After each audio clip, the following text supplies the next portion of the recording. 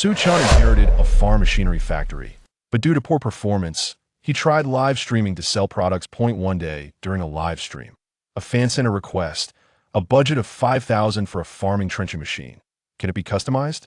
Chen reluctantly activated the god-level manufacturing system. Liquid metal coating, 200-kilometer sprocket. The next day, during the live stream, Chen presented the customization plan, leaving viewers dumbfounded. Host, is it possible you made a typo? He realized he had made a mistake. Before he could explain, the live stream was abruptly cut off. From then on, Chen disappeared. Soon, the Dragon Country had a farming machinery manufacturing wizard. Terminators harvesting wheat, battleships guarding farms, water droplets reclaiming wasteland. The whole world was shocked. Chapter 1. Am I dead? When Wan woke up, she found herself lying in the hospital where she worked. Her memory stopped the day she went out for food and was betrayed by her teammates. Didn't she die? A sharp pain throbbed in her head, as if something had torn it apart. The sudden pain made her cry out. She pressed her hands against her head, trying to regain some clarity. Wan, you're awake. That's great. Hearing the voice, Wan opened her eyes to see her mother standing by the bedside. When her mother saw she was awake, she excitedly hugged Wan. Mom. Wan choked on her words, unable to say anything as she tightly embraced her mother. I could see that moment. Nurse Wang Li entered to change the forebag. Seeing the mother-daughter duo in an embrace, she couldn't help but smile. Auntie, don't worry. Xiaowan has passed the danger period and will be fine soon. Thank you, Xiaoli. Upon hearing that Wan was not in serious danger, her mother released her and smiled at Wang Li.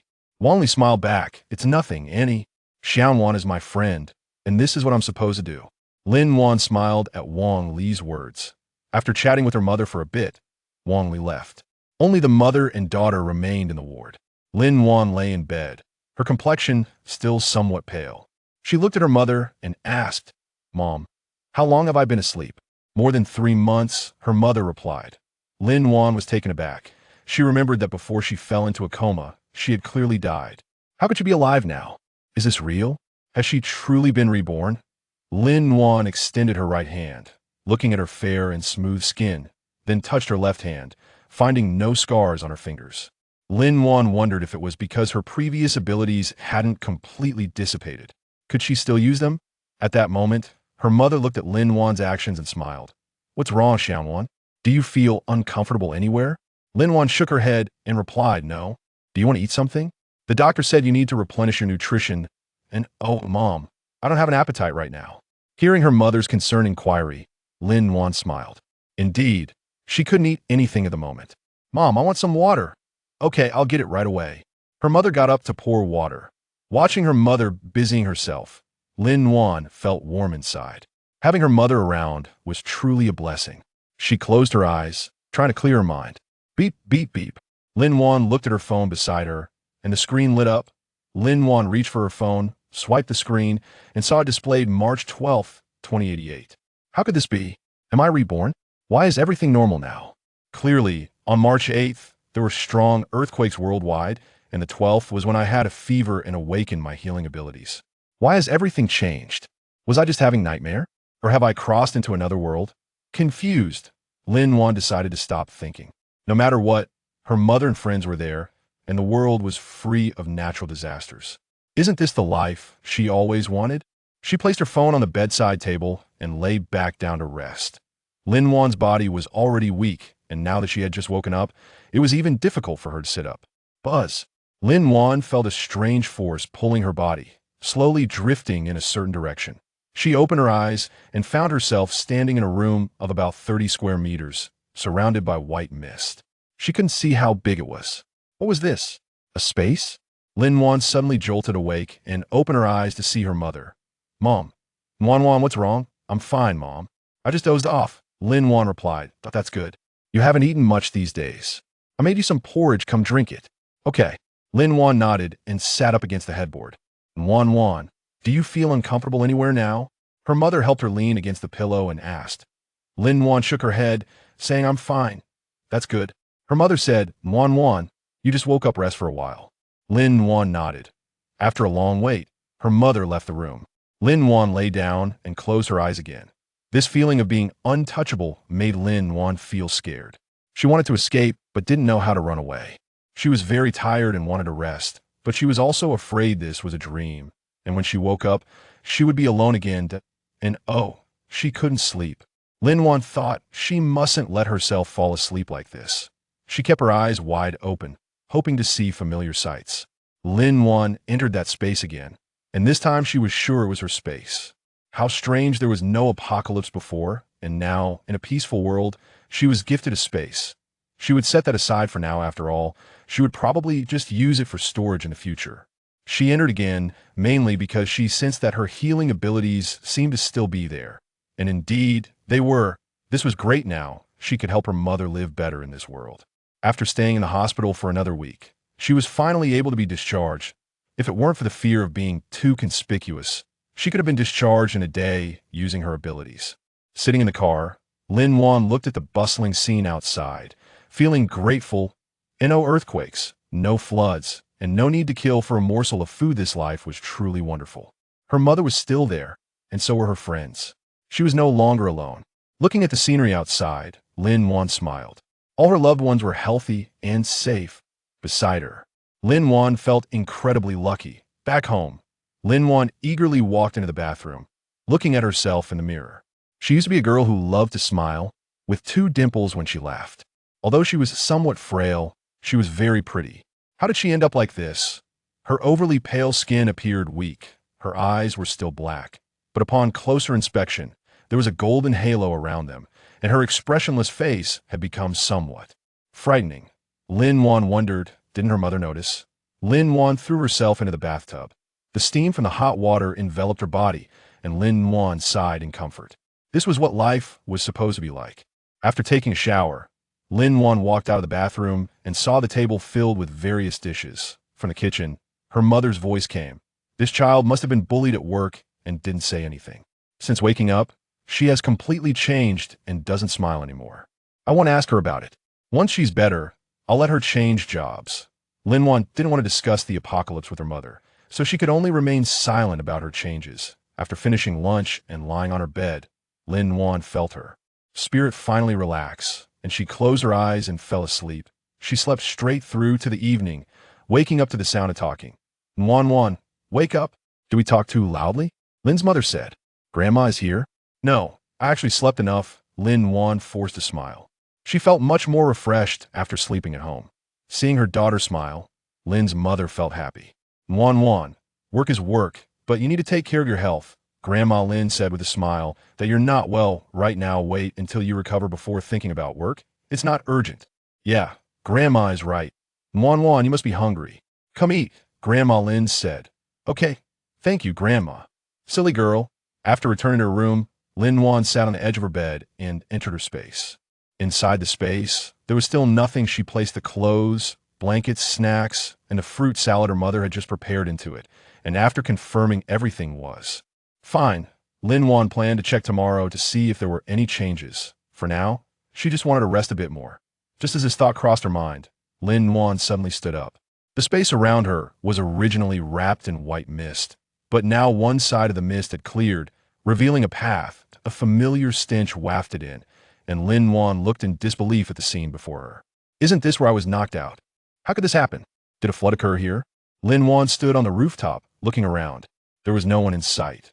The buildings around her were surrounded by water. It had previously become overgrown with vegetation, resembling a primitive forest, and now it had suddenly turned into this. She had no idea how much time had passed since her death. Had it really been a long time? Hey, there's still someone here? Didn't they say everyone had left? A voice suddenly called out. Lin-Wan jumped in surprise and looked to her right rear, where a rescue boat was surfacing from the water. The hatch opened, and a man in a gray outfit stood on the rescue boat, holding a cigarette between his fingers. Lin-Wan recognized him. His name was Zhang Wei, the deputy captain of the city's criminal police team. Was the government here to rescue her? Who are you? Zhang Wei frowned. My name is Lin-Wan. I live below. I came to the rooftop with friends for help and was knocked out. When I woke up, it looked like this. Did a flood happen here? Lin-Wan explained. Yeah, the flood has stopped, Zhang Wei replied. Oh, that's great, Lin-Wan sighed in relief. Come up, my rescue boat is about to head out, Zhang Wei said. Lin Wan thought for a moment and replied, "Okay, it'll come up." With that, Lin Wan jumped onto the rescue boat and sat down next to Zhang Wei. "Captain Zhang, thank you for saving me. I won't cause you any trouble," Lin Wan said. "It's fine. Our job is to save people," Zhang Wei said indifferently. Lin Wan didn't say anything more to him as the rescue boat moved.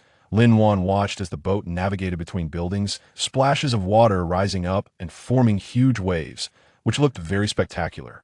Suddenly, a girl with curly hair in front asked curiously, "What did you eat? It smells so good." "Yeah, it smells like strawberries." "Yes, it's strawberries," a boy next to her said. Lin Wan couldn't say anything. She had indeed just eaten strawberries at home. "What kind of noses do these people have?" Lin Wan quickly explained, "I don't have any strawberries." "How long have you been on the rooftop alone?" Zhang Wei asked. Zhang Wei's gaze fell on Lin Wan's lips, and he noticed there were indeed no traces of food around her mouth. Perhaps it was just an illusion. But she was just a little girl. The apocalypse had been going on for more than 6 months, and she didn't know how long she had been on the rooftop. Her clothes were still clean, and she didn't look like someone who hadn't eaten. Zhang Wei felt he might have overthought the situation. The rescue boat docked at the foot of a mountain. Zhang Wei and his 2 companions helped Lin Wan off the boat. When Lin Wan looked at the situation on the shore, she couldn't help but gasp because the fish in the water were different from before. They seemed to have grown much larger. And the trees on the shore were over 10 meters thick. They continued walking forward and soon arrived at the base. Lin Wan looked at the base and realized it was the famous tourist attraction Longshan Temple in Xiqing. Yes, this place was at a higher elevation, making it less likely to be flooded. Chapter 2. I'm a space ability user. "All right, everyone come over to register," a soldier shouted from a makeshift tent at the entrance. "Right?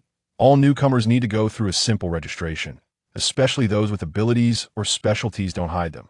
The government won't treat you unfairly." Zhang Wei glanced meaningfully at Lin Wan and then led his team away. A hint of surprise flashed in Lin Wan's eyes. "Did he know I have abilities?" She then stood at the end of the line, with the bratty kid on her left, her mother and grandmother beside her, and the curly-haired girl from the boat nearby. It wasn't long before it was her turn. "What's your name? Please provide your ID number, and let us know if you have any abilities." Lin Wan had just stated her name when the old lady next to her said, "No, she's just an ordinary person. She doesn't have any abilities." Lin Wan frowned. It was that old woman again.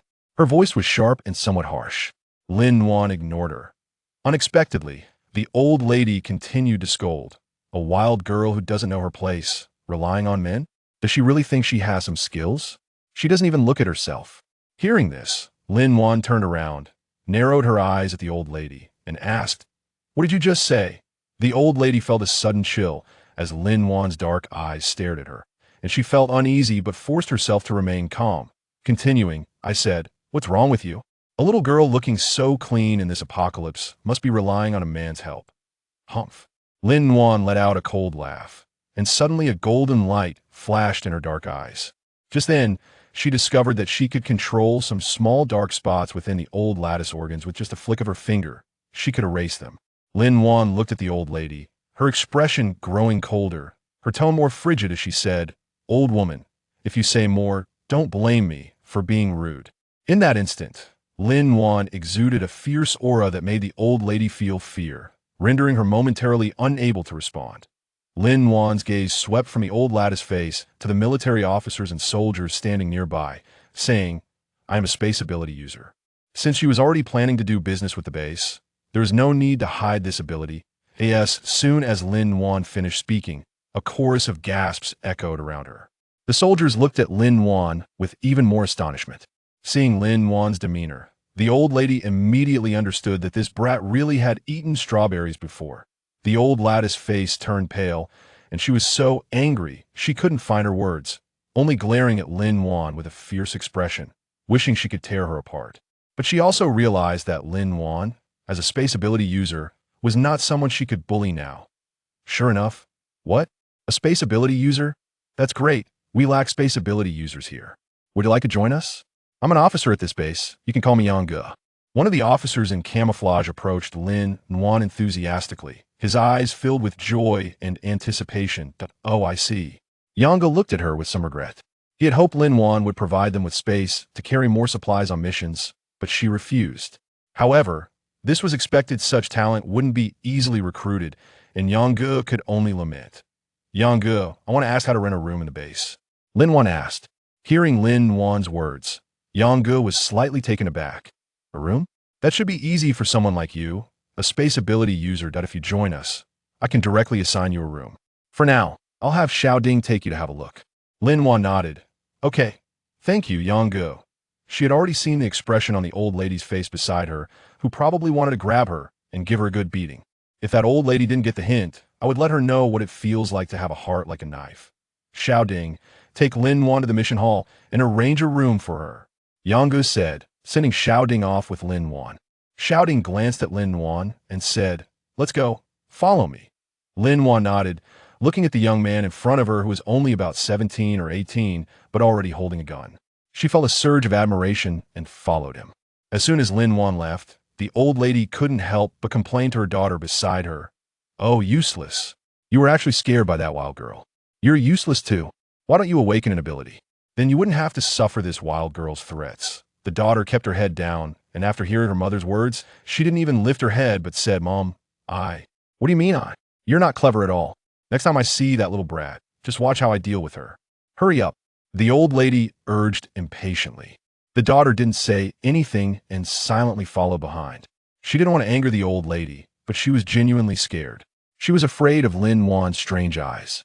In the mission hall, this was the top floor of a building surrounded by towering mountains that reached the clouds, looking very spectacular, like a giant barrier separating the outside world. In the mission hall, there were many combat personnel dressed in camouflage, armed with submachine guns, all geared up and seemingly waiting for something. There was a small counter nearby with some basic supplies like medicine, water, and food. As Xiaoding walked in, a staff member greeted him. Xiaoding, what brings you here? Yonggu asked me to bring her here to rent a room. She's a new ability user who arrived today. Could you please arrange it? Xiaoding replied, that a new ability user? The staff member glanced at Lin Wan in surprise.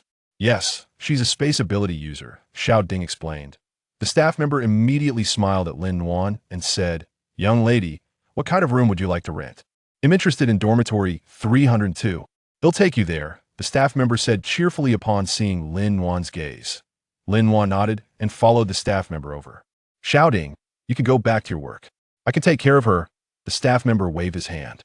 Okay, Xiaoding replied and left. Lin Wan followed the staff member outside. She looked at the towering trees and asked, Is it safe here? Do these plants not harm people anymore? She clearly remembered that the attacking power of those climbing plants was not weak at all. Even ability users might not escape easily. The image of that tree monster involuntarily surfaced in Lin Wan's mind. For some reason, Lin Wan felt that this tree was in the process of evolving, its trunk growing thicker and longer, with sharp thorns sprouting from its branches and its leaves, starting to transform into tiny leaf-like shapes. What are you thinking about? The staff member asked curiously, noticing Lin Wan's contemplative expression. Oh, nothing much, Lin Wan smiled and replied, but she had another plan in mind. She felt she needed to find a place to test this tree's abilities. The two arrived at the door of room 302. Upon opening the door, Lin Wan saw the interior. The room was small, just a bed, a table, and a stool with nothing else in it. This is the room. Take a look and see if you like it, the staff member said with a smile. If you're not satisfied, you can check out others. Okay, if you need anything else, just let me know, the staff member said, taking the items before preparing to leave. Watching the staff member depart, Lin Wan sat down and placed her backpack on the floor. She examined the room carefully. After her eyes mutated, she could clearly see the surveillance along the way. Thankfully, there were none in the room. Sure enough, not long after, the door was pushed open and Gao Jinghua walked in. Wan, what are you doing? Why aren't you resting earlier? Gao Jinghua asked her daughter. Silly child, your body just recovered. You should go to bed early, Gao Jinghua scolded. It's okay, I slept a lot during the day. I'm not sleepy, Lin Wan acted cute. That night, Lin Wan slept soundly because her healing ability had upgraded after her eyes mutated. Early in the morning, Gao Jinghua woke Lin Wan up. Wan, it's time to get up for breakfast. Okay, it'll be right there. Lin Wan opened her sleepy eyes, stood up from the bed, and rubbed her eyes. Her ability upgraded. Was it because of space? After breakfast, Gao Jinghua went to work. She was an elementary school teacher and had become very busy after Lin Wan took a long leave. Once Gao Jinghua left, Lin Wan changed into a set of sportswear and walked out of the house to the nearby wholesale market to buy supplies. This time, Lin Wan had a clear goal: food that could be stored for a long time. She walked for more than an hour and finally bought everything she needed. Since she bought a lot, she had the owner deliver it home. Luckily, there was a garage at home for temporary storage. Otherwise, it would have been a bit difficult. But this wasn't a long-term solution, as Lin Wan planned to rent a warehouse nearby to prevent her mother from discovering it. "Little sister, I put everything here for you. Check it," the owner said with a smile as he moved everything into the garage. "Thank you, uncle." Lin Wan nodded in thanks and handed the money to the owner. The owner smiled as he took the money. "You're welcome." Then he drove away. Lin Wan pulled down the garage door, looked at the food piled up in the garage, and quickly stored it in her space. A slight smile appeared on Lin Wan's lips. Now, she could exchange a lot of things in the apocalypse. "Who is it?" Lin Wan called out. That a male voice came from outside the door. "Lin Wan, it's me, Yang."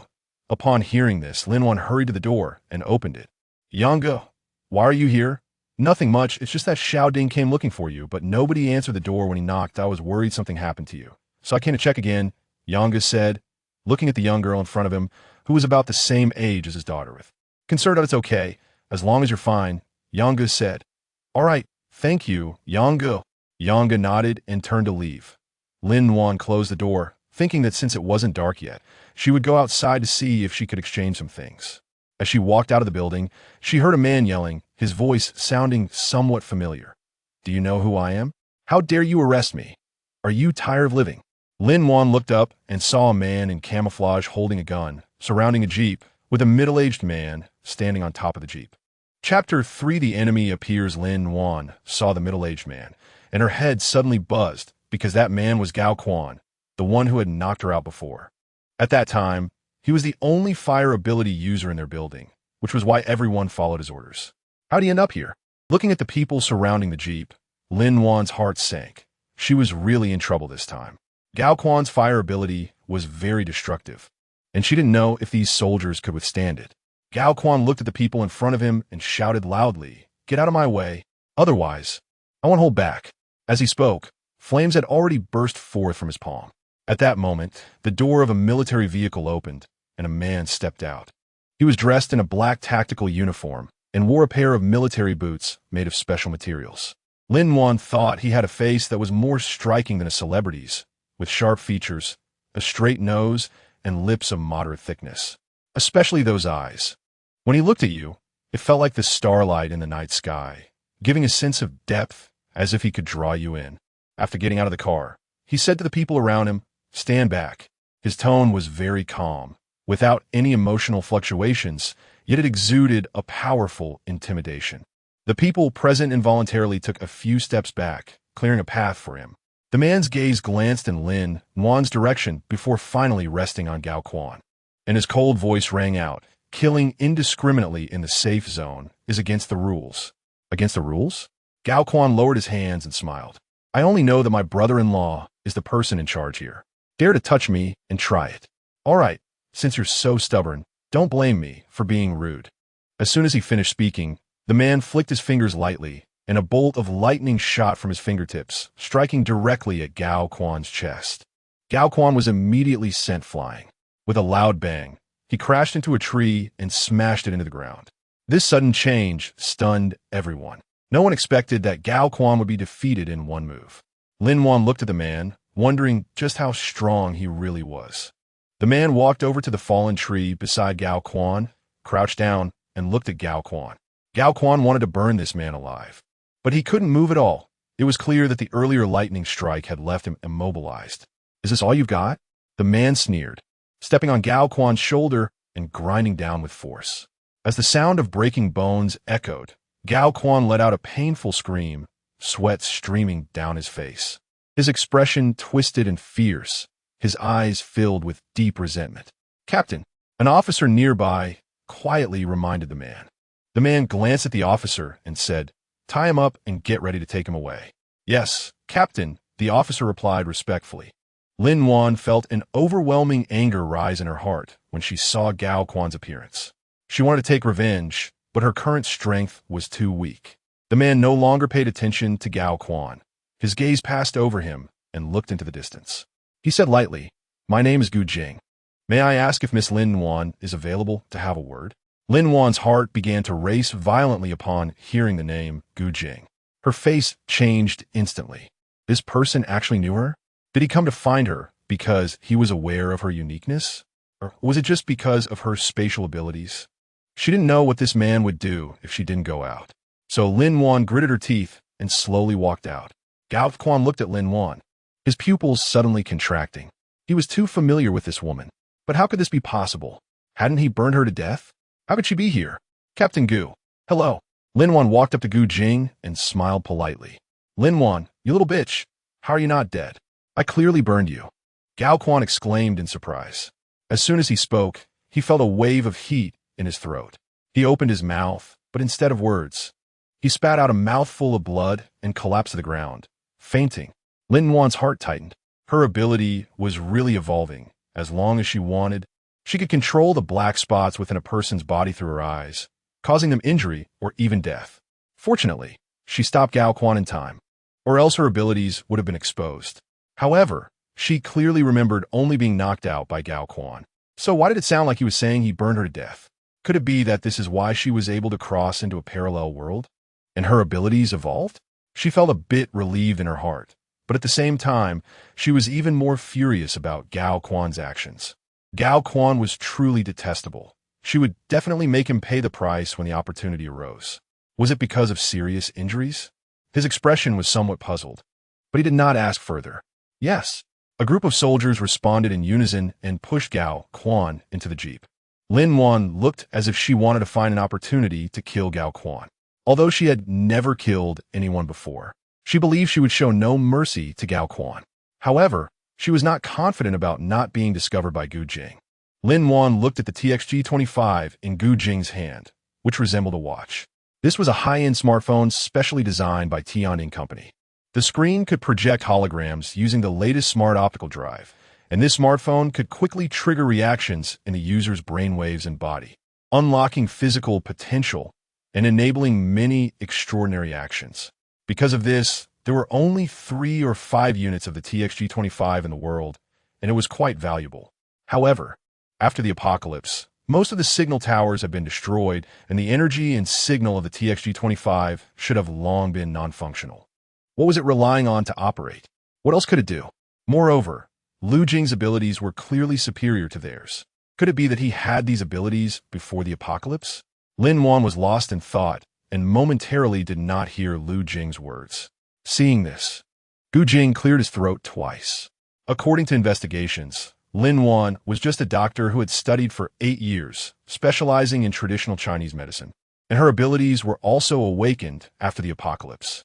She only had a mother at home who had either gone missing or died after the apocalypse.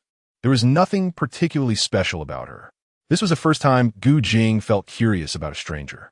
No one had ever told him that curiosity was the beginning of affection, but in the current apocalyptic world, this affection might never begin. Chapter 4, Demon Tree. Ginkgo Lin Wan turned her head and saw Gu Jing standing beside her. His gaze deep, as if he could see through her and know what she was thinking. Forget it. The timing isn't right now. I'll have to ask clearly later. Captain Gu, did you need something from me? Did Gao Quan really set fire to you? Gu Jing suddenly asked. Of course not. Lin Wan replied without hesitation, and then realized she had spoken too quickly adding, he did start a fire, but I hid in the space. Gu Jing nodded slightly. It seemed she really had quite a few secrets, but he didn't continue on that topic. There would be opportunities later. Instead, he said, I'm here today, mainly to ask Miss Lin for a favor. Lin Wan was taken aback, looking at Lu Jing in confusion, and asked Captain Gu, I don't know what you need my help with. Gu Jing looked at Lin Wan for a moment before slowly speaking. You don't need to be nervous. I heard that you are a spatial ability user, so I hope you can help with a small favor. Lin Wan pondered for a moment and said, Captain Gu, just speak your mind. Gu Jing nodded and clicked on TXG-25. An image popped up at the top of the screen, which was indeed a projection of the map. It was a topographic map showing the location of City North and the surrounding road conditions. Most of City H was now submerged in floodwaters, and there was no food left.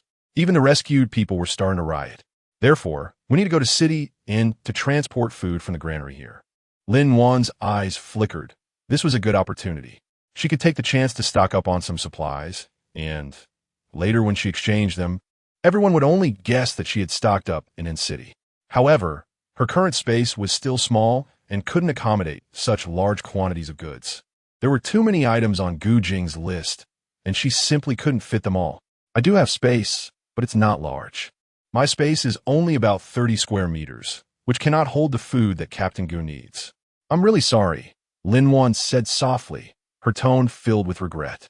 The United Hospital is a private hospital with a set of the most advanced medical equipment in the world, even more advanced than that found abroad.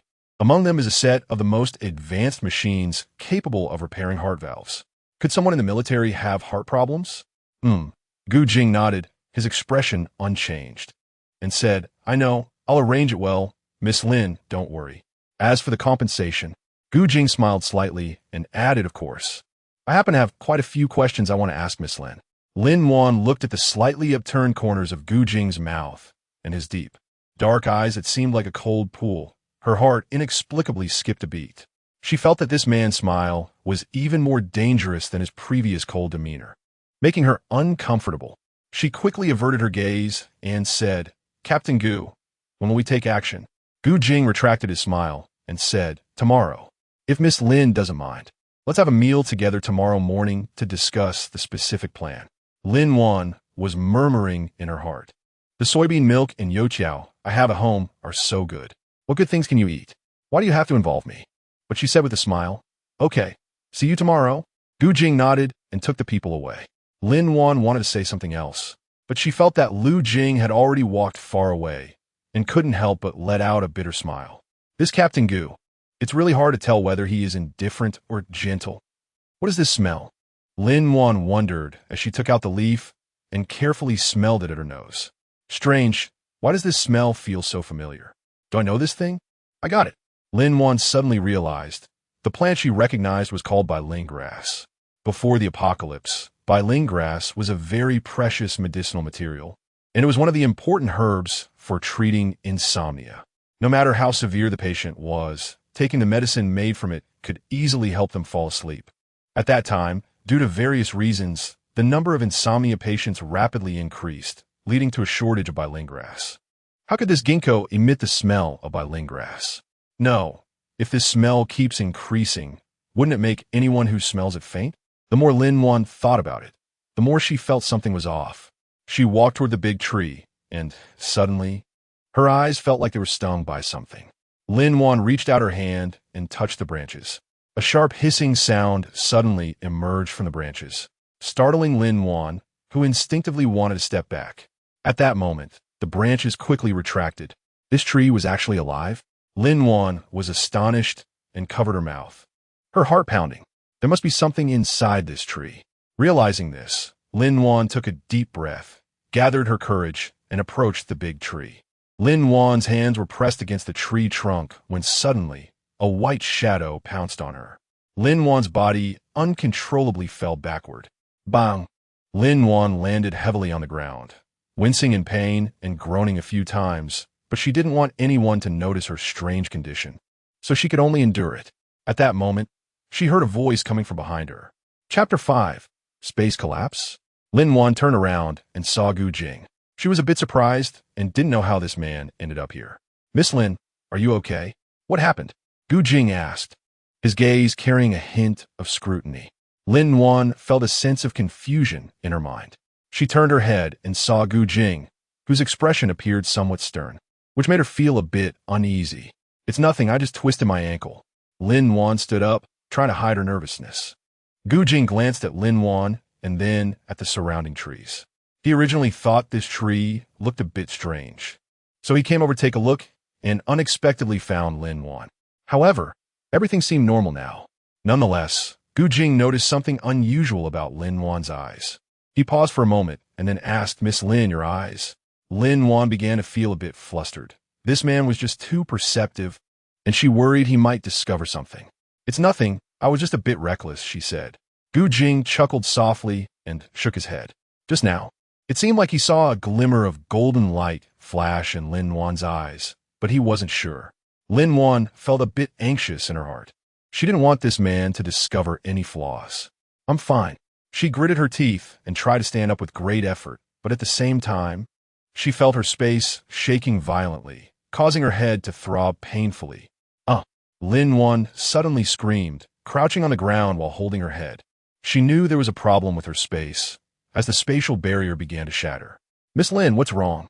Gu Jing's gaze was fixed on Lin-Wan, and seeing her pale face, he quickly reached out to support her shoulder. "Captain Gu, I'm fine, I'm just a bit dizzy." Lin-Wan forced a smile, but she felt as if something was exploding in her mind, making it difficult for her to concentrate. "Then I'll take you for an examination. Are you sure?" Gu Jing frowned and said. Lin-Wan nodded slightly. She was in so much pain that she had no strength left. Being able to restrain herself from fainting was already her limit. Along the way, others were discussing among themselves. That was the aloof king of Hell, Lu. "Miss Lin, you should rest for a while. If you need anything, you can contact me with this and I'll receive it," Gu Jing said as he placed Lin-Wan on the bed and handed her the TXG-25. After saying this, he walked out the door. The door of the room was gently closed, and Lin-Wan finally sighed in relief, tears streaming down uncontrollably. She then fell into a deep sleep. Lin-Wan did not know that while she was in a deep sleep, her spatial barrier was indeed changing. However, this time it was not collapsing. Instead, the spatial barrier was expanding, as if it had just absorbed something highly nourishing. The white mist that had surrounded her was also slowly dissipating. Gu Jing looked at the four people in front of him. They were his most reliable partners in the apocalypse. They had been a team even before the apocalypse, belonging to a national secret force codenamed Thunder. After the outbreak, they had been arranging information networks in various places. This time they came here not only to transport food, but also for some personal matters of his.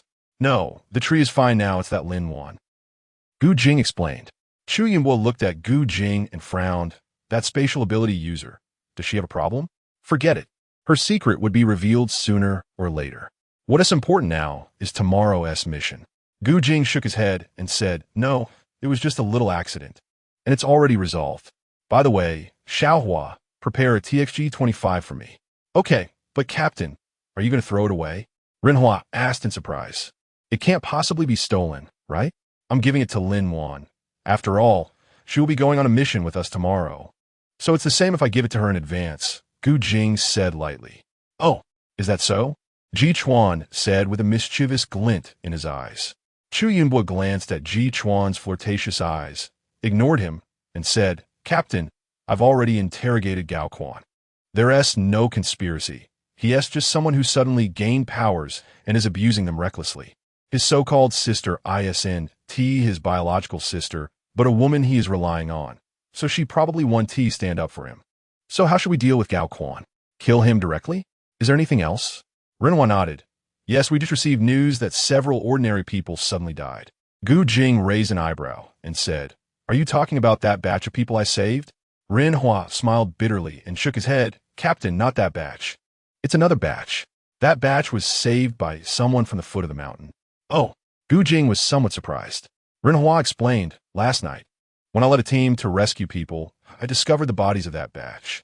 They looked like dried corpses, as if their life force had been completely drained." "Drained?" Gu Jing frowned and said, "Was it man-made?"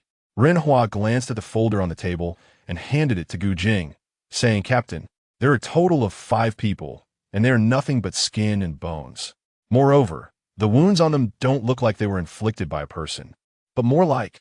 Gu Jing opened the folder and glanced at the familiar leaves, pondering for a moment, then looked at Renhua and asked, "What is it?" "They died from being drained of their life force by plants." Chu Yunbo, who was sitting nearby, added, "Captain, do you remember the plants before the flood? Although they couldn't drain a person's life force like this time, they were still quite similar." A flicker of realization appeared in Gu Jing's eyes. Could that group of people have been killed by the ginkgo? No, the leaves in this photo are different from the ginkgo leaves he just saw.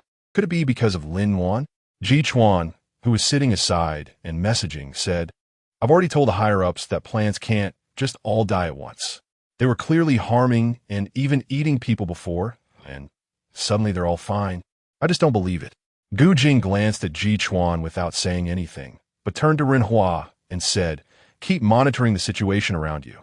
and report anything to me in a timely manner. Renhua quickly nodded yes. Gu Jing turned his gaze to Zhao Tianyu. Tianyu, go prepare an airship and weapons. Tomorrow we depart for N-City. Understood. Zhao Tianyu got up and left. This task was not difficult for him to complete. After Zhao Tianyu left, Ji Chuan said, "What about this mutated plant? Are we just going to ignore it?" Gu Jing replied, "For now. We don't have evidence to prove that it's the mutated plants causing this. We need to go to N-City immediately. The old man can't wait." "Is it that serious? Can't the healing ability do anything?" Chu Yinhua asked. Gu Jing nodded. "I've tried. It can't heal, only sustain life. I don't know if it's because the level isn't high enough, or..." Gu Jing suddenly thought of Lin Wan. If she really relies on her healing ability to survive, maybe it could work. But it's too early to say anything now. It's getting late. Everyone rest. We'll gather at 7 a.m. tomorrow. Chapter 6, Spatial Upgrade, Car Accident. So comfortable. Lin Wan opened her eyes. Is this also her ability? Can mutated plants allow her spatial abilities to evolve? It seems she needs to try again. She smelled a familiar scent again. Looking up, it was that ginkgo tree, which had grown taller and more lush, its branches and leaves thick enough to obscure the sky. But this time Lin Wan felt it was no longer eerie. Instead, it was more vibrant, because there were many strange fruits growing on the tree, emitting an enticing fragrance. She stood still for a moment, realizing that it was this ginkgo that transformed the space, and she also discovered that her ability had upgraded. She was now at level 4. No, Lin Wan remembered something. She looked at the ginkgo tree and unconsciously walked forward.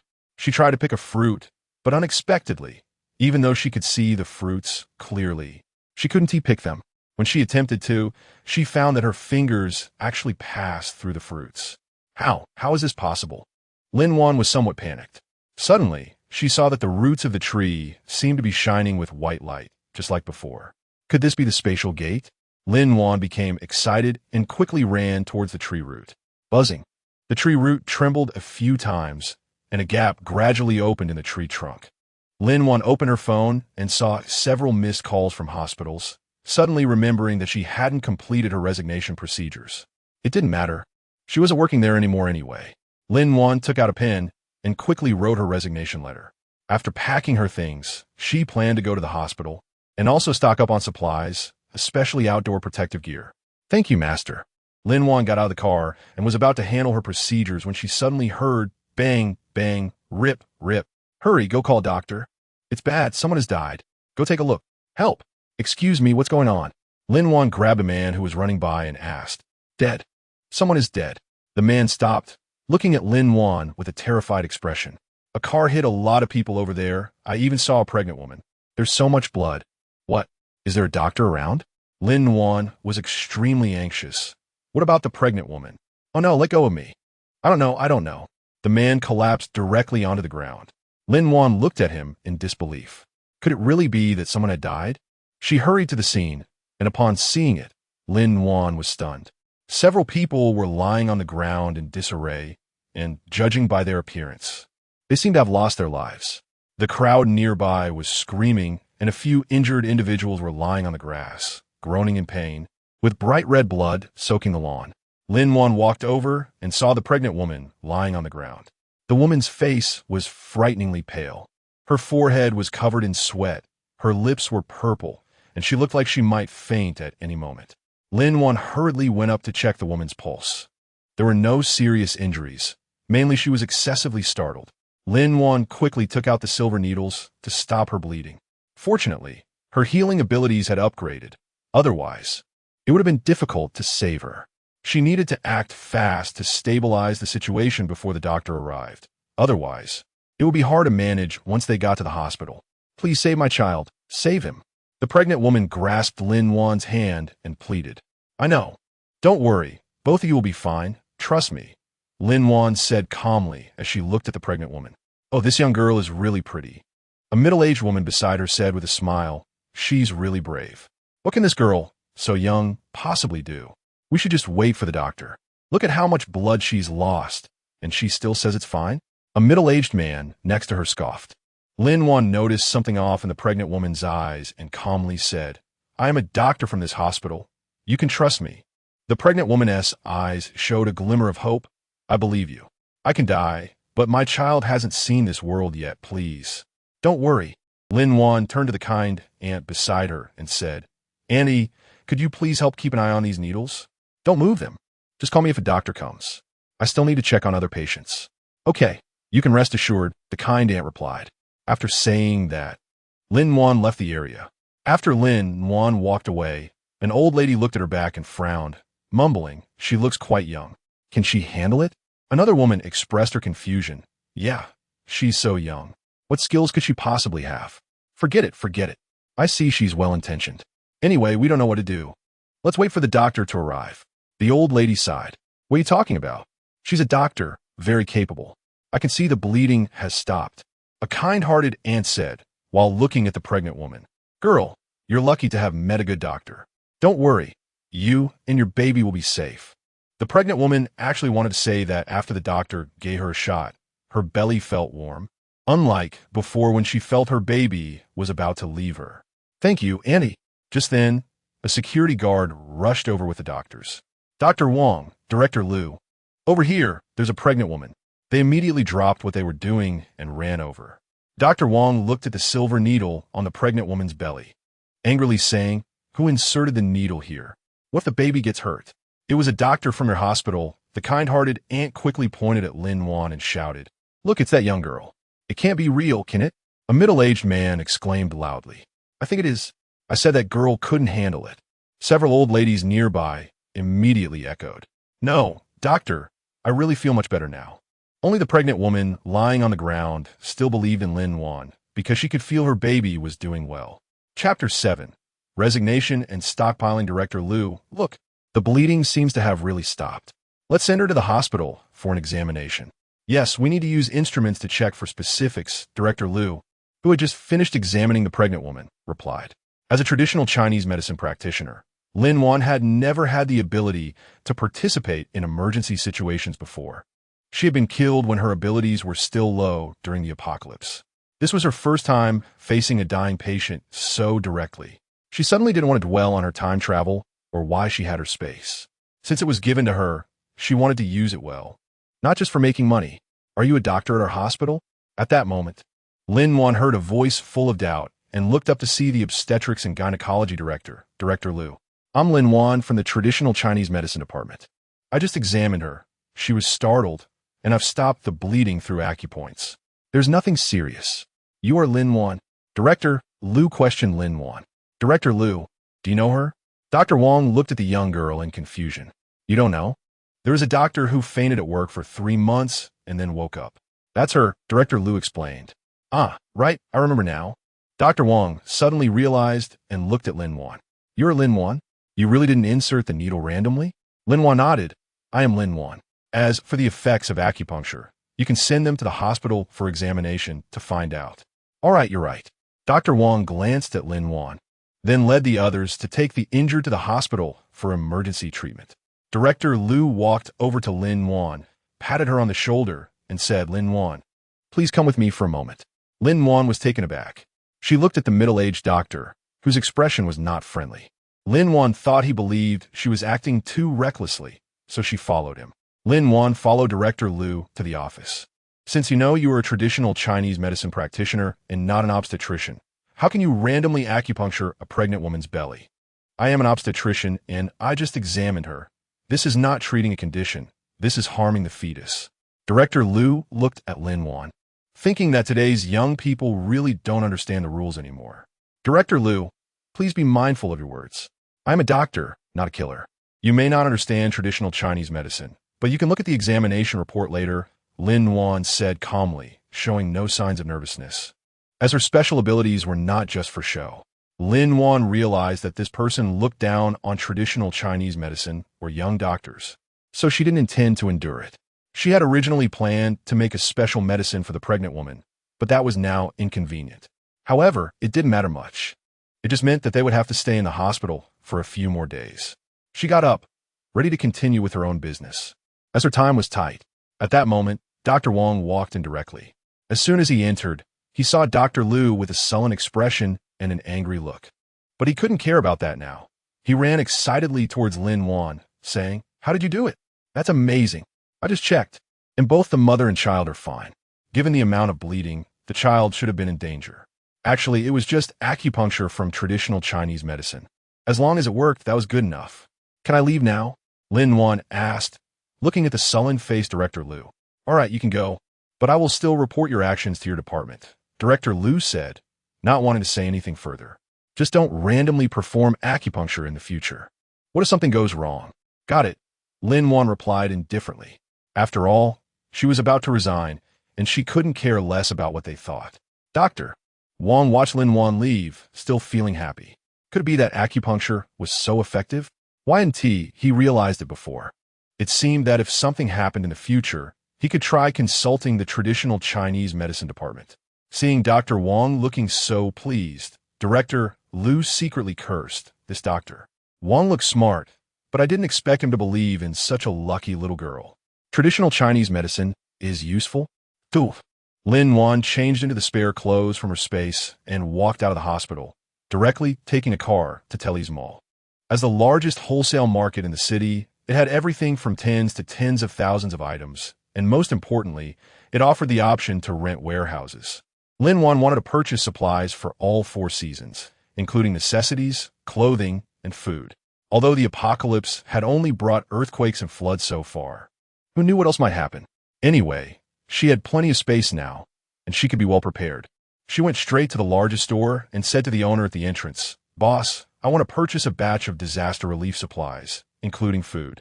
I need to temporarily store them in your warehouse for 1 night." "Sure, no problem. Look around and see what you need. We have everything in stock, and even if we don't have it, I can get it for you." The chubby owner smiled like a Methriel Buddha. "Wife, please attend to the customers." The fat boss called to his wife before hurriedly walking outside. "Oh, okay." The woman sitting at the counter stood up and walked to the door to greet Lin-Wan. Lin-Wan smiled at the boss lady and then walked inside. "May I ask your surname? Are you looking to purchase disaster relief supplies? Do you have a specific direction in mind? Is it for floods or earthquakes? We have everything you need, and our products are all of high quality." The boss lady asked with a big smile. Lin-Wan looked at the boss lady, who was quite beautiful, although she was no longer young. Her skin was fair and glossy, and her attire was elegant. She seemed a bit mismatched with the chubby boss, but both of them liked to smile a lot. Lin-Wan smiled slightly, glad that she had thought in advance about what she wanted to buy. "My surname is Lin, and I need some of each type, including emergency tents, cement cans, glow sticks, moisture-proof houses, generators, blast shields, fire rope guns, stun guns, and so on, as well as various fruit cans and meat cans. But I only want ready stock, and I won't shortchange you on the price." "Oh, okay, no problem. This way, please. We have ready stock on the shelves, and they are the latest models." The boss lady led Lin-Wan inside. "As for food, we don't have much, but my husband just want to help you order. Rest assured it is ready stock and cost-effective." Lin-Wan thought as she walked, no wonder the boss was moving so quickly. His mind works really fast, which is why the business is so big. Chapter 8. The fruit of spiritual power. An hour later, all the goods Lin-Wan bought were stored in the warehouse. Boss lady, thank you. The goods in the warehouse will be taken away tonight, and you can continue using them tomorrow." "Oh, there's no need to be so polite. If you need to buy anything in the future, feel free to come to us. We guarantee the quality and price of the goods are both good and cheap," the boss lady said enthusiastically, while the chubby boss next to her continuously echoed his wife's words. Lin-Wan looked at the couple who, despite their mismatched appearance, had a great relationship, and her mood improved significantly. She couldn't help but smile. Boss lady, goodbye. I'm leaving now. You guys keep busy." Lin-Wan waved her hand and turned to head towards the warehouse. As soon as Lin-Wan left, the boss's wife immediately hugged the fat boss's arm. "Dear, our stock is almost sold out. We made a huge profit today." The fat boss looked at his wife, who was acting cute in his arms, and affectionately pinched her nose. "Yeah, now you can relax. No more saying I ordered too much stock, right?" Upon hearing this, the boss's wife immediately became happy and pulled the boss's arm to walk outside. "Great." The fat boss followed his wife out with a smile. Suddenly, she sensed some unusual fluctuations in the space, a power that felt strangely familiar. That's right. It was that ginkgo tree. Lin-Wan hurriedly ran out of the warehouse and came to the ginkgo tree. only to find that the source of the unusual fluctuations was one of the fruits. Why did this fruit suddenly start glowing? Lin-Wan curiously reached out her hand towards a fruit on the ginkgo tree. Suddenly, the fruit dropped directly into her hand, leaving Lin-Wan stunned.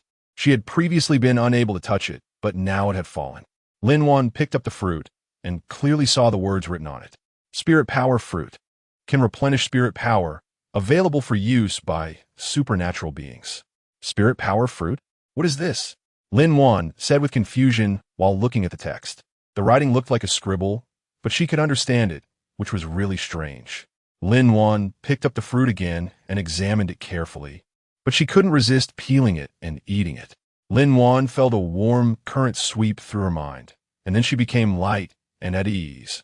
A very wonderful sensation, as if a gentle breath was coming from her body. She felt that every inch of her skin was extremely comfortable. Even her bones seemed to be softer. This feeling was magical, but she couldn't stop.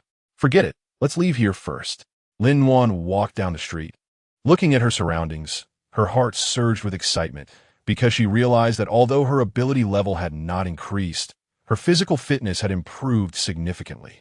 She felt stronger and her eyesight had become sharper. This enhancement made her very excited. The obstetrics and gynecology nurse station was filled with the voices of doctors and nurses discussing the bizarre aspects of the car accident that had occurred that day. That car accident was really strange. Although the injuries looked severe and several people had died, the conditions of the injured were not serious. Yes, and that pregnant woman who just came in was also covered in blood, with a needle in her belly, which was shocking to see. However, the examination results showed that she only needed a blood transfusion, and the emergency department doctors were stunned, saying all the injured were within a treatable range. I heard that a female doctor from our hospital provided early treatment and saved many lives. Moreover, everyone at the scene was looking for her, calling her a goddess doctor. Yes, I heard that too. Many people were inquiring about her contact information, and some family members were causing a scene, insisting on finding her. Meanwhile, Lin-Wan was completely unaware of this, busy cooking dinner, not knowing that she was starting to stand out in the hospital due to an accidental rescue. Gao Qingwen noticed that Lin-Wan's complexion had improved significantly and felt that her health must be recovering well, so she didn't mind her doing some things. All right, let me try the fish you made, Gao Qingwen said with a smile. Okay. Lin-Wan placed the fish on the dining table. Try it. My cooking skills are very good. Haha, really? That's great. Let me have a taste. After saying that, Gao Qingwen picked up her chopsticks, grabbed a piece of fish, and after chewing a few bites, she gave a thumbs up. It's really delicious, even better than before. Of course, this is the fish I specially selected. It definitely won't be worse than what you used to make. Is that so? Gao Qingwen asked with a grin. Then I will really try it. Gao Qingwen picked up her chopsticks again and put a piece in her mouth. A wonderful taste that was fresh, tender, and melt in your mouth immediately satisfied her taste buds. Wow, this dish is really delicious. Much better than the dishes I used to make. Gao Qingwen praised while eating, and Lin-Wan watched her eat, listening to her compliments about the food she made, feeling that such days were truly wonderful. Lin-Wan felt quite anxious inside. She knew that what she was about to do was very dangerous. But after today's act of saving someone, she didn't want to waste her supernatural ability. Moreover, she believed that with this, she could earn more money and make her mother happier. It's okay. When you have free time in the future, I'll accompany you. Lin-Wan smiled at her childlike mother. All right, but you need to pay attention to your safety when you go out, and keep in touch with me often. Don't worry. Mom, I'm all grown up now. But the signal in the Arctic might not be good. I'll call you whenever I have free time, okay? I knew it would be like this. Luckily, I chose the Arctic, Lin-Wan thought wisely. By the way, Mom, I have a flight tonight, and I'm getting ready to leave now, Lin-Wan said, looking at her phone. Okay, have fun. Gao Qingwen waved her hand. Although Lin-Wan made her worry a lot when she was sick last time, she actually felt quite relieved about her daughter. Growing up in a single-parent family, Lin-Wan had been sensible since she was young. It was a rare opportunity for her to relax, and she thought it was really great. Chapter 9. Back to the Apocalypse. Lin-Wan looked at the time. It was already 7 o'clock. She quickly tidied herself up and headed to the mission hall to find Gu Jing. Lin-Wan walked into the mission hall, and a staff member immediately approached her. Hello, Miss Lin. Captain Gu is waiting for you on the second floor. Please follow me. Okay. Lin Wan nodded and followed, thinking that the captain really pays attention to detail. The staff member led Lin Wan through the hall and into a lounge. Inside, besides Gu Jing, there were 4 men dressed in matching camouflage uniforms, all looking very handsome. Captain Gu, Miss Lin has arrived. Upon hearing this, Gu Jing lifted his head and looked towards Lin Wan. Lin Wan was slightly taken aback by Gu Jing's gaze. She had noticed before that his eyes were very beautiful, and his eyebrows were thick and black, as if drawn with a brush. Now that he was well rested, he looked even more captivating. Lin Wan couldn't help but admire in her heart. It seemed that Captain Gu was definitely popular with girls. Miss Lin, you're here. Please have a seat, Gu Jing said, looking at the somewhat dazed girl with a slight smile. Okay, then just call me Gu Jing, he continued, his gaze lingering on Lin Wan. Lin Wan, take a look at what you want to eat. We can chat while eating. Sure. Lin Wan casually ordered some food. Anyway, she wasn't hungry. This was her first time participating in such a task, and she wanted to understand things more clearly to prevent any accidents. After Lin Wan sat down, Gu Jing introduced her to the other 4 team members. They were all trained Special Forces soldiers, specifically tasked with executing the most dangerous missions. After the apocalypse, they all awakened their supernatural abilities and continued to carry out the country's tasks. After hearing their introductions, Lin Wan couldn't help but admire their courage and strength. Lin Wan sat on the airship, quietly gazing at the white clouds outside the window, her heart filled with countless emotions. Dense forests were everywhere in the world, but from a high vantage point, one could better appreciate their beauty and purity. Everything looked very primitive. It was unfriendly to humanity. Perhaps natural disasters were just the earth punishing humankind. She turned her head to look at Ren Hua, who was operating the airship, surprised that the youngest member of the team could master various electronic devices and create such high-tech products. Although she hadn't known before that the country had such equipment, she had been an ordinary person and hadn't paid attention to it. She then glanced at Chu Yunbua, who was drinking tea, Ji Chuan with his peach blossom eyes, and Zhao Tianyu, who remained silent. Although Gu Jing had not explicitly stated their ability levels, Lin Wan could sense their strength. She watched Gu Jing, who was still reviewing documents, and thought about what he had just said regarding Gao Quan. It was clear that he could have resolved the matter directly, yet he was still considering her while handling it. Was it because he needed something from her? Lin Wan suddenly sneezed and covered her nose. She found it a bit strange. Could it be that she caught a cold from sleeping badly last night, or from being too cold? Lin Wan, what's wrong? Are you catching a cold? Gu Jing asked with concern. It's nothing, just a bit of itchiness in my nose, no big deal. Maybe someone is thinking of me, Lin Wan said, glancing at the raised eyebrows of Ji Chuan, feeling a bit odd. Yeah, who could be thinking of our little Wan? Yi Hun choked. Huh. Ji Chuan was amused by Lin Wan's words, looking her up and down. Oh, so you've grown up. Ji Chuan. Lin Wan looked at herself. She wasn't really big, but not small either, just that her clothes were loose, making it hard to tell. All right, stop teasing her. Gu Jing quickly interrupted their conversation. Yes, Captain, I was wrong. Ji Chuan nodded with a smile, though still with a hint of teasing. Ha! Chu Yunbua and Zhao Tianyu also burst into laughter. Lin Wan listened to their laughter and looked at Gu Jing. His dark eyes were looking at her, seemingly sparkling like stars, with a faint smile on his lips. Lin Wan felt a bit shy and turned her head to look out the window. Gu Jing smiled and also restrained his emotions. A large airship soared in the azure sky, and the scenery outside was breathtaking. The airship was well equipped, with a restaurant, washroom, kitchen, and bathroom, as well as a private shower.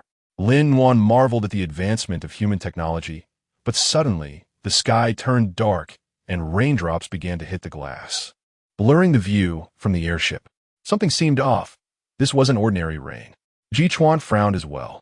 Bang, bang, bang. Suddenly, there was a dull thud, and the airship shook a few times before coming to a stop. All the lights went out. Quick, look outside. Ren Hua pointed to the window. This is hail, and it's bigger than a fist.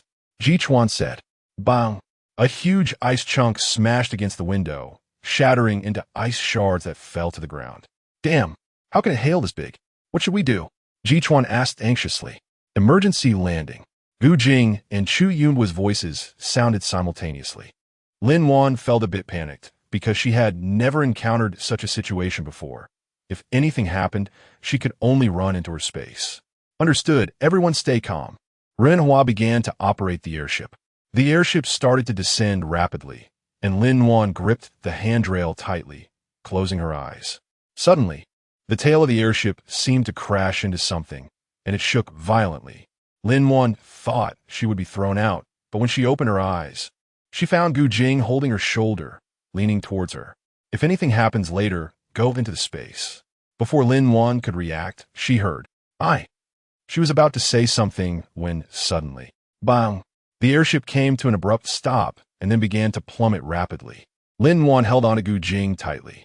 Gu Jing also held Lin Wan firmly, continuously using his spiritual power to protect them. All right, we've left the hail zone. It seems to be just a small area. However, this airship is done for. We'll need to get down and switch to a new one. Renhua said with a smile. Well, it's good that we escaped safely. This weather is really... Before Ji Chuan could finish, Captain, be careful. Peyton Hua shouted. Quick, everyone prepare to parachute. Xu Yinbo had just finished speaking when they all jumped out, really well trained, but Lin Wan couldn't.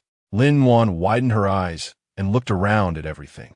She saw countless huge fireballs rolling in from a distance, getting closer and closer. She saw Gu Jing moving while holding his waist, continuously climbing up. It turned out Gu Jing had wind abilities. No, she couldn't be a burden to Gu Jing. She had to enter the space. Boom! With a loud noise, Lin Wan heard the explosion of the airship. Her eyes slowly closed, and the image of Gu Jing being held back by Chu Yunbo, while anxiously looking at her face, flashed in her mind. She knew they were safe now. Chapter 10.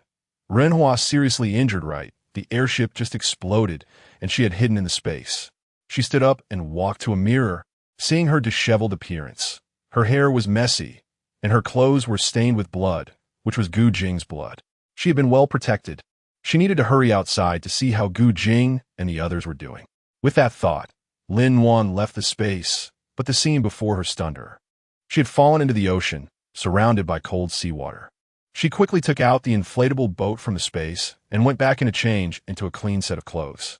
Lin Wan looked around, trying to find Gu Jing and the others. However, besides the seawater and ice debris, there was nothing else. Lin Wan felt a bit anxious. Just then, a ray of light suddenly appeared in the distance. Lin Wan quickly turned to look at the light. It was a yacht. Lin Wan, is that you? Came Gu Jing's call. Lin Wan saw Gu Jing sitting on the yacht, his right arm still wrapped in bandages. Gu Jing, are you okay? Lin Wan asked with some concern as she boarded the yacht. My injury is nothing, but what about you? Are you hurt? Gu Jing looked at Lin Wan and asked with some worry. Lin Wan shook her head. I'm fine. Luckily, I managed to hide in the space in time. Otherwise, the consequences would be unimaginable. That's good. You can put away the inflatable boat. Let's go. Gu Jing said as he looked at Lin Wan. Okay, by the way, what about Renhua and the others? Lin Wan glanced around and saw only Gu Jing. Renhua was injured. They took him to City Inn for treatment. So he couldn't come with me to find you. Gu Jing explained, his brows slightly furrowed, seemingly worried about something. Renhua is injured too? Is it serious? Did they go to City Inn? Lin Wan was a bit surprised. Yeah, I hope City Inn has healers. Let's leave here first. Gu Jing sighed. Gu Jing, actually, you don't have to worry too much. I believe that such a large base in City Inn will definitely have a solution. Lin Wan wanted to say that she was a healer, but thinking about her uniqueness, she decided against it. If there was still no solution when they got to City Inn, she would have to save people first. Yeah, let's leave here first. Gu Jing didn't ask more questions as he looked at her. He believed that one day, she would tell him. No matter what, I hope you believe that I will always protect you, Gu Jing said, looking into Lin Wan's eyes. Lin Wan lowered her head, silent. In the apocalypse, such promises are the least useful. She was no longer a little girl, but for some reason, her heart kept beating faster. Gu Jing saw Lin Wan like this and gently patted her head. Trust me. Lin Wan glanced at Gu Jing, then at the yacht, thinking to herself, hoping to reach City Inn soon. In City Base Hospital, where are the people? Hurry up and save him. Ji Chuan rushed in, carrying Renhua, shouting as he ran. Zhao Tianyu followed behind, while Chu Yunbo was looking at the TXG-25 in his hand. Captain Ji, who is injured? The director of the health station quickly came out to greet them, seeing Renhua in Ji Chuan's arms. It's Renhua. Hurry up and save him, Ji Chuan said, placing Renhua on the bed. Quick, check his body. Okay. Ji Chuan watched by the bedside, noticing blood still trickling from the corner of Renhua's mouth. And there was a large hole in his chest with some fragments on it. Renhua's injuries were too severe. He was not likely to survive. The director's words were like a bolt from the blue. What nonsense are you talking? Renhua can't die like this. Ji Chuan glared at the director. The director staggered back. He can't die. I want to see him recover with my own eyes. The director wiped his nose and looked at Zhao Tianyu, not daring to say another word. Xiao Yu. Chu Yunbo frowned, stopping Zhao Tianyu. Brother Chu. Zhao Tianyu glanced at Chu Yunbo, then turned to look at Renhua lying on the bed. Xiao Yu, I contacted the person in charge in City Inn. They have a healer, but he's out on a mission. He has already been contacted. You go pick him up, Chu Yunbo told Zhao Tianyu. Okay, I'll go right away. Zhao Tianyu nodded and hurriedly ran out. He thought to himself, Renhua, you must hold on. You have to hang in there. Yunbo, Xiao Hua. He won't be in trouble, right? Ji Chuan looked nervously at Chu Yunbo. He won't. His will is very strong. No matter the situation, he won't give up hope. Chu Yunbo said firmly while looking at Renhua. Director, please keep him alive. He must hold on until the healer arrives. The director looked at the young man before him. Although he was not very old, the aura he exuded made the director fear that if the person on the bed died, he would not be able to live either. Rest assured, I will do my utmost. But please hurry, the director said, immediately calling a few medical staff to take Renhua to the emergency room. Ji Chuan paced at the door, looking inside. Yunbo, when will that healer arrive? It should be soon. Stop pacing. My head is spinning, Chu Yunbo said, looking at Zhao Tianyu's location, which was already very close. By the way, Yunbo, should we inform the boss? Ji Chuan looked at Chu Yunbo. Chu Yunbo was silent. He raised his eyes to look at Ji Chuan. It's too far away. Renhua hasn't woken up, and it's not easy to relay information successfully. Let's wait until he arrives in City Inn. Okay. Captain Zhao, I'm sorry. Their team only knows that Zhou Quan and them are in this area, but they don't know exactly where, the person in charge of City Inn said cautiously, looking at Zhao Tianyu. Don't you have any other means of contact? Zhao Tianyu grabbed the collar of the person beside him. Useless. Zhao Tianyu kicked him over and then angrily took the map and left in a hurry. Renhua, what's wrong? Ji Chuan heard the machines beeping inside. His face turned pale. He looked at Chu Yunbo, only to see Chu Yunbo also worried about Renhua. Don't worry, the healer is coming soon. He will wake him up, Chu Yunbo said, also unable to help, but call Zhao Tianyu. Tianyu, have you found person? What did you say? You didn't find him? Chu Yunbo couldn't help but shout. Hurry up. Hello. Chu Yunbo hung up the phone, his face growing increasingly grim. Ji Chuan saw Chu Yunbo's expression and asked, Yunbo, what's wrong? Renhua's condition is quite bad. I had contacted the person in charge in City Inn earlier about the healer, but now he is out on a mission, and Zhao Tianyu has gone to find him. Chu Yunbo said, punching the wall in frustration. Yunbo. Ji Chuan looked at the blood on Chu Yunbo's hand.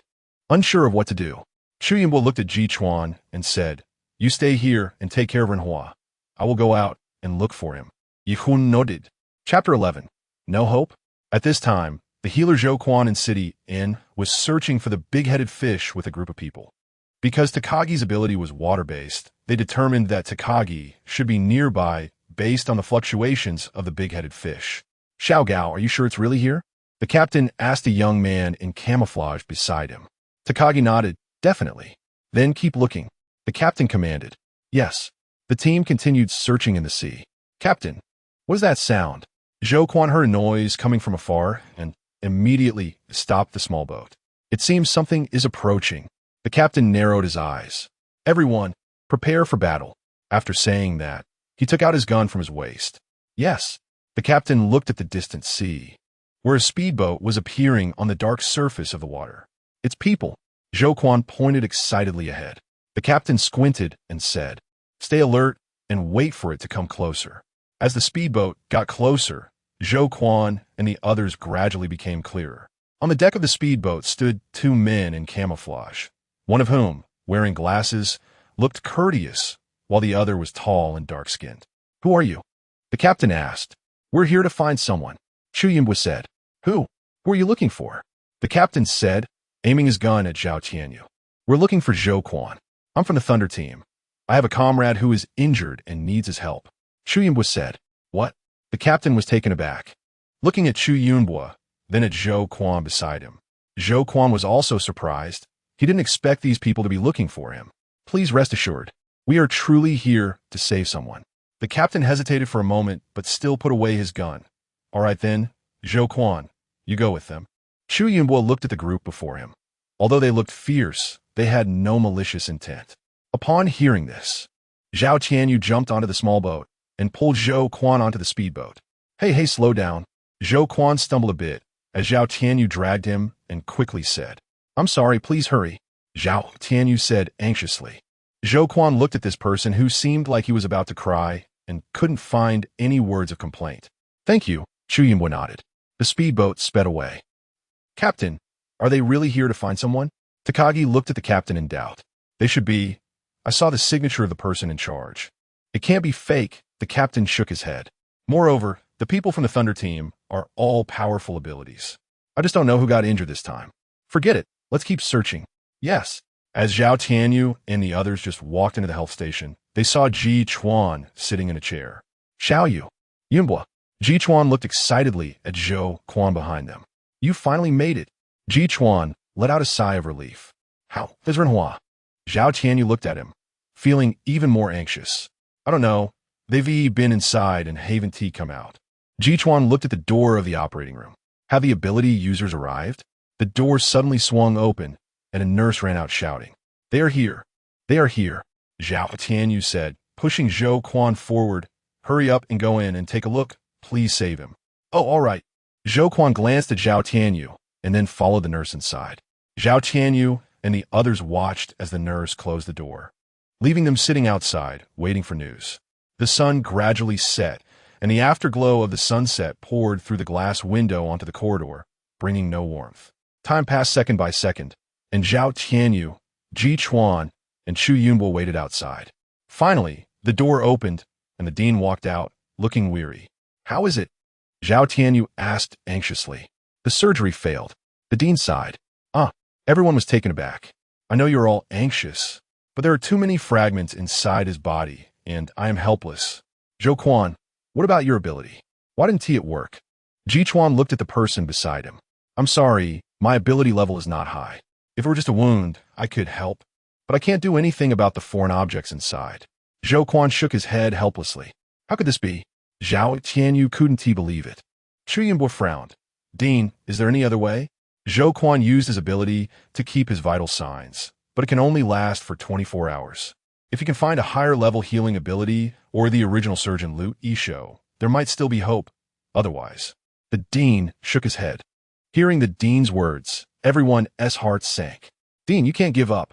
We can't let Renhua get into trouble. Yihun pleaded. The dean looked at everyone and sighed. I know all this, but I have really done my best.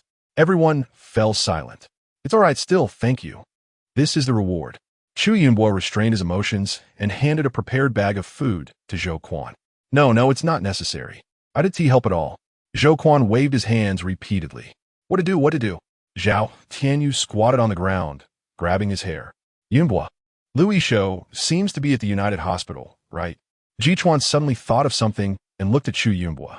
Yes, but several teams have already been lost inside, and we don't know the situation. We definitely can't do it with just a few of us. Then what do you suggest we do? This 1T work. That 1T work. Ji Chuan's peach blossom eyes looked at Chu Yunbo as if they had fallen into pearls. All right, stop arguing. A familiar voice interrupted the two. Chu Yunbo and Ji Chuan looked over. Captain, you're here. Captain, what should we do? The healing ability is useless. And the dean said, Renhua only has 24 hours left. Zhao Tianyu rushed towards Gu Jing. Lin Wan looked at the haggard faces of the people in front of her and stepped forward, saying, Let me go. You? The group was taken aback simultaneously. Yes, actually I am. I know you are a doctor, and I trust you. Gu Jing interrupted Lin Wan, looking at her with deep eyes. A hint of relaxation appeared in Lin Wan's eyes. She knew Gu Jing understood that she didn't want to expose her healing abilities. In fact, she suddenly realized that it didn't matter if she revealed them. She was different now than she was before. However, Others glanced at Gu Jing and then at Lin Wan. Even if she was a doctor, at her age, could her medical skills really surpass those of the dean? You should go. Gu Jing urged Lin Wan to leave. I know what you were worried about. Don't worry, I won't let Renhua get into trouble. Lin Wan said firmly. You, don't push yourself, Gu Jing replied. Lin Wan smiled and reassured him. Don't worry, I am confident. Chapter 12. Different healing abilities. After Lin Wan left, Gu Jing looked at the others and said, You all look exhausted. Why don't you go rest for a bit? No need, I can hold on, Chu Yunbo replied, looking at Gu Jing. By the way, how did you know we were here? It turned out that as soon as Lin Wan and Gu Jing arrived in N-City and were about to contact them, the person in charge showed up and said that Renhua's condition was not good, so they hurried over and managed to make it in time. Captain, is Lin Wan going to be okay? Trust her. Gu Jing patted their shoulders. Meanwhile, Lin Wan arrived at Renhua's operating room. Looking at Renhua lying on the bed, pale and vulnerable. He was still just a child, yet now his body was full of wounds. Lin Wan took out a silver needle from her backpack and pricked a few acupoints on his body. Of course, this was mainly for show. The main focus was still on using her abilities. Now she could selectively use her powers with her eyes. For example, at this moment, she could see the fragments inside Renhua's body. She used her abilities to control these fragments and expel them from his body. Lin Wan's movements were quick. In just a few minutes, Renhua's breathing gradually stabilized, and the wounds on his body slowly began to heal. Lin Wan has already thought it through. After several transformations, she is no longer the person who could be bullied by anyone. So why does she still need to hide? Moreover, she feels that the fruit from the tree in the space will surprise her in the future, and she has already guessed a bit about the conditions for the fruit, which should be saving people, or to be more precise, it should be good deeds. Lin Wan walked out of the operating room and saw the crowd waiting outside. How is Renhua? Zhao Tianyu asked eagerly. He is fine now. Lin Wan glanced at them and walked over to Gu Jing. Really? Zhao Tianyu stared at Lin Wan, asking excitedly. You too? Chu Yunbo quickly realized. Yes, I have healing abilities, Lin Wan nodded, catching a glimpse of Gu Jing's slightly raised corner of his mouth. So Renhua is really okay? Chu Yunbo asked. Of course. He should wake up in less than half an hour. Lin Wan shrugged, looking at their expectant expressions. Great, I'm going to see him. Zhao Tianyu and Ji Chuan said in unison before running over. I'm going too. Chu Yunbo initially wanted to ask more questions, but after glancing back at the two, he thought better of it. Let the captain ask him himself. Lin Wan looked at them speechlessly. As they left, Gu Jing turned to Lin Wan, his expression complicated. Why did you tell them? Lin Wan shrugged. Didn't you say it yourself? I'm a doctor. Besides, you said we are a team from now on. I can't hide everything from you, can I? Gu Jing was taken aback. This answer was unexpected. By the way, since we have time now, can you accompany me to a place? Lin Wan thought of the gold shop she had seen on the way here. Her heart couldn't help but race. She could go alone, but she felt it would be safer with Gu Jing, and she trusted him. Gu Jing paused for a moment and nodded. At the entrance of the largest gold shop in City Inn, there should have been a huge crowd at this time before, but due to the uncertain disaster, the few remaining people were unwilling to come out of the base, believing that the country would always protect them. Lin Wan and Gu Jing stood side by side in front of the jewelry store. Gu Jing glanced down at Lin Wan, and his eyes sparkled with excitement. It seemed he really liked jewelry. Is this how all girls are? Gu Jing, I want. Lin Wan hesitated, unsure of how to start. Just go get it. After all, we never know when there might be another earthquake or hailstorm, and this place could soon become a ruin. Gu Jing looked at Lin Wan with a smile in his eyes. Lin Wan felt a bit touched. Thank you. No need to be polite. You saved Renhua's life, Gu Jing said while touching his nose. Then I'll go get something. Wait for me a moment. I'll be right out. Lin Wan glanced at the store and said, Gu Jing looked around. The environment here was really quite terrible. The glass doors of the surrounding clothing stores and food shops had been smashed, and it was clear that they had been looted. Only this accessory store seemed to have been spared, probably because everyone didn't have time to loot it. Lin Wan rushed into the store, and seizing such a rare opportunity, she adhered to the principle of not wasting, putting all the gold jewelry in the store into her space. While doing so, she couldn't help but feel ecstatic. She had been thinking about when she could buy things without looking at the price and just pick whatever she wanted, and now she had truly achieved that. Lin Wan happily walked out and handed the things in her hand to Gu Jing. Here, I don't know if you like it, but this is for peace and safety. So take one, Lin Wan said, while holding a necklace with a safety pendant. Gu Jing stared at the item Lin Wan handed over, stunned. No girl had ever given him something like this before. Of course, he never thought about it. With his usual cold demeanor, which girl would dare to approach him? What's wrong? Don't you like it? Lin Wan asked, noticing Gu Jing's stillness. Gu Jing shook his head. It's very beautiful. Thank you. You're welcome. I'm just being generous on behalf of others. Lin Wan waved her hand. Gu Jing didn't say anything else and put the safety pendant around his neck. Wow, it looks really nice. Lin Wan exclaimed, this pendant is really exquisite. Where's the boss? Renhua woke up, and Zhao Tianyu and Ji Chuan told him how dangerous things had been and how hard they had fought. Lin Wan's healing ability must be very powerful. At that time, he really thought he was close to death, but unexpectedly, he was saved by Lin Wan so easily. And now he feels that his body has no discomfort. Boss, focusing on beauty over friends, surely. Cough, cough. Renhua looked at Lin Wan as she opened the door, raising an eyebrow at Ji Chuan, while the boss stood silently behind, not allowing himself to speak. What's wrong? Renhua, are you not fully recovered? Should we let Lin Wan take another look at you later? By the way, are we going to call her sister-in-law from now on? There's no telling if the boss's king of hell face can fool her, or I could give it a try. Being good-looking and having both space and healing abilities in the apocalypse. Cough. Zhao Tianyu blinked desperately. Shu Yinbo couldn't help but laugh out loud. Boss, when did you arrive? It shouldn't be too early, right? I hope you didn't hear anything. Not too early. I started listening when I heard someone talking about focusing on beauty over friends, Gu Jing said flatly. Chapter 13, Professor Wu Tong. Boss, let me explain. Ji Chuan thought about how to explain while looking at Zhao Tianyu, who was bowing his head to cover Renhua with a blanket. Renhua, is he asleep? Don't think he didn't see the eyes still moving. He turned to Chu Yunbo, who was also looking down at his phone, but don't think he didn't see his shaking shoulders. A group of traitors. No need to say more, since you have so much free time. Go find the person in charge to understand the situation at the joint hospital and write an action plan. Gu Jing said straightforwardly, daring to say he had a king of hell face and even wanted to poach from him.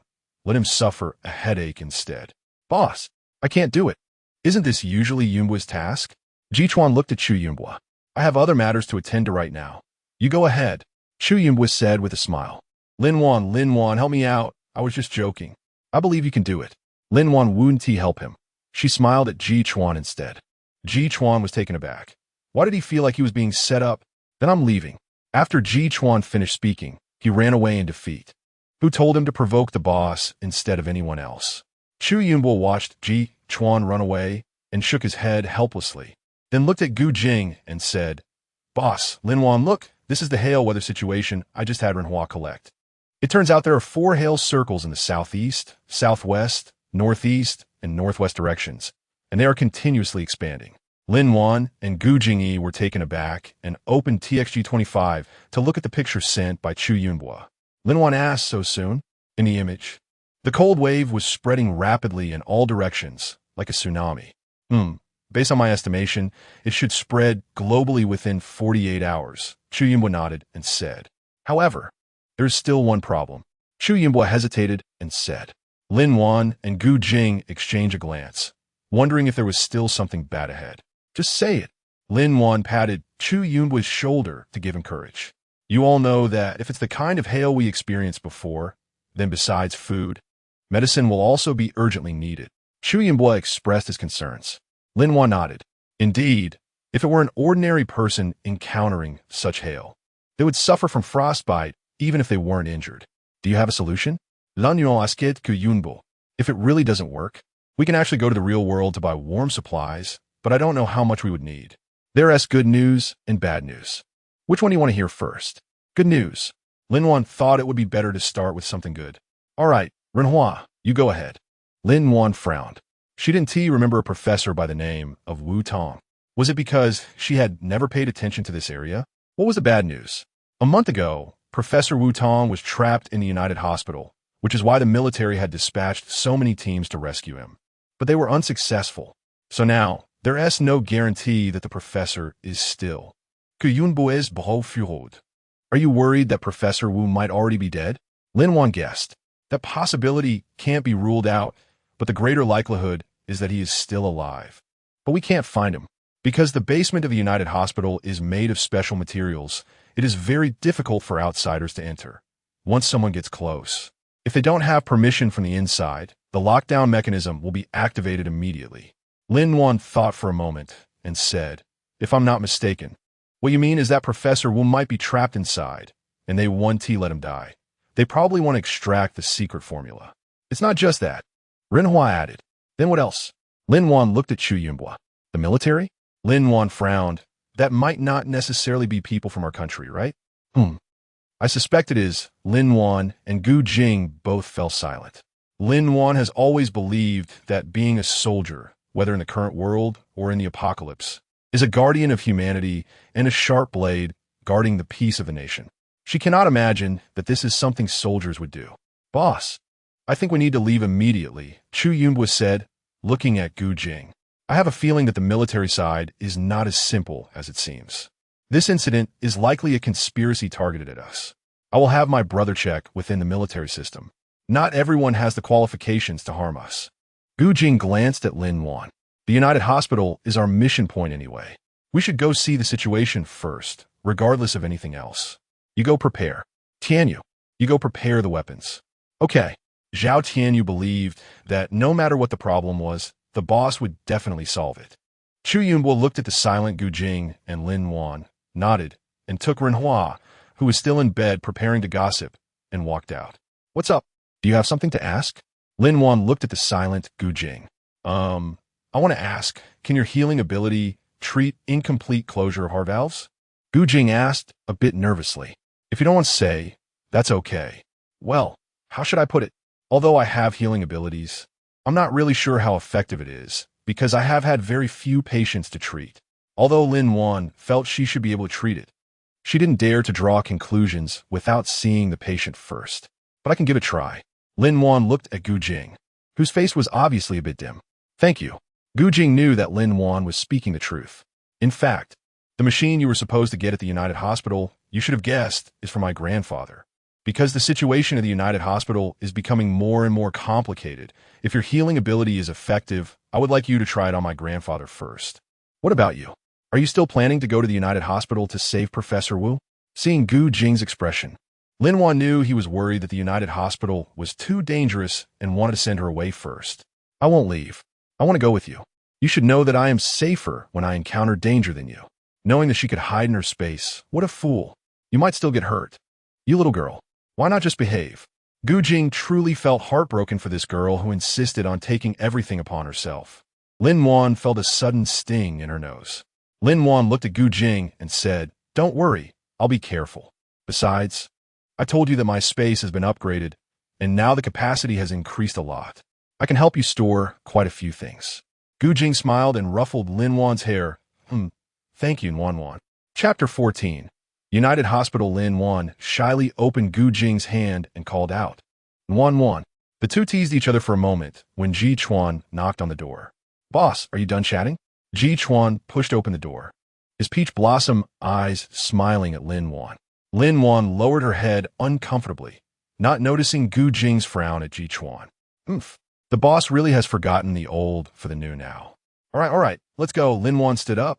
Yeah, let's go. Gu Jing picked up Lin Wan's backpack, and the three of them went out. Just in time. Everyone is here. Time is tight. Let's set off. We'll talk about the details on the way. Ji Chuan glanced at the time. It was almost 3 a.m. If they hurried, they should reach their destination before dawn. Everyone nodded and took their positions. What is this? Lin Wan looked in surprise at the vehicle that looked like it came out of a sci-fi movie. The silver car was 5 meters long, 3 meters wide with long, slender lines along the side, and the front had a strange shape, slightly raised, resembling a crocodile's mouth. This is our transportation, the amphibious crocodile model. The vehicle is very fast and can cruise at night, so we will arrive at our destination by 6 a.m. today, and it's the quickest way. Lin Wan sighed, realizing that technology was indeed advancing too quickly. Even such high-end transportation could be developed, and it was amphibious to boot. The military was truly different. She had never known before that her country had become so strong. This was developed while I was studying in the United States. This crocodile model was designed by me, Zhao Tianyu said, feigning calmness. Your skills are impressive, Lin-Wan said, looking at Zhao Tianyu. Although she wasn't academically poor, she felt far from such genius. Zhao Tianyu smiled proudly. Of course, I'm a genius. Lin-Wan rolled her eyes. This guy is really narcissistic. All right, stop joking around. Let's go. Okay. The car started and sped off. Boss, I just spoke with the person in charge, and he said they know the military sent someone to pick up Professor Wu, but there hasn't been any news since, so the joint hospital is now a no-go zone, and no one dares to enter. Jichuan couldn't do anything about not getting any intel. Renhua gathered that there were people congregating near the joint hospital, and quite a few of them. Xu Yunbo looked at the watch in his hand. It's unclear whether they were friend or foe, so it looks like we'll have to barge in there. Lin Wan looked at Zhao Tianyu, who was fiddling with weapons, and asked, Gu Jing, can you teach me how to shoot? Sure. Gu Jing took out a shooting device from his bag and handed it to Lin Wan, saying, Look, this is the Razor, the lightest firearm designed by Zhao Tianyu. Lin Wan looked at the dark muzzle of the gun and suddenly felt a heavy pressure. She had never handled a gun before. What if it accidentally went off? Should we discuss this again? Gu Jing smiled and put down the gun. No need, I think this is just fine. Lin Wan had a determined look on her face. She wanted to improve her abilities. She was just a bit nervous. Gu Jing couldn't help but laugh at Lin Wan's insistence. Open the window. Jichuan patted Run Hua's shoulder, controlling the speed at 60. Zhao Tianyu glanced at the gun in Lin Wan's hand. Boss, keep an eye on her. Don't let her hurt herself. Let's talk. Jichuan interrupted. We're here to check the terrain map. Lin Wan, the Razor is very easy to use. Don't be afraid. It's just like a toy gun. Open this part, pull the trigger directly like this. I'll demonstrate it for you, and you can give it a try. Gu Jing took the Razor from Lin Wan's hand and guided her to start shooting. There was no sound, but Lin Wan looked at the falling leaves and knew what Gu Jing had just shot. Watching Gu Jing shoot with such fluidity and no hesitation, Lin Wan secretly admired him, thinking he looked like a professional sniper. She wondered when she would be able to do that. Gu Jing's voice rang in her ear. Lin Wan, you try it. Lin Wan heard Gu Jing's words, took a deep breath, accepted the gun, aimed at a large tree in front, closed her eyes, and pulled the trigger. She felt no vibration in her hand and opened her eyes, seeing nothing. Renhua in the driver's seat was shaking uncontrollably.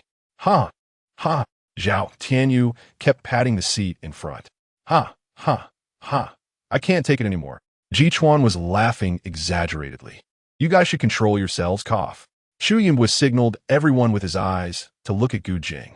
Those sharp glances made everyone stop looking at Lin Wan. Listening to the laughter of the four people in front, Lin Wan, who didn't know what the problem was, looked at Gu Jing, who also had a smile on his face. Gu Jing smiled at Lin Wan and said, Don't worry, it's not broken. Lin Wan awkwardly touched her nose. Okay, it's fine. Next time we'll find a quiet place, and I'll teach you again, Gu Jing smiled. Lin Wan returned the Razor to Gu Jing. Jichuan covered Zhao Tianyu, who wanted to speak again, turned to Chu Yunbo for a silent communication. Look at the boss. It really is like an old house on fire. Just a little spark ignites it. If you have the guts, say it out loud. Chu Yunbo raised an eyebrow. Zhao Tianyu and Run Hua looked at the suddenly strange two people and fell silent. The United Hospital occupied an entire suburb, and the terrain was very complex. Lin Wan and the others walked through a long corridor, passed through a grove, and finally arrived at the hospital entrance. Lin Wan looked up and was startled by the hospital. She wasn't sure if it was the influence of the apocalyptic environment, but the surroundings of the hospital were very harsh, with lush vegetation and some strange bugs crawling around. Gu Jing looked at the somewhat shrunken Lin Wan and asked, Are you afraid of bugs? It's okay. Lin Wan's voice was small, but some bugs are poisonous. She had almost been bitten by a bug once, so she felt very scared when she saw them, and she even recalled how those people had poisoned her back then. Gu Jing walked over to Lin Wan, took her hand, and said, Don't be afraid, I will protect you. Lin Wan looked up at Gu Jing and nodded. Gu Jing held Lin Wan's hand and walked forward. His hand was a bit cold, but Lin Wan felt a warmth spreading deep in her heart. Chapter 15. Hallucinogenic powder. Gu Jing was tall and straight, and Lin Wan could only reach his shoulder. The two walked side by side in the somewhat eerie woods, yet there was an inexplicable warmth in the air. Jichuan had his arm around Zhao Tianyu as they followed behind them. "Let us go." Xu Yunbo walked up to a tree and said, "Wait a minute. Let me check this out." Ren Hua and Zhao Tianyu remained silent, only exchanging knowing glances as they looked around. Xu Yunbo noticed a pile of ashes at the base of a large tree. He crouched down to pick it up and examined it. Then he said to Ji Chuan beside him, "Do you think this is a military mark?" Xu Yunbo's expression was serious, as if he had discovered some important clue. Gu Jing approached Xu Yunbo and asked what's wrong. Xu Yunbo handed what he was holding to Gu Jing and said, "Take a look for yourself." A familiar face flashed in Gu Jing's mind. It was Zhao Tianming. It's him. Zhao Tianming is a level 4 ability user. Why would someone like him be here? Could it be because... Gu Jing suddenly thought of something. He turned to the two people next to him and wondered if Zhao Tianming was here because he was carrying out some secret mission. Zhao Tianyu also guessed this. It's very possible. If something happened to him, it would mean this mission is really dangerous. Gu Jing's expression became serious. "Lin Wan, do you want to?" "I don't want to." Lin Wan interrupted Gu Jing without hesitation. "If danger arises, I will definitely protect myself first." "Lin Wan." Gu Jing looked at her helplessly. He didn't want Lin Wan to get hurt.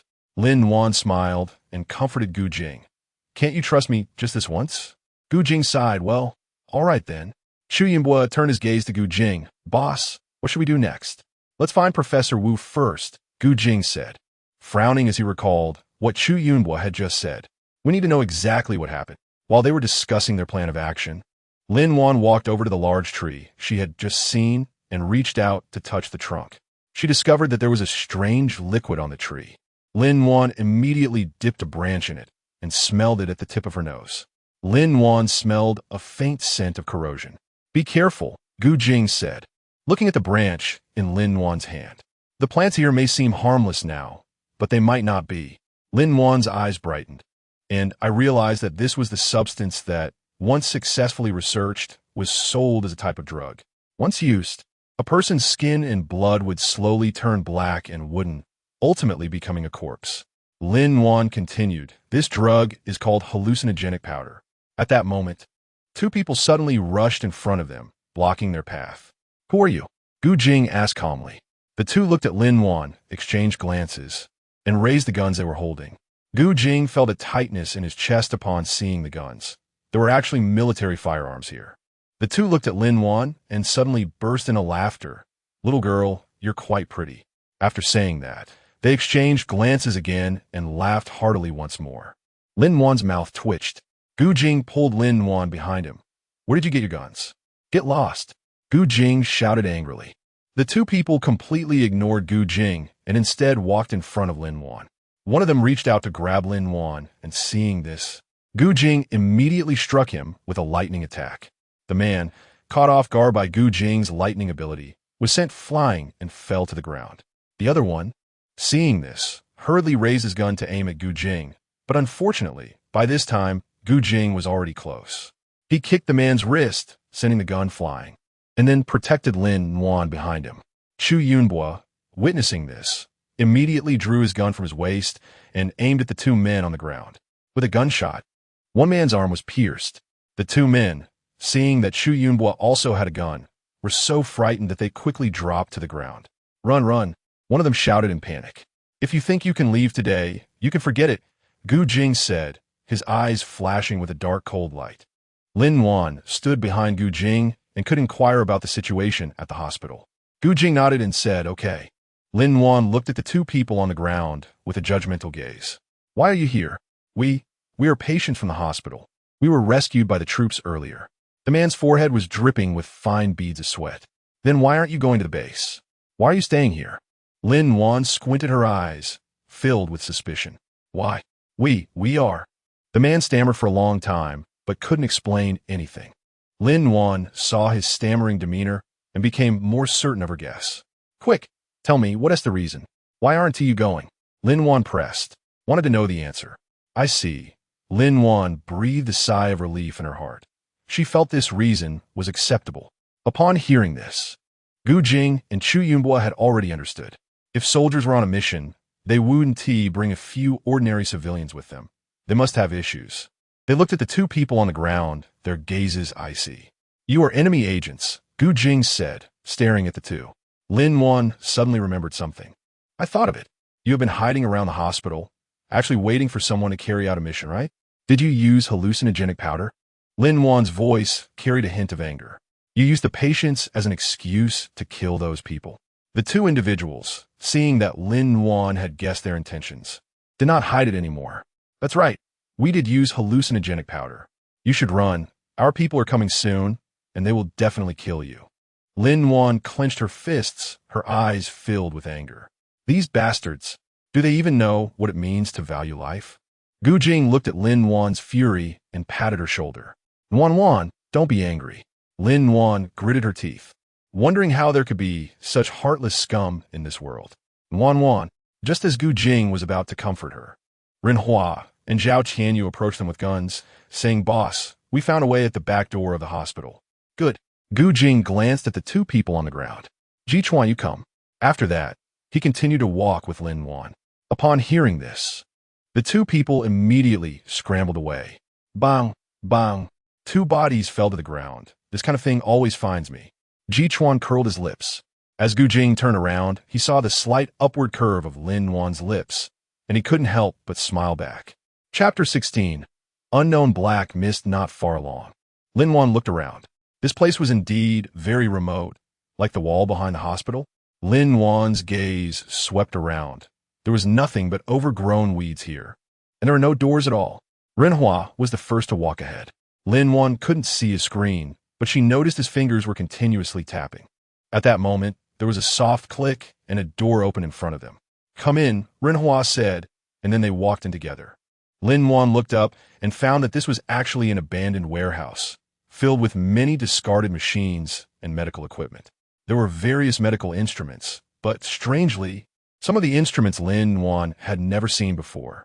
Lin-Wan felt an ominous premonition upon seeing this. Wasn't the apocalypse supposed to start on March 8th? Chu Yunbo noticed the puzzled expression on Lin-Wan's face and pointed to a batch of machines, saying, Lin-Wan, as a doctor, don't you want these instruments?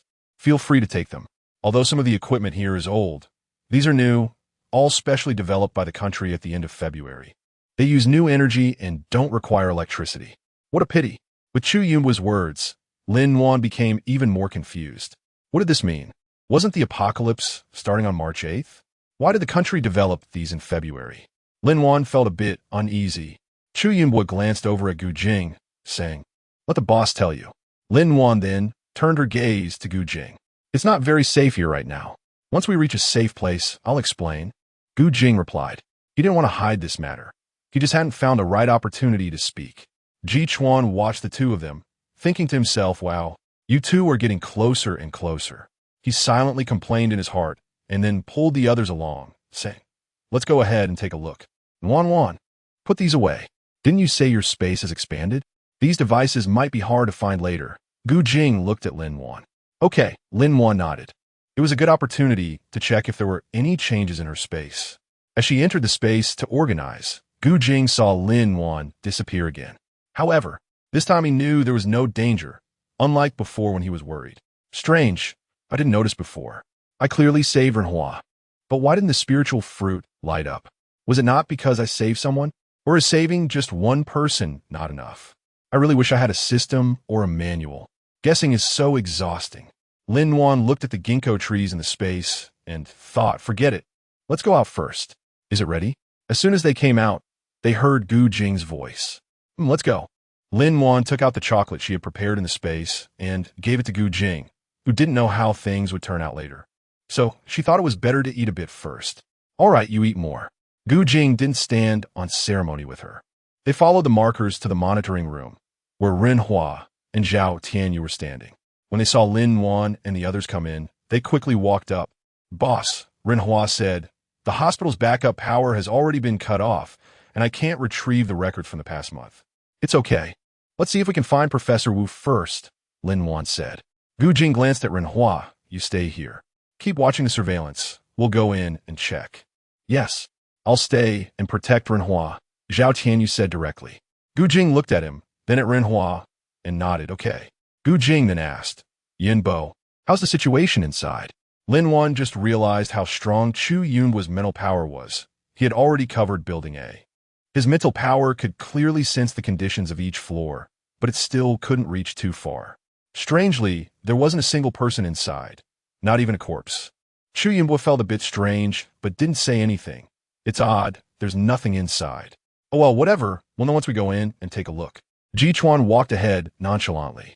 They followed him into the lobby, and suddenly, a strong beam of energy shot out from the center of the hospital, soaring into the sky.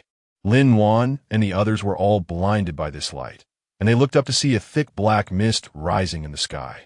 This black mist quickly spread out, instantly engulfing everything around them.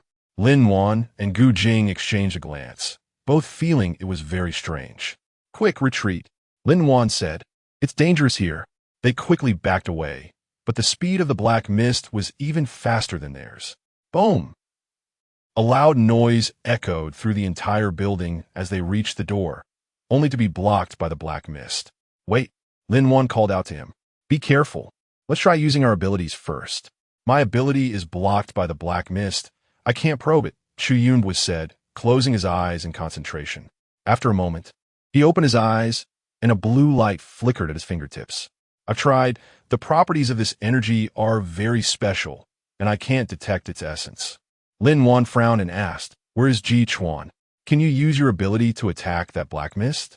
Ji Chuan nodded. I can give it a try, but I feel it might be useless. Bang! The bullet shot into the black mist, causing no reaction at all. Let me try. Gu Jing gathered a ball of lightning in his hand and hurled it at the black mist. Crack! The lightning struck the black mist, shattering it into countless small pieces. However, before they could feel pleased, after the lightning disappeared, the black mist reformed into a mass, its color even darker, as if it had absorbed the power of the lightning and become more terrifying. This is bad, Lin Wan whispered. This thing is too sinister. This is... Gu Jing looked at the mass of black mist, his pupils suddenly constricting. The black mist seemed to sense their presence and slowly floated over. We're in trouble. Hurry. Run up. Lin Wan and Gu Jing both exclaimed and quickly retreated. The black mist seemed to have eyes, relentlessly pursuing them. This is bad.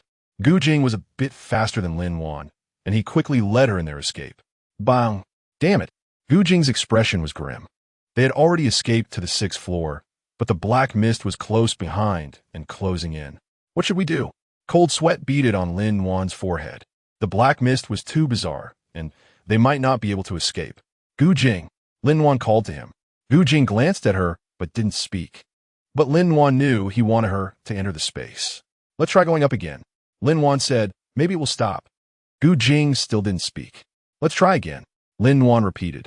Gu Jing's lips moved as if he wanted to say something, but ultimately he said nothing, only let out a soft sigh and quickly pulled Lin Wan to run upward. Chapter 17. Is the red stone just red medicine? Lin Wan followed Gu Jing, running quickly, as the black mist behind them drew closer. A sense of despair and fear rose in her heart. Could she only hide in the space? What about Gu Jing and the others? Suddenly, the speed of the black mist slowed down, and a glimmer of hope ignited in her heart. Lin Wan's footsteps also came to a halt, and she felt a wave of dizziness, her body swaying unsteadily. The tense atmosphere made her heart race and her breathing quicken. Really? Lin Wan was overjoyed, but she still dared not let her guard down and slowly looked towards the black mist. Look quickly. Lin Wan pointed at the black mist. It seemed to be retreating. Gu Jing furrowed his brows, cautiously surveying the black mist. He felt his muscles tense up, and a sense of anxiety was unavoidable in his heart. Ji Chuan and Chu Yunbo also nervously circled around the black mist, clearly sensing the imminent danger. Do you think there is something on the 7th floor that scares them? Ji Chuan asked. I'm not sure. Chu Yunbo shook his head, but I can only feel that they are afraid of an inexplicable force, yet they do not dare to approach. Lin Wan pressed her lips tightly, feeling a sense of anxiety and confusion. She tried to contact Renhua and the others, but the black mist blocked the signals, and she felt trapped in a desperate situation. Lin Wan sighed. We can only go up and see if we can find any clues. Yes, going down won't work. We can only go up, Gu Jing said. Then let's go. Lin Wan nodded. Lin Wan and Gu Jing climbed smoothly to the 7th floor. They saw a huge metal door blocking their way, with the number 9 written on it. Gu Jing confidently said, "Let me try." He reached out and pressed on the door. With a loud bang, a tremendous explosion came from inside the metal door, deafening, and Gu Jing quickly retreated. The metal door was blown to pieces and eventually fell down. "Oh my God, look!" Ji Chuan, the first to enter, exclaimed, "Let's run." In extreme terror, he tried to turn and run without a second thought. "Calm down. It's fake. There's no life." Chu Yunbo had already noticed this. Gu Jing and Lin Wan exchanged glances. They too saw what was behind the metal door. Lin Wan felt a bit uneasy. "What is this thing?" Gu Jing looked in surprise at the colossal creature before him. It was a white snake. No, to be precise, it was a fake snake made of some unknown material. The white snake was quite large, measuring about 3 to 4 meters long, completely snow white with some black stripes on its body. Its head was round, with 2 big eyes, and when it opened its mouth, 2 fangs were revealed. Lin Wan's gaze flickered as she looked at the large fiery red spirit stone in its abdomen, the aura feeling very similar to the spiritual fruit she had obtained in the space. "Boss, is that a spirit stone?" Ji Chuan looked at the white snake in surprise. "How could there be spirit stones here?" "Spirit stone?" Before Gu Jing could respond, Lin Wan pretended to be puzzled and asked, "What is that?" Ji Chuan felt a bit awkward and said, "How should I put this? I don't really know what it is, just that it's a very precious treasure." "I see." Lin Wan, upon hearing this, looked at Gu Jing with a half-smile, faintly understanding something in her heart. "All right, let me explain. Actually, spirit stones appeared on Earth suddenly 3 months before the apocalypse," Gu Jing said lightly. "It is said that they suddenly emerged from underground, and so far, only red and blue colors have been found. Research has shown that red stones contain highly unstable energy, but there is a high probability of upgrading one's abilities. Blue stones, on the other hand, contain a lot of stable spiritual power, which can provide energy when abilities are exhausted, and can also be used to enhance ability skills. Isn't that just like playing a game? A red potion increases attack power, and a blue potion replenishes energy." Lin Wan pouted. Chu Yunbo and Gu Jing exchanged a glance, both feeling helpless. Ji Chuan really had the same idea. "Right, that's what I said back then," Ji Chuan said, affectionately pulling Lin Wan closer. "Lin Wan, absorbing spirit stones is not that easy," Chu Yunbo said seriously. "Red stones primarily enhance ability levels, but the success rate of absorbing red stones is influenced by the ability level. Higher level ability users have a higher success rate. Blue stones are mainly used to provide energy, allowing ability users to recover energy when exhausted or to support when a large amount of energy is needed. However, caution is needed when absorbing blue stones, as the energy in blue stones is very pure, and improper absorption may cause bodily harm." Lin Wan suddenly realized that spirit stones were not so easy to absorb, and there was also a certain level of danger involved in the absorption process. She recalled her space fruits, which contained spiritual energy that could circulate naturally, requiring no absorption and posing no risk of explosion. She couldn't help but marvel at her possession of such a precious treasure. "Xian Wan, why are you so excited?" Ji Chuan asked curiously when he saw her agitated expression. With a smile like that, "Did you find a treasure?" Ji Chuan asked in confusion, noticing her bright smile. "Huh, I'm just happy," Lin Wan replied. Chu Yunbo said to Lin Wan, "I don't recommend using the spirit stone when your level is too low. My boss and I only used it out of necessity during a mission." He thought Lin Wan might want to use the red stone to enhance her abilities. Lin Wan hurriedly waved her hand and said, Oh, don't worry, I don't need spirit stones, I'm just curious." Gu Jing looked deeply into Lin Wan's eyes and said, "Oh really? Then let me know when you need them. I still have some in stock." Lin Wan turned her head a bit shyly, unsure if Gu Jing knew her secret. Chu Yunbo cleared his throat twice to change the subject. "So, should we take this spirit stone?" "Of course we should. Are you stupid?" Ji Chuan said, "This quantity is so scarce." Chu Yunbo was speechless for a moment. He was just worried that taking this might attract some kind of monster. "Let's take a look around first. It's better not to move it for now. Otherwise, we won't have anywhere to run." Lin Wan looked at the white snake. Although it was fake, she still found it quite terrifying. "Yunbo, you go check the materials room. Gu Jing agreed with Lin Wan's suggestion, saying it was better to confirm if there was any danger on this floor first. They entered a room that displayed specimens. Filled with many specimens, some were human, but more were snakes. Lin Wan became more and more surprised as she looked, and the more she looked, the more eerie she felt. Some specimens were simply too bizarre. Ji Chuan suddenly pointed at a bottle of specimens and said, "What is this? Chapter 18. Is this Professor Wu?" Lin Wan carefully observed the strange snake in front of her and discovered that it actually had 2 legs, a round head, and a short tail, looking very peculiar. She wasn't sure what kind of snake, or rather lizard, it was, but she could feel a healing energy emanating from it. What is this thing? Lin Wan felt somewhat puzzled. She had never seen such a strange creature before. I don't know either. Gu Jing's expression was serious, as if he recalled something unpleasant. At that moment, Chu Yunbo walked over, holding a document. "Boss, take a look at this." Chu Yunbo opened the folder, which contained a stack of materials detailing the basic information about this strange snake. He flipped through a few pages, then looked up at Lin Wan and said, "This hospital is conducting human experiments. According to records, they captured a strange white snake 3 months ago, which could heal itself after being injured. So they used it for experiments.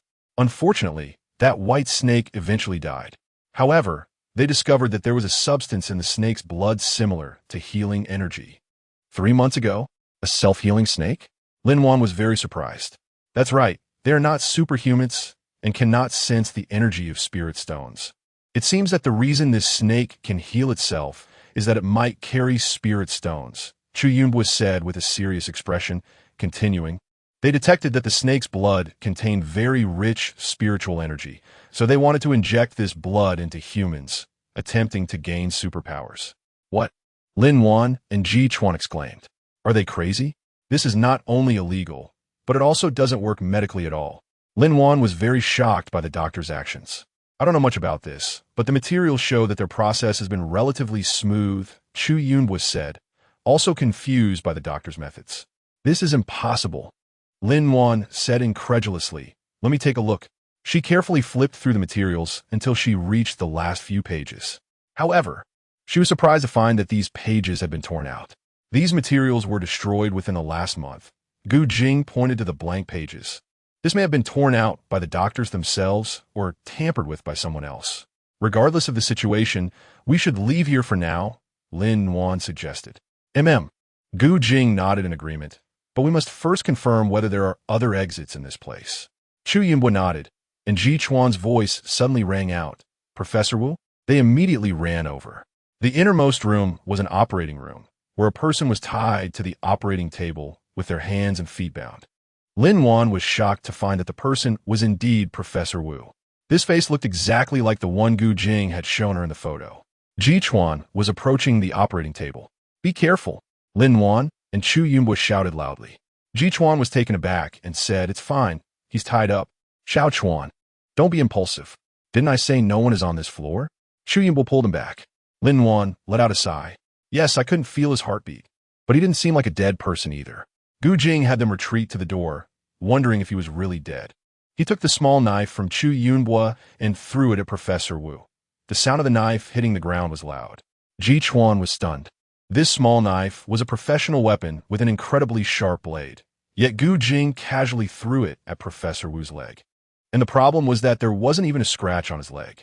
The three of them exchanged glances and couldn't help but sigh. It seemed that this time they were really in trouble. Gu Jing looked at the blade on the ground and Professor Wu's leg, feeling a chill in his heart. If he wasn't dead, we must leave this place quickly, or we would be in danger. Ji Chuan nodded. So what should we do now? Let's first. Gu Jing. Lin Wan stared in shock at what was in front of her. He is alive.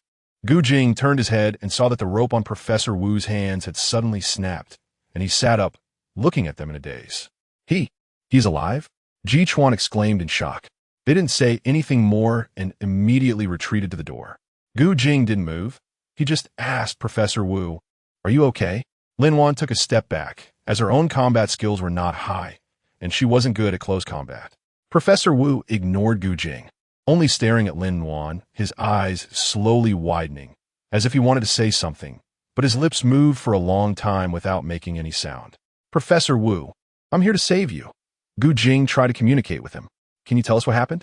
Gu Jing, I saw a giant snake crawling onto Professor Wu.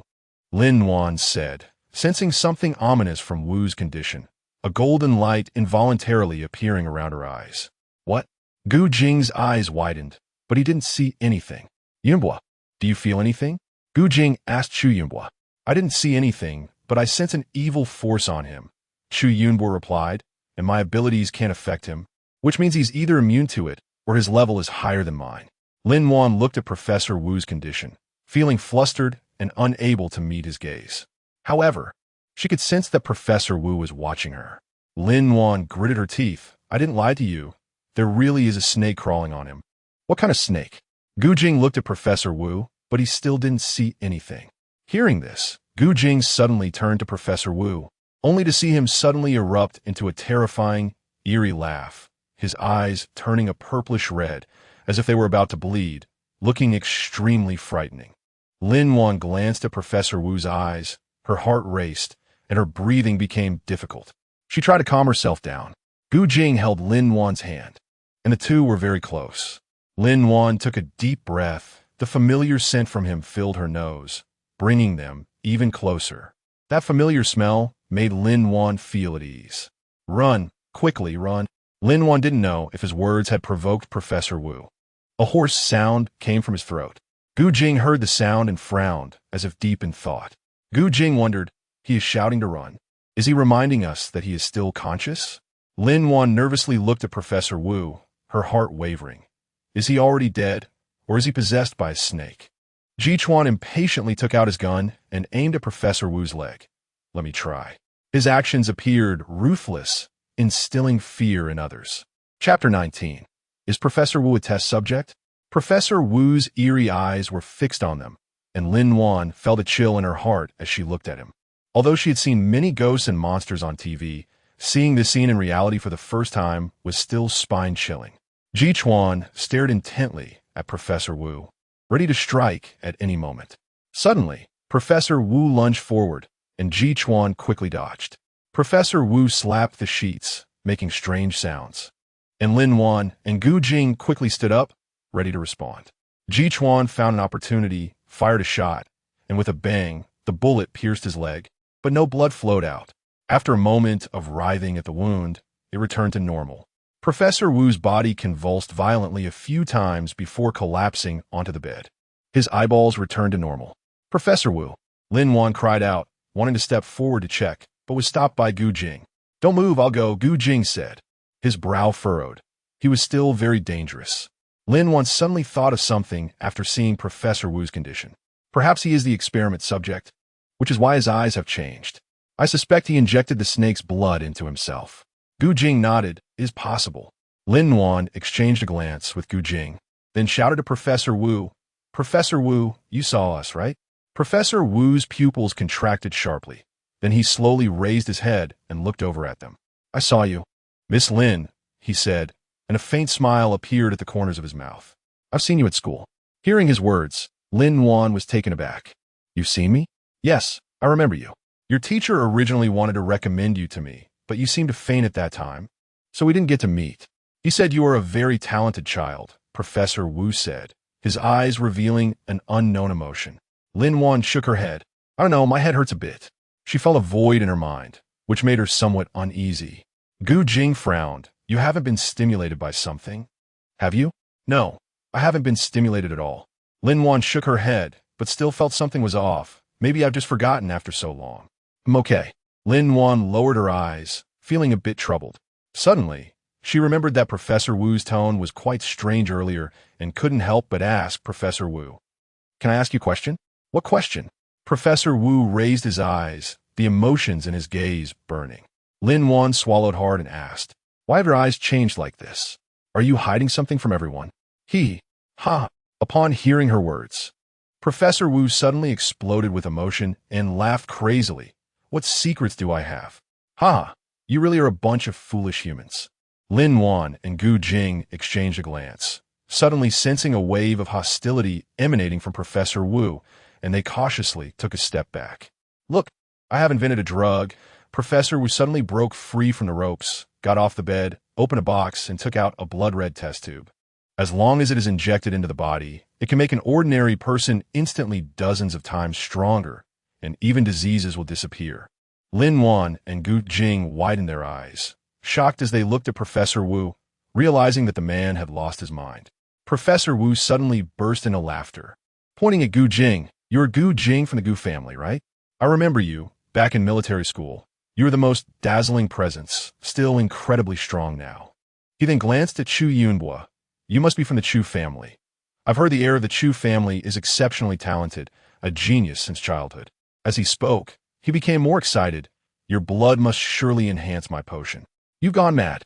Lin Wan and Gu Jing stepped back simultaneously, knowing that Professor Wu was no longer a normal person, and they had to be cautious.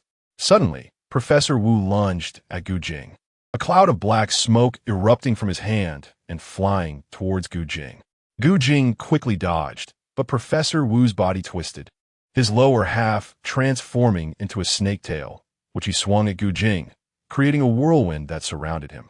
Gu Jing desperately tried to retreat, but the force was too strong for him to withstand. He was struck and let out a muffled groan as he fell heavily to the ground. Seeing Gu Jing injured, Chu Yunbo panicked and wanted to rush forward to help, but was tightly held back by Ji Chuan, who hissed, "No, we only have one way out now. We must deal with Professor Wu first." "Boss, I'll handle it," Ji Chuan said, pulling out a bomb named Dark Hand from behind and throwing it toward Professor Wu, preparing to blow him up. Chu Yunbo pulled Gu Jing and Lin Wan to run outside. Boom! A loud explosion followed, and the entire building shook. Ji Chuan looked around, relieved that the building hadn't collapsed. Lin Wan and Gu Jing glanced at him, both surprised that Ji Chuan had brought such a high-tech grenade. This grenade was extremely powerful. Even if it didn't kill him, it should be able to seriously injure him. "Gu Jing, are you okay?" Gu Jing clutched his chest and shook his head. "I'm fine. Let's go, it's not safe here." Lin Wan supported Gu Jing as they moved toward the exit. Thinking of escaping? No way. Professor Wu swam over from inside, his eyes suddenly glowing with a purplish-red light. Although his tail was covered in scars, indicating he was seriously injured, he moved in an eerie manner, incredibly fast. And in the blink of an eye, he was in front of Gu Jing. Lin Wan exclaimed, "Gu Jing." Gu Jing waved his hand, and countless electric snakes surged toward Professor Wu. Professor Wu jumped to evade, his muscular arms bulging as he threw a punch at Gu Jing. Gu Jing dodged his attack by sidestepping, then grabbed his arm and used a wind blade to sever it, blood gushing down like a column. Professor Wu screamed in pain. "You bastard! You dare to cut off my hand! I'll kill you!" After saying that, his arm grew back again and lunged at Gu Jing's neck. Lin Wan was shocked, and suddenly her eyes brightened. "His weakness is in his mouth. Ji Chuan." Bang, bang. Ji Chuan pulled out a black laser gun, his gaze coldly aiming at Professor Wu's mouth. In the deep red light gathering at the gun's muzzle, tiny electric arcs could be seen dancing. He firmly gripped the gun, his finger gently pulling the trigger. A crisp gunshot echoed, and a laser beam as thin as a hair shot towards Professor Wu's mouth, precisely hitting his weakness. He widened his eyes in disbelief. You actually... He opened his mouth, but couldn't say a word. "Is he dead?" Lin Wan murmured.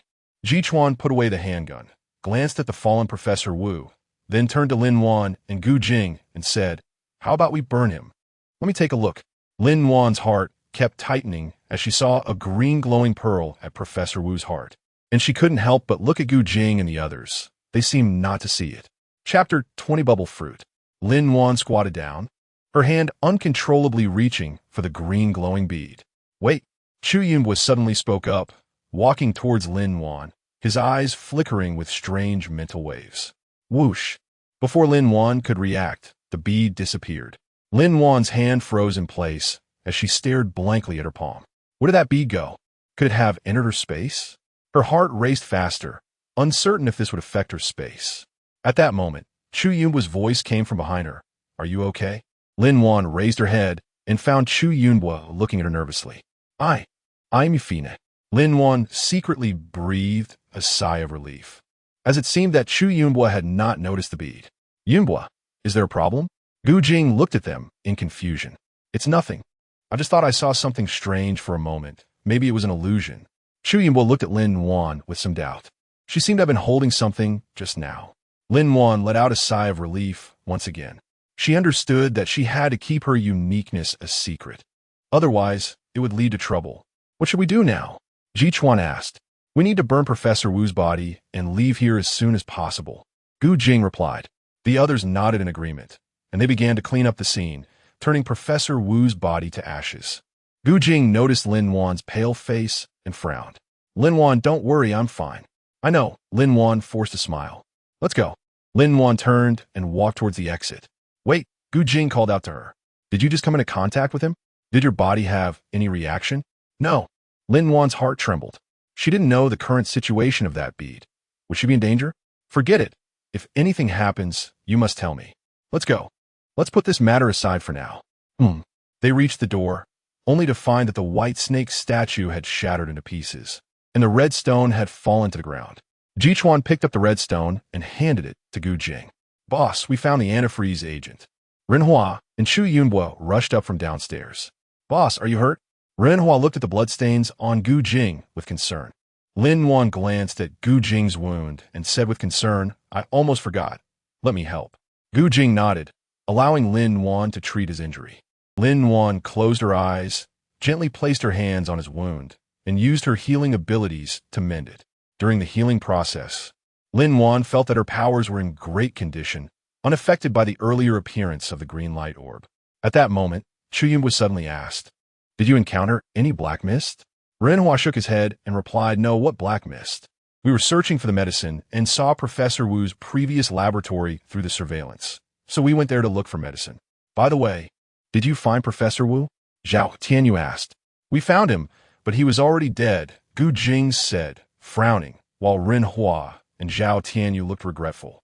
As they walked out of the hospital, Lin Wan finally breathed a sigh of relief, feeling as if she had been a bit scared earlier. Gu Jing patted her head and comforted her, saying, Don't be afraid, I'm here. Lin Wan nodded. In the car, the atmosphere between Gu Jing and Lin Wan was somewhat different. Gu Jing looked out the window, secretly pondering his feelings for Lin Wan. He had always thought that Lin Wan was a very special girl, and after this experience, his feelings for her seemed to have deepened. Lin Wan felt Gu Jing's gaze and looked up at him, noticing that his expression was somewhat complicated. She hesitated for a moment and finally asked, What are you thinking? Gu Jing turned his head, smiled at Lin Wan, and said, I was thinking about what we should do next. What do you mean? Lin Wan asked with some confusion. Gu Jing's eyes were deep, like a secluded pool, capable of captivating one's soul. Lin Wan felt her cheeks heat up under his burning gaze. She cleared her throat and shifted her gaze away. Forget it, the time hasn't come yet. Promoting the anti-freeze agent is more important now. All right. Gu Jing watched her hurriedly leave, a smile gradually spreading across his lips. She shouldn't like Gu Jing. She wouldn't always be in the apocalypse. She wanted to live well in the present with her mother. She closed her eyes and entered the space. The most important thing now was to see if that bead was there. Why is there an extra tree here? Where's the bead? She carefully observed the fruits on the tree, noticing they were round and looked very cute, each like a green gem, looking quite tempting. No, green gem. Could it be that the bead turned into this tree? She reached out and successfully picked one, then held it in her hand to examine. The fruit had the words, Bubble fruit. When crushed, it generates bubbles that can wrap around the whole body. Duration 1 hour. Seeing this, Lin Wan couldn't help but be taken aback. This fruit actually had such an effect. She thought about it and then crushed the fruit. The fresh, fruity aroma that wafted out made her feel very pleased. She gently squeezed the fruit, and a transparent bubble instantly enveloped her body. She felt the elasticity and lightness of the bubble, as if she had merged into a fluffy cloud. She cautiously walked into the river. The bubble acted like an invisible barrier, preventing water from penetrating, and she could easily see everything around her. Little fish swam back and forth, seemingly enjoying this tranquility and beauty along with the bubble. Lin Wan's heart also became peaceful, and she slowly started to swim, enjoying this rare moment. This bubble fruit is really amazing. I wonder if it can resist harm. I should try it when I get the chance. But now she needed to quickly call her mother. Chapter 21. Selling gold, come in. Gu Jing knew from the voice outside that they had something to discuss with him. Boss, we found some information about Professor Wu. Take a look. Renhua handed Gu Jing a few photos. Gu Jing flipped through the photos, looking at the strange human figure in them. That is Professor Wu, but he has turned to ash. Not even a bone is left. Gu Jing put down his phone, his eyes filled with complexity. Do you have a lead? Yes, this person is the Professor Wu from back then. He was the one who developed the virus, and later switched to medicine. He was in a laboratory for months before the apocalypse, doing human research, so... Oh, Gu Jing raised an eyebrow, his gaze landing on a line of text. Subject number 3, Wu Tong. Upon seeing this line, a cold expression appeared on Gu Jing's face. He narrowed his eyes. So there may not be just one test subject. Yes, not just one. There may be many, and he might have accomplices as well. Chu Yunbo also frowned. Gu Jing nodded. All right, I will keep an eye on it. Boss, I just sent the research data for the anti-freeze agent to the capital. The experts there said they would have results by tomorrow. Chu Yunbo's brows furrowed, but they said that even if it can be used, promoting it nationwide in a short time would be difficult. I know this. I'm not expecting to promote it in a short time, just to give it to those who haven't had a chance to reach the base yet. Gu Jing looked at the screen, pondered for a moment, and said, I need to go to the Research Institute in City A. Boss, are you planning to? Chu Yunbo and Ji Chuan said in unison. All right, I'll arrange it immediately. Zhao Tianyu left after hearing this. There's one more thing, boss. The largest ginkgo tree in the base has died, or rather, it should be said to have withered, Ren Hua suddenly said. Gu Jing's gaze darkened. Are you sure? Yes, I want to check. That ginkgo tree has withered. But I suspect the last sudden death incident is connected to that ginkgo tree, Ren Hua said. Is that so? Then you continue investigating, and once there's news, let me know. After giving his instructions, Gu Jing left. Chu Yunbo watched Gu Jing's departing figure, deep in thought, feeling that something was being concealed from them. Forget it.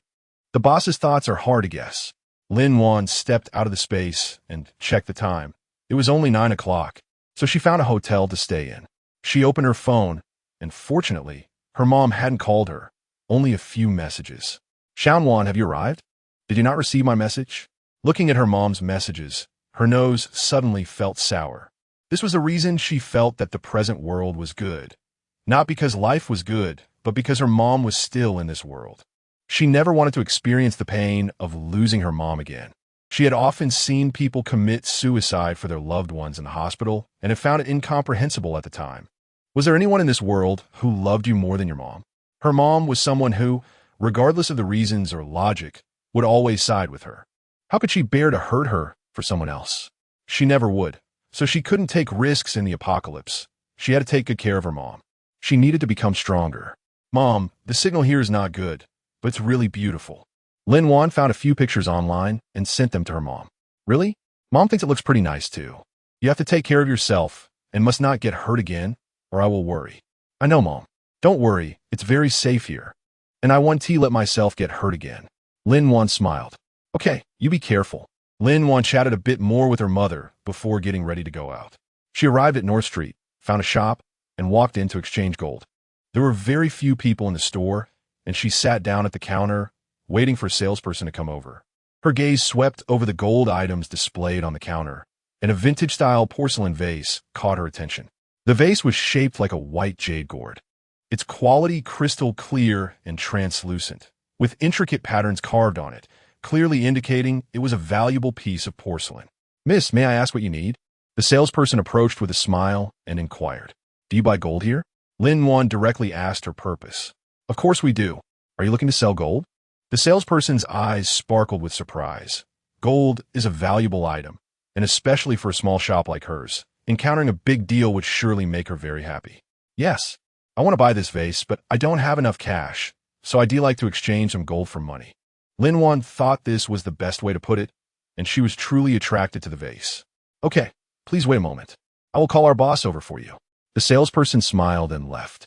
Lin Wan stood in the shop, looking around.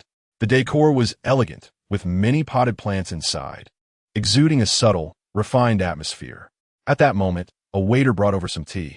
Lin Wan took it and had a sip. The fragrance of the tea was refreshing. The waiter then headed towards the second floor, arriving at the innermost room and knocking on the door. "Come in." A deep and hoarse male voice came from inside. She pushed the door open and saw a man working at the desk. His well-tailored suit perfectly outlined his strong and upright figure. Without looking up, he asked, "What is it?" "Boss, a customer wants to sell gold. I feel she is quite a lot," the waiter said respectfully. Upon hearing this, the man put down his pen, rubbed his brow, stood up, and walked out of the office. He approached the staircase, paused at the corner, and scanned the hall. His gaze was drawn to a girl sitting on the sofa. She wore a white shirt and black pants, with her long, shiny black hair tied into a ponytail. Despite the simplicity of her outfit, her unique aura made her particularly captivating. He slowly moved towards the girl, and upon getting closer and seeing her face clearly, he was taken aback. This face felt so familiar. "Boss, do you need me to introduce you?" The waiter, noticing the man staring intently at Lin-Wan on the sofa, couldn't help but remind him. Lin-Wan looked towards the staircase and saw a man walking in slowly. The man was tall and slender, wearing a well-tailored suit that accentuated his upright and handsome figure. His hair was slightly long, covering his forehead, and he had narrow, deep-set phoenix eyes, sensual lips, and distinct facial features. He exuded an innate air of nobility, and his steps were light and graceful, each one perfectly measured. Lin-Wan felt that ever since her rebirth, all the men she encountered were so good-looking. She swore that apart from Gu Jing, she had never seen a man so devilishly handsome. Unlike Gu Jing's sunny and handsome appearance, his charm belonged to a more mature and reserved type of man. "Hello. This guest, I am Qin Yin, the owner of this shop. May I ask how much gold you would like to exchange?" Qin Yin walked up to her and gestured invitingly with his hand. His voice was deep and magnetic like a cello. Lin-Wan smiled politely and said, "Boss Qi, I came to buy this bottle, but I don't have that much money on me right now. I want to exchange some for gold. I'm a straightforward person, and I hope you can give me a fair price." Lin-Wan was direct and did not beat around the bush. She felt that she couldn't outsmart a businessman. Chapter 22. Brother Qi? Qin Yin looked at the jade gourd on her table and smiled. "Are you looking to buy this bottle? Although this bottle is considered a good item, it's not very expensive, only 50,000. How much gold do you want to exchange?" Lin-Wan was a bit stunned to hear this. She originally thought the bottle was a good thing, but it turned out to be only worth 50,000 yuan. "Isn't that price too cheap? Really?" Lin-Wan looked at Qin Yin in disbelief. "Well, can I still exchange for gold?" Qin Yin asked. "Yes." Lin-Wan immediately replied. "I have 10 gold bars, each weighing 500 grams. Can you accept them, Boss Qi?" Upon hearing her words, Qin Yin raised an eyebrow. "Little girl, are you sure? I need to inspect the goods first." "Sure." Lin-Wan took the gold bars out of her backpack. She had selected them beforehand. She handed the gold to Qin Yin. Qin Yin took it, inspected it, and a satisfied expression appeared on his face. "Not bad. The weight is sufficient, and the quality is new. How much will you sell it for?" Lin-Wan quoted a price of 850 per gram. "No, that's too high. I can offer a maximum of 800. Lin-Wan was taken aback. She had just casually quoted a price. She had previously seen gold shops selling for over 1,000 per gram, and she didn't expect to sell it for 800. This was a no-cost transaction. Indeed, apocalyptic gold was useless, and everyone wanted supplies. Gold in the current world was still hard currency, and in recent years, the quantity of gold had been decreasing. In the past, 3 gold pieces were essential for marriage.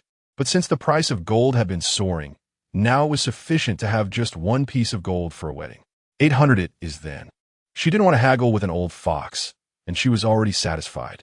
When Qin Yin saw her relent, he immediately said, "Little girl, I see you're new here and don't know much about the market. Gold sells for a high price, but also needs to be processed, and there's always some loss. This price is really quite high, and not everyone can buy 10 gold bars from you all at once like I can." He said this because he thought Lin-Wan was a newcomer and didn't understand the market well. Lin-Wan nodded after listening to Qin Yin's words. "Okay, thank you. Boss Qi, the little girl is being polite. What is your name?" Lin-Wan thought for a moment. "My name is Lin-Wan." "All right, Lin-Wan. I've transferred the money to you. Please check." "Thank you, Boss Qi." Lin-Wan looked at the 4 million in her account and couldn't help but smile. "You're welcome. Just call me Brother Qi if you don't want to be formal. In the future, when you come here to buy things, I'll give you market prices. But I need to remind you of one thing. Although gold is a hard currency, Not every store can handle it. If you have any more, just come to me directly, Chen Yin advised. Okay, Brother Chi. Lin Wan replied with a smile, thinking that a big boss like Brother Chi must have plenty of money, and there will be many opportunities to do business in the future, so it's always good to establish a good relationship first. This gourd could be considered a gift from your brother. Chen Yin handed her the gourd that Lin Wan had just seen. Lin Wan shook her head in refusal. No, this is too valuable. I can't accept it. Chen Yin stuffed the gourd into Lin Wan's hands. Xian Wan, don't decline. This is my heartfelt gift. Just take care of my brother's business more in the future. His attitude was sincere, and his tone was very gentle. Lin Wan felt a bit overwhelmed by him and had no choice but to accept the gourd. All right then. Thank you, Chi Ge. I'll take my leave now. Lin Wan picked up her bag and waved goodbye to him. Chen Yin watched her leaving figure, a slight smile appearing on his lips. This girl was quite to his liking. He walked upstairs. His assistant followed him, looking in the direction Lin Wan had left, and asked, Boss, with so many gold bars, aren't you going to ask where they came from? Chen Yin gazed at the distant sky, his eyes distant. No need. I can tell they should be newly released goods from a gold shop. It seems the young girl needed money and brought them out from home to exchange. If Lin Wan had heard this, she would know why the boss was so generous with the money. He guessed correctly, but it wasn't a gold shop from this world. It was from the apocalypse. The assistant looked at his boss, who had a smile on his lips, feeling puzzled. When did the boss become so interested in a stranger? This was the first time he had seen it. Should we send someone to keep an eye on that girl? The assistant inquired. Chen Yin shook his head. No need. He had no ill intentions towards Lin Wan. Boss. The assistant hesitated, unable to understand why the boss suddenly took such an interest in Lin Wan. All right, you can go now. Yes. Chen Yin took out his phone and dialed a number. Hello, Ahu? Help me investigate someone. I want to know her details. The more detailed, the better. Yes. After hanging up the phone, Chen Yin sat down on a chair and closed his eyes to rest. Where on earth did this little girl see him? Lin Wan sat in the taxi, looking at the scenery outside. Suddenly, she thought she should buy a car for convenience and shopping. Driver, please go to the nearest 4S store. All right, the driver replied and stepped on the gas, heading towards the 4S store. Half an hour later, the taxi stopped at the entrance of the 4S store. Lin Wan paid and got out of the car. When she looked up, she was surprised to find that the driver had taken her to a Mercedes-Benz dealership. As she was contemplating whether to switch to another store, she suddenly heard the sound of urgent brakes behind her. Lin Wan turned her head and saw a black Rolls-Royce Phantom speeding towards her, which startled her. The car was moving so fast that it reached her in an instant. Before Lin Wan could react, the car had already stopped right in front of her, causing her to stumble and nearly fall. Fortunately, a staff member from the dealership happened to come out and helped her steady herself. Thank you, she quickly said, patting her chest. The girl was pure and beautiful, dressed fashionably. She smiled and said, No need to thank me. I'm Suya, the sales manager at this store. Suya, Lin Wan smiled and shook her hand. Are you here to buy a car? We have some promotions going on at our store. Suya Skith. Lin Wan nodded. She originally wanted to change locations, but now she thought it would be better to just go in and take a look. Just as they hadn't left yet, they heard someone shout, Hey, you country bumpkin, what are you blocking the way for? You scare my precious. Immediately after, they saw a man open the car door and get out, shouting at her. The man was tall, wearing a floral shirt and a deep blue tie, with a gold chain around his neck, looking like a nouveau riche. Lin Wan looked at her white shirt and jeans, wondering if these weren't normal clothes. Although they weren't from a luxury brand, they shouldn't warrant such a reaction. After the man finished scolding, he turned to Lin Wan and glared fiercely, saying, What are you looking at?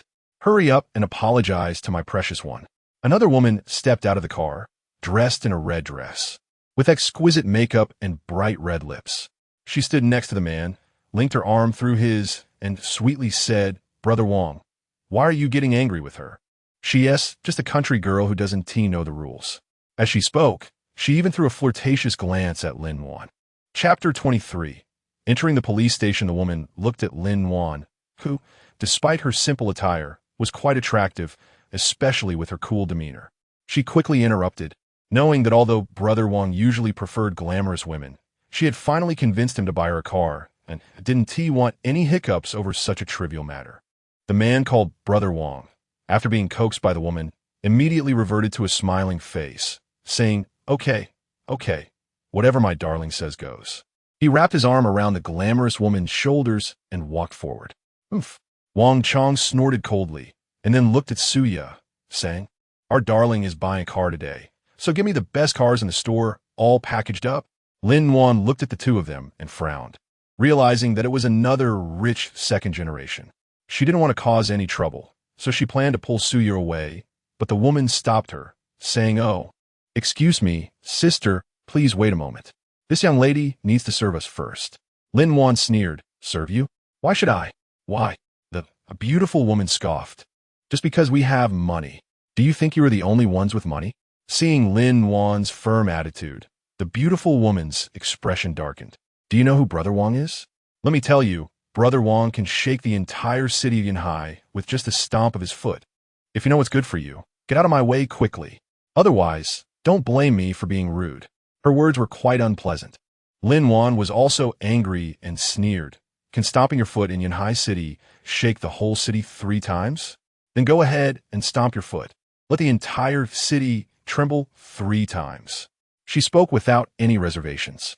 The beautiful woman's expression changed instantly. "I don't know you. Step aside." Lin Wan impatiently walked around her. Lin Wan didn't want to get entangled with unreasonable people, so she turned and left. Suya, seeing this, hurried to catch up. Unexpectedly, Wang Chong saw this situation and came over to grab Suya. "You actually ignore my precious one. Let's see how I teach you a lesson," Wang Chong said, and then lifted his leg to kick. Lin Wan didn't expect him to take action. Suya was kicked, losing her balance and falling to the ground. Wang Chong wanted to kick her again, but Lin Wan grabbed his arm, glaring at him. "You scum, hitting a woman." Wang Chong looked into Lin Wan's cold eyes and felt a tremor in his heart. It was the first time he had seen eyes that were so icy, like cold ice, and it felt dangerous. "Why you let go of me?" Wang Chong shook off her arm and stepped back, looking at Lin Wan. "Just wait. I'll call someone to get you out of here." He spat out that sentence and ran away. "Hey, Wanga, wait for me." The woman, seeing her plan to buy a car fall through, glared at Lin Wan with hatred and chased after him. Lin Wan watched the two figures running away and shook her head helplessly. "Manager Su, are you okay?" An employee from the 4S shop quickly ran over to help Suya up. "I'm fine." Suya waved her hand, stood up, adjusted the wrinkled clothes on her body, looked at Lin Wan, and revealed a proper smile. "Thank you for what you just did, but I still advise you to leave quickly. That was young Master Wang from the Wang Group. You can't afford to mess with him." Lin Wan was taken aback. "The Wang Group? He is the young master of the Wang Group?" She had heard of the Wang Group, one of the top enterprises in the country, with industries spanning various fields, strong financial resources, and a monopoly in real estate. A formidable business empire. Suya nodded yes. No wonder he is so arrogant. She thought he was just some rich tycoon. Lin Wan turned around and was about to enter the Mercedes-Benz 4S store. If it were the old her, she might have left long ago. But now Lin Wan felt that if the government didn't intervene, no one else should be able to hurt her. At that moment, Suya stopped her. "Hey, are you really not leaving?" She looked at Lin Wan, speaking with some concern. "Don't you have surveillance here?" Lin Wan asked. "So yes, my." She liked this kind of person. "Of course we have surveillance here. As long as you're inside the store, I guarantee you will be safe, but if you go outside." "Don't worry, I know what I'm doing." Seeing this, Suya let out a sigh of relief. "Okay then, since that's the case, let's take a look at the cars." Lin Wan nodded and turned to walk into the Mercedes-Benz dealership. She looked at the dazzling array of vehicles inside and couldn't help but sigh. How nice it is to have money. Just buying one car would have taken her a long time to earn in the past. Although she doesn't lack money now, she really doesn't need to buy an expensive car. Lin Wan scanned the cars, and her gaze landed on a black Mercedes K23. Looking at its tag, her eyes narrowed slightly. "How much is this car?" She pointed at the car and asked Suya. Suya gnanjit ather, a smile tugging at the corners of her mouth. "This is a limited edition, and this is the only one in stock at the store right now." Lin Wan nodded upon hearing this. The car did look quite nice and matched her temperament. Although she originally didn't want to spend too much, she had money now, so she decided to buy it. "How much is it?" she asked directly. Suya smiled and said, 3 million. "Are you sure you want to buy this car?" 3 million? Lin Wan was a bit surprised. It was so expensive. "That's right," Suya said. Lin Wan was silent for a moment. Although the price exceeded her expectations, this car was clearly more practical than the others. She gritted her teeth and said, "I'll buy it." Suya similet, head is sparking, and leaned closer to her ear. To thank you for your help, I'll give you a discount. This car is only 2,088,000. Lin-Wan looked at Suya, knowing she was thanking her for the help just now, and nodded. She turned to walk towards the black Mercedes K23. After all, this car was indeed suitable for her and met her needs. Just as she was about to make the payment, several police officers rushed into the dealership, their gazes fixed on her. Is this the woman? One of the officers pointed at Lin-Wan and asked, "What's going on?" Lin-Wan frowned, looking at the officers, feeling increasingly uneasy. Could it be that something happened with the gold she sold? You assaulted someone, and he has reported it to the police now, the officer said coldly. Lin-Wan felt relieved upon hearing this and couldn't help but laugh. He reported that I attacked him? She sneered. Do you still dare to deny it? The police asked impatiently. Deny it? Lin-Wan raised an eyebrow. I didn't even lay a hand on him.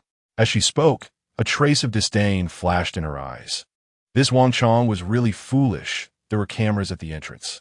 You still need to come with us to the police station. The police's tone became even more stern. Their patience had been worn thin by Lin-Wan's attitude. Lin-Wan let out a light sigh and looked at Suya. I'll drive later. Miss Lin, do you need us to provide the surveillance footage? Suya asked.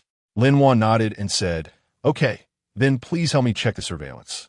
Suya nodded, walked to the monitoring room, but was told that the surveillance had been broken for a long time. Lin-Wan furrowed her brows slightly. So coincidental? Suya said, Yes, but don't worry. I will help you find other evidence. All right, I will do my best to cooperate with the police investigation, Lin-Wan said. She knew this must be Wang Chong's doing, but she also had a backup plan. Chapter 24. Did the director have a stroke? Lin-Wan was brought into the interrogation room of the police station, surrounded by tight security. She calmly sat in the chair, facing the questioning from several police officers. Suddenly, a series of loud noises came from the hallway, catching the attention of the officers. Then, the office door was kicked open forcefully, and a man rushed in, Wang Chong. He rushed directly to Lin-Wan and shouted, It's her. She hit me. Quickly lock her up. Lin-Wan looked at him, her tone calm. Please provide your evidence. Wang Chong proudly took out a photo, which was exactly the one from their recent conflict. Due to the misalignment, it looked as if Lin-Wan had hit him. Lin-Wan calmly took the photo, examined it carefully, and then smiled as she said, This doesn't prove anything. I request to see the surveillance video. Wang Chong gritted his teeth and glared at Lin-Wan, wanted to take action, but was stopped by the police officer next to him. Just then, the door of the interrogation room was suddenly pushed open. Captain Wang, the director has fainted and needs your help. A police officer urgently reported to the officers in the interrogation room. Upon hearing this, the police quickly left the interrogation room, leaving only Wang Chong and Lin-Wan. Lin-Wan tried to rush out of the interrogation room to save the director, but was stopped by Wang Chong. She calmly looked at Wang Chong and suddenly felt her powers quietly stirring within her. Wang Xiao, a big figure like the director, can you bear the consequences if something happens to him because of you?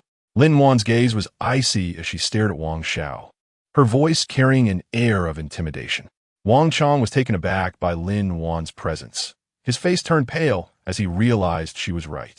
He dared not stop her any longer and could only allow her to leave.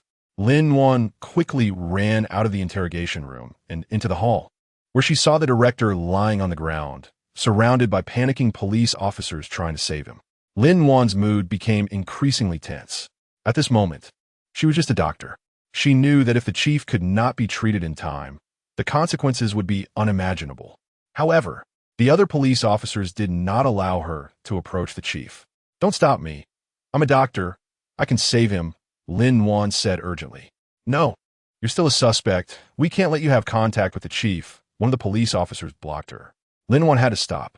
She knew that if the argument continued, the director might miss the best opportunity for treatment.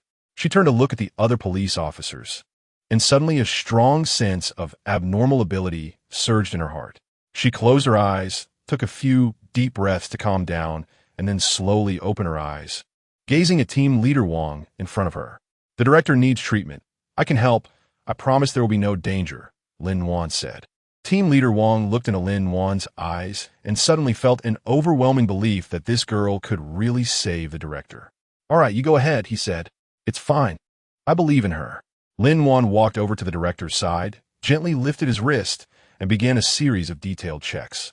After a careful examination, she discovered that the director was not having a heart attack, but rather a cerebrovascular accident caused by high blood pressure.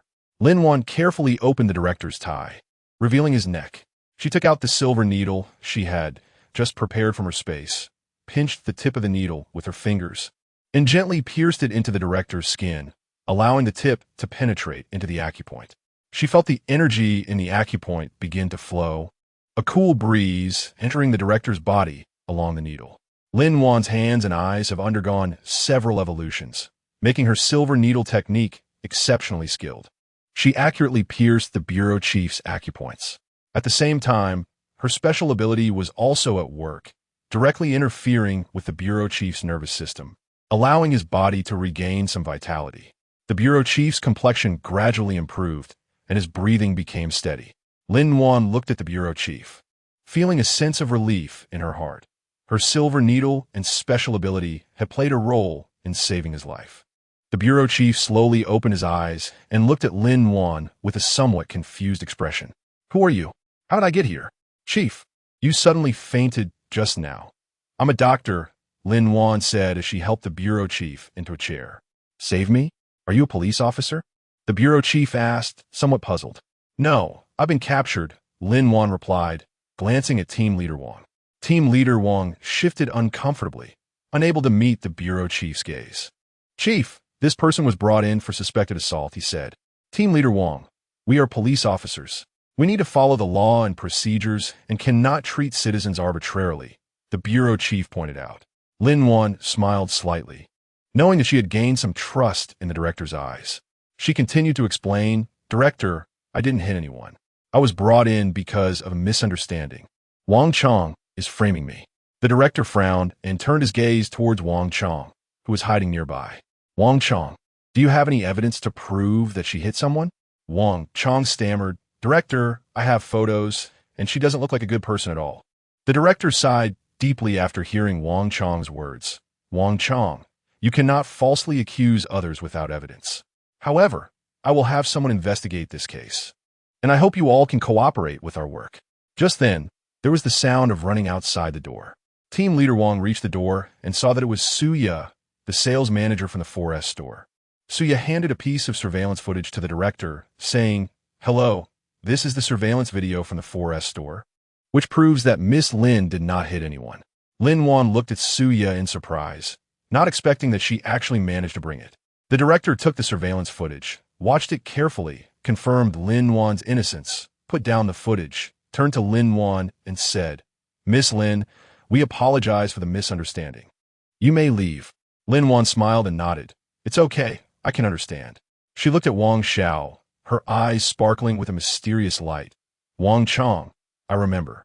Wang Xiao's face turned pale, and he walked in front of Lin-Wan, gritting his teeth, and said, Lin-Wan, don't get carried away.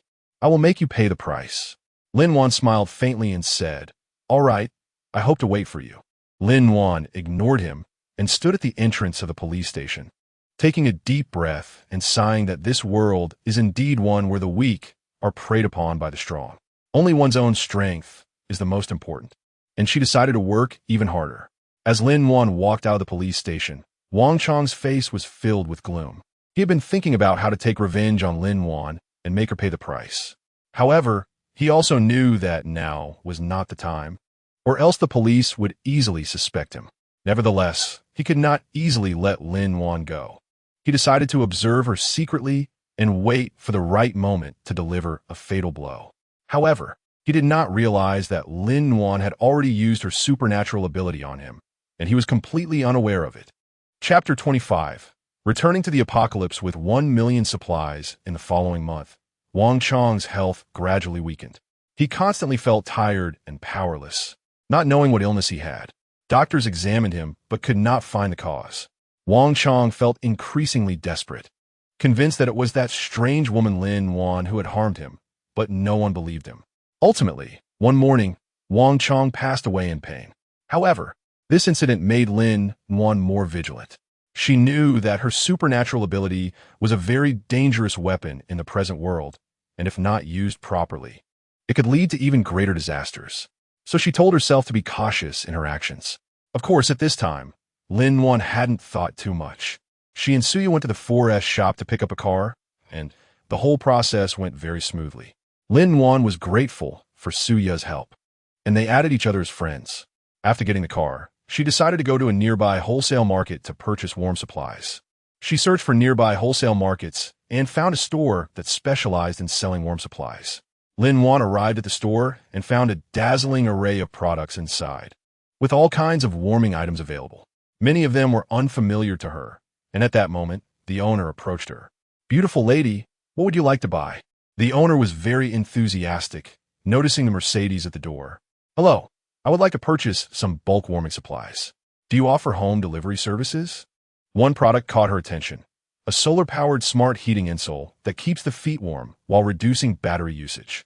She couldn't help but marvel at how powerful the country is and how rapidly technology is advancing. Lin-Wan actually wants to buy a lot, but because these products are not cheap and not many people buy them, the boss only has this much stock, all of which have been taken by Lin-Wan.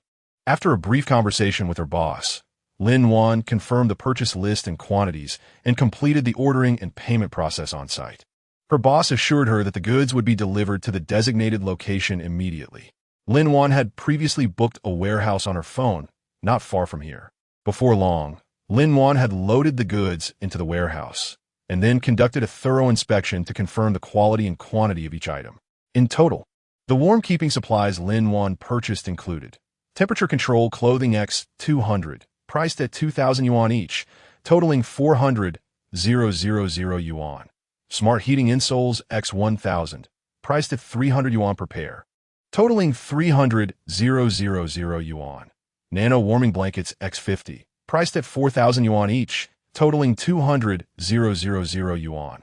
Adaptive smart gloves X100, priced at 500 yuan each, totaling 50,000 yuan.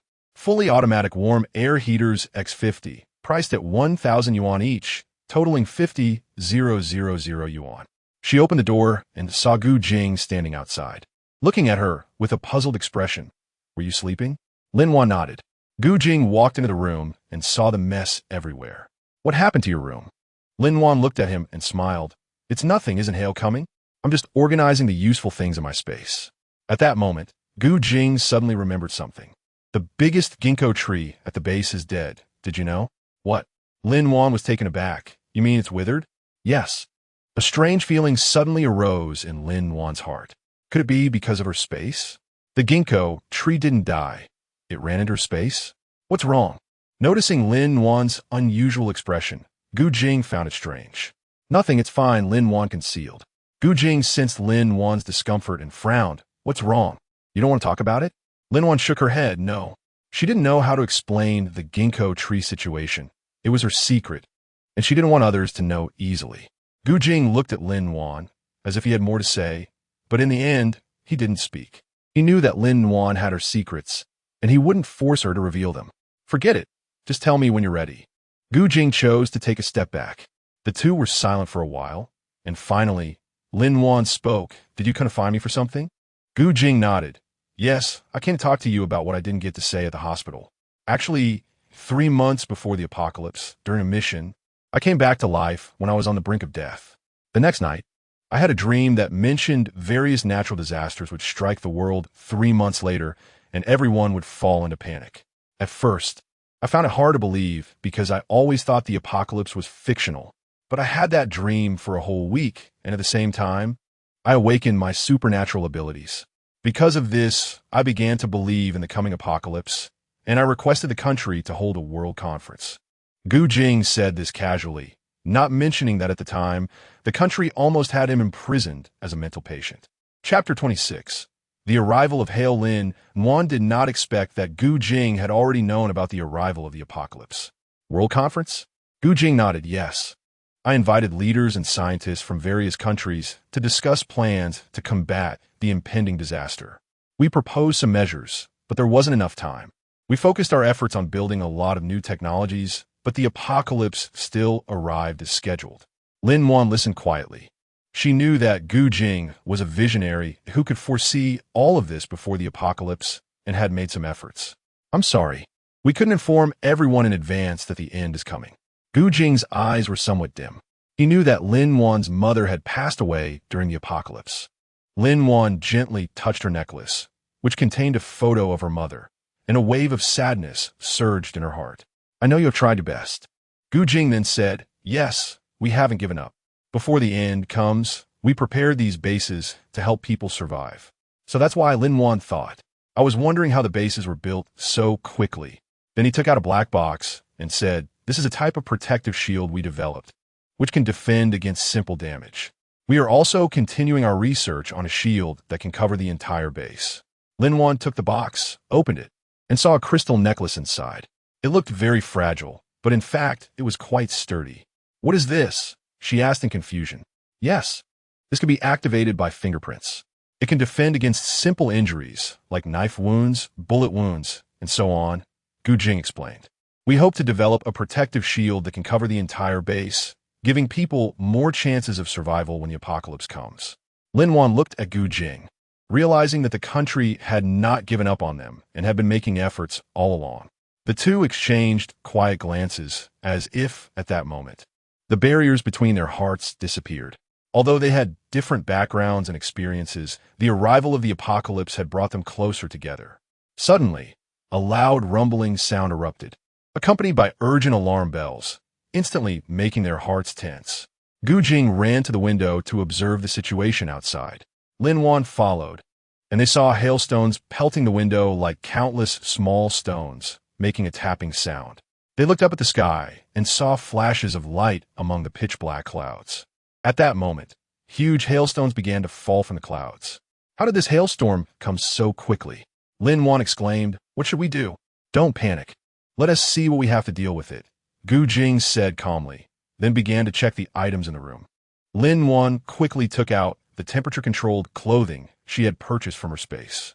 Outside, the windows were rattling violently in the howling wind, followed by the sound of dense hail hitting the roof and the ground, sending chills down one's spine.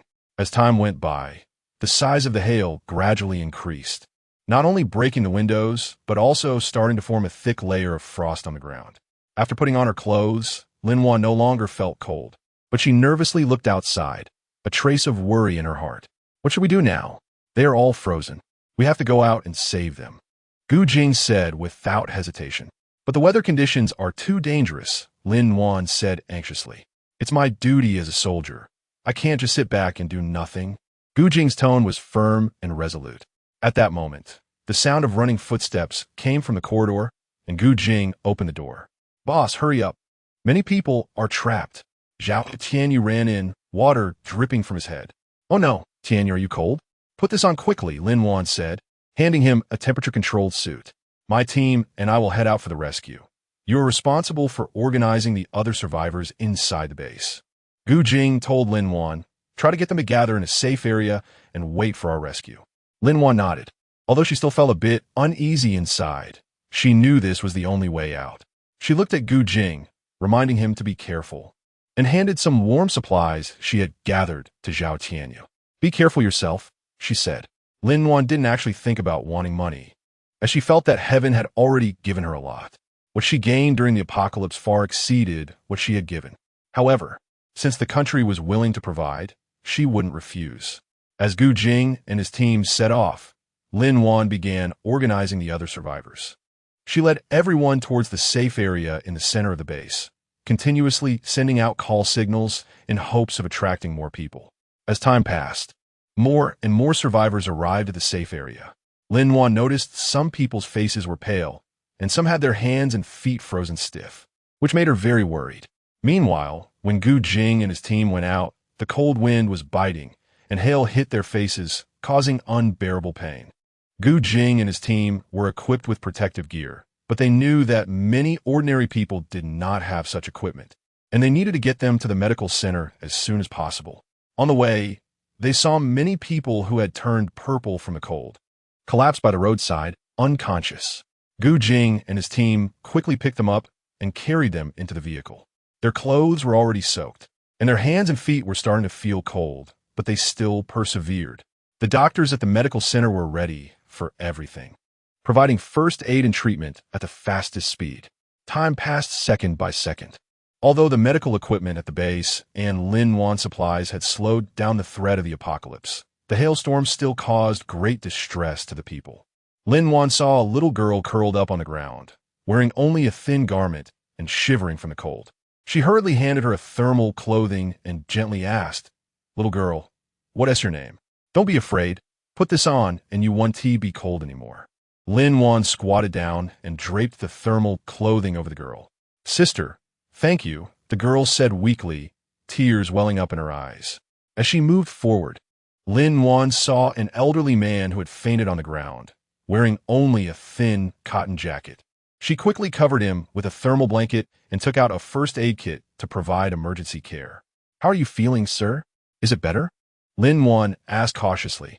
The old man slowly opened his eyes, nodded slightly, and his eyes were filled with gratitude. Chapter 27. Journey to the Capital. Lin-Wan and Gu Jing's team had a busy night, finally getting all the people in need of rescue safely to the medical room and providing them with enough warm supplies. "Thank you, you saved our lives," an elderly woman said, tightly holding Lin-Wan's hand, her eyes filled with gratitude and tears. "No need to thank me." Lin-Wan gently patted the woman's hand and comforted her. "How long will this hail last?" a young man asked anxiously. A few hours later, the hail gradually stopped, and the clouds in the sky slowly dispersed. Lin-Wan and Gu Jing's team used this time to treat and care for the injured. "Thank you, Lin-Wan," Gu Jing said softly as he walked over to her. "Without your help, we might not have rescued so many people so smoothly." Ren Hua looked at the G-25 in his hand, his expression serious as he reported, "We have contacted most of the bases, but several bases have been destroyed, including one base in Galida and 2 bases in Arabu." Gu Jing frowned. "Why did this happen?" "According to the information I gathered, the size and density of the hail far exceeded expectations, resulting in a tremendous impact when it hit the ground, enough to destroy buildings and facilities. People had no time to take cover," Ren Hua explained. Lin-Wan felt a chill rise in her heart upon hearing this. She began to realize that the power of this apocalyptic disaster was far beyond what she had previously imagined. Upon hearing the news, everyone fell silent. The world of this apocalypse had become increasingly cruel, and the chances of survival were growing slimmer. "We cannot give up. There are still many people who need our help." Gu Jing broke the silence, stating that we must act quickly and head to the capital base to promote the antifreeze agent as soon as possible. Gu Jing took out his G-25, opened the map, and studied the route ahead, saying, "We need a vehicle that can operate in extremely cold environments, and it needs to be as fast as possible. We can't waste any more time." Chu Yinhua nodded and said, "I will work with Tianyu.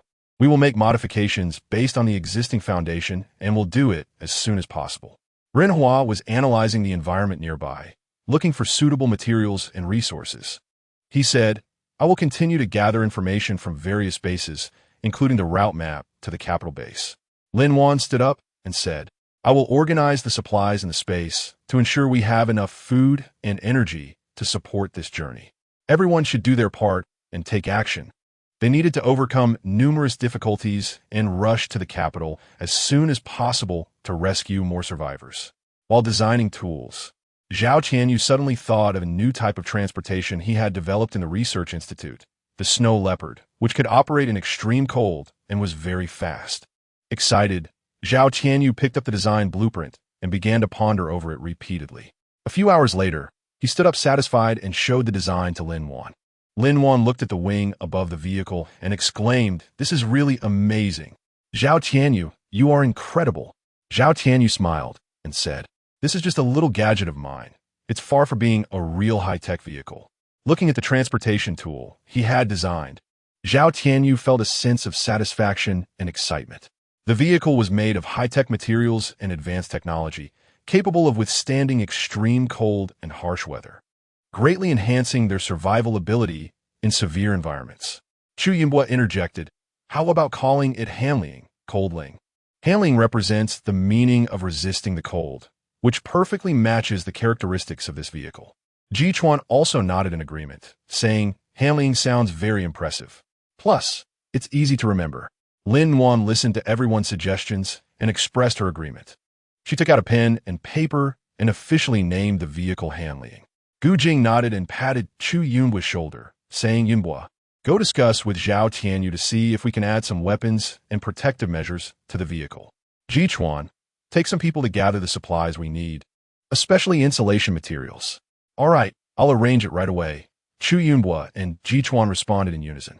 The Hanliang was traversing through the icy wilderness, with Lin Wan sitting at the bow, occasionally reaching out to play with her long hair, gazing at the desolate scenery sliding past the window. Gu Jing stood nearby, holding a map and continuously studying the route. Zhao Tianyu was busy in the cabin, trying to make adjustments and improvements to the ship. How far are we from the capital? Lin Wan asked. 3 days. I hope nothing else goes wrong on the way. Lin Wan sighed lightly, her expression somewhat weary. Don't worry, we'll definitely reach our destination. Gu Jing turned around and smiled at her. Just then, a vast expanse of white snow appeared before them, and the Hanliang suddenly dropped in altitude, shaking violently. Everyone immediately realized something was wrong and hurried to the back of the ship to assess the situation. What's going on? Lin Wan asked, her brow furrowing. It seems to be a snowstorm. We have to take a detour, Ren Hua shouted, his voice nearly drowned out by the wind. Everyone nervously watched outside, and at that moment, a dark shadow suddenly darted past the window, slicing through the sky. Gu Jing quickly turned his head and saw that it was a giant monkey-faced owl soaring past them. Is that a bird or a mutant? Lin Wan asked in surprise, looking at the creature with a face. Suddenly, a patch of green appeared in their line of sight, standing out like an oasis in the otherwise white world. Chapter 28. The strange oasis. With the frequent occurrence of natural disasters, the entire world had become chaotic. People had to rely on their survival skills to find food and safe shelter.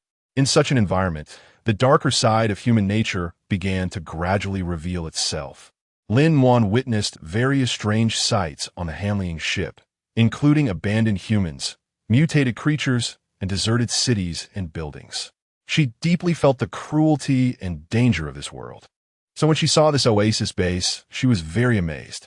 There were vast green trees, clear water sources, and a warm atmosphere. But what followed was an even greater surprise, as she discovered that the people here were living very happily. Lin Wan and others entered the base and saw some children playing, while some women were chatting. At that moment, a child ran over, excitedly shouting, "Come and see. We have new friends." Hearing this, everyone's gaze immediately shifted over, and they saw Gu Jing and the others following Lin Wan, all dressed in matching black tight vests and holding firearms. Looking at them, a young woman froze for a moment before reacting. She hurried over, her eyes shining with unusual excitement, and said, "Welcome, welcome. Are you the ones sent by the government to rescue us? My name is Li Meijin. Hello, I'm Gu Zhen.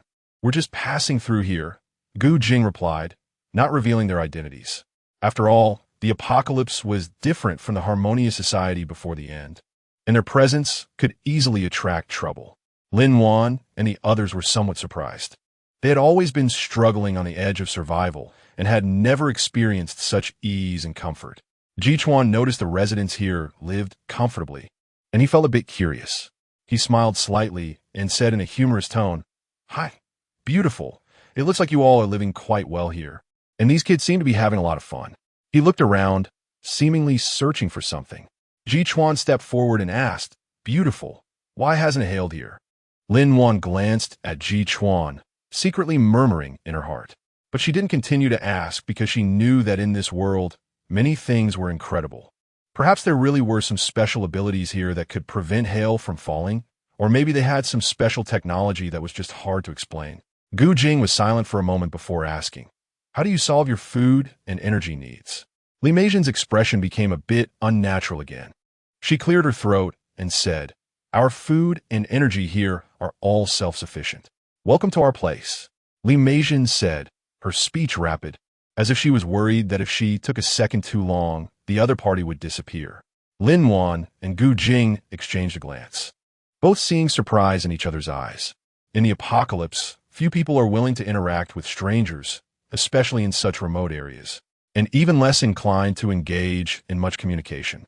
However, this woman was warm and proactive, which caught them off guard. Meijin, do you still have electricity? Lin Wan asked. Wanted to learn more about this world. Li Meijin shook her head and said, we haven't had electricity for a long time, but we have new energy sources. Lin Wan furrowed her brow slightly. She didn't believe this woman, but she continued to ask, new energy? How did you get it? Li Meijin looked at Lin Wan, her expression becoming serious. We discovered a plant called flame fruit that can generate energy. It can not only provide lighting, but also generate electricity and provide power. Lin Wan and Gu Jing exchanged a surprised glance. They had never heard of such a plant before, which made them doubt the credibility of the woman's words. Where does your food come from? Lin Wan continued to ask, trying to learn more. Li Meijin smiled. We have discovered a plant called konjac in this area. It is a very good food and is very easy to cultivate. We have already started to grow it in large quantities. Lin Wan and Gu Jing's expressions became more serious. They felt that the situation described by the woman might not be so simple. They needed more evidence to verify whether her words were credible. Lin Wan pondered for a moment and then asked, Miss Meijin, may I ask if we could take a look at the flame fruit? Lin Wan and Gu Jing exchanged a meaningful glance, both sensing that the woman was hiding something. Zhao Qianyu appeared a bit anxious. He knew how crucial energy was for their survival. Just as he was about to say something, Ji Chuan beside him pressed him down. Thus, he sighed and said, then we have to look for energy elsewhere.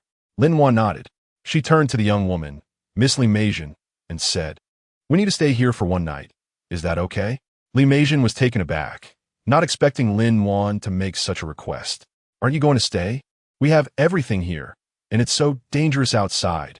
Lin Wan shook her head and said, thank you for your kindness, but we must leave here. If possible, I hope Miss Meijin can introduce us to the person in charge here. I have very important matters to discuss with him. Lin Wan knew that the woman's purpose was not simply to invite them to stay, which is why she made such a request. Li Meijin hesitated for a moment, then said, you wait here, I'll go ask. Gu Jing, do you also think there's something off about this place? Lin Wan looked at the children playing in the distance. Definitely something off. Pay attention to safety later. If anything seems wrong, take Xiao Wan and leave first, Gu Jing replied seriously. Before long, Li Meijin returned with a middle-aged man. Chapter 29. Chen Jingyu the man appeared refined and cultured, but Lin Wan could sense the cunning and sinister glint in his eyes. He approached Lin Wan and the others with a friendly smile and said, hello, I'm the person in charge here. My name is Chen Jingyu. I heard you have important matters to discuss with me. His voice was gentle and deep, seemingly possessing an irresistible charm. But Lin Wan could feel the malice lurking behind his words. Lin Wan took a deep breath, suppressing her inner unease, and said, yes, we passed by here and heard that there's a very mysterious energy in this area, so we wanted to come and see it. Chen Jingyu raised an eyebrow slightly and smiled. I see. This energy does exist in this area, but it is very precious. Only we know its exact location. If you are interested, you can stay here and explore its secrets with us. Lin Wan frowned slightly. She didn't believe this person's words, but couldn't directly refute him. So she could only remain silent for the time being.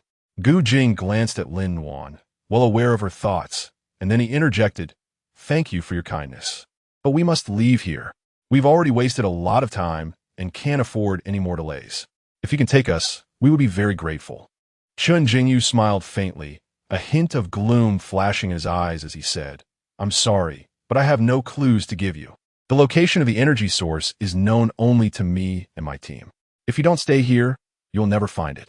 After saying that, he turned and left, leaving behind a cold aura that made Lin Wan and the others shiver. After the man left, Li Meijin walked towards Lin Wan and the others. Smiling as she said, I'm sorry, that's just how he is. As an apology, let me take you to enjoy a meal of konjac. Our konjac is very famous here. Lin Wan and the others were a bit hesitant, but looking at Li Meijin's smile, they didn't want to refuse. So, they followed Li Meijin to a konjac restaurant. Once they entered the restaurant, Lin Wan was surrounded by a strong konjac smell, and the place was filled with a lively crowd. The decor of the restaurant was very luxurious, with thick red carpets on the floor and soft yet bright lighting. The konjac here is really great, Li Meijin said to Lin Wan and the others. This restaurant is powered by new energy sources, Li Meijin said mysteriously. So we really have a better life here than outside. Really? Can we take a look? Jichuan blinked his peach blossom eyes. Li Meijin's cheeks turned slightly red, and she quickly lowered her head. This man was just too handsome. She was really afraid she couldn't control herself. She hurriedly said, I'm really sorry. I can't say anything. This is our secret. That's really too bad. Jichuan shrugged. He could tell that the other people in the restaurant were hostile towards them, which was why they were so guarded. Seeing this, Li Meijin said, You can stay. That way you'll be one of us. Lin Wan nodded and said apologetically, We have to leave. Why? Li Meijin asked. Because we have a mission, Lin Wan replied. Oh. Li Meijin pondered for a moment and then said, Since that's the case, I won't stop you. Jichuan and Xu Yunbo exchanged glances, feeling that things might not be that simple.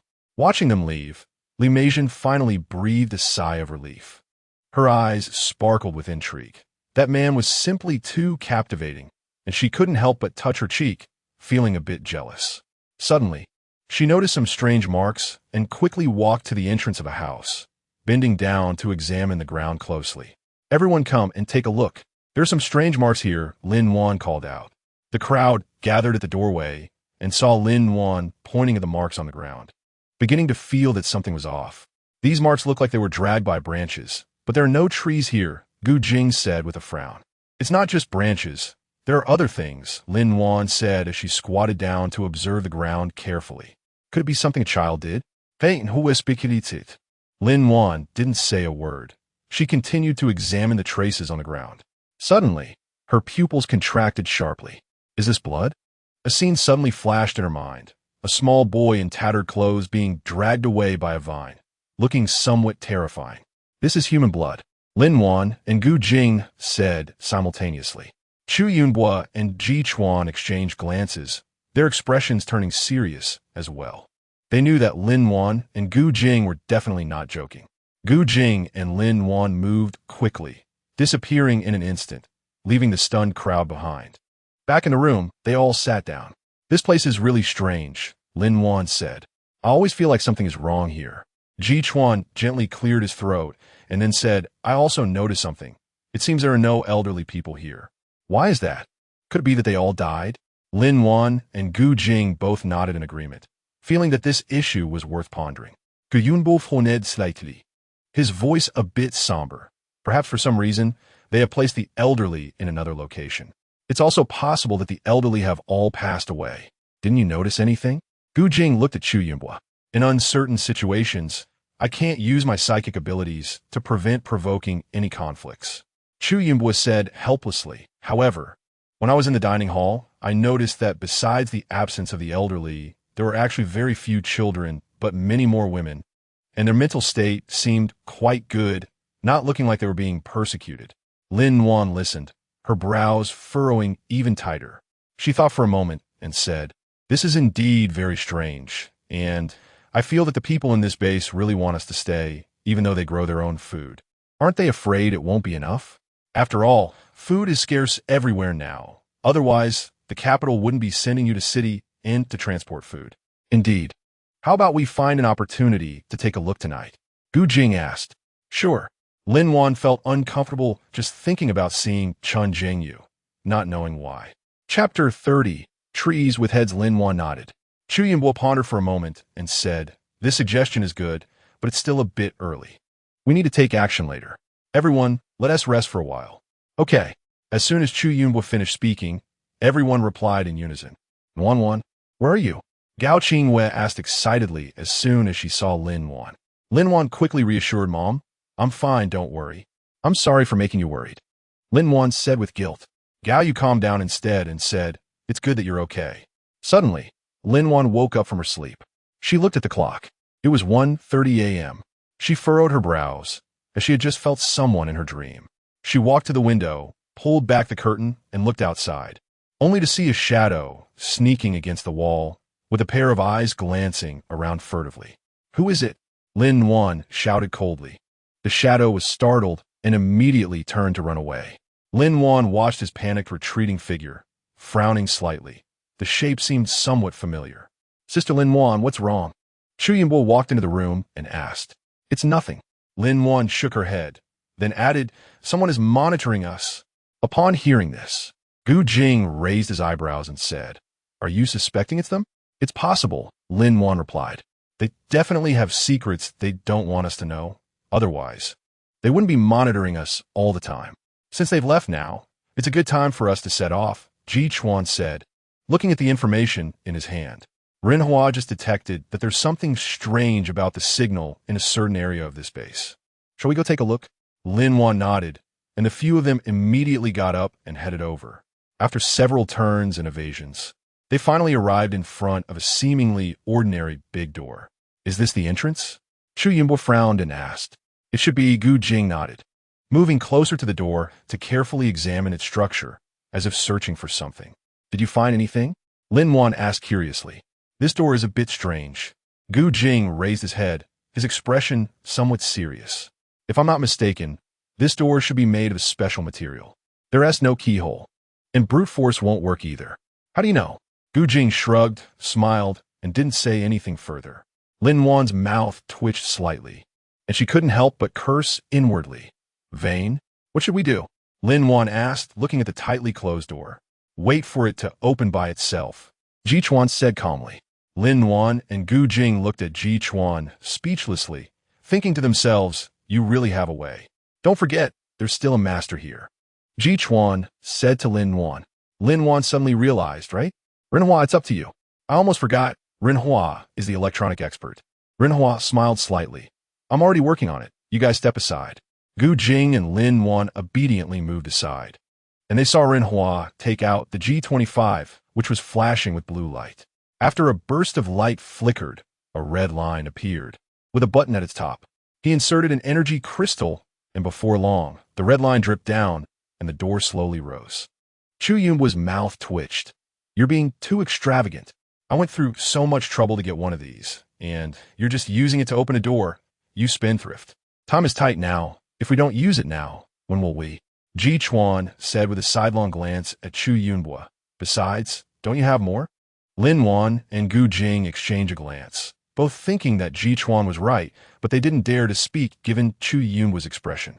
"All right, you win," Chu Yunbo said through gritted teeth. Ji Chuan smiled and ignored him.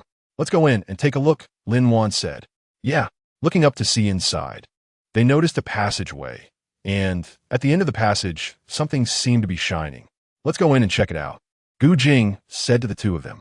Lin Wan and Chu Yunbo did not dare to be careless and immediately walked into the passage. They cautiously moved towards the direction of the light, the ground beneath their feet making crackling sounds. "Be careful," Lin Wan whispered. A few minutes later, they reached the end of the passage and saw a tree. Lin Wan's pupils suddenly constricted.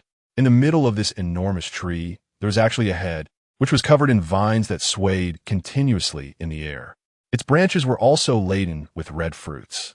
This looked exactly like the vine she had seen dragging away the children. What is this?" Gu Jing stared wide-eyed at the flame tree, shock evident in his eyes. "This is a mutated plant-type organism," Chu Yunbo said, "and it's a high-level mutated plant. This is just too unbelievable."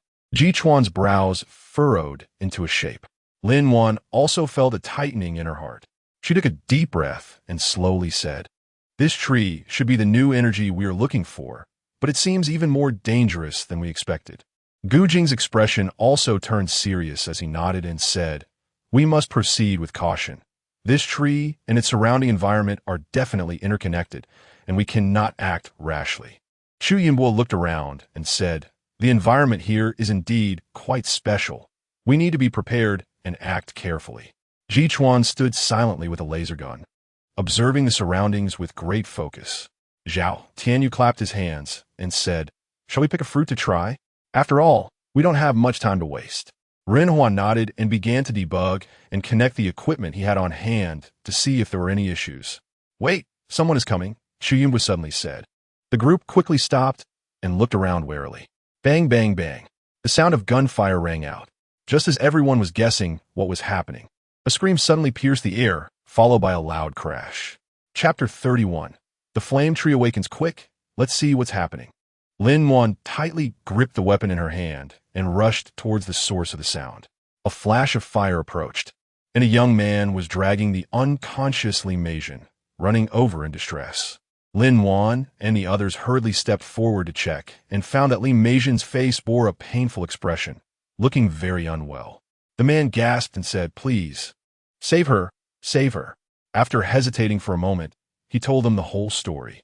It turned out that this flame tree needed to consume a person every 3 days to obtain its nutrients. However, it would also yield some flame fruits and konjac seeds, which was why they could survive in this base. At first, it was the elderly who voluntarily sacrificed themselves, but later Chen Jingyu began to deceive outsiders. Due to the hailstorm, no outsiders had come for a long time, so Chen Jingyu said they would start using children, since children could still survive but women could not. This time, it was Li Meizhen's niece's turn in the lottery, so after hearing the man's account, Gu Jing and Lin Wan exchanged glances, and a surge of anger welled up in their hearts. These beasts, they treat people as food. Lin Wan gritted her teeth and said, "This is simply insane. These bastards." "Zhao Tianyu shouted angrily, "I'm going to kill them." "Don't be impulsive."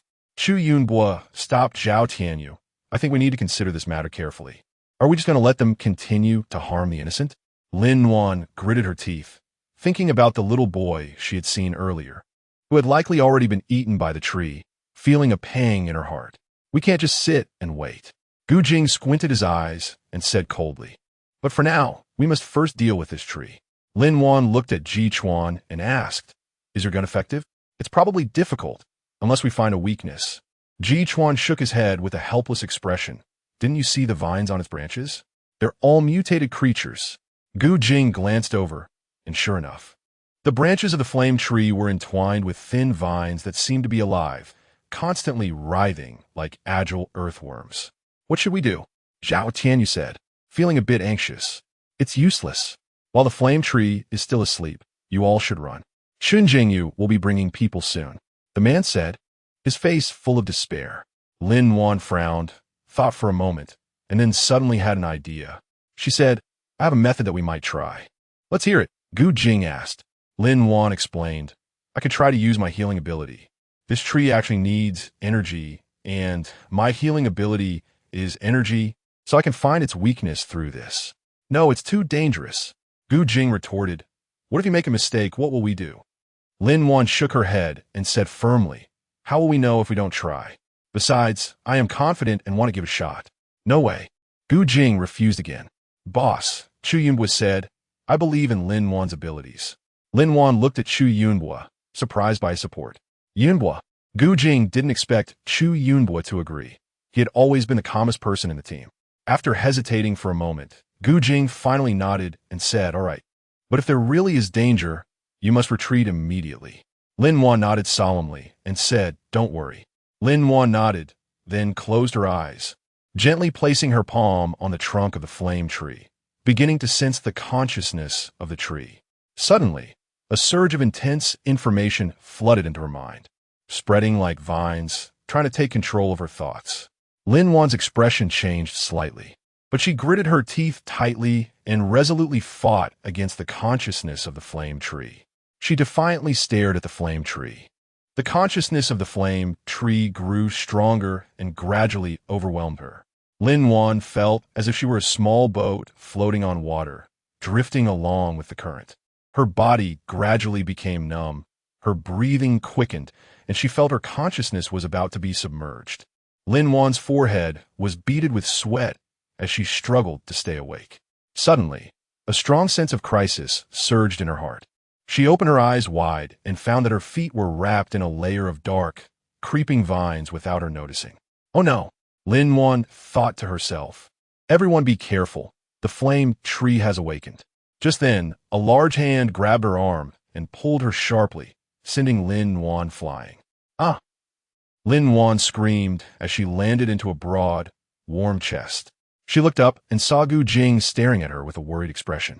Wan, are you okay?" Gu Jing asked nervously. Lin Wan shook her head and said, "I'm fine." Just then, a giant vine suddenly reached out from behind and lunged at Gu Jing. Gu Jing hurriedly dodged, but the vine relentlessly pursued him, seemingly determined to tear him apart. Chu Yunbo saw that the situation was dire and immediately unleashed his psychic ability. tried to control the vines. However, the vines seemed to possess a powerful self-awareness and were completely unresponsive to his control. This is not good. Zhao Tianyu frowned. At that moment, Jichuan pulled out a laser gun, aimed at the base of the vine, and then pulled the trigger. The laser gun fired glowing projectiles straight at the root of the vine. With a hiss, the vine let out a strange shriek after being injured, then quickly retracted its body. Rumbling, the flaming tree shook violently, and its leaves fell in a flurry. The flaming tree seemed very angry. Its body suddenly swelled, with thick, powerful branches covered in spikes, and its limbs sharpened like swords, attacking Jichuan and Zhao Tianyu. Not good, retreat. Guyunbu shuted. Jichuan quickly grabbed Zhao Tianyu, and the two of them swiftly dodged to the side. Just as they moved, the massive trunk crashed to the ground, instantly creating a deep pit with chunks of rock flying out of the soil and smashing in all directions. Jichuan looked at the pit on the ground, feeling an overwhelming sense of horror. This devouring tree is truly terrifying. If its roots grew any longer, they would really be in trouble. Lin Wan stood at a distance. Seeing that Jichuan and the others were fine, she breathed a slight sigh of relief.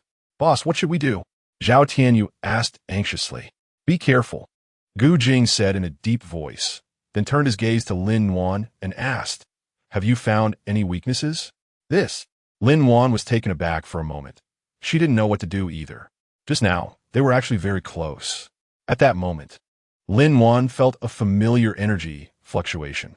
A gleam of light suddenly shone in her eyes, and she hurriedly ran to the other side of the flaming tree, then stopped behind a large rock. Lin Wan turned around and saw a green light emerging from the branches of the flame tree. Chapter 32, Devouring Energy Crystal. Lin Wan looked at the scene before her eyes wide in shock. Lin Wan looked at the round object hanging from the branches of the devouring tree. The object emitted a faint green mist, but Lin Wan could clearly sense the terrifying energy contained within it, and it was very similar to the energy from the ginkgo tree before. Lin Wan couldn't help but swallow. Does that mean her space can absorb it? The flame tree seemed to sense Lin Wan's presence, its branches wildly swaying, trying to prevent her from getting close. But Lin Wan had already started to release her abilities. She could feel that this energy would not harm her. Sure enough, when Lin Wan's abilities touched the green orb, she felt a powerful energy surge into her body. It worked. Lin Wan was overjoyed and continued to observe the flame tree. Boss, this thing is amazing. Chu Yinbo couldn't help but comment. Gu Jing hadn't had a chance to speak yet. Roar. The flame tree let out a roar, like a beast that had lost its treasure, filled with anger. Roar. The flame tree roared again, and then the entire tree exploded. A green beam of light shooting down from the top of the tree. Lin Wan saw the green light pillar, and her expression changed drastically as she hurriedly stepped back. Be careful, Gu Jing shouted, quickly rushing towards Lin Wan and pulling her behind him, while raising the wind blade in his hand to slash at the green light. The green light was struck by the wind blade, producing a loud noise, then quickly dissipated. After a brief moment of shock, the flame tree roared in anger again, seemingly not defeated. What should we do? Chu Yinbo asked anxiously. I feel like it's weakened. Let me try. Gu Jing clenched his fist, making a decision. He turned to his teammates and shouted, Renhua, use your electronic skills to control the door of this passage. We need to isolate this area. Renhua obeyed Gu Jing's command and immediately began operating the electronic panel. Jichuan and Zhao Tianyu also sprang into action, starting to assemble weapons and ammunition. Chu Yinbo approached the flame tree, trying to detect its weakness. Gu Jing raised a lightning ball in his hand, preparing to launch an attack. Wait! Lin Wan suddenly shouted loudly, Don't hit that light pillar. It's meant to confuse us. Its weakness is its head. Upon hearing this, Gu Jing immediately stopped the attack, looked at Lin Wan, and asked, Are you sure? Lin Wan nodded affirmatively and explained, My ability allows me to sense the energy of living beings. I sense that the energy of that tree was concentrated in its head. That should be its weak point. In fact, after absorbing energy, she had leveled up and could now easily see the weakness of this flame tree. Gu Jing looked in Lin Wan's direction and noticed her gaze was fixed on the head of the flame tree, instantly understanding her intent. Gu Jing quickly raised a lightning ball in his hand and launched an attack. However, the flame tree did not evade. Instead, its vines increasingly surrounded him, preventing him from getting close to the trunk. At that moment, Chu Yunbo suddenly rushed forward, raising his hands, and a wave of mental power struck the trunk of the flame tree, causing it to tremble and momentarily stop. Seeing this opportunity, Gu Jing immediately used his wind ability to disperse the vines, then threw a lightning ball at the head of the flame tree. Boom! With a loud explosion, the entire body of the flame tree burst apart, the trunk splitting in two, revealing the head inside. Roar! The head emitted a mournful howl, and then the fiery fruits on the tree lunged toward Gu Jing. Watch out! Lin Wan exclaimed in alarm, quickly shielding Gu Jing, and was then struck by that powerful energy. Bang! Crack! Lin Wan felt a constriction in her chest, and a wave of metallic sweetness surged up her throat. Wan! Gu Jing caught Lin Wan, seeing her pale face, and instantly felt an uncontrollable rage. Damn it! Gu Jing's gaze fell on the head of the flame tree, his eyes filled with killing intent. He abruptly raised his hand, and a lightning ball glowing with blue and purple light smashed toward the head of the flame tree. Bang! The lightning ball collided with the flame tree, producing a deafening sound as it exploded into a sky full of electric arcs, enveloping the entire flame tree. Zzz. The electric arcs coursed through the body of the flame tree, emitting a sizzling sound as the flame tree struggled violently. The head of the flame tree began to emit a strong light, seemingly preparing for a final counterattack. Chu Yunbo and Ji Chuan rushed forward, attacking the head of the flame tree with mental power and laser guns, respectively. Ren Hua and Zhao Tianyu also launched their attacks simultaneously, throwing a bomb and a grenade at the head of the flame tree. The head of the flame tree started to tremble continuously, and the surrounding land began to shake, as if brewing a deadly counterattack. Gu Jing and Lin Wan held tightly together, their eyes fixed on the head of the flame tree, waiting for the final strike. Suddenly, the head of the flame tree exploded violently, producing a loud sound. A storm broke out around them, dust and smoke filling the air. As the dust gradually settled, everyone finally saw the scene before them. The head of the flame tree had turned to ashes, and the surrounding land had become desolate. Gu Jing and Lin Wan breathed a sigh of relief, feeling their strength drained, collapsing to the ground, motionless. Lin Wan. Chu Yunbo hurriedly approached to check on Lin Wan's injuries. Lin Wan's lips overflowed with blood as she weakly said, "No, it's nothing, just a minor injury." As she spoke, she sensed her abilities rapidly healing her body, a smile appearing on her face. "Damn those guys. You killed the flame tree. Now I won't have any energy left." Chen Jingyu roared, gripping his gun and firing a shot at Zhao Tianyu. Li Meijin, who had woken up at some point, screamed in terror. No. Zhao Tianyu's body suddenly leaned forward, with Li Meijin shielding him. A loud bang echoed throughout the space as the gunshot rang out. The bullet struck Li Meijin in the back, bright red blood flowing out and staining her clothes. Li Meijin. Zhao Tianyu's face instantly turned pale with fear. He looked up and saw Li Meijin lying on the ground, blood gushing from her body. Zhao Tianyu hurriedly ran to Li Meijin's side, grabbing her hand, filled with regret and pain. Why? Zhao Tianyu didn't understand why she did this. They were clearly not friends. Chu Yunbo's face was full of anger as he shouted at Chen Jingyu, "You lunatic!" Ji Chuan raised his laser gun, pointing it at Chen Jingyu. "Put down the gun, or I'll shoot." Ren Hua also stood beside Zhao Tianyu, tightly gripping the EMP bomb's handle, ready to launch an attack.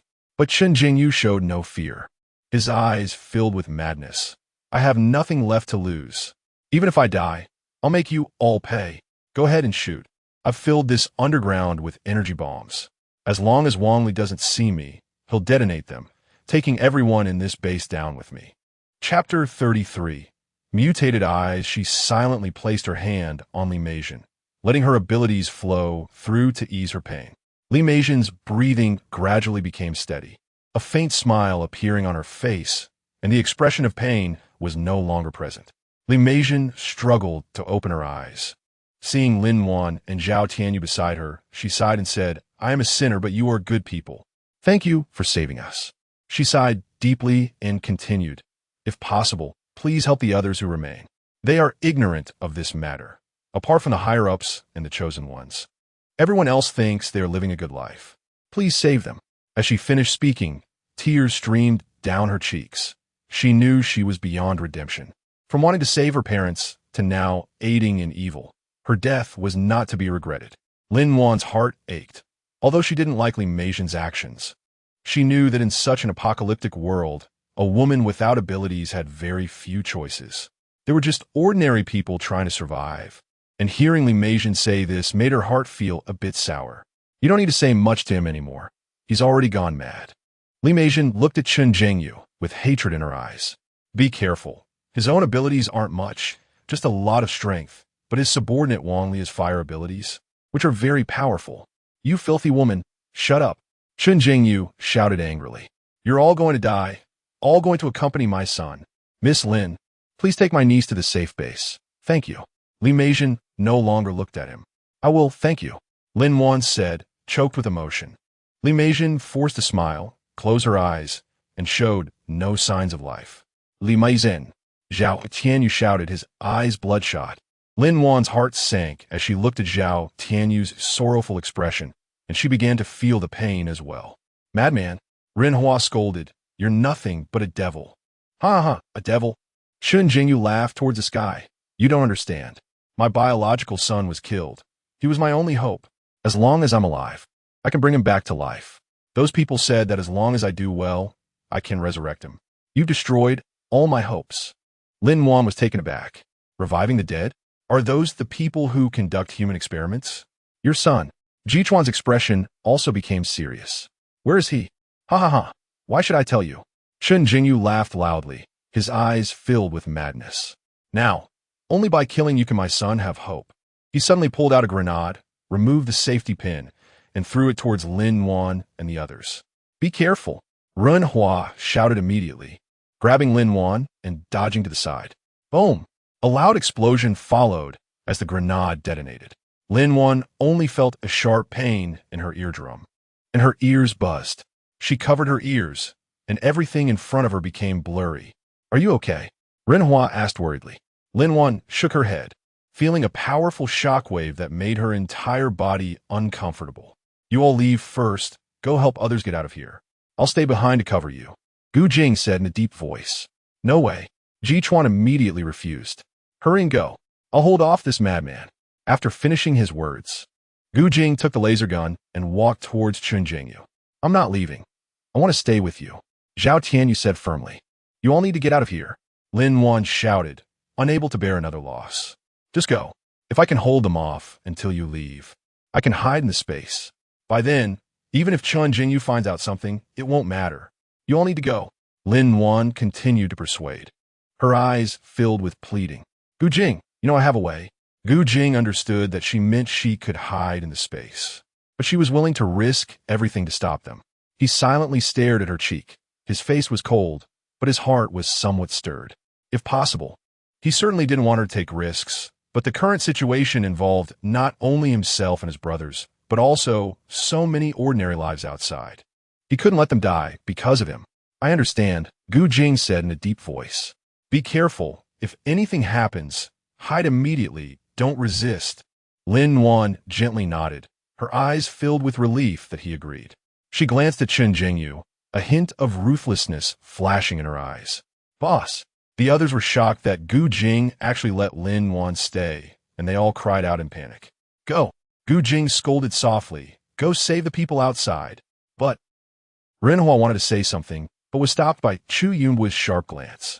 He had no choice but to grit his teeth and step aside, not daring to say anything more. Gu Jing's gaze turned to Zhao Tianyu and Jichuan, his tone serious. Tianyu, you take them away immediately. This place is up to me. Zhao Tianyu nodded, picking up Li Meijin and running outside. Jichuan glanced at Lin Wan, then turned and rushed outside. Although he knew Lin Wan could hide in the space, he was still very worried. Lin Wan nodded. You go ahead, be careful. Don't worry, I will hide. Gu Jing responded and went outside to look for Wang Li Boom. Loud noises occasionally erupted outside, and flames rose up in clusters, illuminating everything around. None of you can leave. All of you stay here with me, Chen Jingyu said ominously. I won't let you go.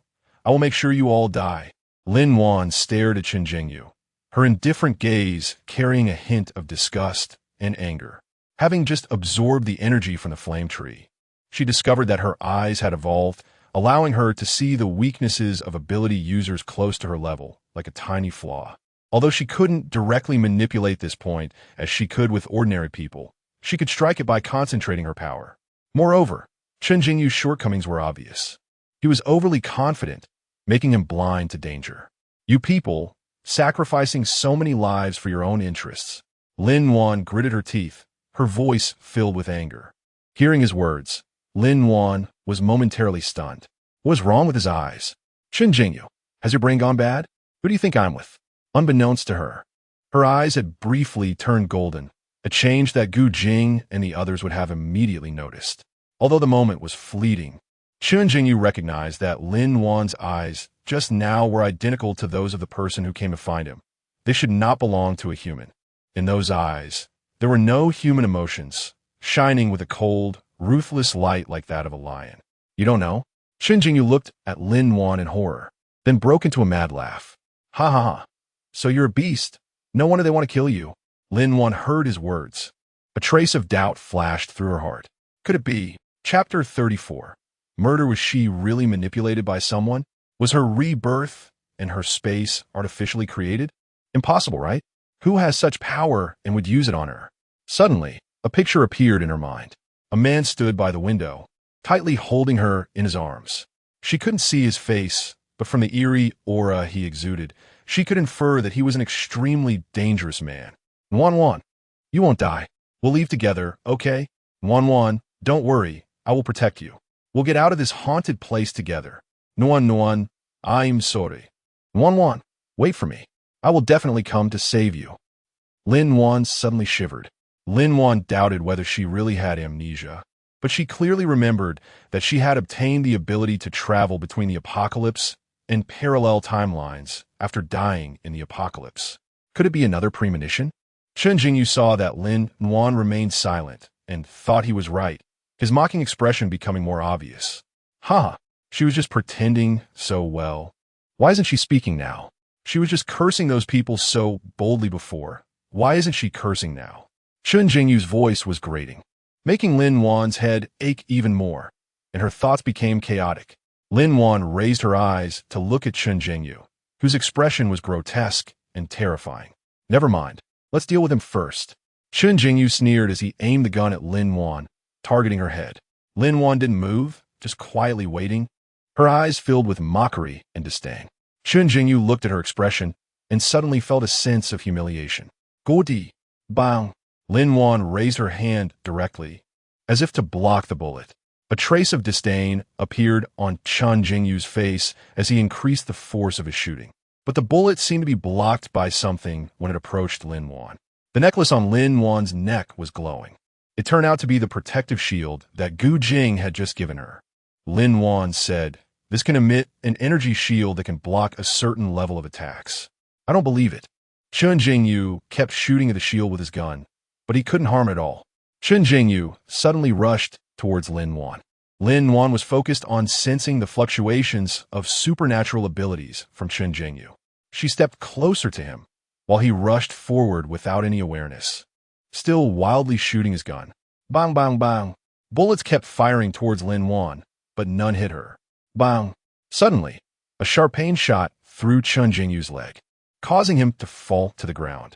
He looked down and saw a silver needle in his leg. Thud. Chen Jingyu collapsed on the ground, his face filled with terror. He tried to stand up, but found that his body couldn't move. Lin Wan walked over, stepping on his gun, and looked at him calmly as she said, "Do you think you're very powerful? Maybe no one has told you that you shouldn't offend anyone, especially a doctor." After saying that, she tapped her toes on his arm, and Chen Jingyu instantly felt a piercing pain spreading from his arm throughout his body, to the point that he almost fainted, yet he still couldn't move, only able to lie on the ground and groan incessantly. Lin Wan coldly retracted her feet and kicked Chen Jingyu's stomach. You better behave and listen, otherwise the consequences might be even worse than just now. Chen Jingyu felt a sharp pain, his forehead bulging with veins, his facial muscles tense. But he didn't dare to say a word. Who is the person you said looks a lot like me? Lin Wan squatted down and asked coldly. It's... Chen Jingyu struggled in pain for a long time before he managed to spit out 3 words. Damn it. As soon as he finished speaking, blood spewed from his mouth. Not going to say. Lin Wan narrowed her eyes and kicked hard again. Do you know that people like you should have died when the apocalypse just began? If you want tea talk, I have ways to pry your mouth open. After saying that, Lin Wan took out a dagger and slashed it across his chest. Chen Jingyu screamed in pain, his whole body twitching violently. Beads of sweat rolling down his forehead. Lin Wan's eyes flickered for a moment. Clearly, she had learned methods to save lives, yet now she was using them here. However, she showed no signs of guilt.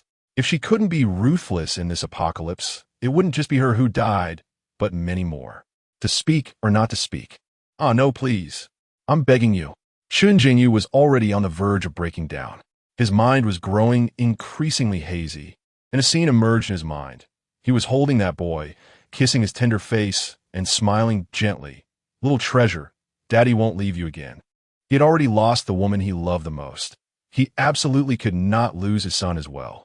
With that thought, a look of determination flashed in his eyes. Lin Wan saw the determination in Chen Jingyu's eyes, and her heart couldn't help but pound violently. I'll do it. Gu Jing's voice suddenly rang out from behind. He twitched his right hand holding the gun and bang. A bullet pierced through Chen Jingyu's left leg. Bright red blood slowly flowed out. Bang! Gu Jing pulled the trigger again, and this time the bullet penetrated his left arm, blood spraying out. Chen Jingyu's scream echoed again. He was in so much pain that he couldn't speak. Say it or not. Gu Jing continued to press for answers. Chen Jingyu said nothing, glaring at Gu Jing with hatred. Lin Wan looked at Chen Jingyu like this and became calm instead. Let me handle it. After saying that, she walked to Chen Jingyu's side, looked at his twisted face, and a glimmer flashed in her eyes as she plunged the dagger fiercely into Chen Jingyu's neck. Chen Jingyu's eyes widened, his gaze gradually becoming vacant, and finally, he lost all signs of life. Phew! Lin Wan breathed a sigh of relief, glanced at Gu Jing, and said, we should get out of here quickly.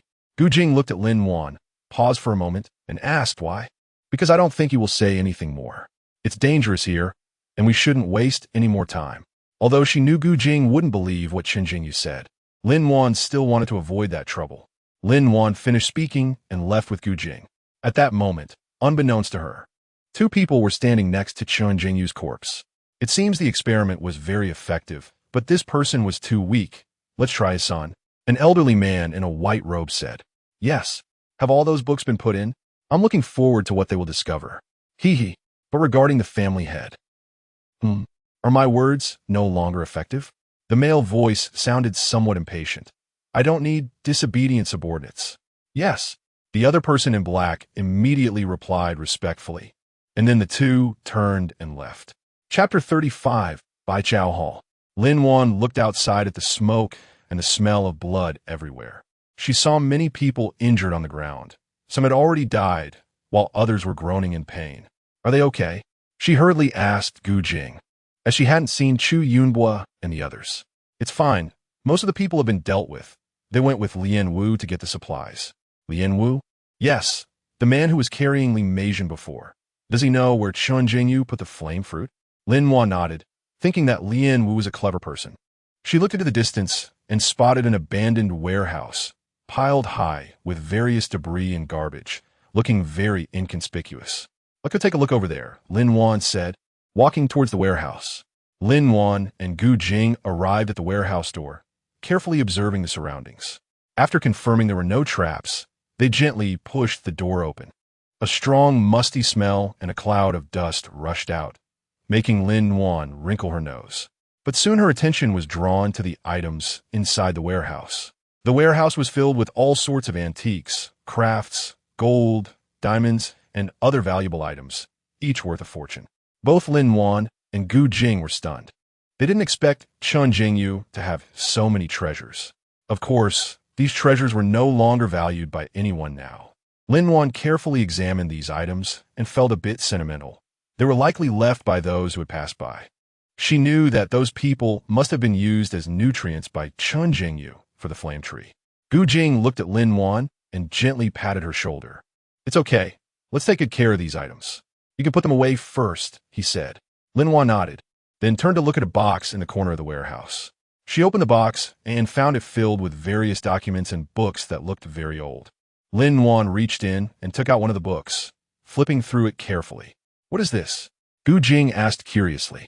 "These are all medical books, containing a lot of ancient medical knowledge and techniques, as well as many lost prescriptions," Lin Wan said excitedly.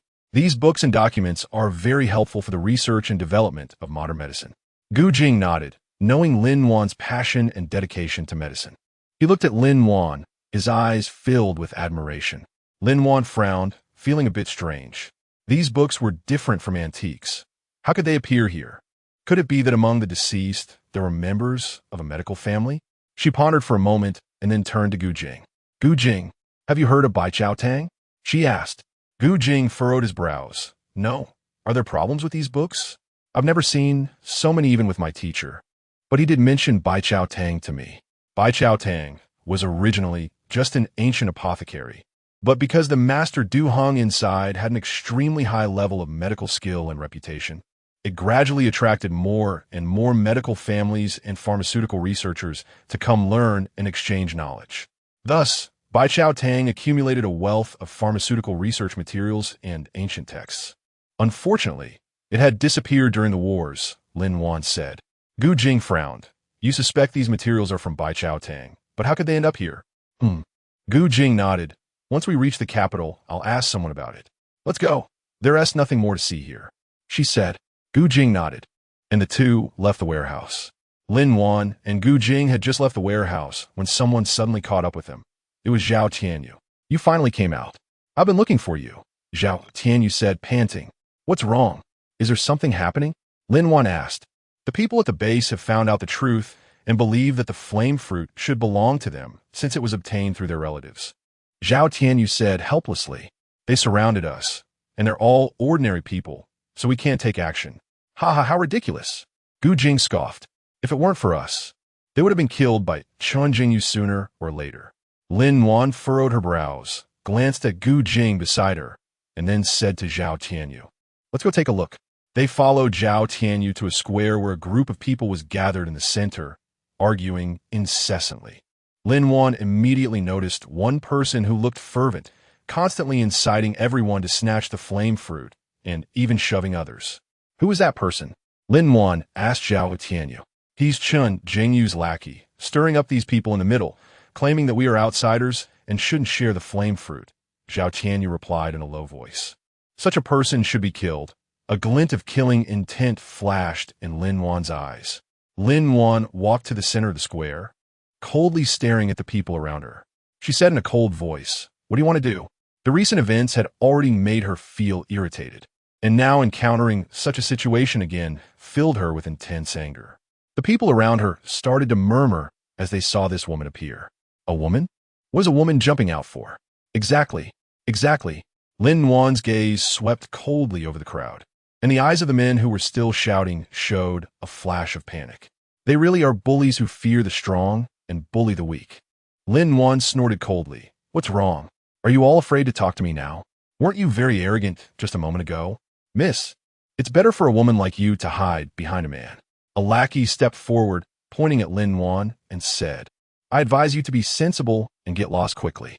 Otherwise, I don't mind sending you to your grave." "Oh, really?" Lin Wan glanced at him indifferently.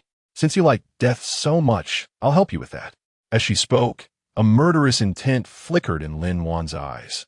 Just then, a shadow flashed to her side, shielding her and kicking toward the lackey. The lackey's eyes widened. Before he could react, he saw the shadow flicker, and then he flew out like a kite with a broken string. Everyone, they didn't even see how that man made his move. That man's speed was too fast. Chapter 36. No one for themselves. Heaven and earth will punish. Lin Wan looked at Gu Jing's back. knowing full well that there would be no outcome. Yet her heart couldn't help but flutter. He always protected her, shielding her from all attacks. Gu Jing kept Lin Wan behind him, his cold gaze sweeping over the crowd as he coldly said, "Do you still want to make a move?" The people around them immediately fell silent, not daring to say another word. "Aren't you soldiers? How can you take things from ordinary citizens? Do you have any conscience?" An elderly man said indignantly. "Exactly. We need to report you to the national military and let them severely punish people like you." "Huh, what? Do you think we still live in a harmonious society? Even if we did, you have indirectly killed so many people. You should have been executed long ago." Ji Chuan sneered at those people. "Do you dare to say you really had no idea?" Ji Chuan's voice was loud, echoing in everyone's ears. Lin Wan's gaze instantly turned cold. "These people are—" Lin Wan's mouth curled into a sarcastic arc. You're talking nonsense. We just found out about these things."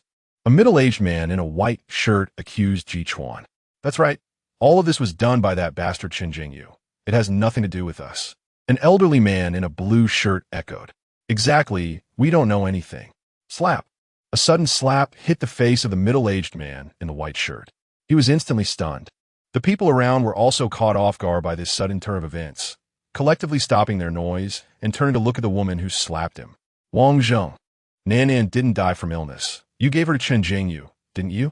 The woman shouted frantically, her hand continuously waving at Wang Zheng's face. Wang Zheng was momentarily dazed from the slap, then quickly reacted, "No, you're slandering me." Before he could finish his sentence, the woman slapped him again. His cheek immediately swelled up, and blood oozed from the corner of his mouth. "What did you say Nan was sick with? Tell me." The woman yelled frantically. I. Wang Zheng stammered, unsure what to say. "It's you, you're the culprit. You killed Nan. It's you. Why did you kill our daughter?" "Why?" The woman's voice grew more agitated. "No, I didn't." Wang Zheng stuttered. Lin Wan had already guessed it. Another selfish scumbag. "Our daughter is only 3 years old, and you have harmed her. How can you be so cruel? You demon, how do you deserve to live in this world?" Tears streamed down the woman's face. "Shut up, I didn't kill Wan. Wang Zheng shouted. "I didn't kill Wan, I didn't." This phrase kept repeating in his mind, but those people simply didn't believe him, each looking at him with strange eyes. Wang Zheng felt a chill all over his body. He hadn't meant to do it. Wan was really sick, and it was Chen Jingyu who said he had a solution. He never expected this outcome. Although Wan died, Chen Jingyu had given him a flame fruit. In this apocalypse, who isn't doing it for themselves? If one doesn't act for oneself, heaven will punish them. He was not wrong. Wang Zheng, you're a scumbag. I hate you. The woman rushed over, hugged Wang Zheng's neck, and bit down hard. A wave of bloodiness spreading. Wang Zheng gasped in pain, his eyes turning red, struggling desperately. But unfortunately, the woman's strength was too great. And no matter how hard he tried, he couldn't break free. In the end, he gave up, just helplessly watching the people around him who were mocking him. Lin Wan walked over, grabbed the woman's arm, and pulled her away from Wang Zheng. "This kind of scum is not worth it." The woman seemed to lose her strength, sitting on the ground, blood all over her mouth, shouting hoarsely. Wang Zheng looked at Lin Wan with a pleading expression, thinking that Lin Wan, being a woman, would soften her heart. In the end, he got nothing, and his breath was cut off with hatred. "The fire fruit is useful to the country, and we will hand it over. As for you, when the people from N City base arrive, they will take you to a safe base." Lin Wan looked at the circle of people around her who were frightened. She was really tired and didn't want to say much to them anymore. Lin Wan walked into the storage room and collected the flame fruits and konjac seeds inside. "Let's go." Lin Wan looked at Gu Jing. "Hey, Huwe, I'm here." Ren had already driven over in the handling vehicle. A group of people saw that Lin Wan and the others were really leaving, and they became worried. This place no longer had protection, and they didn't know when the people from in-city base would come to stop them. However, Zhao Tianyu, who had long been impatient, fired a few shots ahead, causing everyone to scramble to run away. Gu Jing looked at Lin Wan, who was sitting in the car with a bad expression, and thought to himself that people were like this. She shouldn't take it to heart. "Yeah, Wan, don't take it to heart," Ji Chuan said flippantly. "I know. Human nature can't withstand testing. I just didn't expect that they already knew the truth and could enjoy it so comfortably. Lin-Wan wasn't unaware of the cruelty of the apocalypse, but she always believed that most people were still good. By the way, that big sister just now. Lin-Wan suddenly thought of Wang Zheng's wife. Don't worry, I've already spoken to the person in charge. She will be arranged for a job when we get to In-City. Chu Yinbua knew what Lin-Wan wanted to say. That's great. Chu Yinbua, you are really thoughtful. Lin-Wan smiled at Chu Yinbua. No, this was instructed by the boss. Chu Yinbua quickly helped to take credit, looking at Gu Jing, who had a serious expression beside him. Thank you. Lin-Wan turned to Gu Jing, looking at the man whose expression was obviously better, and found it a bit funny in her heart. Did she not know that those few people were actually concerned about her because of Gu Jing? Lin-Wan looked at Gu Jing's caring gaze and didn't know what to say. She had clearly decided to clarify things with him before, that she wouldn't be around for long in the apocalypse. But now she really couldn't bring herself to say it. She decided to wait a little longer. Once they reached the capital, she would tell him. They had just experienced a great battle, so it was better to rest well for a while. Lin-Wan fell asleep while lost in her thoughts. Gu Jing watched Lin-Wan, who had fallen deeply into slumber, and draped a coat over her, softly saying, Renhua, keep it steady. Got it, boss, Renhua replied, very conscious of lowering the volume. Chu Yinbua had initially wanted to discuss Chen Zhengyu's matter, but seeing the situation, he decided to close his eyes and rest as well. The Hanling vehicle was indeed designed to handle the cold, driving steadily and quickly. Before long, they arrived in the capital. Jichuan was about to wake Lin-Wan, but was stopped by Gu Jing. She was too tired. Let her rest a bit longer. No, not me. Unexpectedly, Lin-Wan suddenly shouted, tears streaming from the corners of her eyes, her body trembling uncontrollably. Chapter 37. Arriving in the capital Xiaowan. Gu Jing looked at Lin-Wan, who had tears in her eyes, and immediately hugged her. Lin-Wan opened her eyes and looked at Gu Jing. She opened her mouth, but didn't know what to say. She had just dreamed of Chen Zhengyu pointing at her, saying she was a beast disguised among the crowd, bound to become a thug sooner or later. I dreamed of Chen Zhengyu, she finally said. It's okay, Gu Jing patted her back. He got what he deserved, it's not your fault. Although Gu Jing didn't feel much about killing such a person, he knew that many new soldiers would react this way, and some even retired because they couldn't get over it. For Lin-Wan, an ordinary girl, this was already quite good. He looked at Lin-Wan's once bright eyes, now lost their luster. Yihun. Lin-Wan suddenly realized she was in Gu Jing's arms and hurriedly signaled to him that she was fine. You'll get hit because of your mouth sooner or later. If it's little Wan who wants to hit, she can come now. As for others, they can only wait until the next life, Jichuan said, leaning in with a smile at Lin-Wan, who was beginning to regain her spirit. Lin-Wan looked at the person with a bit of speechlessness. She still didn't know that her earlier remark would eventually come true. Gu Jing looked at Lin-Wan like this and smiled faintly. It suited her better this way. All right, we've arrived. Chu Yinbua interjected as he saw it was about time. We've already reached the capital? So fast. Lin-Wan hurriedly looked outside. As expected of the capital, although it was still a world of ice and snow outside, there was a clean path cleared at the entrance, and soldiers were on duty. Please show your identification. As the car reached the entrance, a soldier signaled for the vehicle to stop. Lao Zhu, it's me. Renhua leaned out of the car window. Zhu Chong. What's going on? Is there something happening at the base?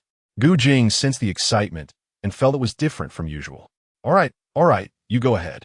Zhu Chong also knew what was more important, but he couldn't help but be a bit curious about the woman next to Gu Jing, who didn't know that Gu Jing was like a living king of hell to women. Inside the car, the atmosphere was a bit tense due to the earlier conversation. Lin-Wan was seeing Gu Jing so restless for the first time. Don't worry, Grandpa will be fine. She held Gu Jing's hand. Gu Jing understood Lin-Wan's meaning. Her healing ability was stronger than that of an average person. The car stopped in front of a house, and as soon as the door opened, Gu Jing rushed inside. Lin-Wan followed behind, looking at the house, which was clearly built to withstand disasters. Perhaps due to the scarcity of materials, the house was actually not very large. But it was evident that the people living here were not ordinary, as there were only 10 such standalone houses on this road. Although she had long known that Gu Jing's family was not simple, she didn't expect it to be this extraordinary. As Lin-Wan stood there in a bit of daze, Chu Yunbo walked over and said, "Come on, the boss's family is very kind." "Yeah, Lin Wan, let's go inside," said the carefree Zhao Tianyu, who had already reached the door. "I'm here." Lin Wan felt a warmth in her heart, knowing they were trying to ease her nerves. As soon as they walked in, she heard, "Big brother, how is Grandpa?" It was clearly Gu Jing's voice, sounding a bit anxious. Maybe the abilities have been overused, and the time he can control is getting shorter. "How about you? Did you find the machine?" Another voice was very steady. "I found it, and I also found a healer. She's very powerful." Lin Wan heard this, adjusted her expression, and walked in. "Xian Wan, this is my elder brother, Gu Yin. You could just call him elder brother." Gu Yin looked at Gu Jing's hand, raised an eyebrow, and said, "Is this a doctor or a sister-in-law?" "Elder brother Gu, hello." Lin Wan still felt shy about directly calling him elder brother. "Hello. Since you're here, let's go see Grandpa first." Gu Yin looked at Lin Wan with a smile, thinking it's rare for a long-cherished wish to come true, and he didn't want to hold her back. Lin Wan didn't know what brother Gu Jing was thinking, but she felt that, as Zhao Tianyu had said, Gu Jing's family was easier to get along with than him. If others knew Lin Wan's thoughts, they would definitely tell her that if Gu Jing was the king of hell, then Gu Yin was the Jade Emperor, someone who could smile while leading you astray. Lin Wan followed Gu Jing into the room. She didn't notice that Chu Yunbo and the others hadn't come in with them, but were outside discussing something with Gu Yin. "Grandpa." As soon as she entered, Lin Wan saw the elderly man lying in bed. He looked seriously ill, but his eyes were still very clear. Truly a veteran who had seen battle. Cough, cough. Perhaps it was too much joy. The old man seemed a bit emotionally excited. "Xian Wan." Gu Jing looked anxiously at Lin Wan. "Let me do it." Lin Wan stepped forward, placing her hand on the old man's chest, controlling her ability to slowly eliminate the dark spots on his chest. Since this illness had dragged on for too long, Lin Wan didn't dare to be too forceful at once. After all, older people recover slowly, and getting better all of a sudden would attract too much attention. She controlled her speed, ensuring that with a few more times, she could completely cure him. Gu Igua felt that his chest, which had been somewhat breathless, was becoming comfortable. Looking at this girl who was even younger than his own granddaughter, along with what he had just heard, a smile spread to the corners of his eyes. It seemed that someone could finally manage the king of hell in the family. Chapter 38. Chunli Gu Jing saw that Gu Igua clearly wanted to sit up and quickly came forward to help. "Grandpa, take it slow. It's fine." "What? Did you think I was going to die?"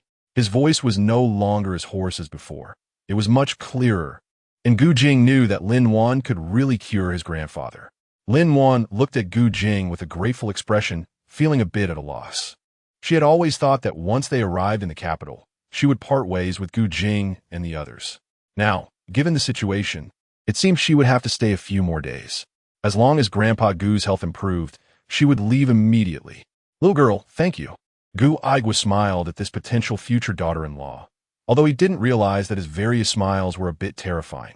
"Grandpa, this is Lin Wan, a friend I met on this trip.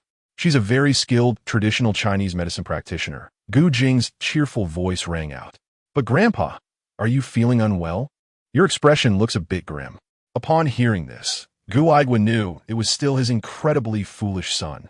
He rolled his eyes at him, but the smile on his face faded. Wasn't he smiling well?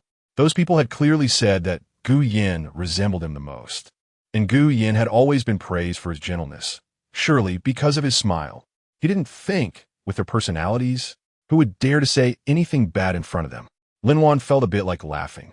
She had never thought about Gu Jing being serious outside, but at home he was like this. Perhaps this was the real Gu Jing.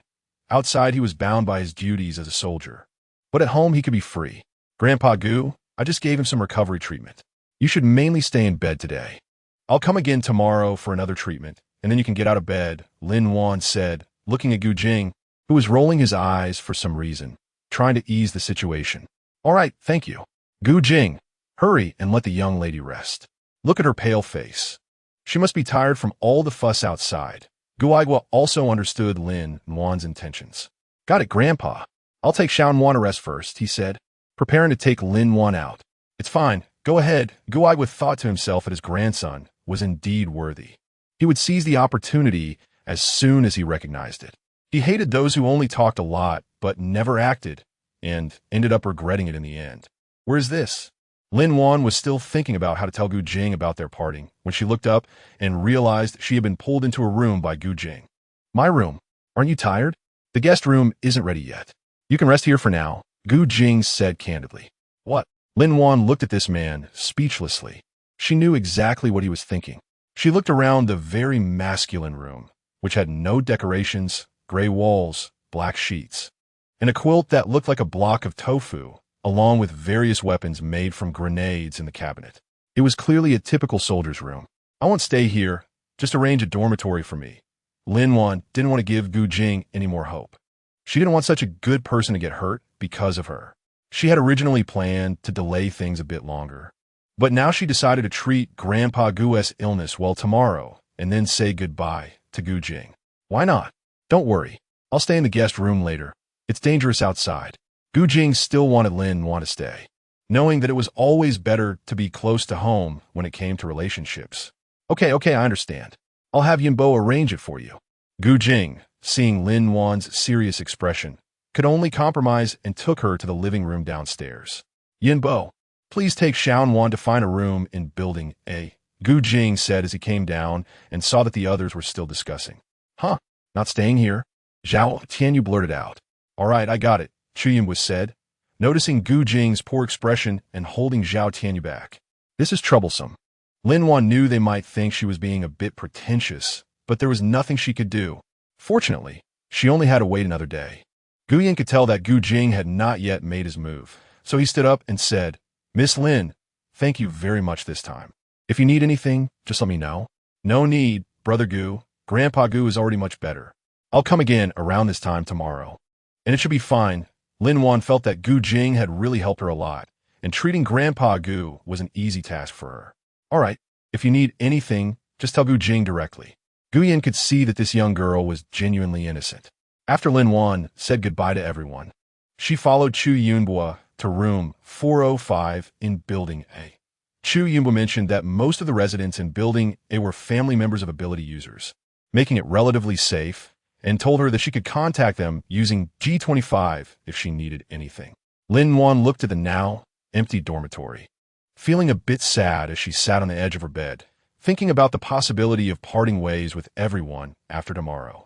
Her heart unconsciously tightened, and she kept comforting herself that this was for everyone's good.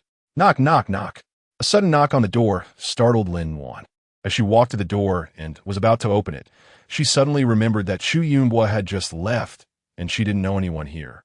Who could it be? Who is it? Hello, I'm Chen from next door, room 403. A crisp female voice rang out. Click. Lin Wan opened the door and saw a young woman dressed neatly, with a lively short haircut. Hello, my brother is Chun Feng from Team B. I just saw Team Chu bring you over. Are you with Team Chu? Chun-Li smiled brightly at this beautiful woman. After the natural disaster, she hadn't seen such a clean woman in a long time, especially someone who had come from outside. Really? Then I misunderstood. I came to tell you that their S8 gathering later, and my brother said there will be quite a few good things. Would you like to go see? Chun-Li felt that Lin Wan probably didn't want to talk much. If she were just someone saved, Team Chu wouldn't have personally brought her over and arranged for her to stay in Building A, which she was well aware of. Oh no, that's okay. Lin Wan felt that she had already collected enough during her time with Gu Jing, especially after Gu Jing learned that she liked gold jewelry. He had helped her collect gold pieces they encountered on the way, including several precious jewels she couldn't recognize, but she trusted Gu Jing's taste, knowing he was a man of high standards. Sister Lin, come on. Chun-Li shook Lin Wan's arm, not wanting to give up on the chance to find someone who looked well off. If she went alone, her brother would definitely disagree. Okay, stop shaking me. I'll go. Lin Wan, who grew up in a single-parent family, had never been treated like this by a little girl. She often thought about having a sibling to protect, someone who wouldn't be bullied like she was. Great. Sister Lin, I'll come find you in half an hour. Chun-Li happily released her hand and ran off to the side. Oh, Sister Lin, due to the hail, they're only accepting food for exchanges now. Okay, I got it. Lin Wan thought about how the people in the capital were also having a hard time. It would be good to exchange more items and consume some food. Speaking of which, she had checked if there were any changes in her space since the last time. Would killing have an impact on the space? Chapter 39. Changes in the space. Lin-Wan looked at the newly grown flame trees in the space and was no longer surprised. She walked up to the flame tree and looked at the flame fruits, thinking that she wouldn't have to worry about energy anymore. However, the previous flame trees relied on absorbing humans. What would happen now? At that moment, she suddenly received a message in her mind. It turned out that the flame trees also relied on merit. It seemed she was right. The higher the merit in this space, the better things would appear. Taking advantage of the time, Lin-Wan went to the real world and bought a lot of food and warm items. Wanted to leave these for Gu Jing before she left. This time, she didn't dare to go to Brother Qi and specifically disguised herself to find a small shop to sell a batch of gold. Because the quality was good, even though the price wasn't high, the large quantity still earned her 2 million. Sister Lin, are you back? As soon as Lin-Wan came out of the space, she heard Chen Li's voice from outside. I'm here. Lin-Wan walked out with a prepared backpack. Seeing Lin-Wan come out, Chen Li greeted her with a smile. Sister Lin, what do you want to exchange this time? I like jewelry and accessories. I want to take a look. Lin-Wan spoke first about exchanging items later. Oh, I see. I like them too, and I've heard that there are many strange things there, Chen Li said excitedly. The two of them went out together and walked to the entrance of the market. What, didn't you catch up? Guyan looked at Gu Jing's bad expression and teased him. Brother, enough. We're adults now. Stop messing around. Let's talk about the laboratory. I just spoke with Yinbo, and it might be related to the people from the non-natural laboratory. Guyan's smile faded, and he became serious. The non-natural laboratory, the one you mentioned that was shut down long ago. Gu Jing also realized the seriousness of the situation. Yes, boss. I found out that the laboratory you mentioned was shut down years ago due to scientific inaccuracies and absurd ideas, according to Ren Hua's information. I also found out that the most important reason was that one of them, named Li Hua, wanted to conduct human experiments. He believed he had discovered a new method to unlock genes to artificially create superhumans. What, there's such a fool. Zhao Tianyu was speechless. Superhumans? Could it be? Gu Jing looked at Chu Yunhua. Yes, we found a photo of Li Hua's experiment. It's red crystal. He probably discovered this red crystal by accident. At that time, there were no abilities, but he found that being around the red crystal for a long time improved his health. So he wanted to try extracting the red crystal and injecting it into the human body. Wishful thinking. If it were that simple, it would be great. Gu Jing thought of the explosive properties of the red crystal and felt troubled. Yes, so when he attempted it again, the red crystal exploded, and half of the entire experimental base was damaged. Since the source wasn't found, it was kept confidential. Chu Yunhua, who had also absorbed red crystal, understood Gu Jing's meaning. It seems that there are still fish that got away from this laboratory. Gu Jing, you guys need to pay more attention to this aspect in the future. I suspect someone is still continuing Li Hua's plan and conducting human experiments, Gu Yin said seriously. Got it, brother. Gu Jing certainly knew the severity of human experiments. By the way, brother, what about that antifreeze? You guys sent the information very thoroughly. The Academy of Sciences has already developed it. Haven't you noticed that there aren't many people on the streets now? Gu Yin smiled. They developed a new generation of antifreeze coating based on this, which can be directly applied to buildings. It's more convenient than having everyone use it, so now the base is centrally managed, and people don't go out easily. That's good. Otherwise, who knows how many people would die? It's already been sent to various bases, but some bases still lost many elderly and children due to lack of preparation. Among them, the northern areas are relatively better, while in the south, where they haven't experienced this, more people died in their sleep. Gu Yin thought of the latest reported numbers and felt very upset. Brother, do you think there will be other natural disasters? How long can we hold on? Gu Jing thought about the frequent weather changes. They probably couldn't grow food now. What would they do when the food reserves ran out? Let's take it one step at a time. The Academy of Sciences is already researching hydroponics. It actually existed before, but it wasn't promoted. Now, hopefully, they can manage to promote it. Guyan knew more about these matters than Gu Jing. In fact, it wasn't just a food issue. In another month, vegetables and meat would also be gone. Furthermore, what is being implemented now is a distribution system, which should prioritize supplying ability users, as the country needs them to go out and search for materials and rescue people. This way, the previous currency system would truly become obsolete, and there would definitely be some chaos. Okay, brother. All right, you guys take a rest first. I just remembered I still have something to give to sprocket. I'll go get it. Gu Jing suddenly thought of something. Bring the stuff over. Gu Jing reached out to Zhao Tianyu. Huh? What stuff? Zhao Tianyu looked a bit confused. The one I asked you to collect before. You didn't forget, did you? Gu Jing was a bit anxious. The gold. Didn't I ask you to collect more? Oh, this, boss. How much do you want? Zhao Tianyu recalled that Gu Jing had asked him to collect from a bank.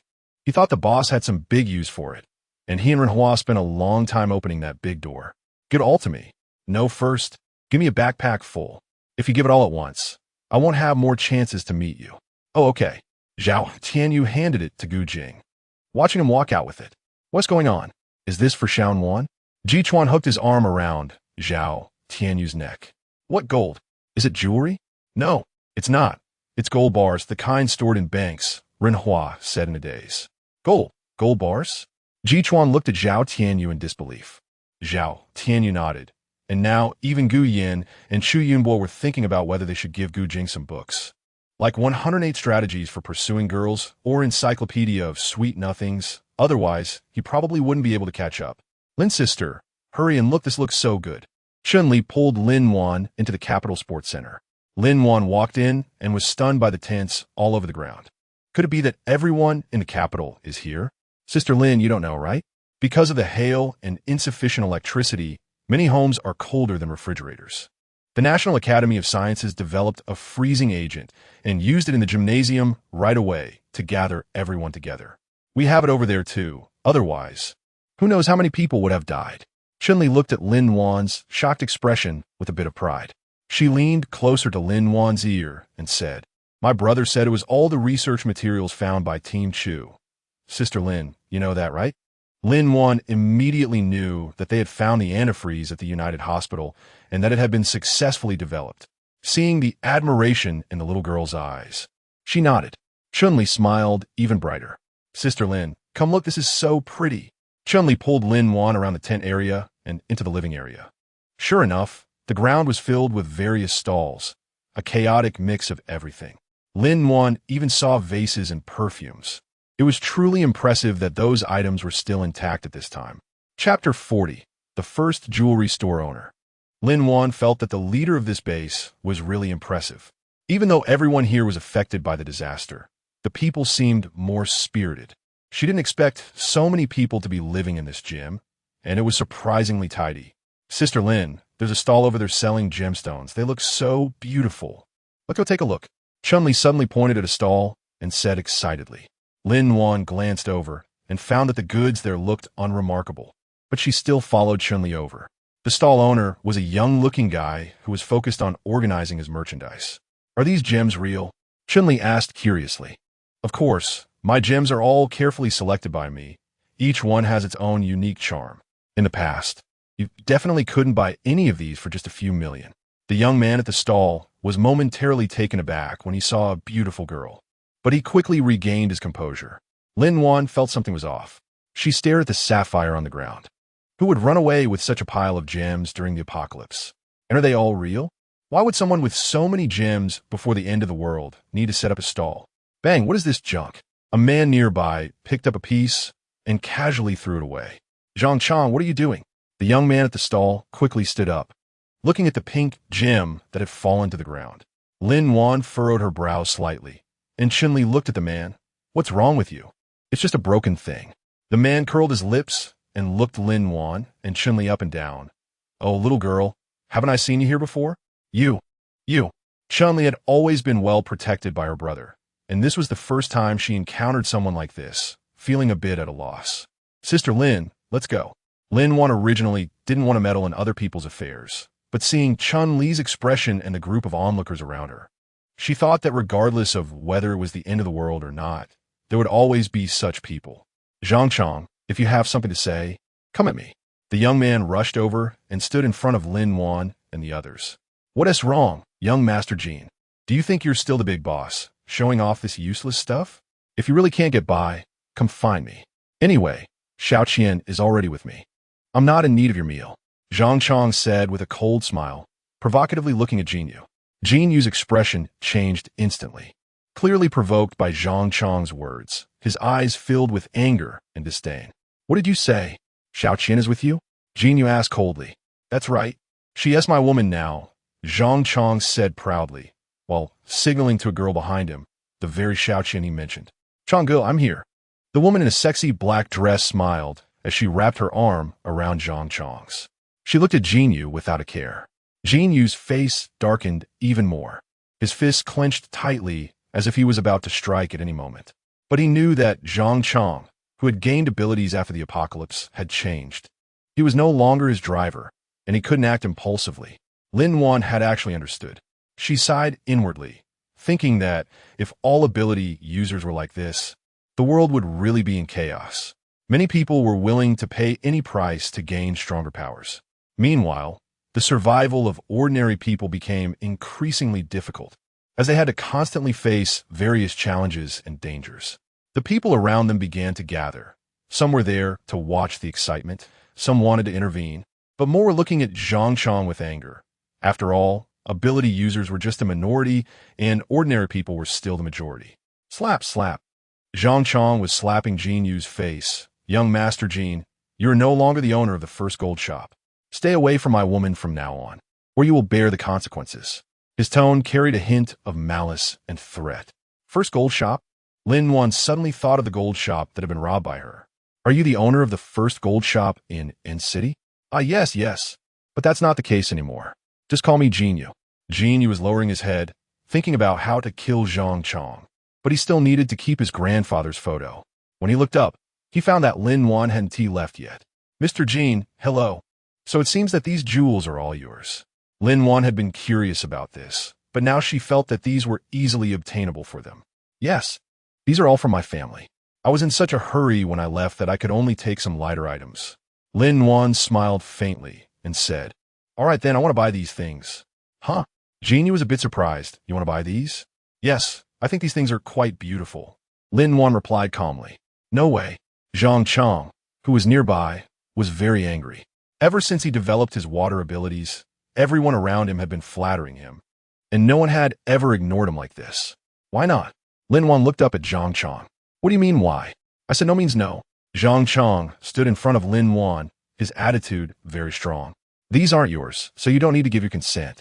Zhang Chong's voice got louder and louder, while Lin-Wan remained calm. She noticed that Chun-Li beside her looked a bit scared and patted her hand. Yeah, this person throws other people's things around and still doesn't let others do business. Yeah, ugly people think too much. Exactly. That woman next to him too. Who was talking nonsense? Zhang Chong was enraged by the ridicule from the crowd and immediately shouted. Seeing Zhang Chong become irritable, everyone around dared not speak again. With anger boiling, Zhang Chong threw a punch at Jin Yu. Jin Yu was caught off guard by Zhang Chong's attack and was momentarily stunned. He originally thought he could endure it, but he was terribly wrong. He glared fiercely at Zhang Chong, his eyes flashing with a fierce light. Zhang Chong, you bastard! Jin Yu swung his fist at Zhang Chong. But Zhang Chong easily dodged it. Young Master Jin, you're just a weakling. Good hit, Changge. Xiao Qian clapped from the side. Chun-Li, you go stand aside. I'll handle this. Lin-Wan thought that the person who was going to give her a large sum of money should help out. Sis, don't go. You can't use abilities here. You can't beat a man. Chun-Li thought Lin-Wan wanted to use her powers to subdue Zhang Chong. Don't worry. I'm a doctor. I use medical skills. Lin-Wan smiled easily. Huh? Medical skills? Can medical skills also hurt people? Chun-Li was confused. After Lin-Wan listened to Chun-Li's words, she waved her hand and gently took out a silver needle. At the moment Zhang Chong swung his fist, she unhesitatingly pierced his shoulder point. Zhang Chong felt a sharp pain in his left hand and quickly stepped back a few paces. By the time he realized what had happened, his arm was already immobilized. Chapter 41. Saving a personnel, what's happening to me? Did you use a special ability? This is not allowed here.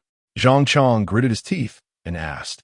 She put away the silver needle and smiled at Zhang Chong, saying, if you still want to continue fighting, you can, but I estimate you can't move your hands right now. Seeing Lin-Wan put away the silver needle, Zhang Chong tried to attack again, but found that his arm was completely unable to move, forcing him to give up helplessly. He trembled with anger, but felt powerless. Just you wait. Zhang Chong said through gritted teeth, then turned and left. He urgently needed to find someone with healing abilities to check if there was something wrong with his arm. He couldn't become useless. Seeing this situation, Xiao Qian hurriedly followed him out. Lin Wan watched his departing figure silently, knowing that someone with such a narrow mind wouldn't let it go so easily. She turned to Jin Yu and said, "Boss Jin, I want to buy these jewels." Jin Yu looked at Lin Wan's expression and gently nodded. "All right, I'll sell these jewels to you. A bag of grain." In fact, Jin Yu didn't want to accept Lin Wan's offer, but he had his grandfather to take care of. "This is too little. How about we find a place to discuss?" Lin Wan glanced at the onlookers around. "Okay, follow me." Jin Yu packed up the stall on the ground and led them to the other side. Lin Wan and Chun Li followed Jin Yu to the tent area. They passed row after row of tents and finally stopped in front of a dilapidated one. Jin Yu pushed open the tent door, and the inside was dim, with only a faint light coming from a corner. Lin Wan saw an old man lying on the bed, wrapped in a thick blanket, breathing weakly, and his face was pale. The old man heard the noise and slowly opened his eyes. "This is my grandfather, don't worry. He doesn't have any contagious diseases." Jin Yu turned to say, her tone filled with deep affection. "You guys can put down the food and leave quickly," Jin Yu said, just hoping they could leave here soon. "Why?" Lin Wan asked, a bit confused. "Ice Phantom, the one ranked second?" Chun Li suddenly asked. "Yes, that's them," Jin Yu nodded. "Their captain is someone who specializes in ice element abilities, very dangerous, not to be underestimated." "Sister Lin, what should we do?" Chun Li asked nervously. "Don't worry. I will ensure your safety." Lin Wan patted Chun Li's head and stepped forward. "I'm a traditional Chinese medicine doctor. Let me take a look at your grandfather." Lin Wan placed her hand on the old man's pulse and began to examine him carefully. She found that the old man was weak, with insufficient qi and blood, needing timely supplementation of nutrition and medicine. Jin Yu watched Lin Wan's performance, feeling a bit surprised, not expecting her to be so capable. "Thank you so much. Then I want to need the food. These jewels are for you," Jin Yu said gratefully to Lin Wan. "I'll go with you. It's not safe for you two girls." Jin Yu was worried that Zhang Chong would set an ambush on the way. "No need. I can protect myself. If you leave, what will happen to your grandfather?" Lin Wan was not worried about herself, but rather about Grandpa Jin. "Got it." Saying this, Lin Wan took Chun Li and walked outside. "Sister Lin, do you know Boss Jin?" Chun Li felt that Lin Wan was not a soft-hearted person, but what she had just done for a stranger was indeed a bit much. I don't know how to say it, but she helped me before," Lin Wan replied. "Oh." Chun Li suddenly thought of something. "Sister Lin, you are a doctor? That's really impressive." "I'm just a small traditional Chinese medicine doctor." Lin Wan felt a bit shy under Chun Li's admiring gaze. "Ah, that's still very impressive. As for me, I didn't do well in the college entrance exam, so I could only study landscape design. I didn't know what job to look for, and now, in this situation, it's even less useful." Chun Li shook her head, thinking about her previous job search. Landscape design is also pretty good. With so many plants on Earth now, who knows, there might be a place for you in the future." Lin Wan comforted her with a pat. Okay. The little girl's mood changed quickly. Lin Wan thought. Lin Wan was calculating how much she should prepare later when suddenly she paused. Someone was following her. She heard footsteps, and the person might have thought that in this weather, normal people wouldn't hear them, so they didn't deliberately tiptoe. "Oh, big brother, you're here."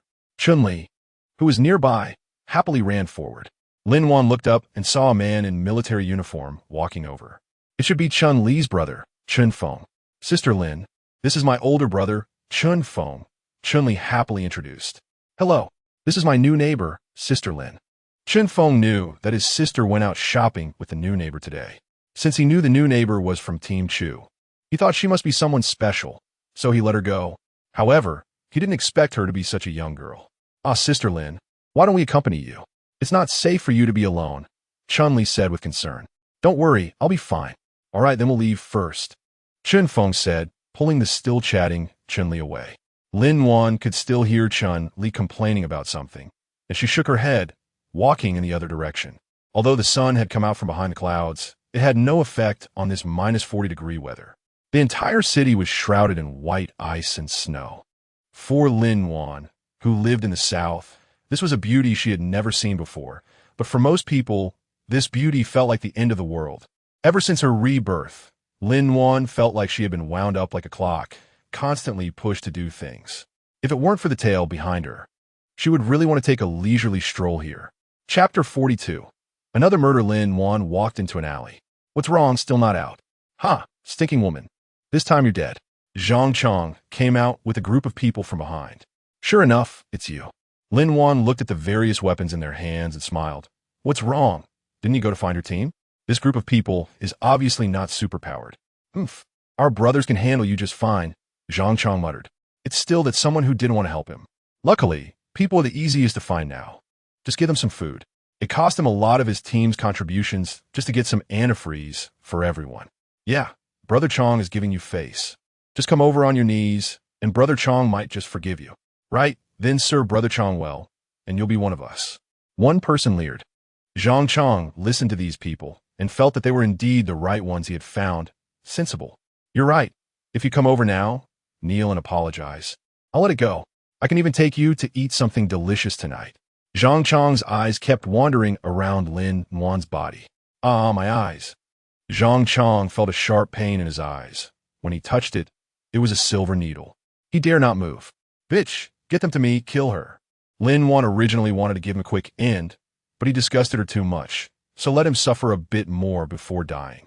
That group of people was startled when they saw Zhang Chong's eyes bleeding profusely, but thinking that they had the advantage in numbers, they still charged forward with their weapons. Lin-Wan took out the razor from the space and ran ahead. The person in front didn't expect this woman to have a gun and immediately slammed on the brakes. No. Hey, we're leaving right now. Where are you going? Are you going to kill her for me? Zhang Chong, who was hiding in the corner, hurriedly shouted upon hearing Tiger's voice. Damn! Tiger and the others ignored Zhang Chong and rushed outside. Bang, bang, bang. Bullets quickly hit the few people who had spoken earlier. Lin-Wan wouldn't just let them escape like that. Lin-Wan squatted down and asked, Zhang Chong, what do you want? You. Although he couldn't see what was happening, Zhang Chong heard the gunshot. This woman still had a gun, which meant she was not an ordinary person. He regretted not waiting for his powers to recover before coming. His hand was still numb, and he couldn't exert any strength. Forget it. I don't want to hear any more. Someone like you must have done a lot of bad things after gaining powers. Lin-Wan was getting a bit impatient. No, I. Zhang Chong felt a chilling aura enveloping him. Bang! Lin-Wan shot him directly in the temple, and he fell to the ground, his mouth still open. It was only her second time killing someone, yet Lin-Wan felt she was already accustomed to it. Could she still adapt to this in the real world? Captain Gu, what are you doing here? Chen Feng looked at the top expert of the base in surprise. Chen Feng, do you live here? Have you seen the girl from this room? Gu Jing didn't expect Lin-Wan to be absent. You mean Sister Lin? Sister Lin went to the market. Chun-Li looked at Gu Jing, who was getting ready to leave after hearing that, and said, Captain Gu, we just encountered some bad guys at the market. You should go check on Sister Lin. She was genuinely worried. What? The man exuded a pressure that sent chills down people's spines. Okay, I apologize for earlier. Gu Jing knew he had been too anxious just now. Please take a look at this for me. I'll come back to get it later. He handed the bag in his hand to Chen Feng. He hurriedly made his way to the gymnasium, and at that moment, he heard gunshots. His heart tightened, and he quickly used wind to accelerate to the scene. Xiaowan, are you okay? Gu Jing rushed over without even looking at the body lying on the ground, pulling Lin-Wan to check her. Gu Jing, what are you doing here? Lin-Wan didn't expect him to come. I'm fine. Luckily you came to help me. Lin-Wan raised the razor she was holding. Lin-Wan recounted the events, emphasizing that Zhang Chong was a member of the Ice Soul team. Gu Jing's expression remained largely unchanged throughout, but his eyes turned cold upon hearing the words of a few thugs. Where are those people? Huh? Lin-Wan was interrupted. Oh, you mean those thugs? I hit a couple of them, and then they ran away. Lin-Wan felt that she had already taken her revenge and didn't care about those people anymore. But Gu Jing thought that these people must not be doing this for the first time. Habitual offenders should be caught. What did you buy? Lin-Wan looked at him curiously. It's a gift for you. Open it and take a look, Gu Jing said with a smile in his eyes, still being mysterious. What is it? Lin-Wan stepped forward to open the backpack. Is this a gold bar? No wonder this backpack is so heavy. How could it not be with so many gold bars? This is even more than the gold bar she had last time. Where did you get this from? She looked at Gu Jing with delight. Well, Tianyu passed by a bank and took it casually. Gu Jing enjoyed seeing her smiling face. Gu Jing didn't understand why Lin Wan, who was just very happy, suddenly looked unhappy again. Don't you like it? No one is collecting this now, anyway. Besides, Zhao Tianyu just picked it up casually, and it's taking up space for him. I see. Then okay, thank you. Lin Wan thought that she could use this to buy more things for them and earn a little commission. That shouldn't be too much to ask. Don't be so formal with me. Gu Jing noticed Lin Wan's evasive gaze and thought he should prepare for confession. By the way, how's Boss Jean doing? Lin Wan felt that the atmosphere was a bit strange. I've given them the medicine, and I'll make sure Chu Yunbo takes care of them. Gu Jing knew that Lin Wan felt embarrassed about accepting their gold, so he wouldn't mind. Well, I'm leaving now. I'll come and pick you up tomorrow. Chapter 43. Did something happen to Mom? Big brother. Is Han Er the captain of Bingpa? Gu Jing remembered that Han Er liked to follow him to learn. When he formed Thunder, Han Er immediately formed Bingpa. Yeah, he's pretty strong now. His ice ability should be close to level 4, just a bit weaker than you. Gu Yan raised an eyebrow at Gu Jing. Are you doing this because of that Zhongchong incident? Big brother, you know. Gu Jing realized that what happened at the base couldn't be hidden from Big Brother. That's right, Zhongchong is dead. But those people he found haven't been dealt with yet. A flash of severity passed through Gu Jing's eyes. I'll handle it with Han Er. All right, just know how to control it. Gu Yan trusted that his brother wasn't a mindless fool. Saying that, he went upstairs to see Grandpa. Meanwhile, Han Lauda, Zhongchong is dead? A man barged into a room. Han knew Zhongchong. Although his ability level wasn't high, his water ability was still quite useful. And the base knew that Zhongchong was his man. Killing him was like slapping him in the face. Who did it? Han was a bit angry. The man who came in cautiously looked at Han and whispered, it was a woman who just arrived at the base today. What? A woman? Han thought it must be Zhongchong who got into trouble again. How is it that another woman has gotten him into trouble? What bad luck? No, it's not. It's... The man hesitated to say. What? Is there something I can't know? Han, who had lost interest before, became interested again. Gu Jing's woman? Unexpectedly. Han started laughing. Ha! Gu Jing actually likes women now? Explain what happened in detail. Han was intrigued. It went like this. The man recounted everything he had investigated. All right, I got it. You go and keep an eye on those punks. Then go find Gu Jing and tell him I'm waiting here. Han immediately knew those punks were doomed. Others thought Gu Jing was a law-abiding, upright soldier. A hypocritical guy. Forget it. Han Er, I'm here. Gu Jing just arrived and heard Han Er's words. At least he knew to be sensible. Oh, what brings such a busy person to my humble abode? Anaside sumivat sarcastically. Stop being sarcastic. I have something important to discuss with you.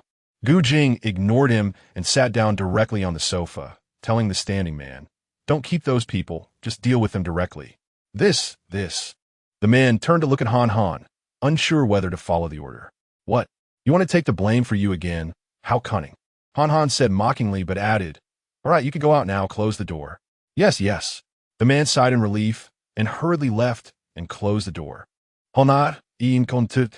He didn't want to hear what came next. He didn't want to be part of this big shots confrontation. And as for those punks, they had never done anything good anyway, so killing them was fine. Half an hour passed, and no one knew what the two talked about. But the man looked at Han's grim face and dared not ask anything. The moon quietly rose, shining through the window, but the bed was empty. Lin Wan opened her phone and stared at the dozens of missed calls from her mother, momentarily taken aback. What happened? Did something happen to her mother? A chilly spring breeze blew in, but Lin Wan suddenly broke out in a cold sweat. Did her mother really have an accident? Is it Yun Wan? The call finally connected, and her grandmother's voice came through. Grandma, it's me. Where's Mom? Lin Wan clenched her fists. Oh, you girl. Why couldn't I reach you before? Your mom was in a car accident and is now at the First People's Hospital. Her grandmother's voice carried a hint of reproach. Hurry over. Okay, I understand. I'm on my way, Lin Wan said anxiously before hanging up and driving to the hospital. As soon as Lin Wan arrived at the hospital, she ran to the nurse station on the 11th floor of the inpatient department. Hello, could you please tell me which room Gao Qingwei is in? A nurse who was still looking down at her computer raised her head upon hearing the question. Who are you? Oh, you're Lin Wan? Yes, I'm her daughter. Could you please tell me the room number? Lin Wan was puzzled as to why this young nurse recognized her and seemed so excited. Okay. Aunt Gao is in bed 21, the nurse hurriedly replied. All right, thank you. Lin Wan pushed open the door to the room. It was quiet inside, and only the bruises on her mother's face and the cast on her leg reminded her that the car accident had really happened. Her mother was still asleep. Lin Wan moved closer, concentrating her abilities in her eyes. Fortunately, there was no immediate danger to her life, but the leg injury was a bit more serious. She would be able to heal it several times with her abilities after being discharged. Lin Wan looked at her mother's furrowed brows and regretted wasting too much time in the apocalypse. She realized that she actually had enough money now and decided to avoid the apocalypse as much as possible in the future. She couldn't afford to lose her mother again. Mom, I'm sorry. I won't go so far away anymore, Lin Wan said sadly, holding Gao Jingyue's hand. Oh, it's okay, Mom.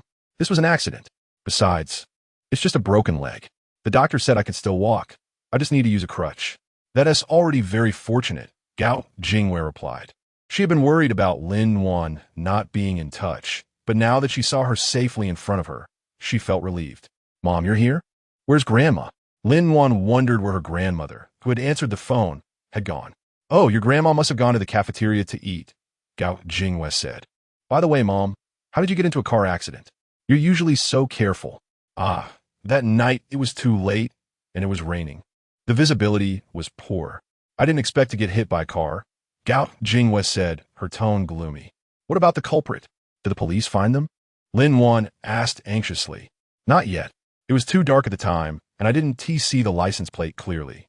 The police are investigating now, Gao Jingyue sighed, looking somewhat helpless. Don't worry, Mom. The police will find them. Lin Wan gently patted Gao Jingyue's hand, trying to comfort her. Lin Wan quietly sat by the bed, carefully controlling her ability to flow through her feet, which at least helped to ease the pain. She took out her phone and checked the time. It was a bit tight.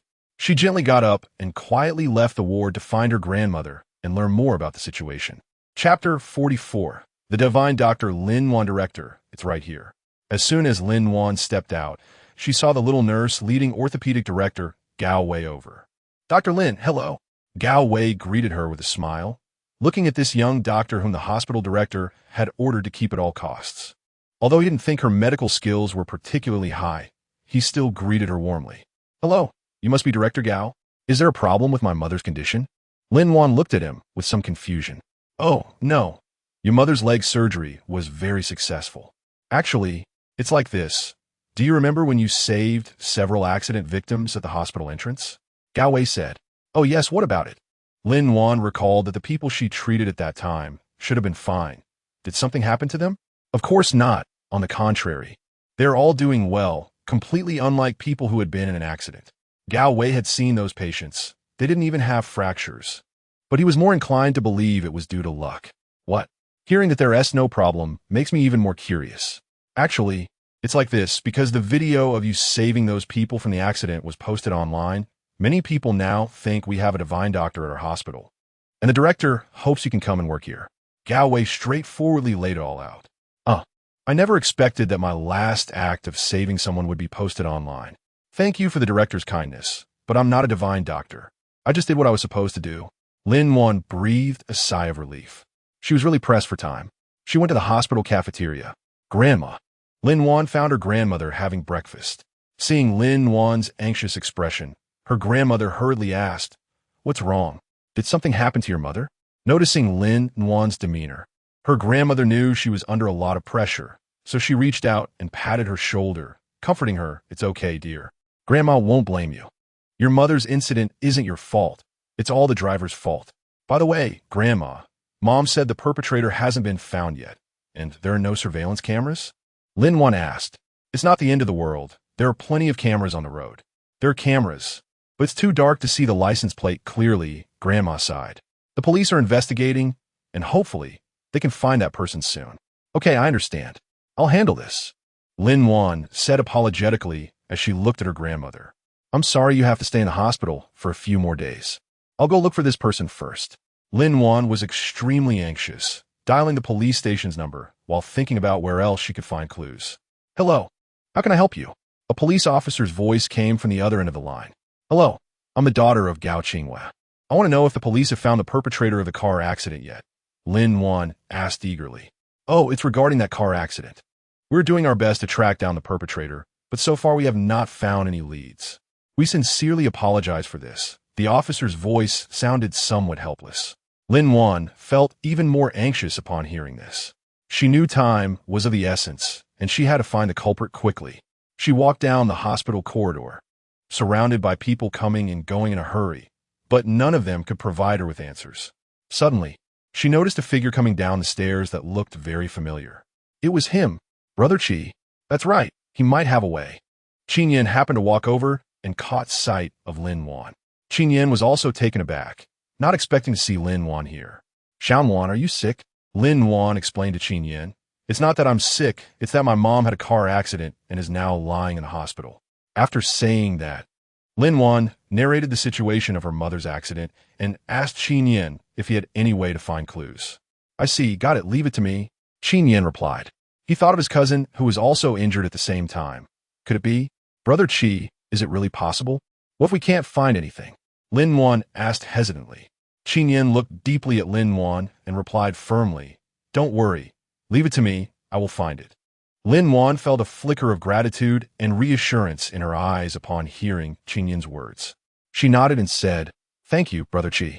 I believe you'll find a way. Qin Yin looked deeply at Lin-Wan, smiled, and said, I will find the perpetrator for you as soon as possible. Brother Qi, how come you are at the hospital? Qin Yin smiled and replied, I'm here to visit a patient. Lin-Wan asked curiously, Who is it? Oh, is it serious? Actually, I used to be a doctor at this hospital too. Would it be convenient for me to take a look? Lin-Wan thought that since Qin Yin was helping her so much, if his cousin's illness was difficult to treat, she could secretly lend a hand as a way to repay him. No need. It's just a minor issue. He's fine now. You should go take care of your own matters, Qin Yin said, gently patting Lin-Wan's shoulder, signaling her to feel at ease and leave. At that moment, the sky outside had brightened up, and Lin-Wan knew she had to hurry. All right, thank you, Brother Qi. I do have some other things to attend to, Lin-Wan said, turning to walk out. After Lin-Wan left, Qin Yin's expression suddenly became serious. The assistant beside him hesitated before speaking. Boss, didn't you say you wanted to ask Miss Lin about the gold issue when you saw her? Last time the investigation found that Lin-Wan isn't from a wealthy family. And you seemed surprised and said you'd ask her next time. Huh? The topic shifted too quickly, and the assistant was a bit confused. Boss, are you suspecting? It's just too coincidental, and this time Qiyu has been too well-behaved. Qin Yin's expression became serious, so I need to know the truth. You are responsible for investigating this matter. If it's not true, that's best. If it is, then. Qin Yin didn't finish his sentence. The assistant nodded, Okay, boss. I'll handle it right away. After saying that, the assistant immediately turned and left. Chapter 45, Huasher Bank. Lin-Wan drove to Huasher Bank. Looking at the two uniformed security guards at the entrance with serious expressions, it was clear that the security measures were quite strict. Stepping into the bank's interior, the customer service hall was spacious and bright, with neatly arranged bank counters. Each counter had a polite and attentive customer service representative providing professional services to clients. As expected of Huasher Bank, it was quite impressive. If she weren't in a hurry for money, she wouldn't have wanted to come to the bank. However, since she had already decided to cooperate with the government, even if they didn't come looking for her, she would find a way to get in touch with them. Lin-Wan entered the bank and walked into the gold trading area, where she saw a young man in a suit serving other clients. She approached him and greeted, Excuse me, I would like to sell this gold. Zhao Xian turned around and smiled, asking, Hello, how much gold do you want to sell? Okay, Zhao Xian said, leading Lin-Wan forward. Suddenly, he exclaimed, What? 20 kilograms? Ma'am, you can't be serious. Lin-Wan was taken aback. Could it be that there's too much? And even the bank wouldn't accept it? Yes, 20 kilograms. Is there a problem? After hearing this, Zhao Xian showed a hint of surprise, but quickly regained his composure and said, I'm sorry, ma'am. Please wait a moment. This quantity is a bit large, and I need to consult the manager. Lin-Wan nodded, watching Zhao Xian's departing figure, feeling a bit doubtful in her heart. Could it really not work? She came to the bank because she was afraid she wouldn't be able to eat at the small shop outside. What if the bank didn't work either? There were a few security guards in the room, and some equipment was placed in the corner, looking very professional. Zhao Xian weighed Lin Wan's gold items one by one, and after verifying them, he transferred the corresponding amount to Lin Wan. Lin Wan was secretly relieved that she had finally successfully sold the gold. She put away the money, thanked Zhao Xian, and then turned to leave the room. Walking out of the bank, Lin Wan breathed a sigh of relief. She felt that she had been too adventurous, and she didn't know if she would be able to be so successful next time. However, she was also glad that her decision was correct. After all, selling gold at the bank was at least much safer than selling it at a small shop outside, even though the price was a bit lower. At 600 yuan per gram, totaling 12 million for 20 kilograms. At that moment, Lin Wan was unaware that inside the bank, Zhao Xian was reporting to his superiors. Manager Xiao, the money has been transferred. Is this really okay? Don't worry, the higher-ups are already aware. Just handle it according to the normal process. Okay. At this time, Lin Wan went directly to the boss's house from her last purchase and bought 2 more portions based on what she had last time, spending 6 million. The money really couldn't withstand spending. This time, because of her mother's situation, she suddenly thought that she had been wasting the space by treating it as a storage room. Now that the space's spiritual energy was so high, if she planted some medicinal materials, the effect would definitely be good. She planned to buy some seeds to give a try. She checked the nearby market and found a small shop that specialized in selling seeds. The store was filled with all kinds of seeds, from vegetables and flowers to medicinal herbs. Everything was available. Lin Wan browsed around and selected several types of medicinal herbs, including pig bracken, wind box tree leaves, ginseng, nodo ginseng, astragalus, angelica, and salvia miltioriza. The shopkeeper's wife showed Lin Wan the seeds and introduced, these are brand seeds. Each has been strictly selected and tested, ensuring top quality. Lin Wan nodded in agreement, knowing that the quality of the seeds is very important. After packing the seeds, the shopkeeper's wife asked, is this your first time planting medicinal herbs? Do you need me to explain anything? No, thank you, shopkeeper, Lin Wan replied.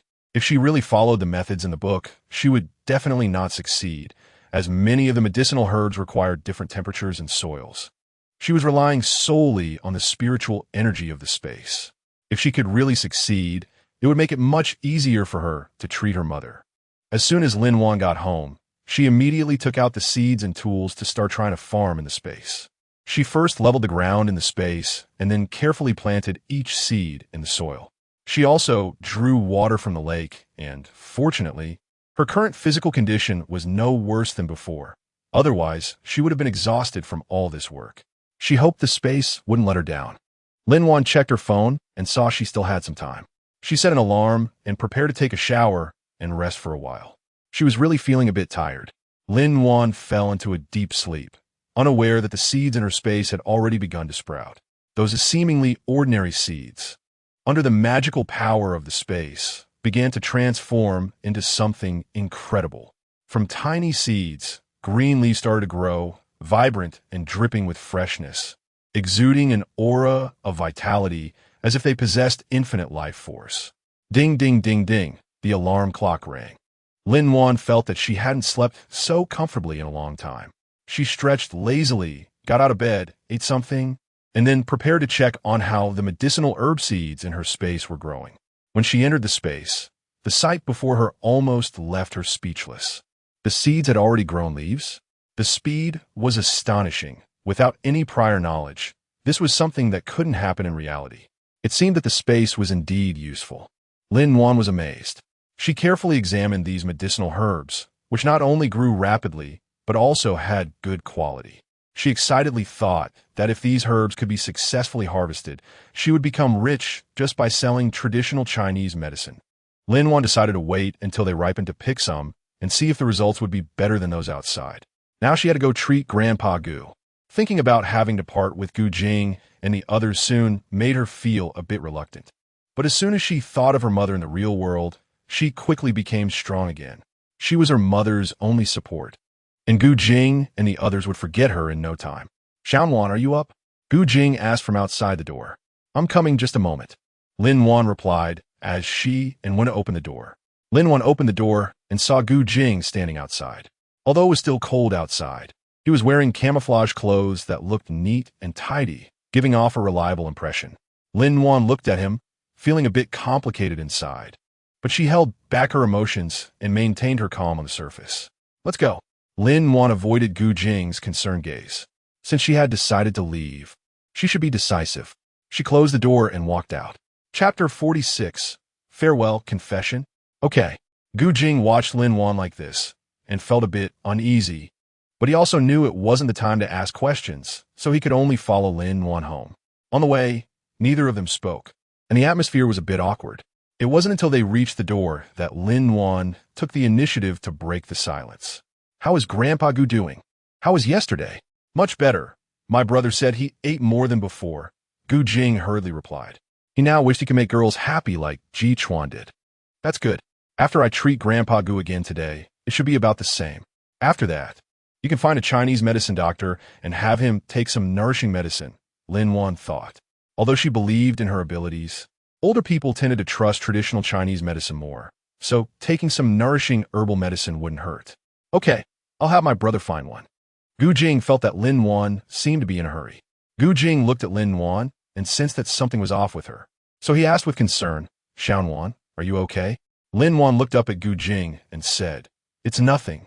I just want to cure Grandpa Gu's illness quickly and then leave. Gu Jing was taken aback by this and didn't know what to say.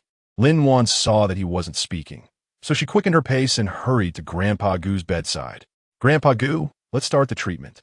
Lin-Wan said as she began the procedure. Gu Jing watched Lin-Wan, who was seriously treating the illness, but he couldn't bring himself to ask anything. Grandpa Gu closed his eyes, focusing on receiving Lin-Wan's treatment.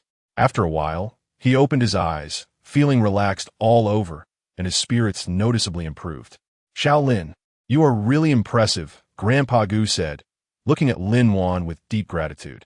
Xiaolin, are you leaving now? Grandpa Gu suddenly asked, looking at the person next to him who was constantly signaling him. Lin-Wan nodded. Yes, I still have some things to handle. Have you ever thought about staying? The capital really needs an excellent healer like you. You can propose your conditions. Grandpa Gu said, looking somewhat expectant. Lin-Wan looked at Grandpa Gu gratefully, but she shook her head and said, Thank you, Grandpa Gu, but I really have something to do and can't stay. All right, I will definitely do that. Gu Jing watched her figure with a complex expression in his eyes and gently said, Goodbye. Lin-Wan looked at the man who suddenly blocked her way and hurriedly lowered her head, not wanting anyone to see her reddened eyes. But it was too late. If she was reluctant, why did she have to leave? Gu Jing, I'm sorry. I have something very important that I must leave. Lin-Wan couldn't bring herself to talk about the matters of the present world. Lin-Wan, Gu Jing, the captain of the Thunder Team. A level 6 ability user with dual abilities in lightning and wind. Lin-Wan listened in confusion to Gu Jing's self-introduction, unsure of what he wanted to say. I like you, Gu Jing said seriously. Gu Jing likes Lin-Wan, can you hear that? Gu Jing likes. Okay, don't say any more. Lin-Wan's cheeks flushed as she rushed forward and covered Gu Jing's mouth with her hand. With a smile on his face, Gu Jing hugged the person who came to him, and by the time Lin-Wan realized it, she was already in his arms. You let go. Lin-Wan lowered her hand and pushed against Gu Jing's chest, but of course, she couldn't push him away. Feeling the muscles under Gu Jing's shirt, her hands suddenly fell down, unsure where to place them. Xiaowan, will you be my girlfriend? Gu Jing didn't give her a chance to think. If you don't agree, there's nothing I can do. Everyone saw it. What? Lin-Wan was still looking down, thinking about how to refuse.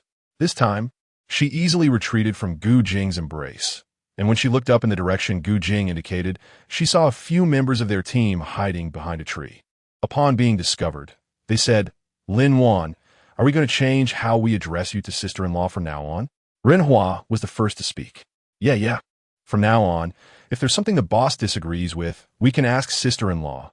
Zhao Tianyu chimed in with a grin. All right, we're leaving, Chuyinbu said, glancing at Lin-Wan, whose face was as red as if it was on fire.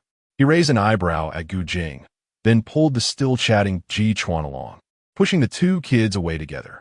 Did you see them a long time ago? Lin-Wan asked angrily and shyly. No, I was too busy looking at you. How could I have the time to look at them? Gu Jing thought to himself that he wasn't stupid. Xiaowan, Please agree to me, okay?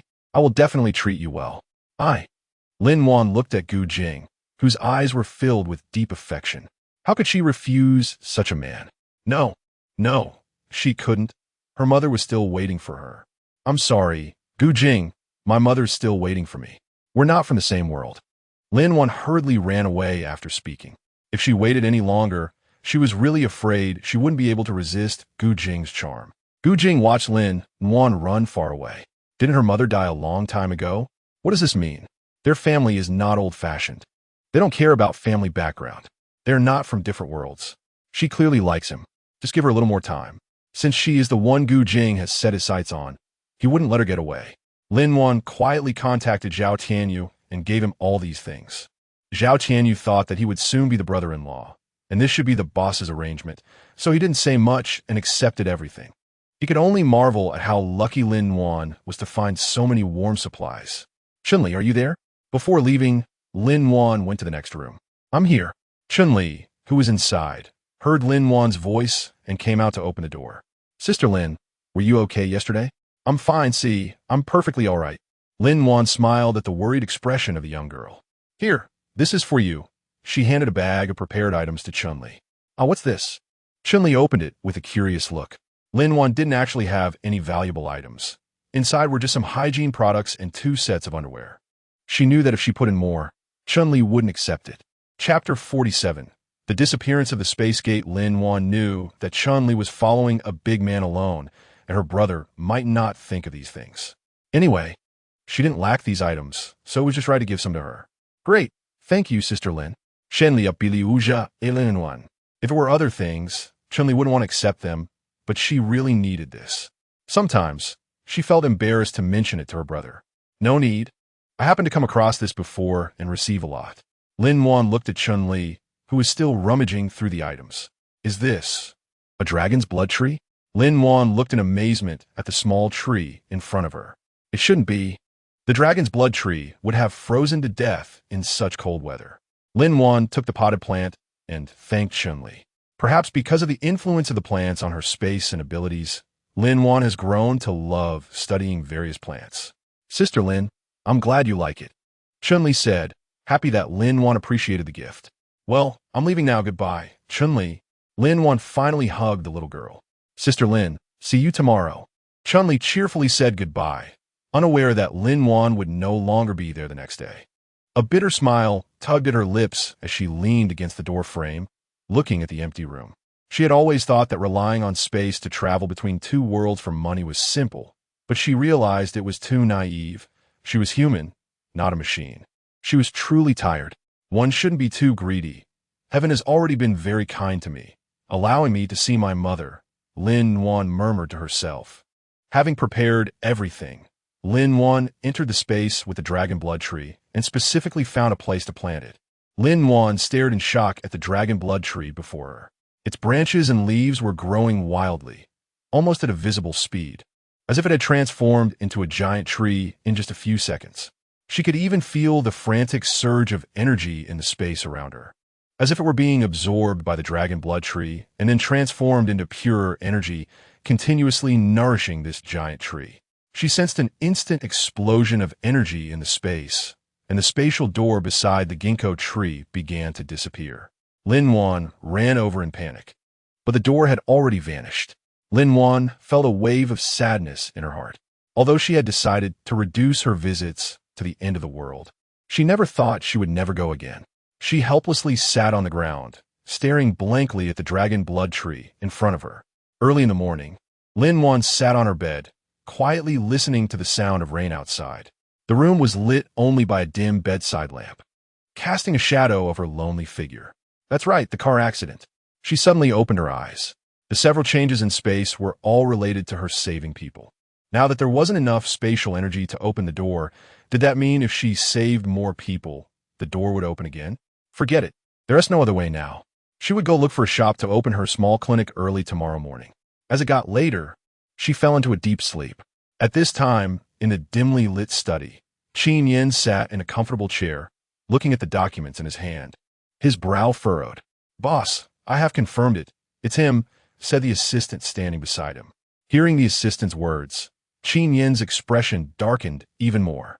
This bastard actually dared to do this. Qin Yin's cousin had always been the apple of their grandfather's eye.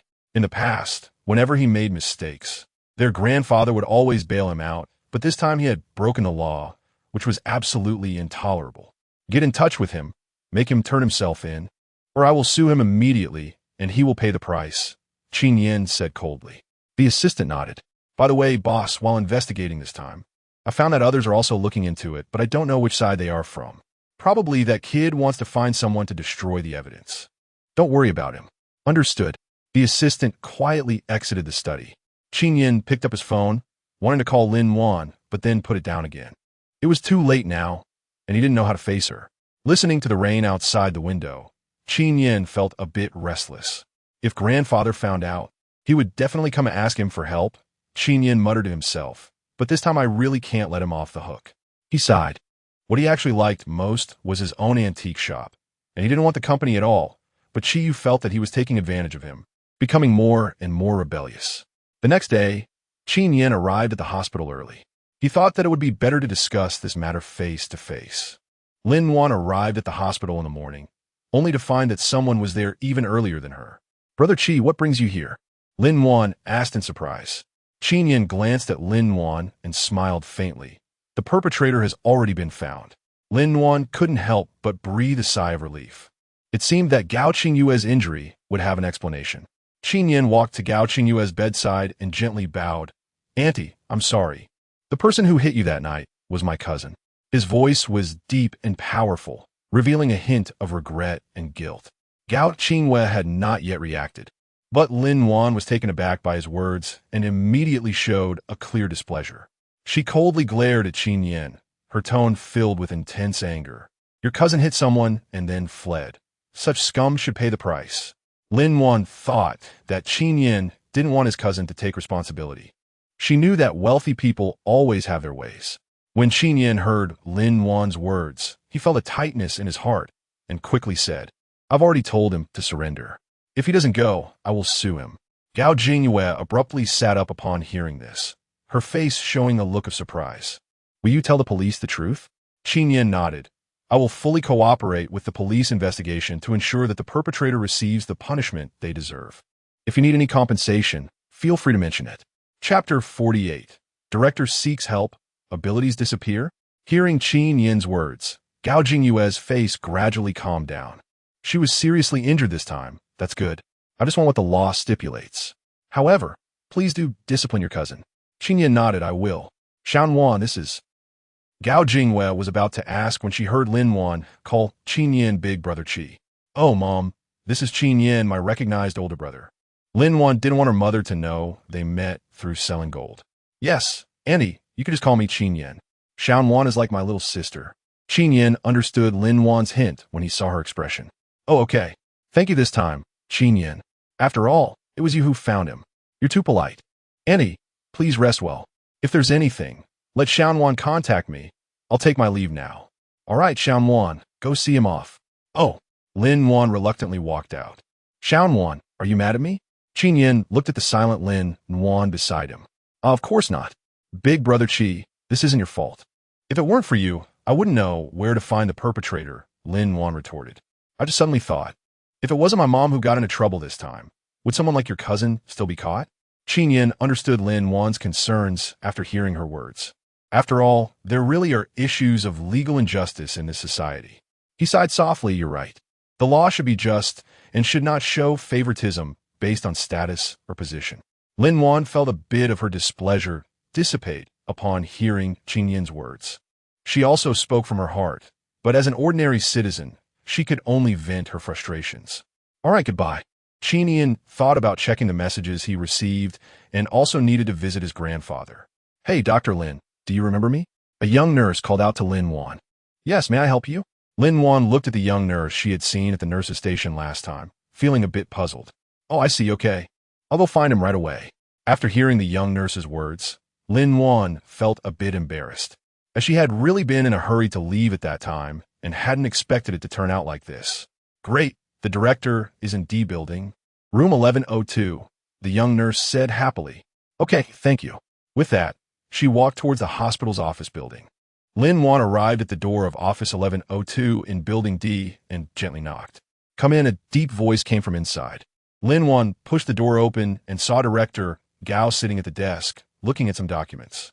Gao Wei put down the files, looked up, and exclaimed, "Oh, it's Dr. Lin. I've finally been waiting for you." He quickly stood up and walked over. "I'm sorry, Director Gao. I had to leave in a hurry last time." Lin-Wan quickly apologized. It's okay, Gao Wei said with a smile. "Actually, I was looking for you because I've been entrusted by someone." "Entrusted by someone?" Lin-Wan asked with some confusion. "Yes, the hospital has received a very special patient these past few days. She has cervical cancer and needs surgical treatment. However, because she is pregnant, the surgery cannot be performed immediately and must wait until she gives birth," Gao Wei said mysteriously. "Then why look for me?" Lin-Wan felt that she couldn't help with this, and the hospital didn't know about her special abilities.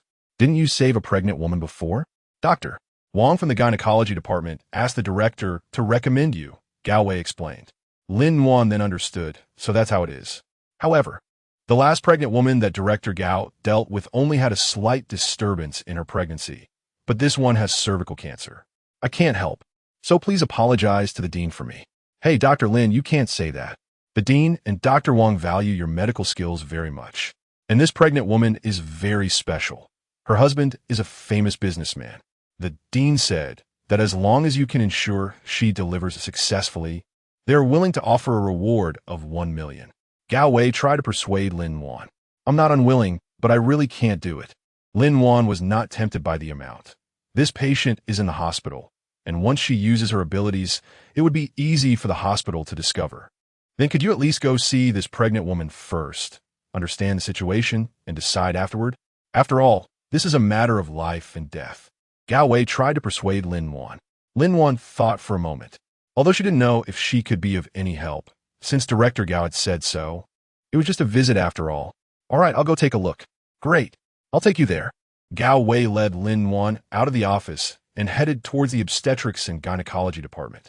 On the way, Gao Wei gave Lin-Wan a detailed introduction to the situation of the pregnant woman. The pregnant woman was named Ji Lin, and her husband was a well-known supermarket owner in the city named Chen. The couple had been trying to have a child for a long time, and after finally getting pregnant, she was diagnosed with cervical cancer.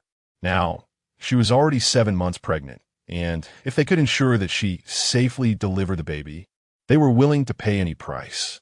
Lin-Wan listened to Gao Wei's introduction and realized that this boss was quite successful in business, and he must have invested a significant amount of money in the hospital. Otherwise, an orthopedic director wouldn't know so much. Lin-Wan and Gao Wei arrived at the door of the ward, and Gao Wei pushed the door open. Lin-Wan heard a faint crying sound from inside, and her heart felt heavy. She gently pushed the door open and saw a woman, about 40 years old, lying in bed, with a man in his 50s sitting beside her, looking very anxious and worried as he gazed at the woman on the bed. "Hello, I'm Lin-Wan." Lin-Wan smiled as she walked into the hospital room, trying to ease the tense atmosphere. Ji Lin raised her head. Her face was pale, and her eyes were red, clearly having just cried. "Are you Dr. Lin?" "Hello, Dr. Lin. I'm Ji Lin, and this is my husband, Chen Jun." Ji Lin introduced the man sitting by the bed. "Hello, Mr. Chen." Lin-Wan nodded slightly and then asked, "Can you tell me the specific situation?" Ji Lin pressed her lips together, her gaze somewhat dim. "I was diagnosed with cervical cancer when I was 5 months pregnant. At that time, the doctor said I could wait until the baby was born to have surgery. But recently, I suddenly started bleeding, and the doctor said I must have surgery now, but can't guarantee the safety of my baby." Chen Jun interjected. "We've seen many doctors before, but none of them dared to guarantee the safety of the baby. We're all very worried." Lin-Wan nodded. She understood the concerns of the pregnant woman and her family. "Let me show you first. Give me your hand." Chapter 49. Doubts. Lin-Wan seemed to be taking the pulse, but in fact, she was trying to sense the patient's body with her supernatural ability. But how could this happen? She almost cried out. Where was her ability? Why was it gone? Could it be that the spiritual energy in this space was insufficient, and the energy in the current world couldn't support her use of her powers? What should she do now? She anxiously looked at Ji Lin's belly. What's this? Great. The change in her eyes was still there. She could see that the patient's tumor was definitely a bit larger and was already affecting the child. Chen Jun and Ji Lin nervously watched Lin Wan's every move.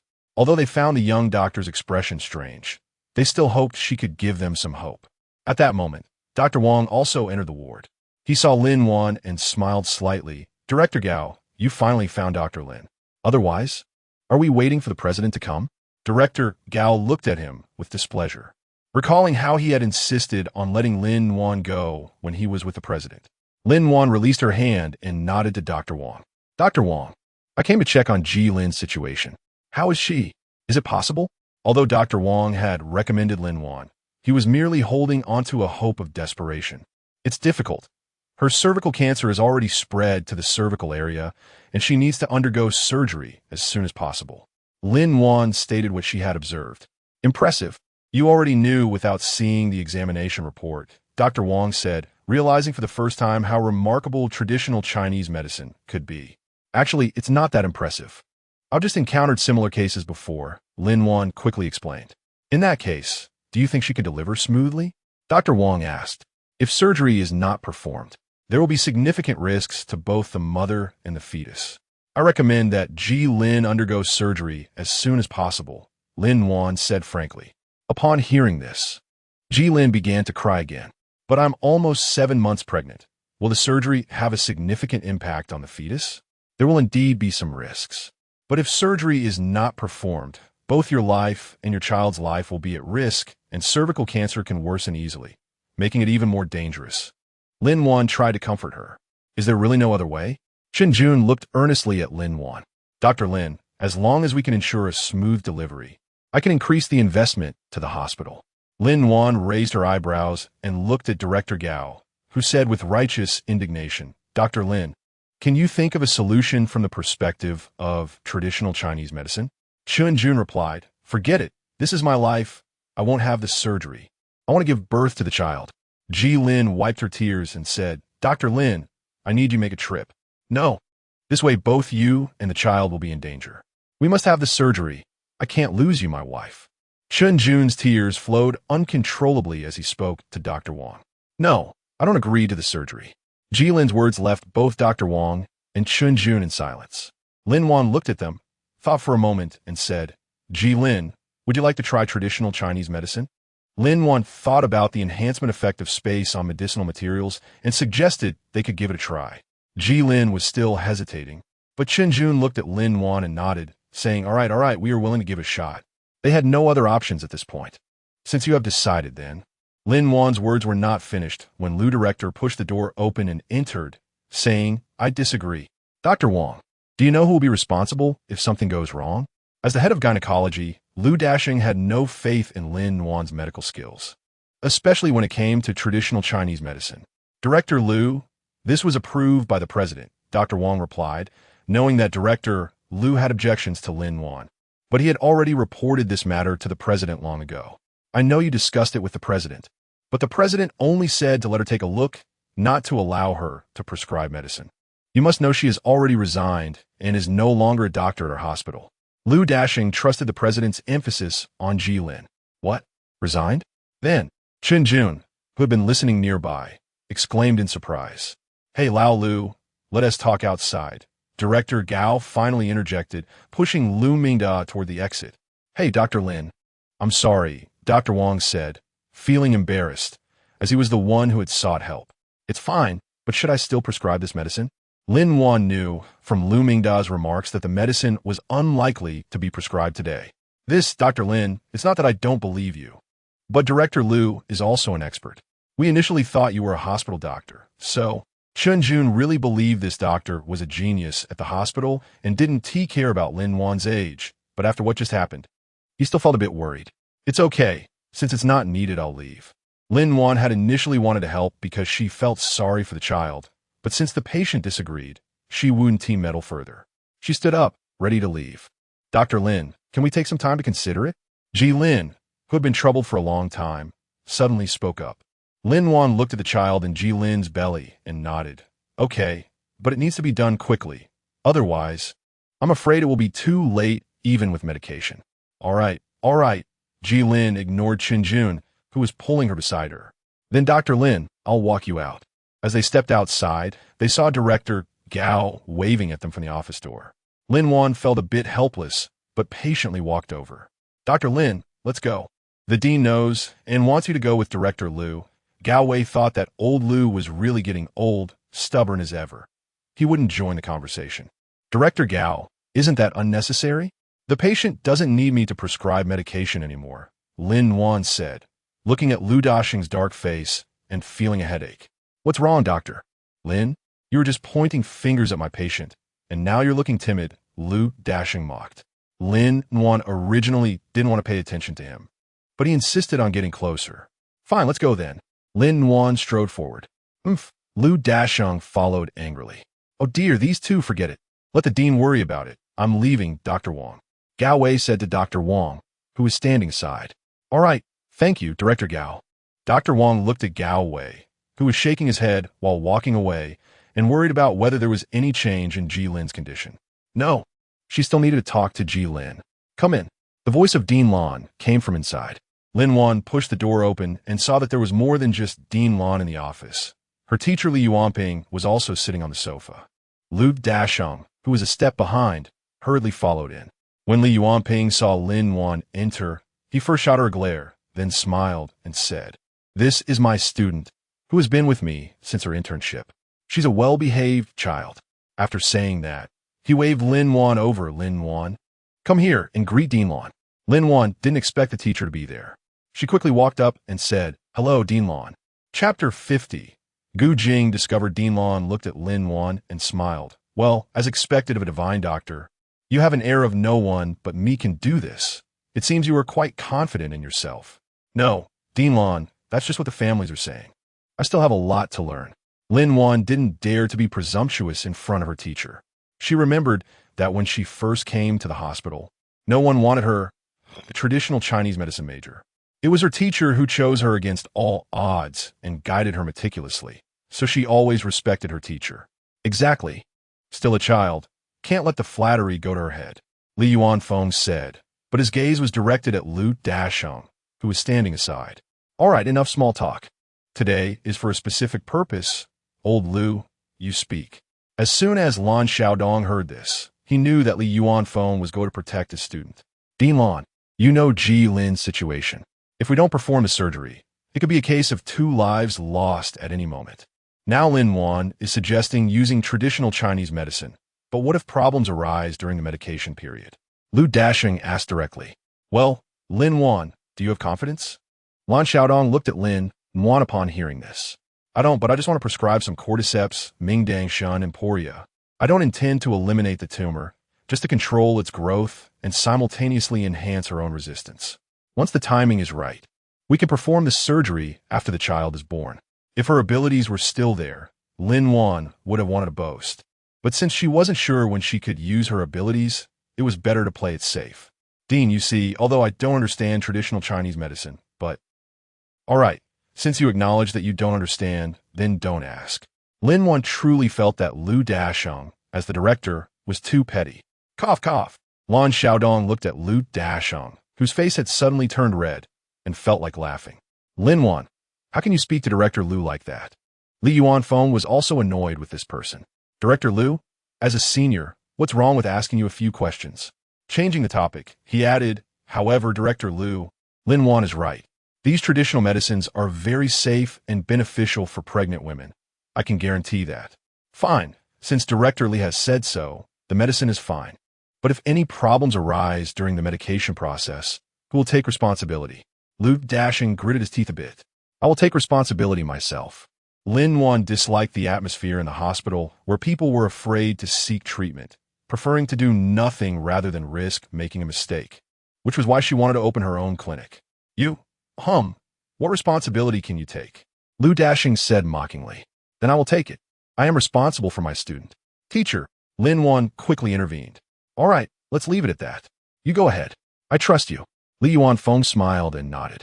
Lin Wan wanted to say something else, but she heard Lan Xiaodong say, All right, Lin Wan, you can go out first. Lao Lu, stay here. She could only leave helplessly. Unexpectedly, as soon as she reached the obstetrics and gynecology department, Dr. Wang rushed over. Dr. Lin, Ji Lin, and the others have agreed to use traditional Chinese medicine. What? Lin-Wan was still thinking about how to prove herself. Yes, Dr. Wang said with a smile, come with me. They went to the office and Dr. Wang opened the computer. Dr. Lin, you can speak. I'll prescribe the medicine. Lin-Wan was still thinking about secretly making the medicine herself. But it seemed that wouldn't work. All right, I'll do it myself. Okay, Dr. Wang moved aside. After a while, Lin-Wan finished preparing the prescription. Dr. Wang, this medicine is quite special. I need to brew it myself to bring out its effects. Please tell the patient that I'll deliver the evening medicine. All right, no problem. Thank you. Lin-Wan went directly to the decoction center on the north side of Building F in the hospital, probably due to prior arrangements. They did not make things difficult for her and handed over the medicine. Nowadays, the hospital's decoction is mostly controlled by machines.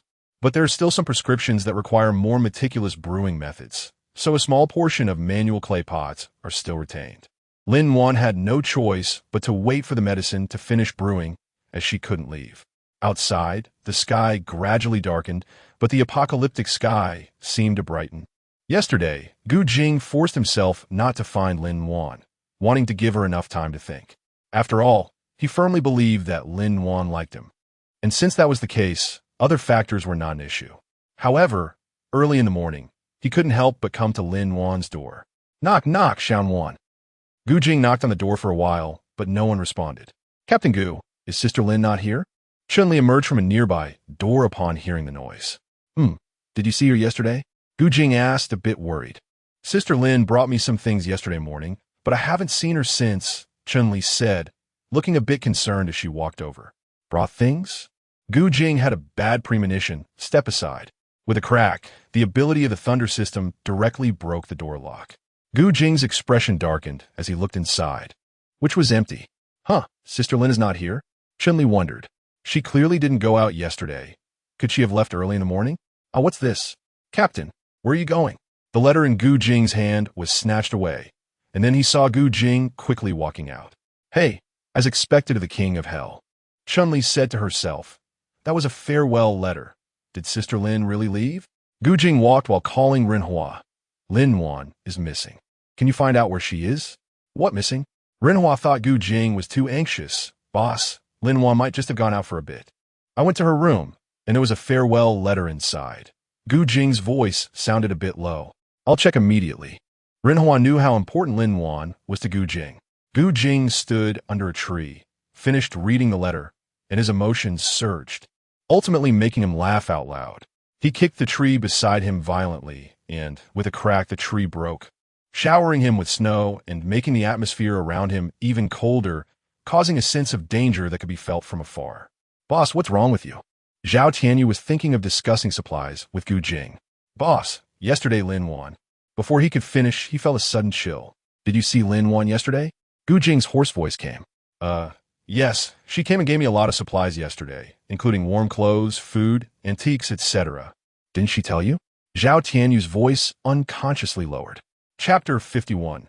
The Magic of Space Herbs. Haha. Good, very good. This is to clarify the boundaries with me. Gu Jing was so angry he almost ground his teeth. What's going on, boss? This is too much. It's nothing, she left. Give the supplies to Yunbo. He will distribute them. From now on, just act as if Lin-Wan never existed. Tell Renhua not to look for her. Gu Jing's face was tightly drawn as he slammed the door shut. Many people were thrown into chaos due to Lin-Wan's sudden departure. Meanwhile, Lin-Wan herself was dozing off. Ding! Lin-Wan was startled awake by her phone sound. Looking, it was a message from Director Gao. Wan. Director Gao said you have important matters to attend to. Mama's fine. If you're running out of time, don't rush over. She really forgot to tell her mom. Luckily, Director Gao thought of it. Mom, I'm almost done. I'll be there soon. Okay, I got it. Lin-Wan thought that perhaps in this world, only her mother truly placed her first, prioritizing everything for her. What does this smell? She looked at the clay pot in front of her. It seemed the medicine was almost ready. Why does this smell seem a bit familiar? What could it be? While thinking, Lin-Wan poured out the medicine, preparing to take it to the hospital room. In a spacious and bright room, dozens of famous paintings hung on the walls, and a thick red carpet covered the floor, soft and comfortable. In the center of the room was an exquisite antique wooden desk. behind which sat a comfortable armchair occupied by an elderly man. This elder was Chi Chong, Qin Yin's grandfather, who, despite being over 70, still looked vigorous and confident. His thick hair had turned quite white, but was neatly combed, exuding an air of nobility and elegance. "Grandpa, I've already said there's no need to plead for Chi-Yu anymore," Qin Yin said gently. "What's wrong? Can't I command you anymore?" Chi Chong frowned slightly, showing a hint of displeasure. Butler Chi stepped forward and handed the documents to Chi Chong. "Sir, the information has arrived." "Grandpa Yu." Qin Yin knew that Grandpa must have investigated Lin Wan. You thought I wouldn't find out if you didn't say anything. I want to see what kind of woman could make you send your own brother to the police station." Chi Chong opened the file in hand, and the first page was Lin Wan's photo. What is this?" Chi Chong's voice trembled slightly, and his expression changed as he looked at the photo. "Who is this?" Butler Chi explained, "Sir, this is Lin Wan. Her mother was the one who was hit by young Master Chi-Yu." The next photo was attached. Butler Chi understood why Chi Chong was so surprised. The moment he saw the information, he knew that young Master Chi-Yu wouldn't be able to escape this time. Qin Yin watched his grandpa stare at the photos of Lin Wan and her mother, feeling as if he was about to cry. "No way. You must be mistaken. How is Lin Wan's mother now?" Chi Chong's voice was a bit hoarse. "She's not in life-threatening danger, but I heard that she might have some issues walking in the future," Qin Yin said, feeling a bit inexplicable. "Oh, I see. You can go now," Chi Chong said after a moment of silence. "Okay, then I'll leave." Although Qin Yin felt that both Chi Chong and Butler Chi were a bit strange. As long as he didn't plead for Chi-Yu, he didn't want to ask further. "But sir, are you not going to tell young Master Qin Yin?" "Let me think about it." Chi Chong hesitated, deciding to tell Zhou Wenli that Chi-Yu's matter should not involve her and that she should not cause trouble for them. "Yes, sir," Butler Chi answered and withdrew. I wonder how badly she was hurt. Should I ask Oldly to take a look? That little girl has grown up so much." Chi Chong murmured to himself. Unbeknownst to Lin Wan, who was being mentioned, a bigger trouble was about to await her. She had just delivered the medicine to the hospital room, and along the way, due to the fragrant aroma of the medicine, many people mistook her for a delivery person, asking about the shop. This left her quite confused. Although the medicine did have a strong scent, it shouldn't be this exaggerated. In reality, she had already grown accustomed to the environment of the space. These medicinal herbs have been nourished by the spiritual energy of the space, greatly enhancing their efficacy. Most people in the hospital were already experiencing physical discomfort, so the faint spiritual energy released from medicinal soup was enough for them to feel that what Lin Wan held in her hands was something good. "Ji Lin, you're awake just in time. Come and drink this medicine." Lin Wan pushed the door open and saw Ji Lin sitting there. "Dr. Lin, you're here." Ji Lin looked at the bowl of medicine in front of her. The effectiveness was uncertain, but the aroma was something she had never smelled from traditional Chinese medicine before. "Dr. Lin, is this medicine really effective?" Chen Jun, unable to resist Ji Lin's insistence, agreed to try the traditional medicine, but still felt deep down that it wasn't very reliable. "I can't guarantee it will definitely work, but this dose is mainly to nourish her body, so there won't be any danger." Lin Wan understood well that in today's increasingly westernized society, more and more people chose Western medicine, while traditional Chinese medicine was seen as a last resort. Even if traditional Chinese medicine cured patients, they often attributed it to luck rather than genuinely believing in its efficacy. Traditional Chinese medicine had been marginalized, becoming a way for people to seek psychological comfort. "Tin Yun, I believe Dr. Lin." Ji Lin picked up the bowl of medicine and drank it in one gulp. "How is it, dear?" Chen Jun asked anxiously from his side. Wait, why does my stomach feel warm? Is it because I drank something hot? Oh, it's gone? It seems like it was just an illusion."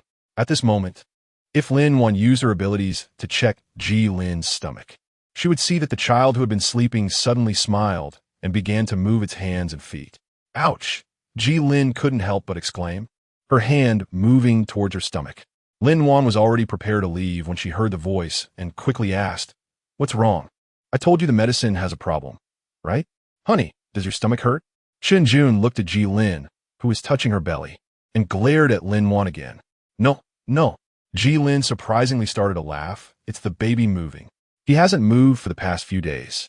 and I've been so worried, but I didn't dare to say anything. Let me take a look. Lin-Wan gently reached out to touch her belly. It's fine. Just normal fetal movement. I'll come back to deliver the medicine tomorrow morning. Lin-Wan finished speaking and didn't pay any attention to the silly grins on Chen Jun and Ji Lin's faces. Dr. Lin, wait.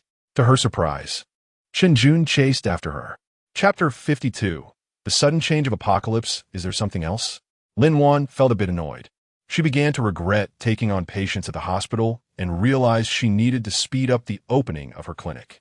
Dr. Lin, I'm sorry about earlier. You see, I was just anxious. Chen Jun acknowledged that his previous attitude had not been good. It's okay, let's leave it at that.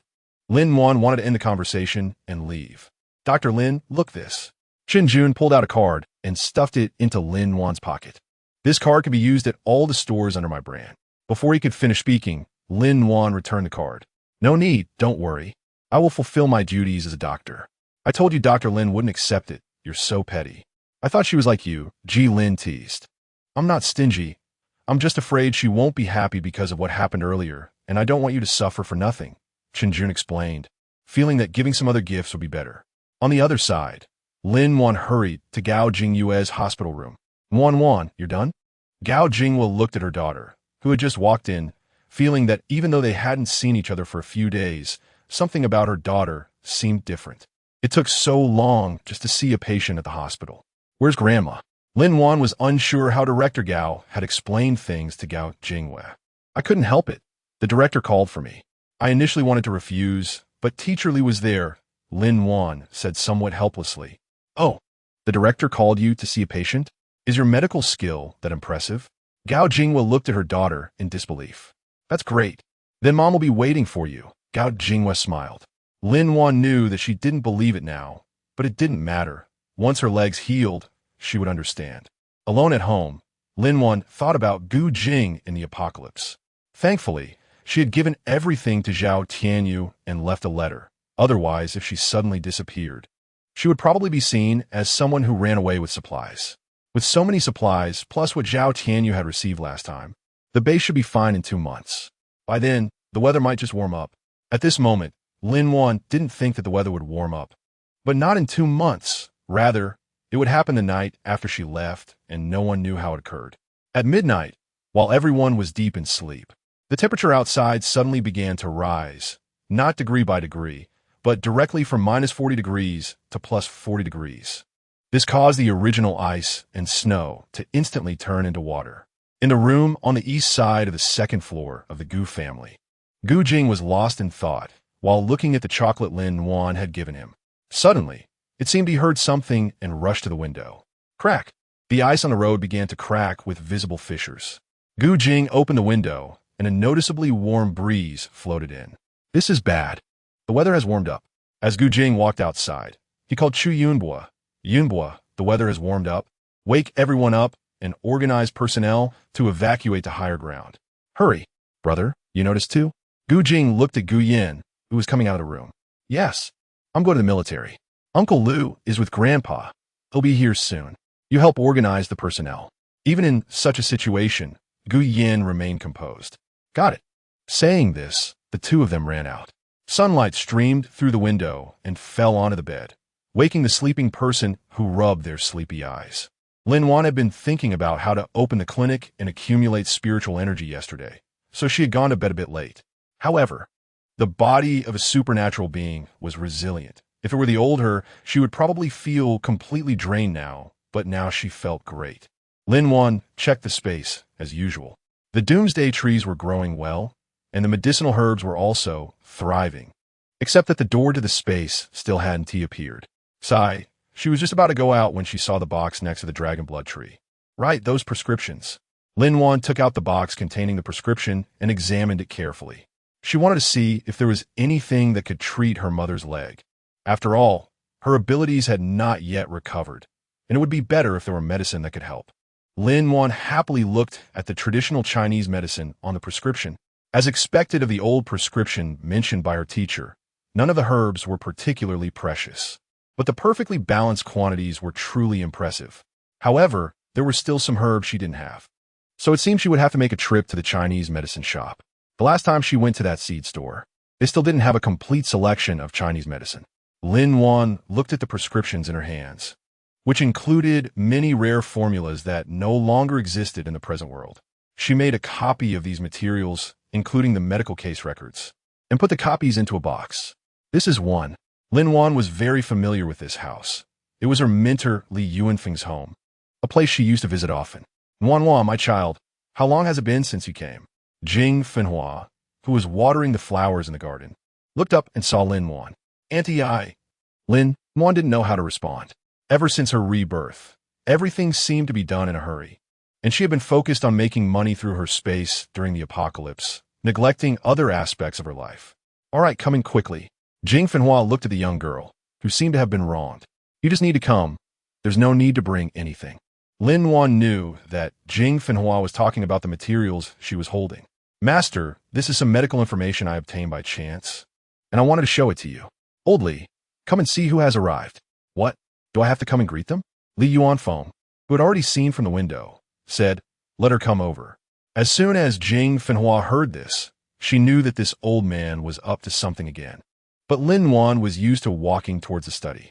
Teacher, I'm here. Lin Wan put down the box and stood there with her head down. What's wrong? Is the medicine incorrect, or has something happened? Chapter 53, Discharge. No, teacher. Lin Wan didn't know how to explain why her medical skills had suddenly improved so much. No, why are you acting like this? Li Yuanfeng looked at his most satisfactory disciple.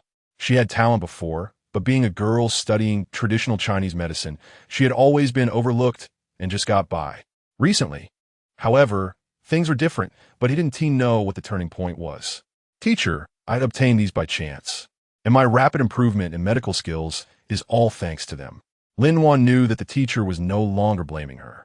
After taking out these materials, she could excuse herself for any shortcomings, and on the other hand, it could also fill in the gaps in traditional Chinese medicine, benefiting more patients. What? I wasn't originally interested in what was in the box. Li Yuanfeng hurriedly opened it. These are ancient prescriptions? Yes. I feel they're very similar to what you told me before about the missing prescriptions from Baichao Hall. Lin Wan said directly. Baichao Hall, wait a moment. Li Yuanfeng walked to the back bookshelf and took an old notebook from the far right. This was passed down from my master. It is said that a former apprentice at Baichao Hall had copied down some names of doctors. Lin Wan took it, flipped through the contents inside, and found that the names of ancient physicians recorded on it actually matched up. Indeed, it was from Baichao Hall. Did this end up in Chen Jingyu's warehouse because he stole it? It really matched. Li Yuanfeng was pleased. Where did you get this from? Forget it, I won't ask. Have you tried the prescriptions inside? Not yet. Lin Wan admitted, I plan to use the bone-healing soup to try it on my mom. That's nonsense. Li Yuanfeng said sternly, I just thought you had matured, but you're still reckless. No matter how good this prescription is, it's still hundreds of years old. Do you think the names of the herbs in the prescription mean the same as they do now? What? Lin Wan was only thinking about the intricacies of the prescription and hadn't considered this. But I see that the herbs inside are indeed suitable. Do you remember Chuanxiong? A typical case of same name, different medicine, Li Yuanfeng asked. And even if the herbs are the same, you still need to consider their age. Don't use it impulsively. Wait until I find someone to study it thoroughly before proceeding. I understand, but Lin Wan still wanted to defend herself, as her space could guarantee the effectiveness of the herbs. But what? Li Yuanfeng looked at Lin Wan. You see, you're so impulsive. Have you thought about what would happen if something really went wrong with your mother? I understand, teacher. Lin Wan knew Li Yuanfeng was looking out for her. All right, hurry to the hospital. You still need to pay attention to Ji Lin. Don't be afraid to use medicine, but also be cautious. Li Yuanfeng waved his hand, signaling Lin Wan to leave, while he became engrossed in the medical case. Oh, this is actually like this. Lin Wan helplessly looked at her teacher and had to leave first. Wan, are you leaving already? Jing Fenhua looked at Lin Wan as she came out. Yes, teacher mother. I still have to go to the hospital. Lin Wan walked over and hugged Jing Fenhua. You girl, take care of your health and don't overwork yourself. Jing Fenhua gently advised, stroking her hair. I know, teacher mother, Lin Wan smiled. After leaving the Jing family villa, Lin Wan arrived at the hospital, found a hidden corner, took out the medicinal soup, and first went to Ji Lin's ward. Ji Lin, it's time for your medicine. How was it yesterday? Lin Wan walked into the ward and handed the medicinal soup to Ji Lin. Dr. Lin, thank you. I felt much better yesterday. I slept well last night. And the baby is fine. I even did some exercise this morning, Ji Lin said with a slight smile as she looked at her belly. Yes, thanks to Dr. Lin. Chen Jun, who was there early in the morning, said excitedly. I even felt our baby's little hands and feet. I can't express how thrilled I am. Dr. Lin, you're really like Hua Tuo reincarnated. I've decided to donate 5 million to the hospital's traditional Chinese medicine department. Chen Jun had thought about this for a long time yesterday. Although Lin Wan was no longer working at the hospital, he had inquired and found out that her teacher was still there, so she would likely not refuse. Then thank you, Boss Chun. Lin Wan would certainly not refuse, as this money would be just right for her teacher's research. You're too polite. Just call me Chen Jun. He replied. Yes, Dr. Lin, I also need to trouble you to personally decoct the medicine. We are really grateful, Ji Lin said as she drank the medicine, which surprisingly tasted even better than yesterday. The medicine was so good that others wouldn't believe it. It was truly better than the soup she had been drinking. All right, let me check your pulse. Lin Wan placed her hand on Ji Lin's and looked directly at her belly.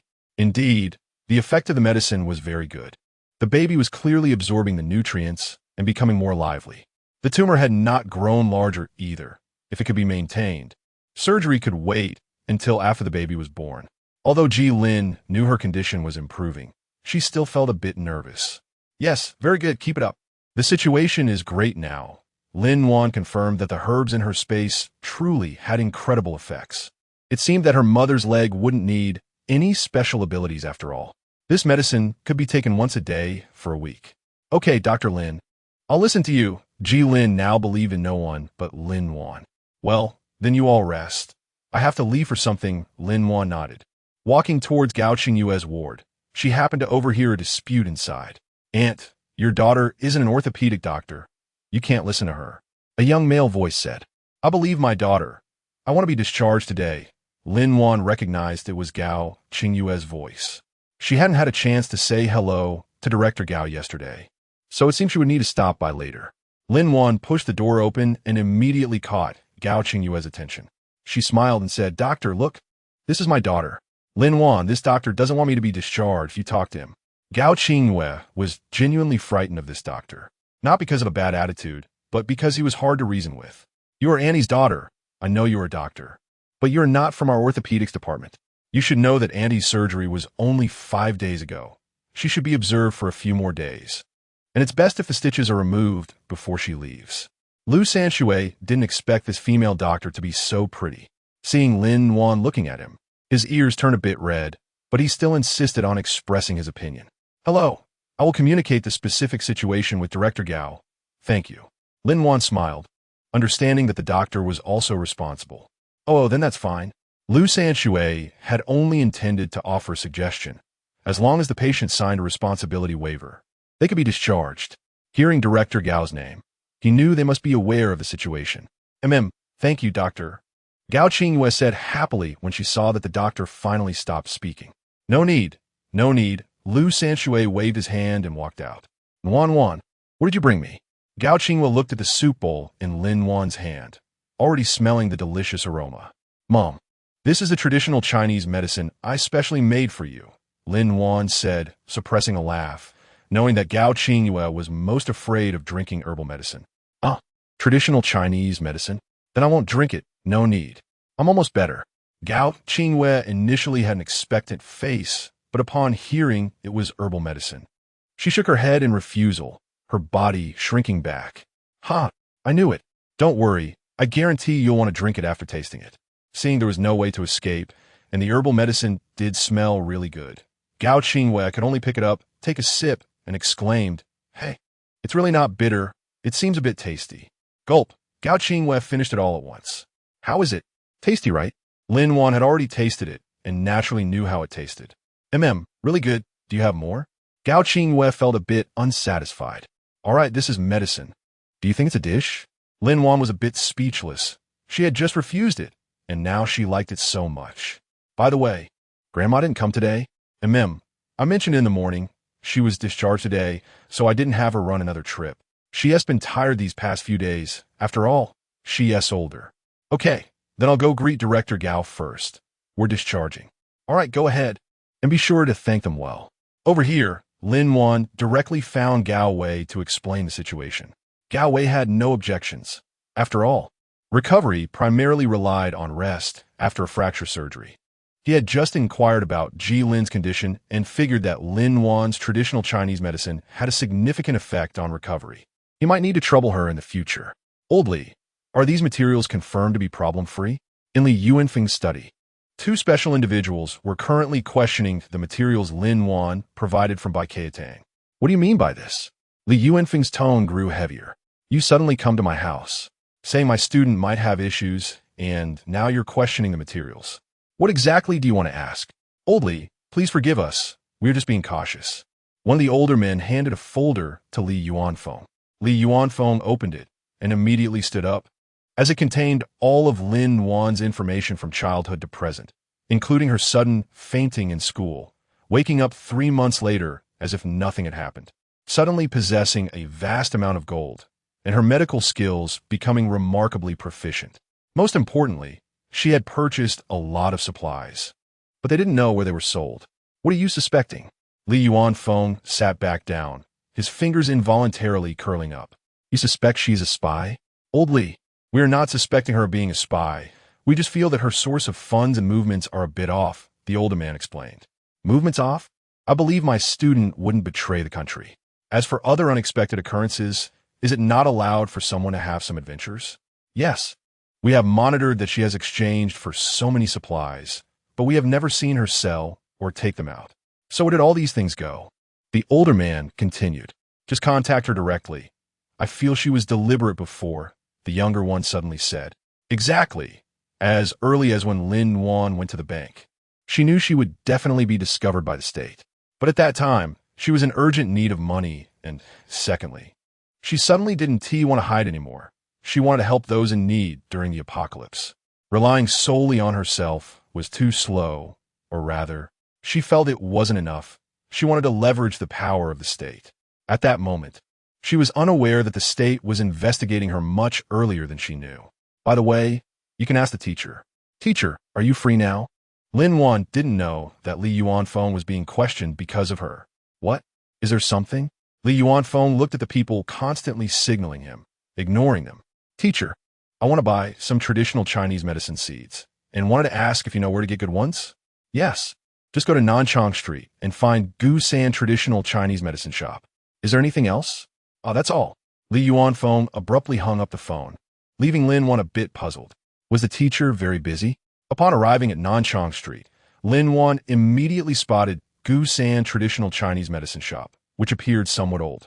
The shop wasn't large, but the sign hanging at the entrance gave a warm feeling, with the words Gu San Traditional Chinese Medicine Shop written in slightly faded characters. But it had a lot of charm.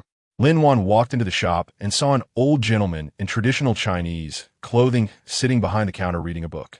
The atmosphere in the store was very calm, as if time had come to a standstill. Hello, sir, Lin Wan greeted him. Gu Ping looked up and smiled slightly at Lin Wan. Hello, do you need to buy some Chinese medicinal herbs? I would like to buy some herbal seeds. Do you have any here? Lin Wan asked. Of course I do, but the herbal seeds here are of the highest quality and aren't cheap, Gu Ping replied, picking up a thick compendium of medicinal herbs and flipping through it. Which seed are you looking to buy? Lin Wan thought for a moment and said, 3-7, Angelica astragalus, Atractylodes, and other seeds. All right, we have all these seeds, but they're quite expensive, Gu Ping said, picking up several small bags. These are the seeds you wanted, and it totals 5,000 yuan. I also want Chuanxiong by Xiao and ginseng, Lin Wan asked tentatively. Gu Ping's expression didn't change as he replied. These have plants, and they're very expensive, plus no guarantee of survival. That's great, no problem. I want them. Lin Wan didn't expect to actually find them. Are you sure you want them? Once the goods are out, they cannot be returned. Young lady, are you buying these for an elder? Should I check? Gu Ping kindly asked. No, I'm planting them myself. I'm also a traditional Chinese medicine practitioner, and my teacher Li Yuanfeng recommended me to come to you. Lin Wan was afraid Gu Ping wouldn't sell to her.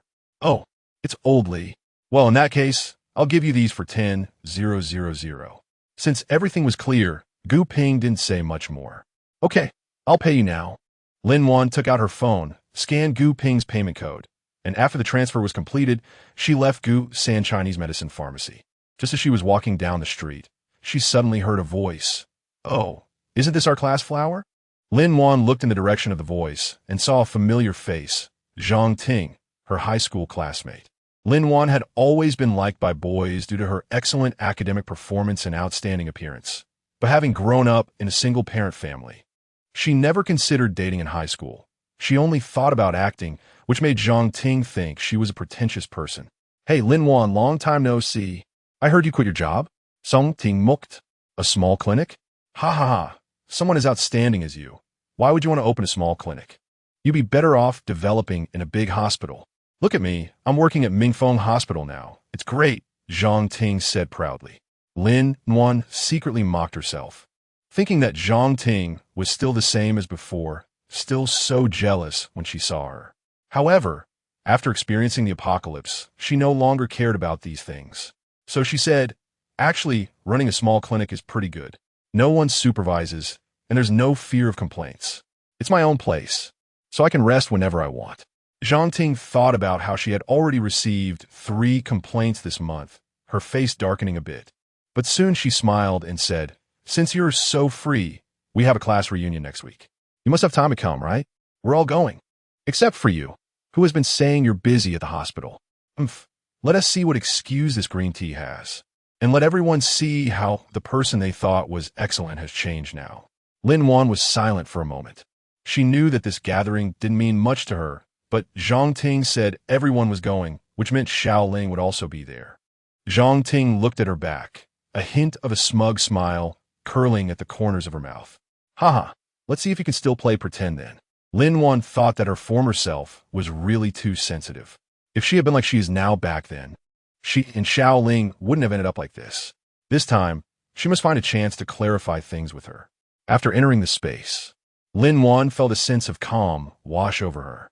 She realized that she often overthought things because of Xiao Ling and Gu Jing, and that she was always indecisive, ultimately regretting her choices with no way to change them. She should change her mindset. Lin Wan enjoyed this tranquility and comfort alone, while Gu Jing was sweating profusely. "All right, have we found a place we can go?" Gu Jing noticed the fearful expressions on the faces of many people behind him and couldn't help but sigh. After finally settling down in the base, they were now faced with high temperatures and flooding. "Boss, I just calculated with Tianyu. We have enough food for these people. But how much longer can they walk?" Chu Yunbo knew that Gu Jing couldn't abandon these people, but if they didn't first find a place to settle, these people wouldn't last long. Gu Jing furrowed his brows, took a deep breath, and said, "We really can't delay any longer. I'll go find my brother. Brother, we can't keep going like this. I suggest our team go ahead to find a suitable place first. How many people can your airship carry?" Guyan suddenly asked. "The airship can carry 100 people, but this terrain is not suitable for it. It's too dangerous." Gu Jing had already considered this issue. "No need to take off. Just bring it out. I see many elderly and children might not hold on much longer. I'll stay here and wait for your news, and let them rest in the airship." Guyan thought of using the airship's temperature control function. "All right, I understand." Gu Jing suddenly realized, "Tianyu, come here." As Gu Jing stood in the middle, the resting people felt the wind around them suddenly grow stronger, and the force of the wind in the center intensified, causing branches to fly up and the wind to whistle. With a wave of Gu Jing's finger, a storm began to violently sweep towards the forest, uprooting dense trees. The shocking force made Gu Jing's robes and hair dance in the fierce wind, and then these trees were carried away by the wind to the distance. Gu Jing gazed at the cleared space before him, his face showing no expression, as if this were a very ordinary event. "All right, bring out the airship." He then turned and walked away. "Yes, boss." Zhao Tianyu looked at Gu Jing with admiration. Others were shocked and terrified to see Gu Jing display such powerful wind abilities. Their eyes were filled with awe, as if they were witnessing a divine being. "That's amazing. This is the power of abilities." Someone whispered in admiration. "I've never seen such a powerful ability user. Is he the strongest in the base now?" Another person couldn't help but exclaim. Some people silently thought of themselves, filled with longing and jealousy. They hoped to one day possess abilities like Gu Jing and become someone others looked up to. "How's it going?" Any discoveries? Gu Jing walked over to Ren Hua and inquired. Ji Chuan felt uncomfortable from the heat and wiped the sweat from his forehead. What? 60 degrees? That's insane. We have to find a place to take shelter. Chu Yun's previously calm demeanor also began to show signs of anxiety. No, boss, we need to move quickly. At this temperature, the forest can easily catch fire. Upon hearing Gu Jing's order, Zhao Qianyu immediately activated the airship, and it took off shortly after. Hey, why are they leaving? Someone exclaimed, looking at the airship in surprise. Not good. Those ability users ran away, someone nearby shouted. Did they discover some danger? Another person speculated. Guyan had already understood Gu Jing's concerns and agreed with his approach. Just as he was preparing to clarify things with his subordinates and everyone, a man suddenly rushed up and pinned a soldier down. You soldiers don't care about our lives at all. Li Min shouted as he snatched Jiao Wan's gun. If you won't let us live, we'll die together. Bang! No one expected Li Min would actually fire, and he shot Gu Yin directly. Chapter 56. Autumn Leaf, Traditional Chinese Medicine Clinic Commander. Deputy Mo was still discussing with Han Er whether they could distribute some ice blocks when he heard the noise. He looked up to see Gu Yin collapsed on the ground, pale and bleeding from his arm. Where's Xiao Yi? Hurry, bring her to me.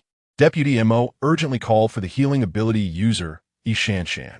Han Er coldly glared at the gun in Li Min's hand, slightly leaning his body, his palm quickly forming frost, which instantly condensed into a sharp ice spear.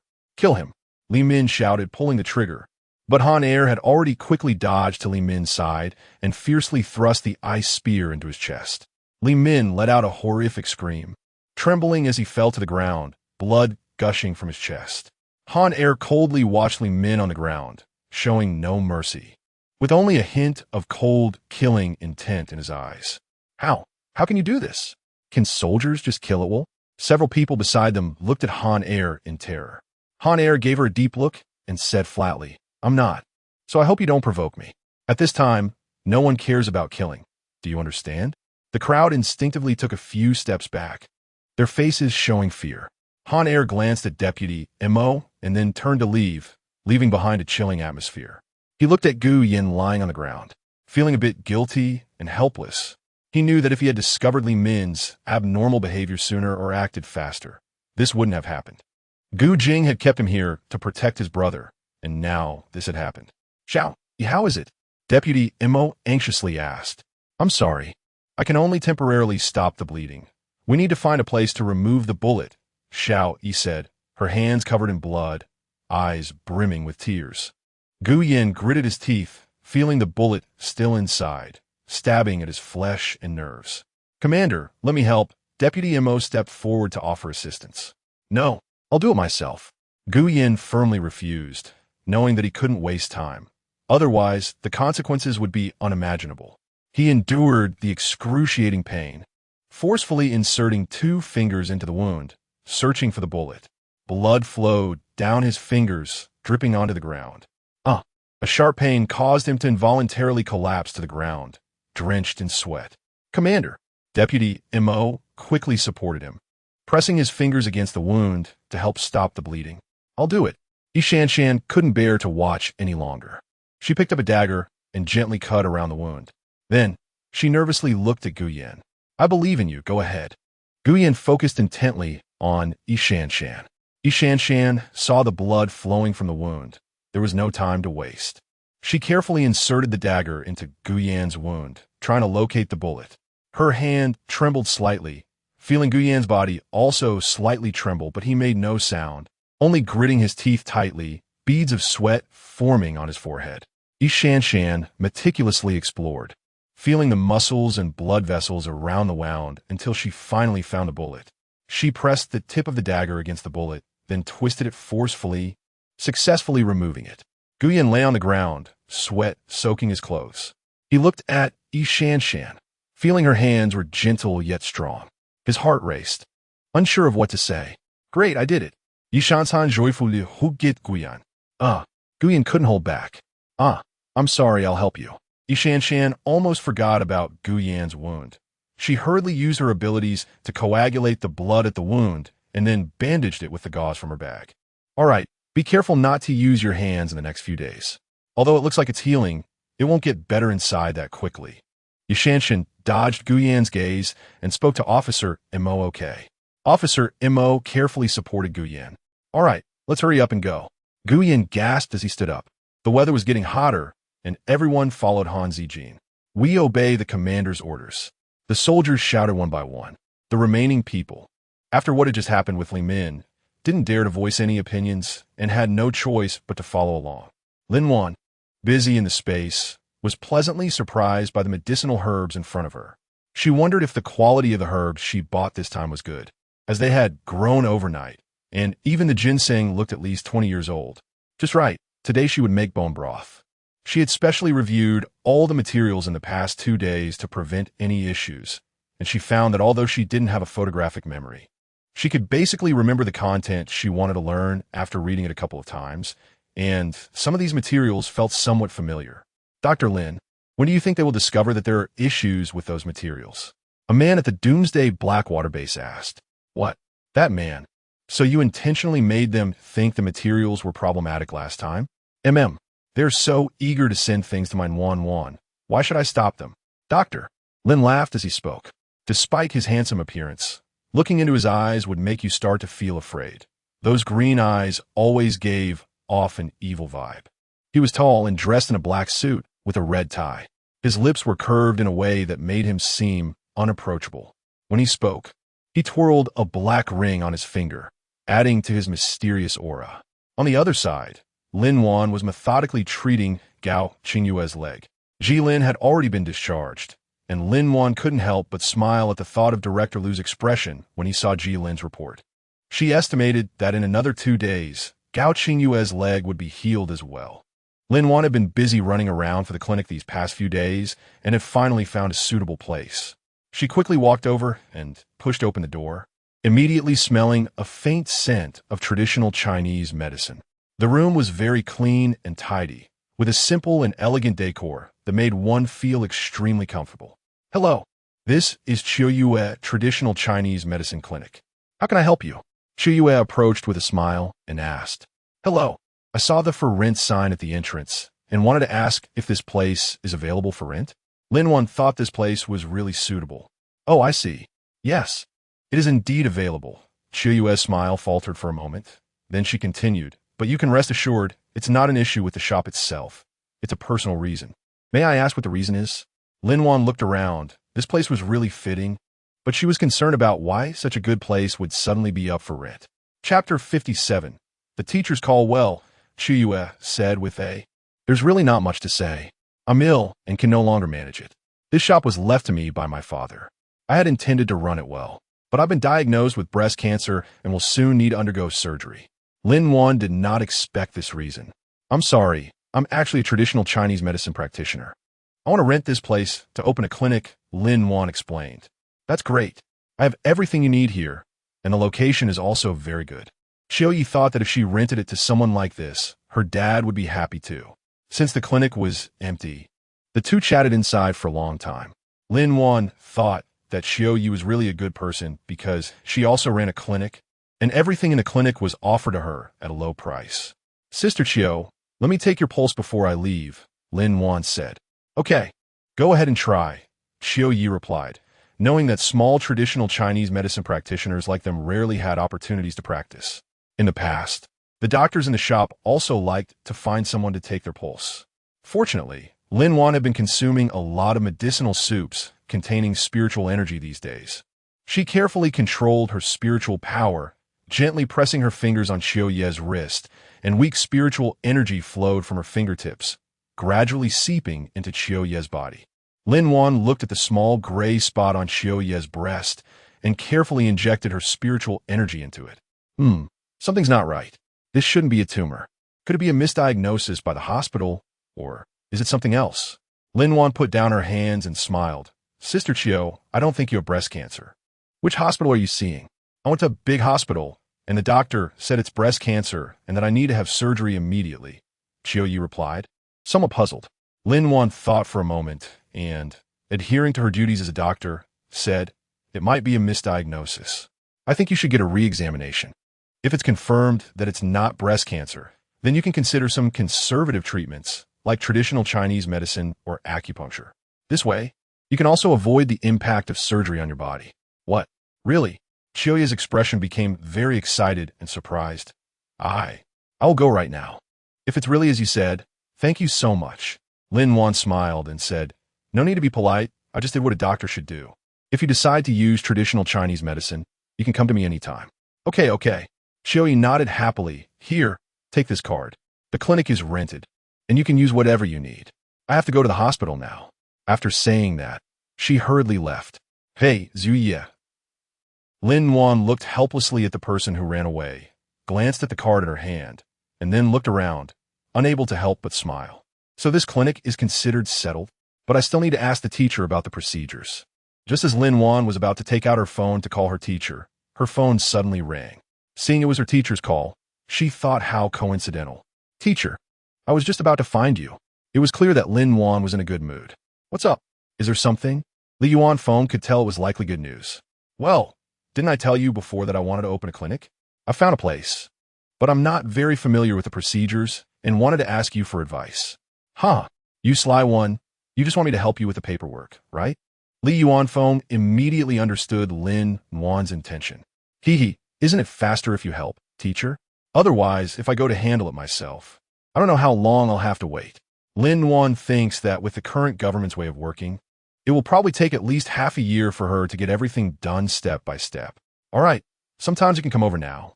I have someone looking for you, and if the situation is favorable, your matter could be resolved in half a day. Li Yuanfeng's voice suddenly became serious. Lin Wan, do you still remember the rules of my sect that I told you when you became my disciple? Lin Wan knew that the teacher had been harboring feelings about going to the island country after the first student graduated, and for a long time, he didn't want to take on any students. He only accepted her out of pity. All right then, you can come over now. Li Yuanfeng ignored the two sitting down and hung up the phone. Old Li, if she notices what you just did, will she be on guard? The elderly man asked directly. What's wrong? Didn't you say she's not a spy? What are you afraid of? Li Yuanfeng thought they had given up after he asked them last time, but it turned out they were back at it again. Old Li, we really have something to ask Comrade Lin. Look at this, it's Ji Lin's report. The young man had always had a good temper. Li Yuanfeng took the materials with a grim expression and began to read through them carefully. The results were surprisingly good. Li Yuanfeng knew what kind of medicine Lin Wan was prescribing. It was merely a tonic. It not only controlled the tumor, but seemed to have shrunk it a little. Although the change was minimal, the child was indeed growing normally. If this continued, they should be able to hold on until delivery. That's right, Old Li, you are an experienced traditional Chinese medicine practitioner. I want to ask you, if it were you, could you do it? No, I couldn't. Although Li Yuanfeng wanted to take credit for Lin Wan, he knew these people weren't so easily fooled. Are you really looking for her to save someone? Li Yuanfeng began to believe they were genuinely seeking medical help, as he had previously thought it was just an excuse. Of course, the young man said, we're afraid that if we approach her directly, she might not treat them, so we need her to use her real skills. All right, then let's wait for her to come. Li Yuanfeng understood the implication. Meanwhile, Lin Wan was on her way to Li Yuanfeng's home, thinking about the phone call she had just received. It seemed there were people next to the teacher, and there was that question. Could it be that people from his state had come? She felt a bit nervous, but was also looking forward to it, as she realized that her own progress was too slow in upgrading her space. Unconsciously, she worried about Gu Jing and the others in the apocalypse. Lin Wan got out of the car and knocked on the door. Li Yuanfeng personally came to open it. Seeing that Li Yuanfeng's expression was not too bad, Lin Wan couldn't help but feel a bit nervous. She asked, Teacher, did you need something from me? Come in with me, Li Yuanfeng said, leading Lin Wan to the study. Lin Wan found the house very quiet. Surprisingly, the teacher's wife was not at home. Without thinking much, she walked into the study and immediately saw two people, an old man and a young man, sitting upright inside. They had been turning their heads to look at Lin Wan. Although they had seen many photos over the past few days, they had actually never met her in person. Fortunately, both of them had relatively gentle expressions, and Lin Wan finally felt a sense of relief in her heart. Hello, Dr. Lin. The young man greeted her first, and the older man nodded in response. Lin Wan turned to the teacher and asked, Teacher, what is this? Chapter 58. People from the country. Li Yuanfeng smiled slightly. They are from the country. This time, They're here because they value your medical skills and would like to ask for your help. Lin Wan felt a little relieved upon hearing this, but still felt somewhat tense.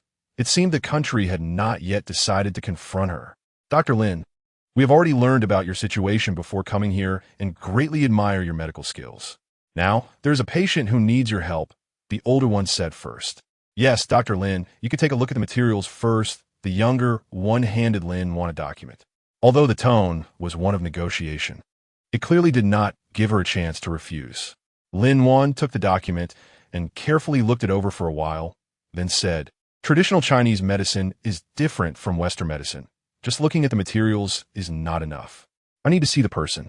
Lin Wan thought that she needed to see someone in order to determine whether her slight ability was useful. Li Yuanfeng, who was beside her, nodded happily, indicating that he had really grown up and was much more composed. "Of course, we can go now," the young man said as he stood up. "Ah, so eager?" Lin Wan didn't expect to go directly now. Although she didn't know who the person was, it must be someone important, and she wasn't ready yet. "What's wrong, Dr. Lin? Do you need to prepare something?" the older man suddenly asked. Lin Wan listened to his tone, as if he was expecting her to prepare something. "No need. I'll go get a first aid kit from the car. It's better to be prepared for such places, just in case." "From the car?" The young man laughed, "Of course. Let's go." After saying that, Lin Wan bid farewell to her teacher. Before leaving, Li Yuanfeng told Lin Wan not to be afraid if anything happened, as he would always believe in her. Lin Wan felt a bit guilty. There were many things she could discuss with the country, but not with her teacher. Otherwise, it would only harm him, so she had to keep it from her teacher. In the car, the younger one spoke up. "Dr. Lin, I want to ask, do you have confidence?" "I can't make a judgment until I see the person," Lin Wan replied. She knew they must have investigated her, although she didn't know when they had asked. However, if she saw someone from above this time, she would take the initiative. After all, for those in the apocalypse, time was truly precious. She wasn't that worried at first, but recently she had been feeling a bit palpitated, not knowing if something had happened again in the apocalypse. Now, humans in the apocalypse had already hidden underground. Fortunately, most cities had underground air raid shelters, and in places without them, humans either fled or died. Gu Jing tightly gripped the smart air-conditioned clothing, sweat sliding down his forehead. The temperature here was simply too high, as if the entire world was shrouded in the blazing sun. Their team was gathered in an open area in the middle of an abandoned office building. "Can this really help us survive in this temperature?" Ji Chuan asked, turning the air-conditioned clothing in his hands with a skeptical expression. It felt fragile, as if it would break with any sudden movement. Gu Jing nodded and opened the air-conditioned clothing to reveal the complex wiring and microchips inside. This energy can rely entirely on solar power, which is abundant right now. Zhao Tianyu looked at the sun in the sky, but it had a drawback. Due to material limitations, it couldn't withstand the impact of abilities. If he used his abilities while wearing it, the clothing would quickly break. At this point, he and Chu Yinbo had tried many times without success. The existing materials were just too few. Zhao Tianyu and Run Hua exchanged glances, and Gu Jing paused before continuing. "This means we need to find water sources and arable land as soon as possible to establish a self-sufficient ecosystem. Otherwise, humanity might truly cease to exist." "Yes, I thought the killer plants we fought against at the beginning of the apocalypse were the most formidable. But it turns out we don't even need those. As long as the sun exerts its power, we can't survive," Chu Yunbo said self-deprecatingly.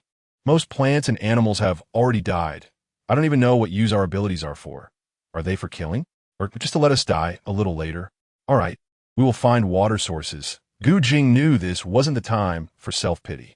"Tianyu, can the airship still be used?" "Yes, it was built using rocket materials. So this temperature isn't high for it," Zhao Tianyu said as he took out the airship. "What's wrong?" Gu Jing thought of his brother's hand. Could it be that it wasn't healed? The commander originally didn't want me to say anything, but I really couldn't help it. That bullet should have hit a critical spot. Although it feels like Xiao Yi has healed, the nerves inside might have issues. He can't lift heavy things now, or his hand will shake. Sometimes at night, it hurts unbearably. He knows your situation is more important and didn't want me to tell you. Vice Officer Mo couldn't bear to think of Gu Yan's cold sweat. Is Yi Shanshan's ability useless? Gu Jing looked at Yi Shanshan, who had been beside his brother. Wasn't she there for treatment? Xiao Yi's ability was gained after the apocalypse. But she's not a doctor and isn't skilled in using her abilities. No one in the base has taught her. Vice Officer Mo knew that Yi Shanshan had been practicing her abilities recently, but it wasn't something that could be mastered in a short time. Sigh, if only Xiao Wan. Ji Chuan couldn't help but say, but was pulled back by Chu Yunbo, glancing at Gu Jing's expressionless face and closing his mouth. All right, be careful on your journey. After Vice Officer Mo finished speaking, he watched them set off. Gu Jing and the others flew high in the sky, looking outside. This had once been a prosperous city, but now only ruins remained. It had only been a week, and the forest over there had gradually turned into a desolate scene. Last time they left, it hadn't been long before it caught fire, surrounded by charred trees and yellow-brown vegetation, the smell of smoke lingering in the air. This once prosperous forest was no longer an oasis of life, but had been replaced by silence and desolation. Chapter 59. Immunity Diseases Boss. Are you really not looking for Lin Wan? Zhao Tianyu, sitting in the front, finally spoke up. He felt that Lin Wan liked the boss, otherwise, who would give so many things to others. Zhao Tianyu thought about the many supplies in the space, not knowing how long it took Lin Wan to collect so many things. Yeah, boss. She must have been in a hurry to leave for a reason. Besides, she even left you a note. It's not like she left without saying goodbye. Ji Chuan had wanted to say earlier. Chu Yunbo glanced at Gu Jing's expression and also said, yeah, boss, in this environment outside, she must be suffering alone. I wonder if the supplies in her hands are enough. Listening to their words, Gu Jing's heart churned as well. That woman wasn't a fool. She wouldn't leave herself empty-handed. While they thought Lin Wan was struggling outside, she was sitting on a soft sofa, looking at the living room in front of her. From the armed security at the door, she could tell that the person living here was not ordinary.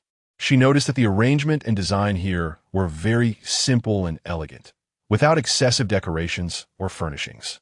The entire wall didn't even have a single photo. It was empty. The two people who came in had gone upstairs, not knowing who they were reporting to.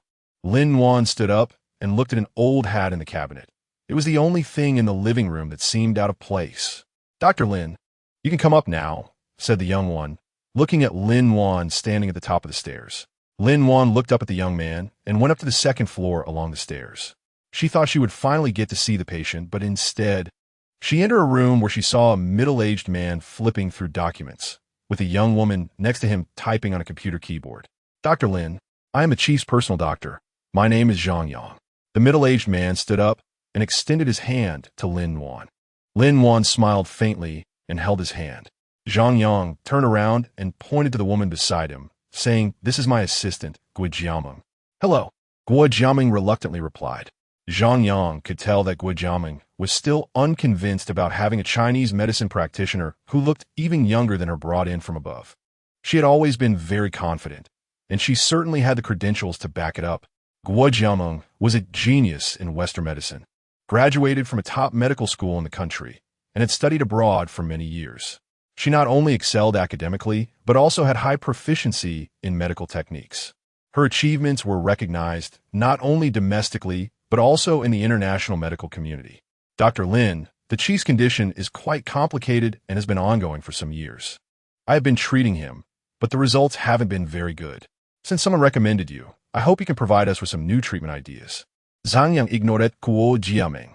I need to see the patient to know how to treat him, Lin Wan said, realizing that she still didn't know the patient's name after all this time. Of course, that's what I was thinking too. Let's go see him now, Zhang Yang said, signaling Lin Wan to follow him to see the patient. Okay, you all go ahead. We'll wait here, said the two people from the other country. Guo Jiameng followed along, wanting to see if this woman really had the skills. Lin Wan followed Zhang Yang to the commander's room. She saw an old man lying on the bed, looking very unwell, and her heart tightened. She walked to the bedside, touched his pulse with her hand, and then began to use her abilities to examine his body. Lin Wan noticed that there seemed to be some abnormal conditions inside the old man's body. Strangely, there were no black spots on his body, indicating that his organs were functioning normally, but he was very weak. Dr. Zhang, did the previous examination report mention the chief's immune system condition? Lin Wan turned to ask Zhang Yang. No, why? Zhang Yang looked a bit puzzled. I think there might be an issue with the chief's immune system. Possibly due to some kind of viral infection, Lin Wan said. Zhang Yang frowned, showing some uncertainty, but the previous test had not revealed any abnormalities. So have you found the cause of the illness? I suggest doing some further tests like those related to the immune system, Lin Wan proposed. After hearing this, Zhang Yang nodded. Okay, I will contact the hospital and arrange for these tests. Lin Wan looked at the old man and sighed deeply. In this situation, there was nothing more she could do. Her abilities had not yet recovered, and she couldn't rely solely on her eyes to heal. Suddenly, Lin Wan thought that there seemed to be some energy flowing within his body, constantly disrupting him and causing him to remain in a weak state. This was somewhat similar to how an ability user would appear when their powers were exhausted, but this was the real world. It couldn't be. It must be some other illness she was unaware of. Gu Aigua heard the sounds and slowly opened his eyes. Old Gu, how do you feel? Zhang Yang asked. Not bad, what is this? Gu Aigua inquired, turning his gaze towards Lin Wan. Old Gu, this is a traditional Chinese medicine expert, specially hired by the state, Dr. Lin Wan, Zhang Yang introduced. Oh, such a young person, and already skilled in medicine. A good young person, Gu Aigua said, knowing that the country's development relied on young people. Xiao Zhang, help me sit up. At this moment, Lin Wan was already in shock. She hadn't noticed before that the old man had been sleeping, but now that he sat up, she realized he looked very much like Gu Jing's grandfather. How could this be? Could there also be a Gu Jing in this parallel world? What about her? Hey, what's wrong with you? Guo Jiaming looked at the woman who seemed to be startled. Hello, Chief. Lin Wan greeted with her head down, feeling a bit shy to look at his face.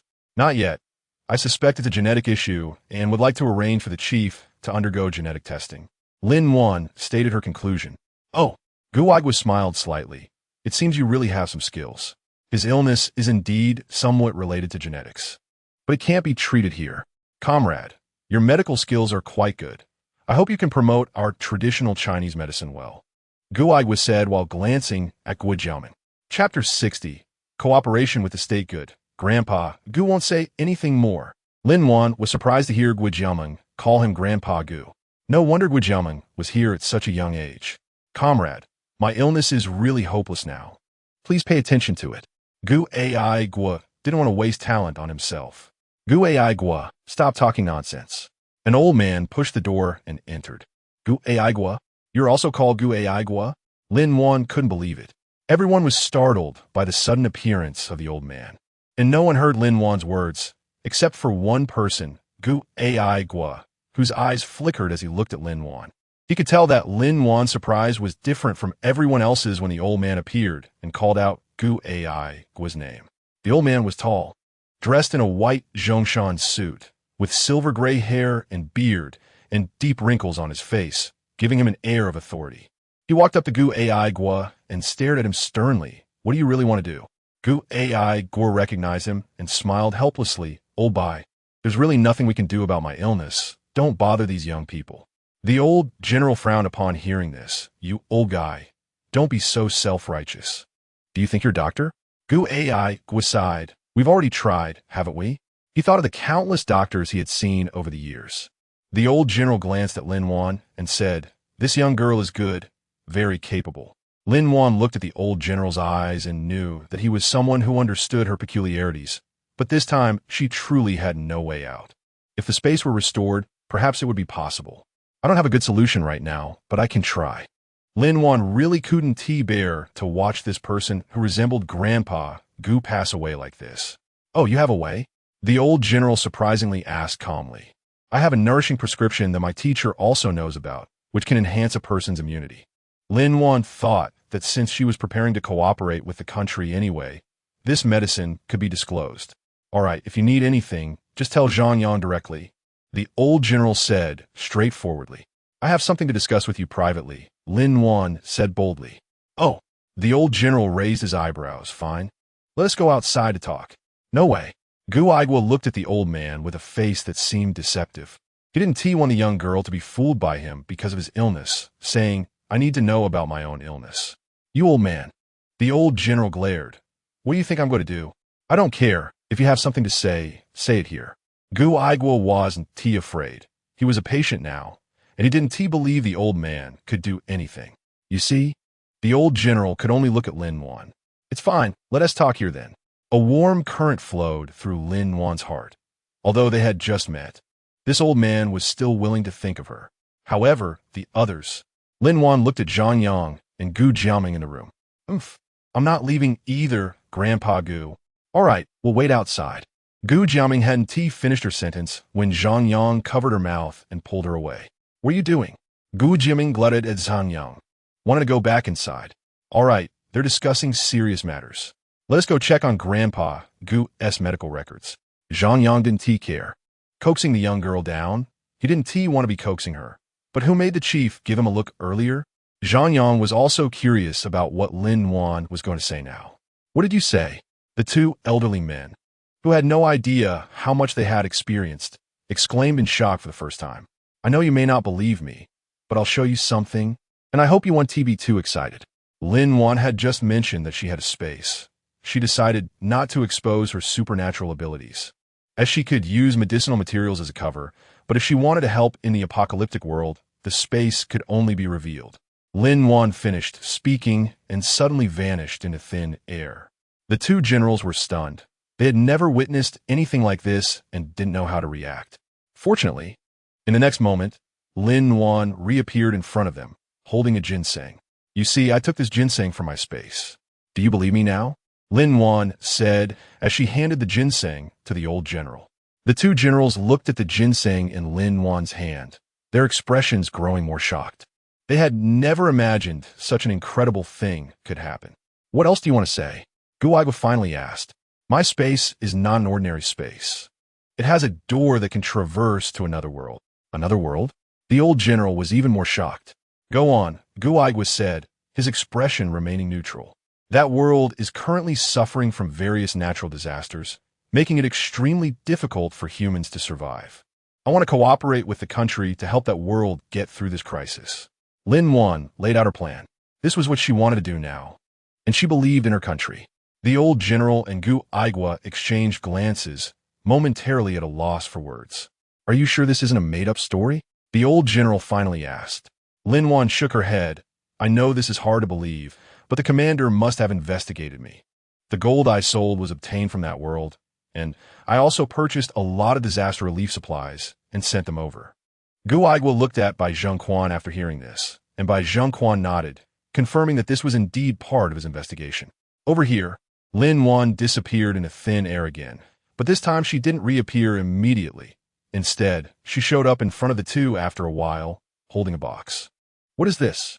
Lin Wan was about to say when, in a flash, the necklace was snatched by Gu Igua, who had somehow gotten out of bed.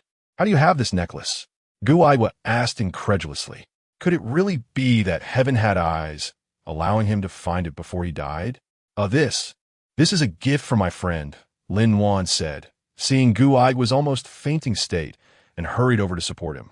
Do you know the significance of this necklace? Gu Igua gasped. I. Lin Wan was at a loss as to why Gu Igua was so agitated. Zhengquan, this is something for my family. My family's. Gu Igua's tears began to fall as he spoke. Chapter 61. Gu Jimin what? You say this is your family's? Bai Zhengquan had always known that Gu Igua was searching for his family, and it was because of his family that Gu Igua had never settled down. He always said he was sorry to his brother. What? This is impossible. This was given to me by Gu Jing. Lin Wan had never considered this possibility. Haha. Gu Jing. He really is a member of the Gu family. Gu Igua laughed upon hearing this. Do you know? My original name wasn't Gu Igua. It was Gu Jimin. Gu Jimin? Lin Wan and Bai Zhengquan asked in unison. But, Lin Wan stammered. Does that mean you're not from this world? As she spoke, she looked at the old general, who seemed completely unfazed by this revelation. Did he already know? That's right. Did you think we would just believe someone who suddenly appeared without any identity? Bai Zhengquan sneered.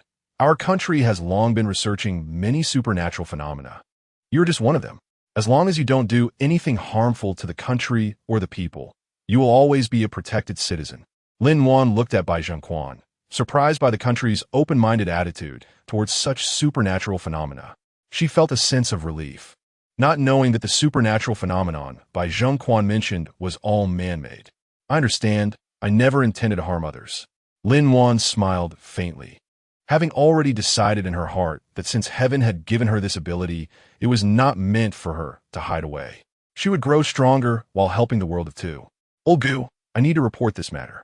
For now, this young comrade should stay here. Bai Zhengquan hurriedly walked out. Gu Jimin looked at the young girl standing there, thinking she was really wonderful. He hadn't expected to hear news about his brother before he passed away. Since she had given him the necklace, this girl must surely belong to his family. Xiaowan, if you don't mind, could you tell me about the apocalypse?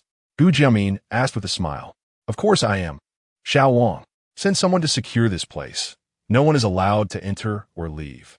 Bai Zhengquan ordered. Yes, General. Wang Xing immediately arranged for security personnel.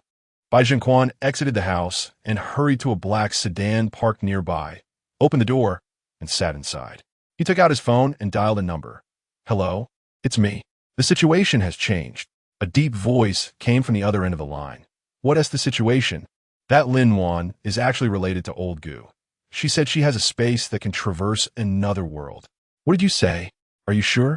The old man on the phone instinctively widened his pupils. I saw her disappear and reappear with my own eyes.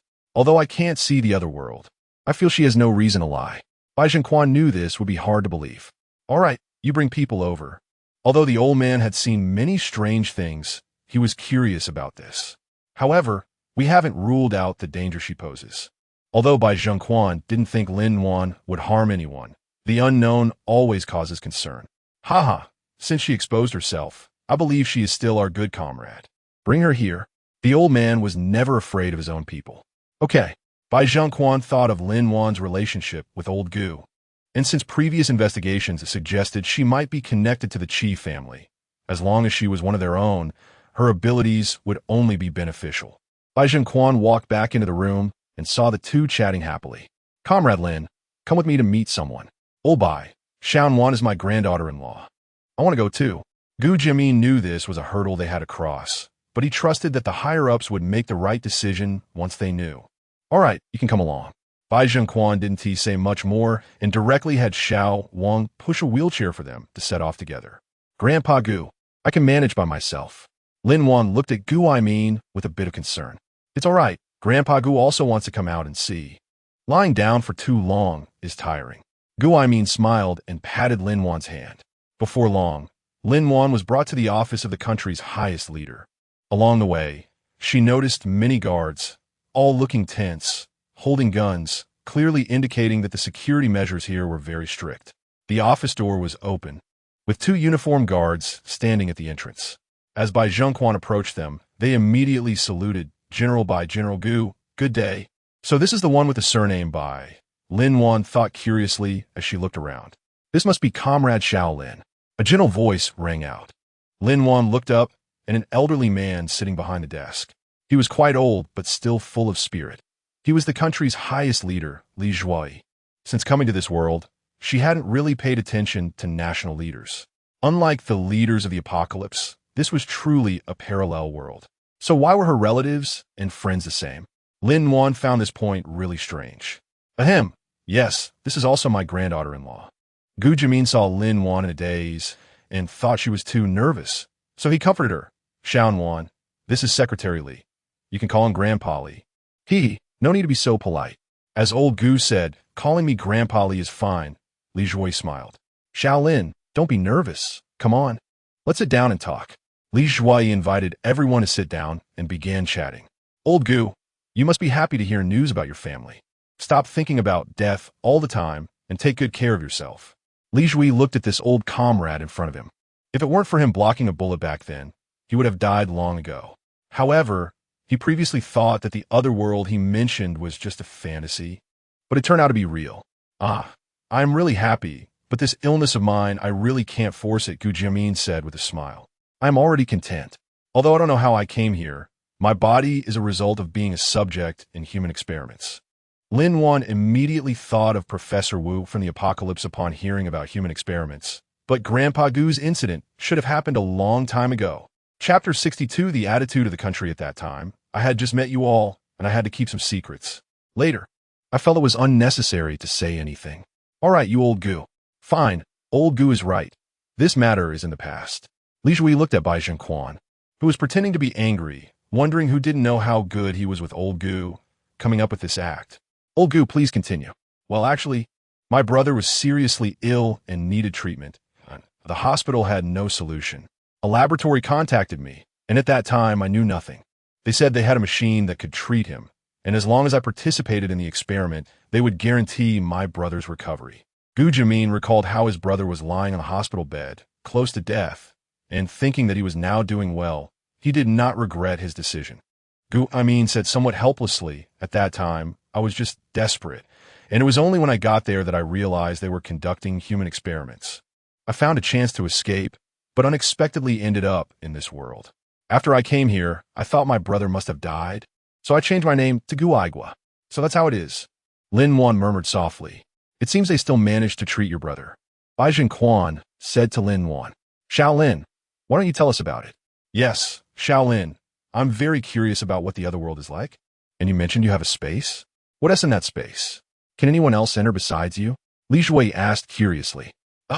Although Lin Wan lived through the apocalypse for over a decade, she had always focused on her studies and rarely paid attention to outside matters. So she could only briefly share some textbook knowledge. When I went there, the place had already suffered from natural disasters, so I'm not very clear on the specifics. The space is like a storage device. No one else can enter except me. Lin Wan was very clear that the country would definitely have other ideas about the space. But indeed, no one else could enter, so she wasn't afraid of what the country might do to her.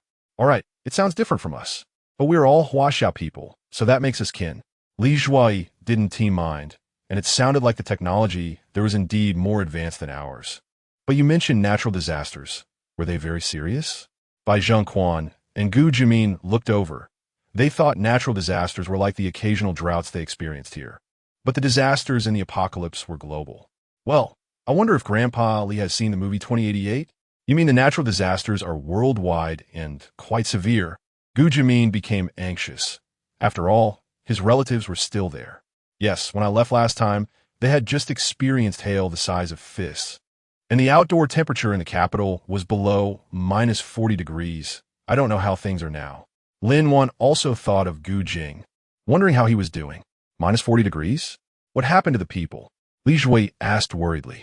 The country established protective bases. People inside the bases are okay, but if they are in the wild.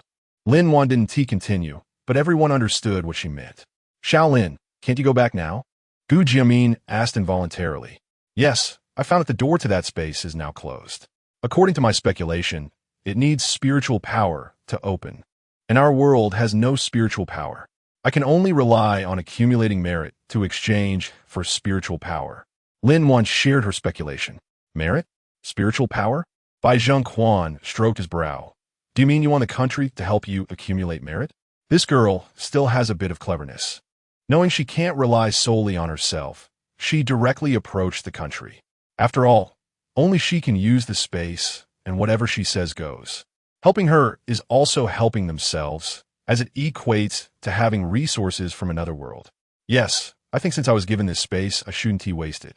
Of course, if the country needs my help with anything, just let me know. I will definitely cooperate actively. Haha, Shaolin. I'm very glad it's you who got this space. Li Shui, he suddenly said, you are a good comrade. No, I actually wanted to use the space to be a middleman between the two worlds. I'm just an ordinary citizen, always thinking about making more money to open my own small clinic. Lin Wan laughed self-deprecatingly. Shaolin, don't say that about yourself. Not everyone who gets such a treasure is willing to share it. You've done very well, and the country will help you, don't worry. Gu Jimin patted Lin Wan on the shoulder, seeing that the young girl seemed a bit burdened. Lin Wan nodded. Recently, because of the space door issue, her heart had been tightly strung. Li Shui fell silent for a moment and asked, what can we do to help you? Lin Wan said what she had been thinking for a long time. Grandpa Li, the ancient formula I gave to my teacher contains many very effective medicines. I want to start a traditional Chinese medicine manufacturing factory to sell those medicines, and this requires the support of the government. Secondly, I also want to start a technology company to sell some technological products that make life easier for people in a post-apocalyptic world. Can the government support me? Actually, Lin Wan could do this by herself, but handling the paperwork is too complicated, and if some advanced products come out, I believe the government will investigate immediately. It's better to collaborate with the government from the start. Lin-Wan looked at the expressions of the three people, which showed no change, and continued, of course. Those technologies will definitely not harm national interests. Okay, Shaolin, don't worry. Let's first solve the issue with your space portal, and then we'll discuss other matters. Li Zhuai glanced at the silent Gu Jiamin. He dialed an internal phone, and soon a middle-aged man walked in. Secretary, is there anything you need me to do? The middle-aged man asked respectfully. Issue a special pass for Shaolin to facilitate her entry and exit from the country, and also find a guard for her. Li Zhuai said directly, Understood, I'll take care of it right away. The middle-aged man nodded and replied before leaving. Shaolin, don't worry. I will take care of your matters. If you have any issues later, you can come to me or anyone else. Li Zhuai smiled at Lin-Wan. Grandpa Li, I don't need a guard. I'm not in any danger in this world. Lin-Wan quickly shook her head. No, this is necessary. You may think you don't need it now, but once you really produce so many technological products, do you think your troubles will decrease? Li Zhuai countered. Lin-Wan thought that if it really came to that, having a guard would indeed reduce a lot of trouble. However, my house is very small and doesn't have a place for her to stay. Don't worry about that. She'll figure it out, Bai Zhengquan said with a smile. Noticing Lin-Wan's slightly uncomfortable demeanor. Rest assured, since the person has been assigned to you, she'll listen to you. Right, Xiaowan? You should let her follow you. Then I'll feel at ease, Gu Jimin also advised from the side. The three people still in the office were silently sipping tea. All right, if you have any questions, just ask. Bai Zhengquan couldn't stand the atmosphere any longer. Hey, do you really think her space can only be entered by herself? Li Zhuai brought it up. I think so. After all, if everyone could enter, what would this world become? Bai Zhengquan believed Lin-Wan's words. True, but the other world really resembles ours in development. It's just that they focus more on military matters while we emphasize cultural and entertainment aspects. It should be a different historical development. Lao Gu, what are you doing? Why aren't you speaking? Bai Zhengquan nudged Gu Aimin. I'm just worried you might misunderstand. I don't believe that our years of friendship can't compare to strangers from another world, Bai Zhengquan snorted. All right, let me talk about the situation in that world before I came. The two men, both over 50, immediately sat up straight. And Gu Aimin looked at the two with amusement, as they used to ignore what he said, thinking he was just talking nonsense. Ding ding. Lin-Wan opened her phone to see a message from Zhang Ting. Lin-Wan, don't forget tomorrow at 11 a.m., Peng Lai restaurant. Got it. She actually didn't want to go to the class reunion anymore. She wanted to think about what to do next. She didn't expect the country to send someone so soon, but she still wanted to explain to Xiaoling in person. The next day, Lin-Wan told Gao Qingwei that she was going to attend her high school class reunion. Gao Qingwei was quite happy. She felt that her daughter had been getting more serious lately, as if she had a lot on her mind. Go ahead and have fun, Gao Qingwei said with a smile. Got it, Mom. I've left the medicine here. Don't forget to take it. As soon as Lin-Wan stepped out, she saw a very spirited woman walking over from next door. Hello, Chief. I am your guard, Zhua Hongxiu. Zhua Hongxiu saluted and said, Lin-Wan was first shocked by the title Chief, and then wondered what happened to the previous young couple next door. The country moves so fast. She didn't know that while she was sleeping soundly last night, the national leaders had conducted rounds of analysis and investigation on her. Psychologists analyzed Lin-Wan's behavior, concluding that she appeared cold on the surface, but was actually quite kind, likely due to growing up in a single-parent family, making her more mature than her peers and difficult to refuse kindness. Don't call me Chief. I'm just an ordinary person, Lin-Wan hurriedly said. No, we have regulations. Zhua Hongxi replied. Although she didn't yet understand why the country assigned her to protect such a young girl, national orders took precedence over everything. Although Lin-Wan wanted to avoid trouble, she also didn't want someone who completely disregarded her instructions. Even though Zhua Hongxiu was from the state, since he was assigned to her, he should understand what that meant. All right, President Lin, are you going out? Zhua Hongxiu thought about what General Bai had said before coming here. As long as it wasn't harmful to national interests, he should try to listen to Lin-Wan. You're not going to follow me, are you? Lin-Wan asked tentatively. Of course, I must ensure your safety. So Hongxiu nodded, as if it were a matter of course. I'm just meeting my classmates. It's not dangerous at all. Really not necessary, Lin Wan said, a bit amused. If others saw her going to a class reunion with a bodyguard, it would definitely stir up a lot of gossip. Sorry, I cannot compromise on your safety.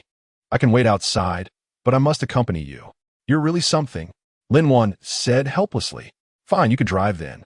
I'll talk to Grandpa Gu later about possibly sending someone more flexible. I really can't handle this. Zhua Hongxiu, who was previously a soldier, drove very steadily. Before long, they arrived at the Peng Lai restaurant. Lin Wan got out of the car and looked at Zhua Hongxiu in the driver's seat. How about you come in with me and just say you're my friend? Lin Wan thought it wouldn't be nice to leave him outside. All right, it's up to you then. Since he was unwilling, Lin Wan decided not to insist. She walked into the lobby, her feet sinking into the thick carpet, as if stepping on a soft sea of clouds.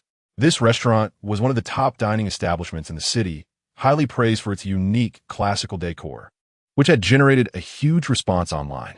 If it weren't for its considerable prices, the restaurant would definitely be packed all the time. The welcoming staff approached warmly, smiling as they asked, "Do you have a reservation?" I actually didn't ask about that. Lin Wan thought about checking with Zhang Ting on her phone. A familiar voice suddenly called out, "Hello, could you tell me where the Xinxiang garden is? We're together." After hesitating for a moment, Lin Wan still spoke to the host. "All right, please follow me." The host was a bit curious about these two who claimed to be together but hadn't greeted each other. It still led them enthusiastically toward the direction of the Xinxiang garden. Chu Ling had actually seen Lin Wan long ago. She had long since moved on from what happened back then, but she had been waiting for Lin Wan to explain things to her. She didn't expect that Lin Wan would never show up again. If it weren't for Zhang Ting saying that Lin Wan would come, she wouldn't have appeared there either. Lin Wan was also thinking about how to talk to Chu Ling, not noticing that they had already been brought into the private room. Chapter 64, Class Reunion, Part 2. "Oh, Lin Wan, I thought you weren't coming again," Zhang Ting said, unable to help but notice the complex gazes of those around her fixed on Lin Wan. "Lin Wan, long time no see. I heard you got fired from the hospital. Is this for cosmetic procedures? You have time for beauty treatments because you're not working, while we are all looking more haggard, and you look so radiant." Yeah. Could it be that not working really changes a person? The girls looked at their thinning hair from staying up late for too long, their increasingly heavy dark circles, and then at Lin Wan, who looked pale and translucent even without makeup, feeling envious. The boys were also getting into it, although not as exaggerated as the girls. They couldn't help but sneak glances at Lin Wan. Could it really be that she had blossomed?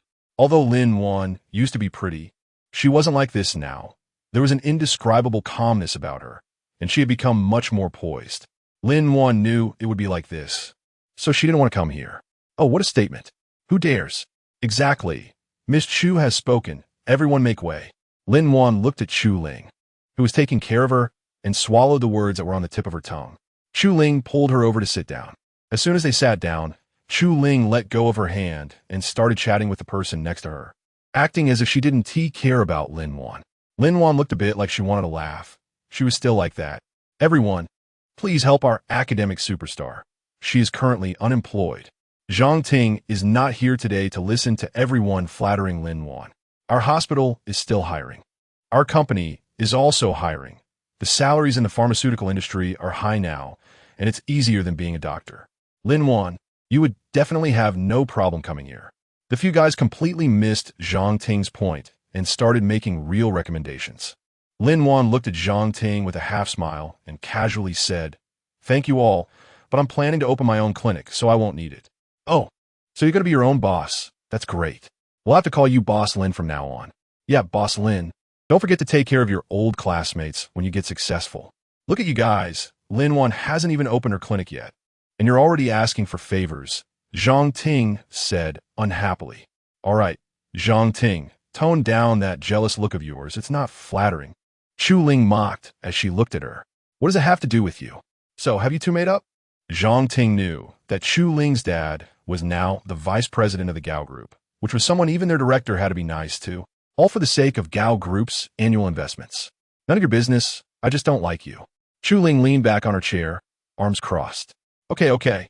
We're all classmates here. It's not easy for us to gather like this." The class monitor quickly interjected when he sensed the atmosphere was off. After that, Zhang Ting didn't cause any more trouble, And because of Chu Ling's earlier behavior, Lin Wan felt the trip was worth it. After finally finishing the dinner, everyone wanted to continue the night elsewhere. We're not going, you all have fun. Lin Wan held onto Chu Ling, and the classmates all knew they had something to discuss. So they didn't say much. Where are you going? Do you want my boyfriend to give you a ride? He's coming soon. Zhang Ting lifted her chin, determined to make Lin Wan envious this time. Oh, you have a boyfriend now. Why didn't you bring him along? He's the head of surgery at our hospital. Too busy with work, otherwise he would definitely come with me, Zhang Ting said, looking at Lin Wan. Lin Wan felt a bit confused. What did this have to do with her? No need, I'll drive myself. Lin Wan didn't mind, stood up, and walked outside. Xiaoling, come with me. Chu Ling didn't say anything, but she didn't refuse Lin Wan's hand either. Hey, don't be in a hurry, my boyfriend is here. Let us meet him. Maybe he can help you in the future. Zhang Ting looked at the man who walked in and immediately went over. Honey, are you done? Zhang Ting said, pulling him towards Lin Wan. Lin Wan, this is my boyfriend, Chao Yongwei. He is the head of surgery at Mingfeng Hospital. Zhang Ting looked at Chao Yongwei with admiration. Honey, this is my high school classmate, Lin Wan. Hello. Chao Yongwei saw Lin Wan as soon as he walked in. After all, she stood out like a crane among chickens. Hello, we have something to do, so we'll leave first. Lin Wan nodded, not wanting to say much. At that moment, a sudden commotion came from outside. Oh, why is he spitting blood? Quick, call 120. Lin Wan immediately knew something was wrong and quickly ran out. The classmates were all very curious about what Lin Wan was doing and followed her. Lin Wan walked into the private room, surrounded by people, and immediately saw the patient. It was a middle-aged man, lying pale on the ground with blood he had vomited on the floor. Seeing that someone was about to move the patient, Lin Wan stepped forward. I'm a doctor. Everyone step aside. The people around instinctively parted to let her through. A man in a suit next to her looked at Lin Wan and said, Doctor, he just took a sip of alcohol and suddenly vomited blood and collapsed. You must save him. I'll do my best. As she spoke, Lin Wan activated her abilities and confirmed it was a case of gastrointestinal bleeding. She turned to the manager beside her. Is there a first aid kit here? Yes, there is. I'll go get it. The manager, already frightened by the situation, hurried off to retrieve it. Lin Wan thought about the acupuncture tools in her bag. She needed to get them. Here. At that moment, Chu Ling handed Li Nguyen Hiapake. Lin Wan immediately took over, found the needle, and prepared to inject. Wait. I think it's better for you to wait for the ambulance.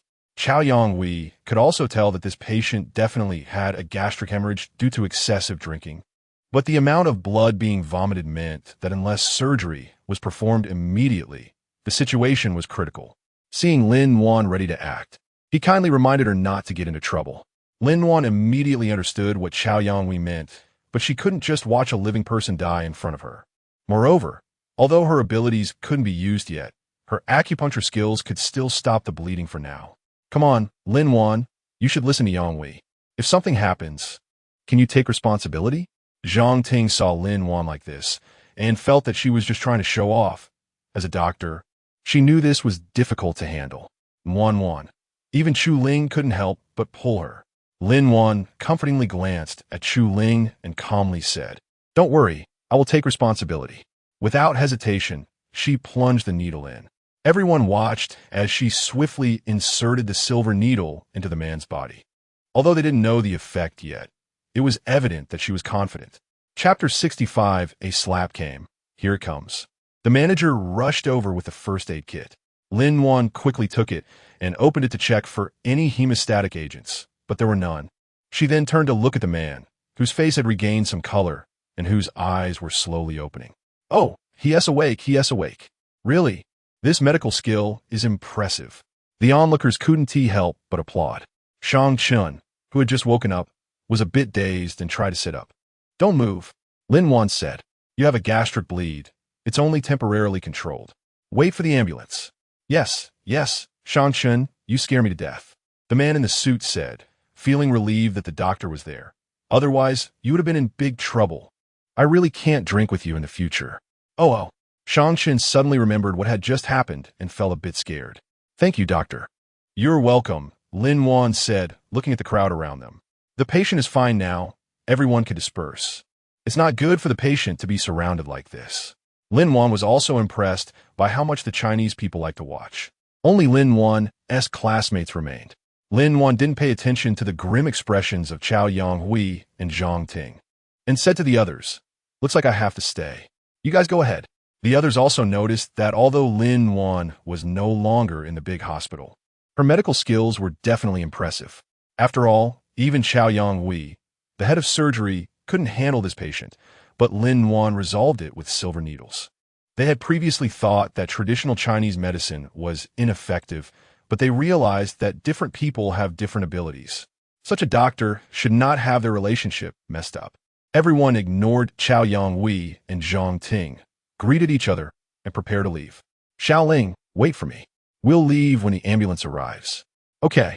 Chu Ling didn't expect Lin Wan to have changed so much and nodded blankly, seeing that no one was paying attention to him. Chao Yonghui abruptly shook off Zhang Ting's hand and walked forward. Surprisingly, Zhang Ting didn't chase after him, but instead rushed in front of Lin Wan. "You hypocritical bitch. You were like this before, and now you're still," Zhang Ting said as she raised her hand. Chu Ling coldly stepped forward, pulling Lin Wan behind her, and was about to slap Zhang Ting when Lin Wan grabbed her arm and pulled her to the side.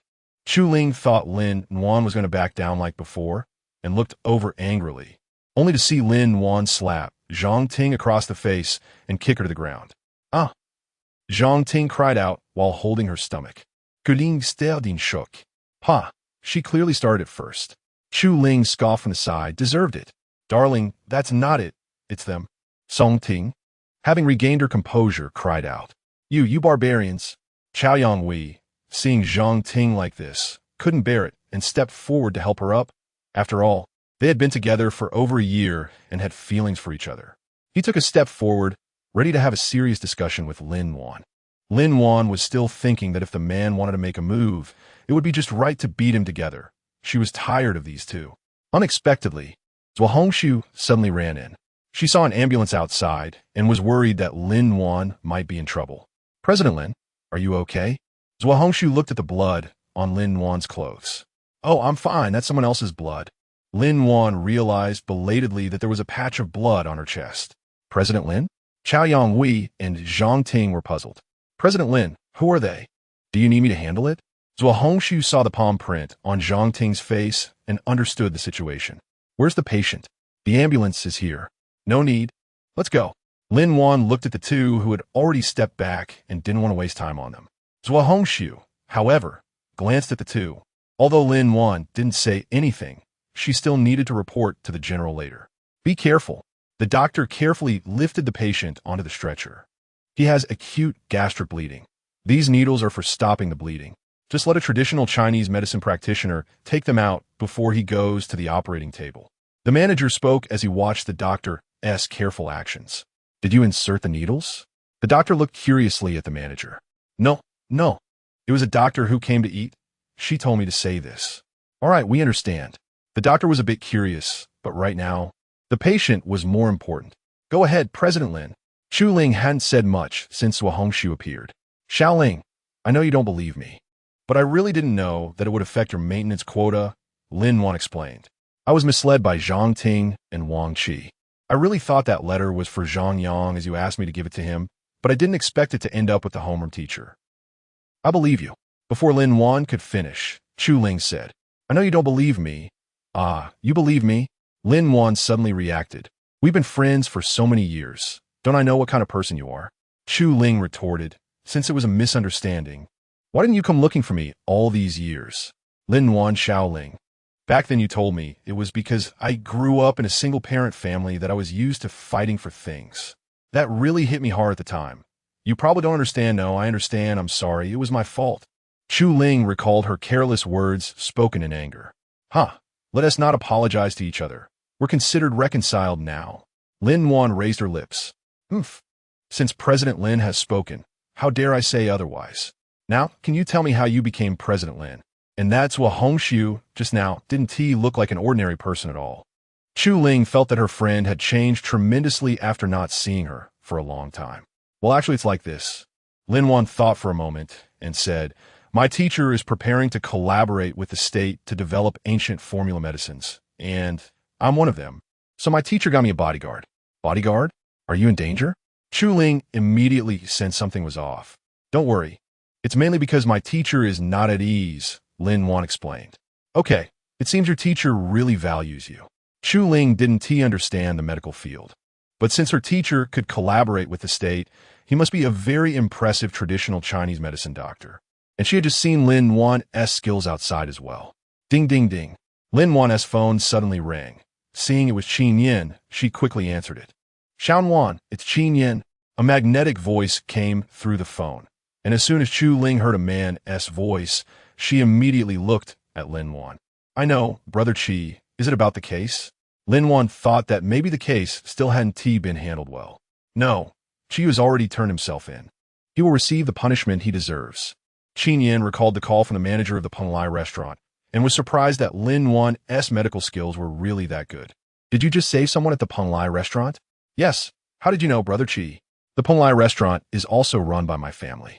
I really have to thank you this time. Otherwise, it would have been a big trouble. Next time, let us find a time for me to treat you to a meal.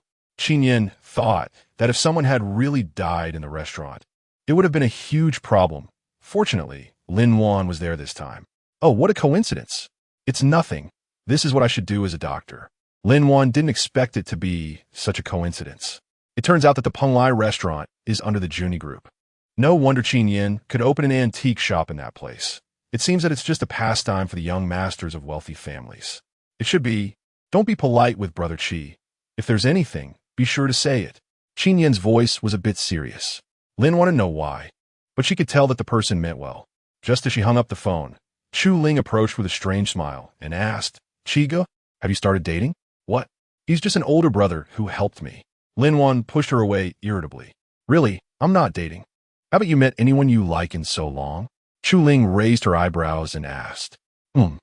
Lin Wan thought of Gu Jing, whom she liked, but she wasn't sure if she would have the chance to see him again. While Lin Wan was talking to Chu Ling about Gu Jing, of course, she omitted some details on the other side at the Qi family. Hey, it's about that girl.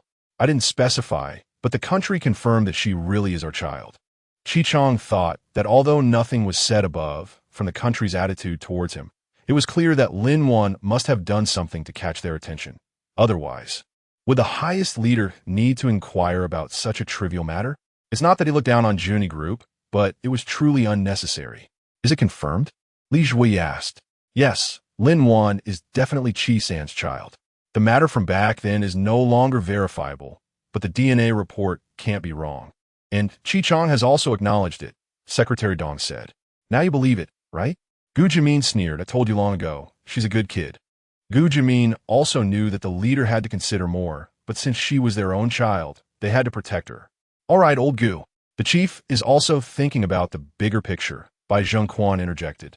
Since Lin Wan is from this world, the authenticity of what she says has increased. I think we should now consider how to proceed with our next cooperation with her. From the protective shield she provided, it seems the technology over there is indeed stronger than what we have now. Li Zhui was also thinking about this. He turned his gaze to Gu Jimin. Old Gu, is the technology in your world really that advanced? I'm not quite sure about the specifics, as I couldn't access it before I left. But our world really emphasizes technology due to various wars, Gu Jimin replied. He didn't pay much attention to this area, but he could roughly guess from the differing progress in their worlds. All right, since we still don't know anything, I'll leave the cooperation with Comrade Lin Wan to you. Li Zhui said to Bai Zhengquan. You want me to handle it? Why not ask old Gu? Bai Zhengquan was surprised that this hot potato was thrown to him. Old Gu's health hasn't fully recovered yet, and that little comrade seems quite capable of making a fuss. I'm afraid old Gu can't handle it. Li Zhui also knew that Lin Wan's feelings for Gu Jimin must be different, but he estimated that Gu Jimin wouldn't be up to the task given his current condition. You all just do as you wish. As long as you don't bully her, Gu Jimin thought it was good for Bai Zhengquan to take charge. All right, I'm also quite curious about the space and the matter of crossing over. Bai Zhengquan thought it was a good opportunity to learn more, wondering if they should consult the Academy of Sciences. Bai Zhengquan pondered about such a special situation and whether scientists could research anything. No need, at least not right now. Li Zhui, the top leader, remained calm. How can you study something that has never come out before? Are you going to cut people up like in the movies? Got it. I was just asking. Bai Zhengquan looked at Gu Jimin's displeased face, realizing that they had only known each other for a day. Yet he was already so protective. Gu Jimin lay on the bed, wondering how the apocalypse world was doing now. Were his relatives still all right? Boss, we can't find any news. Renhua thought about how he had searched almost all nearby places in the past few days, but had not found any information about Lin Wan. Either she had gone much farther, which was unlikely, as it was so hot outside that people could hardly move without risking heat stroke, or she was dead, but he didn't dare to say it. Gu Jing sat silently on the sofa, his head lowered, and in a place no one could see, his eyes gradually became dim. He knew Lin Wan could hide in the space and wouldn't die so easily, but after searching for a week without any news, could it be that she was avoiding him? Boss, I believe Lin Wan won't get into any trouble. Didn't we investigate? She survived alone in the apocalypse for 3 months. She must have a way. Chu Yinbo thought of that clever girl, sure that she was hiding somewhere. All right, let's not talk about this anymore. Gu Jing collected his emotions and raised his head. Thankfully, they managed to develop the large protective shield in time, but they still needed to solve the energy issue. We need to go to these places to look for energy crystals. Gu Jing sent the map provided by Gu Yin to everyone. This was the most likely location for energy crystals determined by the country after testing, and they could only go and try their luck. Everyone get ready. Time is tight. We set out early tomorrow morning. Understood. The team was used to such tasks and went off to prepare their supplies. Guyan looked at the people who were sitting still. If this time goes smoothly and they find the energy crystals, you can take a break and go find the person you're looking for. Big brother, I don't know. Gu Jing didn't know how to respond. All right. A man should pursue what he likes or give up. No need to be wishy-washy. Guyan didn't know why Lin Wan left, but he knew his brother wasn't the type to give up easily. Gu Jing thought about how his feelings for Lin Wan had gradually changed from initial curiosity to admiration and affection. It was only after truly falling for her that he understood what Ji Chuan had said: love doesn't follow reason and doesn't have so many buts. He could sense that Lin Wan wasn't indifferent to him. No matter why she had retreated, once he found her, he would never let her leave again. The lock had to be kept close to him. Chapter 67. The speed of the nation, what are you laughing at? He's really a very calm and wise person. And quite handsome, too. Lin Wan still didn't know that the man she spoke of was thinking about locking her up. Chu Ling observed Lin Wan's expression and sensed her inner struggle. You know, Xian Wan, emotions are irrational and uncontrollable. Perhaps you should be a bit braver and give it a try. I understand. Lin Wan nodded. Does he like you? Of course. Lin Wan couldn't help but smile self-deprecatingly. She had previously rejected Gu Jing's confession, and now it was her turn. Haha. All right. I'm waiting for you to bring someone. Gu Ling glooked. Okay. I'm looking forward to seeing the perfect boyfriend you mentioned. Lin Wan lay in bed thinking that although today's class reunion was as boring as she expected, it was worth it to reconcile with Xiao Ling. In the early morning, the weather seemed particularly nice, with golden sunlight shining warmly on people. Xiao Wan, I feel like my leg isn't as serious as the doctor said. Didn't the doctor say I couldn't get out of bed for a month? It's not even a month yet, but I accidentally put my foot down yesterday and didn't feel anything wrong. Gao Jinghua thought about how her leg might be able to walk normally and felt a bit happy. Well, Mom, didn't I tell you? My medical skills are really good now. Do you think the medicine I gave you and the acupuncture I did were useless? This was still under Lin Wan's control. Otherwise, Gao Jinghua's leg would have healed even faster. All right. Mom knows Xiao Wan is really amazing. Gao Jinghua smiled even more happily. How is it? Did it succeed? Dean Jiang asked anxiously. How could it be? How could this happen? Chun Feng stared blankly at the data in his hands. What? Are you saying it can really effectively treat insomnia? Dean Jiang immediately asked again. To what extent? Is it effective for severe cases? Are there any side effects? According to this result, it's better than what is currently available in the market. The specific extent needs clinical trials, and no side effects have been detected. Chen Feng understood why the dean was so excited. After all, about 1/3 of the global population suffers from insomnia, especially in their capital. The incidence rate of insomnia is even higher, with as many as 30 to 40 of people experiencing insomnia symptoms. That's great, give it to me. I'll report first. Jiang Feng happily snatched the report and walked toward the office.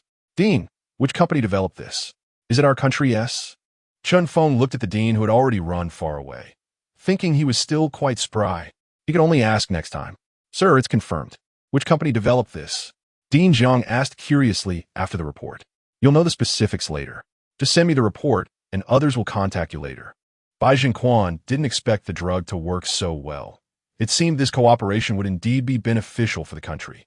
After all, insomnia is more prevalent in more developed countries, so it looked like they could have a good discussion this time. Thinking of this, Bai Zhenquan immediately called the higher-ups.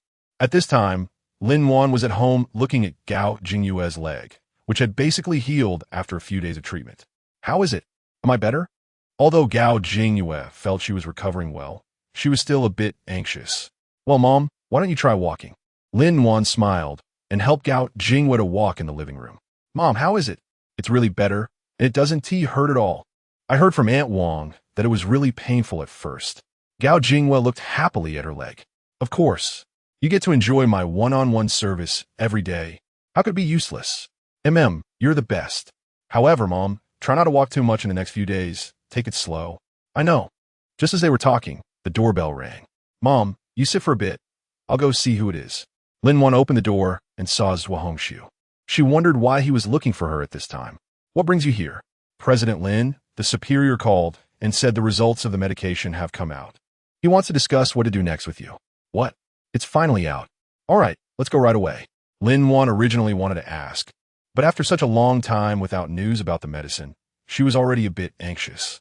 Relying solely on her clinic, the accumulation of spiritual energy was indeed limited, and now the medicinal herbs in her space were growing even slower than before. Mom, my clinic has something going on. I need to step out for a bit. Got it. Be careful on the way. Gao Jingyue had already heard Zhuo Hongxiu's words. She knew that her daughter had quite a lot on her plate with the newly opened clinic, but fortunately, she had hired Zhuo Hongxiu, who seemed to be a capable person and lived right next door, which was really lucky for her and made her feel at ease. Since Zhuo Hongxiu would be following Lin Wan in the future when the clinic opened, she told Gao Jingyue that Zhuo Hongxiu was a newly hired employee and mentioned that Zhuo Hongxiu had studied Sanda for many years. Therefore, Gao Jingyue was very reassured about Zhuo Hongxiu. In the military reception room, the result is out. How do you want to cooperate? Bai Zhenquan asked Lin Wan. What I want is very simple. I want this medicine to be produced as soon as possible so that more patients can receive treatment. It has been almost a month since I left the apocalyptic world, and I am a bit worried. Lin Wan believed that the country would not let her suffer losses.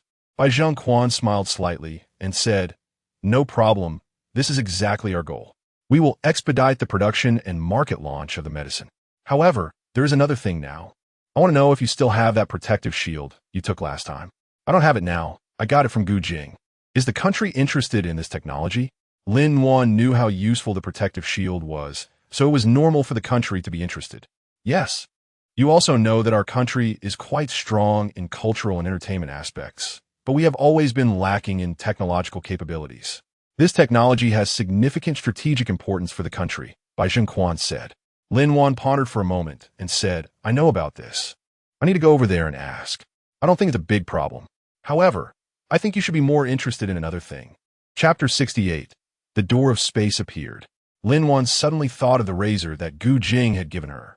Given the current technological advancements, developing a razor should be quite feasible. Bai Zhenquan was slightly taken aback upon hearing this, and then asked, What is it? Lin Wan took the razor out of the space. Although this was not Bai Zhenquan's first time seeing it, he still found the space to be truly amazing. He looked at the gun on the table. Although it looked different from existing guns, it was clearly a gun, just a bit small. He carefully picked it up, and it felt very light in his hand. This was a gun from that world. How powerful could it be? I don't know how guns in this world perform, but this one can easily break a big tree. Looking at the razor, he couldn't help but recall the scene where Gu Jing taught her how to shoot. Oh, let's go and try it out now. Bai Zhenquan was a bit surprised to hear this. It looked just like a toy gun, but if its power was really that great, it would surely be very effective when used unexpectedly. They arrived at the shooting range together. Lin Wan looked at the targets on the field and chose a relatively distant spot to set up a target. Bai Zhenquan watched Lin Wan nodded and signaled her to begin. Lin Wan steadied her stance, gripped the razor, aimed at the target, and gently pulled the trigger. The gunshot was barely audible, Yet the target was instantly pierced, demonstrating its impressive power. So Hongshu, who was following behind, had initially wondered what they were doing here. But his gaze immediately shifted to the gun in Lin Wan's hand. No soldier could resist the allure of a good weapon. Lin Wan could feel the gaze from behind piercing through her hand. Lin Wan smiled as she handed the gun to Zhuo Hongshu, saying, "Give it a try." Zhuo Hongshu took the gun and asked with some concern, "Can I?" His gaze turned to Bai Zhenquan. Bai Zhenquan nodded. Lin Wan nodded. "Yes, you can give it a try." Zhuo Hongshu nodded, steadied her breathing, then picked up the gun, aimed at the target, and pulled the trigger. Soon, the distant targets started falling one by one, and both Lin Wan and Bai Zhenquan couldn't help but take a step back. Zhuo Hongshu, however, was shocked by her own accuracy. She couldn't believe that this seemingly toy-like gun could unleash such tremendous power. "This gun is amazing. It's incredible," Zhuo Hongshu exclaimed excitedly. Bai Zhenquan also looked at the gun in Zhuo Hongshu's hand and remarked, "It really is impressive with astonishing power." Lin Wan smiled and said, "I think this should be relatively easy to do. I can hand the gun over to the National Research first." "That's great. I'll arrange it right away. Wait for my news." Bai Zhenquan grabbed the gun and walked away. Lin Wan nodded, feeling that she had completed half of her task. She knew that the scientists in this world were quite impressive. "Just say what you need." Manager Lin, aren't you a doctor? You also work on weapon development?" Zhuo Hongshu wondered if Lin Wan was a weapon expert, which was why the country sent her to protect him. "No, I didn't develop that gun. It was made by a friend of mine." Lin Wan also knew that such situations might happen again in the future, so she explained, "I have a friend who likes to develop these things." "Oh, I see, okay." Zhuo Hongshu looked at Lin Wan, who was still not admitting it. He understood that many people like to say, "I have a friend," and that friend usually refer to themselves. Lin Wan could tell that she didn't believe it and felt a bit helpless. She couldn't pull Zhao Tianyu over, so she decided to let it be. She should still do some preparatory work and bring something this time. That day, Lin Wan was seeing patients at the clinic when her landlord, Qiu Yi, arrived. "Dr. Lin, I'm here for a checkup."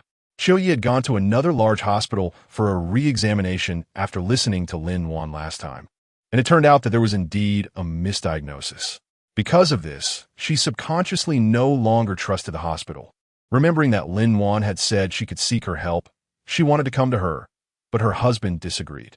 "Sister Qiu," Lin Wan looked at her landlord, who looked even more haggard than before, and was a bit curious about why her illness seemed to be getting worse. "Dr. Lin, Western medicine really doesn't work. I still trust you. I felt better last time when I took the medicine you prescribed. So please prescribe me some." "Okay, Sister Qiu, put your hand here. Let me take a look. I see. All right, Sister Qiu, I'll prescribe you medicine for 5 days. Come back after you finish it." Okay, I trust you." Qiu Yi happily took the medicine package and left. "Lin, the medicine you asked me to pay attention to is selling very well lately. According to the statistics from there, the sales volume has exceeded the total of other similar medications, and the user feedback is also very good. Many people say it works better than others." Zhuo Hongshu reported the sales situation of the medicine to Lin Wan. Once home, Lin Wan immediately entered the space and headed straight for the ginkgo tree. Why was this happening? Why hadn't the door to the space appeared yet? Was it because the method was wrong? Or was it not enough?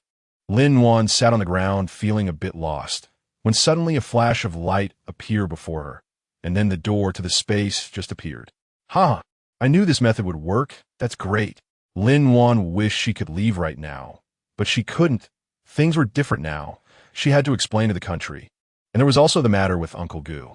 She quickly exited the space and found Zhuo Hongshu to set off. "Uncle Gu, I'm here." Lin Wan went straight to the Gu family's home. "Good, little Wan, you came at the right time. Let's eat together." Since using Lin Wan's medicine, although Gu Jimin's health issues hadn't been resolved, he could already get out of bed and move around by himself. "Uncle Gu, I have something to tell you." Gu Jimin looked at Lin Wan's joyful face, and his heart suddenly raced. Could it be? "Let's go to the study." "Uncle Gu, the door to the space has appeared. I can go." Lin Wan looked at Gu Jiamin's expectant eyes. "Great, that's wonderful." Gu Jiamin thought of his relatives in the apocalypse, and his eyes felt a bit sore. "So are you planning to leave right away?" "No, I need to prepare some things for you." Gu Jimin became a bit anxious thinking about the disaster in the world Lin Wan mentioned. "I'll call Ao Bai. You wait here, let him take care of it." Hello. Lao Bai. Hurry over. What are you busy with? Do you still want that thing? Yes, it's good. Okay, come quickly. Lin Wan sat beside them, listening. The relationship between the two was really good. After a while, Bai Zhengquan arrived, and to everyone's surprise, Li Zhuoyi also came. Lin Wan was taken aback when she saw him. Chapter 69, Return to the Apocalypse. Secretary, why are you here? Gu Jiamin asked. Lin Wan also quickly stood up. It's fine, you all sit down. I happened to be at Lao Bai's place and heard about the situation, so of course I had to come. Li Zhuoyi said in a good mood. Is there a door? Li Zhuoyi looked at Lin Wan. Lin Wan nodded. Yes, it just appeared. All right. Are you planning to go over today? Bai Zhengquan asked. That's right, it's been a long time, and I wonder what those people are experiencing over there. Okay. We've also prepared some things for you. Later, let Lao Bai give them to you. I believe the people in that world need them more. Thank you, Grandpa Li. Although Lin Wan didn't know what the country had prepared, the country's experience was richer than hers, so the things prepared would definitely be more suitable. Bai Zhengquan handed Lin Wan a piece of paper. These are some issues our Academy of Sciences is currently facing. We hope you can find answers from the people over there. Lin Wan took the paper and studied it carefully, saying, I'll give it a try, but I'm not sure what the situation is over there right now. If it's really bad, it might. Li Zhuoyi had been prepared for this. We know this, and we won't force it. We hope you prioritize your safety above all else. Everything else is secondary. That's right, Xian Wan. The situation over there might be different from before, so you must be careful. Gu Jiamin echoed. I know, although Lin Wan wanted to help Gu Jing and the others. She always knew that ensuring her own safety was the most important thing. Xian Wan, this is for you. The world order over there might be chaotic, but I believe the Gu family status shouldn't be too low. You can cooperate with them. Otherwise, it's too dangerous to go alone. Gu Jiamin handed Lin Wan a letter he had prepared earlier. Holding the letter from Gu Jiamin, Lin Wan felt a surge of emotions. She had originally cooperated with the country, only to find that relying solely on herself in this space didn't have much effect. She never expected to gain so much. Looking at the supplies the country had prepared in the space, including weapons that would be hard to acquire individually, she felt proud to be a Huaxiao person. With this in mind, Lin Wan arrived at the door of the space, quietly gazing at the white light before her. She took a deep breath and resolutely decided to take this step. Li Zhuoyi seemed too focused on his tea to hear anything, and Bai Zhengquan immediately felt someone kick him. He had to put down his teacup, saying, it's fine, it's fine. We believe Lin Wan is a good child. And besides, she's your granddaughter-in-law. Helping her is something we are willing to do. Yes, exactly. Besides, these supplies are not provided for free. The gun Xiaoling gave us before were very good.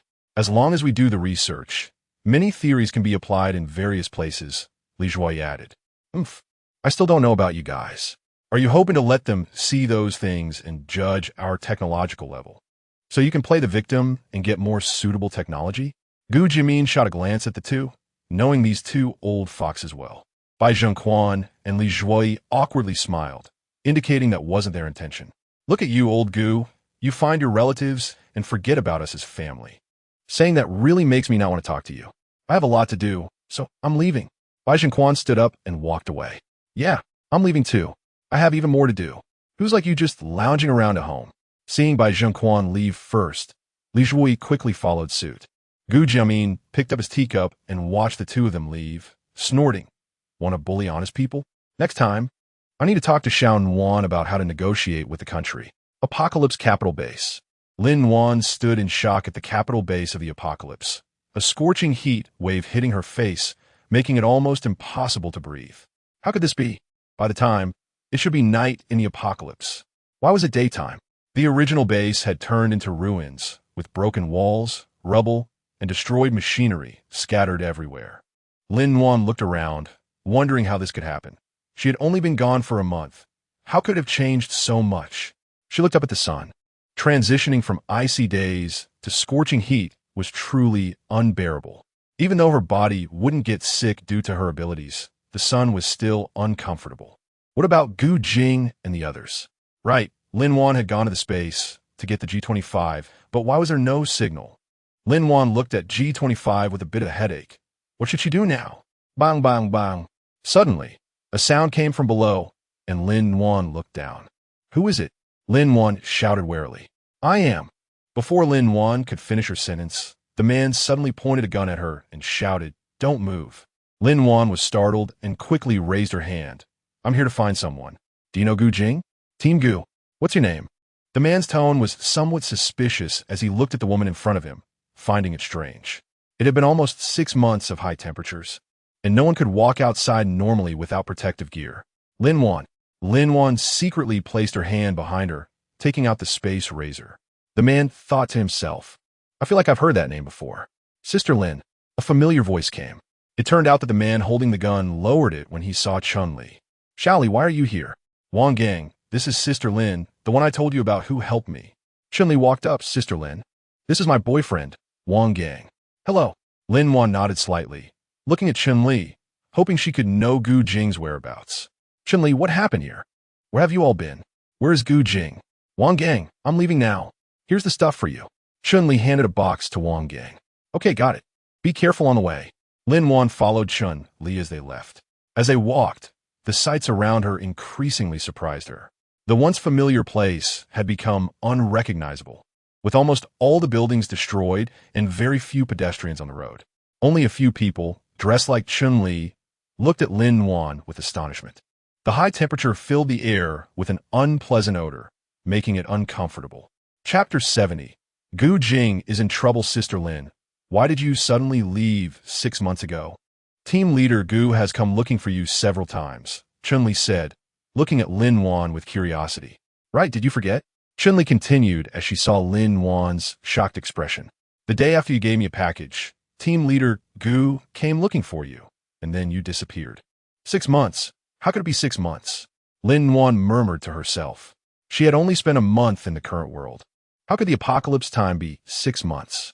No wonder the base had changed so much. Sister Lin, we're here. Chun-Li brought Lin Wan to the new base. Chun-Li waved her hand again. And this. The base has now issued this terminal. Once identification is successful, the protective shield will automatically open, allowing us to enter or leave the base. By the way, Sister Lin, you haven't picked up your terminal yet. I'll go find my brother. Wait for me here. As she spoke, Chun-Li walked towards the passage door. Lin Wan curiously looked at the protective shield. It had truly changed a lot in 6 months. Had Gu Jing been okay? As soon as Lin Wan's hand touched the base door, a light screen appeared on the door, displaying a prompt asking her to present her terminal, indicating that Lin Wan needed to complete identity verification to enter the base. Lin Wan was a bit surprised. This door was really smart. It seemed she suddenly thought of something and placed the G25 that Gu Jing had given her on it. A string of numbers and letters appeared on the screen, indicating that she had passed the identity verification. It really worked. A faint glow appeared on the surface of the door, which slowly slid open to both sides, revealing a wide passage. The temperature and air quality inside the passage were noticeably different from the outside, making it feel comfortable and pleasant. Lin Wan walked into the passage, and the door closed automatically behind her. As the environment inside the passage gradually changed, Lin Wan finally entered the interior of the base. This base was different from before. It looked relatively new, with the buildings and equipment in good condition, but there was still a sense of tension and oppression in the atmosphere. Sister Lin, how did you get in? Chun-Li pulled Chen Feng over and saw Lin Wan, who had already entered. Oh, Gu Jing gave me something before I tried it, and I came in. Lin Wan looked at Chen Feng beside her. Hello, can you tell me where Gu Jing is? I know, without the cooling suit. Chun-Li walked over and grabbed Lin Wan. Let's go talk over there. Chun-Li pulled Lin Wan to a small room nearby. Chen Feng looked at this person who had been missing for half a year and thought about how Team Gu had searched so many places without finding her. Yet she appeared just like that. Where have you been for the past 6 months? Chen Feng asked first. With such high temperatures outside, you could stay here. All the living people are in several major bases, and the bases have been interconnected for almost a month, yet there has been no information about you. So you have never been to the base. Chen Feng was sure that Lin Wan definitely had problems. Brother, what are you doing? Sister Lin is not a bad person. Chun-Li looked at Lin Wan, who looked troubled and was very angry. Chun-Li, don't interrupt. This is not a trivial matter. If she has problems, it could endanger the people in the base who have barely survived, Chen Feng said seriously, glaring at Chun-Li. I know you might not believe me, but I really have reasons I can't disclose, Lin Wan said, feeling helpless. So if you tell me where Gu Jing is, I can leave immediately. Sister Lin, Don't mind my brother. He thinks everyone is a bad person. It's okay. Can you tell me where Gu Jing is? Actually, Chun-Li looked a bit troubled. Chun-Li, Chen Feng interrupted. If you can't explain, I can't tell you Team Gu's whereabouts. I've already said I can't say. As long as I see Gu Jing, I will explain everything to him. Lin Wan thought that if it really didn't work, she would have to use other methods. Or you could contact Chu Yunhua or Zhao Tianyu. Chen Feng thought that Team Gu and the others had been looking for Lin Wan before. And although there had been no news recently, since she was here, he should still notify them. Okay, please don't go out for now. I will contact you again once I have news, Chen Feng said, and then left directly. Lin Wan nodded, watching Chen Feng's figure disappear outside the door, feeling a bit uneasy in her heart. She knew her situation was somewhat special, and not everyone might believe her. However, she still held onto a glimmer of hope, expecting to find Gu Jing soon. Chun-Li looked at Lin Wan and sighed helplessly. Sister Lin, you should wait a bit. After all, we don't know what Gu is up to right now. He might be out on a mission. Yes, I know. Thank you all, Lin Wan replied with a smile, her expression resolute. At the blue water base, Renhua was standing in the control room, the computer screen in his hand flashing various data and information continuously. Suddenly, he spotted a strange signal source. What is this? He rushed out, shouting, Ji Chuan, come quick. As he ran next door, he continued to call out. No, it's Lin Wan's signal. I set a program on the shield before, and her G25 will automatically send me a signal when it connects. Now the signal source shows she is at this capital base. Should we go find her? Ji Chuan, upon hearing this, immediately responded excitedly. Of course. Let's go find her. If we find her, the boss will be saved. He quickly grabbed his G25, preparing to contact Zhao Tianyu and Chu Yunhua. Hearing that Lin Wan had news, Zhao Tianyu and Chu Yunhua were also very excited. They had previously gone to the seaside to look for energy crystals and unexpectedly found a mutated Qianswell in there. At that time, they thought that plants couldn't survive in such weather, and they fell into a trap due to carelessness. Gu Jing broke through to save everyone, allowing them to leave alive, but he himself had yet to wake up. Now that they heard Lin Wan had news, there was hope for curing Gu Jing, and they were all very thrilled. Xiaohua, since you can receive messages, quickly send a message to Lin Wan, telling her to stay at the base. We'll come to pick her up. Then you and Ji Chuan go to get her, and I will stay here with Zhao Tianyu. Chu Yunhua thought that someone must stay with Gu Jing. Okay, we will set off right away. Renhua reflected on why he hadn't thought to send a message first. Beep, beep, beep. Lin Wan was sitting in her room, wondering if she could get in touch, when her G25 suddenly received a message. Chapter 71, Treating Gu Jing. She picked up the G25 and saw it was a message from Renhua. Lin Wan, are you at the capital base? We will come to pick you up. Please wait at the base. Lin Wan did not expect Renhua to contact her, which was great. However, she felt a bit confused as to why it wasn't Gu Jing who reached out to her. Was he still angry? The sky hadn't darkened yet when an airship approached the airspace around the base, getting close to the protective shield. Its nose emitted a bright light that shot towards the detector on the shield. Then, a passage appeared above the shield, allowing the airship to enter the base smoothly. The airship slowly landed on the helipad, and the cabin door opened slowly, with Renhua and Ji Chuan stepping out. Chen Feng was already waiting there. Chen Feng, where's Lin Wan? Ji Chuan asked anxiously. I've arranged for her to be in the building. You can follow me, Chen Feng replied. Although he had received the information, he still felt a bit puzzled. She was really strange. According to Wang Chong, she had suddenly appeared at the base, and she also couldn't explain where she had been these past few days. We understand. We'll clarify this. In the room, the lights were off, and only faint light came in from outside, but Ji Chuan immediately recognized the person in the room. Lin Wan, he shouted, running over and tightly embracing her. Lin Wan was startled by his sudden appearance, but she quickly became happy. God knows how worried she had been for them after knowing that the apocalypse had passed for half a year. Although she knew they were very capable, there were just too many unexpected natural disasters. Did you guys come? Lin Wan looked back and found that no one was there. No problem, I'll tell her. Chen Feng didn't refuse either. After all, once they got there, if there were any issues, they wouldn't let her off the hook. During the flight, Lin Wan was somewhat silent, thinking about Gu Jing and wondering how he was doing now. She looked at Ren Hua, sitting in front, and directly asked Ji Chuan, "Can we talk now? Did something happen?" Ren Hua and Ji Chuan exchanged a glance. They both knew that the relationship between Gu Jing and Lin Wan was special. "I'll tell you, but don't rush." Ji Chuan thought that he had to say it eventually. Lin Wan felt a jolt in her heart upon hearing this. "You can go ahead." Then Ji Chuan briefly explained Gu Jing's current situation. In other words, he was not in life-threatening danger. Just hadn't woken up yet? Ji Chuan didn't expect Lin Wan to be so calm. But the next moment, he saw her tightly clenched hands. "Yes, so don't worry. Now that you're here, everything will be fine."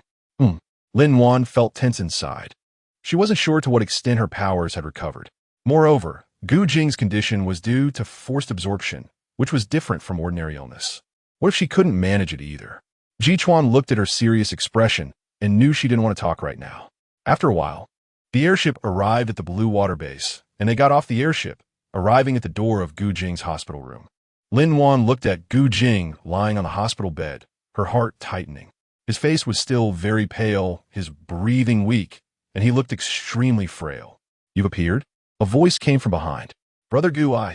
She knew that Gu Yin must be unhappy about her disappearing for so long. "You don't need to talk to me. When Gu Jing wakes up, you can tell him." "This is your matter," Gu Yin interrupted. "I just want to know, can you treat him?" "I will do my best." "You go ahead." Lin Wan nodded, pushed the door open, and walked in.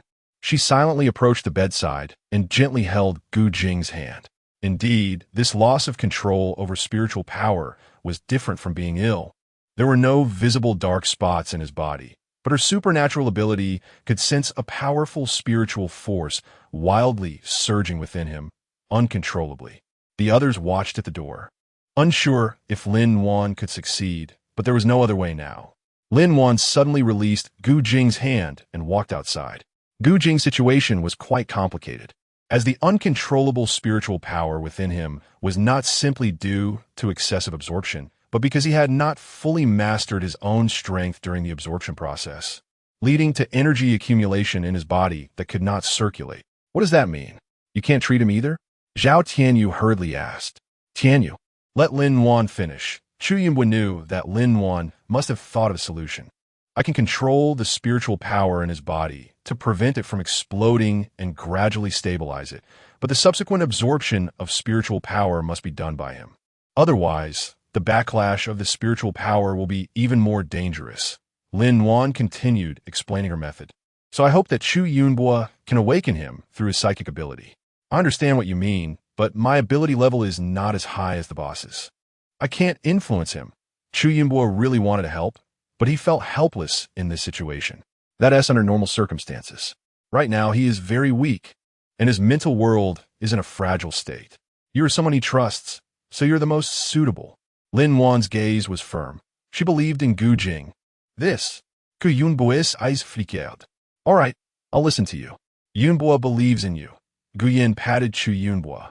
Knowing that Lin Wan wouldn't experiment with Gu Jing's life, she must have confidence in this method. Chu Yunbo remained silent for a moment, but eventually nodded. "I will guide your psychic ability in a moment. Do not resist." Lin Wan smiled slightly at Chu Yunbo, signaling him to follow her inside. They walked to Gu Jing's bedside. Lin Wan gently held Gu Jing's hand, while Chu Yunbo closed his eyes and began to use his psychic ability. Lin Wan controlled the spiritual power within Gu Jing, gradually stabilizing it, while guiding Chu Yunbo into Gu Jing's spiritual world.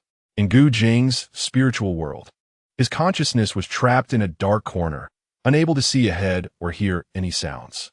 However, when he sensed an intrusion, his consciousness began to react. He felt someone approaching him in his spiritual world, and his instincts told him it was unsafe. He started to feel anger and fear, trying to break free from this constraint. But as the presence drew closer, he realized it was Chu Yunbo. Chapter 72.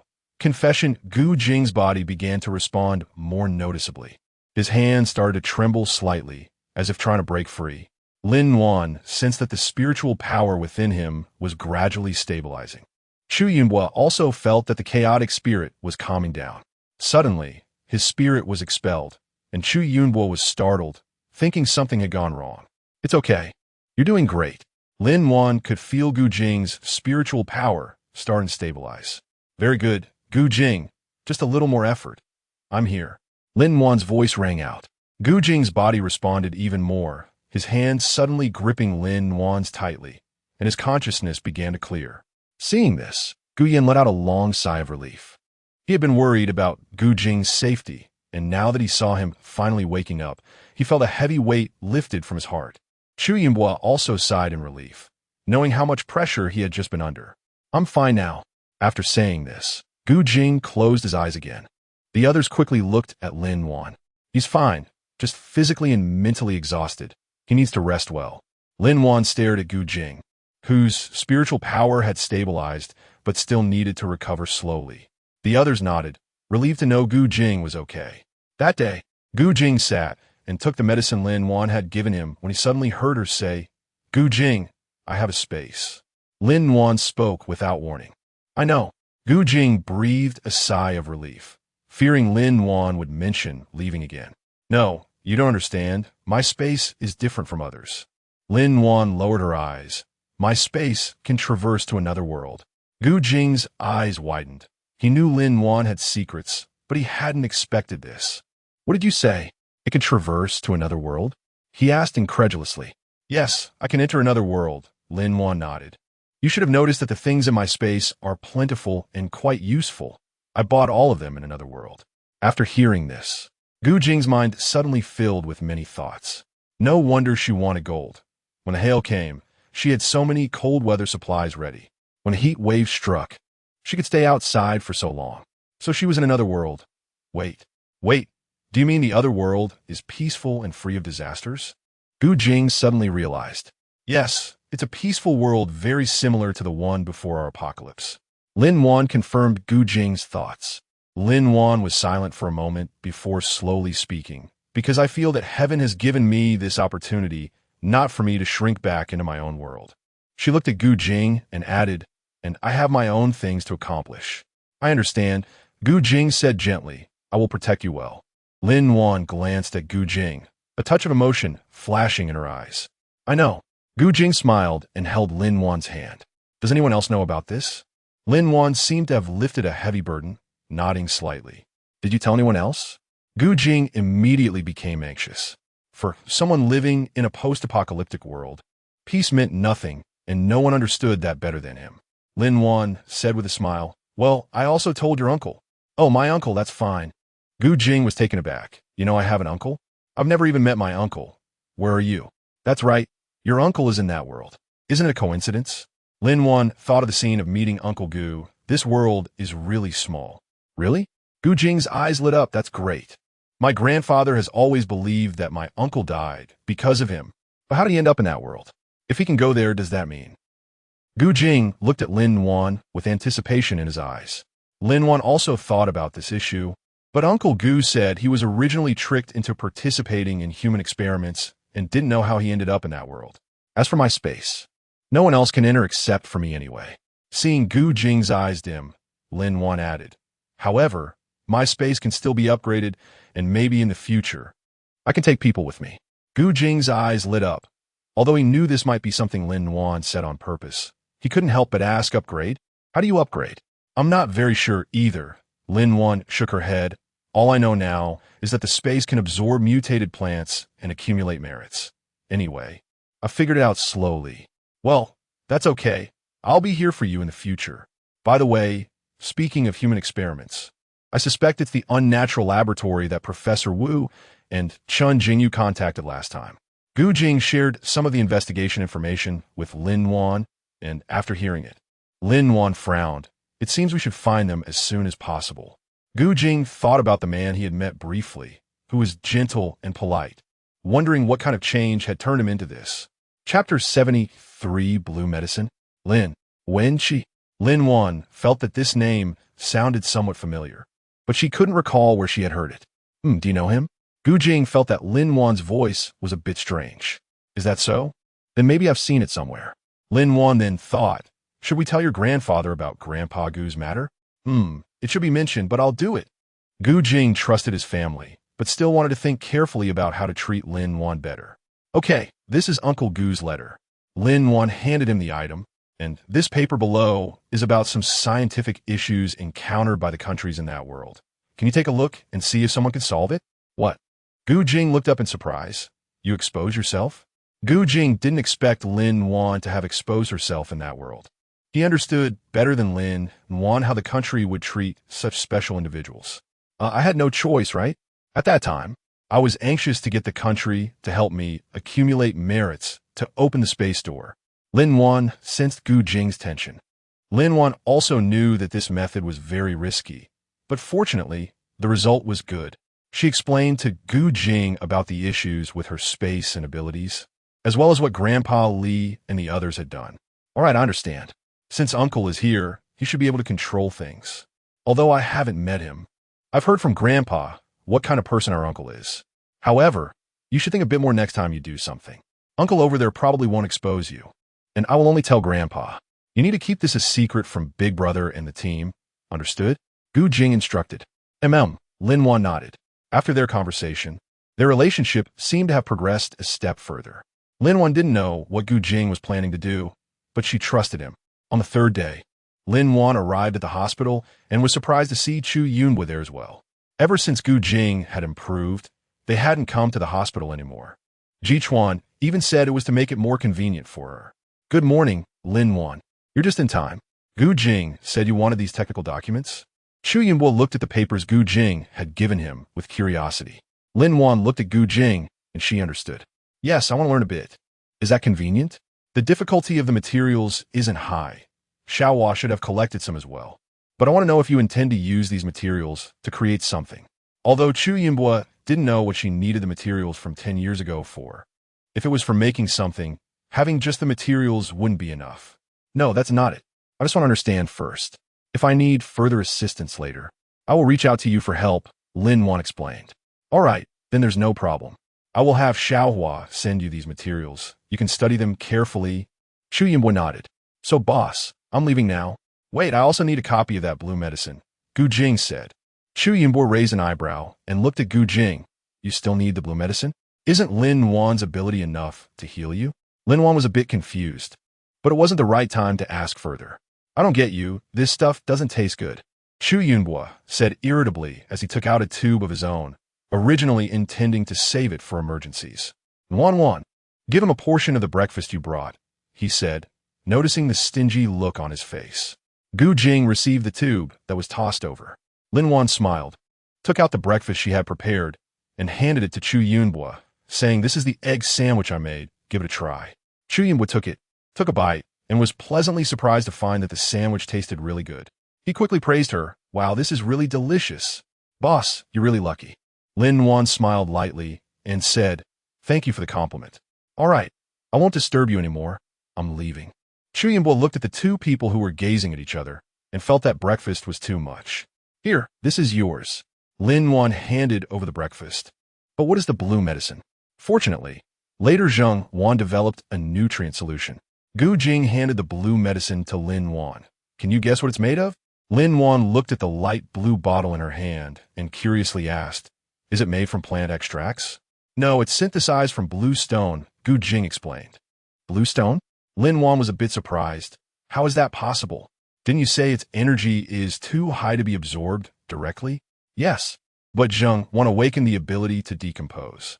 At first, he just tried to break down the blue stone into smaller molecules for easier absorption.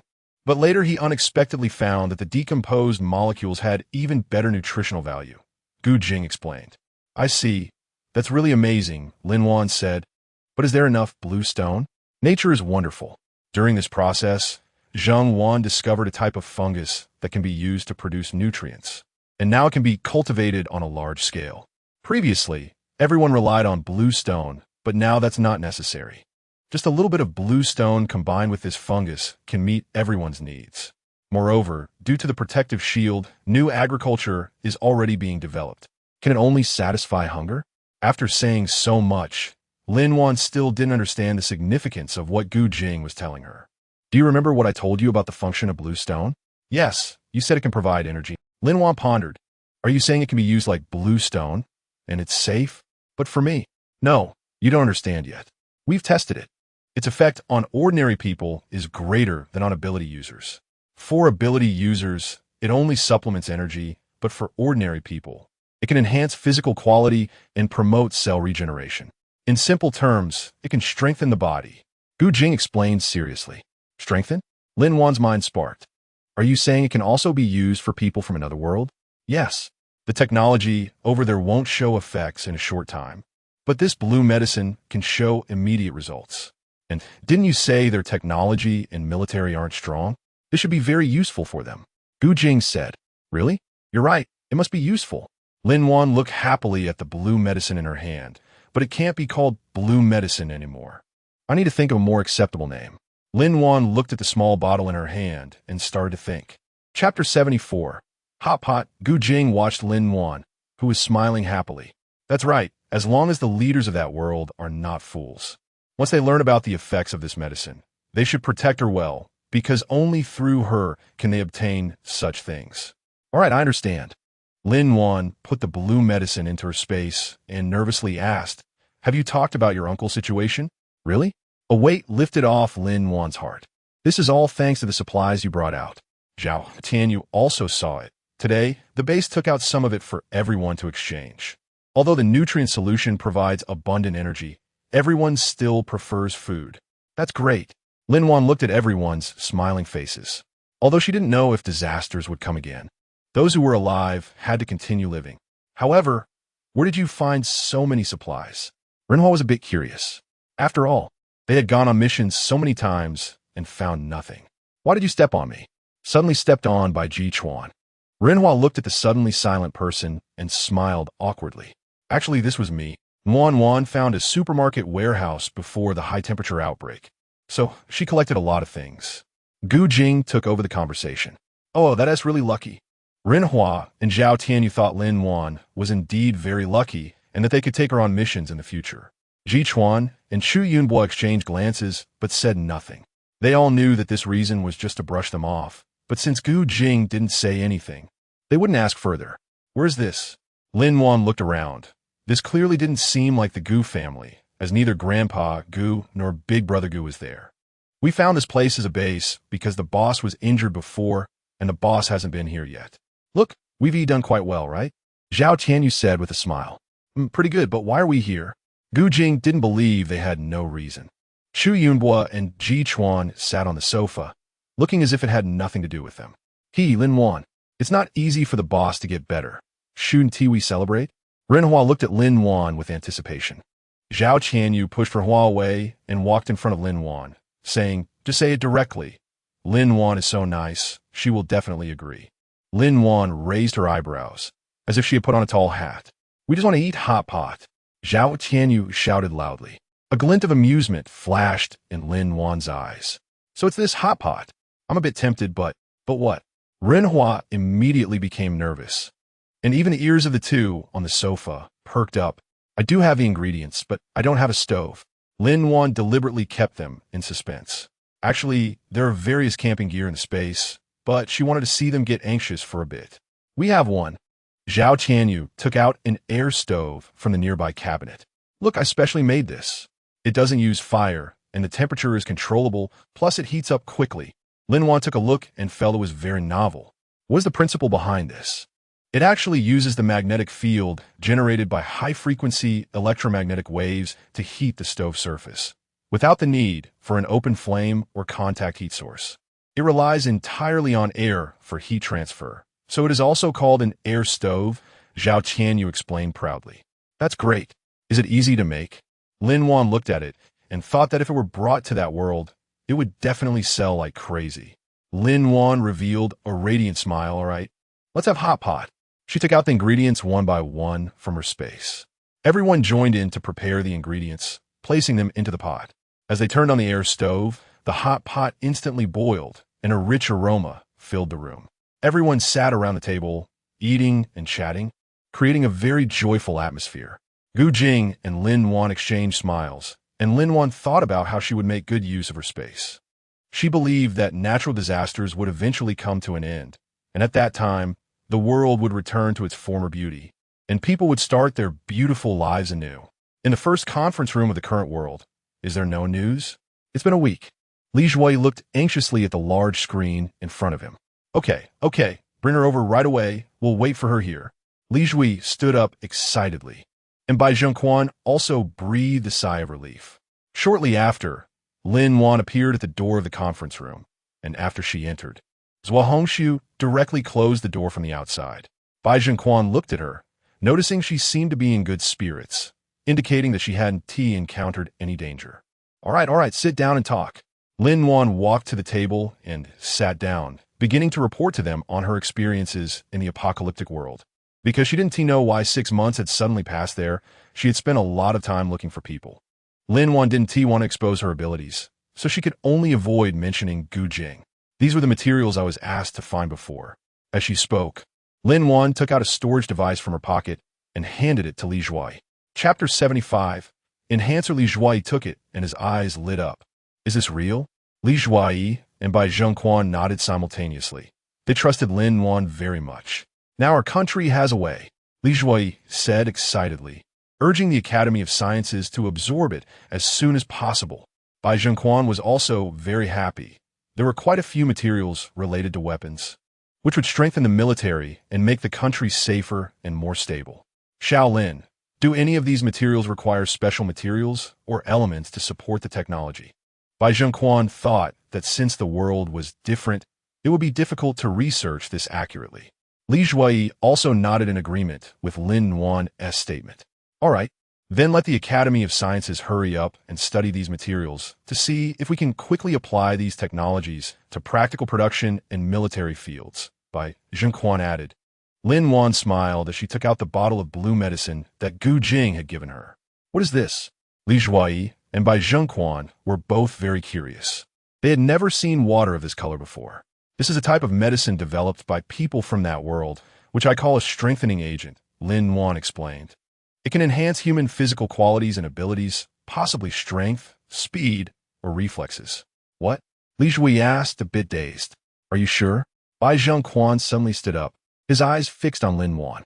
Gu Jing had noticed Lin Wan's curiosity about this, and specifically brought an extra bottle for her to try. To be honest, the water itself had no taste, and as for the strengthening effects, Lin Wan didn't feel anything, which was consistent with what Gu Jing said. This would have a greater effect on ordinary people. To what extent can it achieve? Bai Zhengquan looked at the bottle in his hand. Li Zhuai also looked over, eager to know how effective it was. Lin Wan pretended to think for a moment before stating what she had discussed with Gu Jing. For ordinary people, this strengthening agent can roughly enhance their physical qualities to about twice that of an average person.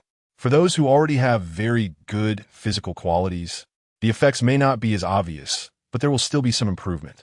Li Zhuai and Bai Zhengquan exchanged a glance, and then Li Zhuai suddenly asked, does this strengthening agent have any side effects?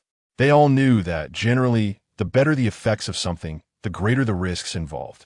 As for side effects, Lin Wan thought for a moment.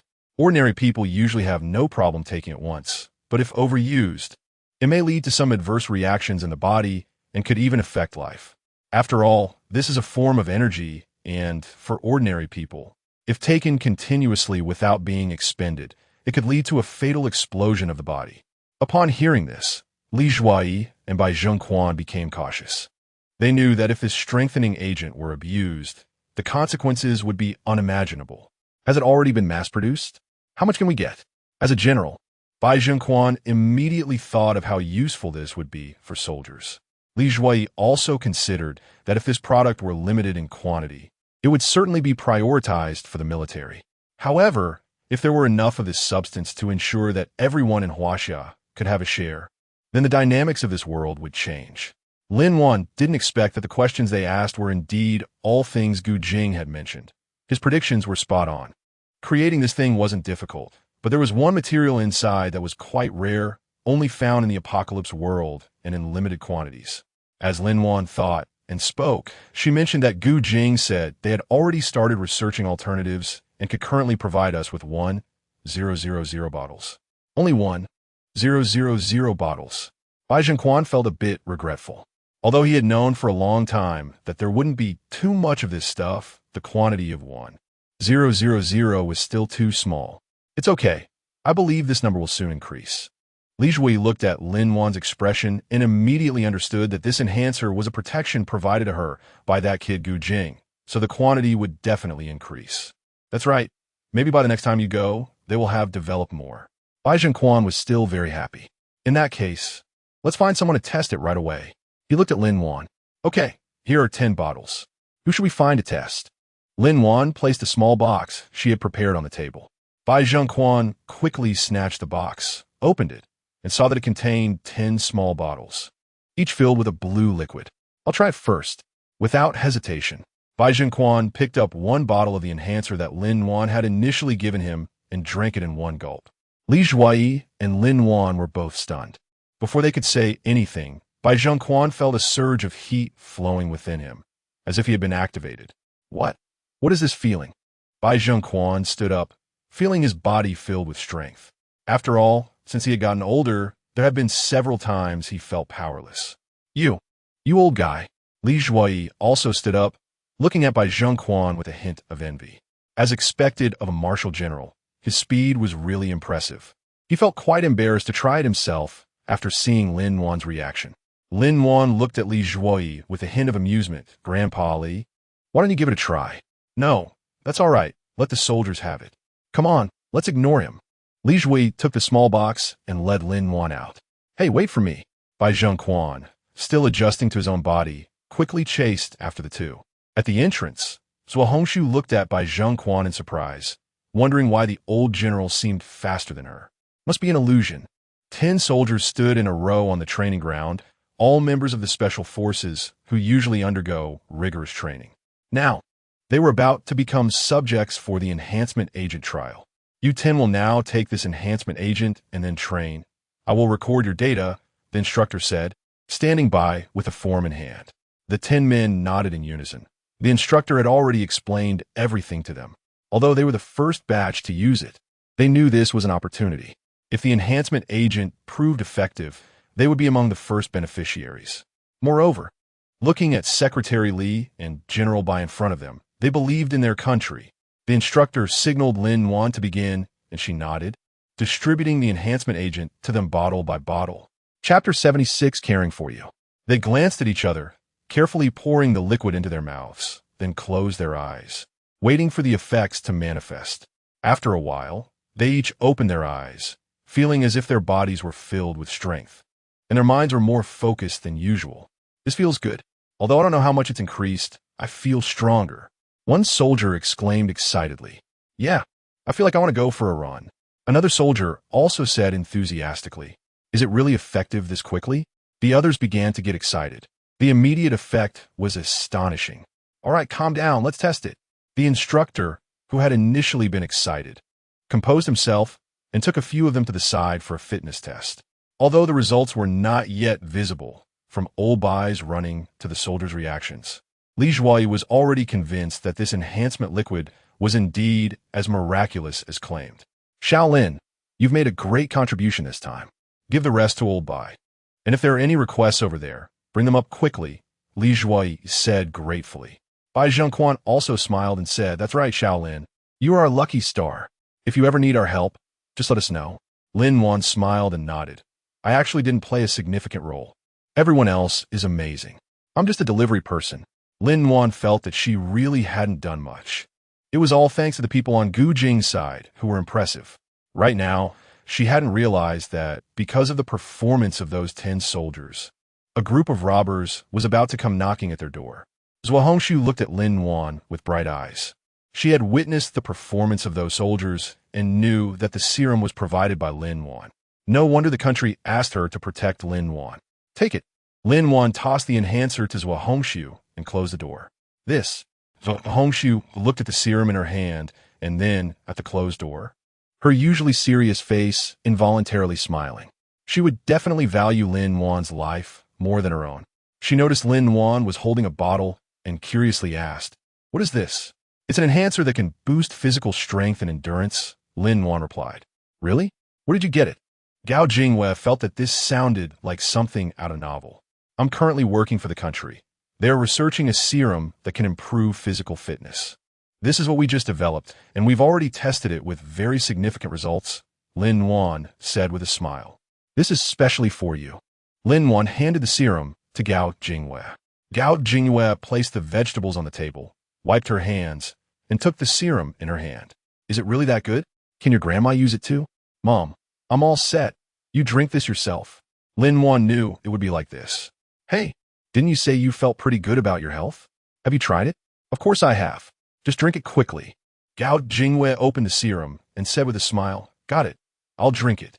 She gulped down the serum and didn't notice any particular taste. Mom, how do you feel? Gao Jingwei thought for a moment and said, It feels like my body is a bit warm, but I don't feel much else. Lin Wan felt a sigh of relief in her heart. After all, she had taken so many spatial medicines before, and her body was already in good condition, so the feeling wouldn't be very strong. She smiled and said, That's good. The effects of this potion will take some time to manifest. Lin Wan went to wash her hands, preparing to help Gao Jingwei. Outside, the sky gradually darkened. Lin Wan hesitated in the room about whether to check the apocalypse. She still didn't know why the flow of time during the last apocalypse was accelerated. Was it due to the lack of spatial spiritual power or the disappearance of the spatial gate? She hadn't told anyone about this, fearing it would cause panic and anxiety. In the end, she decided to take a trip to the apocalypse to confirm whether the time was normal. Lin Wan opened her eyes a bit nervously. Oh, it's night here too, but she doesn't know what date it is today. She opened the door and went out, hearing some noise from the kitchen.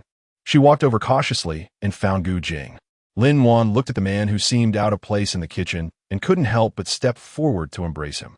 Gu Jing was taken aback by this action, awkwardly putting down the dumplings and looking down at the person leaning against his chest. His voice was cold. What's wrong? Did someone bully you over there? Lin Wan shook her head. No, I just suddenly want to hug you. Gu Jing felt relieved and really wanted to hug her. But when he looked down at the powder on his hands, he thought, Have you missed me after just a few hours? Then let go of me. I need to wash my hands. Lin Wan released her hands upon hearing this and jumped to the side. All right, I'll help you. She stepped forward to start making dumplings as well. Why is it only you? What made you suddenly think of making dumplings? I didn't know who said they wanted to eat dumplings before. Gu Jing looked at the person who started working and felt a bit regretful. It seemed like today wouldn't he work out. Lin Wan suddenly remembered the dumplings she mentioned during their last hot pot meal.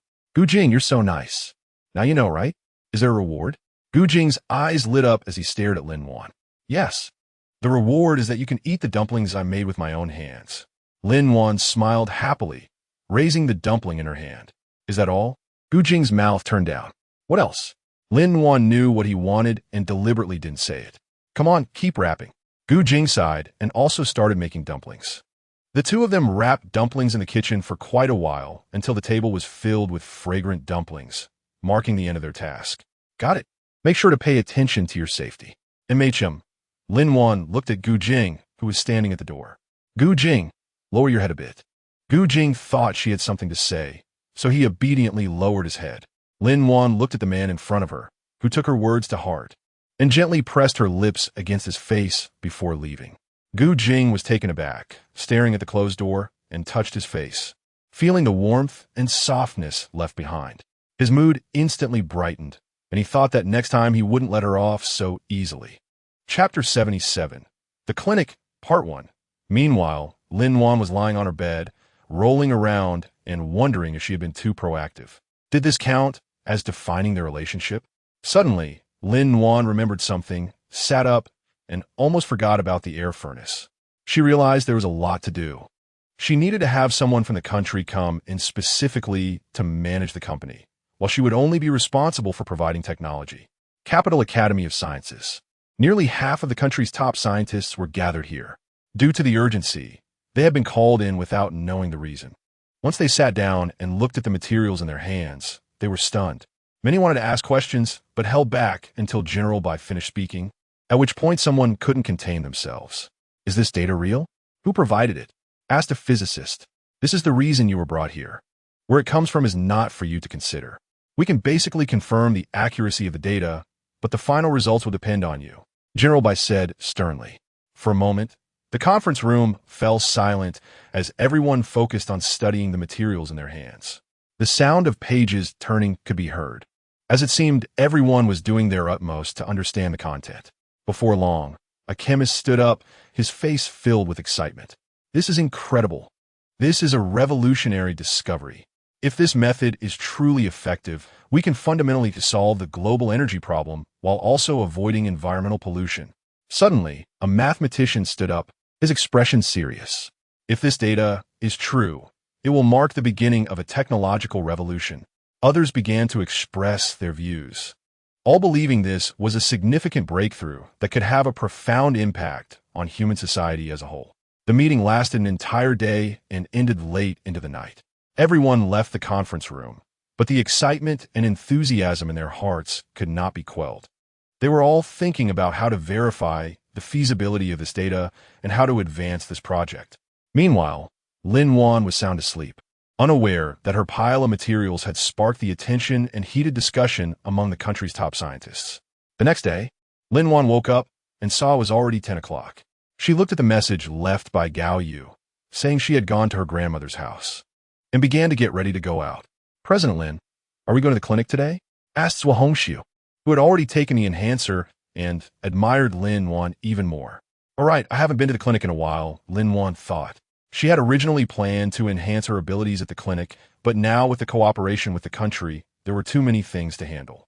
It seemed that the clinic also needed dedicated management. "Let's go." Zhuo Hongxiu nodded, and the two headed to the clinic together. On the way, Lin-Wan and Zhuo Hongxiu talked about starting the company. "As long as you're willing, I can confidently hand the company over to you." Lin-Wan thought this was good. It would allow Zhuo Hongxiu to supervise, and later they could find a general manager, while she would just provide technology. After a while, they arrived at the clinic. As soon as Lin-Wan got out of the car, she saw someone standing at the door. "Dr. Lin, you finally came?" Chiu had thought no one would be there today, but unexpectedly, Lin-Wan showed up. "Chiu-Jia, you're better." Lin-Wan, whose abilities had recovered, noticed that Chiu-Yi's previous illness had healed. Yes. I have to say you're really amazing. I went for a follow-up at the hospital, and I'm completely fine." Chiu-Yi couldn't help but smile. Lin-Wan also started to laugh. "That's great. Is there anything I can help you with this time, Sister Chiu?" "Well," Chiu-Yi hesitated. "Actually, it's my mother-in-law who has been telling everyone that I've recovered from my illness, and as a result, many sick people have come to me. But don't worry, I didn't mention you." Lin-Wan nodded, understanding Chiu-Yi's meaning. She was afraid of bringing unnecessary trouble to herself. After thinking for a moment, she said, "How about this, Chiu-Jia? I happen to need your help with something. I might not be able to stay at the clinic all the time in the future. Since your illness is better, can you continue to come to work? I can give you shares, and then when people like you come seeking medical help, you can help me register them, and I will try my best to handle it." Upon hearing this, Chiu-Yi's eyes lit up, and she quickly said, "Sure, I'm used to being here, so I accept. As for the shares, I don't need them. As long as you can guarantee my salary, that's enough." Lin-Wan nodded. She knew that Chiu-Yi was a very down-to-earth person, and she didn't have much time to deal with the clinic's affairs right now. Finding someone trustworthy to help was a relief. "It's settled then. Let's start working now." After saying this, Lin-Wan pulled Chiu-Yi into the clinic. "Hong-Su, please arrange a meeting with the president of the trade association that Grandpa Li mentioned last time. I want to discuss our cooperation." "Okay, I'll handle it right away." Zhuo Hong-Su picked up his phone and quickly scheduled a meeting for 3 p.m. today at the trade center. "Chiu-Jia, my time is limited today too. Please put up a sign at the door saying that we'll be accepting patients until 2 p.m. The patients you mentioned can come in as well." Lin-Wan looked at Chiu-Yi. "All right, I'll go get that done." Chiu-Yi nodded happily and went to the clinic door to hang the sign, then immediately called her mother-in-law. Perhaps because the clinic had been closed for a week, Lin-Wan sat for a while and noticed that there weren't many people. She took out the materials related to Bai Chao Tang to review. She was currently looking at research on hair loss, and it seemed that people in the past really cared about their hair. Many different methods and herbs had been developed for this issue. Lin-Wan studied the materials carefully, pondering whether these herbs and methods could be produced using modern techniques. Suddenly, a tall man rushed into the clinic, holding a woman in his arms. He looked somewhat panicked, sweating profusely, and anxiously said to Lin-Wan, Doctor, my wife suddenly fainted. Please help her." Lin-Wan heard the man shout and quickly set down the documents in her hands. She looked up to see a man holding a frail woman, whose face was pale and breathing weak. She hurried to the man's side. Chapter 78, Clinic, Part 2. As she approached, she asked, "Quick, lay her on this bed. Did your wife have any symptoms before she fainted?" Zhou Hongshu and Xiao Yi quickly followed, and upon seeing the patient, Xiao Yi brought over a first aid kit. "Should we call an ambulance?" Zhou Hongshu looked at the woman's pale face, worried something might go wrong. "Not yet. Let me take a look first." Lin Wan also began to check the patient's physical condition. Kidney ion deficiency, it is hypokalemia. She looked at the woman's belly. She was pregnant. "Sister Chio, it's hypokalemia. Give me potassium chloride solution." Lin Wan asked the man, "Do you know she's pregnant?" The man hurriedly nodded. Yes, she's been pregnant for almost 3 months." Lin Wan nodded and said to Chio Yi, "Give her in 4, but reduce the dosage slightly to avoid any impact on the fetus." "Doctor, is it necessary to give her in 4? Will this medication affect the child?" "Ah, I see. And I can still take her to the hospital now, right?" The man asked cautiously. Chio Yi calmly set down the medication and looked at Lin Wan. Lin Wan understood that the man was worried about his medical skills. This wasn't the first time she had encountered such people. "All right, you could take her directly to the hospital. After all, this wasn't an acute illness." Okay, thank you. "Doctor." The man, afraid of being stopped, picked up the woman and left. "What kind of person is that?" Zhou Hongshu wanted to curse, but was interrupted by Lin Wan. "All right, let's get back to work." Yes, there are many people like that who always think that the doctors in small clinics are not capable. Xiao Yi now felt that Lin Wan's medical skills were definitely better than those in hospitals. "Dr. Lin, I think you're much better than the hospital." Lin Wan smiled and said nothing, picking up the materials at hand to study again. After just a while, someone else came in. "Dr. Lin, this is the patient I mentioned." Xiao Yi walked in with 2 people looking like a mother and daughter. Lin Wan raised her head and looked at the mother and daughter brought by Xiao Yi. The mother's face was pale, clearly very weak, while the daughter stood beside her, her eyes revealing worry and unease. "Please sit down and tell me about the symptoms first." Lin Wan gestured for the 2 to take a seat.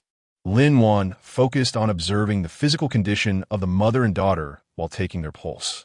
She found that the mother only had insufficient energy and blood, with blocked meridians, which could be treated with some medicine. However, the daughter exhibited some rather strange symptoms. Lin Wan was taking the pulse while wondering what the black spots on the girl's liver were. Was it poisoning? But there were no symptoms. "Doctor, how is my mom?" The daughter looked at Lin Wan strangely as she stared at her.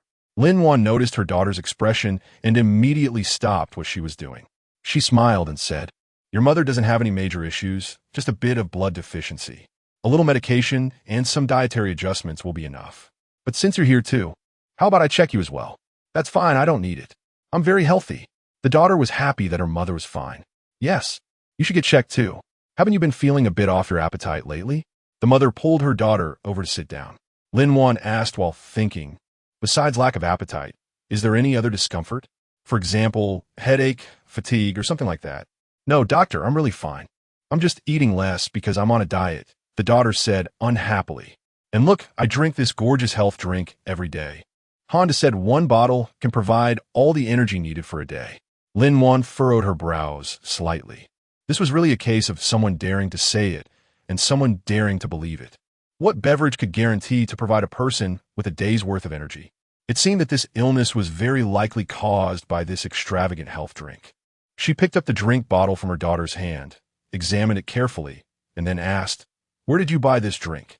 How long have you been drinking it?" Lin Wan furrowed her brows slightly, placing the drink bottle on the table and carefully observing the labels and ingredient list on the bottle. She noticed that the ingredient list was very simple and nothing special, but she suspected the authenticity of the ingredient list. "I now suspect that your long-term consumption of this drink has caused liver problems. I suggest you stop drinking it," Lin Wan said. "This drink is said to be very healthy on TV, and I haven't felt any discomfort after drinking it for so long," her daughter replied, somewhat unconvinced. "Those advertisements are deceptive. Look, your body has already suffered harm. If you don't believe me, you could go to the hospital for a liver check." Lin Wan knew her daughter might resist, so she tried to persuade her. "Besides, this drink is not purely natural. It contains some chemical ingredients that could pose potential harm to your body." The daughter fell silent, and the mother immediately became anxious. "Doctor, what does this mean? Is it serious? Since you haven't been drinking it for long, just taking medication for now will suffice, but I recommend that you don't drink it anymore." "I don't believe it," the daughter exclaimed before running out. "Hey, you child. Doctor, I trust you. Please prescribe me some medication." The woman had learned from Aunt Chiu that this doctor was indeed competent, and she felt that her daughter had not been in good health recently. "All right, I will prescribe some medication for you. Just make sure to take it on time and pay attention to rest and diet, and your health will naturally improve," Lin Wan said with a smile as she took out the prescription and wrote some traditional Chinese medicine for the woman, explaining how to take it and the precautions. The woman took the prescription and gratefully said, "Thank you, doctor. I will make sure she takes it on time." "You're welcome," Lin Wan replied gently, and after sending the woman off, she sighed softly. People still don't want to believe in traditional Chinese medicine. She thought about how young people blindly trust celebrity endorsements. In their pursuit of stars, they buy these products without even checking the ingredient list. You need to know that if the ingredients really have issues, the impact would be significant. Chapter 79, Ke Zhangqiu, Qiu Jia, Hongshu. Do you know about this drink? I know. The advertisements are everywhere. The celebrities endorsing it are quite popular lately, and their slogan is, "Drink a bottle and have a healthy life." Gorgeous healthy drink, nourishing your body and satisfy your taste. I also drank a bottle. I didn't like the taste, so I didn't drink anymore, but young people seem to drink it quite a lot. Chiu remembered that she had also been attracted to buy it because of the advertising slogan, but it really didn't taste good. "I haven't.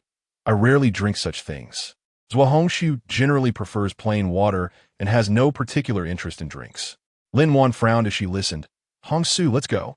"Sister Chiu, I'm leaving first today. If there's an urgent matter, you can contact Hongsu. I'll come as soon as I have time." "Okay, I understand." Lin Wan and Zhuo Hongshu went out together. "Who should I contact about food safety?" Let me think, the health bureau?" Zhuo Hongshu scratched her head, as she wasn't very knowledgeable about this either. "Forget it. I'll just ask the Commerce Bureau later." Commerce Bureau conference room. Why is a meeting suddenly called? Is there something urgent? "I still have an appointment with Lely Company," Vice Director Zhang asked with a displeased expression. "I don't know. I was just informed that a company needs our cooperation." Director Liu said helplessly. He just received a phone call and wasn't clear about the specifics. "You mean?" Vice Director Zhang pointed with his finger. Director Liu nodded. "Well, I wonder what big company it is. I heard it's a newly established." "What? Newly established? They're looking for us? Do they have such strong connections?" Just then, Lin Wan and Zhuo Hongshu arrived. Director Liu looked at the two young girls who entered one after the other. It seemed that the one in front was the general manager Lin mentioned by the higher-ups. Lin Wan and Zhuo Hongshu stood at the door. Seeing that everyone in the office turned to look at them. "Hello, I am Lin Wan, and this is my friend Zhuo Hongshu." Lin Wan walked to the conference table and greeted everyone. "Hello, I am Lu Wei, the director of the Commerce Bureau, and this is Deputy Director Zhang Jingguo. Please have a seat," Lu Wei said, gesturing for the two to sit down. "Director Lin, may I ask what your company is?" Zhang Jingguo inquired. I am sorry. My company has not been established yet." Lin Wan suddenly realized that she had only been thinking about selling things and hadn't considered what kind of company to actually establish. Zhang Jingguo was somewhat surprised. "Then what brings you to our Commerce Bureau this time?" Lin Wan forced a smile and said, "Actually, the items I want to sell might be a bit special."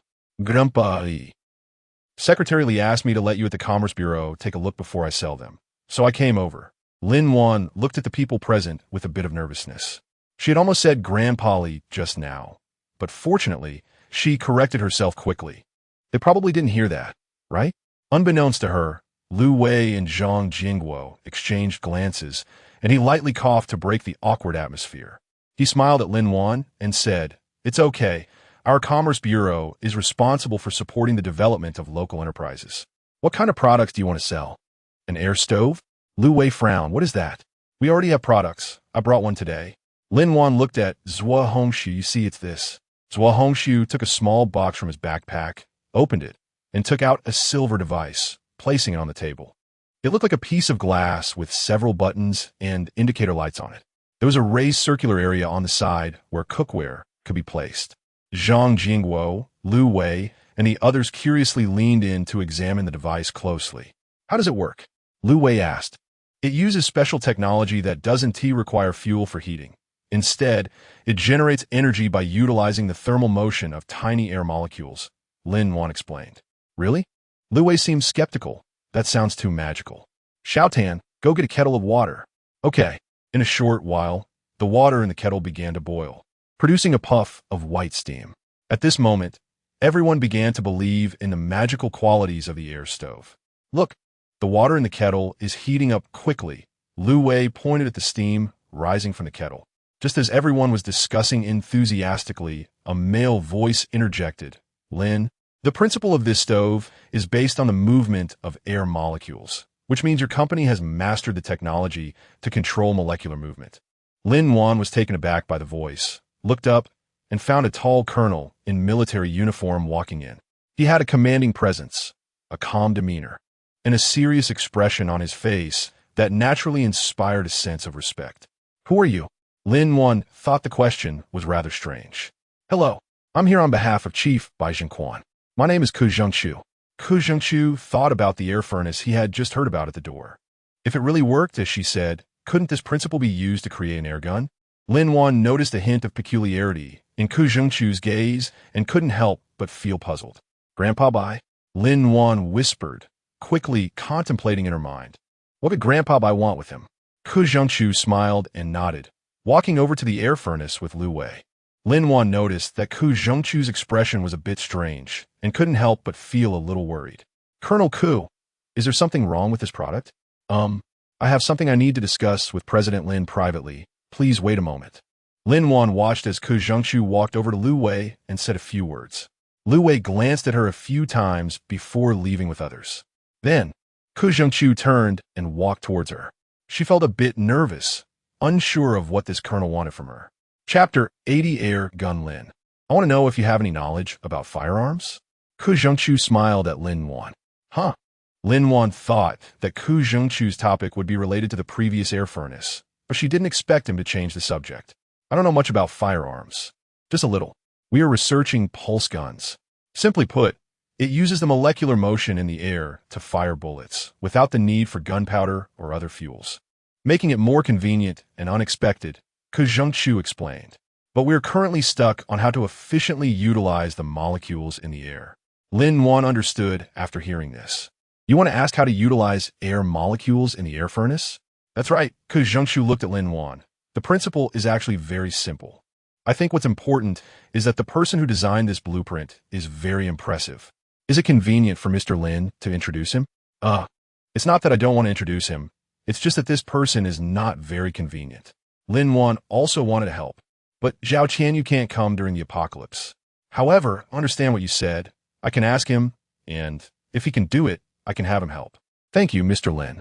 Although Bai Zhengquan did not mention Lin-Wan's situation, Ku Zhengqiu knew he was referring to Lin-Wan's introduction, and he certainly would not push for it.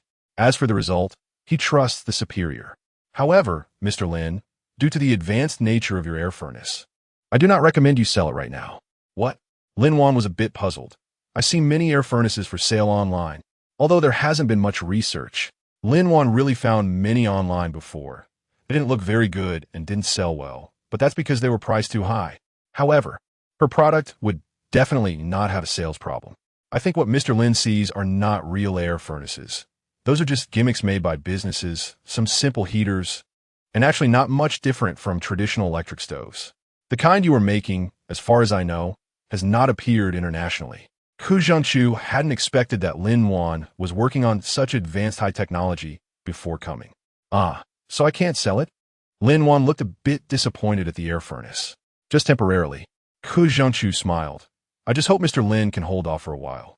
Because of the product's uniqueness, we will build a new platform for your company, and we hope Mr. Lin's future products can be sold on this platform.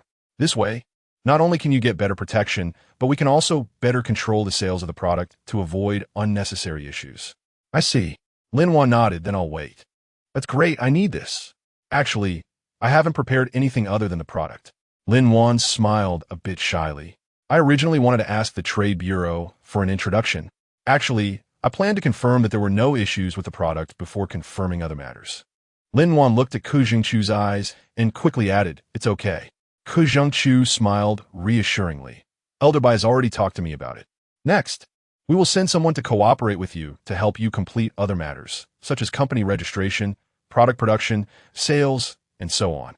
You just need to focus on the research and development of the product itself. Really? That's great. Lin Wan sighed in relief. I know President Lin has a lot on his plate, but I still hope to confirm a manager as soon as possible for easier communication. I understand this, and I will recruit someone as soon as possible. Thank you, Colonel Ku. Lin Wan was about to leave when she suddenly thought of the exquisite health drink. Colonel Kiskiviko, I've discovered something this time and would like to trouble you to investigate it.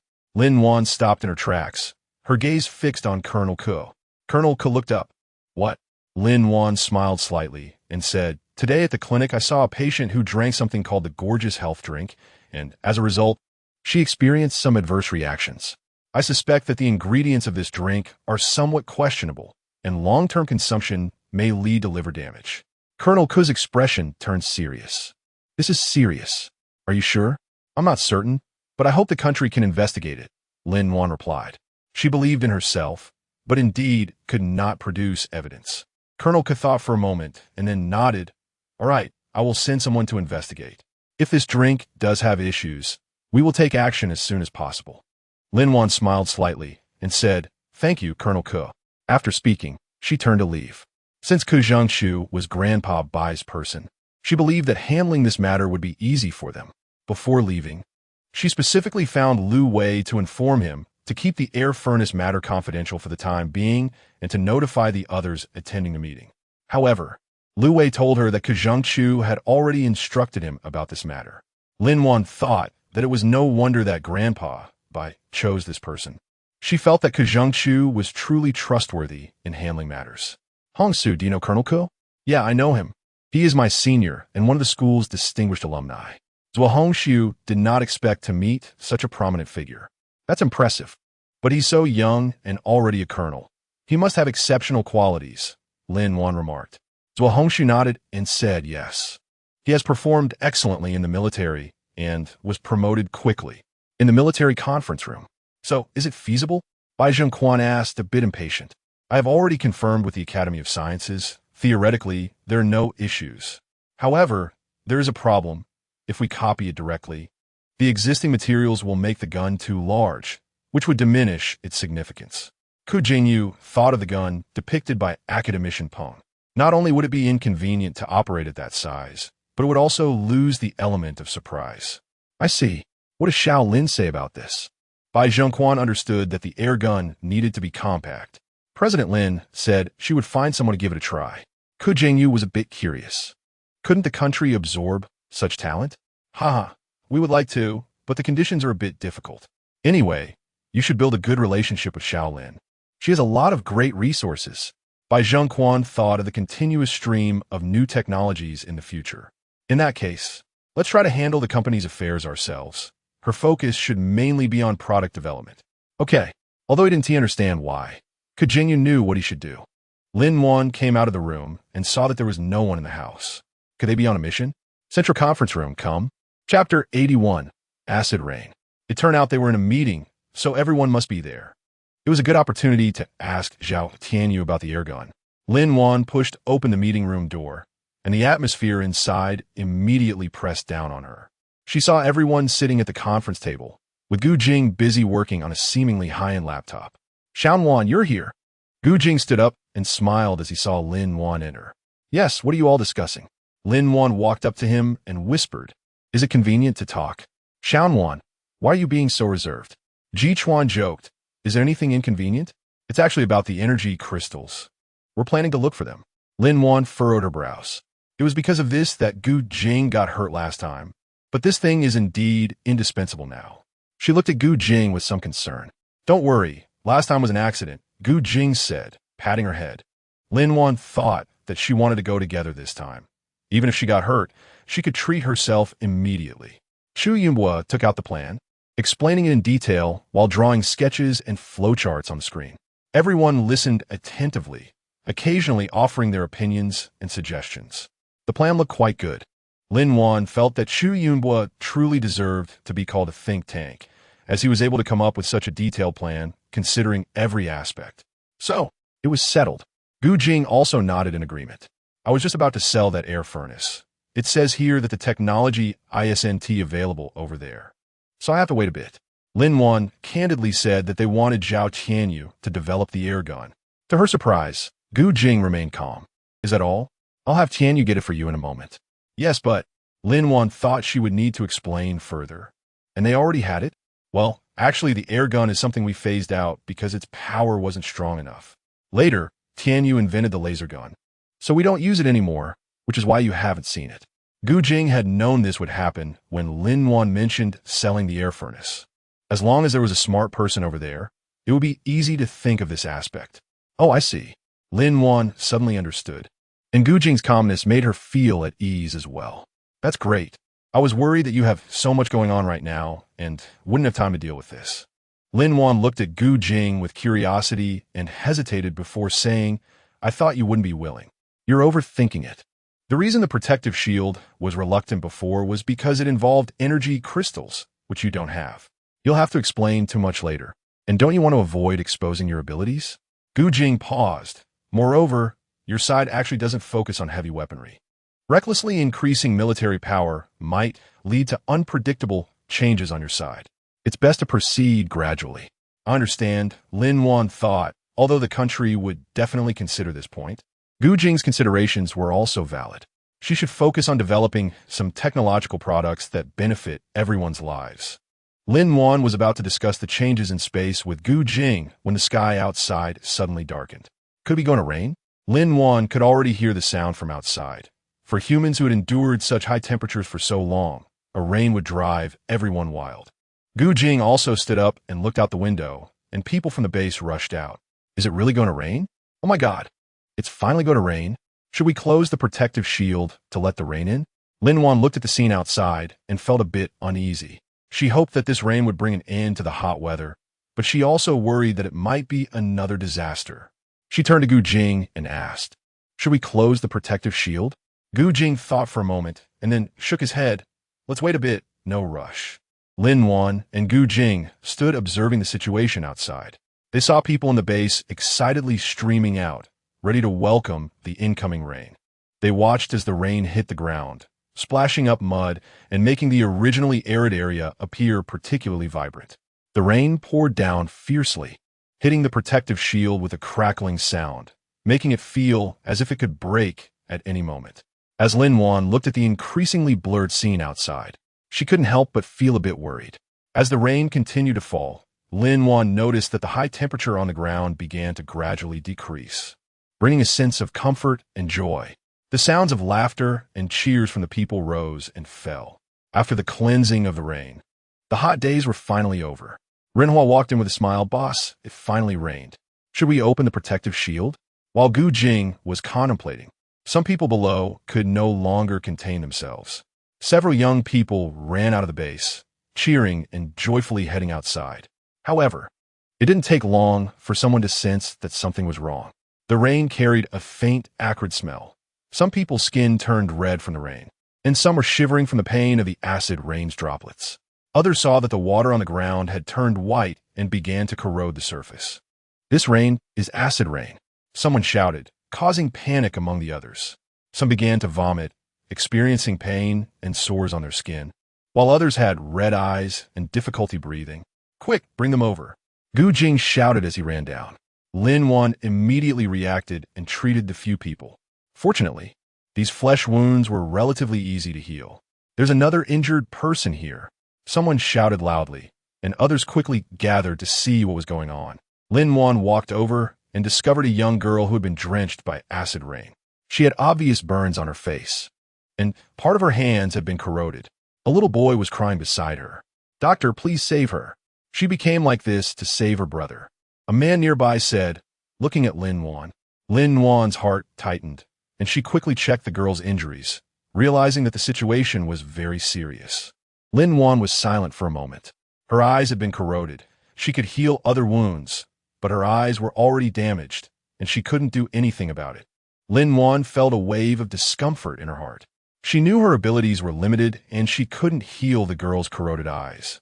She looked at the girl, who was still very young and undoubtedly in pain, But children of the apocalypse were quite understanding at such times and did not cry or fuss.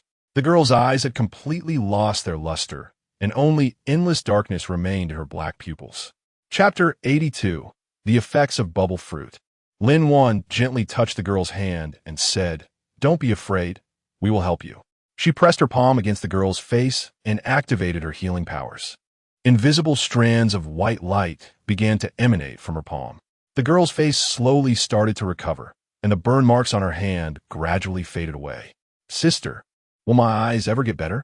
the girl asked softly, her voice tinged with a hint of despair.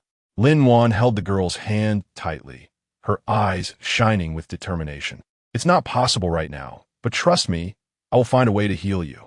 Tears silently slipped down the girl's cheeks as she clutched Lin-Wan's hand tightly. "Thank you, sister." The little boy beside them heard this and hugged the girl, crying loudly, "I'm sorry, sister." At that moment, a man ran over. "Xiaodong, what are you doing here? Are you okay?" The man scooped up the little boy, looking him over as he cried. Dad, I'm fine. It's sister who's hurt." Only then did the man turn his gaze to the girl sitting on the ground. "You little rascal. How could you not take care of your brother?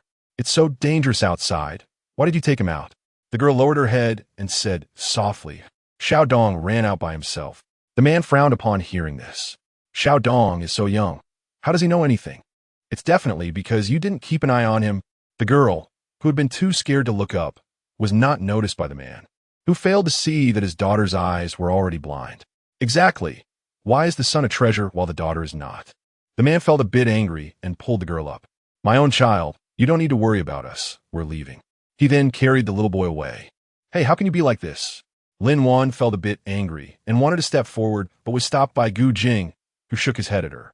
The little girl stumbled after them. Dad, I can't see." Her voice trembled. Tears began to flow from the girl's eyes again. I didn't mean to." Seeing the girl's expression, the man's heart softened a bit, but he still wouldn't admit it. "All right, stop crying. It's not safe here. Let's hurry and go." After saying this, the man took the two children away. Those nearby could only silently watch them leave.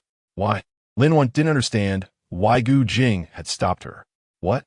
Lin-Wan looked ahead in shock, thinking she had encountered another man who favored sons over daughters. But it turned out to be like this. Gu Jing understood this feeling. He had once been tasked with finding Li Shuping and had only said one thing at that time. "I can go without the country, but without them, I will be lost." Lin-Wan looked at their departing figures, feeling heavy-hearted. She knew that in this apocalyptic world, there were too many unpredictable and uncontrollable things. Sometimes, no matter how hard one tried, tragedies couldn't be avoided.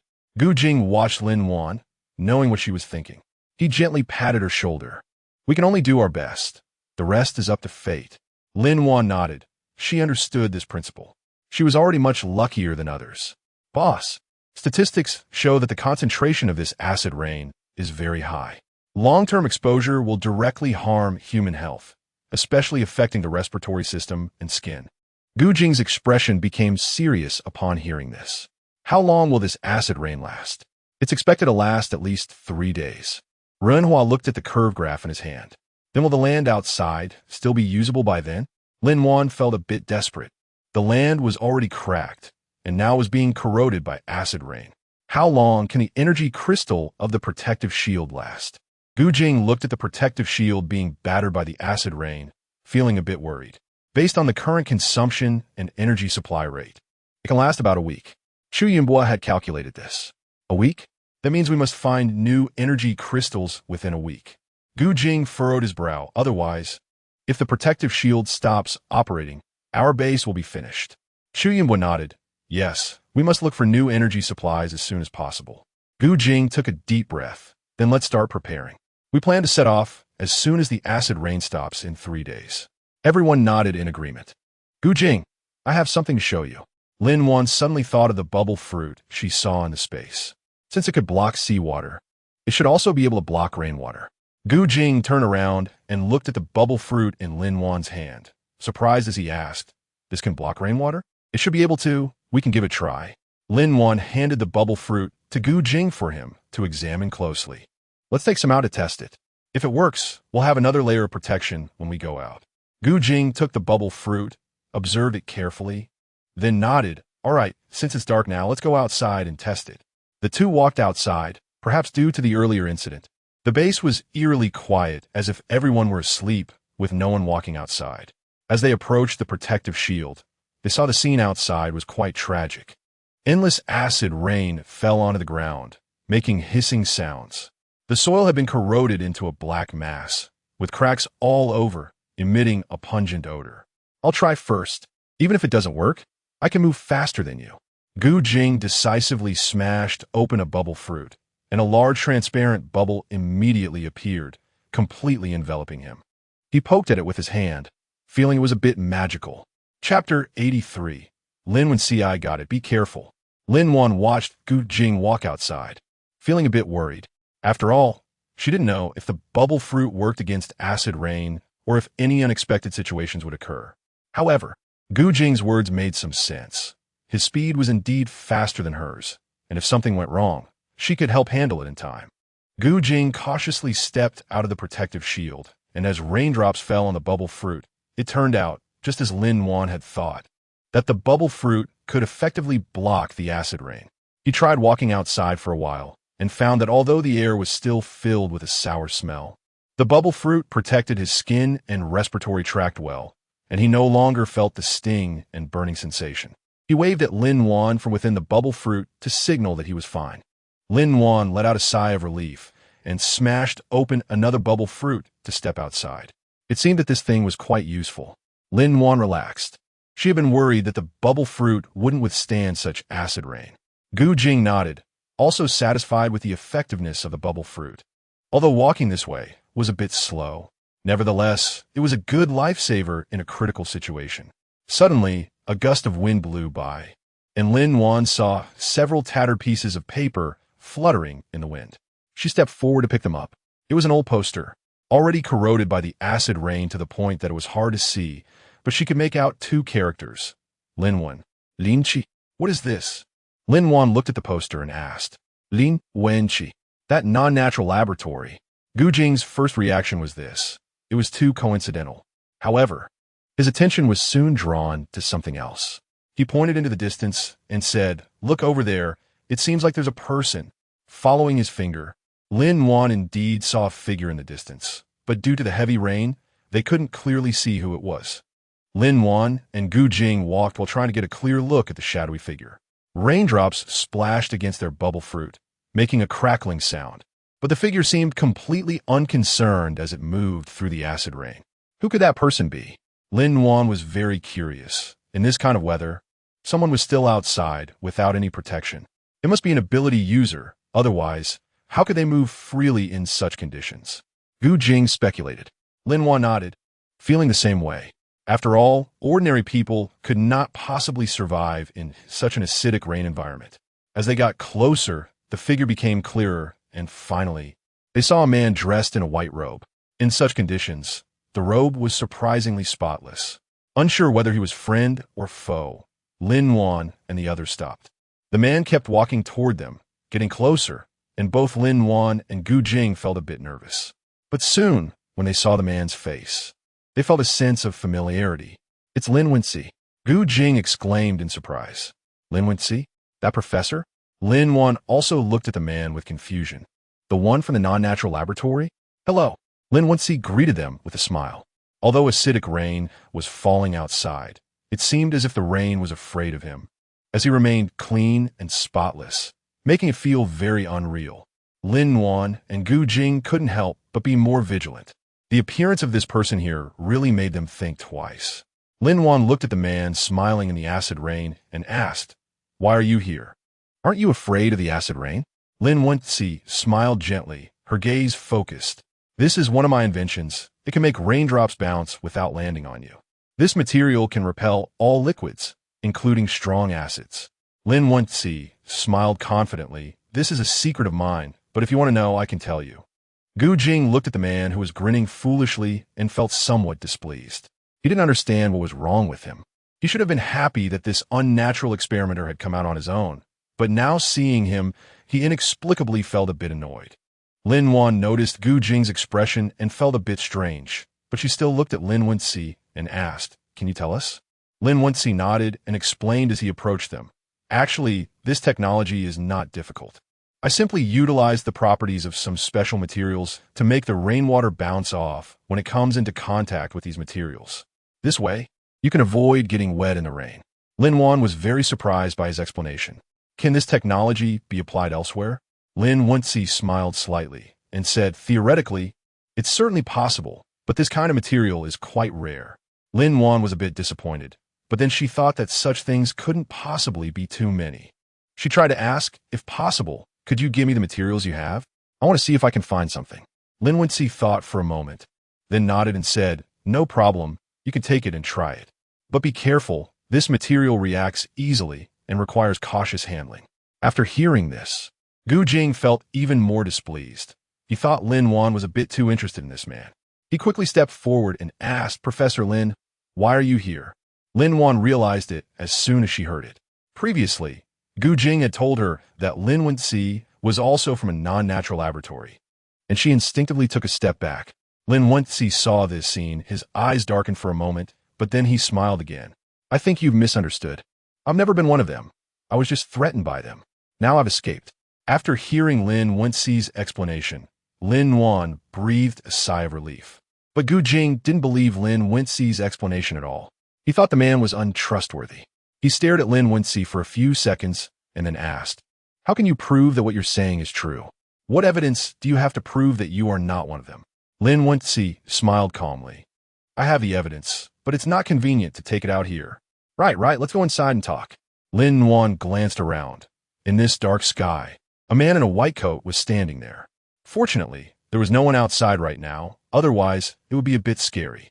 Lin Wensi casually followed behind, recalling that someone had asked him before he came here. Dr. Lin, is it worth it? Just wait a little longer. Our experiment will succeed. That's your experiment. What I need to do has already been completed. I just want to stay by our side now. But once they find out what you're doing, once he find out, I have a way. Can you help me? The two people walking in front didn't notice a trickle of red liquid flowing on the ground. Chapter 84, Super Soldier. Oh no, the expiration time for the bubble fruit is 1 hour. I don't know how to cancel it before the time is up. Gu Jing subconsciously glanced at the time. 40 minutes had already passed. No, we just need to wait another 20 minutes. It'll all be fine. Lin Wensi thought for a moment, looking at the bubbles of the two, and said, perhaps we can try to use external forces to break the bubbles. It doesn't necessarily have to be brute force. We can use some special tools to disrupt the bubbles and render them ineffective, Lin Wensi explained. You sure know how to talk, but the problem is, do you have any? Gu Jing felt angry seeing him like this. Lin Wensi's mysterious smile. What a coincidence. I have it. Lin Wan looked at him in surprise. You have that too? I have a specially made electromagnetic knife. I think it can solve this, Lin Wan said, reassuringly looking at the somewhat anxious Lin Wan. Then what are we waiting for? Hurry up and use it, Lin Wan said eagerly. Lin Wensi took out a seemingly ordinary small knife. He raised his hand and made a cut above the bubble fruit, and the device on the blade emitted a beam of light. Immediately, the energy on the bubble fruit disappeared. Lin Wan jumped up happily, seeing Lin Wensi helping Gu Jing from behind, thinking that this professor might really be a good person. However, when she looked down, she noticed the bloodstains at Lin Wensi's feet. Are you hurt? She couldn't help but ask. Lin Wan felt a flicker of recognition at that expression, but she couldn't quite place it. Then Lin Wensi casually nodded, saying it was nothing, just that he had gotten a bit hurt while escaping. Lin Wensi nodded indifferently and said, it's nothing, I just got a little hurt while escaping. Lin Wan furrowed her brow, wondering why such a serious injury wasn't being treated. It's nothing, just some superficial wounds, Lin Wensi smiled, trying to change the topic. This is the evidence I was talking about. I took all the research from the lab when I left, and it includes the videos of them threatening me. This isn't the time to discuss that. Come with me. Let's first check the injured area, Lin Wan said, pulling Lin Wensi towards the infirmary. Gu Jing followed behind, feeling somewhat displeased as he watched their backs. He couldn't understand why Lin Wan would trust someone who looked so suspicious, and it seemed this person had some special concern for her. In the hospital, Lin Wan saw the whip marks all over Lin Wensi's body, clearly indicating he had been beaten not long ago. She glanced at the dark-faced Gu Jing, but restrained herself from treating him, knowing he still viewed Lin Wensi as a bad person. Gu Jing was indeed wary of him, carefully observing Lin Wenxi's every move, trying to find something amiss. You don't need to be so tense. I genuinely want to help you, Lin Wenxi said, feeling somewhat helpless under Gu Jing's gaze. You say you want to help us, but we don't know what your true intentions are. Gu Jing felt that this person's appearance was too coincidental. I can understand your doubts, but I hope you can trust me. We are facing a bigger problem right now. Lin Wenxi explained. You can first take a look at what I gave you. Gu Jing fell silent, realizing that now wasn't the time for arguments. He opened the file, and an image projection appeared before him, displaying various complex data and information. This records some situations from the lab, as well as the videos of them threatening me. Lin Wenxi explained. Gu Jing and Lin Wan looked at the information on the projection, their brows furrowed. It detailed the lab's equipment and materials, as well as some highly confidential research data. Additionally, there were videos showing people threatening Lin Wenxi, demanding his help to create super soldiers. Who are the people in this video? Lin Wan asked, looking at the one hitting Lin Wenxi. He's one of the thugs from the lab. I only know him as Black Bear. Black Bear? Sounds like a mercenary. Gu Jing frowned. Do you know where the lab is? I don't know the specifics. They guard it very strictly, but the place I escaped from is the Blackwater base. Lin Wenxi knew they must have evacuated long ago, but they were likely at a different location now. Super soldiers? What exactly do they want to do? Lin Wan looked at the research materials, extremely angry. They want to create a powerful biological warrior. They are trying to enhance human physical abilities and reaction times through genetic modification and drug injections. And they can even manipulate their consciousness and behavior. Lin Wenxi's voice was filled with anger. Isn't this absurd? Don't they realize the risks involved? These madmen, are they using energy crystals? Lin Wan thought of Wu Tong. No, to be precise, they're using plants and animals that absorb energy crystals. Lin Wenxi's voice suddenly paused, but I've never seen what they look like. I've only heard about them. He looked at Gu Jing. Have you ever heard of this? No. But we might have encountered such things a couple of times. Gu Jing said, glancing at Lin Wan. Lin Wan understood that Gu Jing was probably referring to Wu Tong and Chen Jingyu. She thought of another point. Does that mean they have a lot of energy crystals? Yes, their laboratory has a large batch of energy crystals for experiments. Lin Wenxi knew that energy crystals were very rare. It seemed that they had found an energy crystal mine even before the apocalypse, which was one of the reasons they could conduct such research. Energy crystal mine? Before the apocalypse? Lin Wan frowned and asked, can you elaborate on that? She felt that this information was very important. Lin Wenxi shook his head and said apologetically, I'm only hearing about this too. I've just heard that they discovered an energy eye, but they won't share such secrets with me. When Gu Jing heard Lin Wenxi mention the energy eye, his expression changed. He remembered the golden eye he had seen 3 months before the apocalypse. Could it be that? Chapter 85. The Great Tree of Space. Gu Jing, what should we do? Lin Wan noticed the change in Gu Jing's expression and felt that things were really serious. Gu Jing was silent for a moment, then said, it's late today. Let's rest for now. We can discuss it together tomorrow. Lin Wan nodded. All right. Lin Wenxi looked at the two and said, is it okay for me to stay here overnight? Of course, it's no problem. We have extra rooms. Lin Wan thought casually. There are plenty of rooms. No, I'll take you somewhere else, Gu Jing said at the same time. Lin Wan frowned after hearing Gu Jing's words, not quite understanding why he wanted to take Lin Wenxi away. She glanced at Gu Jing and noticed that his expression was very serious. Their eyes met for a brief moment. Although she didn't know why he wanted to do this, she believed he must have his reasons. So she nodded, indicating her agreement with Gu Jing's decision. And Gu Jing also breathed a sigh of relief as he took Lin Wenxi out of the room.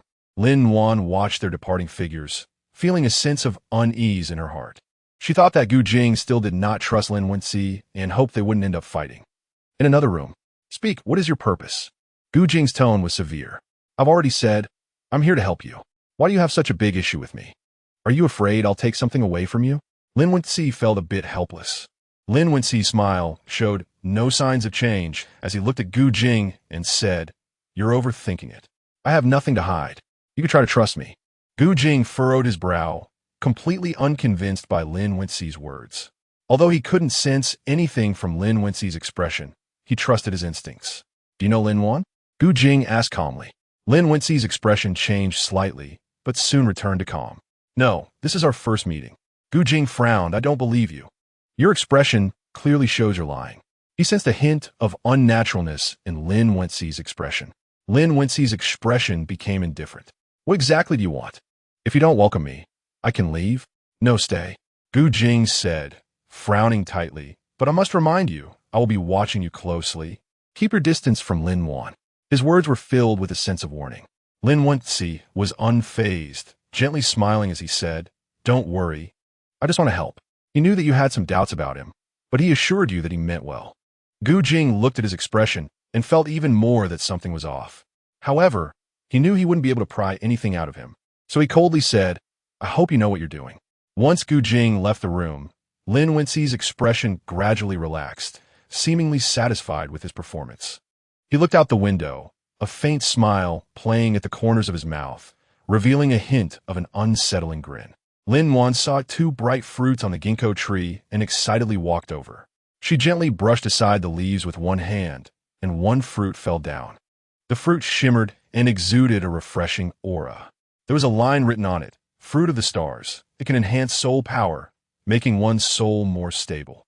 Originally intending to collect the fruit, she thought of her possibly lost memories and the images that occasionally came to her mind, and decided to eat it instead. Lin Wan brought the star fruit to her mouth, and the fruit transformed into a sweet aroma that spread in her mouth, making her feel refreshed. She closed her eyes, and a scene appeared in her mind. She saw herself working with a man, both of them holding various instruments and busy operating them. The man was constantly fiddling with the experimental device in his hands, while she focused on observing a small bottle that emitted a faint glow. The components in this sample are very special. We need more data to confirm its properties, the man said softly. Okay, I'll go get the sample right away, she replied, watching herself turn and leave the room. She walked into another place filled with small animals. Gently, she inserted a syringe into the abdomen of a little mouse and drew out a tiny drop of blood. Strangely, the blood was golden. Golden?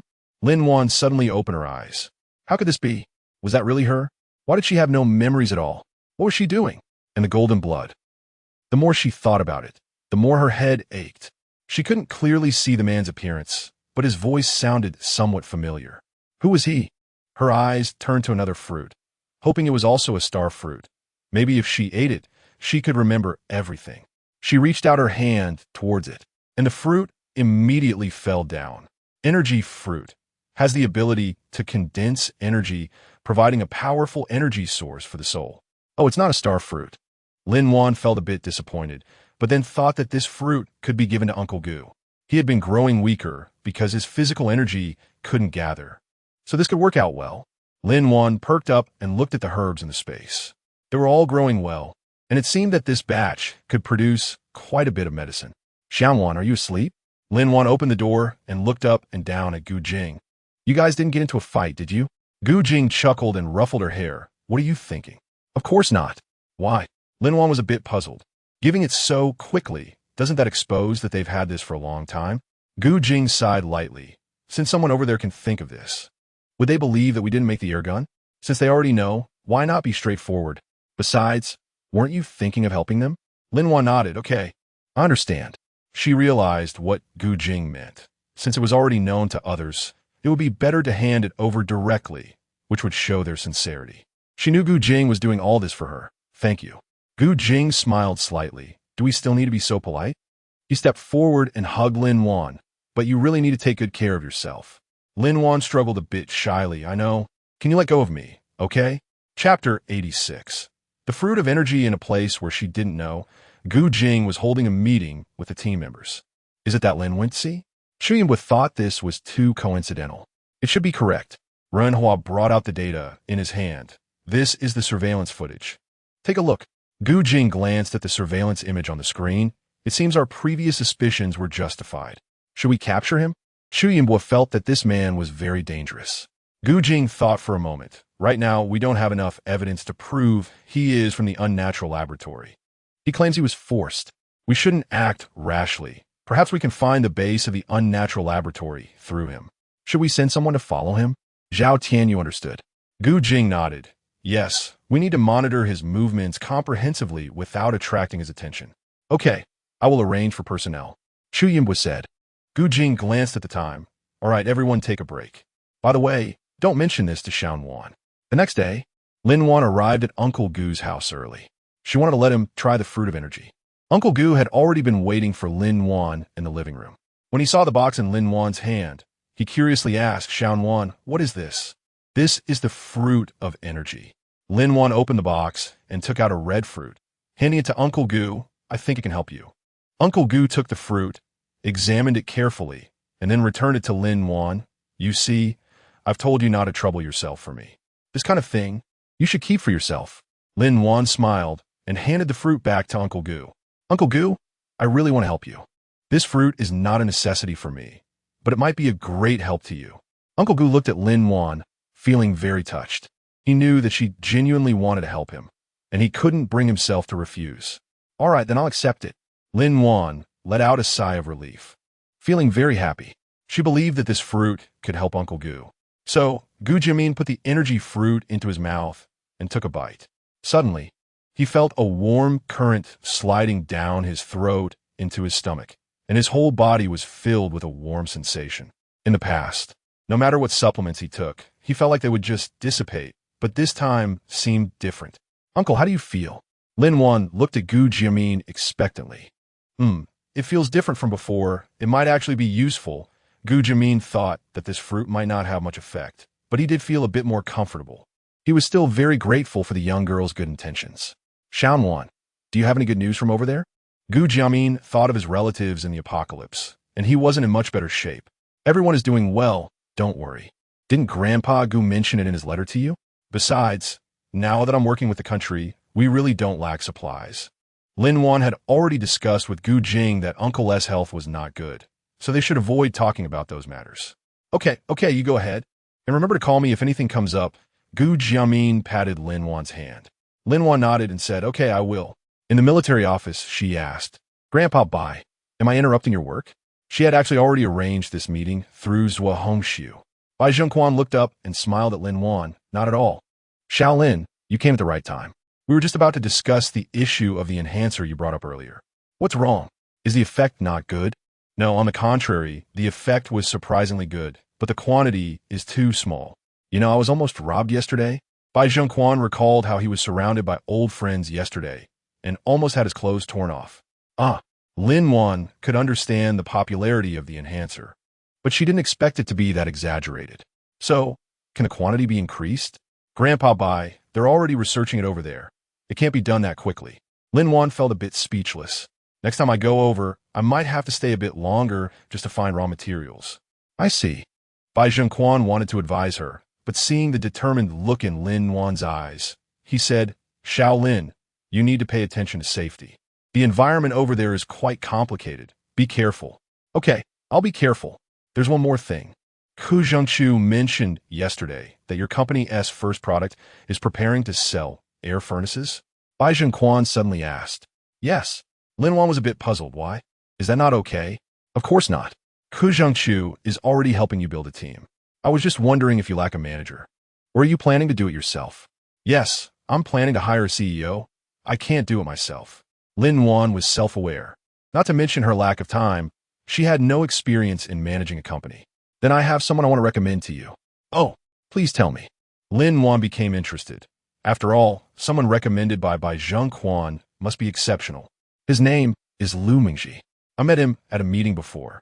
He once helped a company that was nearly 10 million in the red achieve a 180-degree turnaround, turning it profitable within just a year, with profits reaching 500 million. Bai Zhengquan said, handing Wan a document. Wan took the materials and was a bit surprised by the numbers on them. Lu Mingji was indeed impressive. However, this alone shouldn't have been enough for Bai Zhengquan to recommend him, so she looked back at Bai Zhengquan. After listening to Bai Zhengquan's introduction, Wan's impression of Lu Mingji deepened. A hint of admiration flashed in her eyes as she understood that the value of such a person goes far beyond numerical achievements. "All right, I will contact him as soon as possible." Wan nodded without hesitation. She knew that a good CEO was crucial for the development of a company, and if she could recruit a talent like Lu Mingji, it would make things much easier for her. "Yes, I think it would be a great fit for your company." Bai Zhengquan nodded in agreement. "Grandpa Bai, I have some matters to attend to, so I'll be leaving now. Lin-Wan stood up, preparing to leave. Oh, by the way, I've prepared another batch of supplies. You can pick them up from logistics, by Zheng Quan said with a smile as he watched Lin-Wan leave the office.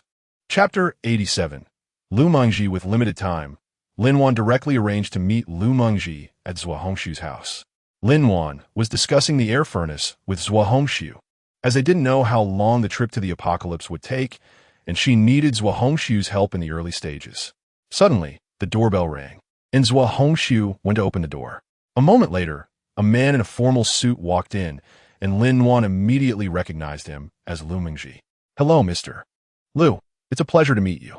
Lin-Wan politely stood up, saying, I'm really sorry for the rush. I could only invite you here.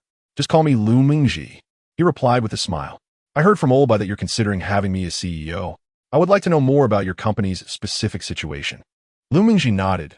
I understand that, but what I want to know is what areas you plan to focus on in the future. Lin-Wan smiled slightly, saying that her original intention was to provide products that are beneficial to people's health and convenient for life, such as medicines, food, and smart home appliances. Lu Mengji frowned slightly upon hearing this, noting that it sounded very scattered and lacked a unified positioning. She asked whether they had considered focusing on a specific field, such as medicines or smart home appliances, and then gradually expanding into other areas. Lin-Wan expressed confidence in their products, but due to the uniqueness of their personnel, the variety of products they produce might not be singular. Lin-Wan also couldn't be certain about what they would sell in the future, as she had already asked Gu Jing to help her research which products would be more suitable. After hearing this, Lu Mengji did not continue to question, but instead asked if they already had developed products. Lin-Wan confirmed that they had, but their products needed to be kept confidential, so they would need to sign a contract before she could show them. Lin-Wan felt helpless, as this was a requirement from above. Lu Mengji thought about what her grandfather said, that this company would definitely not disappoint him. From the conversation with this boss, it seemed that she had a good attitude but lacked knowledge of business, indicating she was likely a technical talent. He then looked at Zhuo Hongshu, who was clearly from the military, so the products she developed must be extraordinary. Do you have a contract?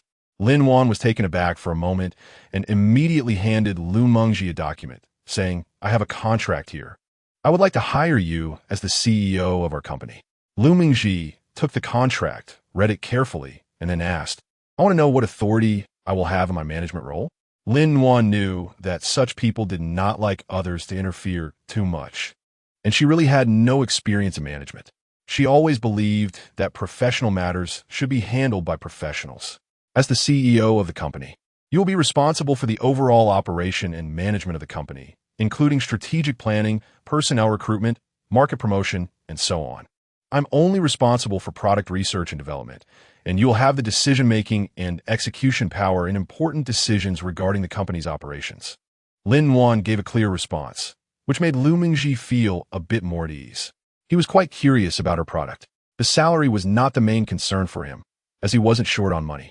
Moreover, this was the first time his grandfather, who usually didn't care about what he did, recommended something to him.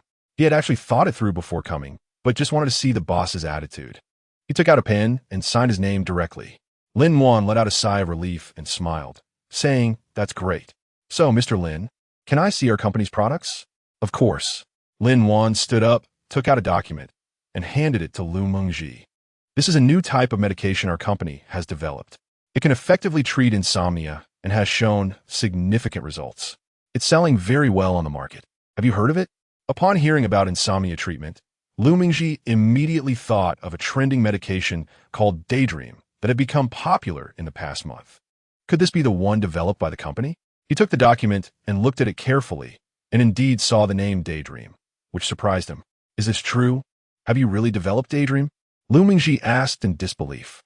Yes, we have developed Daydream and it has achieved great success in the market, Lin-Wan said proudly. You might not know, but I'm actually a traditional Chinese medicine practitioner. Hearing this, Lu Mengji was quite surprised. So this medication was developed by you. That's unexpected. He thought to himself that it seemed the boss was indeed a technical talent and wouldn't interfere in management like his previous company did. Well, this medication was developed by chance, Lin-Wan explained. She knew it largely relied on the uniqueness of the end-of-the-world plants. Thinking about it, many non-hazardous plants could actually be sold. And by the way, her bubble fruit could be one of them, and she had already stockpiled quite a bit. When Lu Mingji heard Lin Wan mention another product, he immediately became interested. "What else do you have for me? An air furnace? What's that?" he asked. "It can directly decompose air to create fuel, which can be used for heating and cooking. We've completed the product development and made several samples, and the results are very good." Lin Wan explained in detail. "However, since it involves some military technology, we need to get approval from the military before we can start selling." Lu Mingji became even more excited at this point. "That sounds amazing. I want to see the product samples. Is that okay?" "Of course, Hongshu, bring the items over." "This is our air furnace." Lin Wan pointed to the device and said, "You can give it a try." Lu Mingji looked at Lin Wan uncertainly, then began to operate it. The control panel was quite simple, and it was very easy for him to use. "This is incredible. So it can replace traditional stoves?" Lu Mingji exclaimed. "Moreover, the size of this device is very convenient for carrying. I can imagine its usefulness in outdoor camping and survival scenarios. This stove can't be made too large. It's actually more suitable for outdoor use. Also, because it needs to decompose air to provide energy, under normal circumstances, it won't affect the air quality around the air furnace. However, if used in a closed space for a long time, it may have some impact," Lin Wan explained. "Actually, this issue has already been solved by Zhao Tianyu. But I think this is fine as it is. This product is designed for outdoor use and doesn't need to be used indoors." Chapter 88. Thunder. Lu Mingji nodded, showing some interest in the product. "If this stove can be sold normally, I believe there will be a huge market demand." "Yes, I think the same.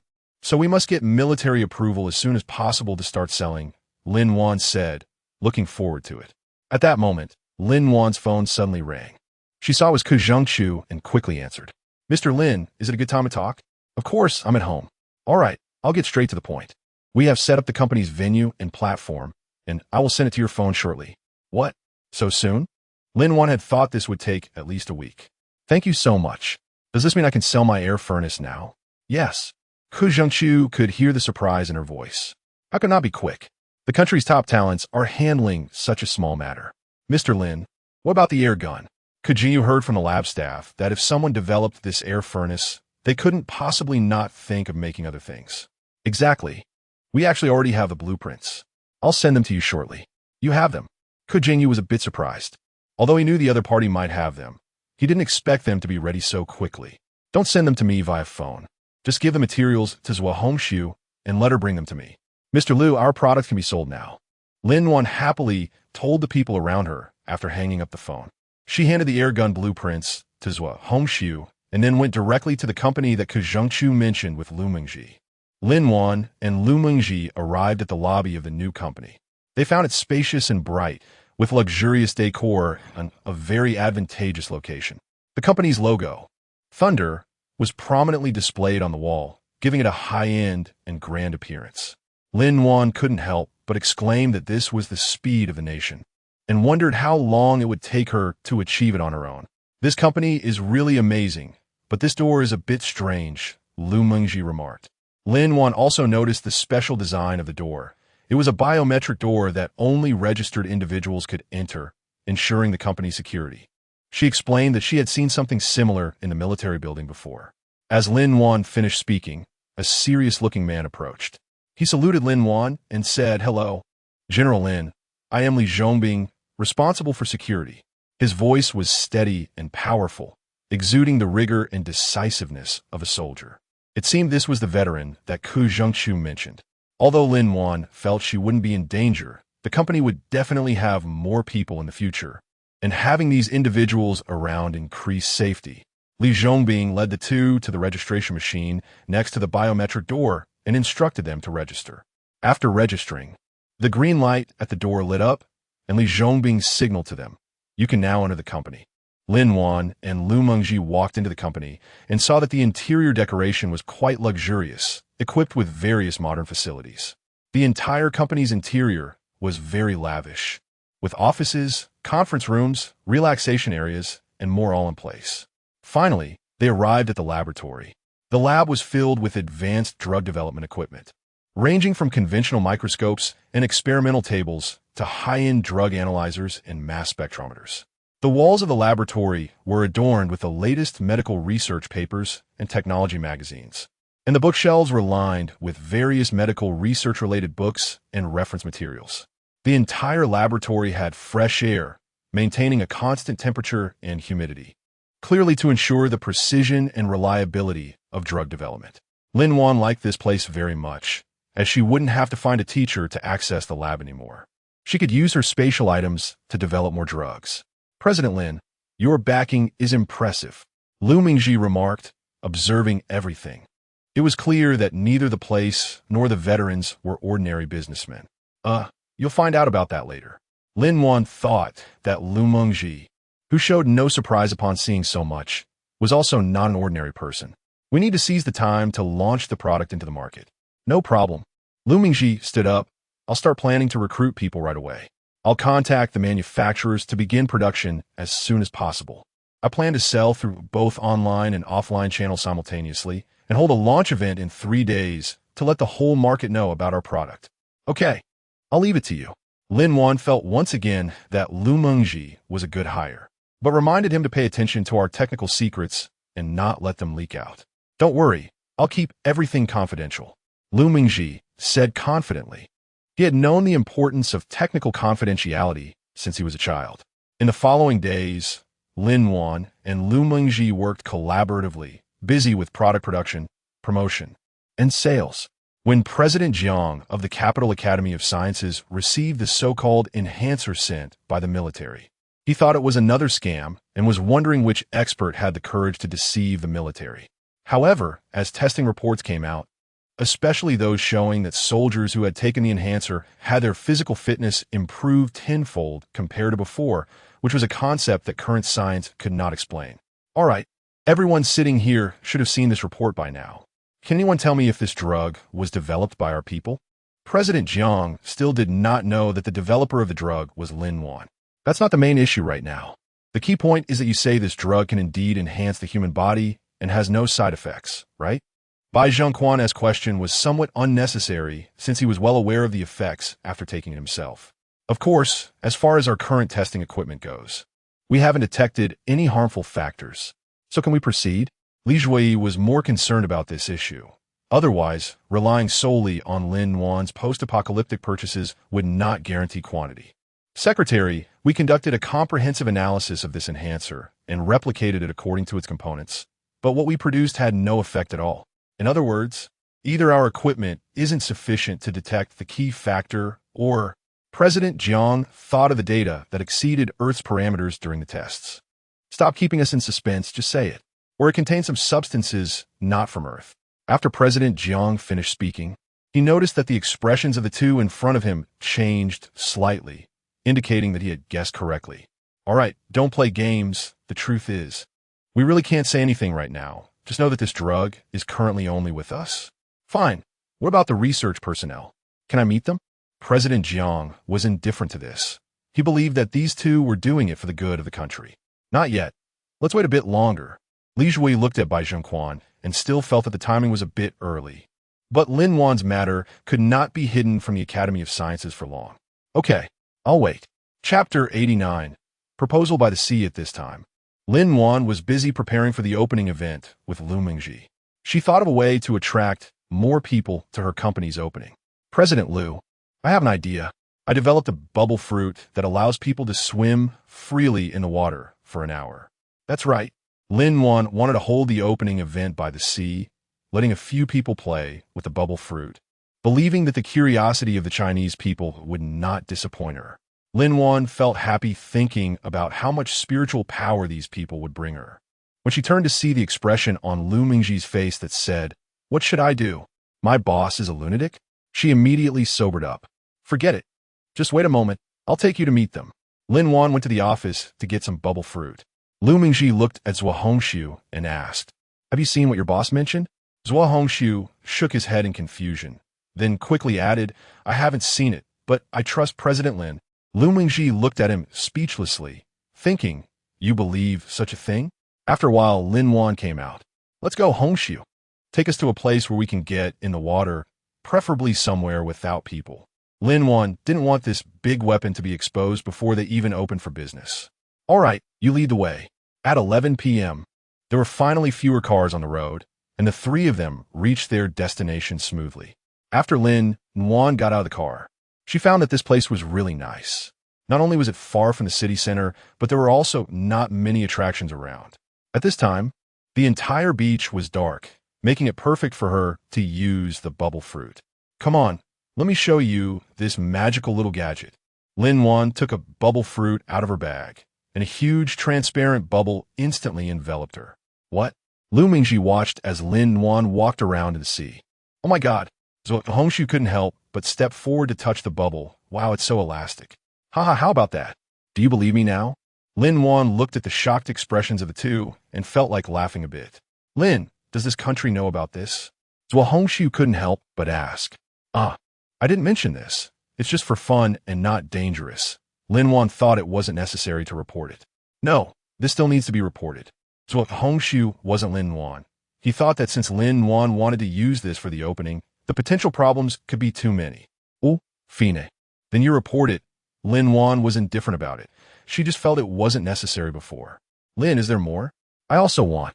Lu Mingji whispered as she approached Zhuo Hongshu, who was on the phone in the distance. Yes, just wait a moment. Lin-Wan took out a small knife from her pocket and made a quick swipe at the bubble, causing it to pop. Fortunately, last time, Lin-Wan had given her this knife. Otherwise, she wouldn't have been able to get out. Lin-Wan watched Lu Mingji go from being cautious at first to rolling in the sea like a child. It seemed that no matter how old a man was, he loved seeking thrills. Huh, you're here to pick me up? All right, you can play for a while then, right? Lin-Wan handed the bubble fruit to Zhuo Hongshu. Before long, she saw two transparent bubbles strolling in the sea. Fortunately, there were no other people around. Otherwise, they would probably scare everyone away. At this moment, she still didn't know that although there were few people on this beach, the reason there was no one here today was significant. Bang, bang, bang. Suddenly, fireworks shot up into the sky, illuminating the beach as if it were daytime, and the fireworks became more and more numerous and beautiful. Now, both Lin-Wan, who was still on the beach, and the two in the sea were a bit stunned, not expecting fireworks to suddenly go off here. Cupid cruise ship. Sweetie, marry me. Sweetie, don't agree. Sweetie, be happy. Sweetie. As a major streamer, Zhou Tian's birthday was being live-streamed today. But she didn't expect Sun Wenhua to propose on this day. Zhou Tian looked at Sun Wenhua, who was wearing a suit in front of her, and shyly lowered her head. Do you really want to marry me? Of course. Sun Wenhua slipped the diamond ring onto Chun Li's hand. Sweetie, I love you. I love you too. Zhou Tian gently leaned against Sun Wenhua's embrace. Everything felt beautiful. You guys stop showing off. Sweetie, come look. Everyone in your live stream is blessing you. Her best friend Su Yinyan walked over with her phone. Thank you, everyone. Zhou Tian smiled at the audience in the live stream.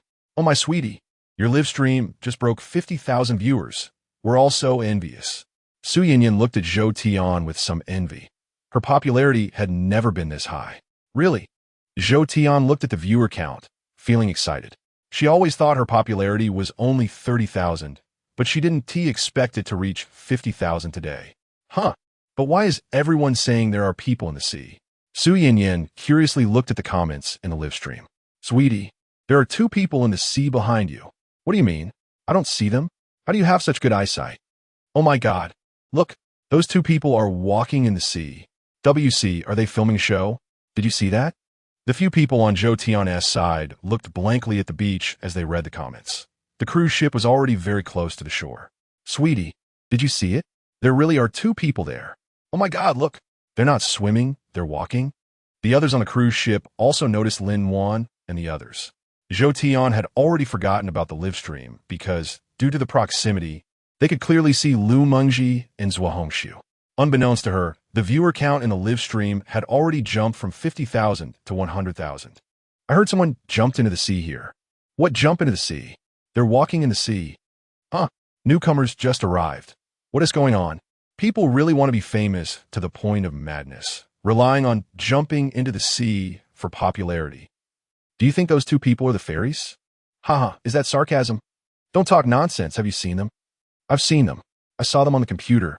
The viewers in the live stream all thought that Lin Wan and the others were part of a stunt plan by Zhou Tian's team. But only the parties involved knew that this was real. Chapter 90, Flying Skateboard.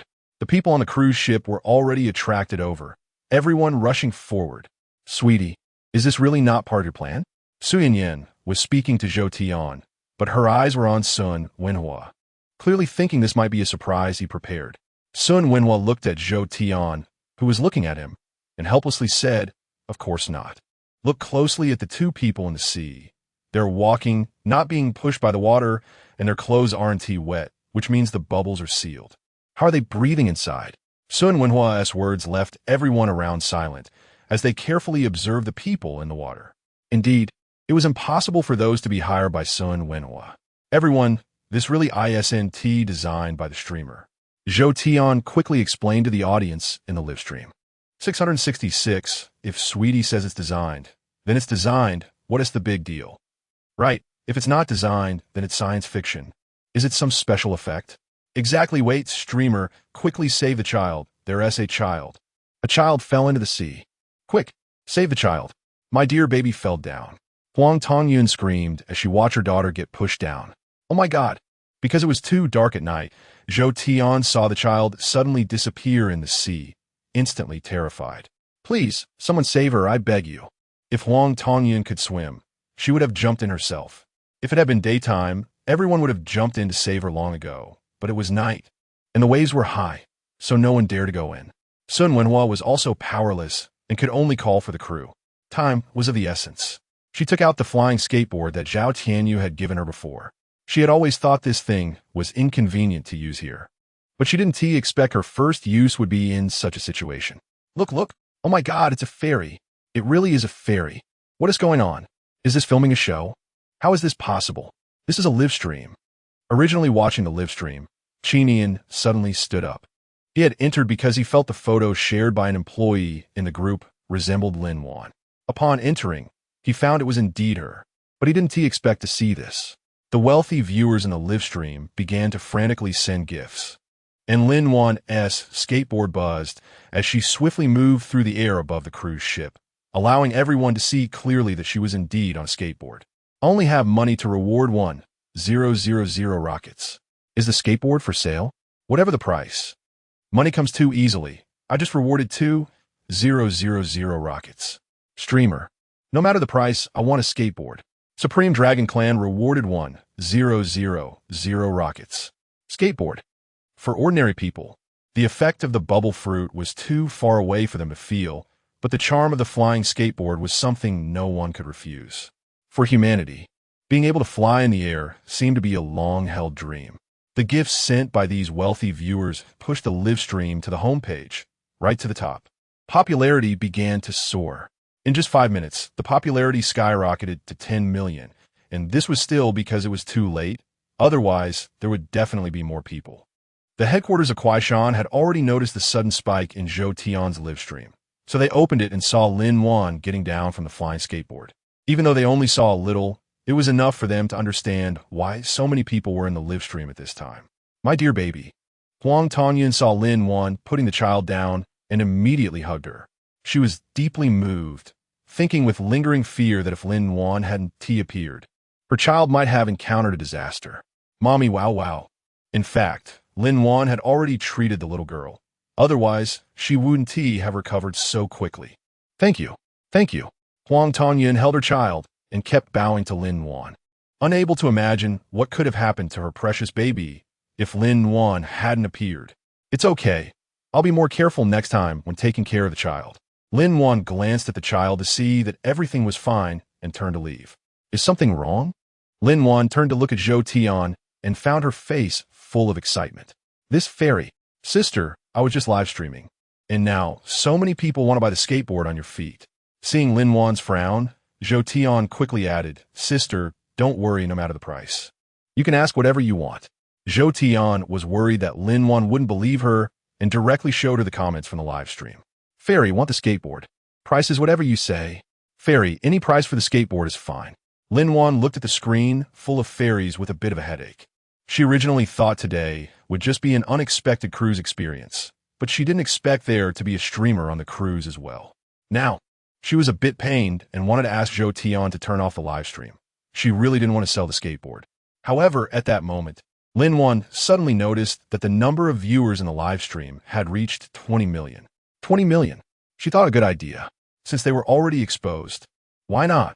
Everyone pay attention. This skateboard is a product of Thunder Technology. Our company will hold an opening ceremony at this location tomorrow at 10 a.m. And there will be many innovative products. You can follow us for updates.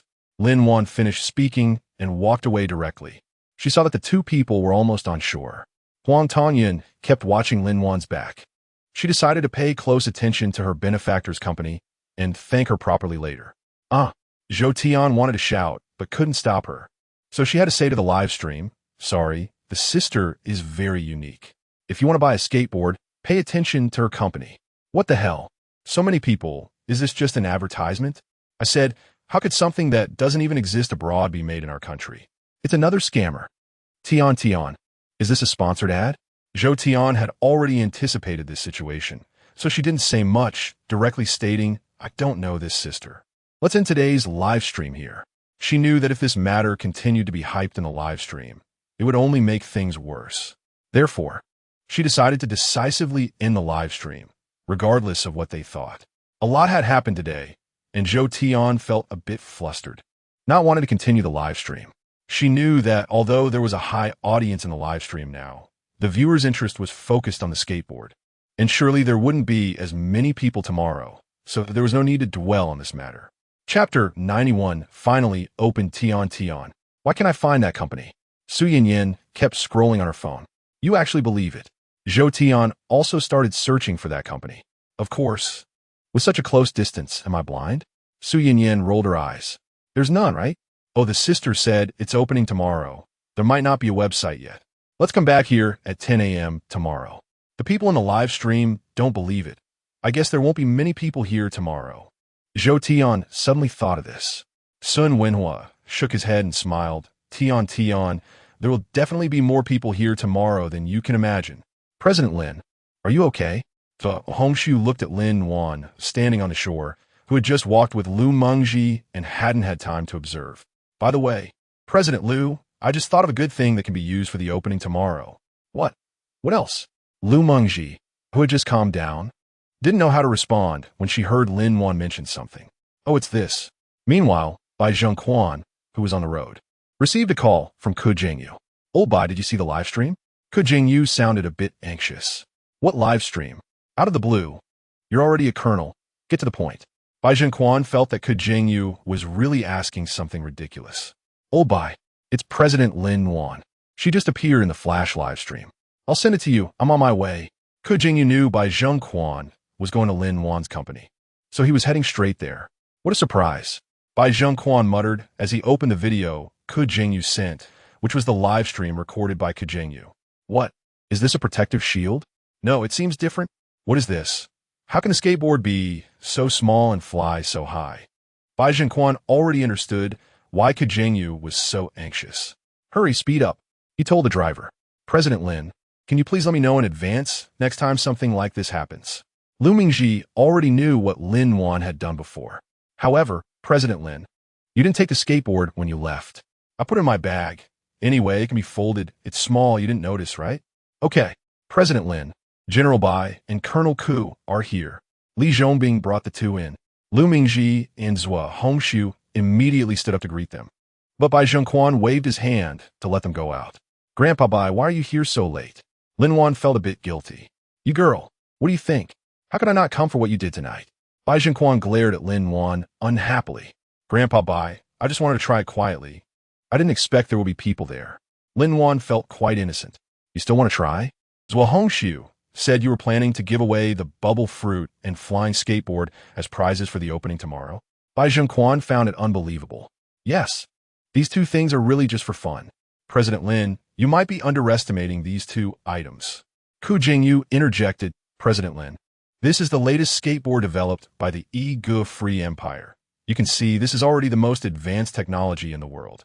Lin took the tablet, and the video showed a young man standing on a skateboard, which hardly looked like flying, just barely off the ground. So that means my skateboard is impressive. Of course, not just the skateboard, but also that so-called bubble fruit. I don't think Lin Zhong's should be a tech product, right? Ku Jingyu was a bit certain. Well, that is a peculiar plant I discovered. Its fruit looks like this. Why didn't you mention such a good thing earlier? Bai Zhengquan had always thought Lin Wan was quite clever, but now he felt she was still lacking. I really didn't know these were so important to the country. There, I thought this was simple. Lin Wan really didn't think much of these things because Zhao Tianyu said they were outdated toys, which is why he let her play with them. Bai Zhengquan felt it was necessary to arrange for someone to give her a lesson. So what now? I've already announced tomorrow's event. You proceed normally. Bai Zhengquan became calm instead. Xiao Ku, I know you're afraid of Western countries imitating. What do you think these two things will affect? Of course, they will. Ku Jingyu found he couldn't articulate much because, aside from a special plant bubble fruit, everyone knows the principle behind flying skateboards. What's important is the materials and design.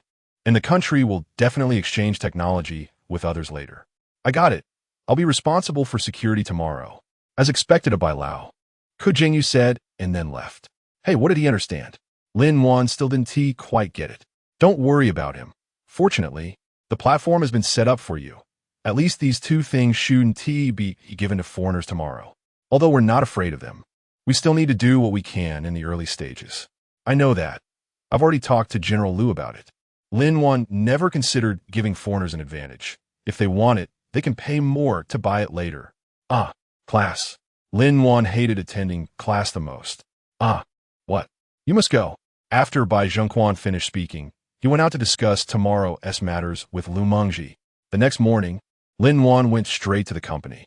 She had stayed up too late last night and was scolded by Gao Qingwei, which made her realize she hadn't told her mother about starting the company. Last night, she had talked nonstop and ended up going to bed at 3 a.m. Even she, with her abilities, felt too tired. If it weren't for the company's opening today, she would have wanted to sleep at home. Little did she know how many people had stayed up all night because of her live stream.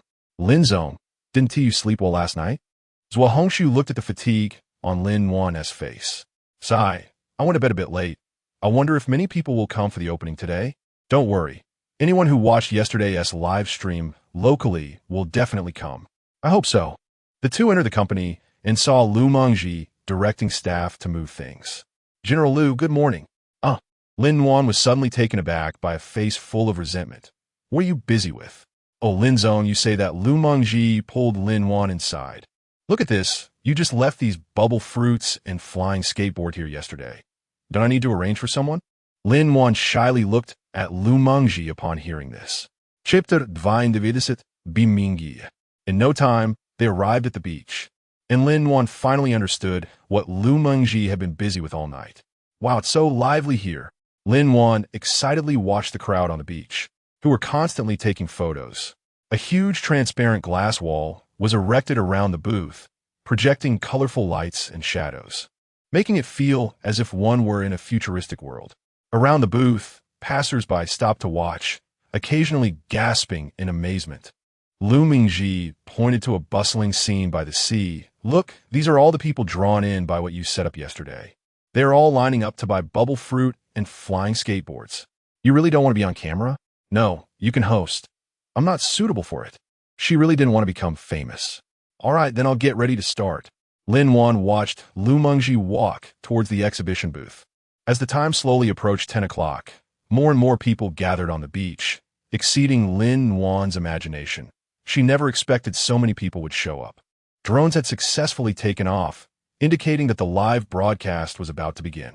At this moment, Qin Yin and Qi Chong were also watching the live stream at home. Ever since Qin Yin learned that Lin Wan was his cousin, he felt too shy to approach her. When he unexpectedly saw her in the live stream, he felt embarrassed to go to so he could only watch the broadcast with his grandfather at home. I told you long ago, that matter has nothing to do with you. You can just date normally. Qi Chong looked down on his grandson for this. Grandpa, let's not disturb them. If Lin Wan and her friends are having a hard life right now, of course, I would help, but clearly they're enjoying themselves now. So it's better if our family doesn't get involved. All right, I can't control you anymore. As the live broadcast started, the camera also showed the beach and the logo of Thunder Company. The famous host Tang Lu was introducing a product sold by Thunder Company called Daydream. Watching the barrage of comments and the increasing number of viewers in the live stream, it was clear that Thunder Company was going to be a hit this time. The host is actually Tang Lu? This company is so prestigious? It's Goddess Lulu. Daydream was developed by them. So amazing. It's really Daydream. They saved me. Dear friends, I'm sure many of you came here attracted by the flying skateboard, so I won't keep you in suspense. Let's welcome the first product of the day. Tang Lu was also curious. She was brought here by Ke Jianyu and only had time to glance at the company's information. Li Zhongbing, dressed in security uniform, opened the flying skateboard at the other end of the booth and began to operate it, slowly ascending into the air. His figure gradually rose. Although the flying height was not high, it had already amazed the audience present. Photographers pressed their shutters, and flashes kept going off. Li Zhongbing gently adjusted his glasses, feeling fortunate to have them. Otherwise, those lights might have blinded him. He took a deep breath, adjusted his state, knowing he couldn't mess up this rare opportunity. Mr. Lu had said that if he performed well today, the skateboard would be a gift for him. Oh my God, it really is a flying skateboard. It's not a special effect. My friend didn't lie to me. It's really real. I want to buy it. No need for an introduction. Where's the link? Post the link. Thunder Company is from Huaxia, right? So this wave is a win for us. I haven't seen this in Ganzi country. Is there an expert to explain if this is real? Everyone saw it. This is the first product Thunder Company brought today, the flying skateboard. Now, let's welcome the CEO of Thunder Company, Lu Mengji. Tang Lu, being professional, was the first to react. Although Lu Mengji hadn't watched the live stream, seeing the reactions of the people at the scene made her realize they were stable. Hello everyone. Welcome to the opening ceremony of Thunder Company today. Lu Mengji smiled. Let me first introduce our product. This skateboard is our latest research and development product, equipped with the most advanced power system and stabilization technology, capable of flying easily in the air. It also has an intelligent obstacle avoidance system that can automatically evade dangerous objects. Not only that, but it is also equipped with a series of sensors and measuring devices that can monitor various data during the sliding process in real time and make automatic adjustments and optimizations. Mr. Lu, what is the price of this flying skateboard? Mr. Lu, is this flying skateboard really made in Huaxia? Mr. Lu, how is the safety factor guaranteed? We can actually test fly. Is it too late for me to go to the now? I'm already on my way. I hope I can make it. No need to come. I've been advised to turn back. It's already overcrowded inside. Hee. I was the last one let in. You don't need to come. Special police have arrived. It's too crowded inside. Cow, I'm behind you. Really, how can I draw? Everyone at the scene wanted to be the first person to try it. Everyone, quiet down. Please look at the cards in your hands. When you entered, we handed everyone a card with a number on it. Later, we will randomly draw two friends on the big screen. As the host, Tang Lu actually knew that these two people had already been predetermined. After all, as long as it was an electronic lottery, it could be manually intervened. Okay, let's see who the first lucky person is. As Tang Lu's voice fell, numbers began to scroll on the big screen, and the audience anxiously looked at their cards, hoping their numbers would appear. 000128. The first lucky person has emerged. Congratulations. Tang Lu maintained a smile. It's me. Bai Mingjie jumped up in excitement, eagerly heading to the stage. It's actually my husband. My husband is actually on site. This company is really going to take off. Even the national husband is attracted. As the son of a billionaire, Bai Mingjie was clearly well known to everyone. People who thought he was just acting finally acknowledged that this live stream was real. After all, no one had been able to invite Bai Mingjie to act. So it's our young master Bai. What an honor. Tang Lu thought to herself, knowing that Bai Mingjie's appearance would surely bring more attention and revenue to the live stream. I wanted to buy it after watching the live stream yesterday. I didn't expect the company to not be open yet, so I came here. Bai Mingjie had planned to directly buy one on site, but he didn't expect to become the first person to experience it. Lin Wan looked at Tang Lu's performance and couldn't help but show a satisfied expression. Impressive. If it weren't for the fact that she already knew this lottery was predetermined, watching Tang Lu's performance would have felt incredibly real. Chapter 93. Underwater walk using the flying skateboard is really simple. Don't be fooled by its small size. It is very stable, and ordinary people can easily master it, let alone someone like Bai Mingjie, who is a pro. In no time, Bai Mingjie was soaring into the sky on the skateboard. Unlike Li Zhongbing, who sought stability, he had already asked about it, and this skateboard would stop automatically at its maximum height. So he shot up to a great height, making the people below feel a bit dizzy. At this moment, Bai Mingjie had reached the maximum height, waving his hands with a proud and confident smile on his face. Wow, this is so cool, Bai Mingjie thought to himself as he looked at the astonished crowd. He had to get this skateboard. Meanwhile, people around the stage were taking photos and videos with their phones, engaging in enthusiastic discussions. Suddenly, Bai Mingjie turned in the air, diving down as if he were going to rush toward the ground. Then, just as he approached the ground, he suddenly raised his hand, and the skateboard stopped mid-air. Next, he sidestepped and jumped off the skateboard, landing perfectly on the stage. The crowd erupted. The sound of applause and cheers was deafening. Lin couldn't help but jump up, excitedly embracing Zhuohongshu. This was so much cooler than what Li Zhongbing had done. I'm too envious to say anything. I want to fly too. Oh my god. At that height, nothing will go wrong, right? No way, there's so many police on site. I just want to know how much it costs and when it will be sold. After Bai Mingjie took off, the popularity of the live stream skyrocketed, reaching 150 million viewers. What does this even mean? Lin was a bit shocked. Fortunately, this platform was run by the military. Otherwise, it probably wouldn't last long before crashing. The next second, the live stream went black. Lin heart tightened as the live stream went black. This was not part of the plan. She hurriedly contacted Ku Jingyu to ask what was happening. Ku Jingyu informed her that the number of visitors exceeded expectations and they were working hard to fix it. Lin breathed a sigh of relief. She knew such things were difficult to avoid and could only be resolved as quickly as possible. On stage, Tang Lu calmly asked Bai Mingjie about his feelings. Mr. Bai, your performance was truly amazing. How do you feel?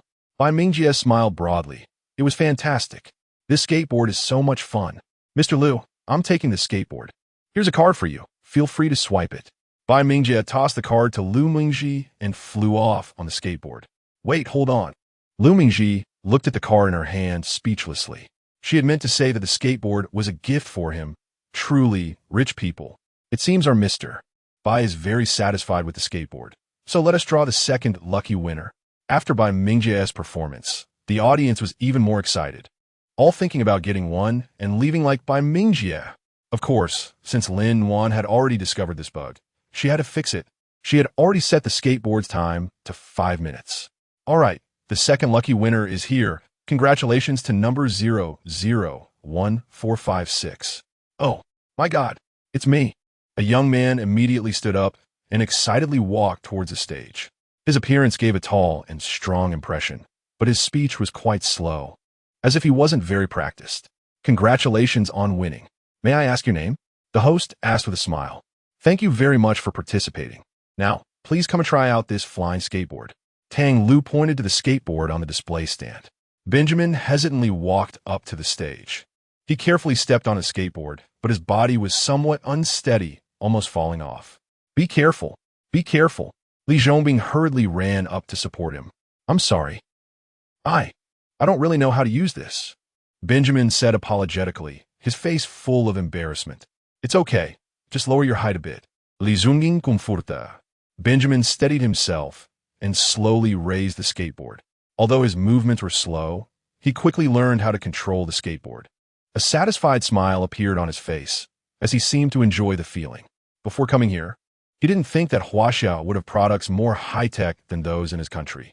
But he didn't expect that the technological level of this country had far exceeded his imagination. He reluctantly stepped off the skateboard and handed it to the staff beside him. He asked if he could buy one of these flying skateboards, but the staff informed him that it was not available for sale abroad at the moment. Lin watched as the live stream finally resumed. Here, on stage, Tang Lu was showcasing bubble fruit. Please look at the big screen, everyone. Lin also didn't know how they planned this. Seeing Li Zhongbing wrapped in bubbles standing on a flying skateboard on the big screen. He was about 1 meter above the sea. Could it be? Finally saw it. Where's my flying skateboard? What is this person wearing? What's going on? Is the skateboard for sale? Oh my God.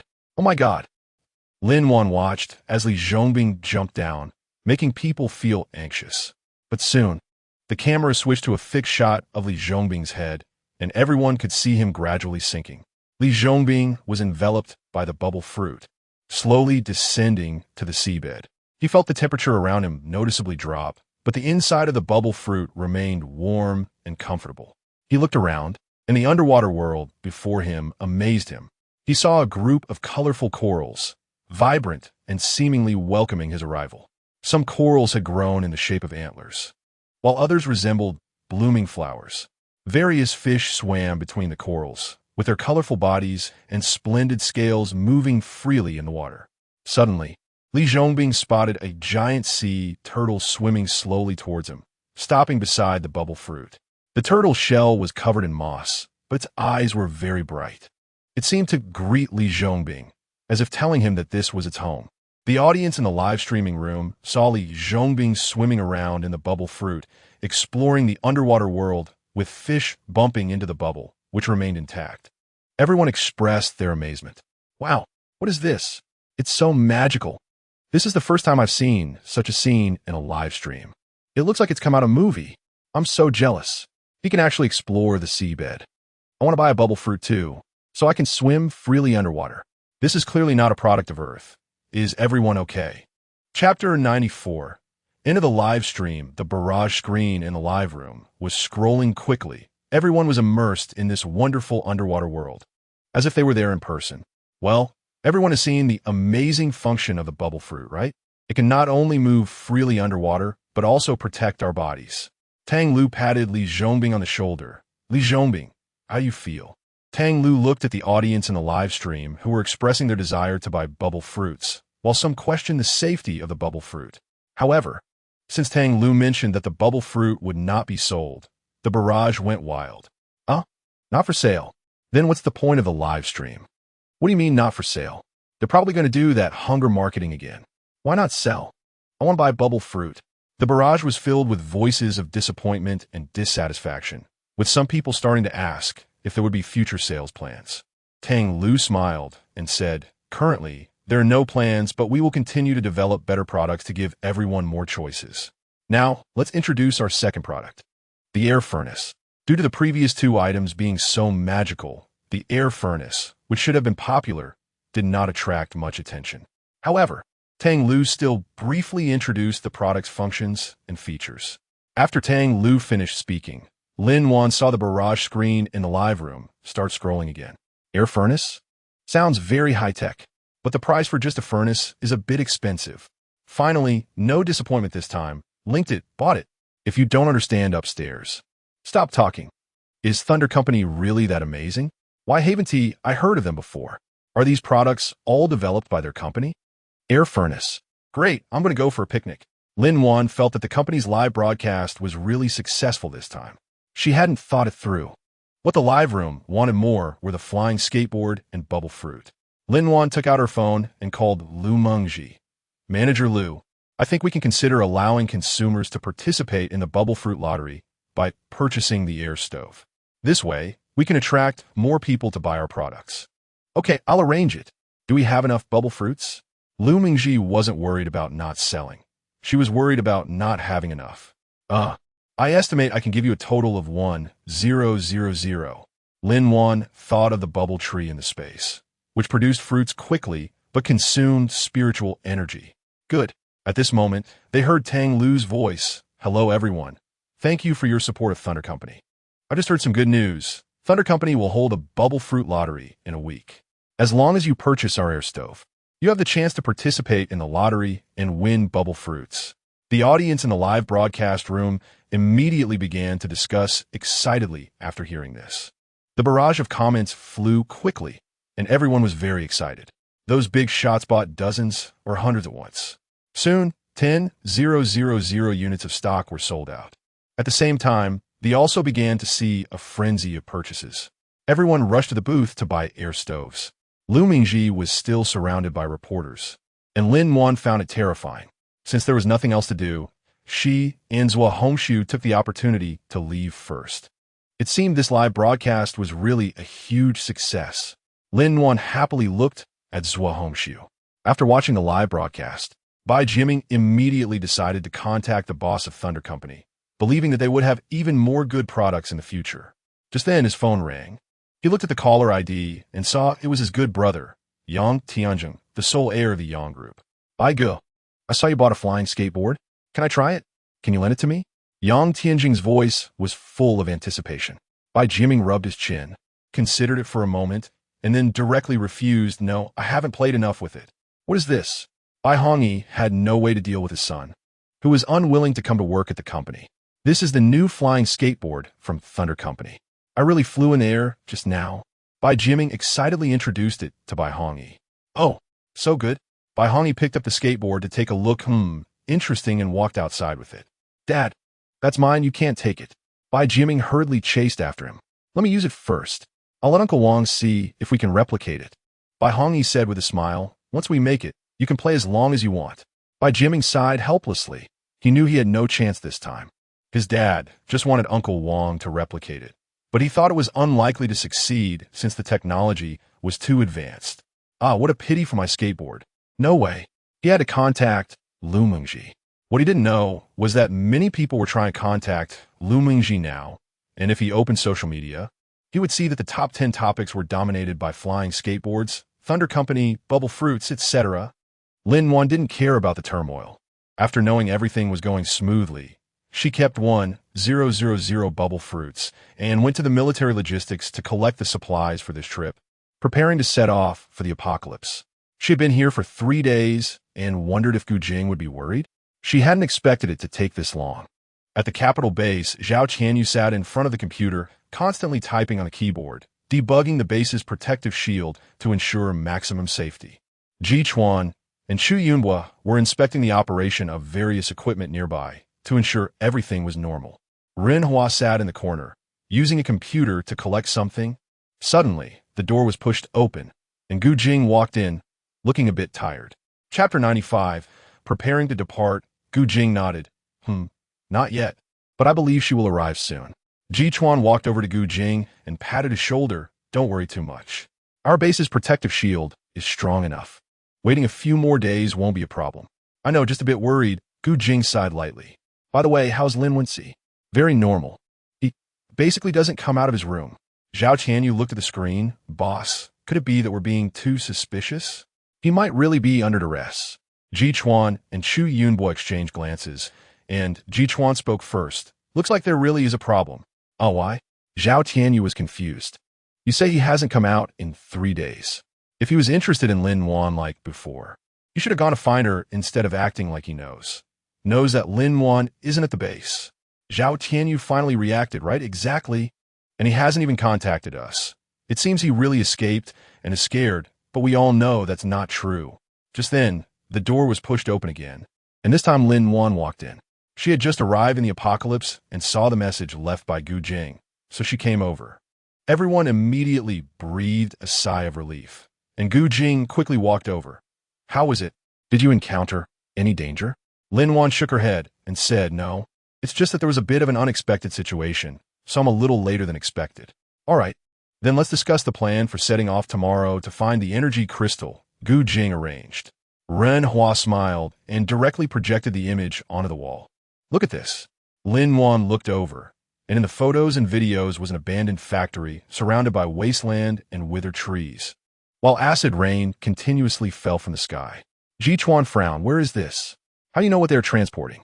Gu Jing nodded. "It's very likely. Since it's nearby, let us go check out that experimental base. If there are energy crystals, we can replenish our energy and also bring Lin Wenxi along." Xu Yunbo interjected. "Yes, since he wants to join us, it's a good opportunity to see his sincerity." Xu Yunbo knew that Gu Jing didn't want Lin Wan to know his opinions about Lin Wenxi. Ji Chuan nodded. "All right, let us set off tomorrow and quickly resolve this energy issue." Lin Wan took the bubble fruit out her bag. "Gu Jing has already mentioned the bubble fruit to you, right?" Xu Yunbo and the others nodded, saying, "This is the first time we've learned that advanced mutated plants can be like this. We thought they only harmed people. In fact, I think many mutated plants are quite good. As long as you don't attack them, they won't attack you first." Lin Wan thought of the ginkgo and bubble trees that had helped her a lot. She felt that these advanced mutated plants have both good and bad aspects, just like people. Gu Jing sighed softly. Indeed, the world has changed a lot now. We need to learn to adapt and survive. Have these 3 days been smooth? Gu Jing asked, looking at Lin Wan with concern. Lin Wan let out a light sigh and said to you, I started a thunder company. After listening, Gu Jing slightly furrowed his brows and asked, Thunder company? Are you planning to sell our goods over there? Does your government have any objections? Lin Wan explained, I won't sell weapons or anything like that, just some small tech products for everyday use. Gu Jing understood and said, Sounds good, but you still need to be careful. There are many issues involved in this kind of business. Lin Wan certainly knew, but I know there's still you to help with the problems, right? Gu Jing smiled and patted Lin Wan's head, understood. The next day, everyone was ready to set off early in the morning. Lin Wan looked at the acid rain outside. A bit worried. A bubble fruit can only last for 1 hour. Will we make it in time? Haha, Shan Wan, do you think we're walking there? Jichuan couldn't help but laugh out loud. Puff, here, take this. Zhao Tianyu took out something and handed it to Lin Wan. Lin Wan took a look and saw an oval-shaped board. What is this? This is the vehicle I designed to match the bubble fruit called the anti-gravity drifter. It can freely navigate through acid rain without worrying about the limitations of the bubble fruit, Zhao Tianyu said proudly. Wow, that's awesome. Lin Wan excitedly looked at the anti-gravity drifter. Isn't this just like the flying skateboard you gave me before? Not the same. The flying skateboard needs power to fly, while the anti-gravity drifter is based on anti-gravity technology, allowing it to hover freely in the air and control direction and speed, Zhao Tianyu explained. Moreover, it can automatically identify nearby obstacles and avoid them. Very intelligent. Zhao Tianyu, you're amazing. Lin Wan thought people like Zhao Tianyu would be great in peaceful times. Huh, it's nothing, just a small thing, Zhao Tianyu modestly smiled. Gu Jing couldn't help but praise. Tianyu's mind really works fast. Lin Wan looked at Lin Wenxi, who had been silent beside her, and asked, Is your injury better? Lin Wenxi's lips curled slightly. It's fine, let's set off. Chapter 96. Father Gu Jing looked at Lin Wenxi upon hearing this, and said, You're right. You're more familiar. You lead the way. Lin Wenxi didn't refute Gu Jing's words and said, Let's go. We'll set off now. Ji Chuan excitedly got onto the drifter, as he had no resistance to such things. The drifter slowly ascended and left the ground. They flew over a river and soon saw a strange forest. From the air, they overlooked this peculiar forest, noticing some areas in the distance that appeared to have been burned, charred black. As they ventured deeper into the forest, they saw a tree that was clearly withered yet bore bright red fruits, and some trunks had unique flowers growing on them, colorful and very beautiful. They also encountered some strange animals. Some resembled birds but had huge claws and sharp talons. Others were long-tailed lizards covered in sharp spines, making them unapproachable. They carefully navigated around these dangerous creatures and continued on their way. Lin Wan didn't sense any spiritual energy from these plants, which is a bit strange. How did these plants and animals come to be? Clearly, there was no mutation. Gu Jing speculated that it was likely due to previous natural disasters. In fact, the adaptability of plants and animals exceeds human imagination. Those that are still alive at this time have all transformed into these peculiar creatures. Lin Wenxi quietly looked at the forest below, a hint of deep thought in his eyes.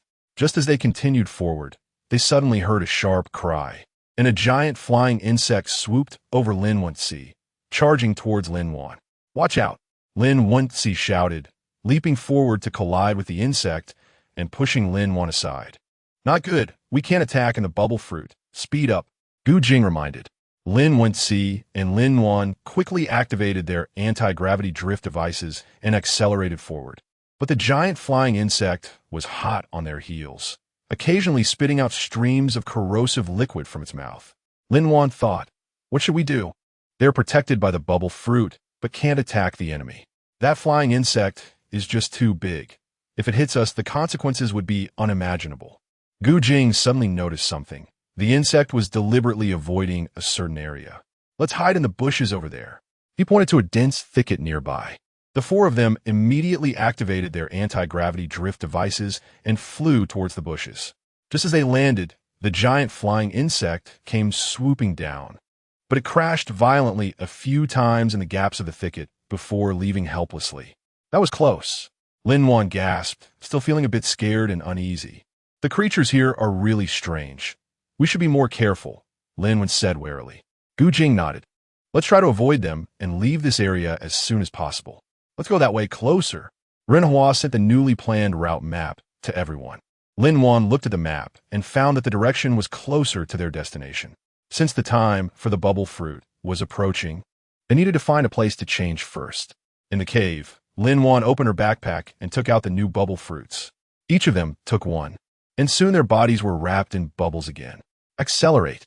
The group quickly advanced along the map. This time, they didn't encounter any issues and finally arrived at the abandoned factory. Lin Wan and others arrived near the abandoned factory, only to see the entire area shrouded in a layer of gray mist. The grass and trees around the factory had withered, and the ground was covered with cracks.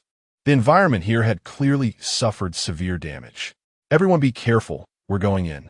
Lin Wen-si frowned, preparing to lead everyone into the factory. Be cautious. There might be danger here, Gu Jing reminded everyone. They cautiously entered the factory, only to find broken equipment and leftover chemicals everywhere. Several strange creatures were scurrying around, emitting a nauseating stench. What the hell is this? Ren Hua exclaimed as a furry creature suddenly ran past them, startling him. Let's quickly find the core device to get the energy crystal and leave here, Lin Wan said, looking at Lin Wen-si. Are you sure they didn't take it? Of course. That device is very special. No one can dismantle it except me. Lin Wen-si led the way, and no one noticed the smile on his face. Lin Wen-si, what are you doing? Gu Jing sensed something was off. In an instant, a cloud of smoke surged from the ground, enveloping Lin Wan. Gu Jing and the others tried to rush forward to save her, but were blocked by an invisible wall. Lin Wan could only see their blurry figures, and she felt as if her body was trapped by something, unable to move. Don't worry, I just want to have a good talk with you, Lin Wen-si said, gently as always. What about Gu Jing and the others? Where have you taken them? Lin Wan looked anxious, but in fact, she was stalling for time, trying to enter the space. My space? Lin Wan was genuinely taken aback this time. Are you saying? That's right, it was specially designed for you. And I know you can use it to go to other worlds. Lin Wen-si revealed a hint of a proud smile. Don't you think your space is different from others? Lin Wan remained silent, thinking about her missing memories and the disordered timeline. She quietly looked at Lin Wen-si, trying to find a breakthrough. I know you have many questions, but now is not the time for answers. Lin Wen-si seemed to sense the hesitation in Lin Wan's heart. You just need to know that I will always stand by your side. I won't harm you. What was our relationship before? Lin Wan furrowed her brows, hoping to get some answers from Lin Wen-si. We are family, Lin Wen-si said softly. Your biological father is my adoptive father. What? Lin Wan was shocked by this answer, her memories swirling in a chaotic haze, hard to grasp. It's impossible. My mom said my dad died a long time ago. Yes, your mother always believed your father had passed away, Lin Wen-si said, but in reality, he is alive. We took him away to protect his safety. Lin Wen-si didn't want to tell Lin Wan what kind of person her father really was. At least, she wouldn't suffer until she remembered. Chapter 97. Monster. Why protect his safety? Lin Wan was somewhat puzzled.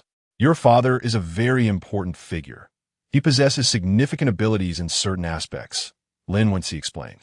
To protect him, we have hidden him away and made some modifications to his memory, causing him to forget his identity and abilities. Lin Wan listened, feeling that her worldview had been completely overturned. Her father was still alive, hidden in a place she had no idea about. She didn't know who to trust. You bunch of lunatics. Lin Wan glared at Lin Wen-si. What right do you have to do this? We're just doing something that contributes to the world. Lin Wen-si remained calm. Xian Wan, imagine if this world is destined to be destroyed. We could use your space to go to other worlds, and in that way, we could save more lives. Is your way of saving lives by robbing others? Lin Wan's voice was filled with anger, and the claim that this world is doomed is just your imagination. Xian Wan, you don't need to be so agitated. Lin Wen-si actually smiled. We're just trying to explore a new method. If we succeed, it will be of great help to humanity. Your success is built on the suffering and sacrifice of others. Do you think you are gods? Lin Wan clenched her fists tightly, a trace of hatred flashing in her eyes. I know it's hard for you to understand right now, but this is for a greater good. Something's come a price. Lin Wen-si's tone became heavy. Wan, you know that your ability is very special, and we need your help. That's unfortunate, but I believe you will understand in the end. Lin Wensi sighed. Now I need to leave for a while. You think about it carefully. Lin Wensi turned and left the laboratory, leaving Lin Wan alone. Lin Wan clenched her fists, filled with a sense of helplessness and anger. She thought of her mother and Gu Jing, who were both waiting for her. She had to find a way to leave this place. Gu Jing had been searching for Lin Wan's whereabouts outside, but without Lin Wensi leading the way.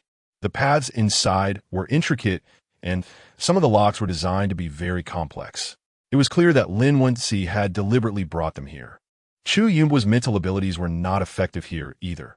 Although his powers indicated to go in one direction, they found it was a dead end when they arrived.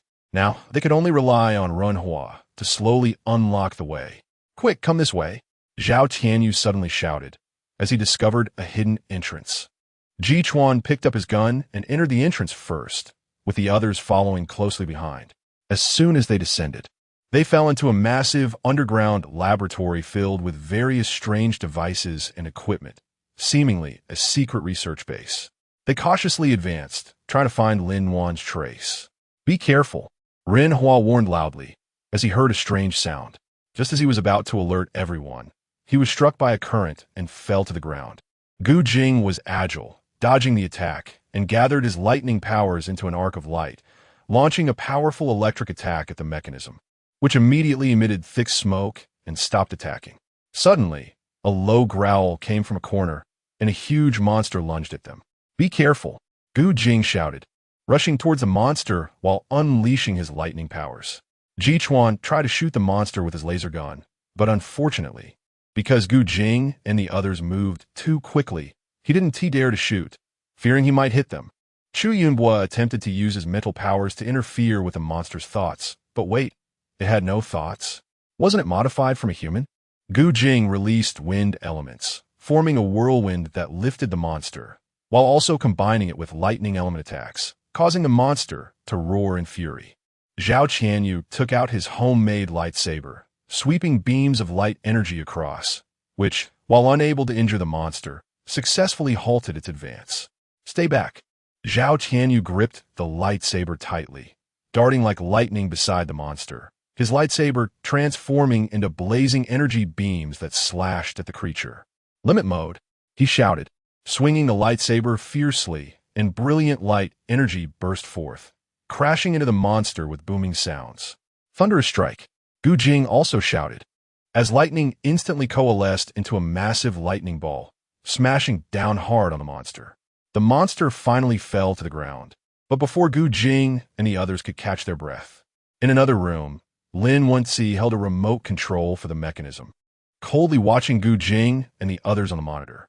You are really tenacious, but I'm tired of this game. Lin Wensi pressed a button on the remote control, and the mechanisms in the underground laboratory immediately began to operate, emitting squeaking sounds.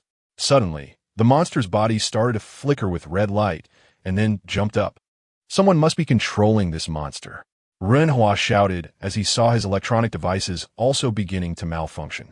The monster became more frenzied, running around wildly.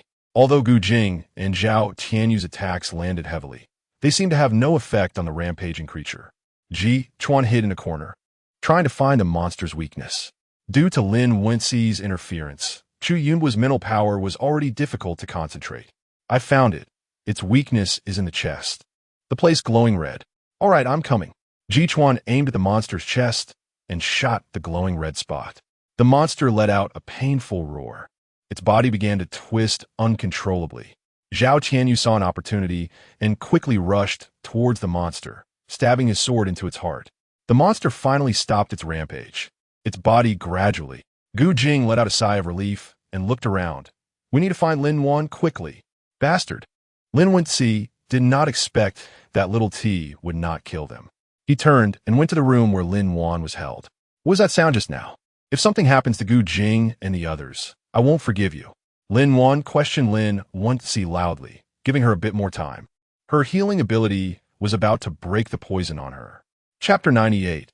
Restored Memories, you madman. What do you want to do by locking me up? Lin Wan felt truly unlucky. Lin Wensi sneered coldly. He knew that Lin Wan was worried about Gu Jing. Did she think someone like Gu Jing was remarkable? It was all just for his own benefit. Don't you want to see your father? I don't want to. Lin Wan didn't believe what Lin Wenci had said before at all, and even if it were true, a father she had never met held no weight in her heart. Lin Wenci looked at Lin Wan, who had lost her memory. He hadn't seen her like this in a long time, and actually it was quite nice. But Lin Wenci walked to the other side of the laboratory. There, he found a huge device from which he took out a vial of purple liquid. What are you doing? Lin Wan asked with difficulty. Lin Wenci looked at Lin Wan lying on the bed. He gently stroked her hair and said, I know you are very confused right now, but trust me, you will understand later that I am doing this for your own good. Lin Wan felt even more uneasy upon hearing this.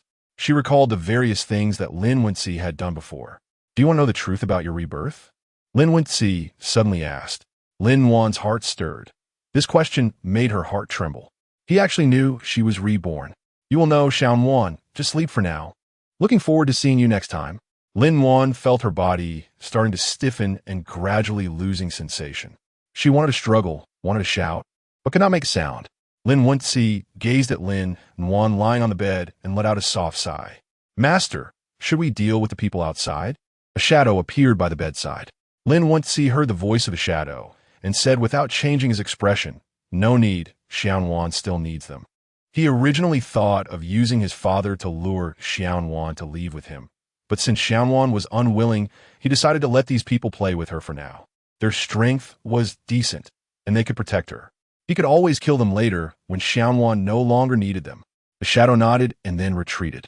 Lin Wenci glanced at Lin Wan again, then left the laboratory and went to his secret room. Lin Wenci sat in a mysterious room with a huge map in front of him. He picked up a pen and traced a route on the map, then stared at a point that was his final destination. Suddenly, the door to the room was pushed open and a figure rushed in. Lin Wenci turned his head and saw that it was his capable assistant, Mo Yin. Behind him followed the shadowy figure from earlier. Master, our airship is ready, Mo Yin said, not paying any attention to the person outside. Lin Wenci nodded, got up, and followed Mo Yin out of the room. They arrived at the rooftop, where a black airship was parked. The exterior of the airship seemed to be made of a special material, completely impervious to the acid rain. Lin Wenci stepped onto the airship, and, as it started, it slowly ascended. He looked at the scenery in front of him, unsure of what to say. Master, do you have any further instructions? A shadow interrupted his thoughts. The shadow nodded, then suddenly disappeared. Master, how is your plan progressing? Mo Yin asked, looking at the somewhat unusual person. Master, why not deal with those who discovered the laboratory? According to the rules, we should eliminate them to prevent them from leaking the organization's secrets. Mo Yin couldn't hold back anymore. What? Do you have an opinion on my decision? Lin Wenci's tone was somewhat stiff, and Mo Yin immediately felt a chill. No, I have no objections. Mo Yin quickly shook his head and said, I just think this might carry some risks. I'll handle it well, don't worry, Lin Wenci said, as he seemed unwilling to say more and turned his gaze to the distance. Mo Yin didn't dare to say anything further, but he actually knew it was definitely because of that woman, Lin Wan. Whenever he encountered her, the master always tended to act in ways that were unlike him. Meanwhile, Gu Jing and the others finally found the laboratory. As soon as they entered, they saw Lin Wan lying on the bed. Wan. Gu Jing rushed forward and took Lin Wan's hand. Lin Wan slowly opened her eyes and saw the blurry figure of Gu Jing, gradually regaining her memory. Gu Jing. Lin Wan softly called out his name, tears welling up in her eyes. Wan, are you okay? Gu Jing tightly held her hand, filled with joy and fear. I'm fine now, thank you all. Lin Wan gently shook her head and slowly sat up. Where is this? What happened? She looked around, feeling a bit confused. You don't remember? You were taken away by Lin Wenci, and we've been looking for you. Gu Jing briefly explained the situation. Wan, what's wrong? Gu Jing looked at Lin Wan's pale face, a bit worried. Lin Wan was silent for a moment. It's fine, I don't know what he wants to do either. It's more important for us to find the energy crystal first. Since this is a trap designed by Lin Wenci, should we go back to the desert? Jichuan leaned against the door and asked. Wait a minute, I found a strange machine. Renhua opened a door to the laboratory and pointed at the machine inside. Lin-Wan stepped forward, carefully observing the structure of the machine. Her fingers gently touched the surface of the machine, and she felt as if she knew how to turn it on. Can you turn it on? Zhao Tianyu asked Renhua, looking at the strange machine. Wait, let me try. Lin-Wan walked to the machine and began to rapidly tap on the control panel with both hands. Her fingers danced skillfully, as if the machine was under her control. Chapter 99. The fruit of the mind. The machine emitted a buzzing sound, and instantly, a bright red button appeared on the central control panel. This is it, Lin-Wan exclaimed in her heart as she reached out to press the red button. Whoosh, a beam of light shot out, illuminating the entire laboratory. Immediately, a uniquely shaped red crystal appeared in the center of the machine. It's the red crystal, Zhao Tianyu exclaimed joyfully as he stepped forward. Just as Zhao Tianyu took out the red crystal, the entire laboratory began to shake.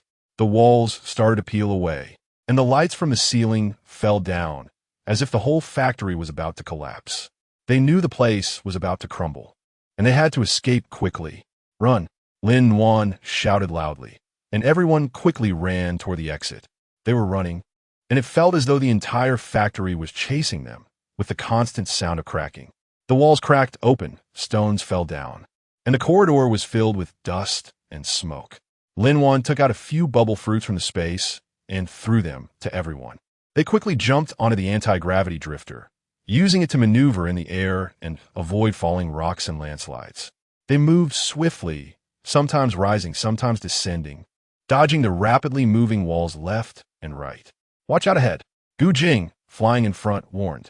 Everyone immediately slowed down as a huge stone pillar fell from the front, and they could only make a sharp turn. Renhua, find the exit quickly. Jichuan almost crashed into it just now. I found it. Turn left quickly, Renhua shouted, pointing to an exit ahead. Lin-Wan continuously changed the direction of the driftboard, moving like a bird, swiftly navigating closer to the exit step by step. Finally, they ran out of the factory. They stopped, exhausted and panting, looking at the factory destroyed by the explosion. That was a close call. Jichuan gasped, feeling emotional. But we still found the red crystal. Zhao Tianyu took out the red crystal, looking very happy. Lin-Wan looked at the red crystal and felt that it was good to have some gains, but she thought that everyone had suffered for nothing. At the Blackwater base, there was a room with a huge computer, and it was not an ordinary computer, but a biological computer that had been developed through the efforts of several generations of their family. Lin-Wan turned on the computer, entered some commands, and strange patterns appeared on the screen. Lin-Wan focused intently on the patterns on the screen, his fingers quickly tapping on the keyboard as he seemed to enter a unique state. The others watched him, feeling a mysterious energy surging. After a while, Lin-Wan stopped his actions, turned to the others, and said, I have found the location of the energy crystal we are looking for. Great. Should we go now? No. It's very dangerous there. We need to prepare first. Yes. All right. Let's move forward another 10 kilometers. There's a place where we can rest. And then we can go to the Golden Desert tomorrow to find the energy crystal. Gu Jing looked at the information on Renhua's computer. They continued on, and soon they arrived at their destination. It was a hidden place deep in the mountains, with harsh conditions outside, but the inside of the cave was exceptionally comfortable. The group set up tents and a simple kitchen inside the cave, starting to rest and prepare dinner. Xiaowan, are you really okay? Gu Jing felt that Lin-Wan must have some purpose for doing this. Lin-Wan smiled slightly and said, It's nothing. I'm just a bit tired. Lin-Wan nodded, feeling a bit tired, especially with her mind being a bit muddled. Gu Jing, want to go into the space and take a look? It's fine. You can go. Lin-Wan went outside and found a place to enter the space. Where did Lin-Wan go? Renhua was curious about why she went out alone. She wanted to see if there was anything good to eat. Gu Jing casually found a reason. Doesn't she have any food in her space? I have some. Zhao Tianyu wanted to say something else, but was pulled by Chu Yunhua. You have some, so let's cook dinner. Lin-Wan found a quiet corner in the space to sit down, closed her eyes, and began to rest. She felt that both her body and mind were very tired, and only in this space could she relax. After a while, Lin-Wan opened her eyes and felt that her body and mind had been rejuvenated. At this moment, she noticed that the ginkgo tree had produced a new fruit. She walked under the ginkgo tree and carefully observed the new fruit. The surface of the fruit radiated a dazzling white light. She reached out her hand, and the fruit fell down. It was inscribed with the words, "Fruit of the Mind. Consuming it can enhance insight." She cautiously placed the fruit in her mouth, and the juice immediately surged into her mouth, flowing down her throat into her stomach. In an instant, she felt her thoughts becoming clearer. She looked around, and everything around her became more vibrant. She saw the texture of the leaves and subtle changes, felt the gentle flow of the wind, and heard the distant chirping of birds and the buzzing of insects. Even more, she could sense the vitality of the trees and see the hidden roots and the intricate patterns within the trunks. Lin-Wan came out of the space and looked into the distance. Were these little green dots in front of her? She couldn't help but walk closer. It was grass, growing vigorously even in such harsh conditions. Could that eye of the soul see the vitality of plants?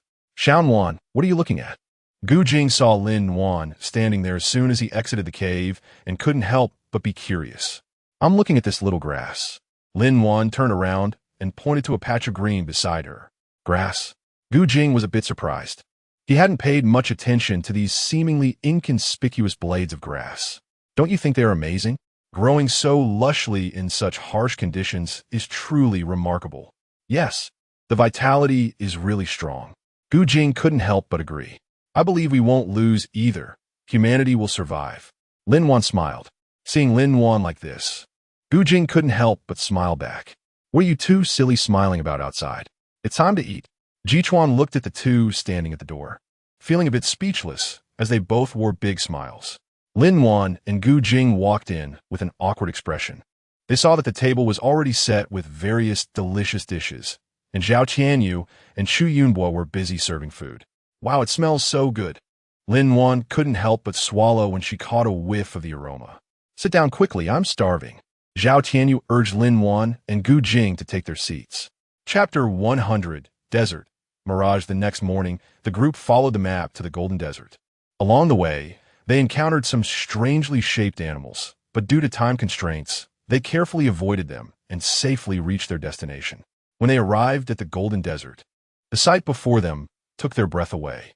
The endless golden sand seemed to connect heaven and earth, instilling a sense of awe.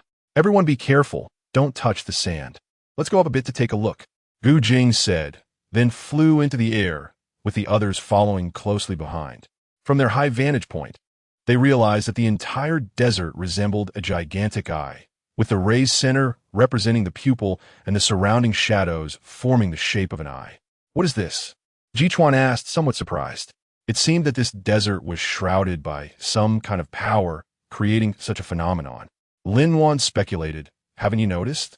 Even acid rain is absent here. That's right, the climate in this area is abnormal, likely due to the unique geological environment, Chu Yunbo chimed in. Gu Jing looked at the eye that had appeared in his dreams, and he seemed to know the secret of this eye. We should enter through this pupil. Gu Jing pointed to the raised center. Really? I always feel like this eye is a bit evil. Lin-Wan was a bit worried that this was another design by Lin Wenci. You all stay back. I'll give it a try. Gu Jing extended his hands, and a whirlwind gathered at the pupil, forming a massive vortex. Lin-Wan and the others kept a vigilant watch from a distance. A few minutes later, the vortex disappeared, replaced by a passageway flanked by yellow rocks that looked very solid. Everyone be careful. We're getting ready to go in. Gu Jing, as expected, looked at the passageway and was the first to enter.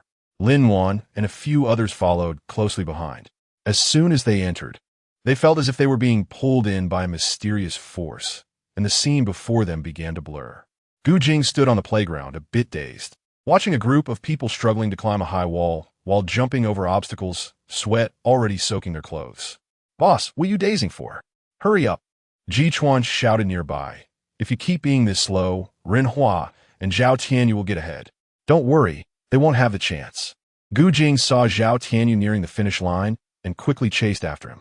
Gu Jing chased with all his might, and his body seemed to become lighter. He felt his speed increasing, as if some force was propelling him. Soon, he caught up to Zhao Tianyu. Boss, how are you so fast?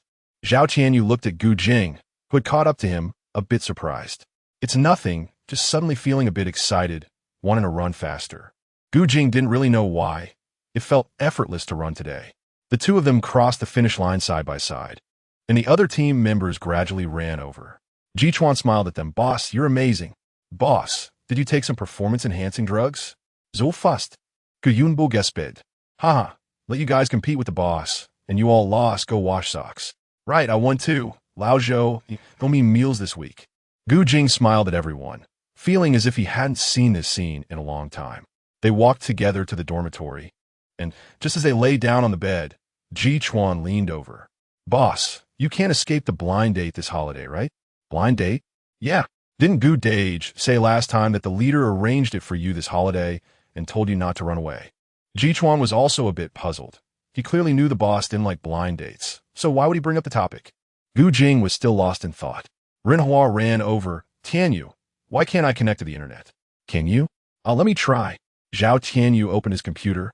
No, it doesn't work. Is there a problem with the connection? I can't even get through to the information department. Rinhua's face looked a bit bad. He felt insecure without a signal. Hey, why does he feel insecure in the army? Yinbo, can you see far away? Gu Jing stood by the window, looking outside at the gray scene. No, I feel something's off. Shu Yinbo looked at his phone, which had already gone black. Do you remember Lin Wan? Gu Jing suddenly recalled how he ended up in this place and the process of entering this illusion. Lin Wan? Rinhua frowned. Who is that? Gu Jing saw that the others were shaking their heads and directly said, Don't you think it's strange here? It's daytime outside. Why are we in the dormitory? And there's no signal, can't make calls, and you can't even open the door? Boss, what are you talking about? Jichuan laughed as he walked to open the door.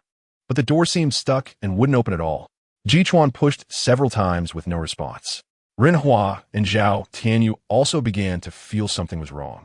They tried to open the windows to see outside, but the windows were sealed shut, only seeing a gray expanse. Gu Jing took a deep breath and said in a deep voice, I have a theory. We might have entered an illusion. Illusion mirror, I remember. Weren't we here to find the energy crystal? Yes, Lao Zhou is dead. He died to save me. Jichuan wished everything that had just happened was real. Upon hearing Gu Jing's words, everyone felt as if a mirror had shattered, and they began to reevaluate their surroundings. After careful observation, they started to feel that everything was off. Just as Gu Jing had said, this was not the world they knew. What do we do now? Zhao Tianyu looked around, unable to find an exit. The few of them silently nodded, and they began to search for clues, trying to find a flaw in this illusion. They searched the entire dormitory, but aside from some ordinary items, they found nothing. Got it. This is an illusion, which means everything is fake. It's our imagination. As long as we break this imagination, we can get out. Jichuan slapped his forehead. What you said makes a lot of sense. But the question is how to break it? Chu Yun's mouth twitched. We can look for things that don't conform to reality. We can give it a try. Chapter 101. Yellow-tailed scorpion dad, what are you doing? Why are you treating me like this? Lin Wan asked in terror. She watched as her father held some kind of instrument over her head, with various tubes inserted into her body. Lin Wan was filled with fear and anger. She tried to struggle, wanting to break free from this place of captivity. However, the restraints on her body were as strong as iron chains, making it impossible to escape. It's amazing that your body can accept it so safely.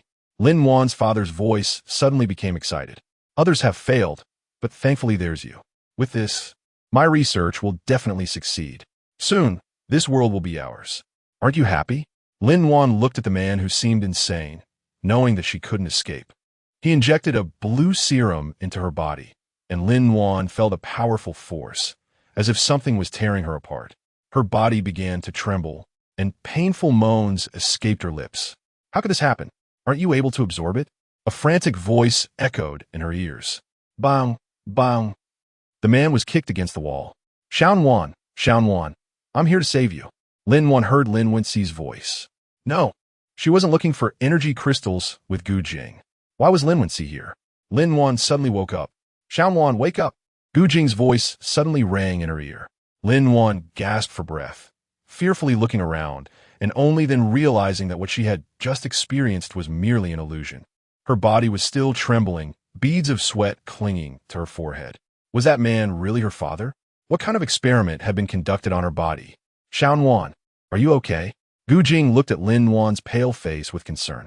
They had finally found the exit to shatter the illusion, and upon coming out, they saw Lin Wan not far away, but she was in terrible condition, shaking and unable to wake up. "No, I'm fine now." Lin Wan slowly calmed down, but her voice still trembled, frightened by the illusion. Ji Chuan and Chu Yunhua exchanged glances. They had no idea what Lin Wan had seen in the illusion, as it was not terrifying at all to them. "Let's hurry. Finding the energy crystal is more important," Chu Yunhua said, taking the lead. Suddenly, a huge yellow scorpion sprang out from in front of them, its body measuring 2 meters long, covered in yellow lumps that made one feel uneasy just looking at it. The scorpion opened its large mouth, revealing a row of sharp teeth, hissing ominously. Chu Yunhua was taken aback and quickly stepped back a few paces. "What the hell is that?" Lin Wan was genuinely disgusted, her spirits lifting. "It looks a bit like a yellow-tailed scorpion, but it's not this big. However, it's clear that it's highly venomous. We need to be careful," Ji Chuan said, watching the scorpion warily, his hand quietly reaching for his laser gun. The yellow-tailed scorpion crawled toward them at an unusual speed, its tail raised and ready to attack at any moment. Gu Jing quickly increased the distance between them, while Chu Yunhua used his psychic abilities to sense that there were no other dangers around. Suddenly, the scorpion lunged at Ji Chuan. "Watch out," Yihun shouted, aiming his laser gun at its head and pulling the trigger. A green beam shot from the gun and hit the scorpion's head, but the scorpion dodged and the beam struck its tail instead, causing it to emit a chilling scream. However, this seemed to anger it even more, and it continued to viciously attack Ji Chuan. This narrow passage is not even wide enough for Zhao Tianyu to use his lightsaber. Gu Jing didn't dare to be careless. He moved his hands rapidly, channeling a bolt of lightning that struck the scorpion's body. The scorpion was hit with tremendous force and fell to the ground, letting out a cry of agony. Ji Chuan and Chu Yunhua seized the opportunity and quickly fired at the scorpion's head and tail. As soon as its head was hit, the scorpion became still. Moments later, it hissed and died. "All right, let's go." Gu Jing confirmed the yellow-tailed scorpion was dead and urged everyone to hurry, hoping no other strange creatures would appear. Just as they were about to move forward, no one noticed a silver-ringed snake quietly slithering out of the dead scorpion's mouth. The silver-ringed snake stealthily approached Ji Chuan. Chu Yunhua suddenly heard a faint sound. He alertly used his abilities to scan the area and spotted the silver-ringed snake sneaking up on Ji Chuan. He quickly shouted, "Ji Chuan, be careful. There's a silver-ringed snake behind you." At the same time, he lunged forward, his psychic abilities locking onto the snake. Ji Chuan followed Chu Yunhua's gaze and saw the silver-ringed snake getting closer. Without hesitation, Ji Chuan pulled out his laser gun, aimed at the snake's head, and pulled the trigger. However, the silver-ringed snake was more cunning than he had anticipated. It deftly dodged at the moment Ji Chuan fired and lunged toward him, biting him hard. "Watch out." Chu Yunhua pushed Ji Chuan aside with force and kicked the silver-ringed snake away. However, the snake still bit Chu Yunhua's hand fiercely. Chu Yunhua felt a sharp pain spread throughout his body, his face turning pale as he began to tremble. Ji Chuan quickly helped him up and hurriedly examined his wound. At the same time, Lin Wan rushed forward, using her healing abilities. Her hands emitted a ball of invisible white light, which attached to the area where Chu Yunhua had been bitten. Instantly, he felt a warm energy circulate within him, significantly easing the pain, and gradually the wound on his hand began to heal. Meanwhile, Gu Jing immediately struck the silver-ringed snake with a bolt of lightning, causing its body to stiffen and stop moving. "Lin Wan, thank you." Chu Yunhua looked at the nearly healed wound on his hand, feeling as if he had just escaped death. "No need to be so polite. We're on the same team." Lin Wan felt that her abilities were quite useful in this apocalypse. "All right, let's move quickly." Gu Jing confirmed the silver-ringed snake was dead and wanted to leave this eerie place as soon as possible. Chapter 102. Lin Wenxi again, Chu Yunhua and Lin Wan followed closely behind, while Zhao Tianyu and Ji Chuan stayed at the back, vigilantly scanning their surroundings for any other dangerous creatures. Soon, they spotted a golden palace. The palace towered into the clouds, shimmering like a giant golden mountain. At the entrance stood 2 stone lions. In front of the palace, A massive lion was fiercely battling two fire-type ability users. It was clear that a group of people nearby was confident that the two could defeat the lion. The lion was covered in golden fur, radiating unmatched majesty and power. It was fighting desperately, occasionally roaring and crashing. Lin thought it resembled a guardian beast. Is that still a lion? Zhao Tianyu felt that this lion was absurdly large. Ancient Lion King. Chu Yunbo recalled a book he had read, which claimed it could roar and shake the entire earth, even able to slap a full-grown elephant to death. They needed to be careful. But if that's the case, shouldn't it have been extinct long ago? Lin was puzzled. Was that Lin Wenci over there? Boom! The lion crashed to the ground, clearly indicating that they had succeeded. Xiaowan, you guys are here too. Lin Wenci smiled at Lin, but added this time, I can only take the lead. Xiaowan, if you want to know the truth, feel free to find me. Lin frowned and ignored him. Gu Jing noticed Lin expression. Although he didn't know what Lin Wenci was talking about, he believed in Lin Lin Wenci, how did you find this place?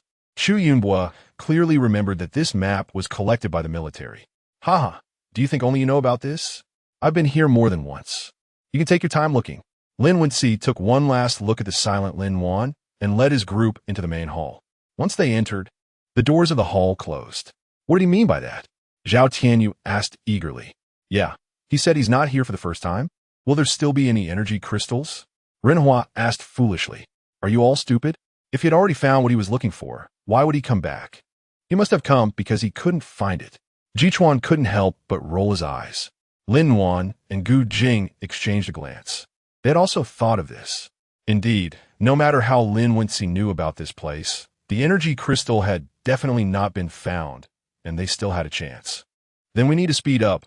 We can't let him find the energy crystal first, Chu Yunbo said as he walked around to start checking. Jichuan nodded. That's right. We need to hurry. We can't waste any more time. Lin looked at the palace in front of her and felt it was quite out of place. The architectural style was not at all like that of Huaxia. It resembled the style of the Kingdom of Cape.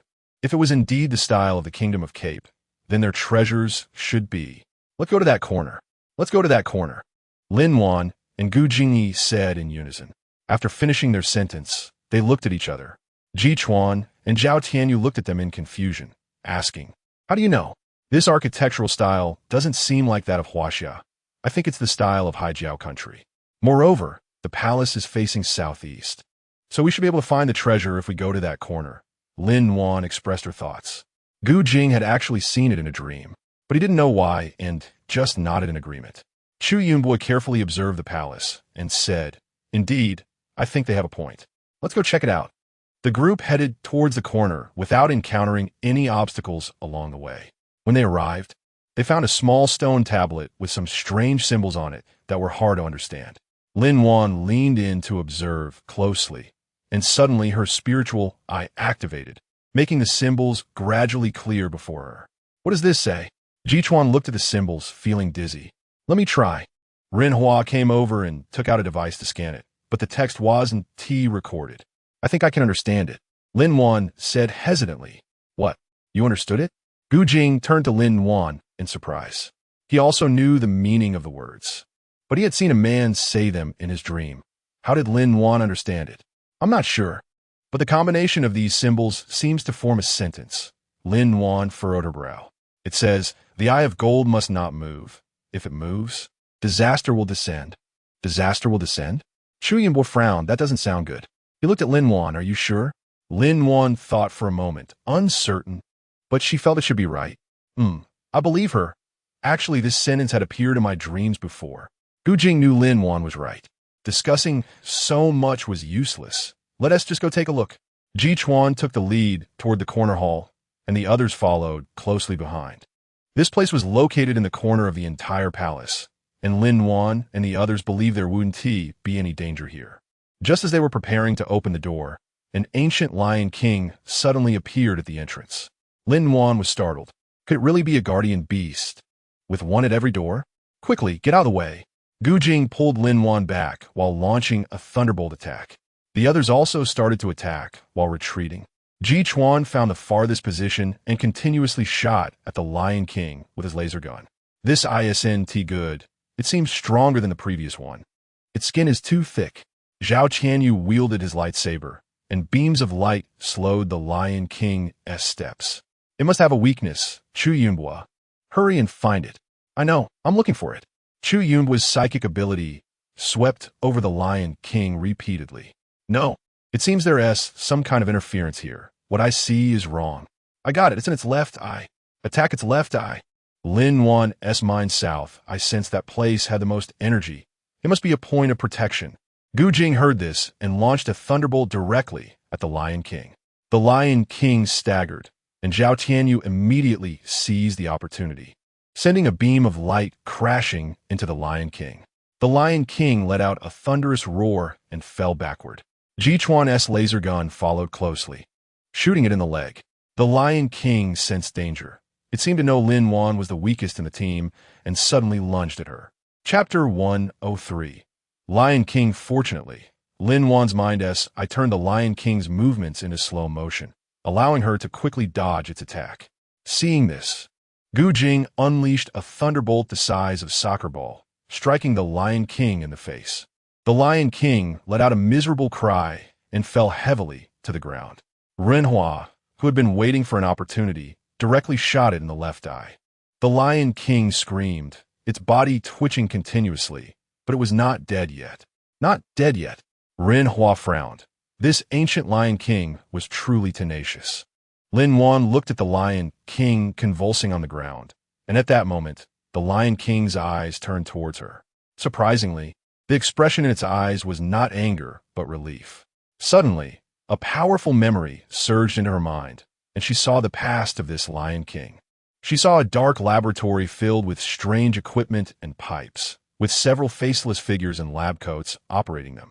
One of the men approached a large sealed box, opened it, and took out a small cub. Lin Wan was astonished to find that it was a little lion, clearly the young version of this Lion King. This group of people subjected it to various cruel experiments, tried to enhance its defensive and offensive abilities to make it stronger. Although she couldn't see their faces, Lin Wan felt that this was likely also the work of that unnatural laboratory. No wonder Lin once he knew about this place. It was created by them. Although she didn't know why he was unaware of the location of the energy crystal, it was likely an internal issue. Just give a quick end. Lin Wan recalled that she was also one of the test subjects, and a surge of nameless anger rose within her. She could not accept such cruel experimental behavior. Ji Chuan narrowed his eyes and shot directly through its eye. The Lion King let out a wretched scream. Its body convulsed violently a few times, and then it became still, no longer moving at all. Lin Wan let out a sigh of relief. Finally, it was over. Let's go in. After entering, Lin Wan looked at the wall inlaid with gorgeous jewels and the floor covered with soft velvet carpets. The decorations and furnishings in the palace were exquisite and magnificent, unlike anything she had ever seen. There's no energy crystal. Renhua turned around. This place seems a bit strange. Lin Wan noticed a seemingly inconspicuous wall on one side of the palace, which had some strange symbols and patterns on it. Gu Jing also walked over and looked at these symbols, which had not appeared in the dream either. Lin Wan looked at the symbols and felt that one of them resembled something she had seen in the Lion King laboratory before. As soon as her hand touched it, suddenly, a trapdoor appeared beneath her feet. Be careful, Gu Jing shouted, but it was too late. Lin Wan accidentally fell down.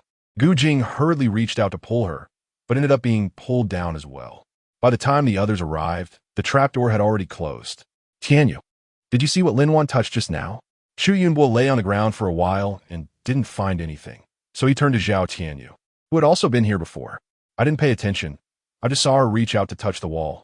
Zhao Tianyu really hadn't noticed that. The wall. Chu Yunbo looked at the wall full of mysterious symbols, realizing that the mechanism was hidden in there. What should we do? We can't understand any of this. Renhua anxiously paced back and forth. Try using your system to find something. If that doesn't work, we'll just have to wait for the boss to come out. I believe they won't have any problems. Chu Yunbo had no other options. Ahem. Lin Wan landed on Gu Jing, and while it didn't hurt, she was choking on the unknown surroundings. Can you get off me first? Gu Jing looked helplessly at the person shaking on top of him. Okay. I'm getting up now. Gu Jing, are you okay? Lin Wan quickly realized that the man she was pressing down on might be hurt. She scrambled to get up and looked around. Where's this? As she spoke, she noticed that there was no light around, only deep darkness. I'm Fine. There's some light over there. Let's go check it out. He saw a faint beam of light to the left front. Lin Wan followed Gu Jing forward and saw a high-tech door that was completely out of place with the palace, further indicating that the palace above was definitely not some so-called miracle, but rather man-made. There might be some secrets hidden here. Let's take a look. Lin Wan said as she walked toward the wall. Gu Jing looked at the card reader at the entrance, thinking that it should let Ren Hua come down. He was concerned about using violence in this uncertain situation, fearing it might backfire. Lin Wan looked at the familiar card reader and took out the card that Lin Wenxi had given her from her space. Let's give it a try. Beep. The door really opened. Gu Jing glanced at Lin Wan's somewhat serious face and didn't say anything. Since she was willing to speak, he would trust her. After they entered, they saw a scene of devastation. Various broken pieces of experimental instruments were scattered on the floor, and there were numerous bullet holes on the walls. It was evident that a fierce battle had taken place here, and the retreat had been very hasty. Lin Wan glanced around and found that the laboratory here had been severely destroyed, as if it had been blown up. However, she still discovered some valuable items. She walked to the experiment table and found a lab notebook on it, which read, Experiment number 8, Genetic Test Subject number 12, Codename Lion King.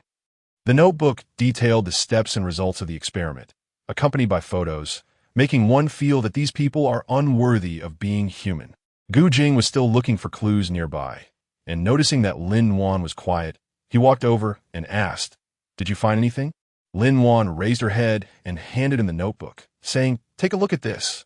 Gu Jing took the notebook, opened it, and his expression changed to one of great displeasure. They gave the lion's genes to a human? Then the lion outside, just now, was also an experiment? Lin Wan nodded. It should be so. That's why it turned out that way. Her brows furrowed, filled with anger. Lin Wan nodded. Okay, I'll keep these materials for now. After the two finished speaking, they continued to walk deeper inside. Chapter 104.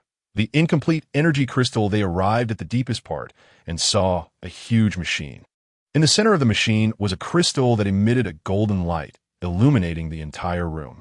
Both Lin Wan and Gu Jing felt a powerful energy. This crystal must be the energy crystal. It seems we found it, Lin Wan said happily as she stepped forward. Gu Jing also approached, carefully observing the energy crystal. This doesn't seem to be complete. It's a partial. While Lin Wan was still happy, she suddenly heard Gu Jing's words. Do you remember the warning outside? Are you saying this is the Eye of Gold? Gu Jing took another close look at the energy crystal in front of them. Yes, that's right. Could it be that the disasters were caused by people from the unnatural laboratory stealing this Eye of Gold? It shouldn't be. Otherwise, it's too fantastical. Gu Jing frowned. But if they took it, why didn't they take it all? Why leave part of it here? Maybe they couldn't take the entire energy crystal and could only take part of it, Lin Wan speculated. Or this part of the energy crystal has some special use, and they left it here for experiments. Is your card still working? Gu Jing found a card reader on the side of the machine.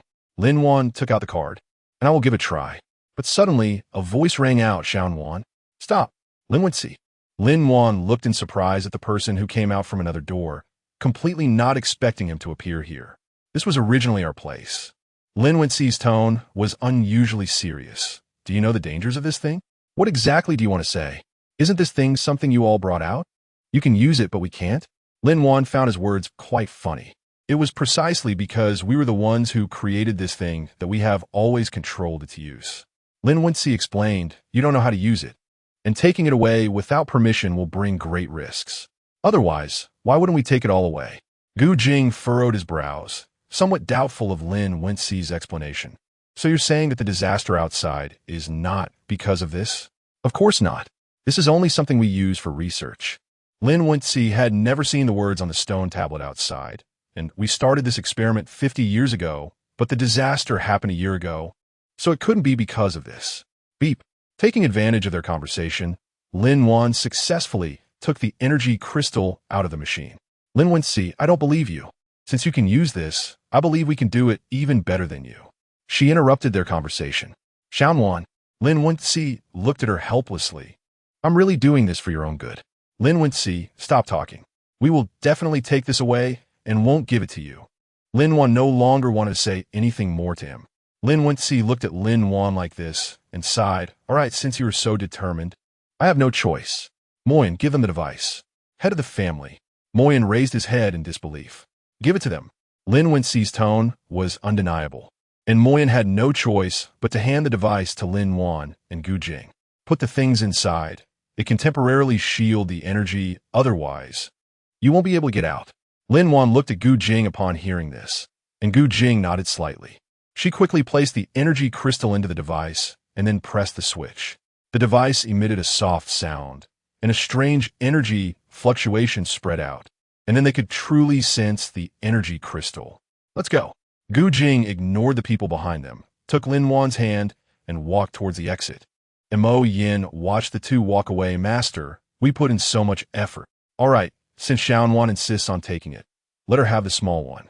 After all, we have already obtained the largest one. Don't worry, I'll handle it. Lin Wensi said, besides, having this large one is enough. It won't affect our research progress. Mo Yin could only nod in agreement, although still somewhat puzzled, but he followed Lin Wensi out of the laboratory. Under the effect of the energy shield, Lin Wan and Gu Jing easily passed through the energy barrier ahead. They successfully exited the laboratory, and the scene before them surprised them. Isn't this the main gate of the palace? No wonder Lin Wensi could appear. He must have come down from here. How did you know we were here? Lin Wan looked at them in confusion. Chu Yunbua, seeing that they were all fine, breathed a sigh of relief. We ran into Lin Wensi's people, and he told us you would be here. Did you find it? Lin Wan was taken aback upon hearing this. She still couldn't understand what kind of person Lin Wensi really was. Clearly, she knew he was conducting inhumane experiments, yet it seemed he had never harmed her. That's great. Ji Chuan always felt there was something eerie about this place. Boss, no problem. I've sent the map to your watches. Ren Hua had already prepared an escape route in advance. All right, let's go. After finally completing the mission, Zhao Tianyu wanted everyone to have a meal together, but he was pulled away by Ji Chuan and Chu Yunbua. Lin Wan looked at Gu Jing's clenched fist. This man seemed to always believe in her, never forcing her to do anything she was unwilling to do. You must be tired. Let's take a break. Gu Jing smiled gently, then embraced Lin Wan and sat down on the sofa. Lin Wan nestled in Gu Jing's arms, feeling his warm body temperature and heartbeat. Scenes from just now couldn't help but flash in her mind. She tightened her grip on Gu Jing's hand and asked, "Don't you want to ask me anything?"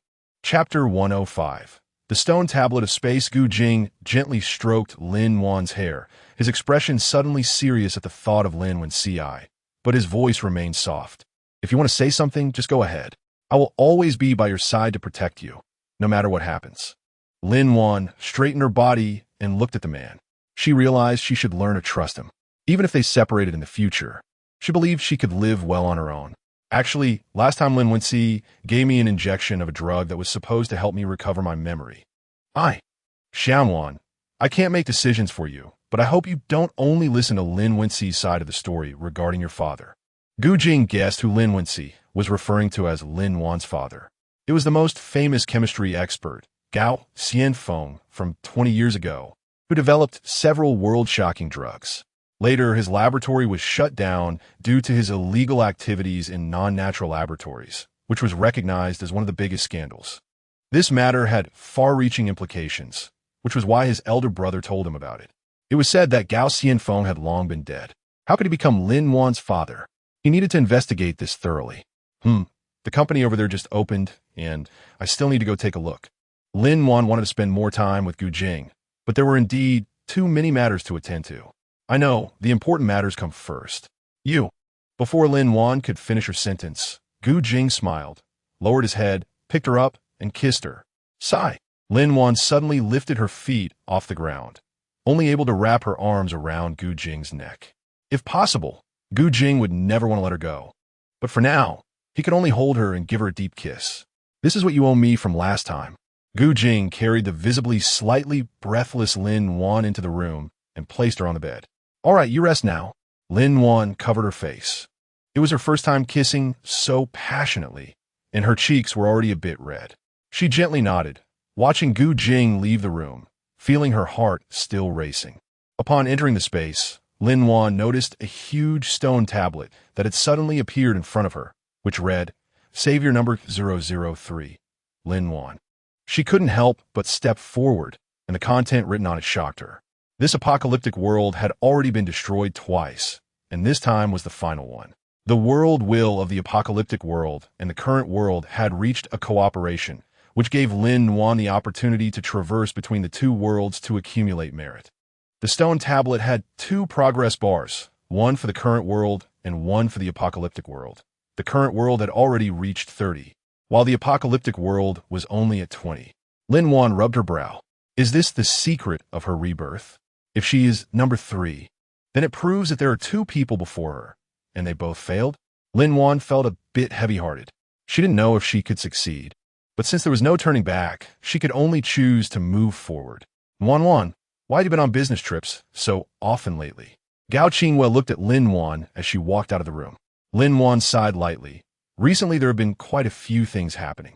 Lin-Wan stepped forward and hugged Gao Qingwei.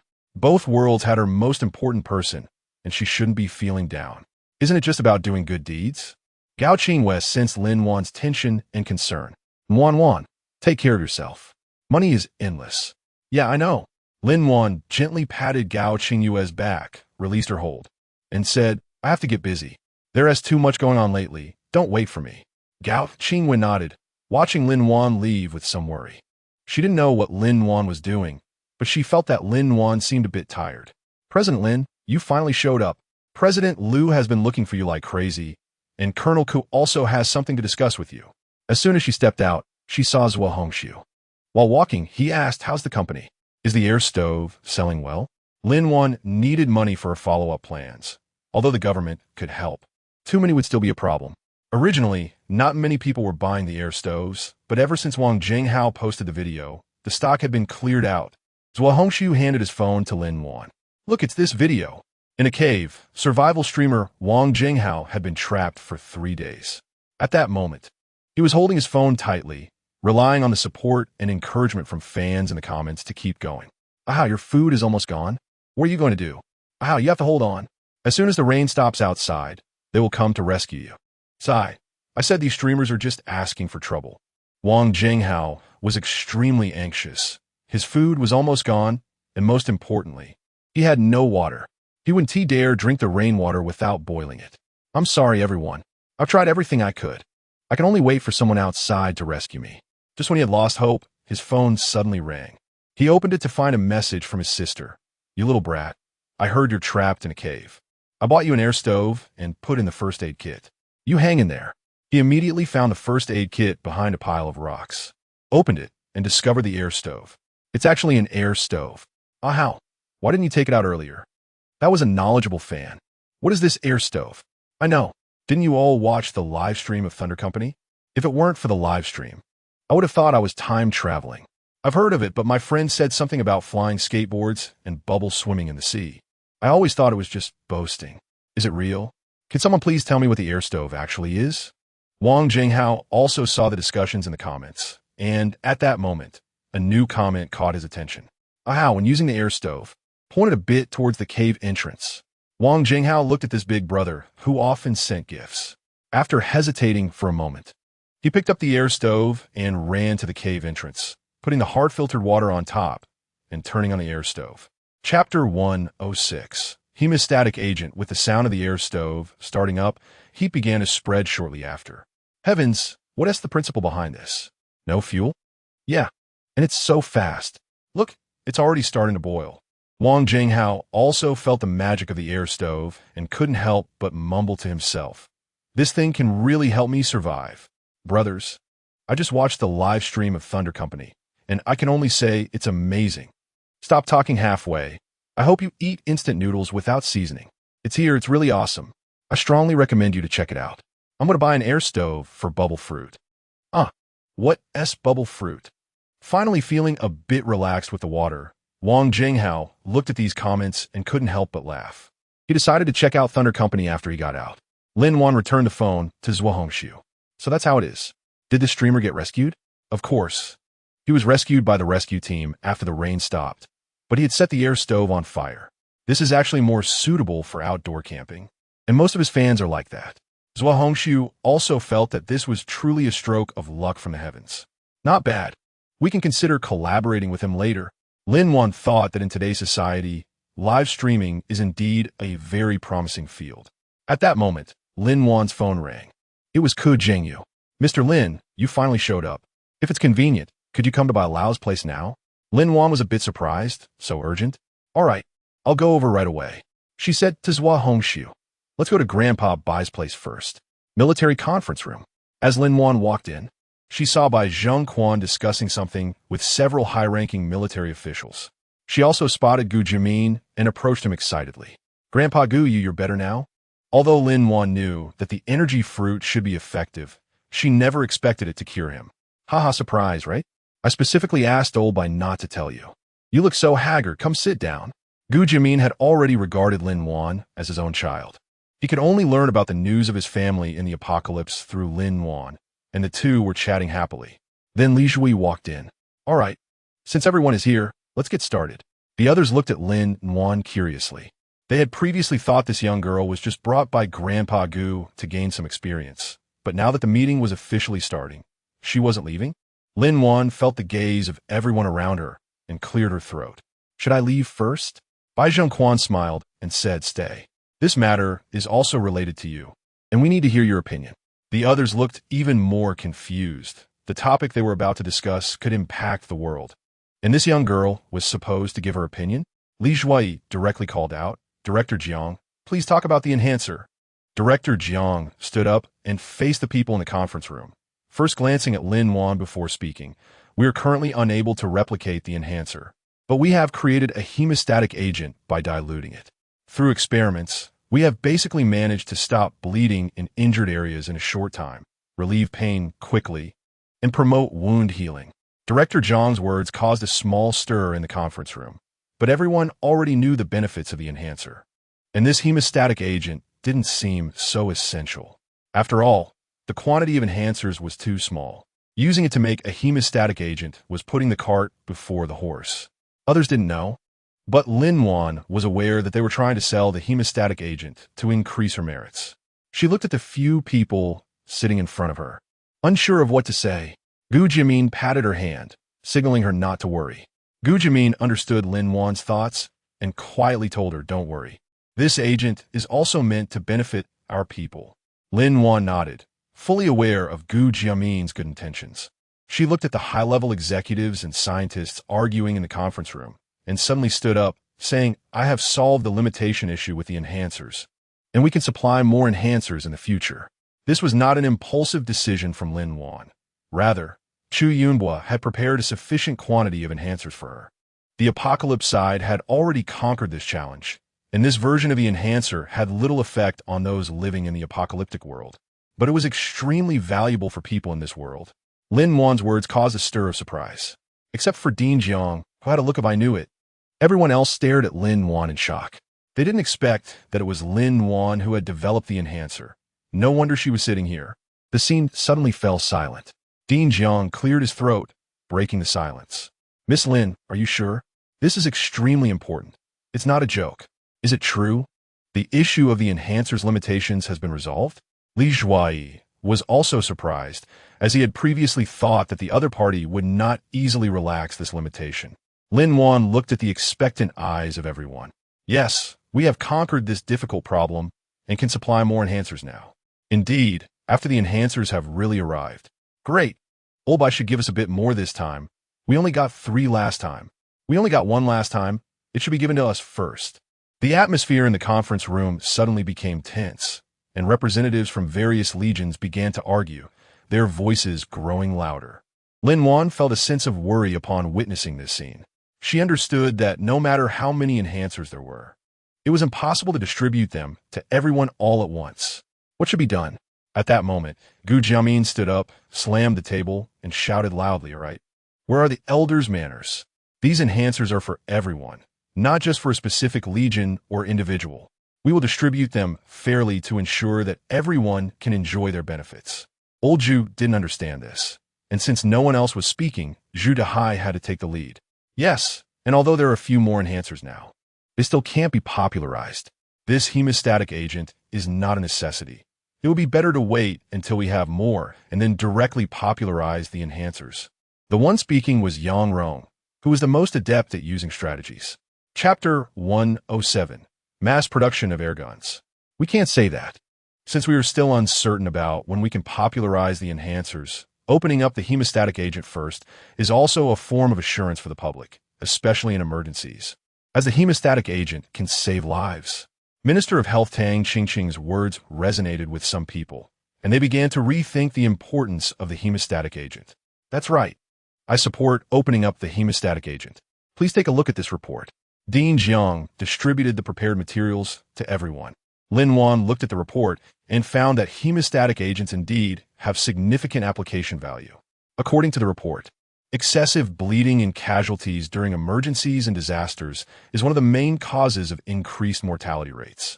Moreover, traditional hemostatic methods require professional medical personnel to handle them, while in urgent situations, the ability to immediately use hemostatic agents for bleeding control can significantly improve the survival rate of the injured. Statistics show that the global market size for hemostatic agents is approximately 2 billion, with foreign hemostatic agents holding a considerable share of the market. Therefore, opening up the use of hemostatic agents can not only ensure the safety of the public's lives, but also enhance China's innovation and development in the medical field on a global scale. Lin Wan finished reading the report and looked at everyone in the meeting. Let's have my company sell it. I want more people to survive. The attendees at the meeting initially agreed after reviewing the report, and since the suppliers also agreed, there was no need for anyone to oppose. All right, this has been approved. Now, there's another matter. Ku Jingyu, you take it from here. Yes, sir. Ku Jingyu stepped forward and opened a video on the projector. The screen displayed a device in Ku Jingyu's hand that resembled a small gun, but much smaller than a regular firearm. This is the air gun we developed, Ku Jingyu said calmly, noticing the skeptical expressions on everyone's faces. This air gun does not require bullets. By compressing high-pressure gas and releasing it, it can form a compressed gas projectile similar to a bullet, which travels at very high speeds and has great power, even capable of penetrating bulletproof materials. Just then, in the video, Ku Jingyu pulled the trigger, and the air gun emitted a loud bang. A compressed gas projectile shot out like a bullet, directly piercing through a steel plate, exceeding everyone's expectations in terms of penetration distance. As you can see, our air gun can achieve lethality similar to traditional firearms, and even higher.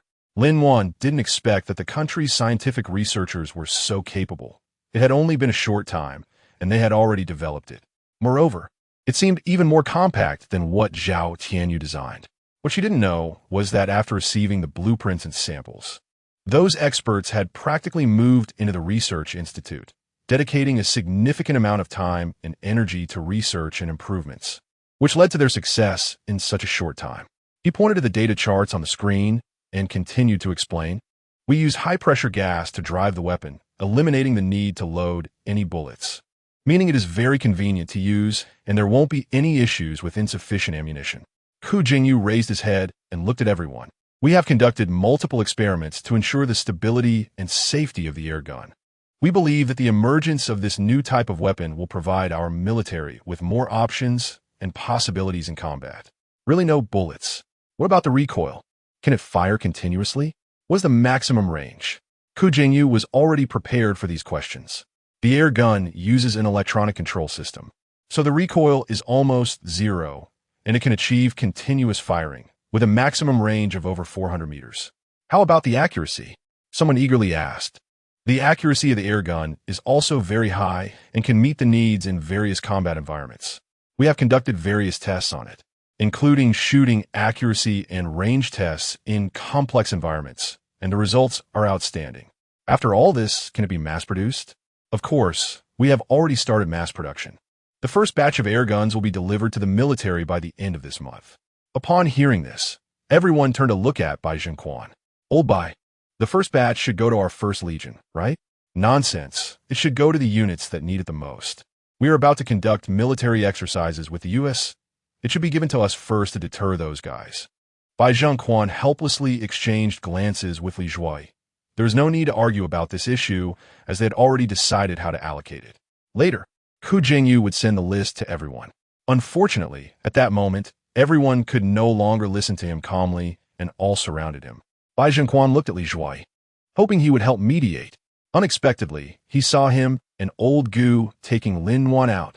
They're out. Good job, they'll wait for me. No. Lin Wan looked at the conference room that was no longer visible. I believe Grandpa Bai can handle it himself. Huh. Gu Jimin couldn't help but laugh out loud. Grandpa Gu. All right. Grandpa won't laugh anymore. Okay, you all hurry up and follow. Li Zhuai urged from the front. I still want to hear you talk about what happened at the end of the world. Lin Wan nodded and followed Li Zhuai and Gu Jiamin to his office. On the other side, Bai Zhengquan, who was surrounded in the conference room, finally managed to persuade everyone to leave and was discussing the sale of the hemostatic agent with Ke Zhengyu and Dean Jiang. You should know that once this comes out, there will definitely be many others appearing from Thunder Company. So Ke Zhengyu, you must ensure the security of Thunder. And of course, the most important thing is Lin Wan's safety. This is the top priority. Bai Zhengquan spoke sternly. Lao Jiang, your main task here is to ensure that this agent cannot be replicated by others. Dean Jiang couldn't help but roll his eyes, having already said that there is something inside that we can't even test for. And if there is something that can be replicated, that would mean we are too far behind. Well, we just need to be a bit cautious. Bai Zhengquan thought about it and agreed. The contents of this were from an apocalyptic world, and he suspected that what was different inside was the spiritual energy that Lin Wan mentioned. Otherwise, how could it still work so well even after being diluted so many times? Ke Jingyu also chimed in. Our sales platform can now purchase under real name registration, and this thing will definitely restrict foreigners from buying it. Even if there are scalpers, they will be few, and I believe that once people know its effects, no one will want to sell it. That's good. After hearing both of them, Bai Zhengquan finally felt a bit relieved. Although he wanted to help Lin Wan gain more merits, the premise was that it should not affect the country. Chapter 108.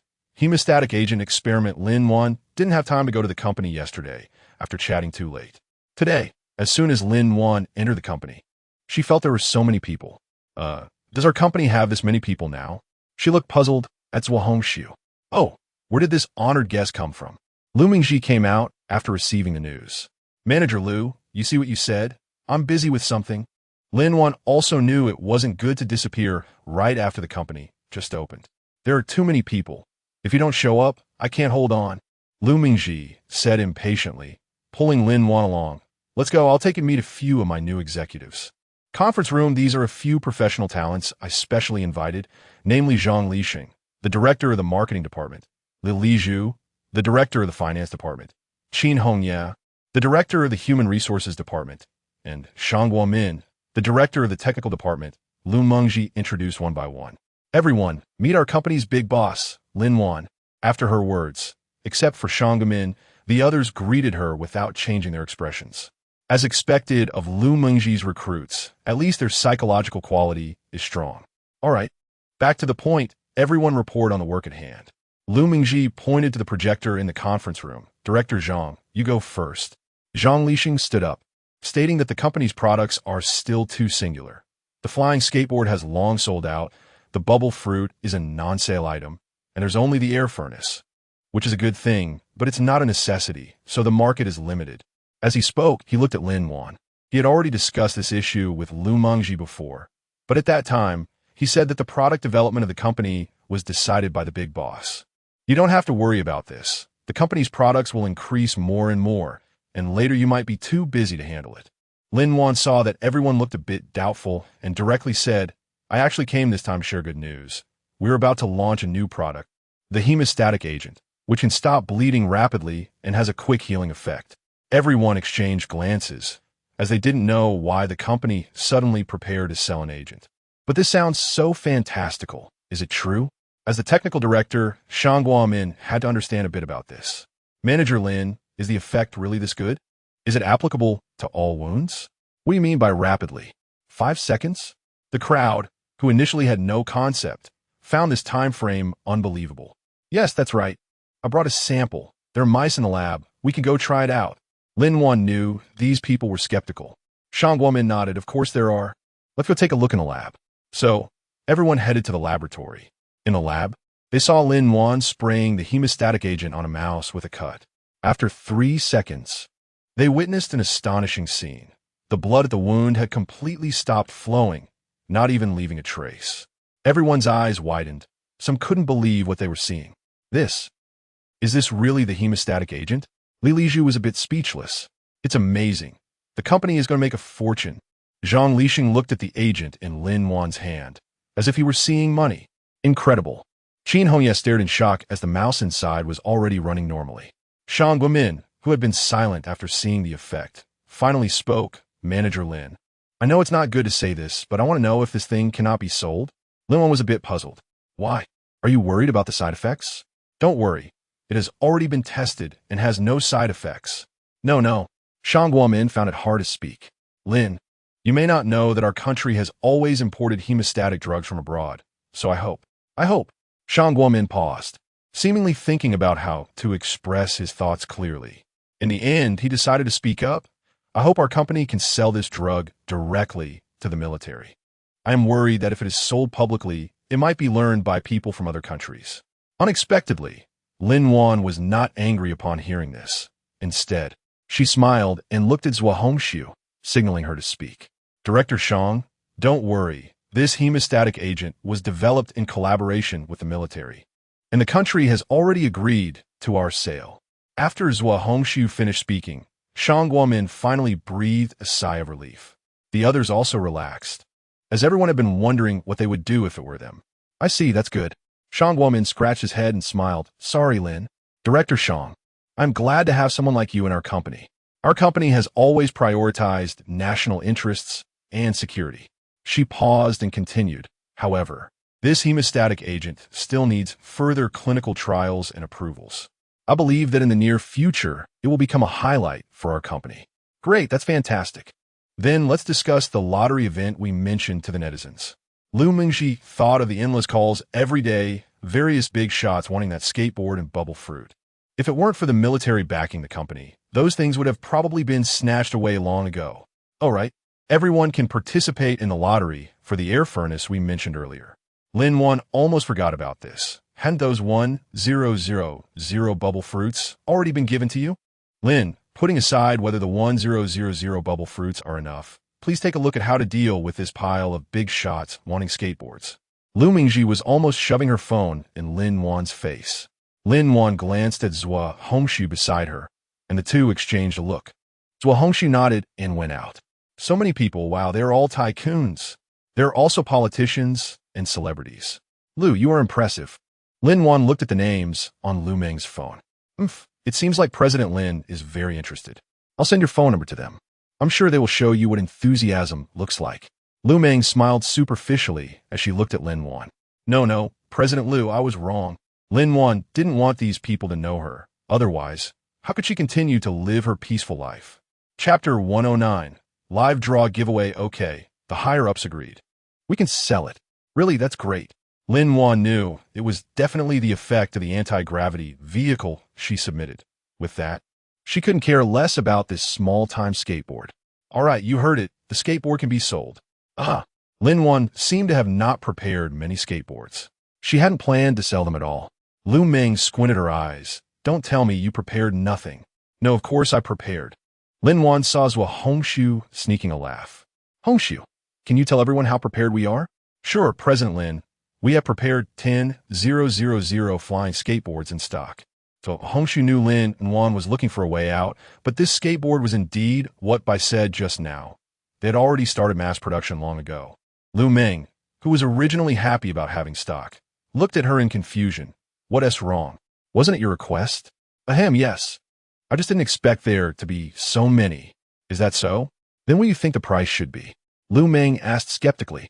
10,000 yuan. This price seems a bit low. Zhang Lixing beside them stroked his chin and pulled Zhua Hongxiu aside to chat. Lin Wan looked over curiously and listened with her extraordinary ears. Assistant Zhua, do all the skateboards you produce look the same? Yes. Great. Then let the factory spray them in different colors. We can label them as standard edition, special edition, and limited edition. The standard edition will be priced at 10,000 yuan, the special edition at 20,000 yuan, and the limited edition at 50,000 yuan. Lin didn't expect it could be done this way. No wonder he was the marketing director. However, she didn't want to sell them at such high prices. Director Zhang, this price is ridiculous. Zhua Hongxiu, who was already stunned by Zhang Lixing's words, nodded in agreement. Lin, you don't understand the mindset of wealthy people. They love limited editions. They have plenty of money. And a single bag can cost over 100,000. Ordinary people wouldn't buy this anyway. So it works out for everyone. Lin initially didn't want to agree, but suddenly thought about how those people spend over 100,000 on foreign bags without hesitation. And her skateboard at this price really isn't expensive. She immediately said to Zhua Hongxiu, Hongxiu, let's listen to Director Zhang. We can categorize the skateboards, spray them in different colors, and then label them with different prices. Zhua Hongxiu nodded, indicating that he would communicate with the factory right away, as spraying color is quite simple. Lin thought this idea was excellent, as it could meet the needs of different consumers and also earn more money. She looked at Zhang Lixing and said, Mr. Zhang, you truly have a great business mind. Hearing the praise, Zhang Lixing couldn't help but laugh. Haha, I just rely on years of market experience. Lu Mingji also praised, so professional matters should be handled by professionals. Because of what happened last time, Lu Mingji was really scared, and now the company also didn't lack traffic. So this time the lottery event was prepared to be live-streamed. Live stream connected. Number of viewers, 200,000. Current status. Waiting to start, with a command given. The live stream officially began. What is going on? The number of viewers in the live stream has already surpassed 100,000. What kind of magic operation is this? Wow, so many people. Are they all so interested? Of course, didn't you see the official announcement? This time the lottery includes the flying skateboard. I bought 10 air furnaces, I'm sure I'll win. Mimi wants a skateboard. Mimi wants bubble fruit. Mimi wants to win. Lin was watching the constantly refreshing bullet comments in the office. It seemed that the company had indeed hit it big, and her progress bar for accumulating merits should speed up quite a bit. All right, everyone, don't scroll too fast. I can't see anything clearly. Lu Mingji knew there would be a lot of people, but she didn't expect it to be so many. After all, the company announcement was only sent out at 2 p.m. Come on, let us start the lottery. Yeah. Didn't they say there would be flying skateboards today? I want a skateboard and bubble fruit. President Liu, pick me. Give me a skateboard, and I'll follow you forever. The number of people in the rapidly scrolling live stream increased several times within seconds, showing that everyone was very much looking forward to the lottery. The current viewer count had already reached 100 million. So much nonsense, we all know. Let us get started. Exactly, hurry up. My brother even lend me a skateboard. I have to win this time. Skateboard R&T only with by Lao Gong. The one upstairs is. Some bullet comments were also constantly scrolling about gifts, saying that if they won, they could sell them to them with no price limit. Looking like a count from some big companies, giving off an impression of not being short on money. Lu Mingji didn't care, naively thinking that just getting would mean they could make it. Bai Hongyi, who had already researched this, had a say in it. He was currently waiting in the live stream room with Bai Mingjie for the lottery, having dismantled his son's skateboard and couldn't put it back together. All right, let us start the lottery now. Please click the lottery button that pops up on the screen. This time, we will draw 50 flying skateboards and 1,000 bubble fruits. Lu Mingji directly tapped on her phone. I won. Are you kidding me? Is the number right? I bought so many, and didn't win a single one. Black curtain. All right. Please fill out your information if you won. The prizes will be sent out within a week. Lu Mingji ignored those who were obviously trolls and directly mentioned other things. Now, I have good news for everyone. The flying skateboards will officially go on sale tomorrow at 9:28 a.m. Those who didn't win also have a chance. What, they're finally selling? Great. I want to buy 10. Is there a purchase limit? The one upstairs is silly. There must be a limit. By the way, aren't you guys concerned about the price? Everyone can take a look at these 3 flying skateboards behind me. The prices are 10,000 yuan for the standard version, 20,000 yuan for the special version, and 50,000 yuan for the limited edition. Tomorrow we will sell 8,000 standard versions, 500 special versions, and 500 limited editions. Are you kidding me? Is that all? President Liu, look at how many people are in the live stream now. 250 million people. What are the odds? Are they doing hunger marketing again? The one upstairs is dumb. Dumb. This quantity is in stock. If everyone accepts pre-orders, we can open more slots. Accept. Accept. Lu Mingji had anticipated this, so alright. Today's live stream ends here. Goodbye. He didn't look at the bullet comments and directly ended the live stream. After all, his goal had already been achieved. Chapter 110. Seeking help. President Lu. Amazing. How many skateboards do you expect to sell tomorrow? Lin Wan looked curiously at Lu Mingji as he walked out of the live stream room. Judging by everyone's enthusiasm just now, I estimate around 10 million units. 10 million skateboards? Lin Wan was a bit shocked. After all, they weren't cheap. She thought selling 1 million units would be good, but Lu Mingji directly doubled it.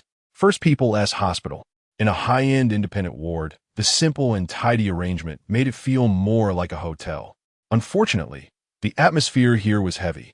On the hospital bed lay an elderly man with a pale complexion, his breathing controlled by a ventilator, his eyes tightly closed. If it weren't for the various instruments beeping beside him, he would almost look like a corpse. This elderly man was none other than Huo Shanhe, the former director of the First People's Hospital.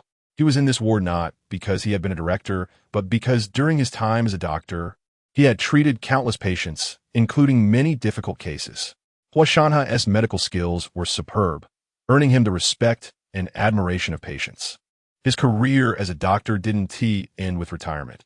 He often provided free medical consultations and helped the patients, which moved many to tears. Now, however, he lay on a hospital bed, relying on a ventilator to sustain his life.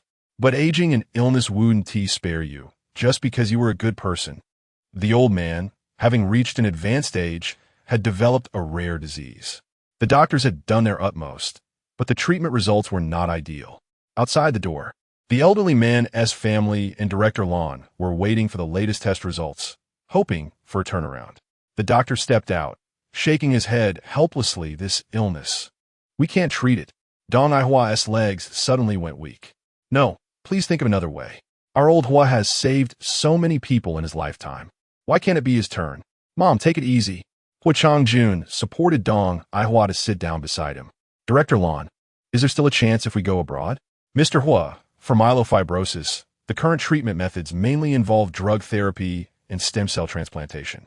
Drug therapy can alleviate symptoms and slow disease progression, but it cannot cure it. Stem cell transplantation is a more radical treatment method that can replace the patient's abnormal hematopoietic stem cells, but the risks are also quite high. However, in a situation like the old director's, the transplant surgery is simply not feasible, and drug treatment is no longer effective. It would make a difference wherever you go. Director Lon also wanted to save the old director. After all, the old director had favored him. But the current level of medical care was such that this was not something that could be resolved in a short time. He could only watch the old leader slowly fade away. Huo Changjun turned his gaze to Li Yuanfeng nearby.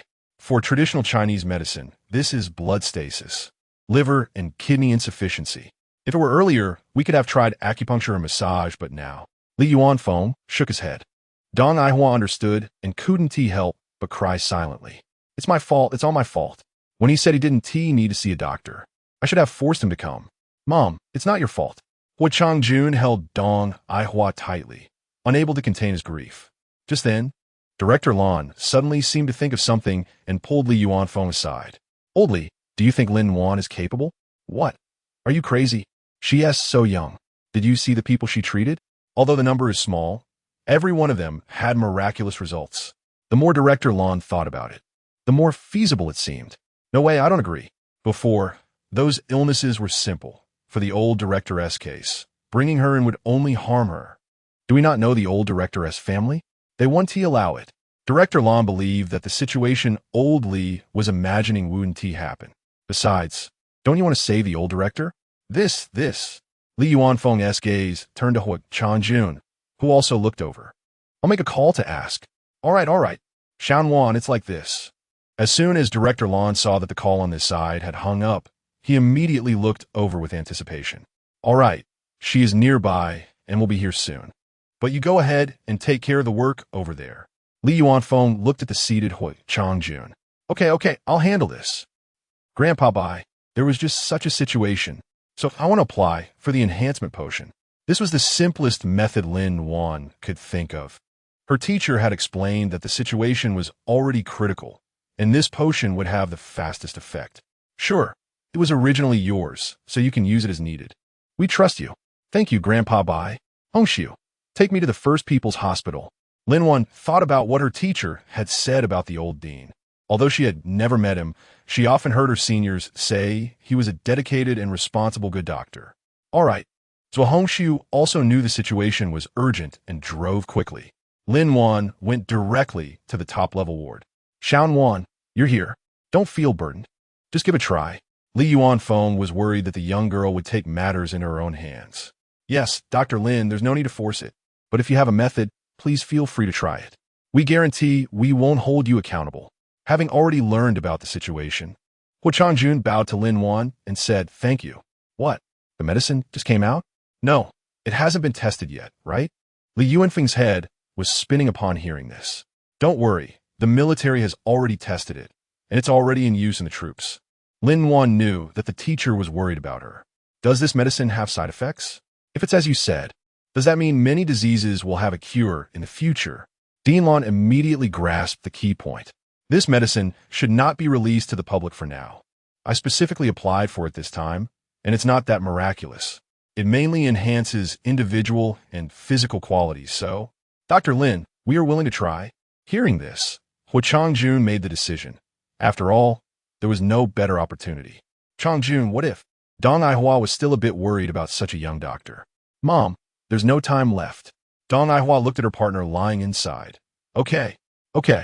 I will listen to you. Lin-Wan saw that the family members agreed. So she entered the ward and injected the old dean with the strengthening agent.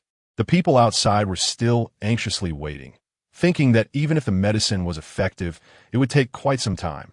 Unexpectedly, they heard a voice say, AI Hua. It was the old dean's voice.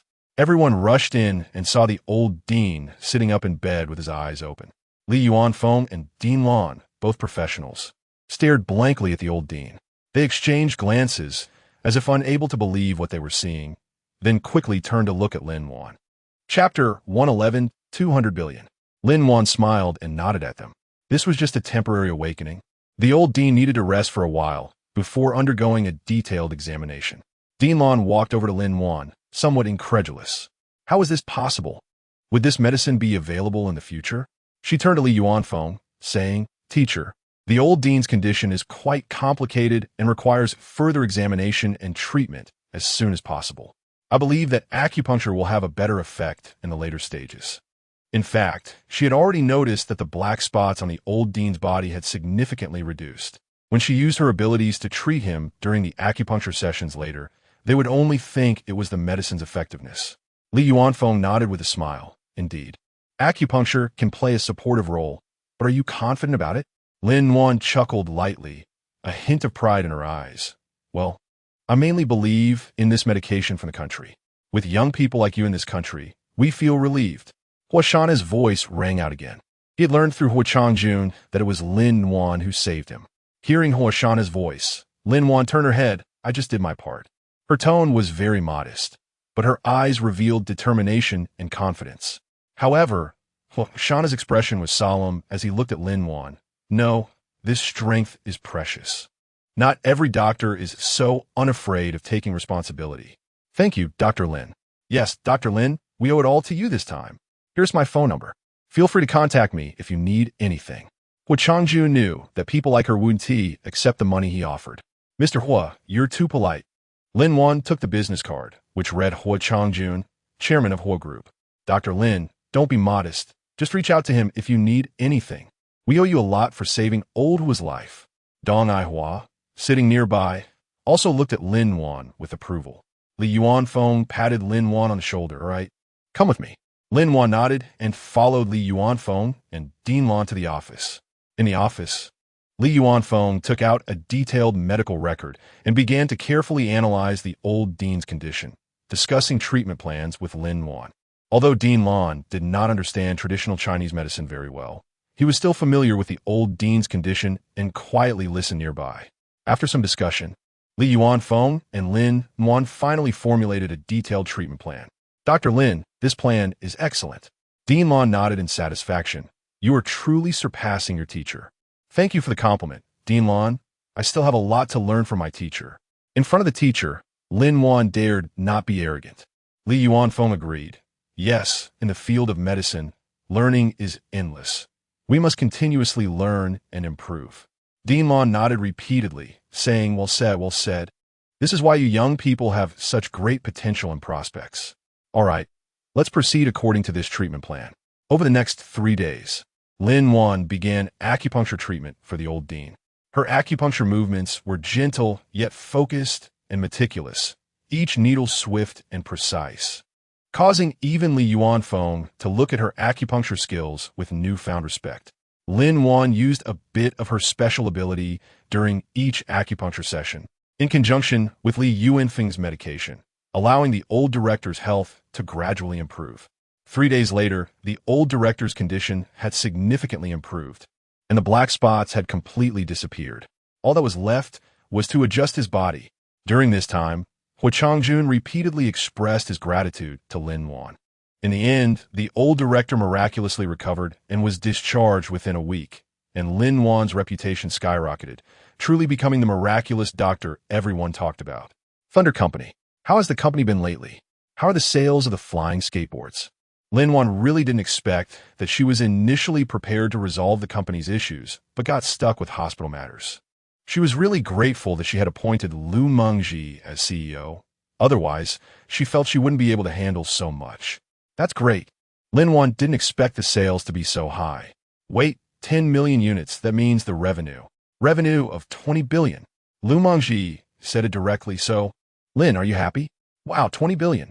Lin Wan was a bit shocked. This was truly unbelievable. She realized that collaborating with the country to start a company was vastly different from her previous small-scale ventures. She needed to hold on tight to the country's support. Lin Wan thought for a moment and said, you can take out 10 to pay Colonel Ku as our RD guidance fee, and then allocate 1 as employee rewards. You can decide how to distribute it, and as for yourself, just reward 1.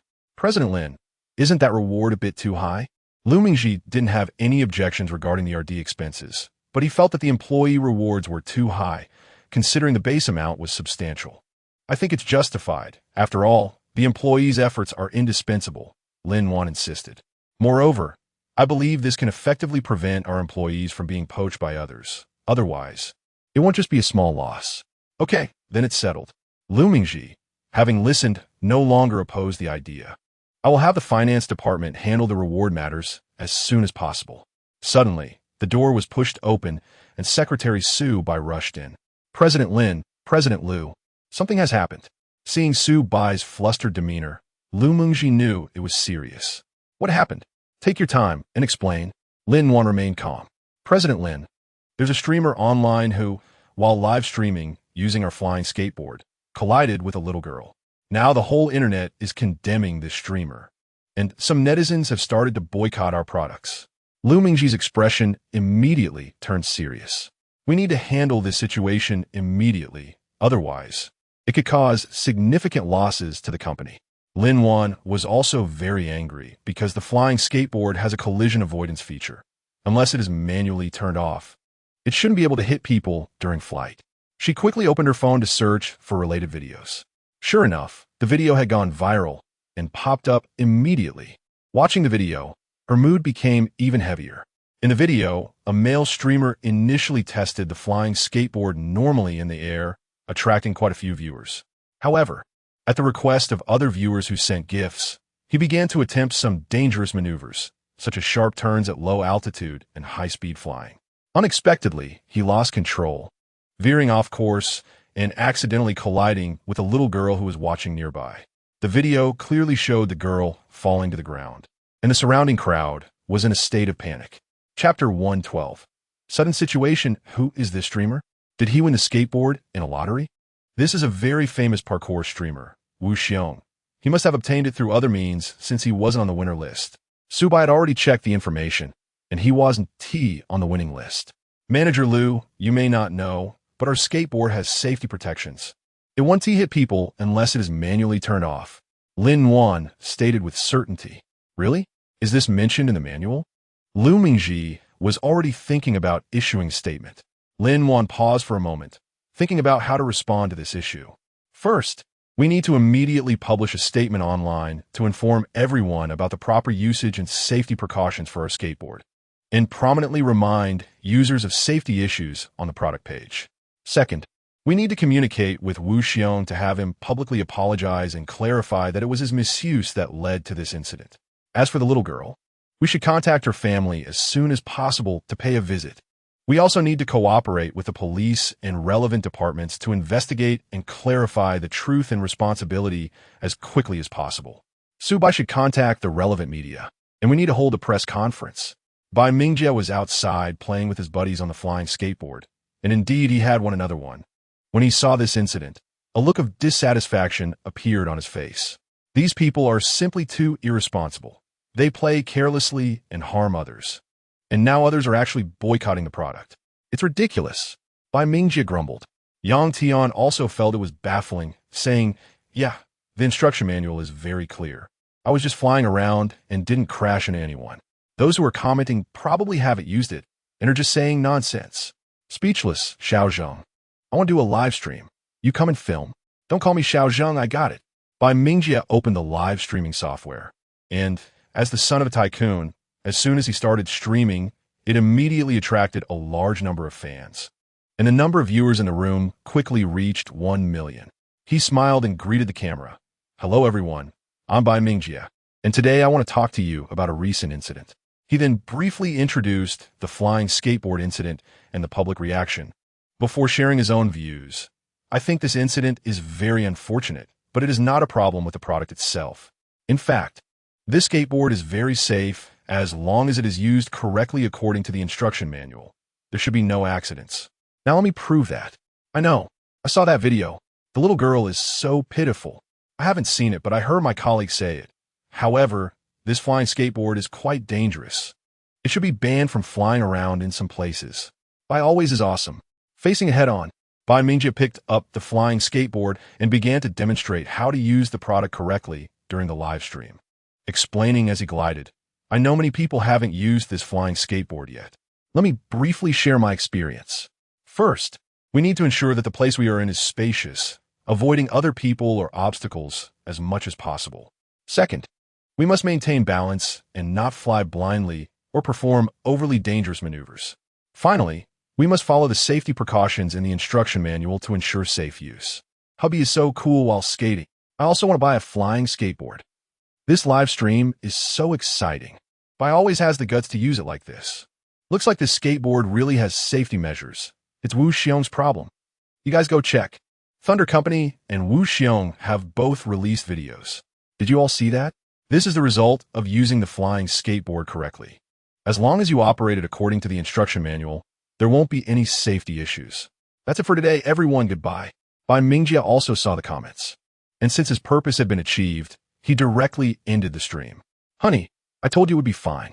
Sun Wenhua and Zhou Tian were also watching the live stream.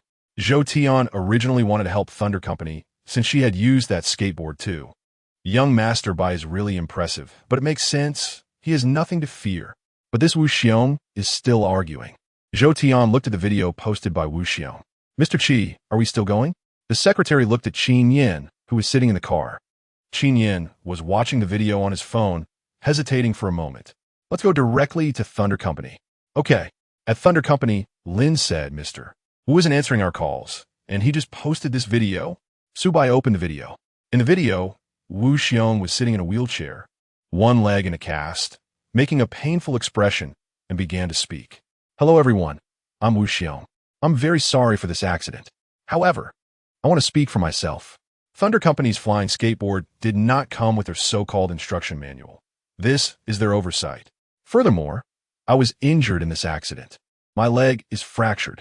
I hope Thunder Company can take responsibility, compensate for our losses, and redesign a safer product."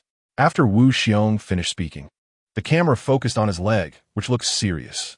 Comments started flooding the screen. "Wu Xiong is just acting. How could he fracture his leg from that height?" Bai's statement has been released. There is indeed an instruction manual. He probably didn't have time to read it. This is clearly an attempt to shirk responsibility. Really disgusting.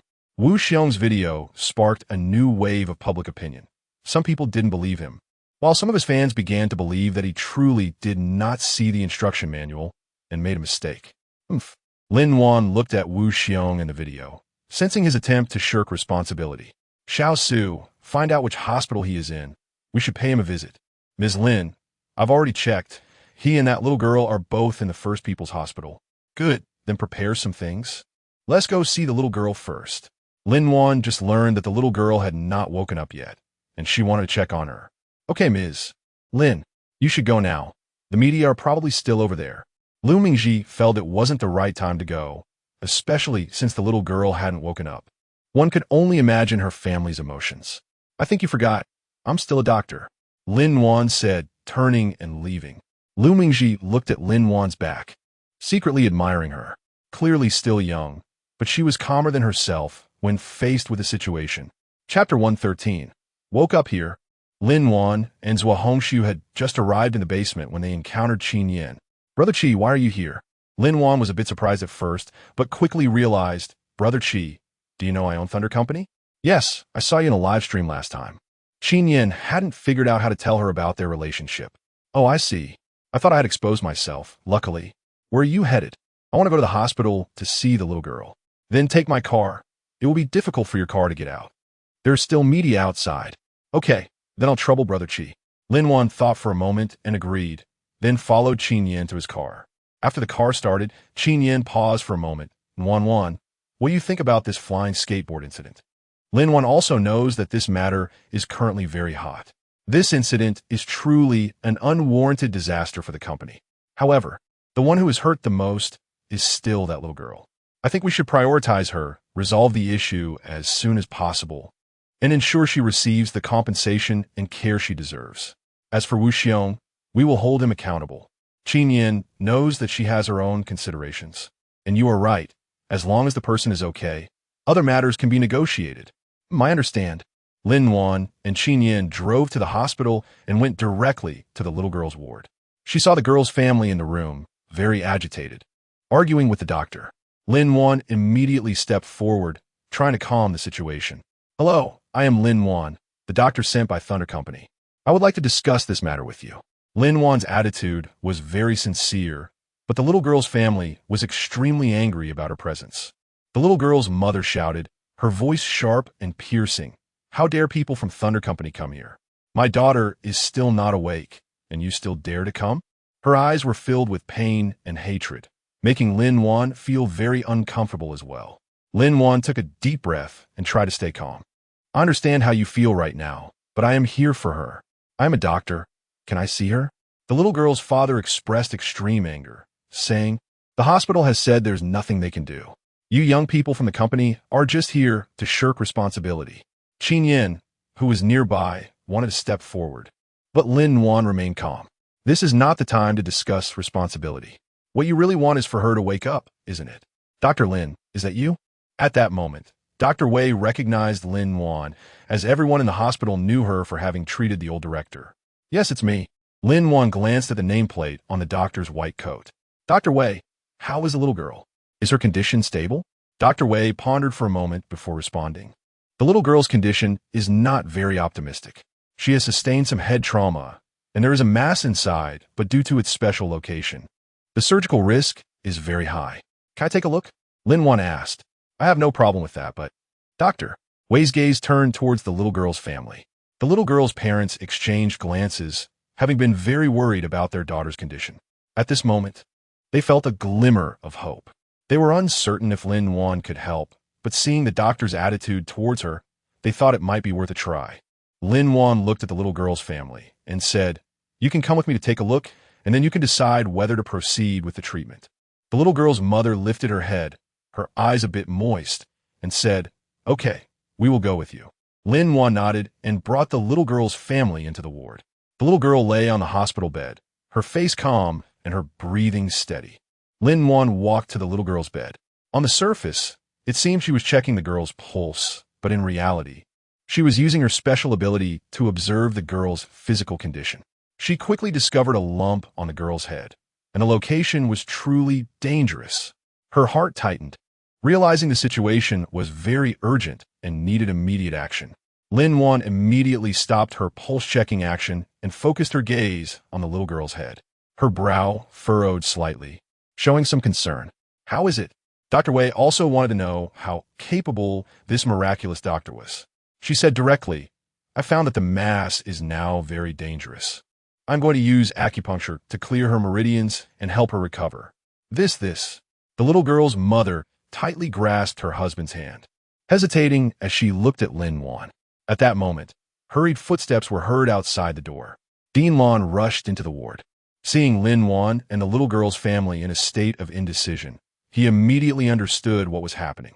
Hello, I'm the dean of the hospital. Lin-Wan is an outstanding doctor. Please trust her. I can vouch for her. Dean, although Lin-Wan knew her abilities were definitely reliable, she didn't want the dean to make too big a promise on her behalf. The little girl's father looked at the dean speaking up for Lin-Wan and said with a slightly trembling voice, All right, you treat her.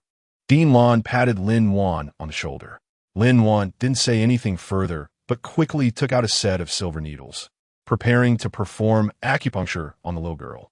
She accurately located the mass on the little girl's head and gently pierced the skin with the needle tip. She lightly applied a bit of her ability to the needle tip and then began to use her ability to clear the blood clots in the brain.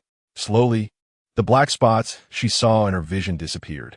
Others couldn't see the flow of Lin-Wan's ability, but they all noticed the little girl's face regain some color.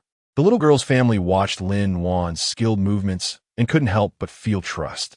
They gradually eased their worries and saw hope for healing their daughter.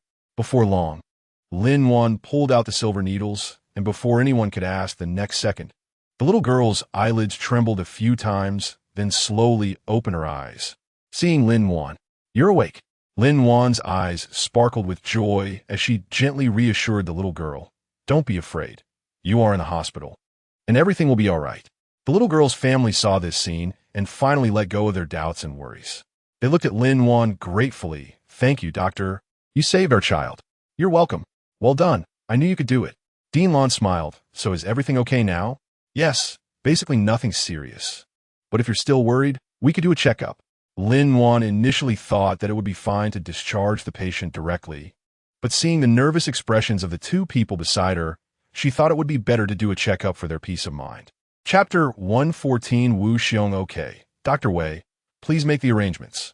Dean Lon instructed before leaving, as he had many other matters to attend to. Yes, Dean. Then, Dr. Wei, I will trouble you. Thank you, Dr. Lin. The girl's father came over specifically. We were rude before. I'm sorry. We also saw the video and know it was Wu Xiong's problem, but at that time, his eyes still carried anger when mentioning Wu Xiong. I can understand. Wu Xiong's responsibility cannot be avoided. Lin-Wan smiled and waved her hand, interrupting the girl's father's words. No need to apologize. I completely understand your emotions. It is difficult for parents to control their anger when faced with their child's pain. The girl's father nodded. Brother Qi, you haven't left yet? Lin-Wan was a bit surprised to see Qin Yin sitting outside the hospital room. Aren't you going to find Wu Xiong? I can go with you. Qin Yin thought that the way Dr. Lin was just now really sparkled like a star, and he could feel that she truly loved being a doctor. No need. Qi, I can handle it myself. Besides, there's Hong Su. Lin-Wan understood that Qin Yin was worried about her being bullied, but even without her special abilities, she was not someone an ordinary person could bully. After all, both her body and mind had been enhanced. Hearing this, Qin Yin looked at Zhua Hong Su, who had been following Lin-Wan closely. He knew he was a soldier. It's fine. Anyway, I have time today. All right then. Lin-Wan brought Qin Yin to the hospital room she was inquiring about from Subai and knocked on the door. Come in. Oh, a beautiful lady is looking for me? Lin-Wan and Qin Yin walked into the room, seeing Wu Xiong lying on the bed with one leg in a cast, scrolling through his phone with a smug smile on his face. I'm from Thunder Company. We have contacted the person who bought the flying skateboard from you. He made it very clear that he gave you the manual. Lin-Wan spoke coldly, her eyes flashing with cold light. Upon hearing this, Wu Xiong immediately put down his phone and looked at Lin-Wan with an innocent expression. I didn't receive it. Lin-Wan sneered. You turned off the collision protection feature on your own. Such behavior is dangerous and foolish. No, I didn't. You have no evidence. Wu Xiong tried to argue. recalling what his agent Ahua had said about handling the matter. Then let's take a look at this. Lin-Wan took out a phone. Here, the surveillance footage. Let's see if you turned off the collision protection feature yourself. Wu Xiong's expression changed, unsure how to explain. Also, your fracture is fake, right? Lin-Wan coldly looked at Wu Xiong's leg, which had no marks on it, indicating that the leg was perfectly fine. I hope you will send an apology and admission of wrongdoing as soon as possible. You can't treat me like this. Wu Xiong felt very passive in this situation. We can. If you don't take the initiative, we will make you bear the corresponding responsibility. Lin-Wan turned and left the hospital room, with Qin Yan following closely behind. Wan, you're really impressive. Qin Yan admired Lin-Wan. How did you get that video? Actually, someone helped me. Lin-Wan thought of receiving the surveillance video on her phone just now and assumed it was a prank, not expecting it to be sent by Hua Changjun. Oh, who helped you? Qin Yan was curious about who could get it so quickly. It was Hua Changjun. He helped me find the video. Hua Changjun. Qin Yan was somewhat surprised. How do you know him? Actually, I took him to see a doctor. Okay, thank you. Lin-Wan nodded with a smile. Most netizens also understood the truth, directly causing Wu Xiong's fan count to drop from 5 million to 500,000. Some might not have gone online yet, but in any case, Wu Xiong's account was done for. Besides a few die-hard fans still speaking for Wu Xiong, the rest were quite rational. It was all for money, wanting to do thrilling stunts, deliberately turning off the collision protection, resulting in harm to others and oneself. Unfollowed. Trash streamer. Hope the little girl is okay. Same here. Same here. In the hospital room, Wu Xiong looked at the malicious comments scrolling on his phone screen, growing increasingly furious. He couldn't help but smash his phone to the ground. What are these things? Didn't you all ask for something more exciting? Now that something went wrong, you blame me. A bunch of fair-weather fans. Damn Thunder Company, damn woman. I will make her pay the price. Wu Xiong shouted furiously. At that moment, Wu Xiong's agent Ahua rushed to the hospital. Seeing Wu Xiong in a fit of rage, she initially wanted to question him about the video, but upon seeing Wu Xiong's state, she was somewhat surprised and could only step forward to calm him down. Calm down. Acting like this won't solve the problem. Wu Xiong glared at her with wide eyes, still fuming. Where have you been? Didn't you say you could handle it? Ahua quickly explained, I want to handle this for you. I've already contacted a lawyer. We will find a way to make Thunder Company pay the price. That's useless. They have the video of me turning off the restrictions. The responsibility is definitely on me. How much money do I have left? You still have 5 million in your account, but Ahua hesitated. But what? Don't drag it out. Wu Xiong interrupted her unhappily. Ahua looked at Wu Xiong's expression, worried that this would lead to more trouble. She sighed, we took on a few endorsements before. And I just got a call saying we need to pay compensation. Roughly estimated, we need about 10 million. We don't have enough money. Ahua was afraid that Wu Xiong would get even angrier, but unexpectedly, Wu Xiong calmed down. I understand. You stall the brand side for now. Give me 1 million. I have use for it. Wu Xiong's voice sounded cold. Go, what are you going to do? Don't worry about it. Just get it for me. Although Wu Xiong trusted Ahua, he felt it was better for only one person to know about this matter. Ahua felt a bit worried after hearing Wu Xiong's words, but still left. It seemed Wu Xiong was in deep trouble, and he couldn't afford that compensation amount. Having followed Wu Xiong for 3 years, she felt she should consider herself. After Ahua left, Wu Xiong silently dialed a number. Hello, it's me. I need your help with something. Chapter 115. Accidental injury during the drill. Lin-Wan entered the conference room and saw Lu Mingji and others discussing the follow-up. President Lin, you are amazing. Li Liju knew that this crisis was all resolved by Lin-Wan. Lin-Wan smiled slightly. This is just because I happen to be a doctor. We must learn from this accident and improve our service and safety mechanisms. Yes, President Lin, you are right.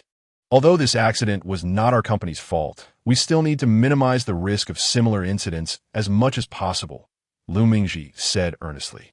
Now, our flying skateboards are officially on sale, but the country has not yet set regulations for such airborne skateboards, which means there are no restrictions on where they can fly. After this incident, there will definitely be similar regulations. Zhang Lixing is the most experienced in this area. Lin-Wan was lost in thought. That's right.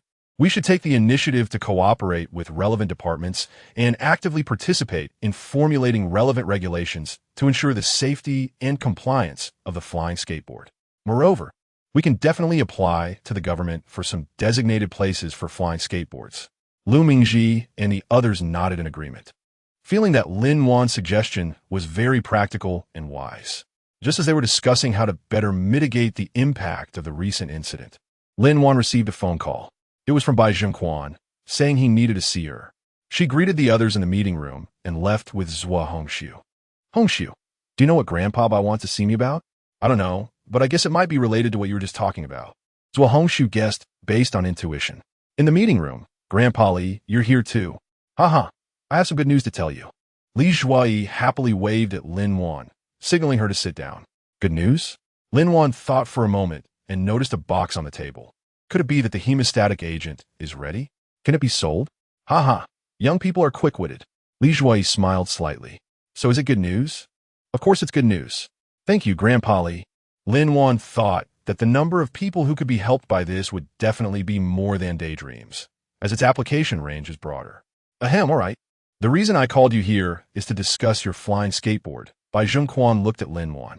Have you thought about what to do when the flying skateboard sells well in the future? Lin Wan frowned slightly. Our company has just been discussing this. We want to find a special venue to let everyone play with hoverboards. That's a good idea. After all, hoverboards are a new type of transportation, and there are no relevant safety regulations yet. If a dangerous incident occurs in an open area, the consequences could be unimaginable. The country has already started to formulate relevant policies. Li Zhui also knows that this is only a matter of time. That's right. You could definitely consider looking for a suitable island. Bai Zhengquan took out a document. There happens to be an island that was previously bought by Tiansheng Group for development. But after they went bankrupt, the island has been left unattended. You can take a look. Lin Wan took the document and read it carefully. This was a small island located near the capital, originally planned by Tiansheng Group as a tourist destination, but had been idle due to the company's sudden bankruptcy. The island was not far from the capital, with convenient transportation and beautiful surroundings, making it entirely feasible to relocate the company headquarters there. In the future, she would have more new products, which would facilitate user experience testing. Bai Zhengquan nodded. The basic infrastructure of the island was already in place, and with a little planning, it could be used immediately. That's right, this island was really going to be abandoned if no one took it over. Since it is useful to you, you can have it. Li Zhui obviously already knew about this. Thank you, Grandpa Li and Grandpa Bai. I will definitely work hard, Lin Wan said earnestly. All right. There's no need to be so polite. Bai Zhengquan smiled and patted Lin Wan's hand. You are still young, and there is a long road ahead. The country has already taken many advantages from you, and we can't help much on the doomsday side. But here, if you need anything, just ask. Li Zhui nodded in agreement. He looked at Lin Wan seriously and said, Lin Wan, we are willing to help you because we know you are a good child. Our country is still underdeveloped. He paused. As long as you do not harm the interests of the country and the people, you can boldly pursue your ambitions. And we will handle the outsiders. Bai Zhengquan looked at Lin Wan and smiled. All right, let's not talk about such serious topics anymore.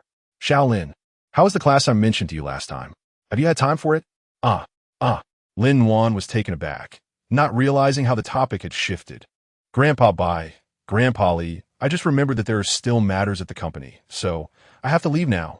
Lin Wan quickly stood up and walked straight to the door after speaking. She really didn't want Bai Zhengquan to bring up the class issue again.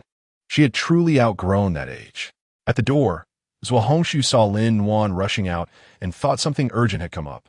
Just as he was about to ask, Lin Wan grabbed him. Huh? Okay. Li Zhui glanced at Bai Zhengquan and said, I'm leaving too. I need to hurry. I'm busy. Bai Zhengquan sat in the conference room, muttering to himself that giving such an important task to a young girl was not acceptable. It seemed he had to urge Lao Jiang and the others. Sitting in the car, Lin Wan finally had time to reflect on what the two big shots had said in the conference room. It now felt much more complicated than she initially thought. Hongxiu, do you know if anything major has happened recently? Huh? President Lin, what do you mean? Zhua Hongxiu felt the question was a bit vague. How should I put it? Or is there any significant international event that also relates to our country? Zhua Hongxiu suddenly thought of something. I know. It's about the incident where the kingdom of Jinzi attacked one of our merchant ships in our territorial waters for no reason. They later claimed it was a misfire during a drill. It's really despicable. Lin Wan listened to Zhua Hongxiu's explanation, and a scene emerged in her mind. In our country's waters, a huge merchant ship was flying a bright 5-star red flag, with the words Onping prominently displayed on its hull. However, not far from merchant ship, there was a warship from a country called Jianziguo, and the warship's powerful equipment made the merchant ship seem insignificant. Suddenly, a shell exploded, and the crew members who had just been joking were now screaming in terror. Some were instantly engulfed in flames, while others were blown to pieces, blood and flesh flying everywhere. Chapter 116, Electromagnetic Cannon. Lin Wan murmured to herself, Onping? Zhua Hongxiu was startled. President Lin, how do you know? Did you see the video? This video hasn't leaked at all. It must have come from General Bai's side. Zhua Hongxiu was a bit puzzled. Yes, I saw it. Lin Wan felt a sinking feeling in her heart. What she saw was actually real. Such a serious matter. Why hasn't the media reported it? Zhua Hongxiu smiled wryly. President Lin, this is not the first time. The problem is that our aircraft carrier is not advanced enough. Our technology level is still lacking, and our opponent's military technology is more advanced than ours. We have always been at a disadvantage in terms of armaments. Therefore, the government has been handling things peacefully, but the other side keeps testing our bottom line, constantly provoking us. Lin Wan listened to Zhua Hongxiu's obviously furious words, but her eyes were a bit dejected. That's right, dejected. It was a sense of helplessness about her country being unable to deal with these robbers. However, Lin Wan was still a bit confused about this. Didn't this matter get any international attention? It did. But the country of Jinzi has been dodging responsibility by claiming it was an exercise error. Our country has been strongly protesting, but the other side seems unwilling to admit their mistake. Zhua Hongxiu had long known that that country would never admit fault. In the past, Lin Wan didn't care about these matters at all because they were too far removed from her, but now her country had been treating her very well. She had always been worried that once the country found out about her, they would lock her up or experiment on her. But unexpectedly, the country had been helping her all along. She needed to go to the apocalypse to find Gu Jing and Zhao Tianyu. Their technology was more advanced, and they would definitely have a solution. Okay, so Hongxiu replied, turning the car around and heading towards Lin Wan's home. The situation was urgent. She stepped out of the room, finding no one at home, and immediately took out the G25 to call Gu Jing. Gu Jing, where are you? I have something urgent to discuss with you. Okay. Lin Wan sat on the sofa feeling a bit anxious. She wasn't quite sure if the technology in this world was actually stronger than that of the United States. When he opened the door, he saw Lin Wan sitting on the sofa with a worried expression, concerned that something had happened. What's wrong? Did something happen? Lin Wan told him about the attack on the kingdom of Jinzi and her thoughts on it. Gu Jing breathed a sigh of relief upon hearing this. So it's this matter? I thought something had happened to you. This is important too, okay? They are really nice to me over there. Lin Wan was worried that Gu Jing wouldn't take it seriously. All right, I understand, but this is really simpler for us. Gu Jing chuckled and patted her. Did you forget to mention some of the transportation you've used over there? Huh? What do you mean? Lin Wan was taken aback by the question. Airship, rescue submarine. The light speed. Lin Wan suddenly jumped up, saying, Yes, I always felt like I forgot something. I used to think it was a parallel world, that the two worlds were quite similar. Later, Grandpa Gu mentioned the difference in technological progress, but I didn't take it to heart. Gu Jing grabbed the excited Lin Wan, who wanted to run outside, and said, You don't need to go. He walked to the door and pulled it open. Guomin, hi boss. They greeted. Boss, we're fine. We just came with him. We'll leave now. Ji Chuan pointed at Chu Yunhua and tried to take the others with him to leave. Gu Jing called them in with a serious expression. What did you hear? The group exchanged glances, looked at Lin Wan, and then sat down beside the sofa. Did you hear something? Lin Wan felt a bit nervous, not expecting them to be outside. Little Wan, don't be nervous, we're just a bit curious. Ji Chuan said with a smile. That's right, with the apocalypse and supernatural powers, it's not that strange for you to go to another world, Chu Yunhua added. Zhao Tianyu and Ren Hua looked at Lin Wan, who had just been at the door, covering her mouth in shock, and now appeared calm, nodding in admiration. Thank you. Then I'll briefly explain to you. Lin Wan sighed softly and began to narrate in detail the things she had experienced. They had always thought Lin Wan was great, but it seemed her feelings for Gu Jing were not deep. Now they realized she was truly worthy. Lin Wan felt a bit uneasy under everyone's gaze. "What are you doing? Do you want to dissect me?" A few people across from her suddenly stood up and bowed to her, saying thank you. Lin Wan was a bit confused. "Hey, what are you guys doing?" Zhao Tianyu said with a smile. "What do you take us for?" "Thank you for your help to this world." Ji Chuan joined in. "That's right, Wan, you must have read too many novels. Dissecting, huh?" Chu Yunwen nodded in praise. "Now, I know where those supplies came from." Renhua followed up. "Yeah, how could we forget your kindness when you treat us so well?" Lin Wan felt a bit at a loss as she listened to these words and looked at Gu Jing. Gu Jing's eyes were filled with warmth and encouragement, as if he had anticipated their reaction. Gu Jing walked over to Lin Wan, pulled her to sit down on the sofa, and said, "Wan, everything you have done for us, we all remember in our hearts." Lin Wan looked at everyone's eyes and suddenly smiled. "Well, I believe you." She originally thought that meeting Gu Jing in this world was already a fortunate thing, but she didn't expect that not everyone was like, "Huh, why did she think of Lin Wenxi?" Lin Wan frowned tightly, feeling a bit of a headache. "Wan, what's wrong?" Gu Jing noticed that her face was a bit pale. Lin Wan shook her head, trying to wake herself up. "It's fine. Maybe I'm just a little tired. Do you want to take a break?" "No, they're still waiting over there. Since we're all here, let's continue the topic we were just discussing." Lin Wan looked at Zhao Tianyu and said, "You just heard the situation. I want to take the airship and the rescue submarine over there for the scientists to study." "That's definitely not a problem." Zhao Tianyu said there is plenty of space anyway, but I think they might need something else even more. "What?" "An electromagnetic cannon." Zhao Tianyu took out a weapon from his space, about 1 meter long. It was made of black metal, and its surface displayed a gorgeous blue sheen, as if it could unleash a stunning power at any moment.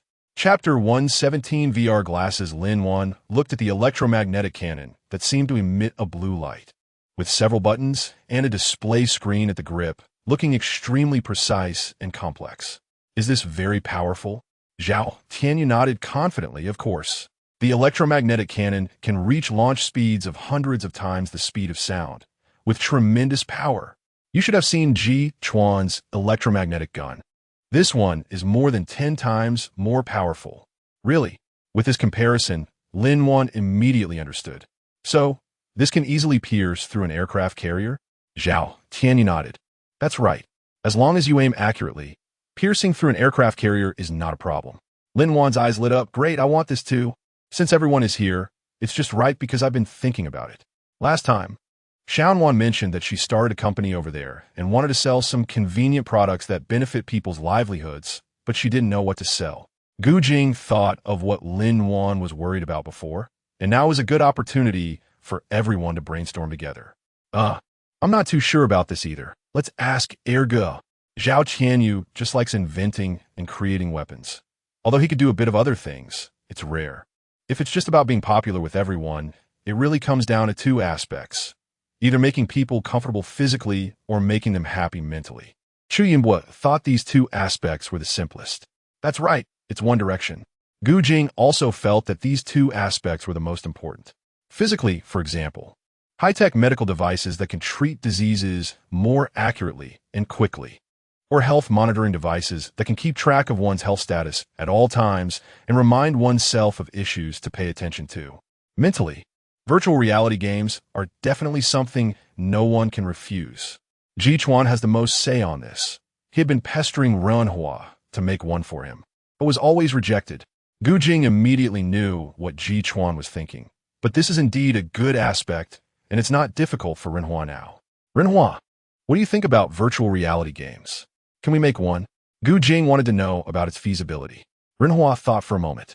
Virtual reality games require a lot of computing and storage resources, but the current technology is already very advanced, so this is completely feasible. However, the content and gameplay of the game are also very important. We need to design a fun and engaging game, and I don't have much experience in this area. I can find someone to design it. The more Lin Wan listened, the brighter her eyes became. No wonder they say 3 Zhu Beijis are worth 1 Zhuge Liang, especially since they are already smart. Everyone's ideas are much better than what she could think of alone. The entertainment in that world is very rich. Designing a game should be no problem. That works too. This will better match the preferences of the people over there. Hey, who noted? Ha, great. Jichuan couldn't help but laugh out loud. Everyone gave him a glance and then ignored him. Actually, this game can't be produced for now. But there are two things I think we can. Renhua took out a T20 and a pair of VR glasses. Right, and this, I almost forgot. Linwan curiously looked at these two things. Wait for me to set it up. Okay, you can try now. Press your finger here. Renhua handed it to Linwan. Linwan picked up the watch and pressed her finger on a small dot on the front, feeling a slight electric current pass through her finger. Soon, strange data and images appeared on the screen. Wow, this watch is amazing. It was Linwan's first time seeing something like this. This watch has powerful biometric monitoring capabilities. Not only can it monitor your health status in real time, but it can also analyze your condition and corresponding departments through AI algorithms, making it easy for you to find the right doctor. It can even provide some simple treatment plans. Renhua thought this was still relatively rough, but it should be sufficient for that world. I'll modify it a bit. And once you reconnect it to the network, it will automatically receive information from your local hospitals. Not only that, but this watch also has an intelligent alarm function. Once it detects that you are in life-threatening danger, it will automatically send a distress signal to doctors and family members, and quickly transmit your location to the rescue center through its built-in GPS system, allowing them to arrive at the scene and provide rescue and treatment in the shortest time possible. Jichuan added. This is incredible. Linwan thought that even if she didn't use it, she could give it to her mom. I definitely want to buy one. Haha, this one is for you. Your information has already been input, and no one else can use it. Renhua smiled. What about these VR glasses? After the watch, Linwan was even more excited about the VR glasses. Renhua handed the VR glasses to Linwan. These VR glasses have a higher resolution and faster response speed, allowing you to fully immerse yourself in the virtual reality world. You can give it a try. I put a movie in there. Linwan put on the VR glasses and was immediately drawn into a virtual reality world. She found herself in a city destroyed by war, surrounded by ruins and swirling dust. Suddenly, she heard a loud explosion. Looking ahead, she saw an armored vehicle explode, fragments scattering everywhere, accompanied by piercing screams and gunfire. She glanced around and realized she was in the midst of an intense gunfight, with two sides exchanging fire in the streets of the city. Bullets whizzing past her ears and explosions ringing out. The overly realistic scene made her forget that she was in a movie. She was breathing nervously, her heart racing. Suddenly, a soldier appeared in front of her, raising his gun and aiming at her. She jumped in fright, preparing to duck, when everything suddenly went dark. It turned out that Linwan's T20 had just indicated that her heart rate was too high, and everyone realized that this movie might not be suitable for someone watching for the first time. Gu Jing quickly stepped forward to turn off the device. She looked up to see Gu Jing, his brows furrowed, seemingly worried about her. Are you okay? I'm sorry, Lin Nuan. I forgot that I downloaded something we like to watch. Are you all right? Renhua said, scratching his head awkwardly beside her. It's fine. I was just a bit startled. This is too realistic. Lin Wan was truly caught off guard. That was a movie. Jichuan laughed nearby, raising an eyebrow. Indeed, this kind of experience can really make one forget themselves. But you could try horror films next time. You'll definitely like them even more. Chapter 118. Love Linwan looked at Jichuan with some curiosity. Horror movie? Have you seen it? Is it good? Jichuan's lips curled into a mischievous smile. Of course. You'll definitely like it. Just a friendly reminder, it's even more exciting to watch it with the boss. Linwan looked at Gu Jing with a bit of confusion after hearing Jichuan's words. Gu Jing patted her head and said, don't mind him. What do you think of these two things? Chu Yunbua, who was nearby, couldn't help but laugh, but quickly stifled it. Linwan gave him a puzzled glance, then turned back to her T20 watch and VR glasses, saying, they're amazing. I think everyone will definitely like these two things, because even I want to buy them. Boss, aren't you going to tell her about that matter? Chu Yunbua asked with some concern. No, she has a lot on her plate. Let's just go. Gu Jing glanced at the others and said, you all get ready. We're leaving in 3 days. Since the acid rain has stopped, we need to act quickly. Gu Jing paused for a moment, thinking that she really didn't need to be in this world. Boss. The others knew what Gu Jing was thinking. If it were them, they wouldn't know how to choose either. Jichuan and Chu Yunbo couldn't do anything about it either. It was something the person involved had to figure out. Didn't you leave? Gu Jing was rarely a bit nervous. Oh, did you just? Gu Jing wasn't sure if Lin Wan had heard. Yes, I heard. Lin Wan pulled Gu Jing down to sit and said, go ahead. I want to know what you've been keeping from me. Gu Jing frowned, not expecting to have been overheard. That's our mission. You don't need to worry. Is that so? Lin Wan's expression was calm. Then let me ask Chu Yunbo. Saying this, she took out the G25. Seeing Lin Wan take out the G25, Gu Jing's heart tightened, knowing she couldn't hide it anymore. She sighed and began to speak slowly. Lin Wan might have been anxious just now and didn't notice that the disaster of acid rain had already passed. Perhaps the heavens still wanted to give everyone a glimmer of hope, but the aftermath of the acid rain was chilling. The already parched land had become even more lifeless. Fortunately, the country had timely relief supplies, but many people still starved to death. Currently, the population that could be accounted for nationwide was less than 10 million, directly divided into 10 base cities, with their base having around 1.5 million people, which was considered a relatively large number. In such an environment, food and water sources became extremely precious. Those with abilities had already started to become restless, feeling they should obtain more resources. Thankfully, due to enhancers, the military had stronger ability users who could still keep things in check, but if food couldn't be replenished, trouble would eventually arise.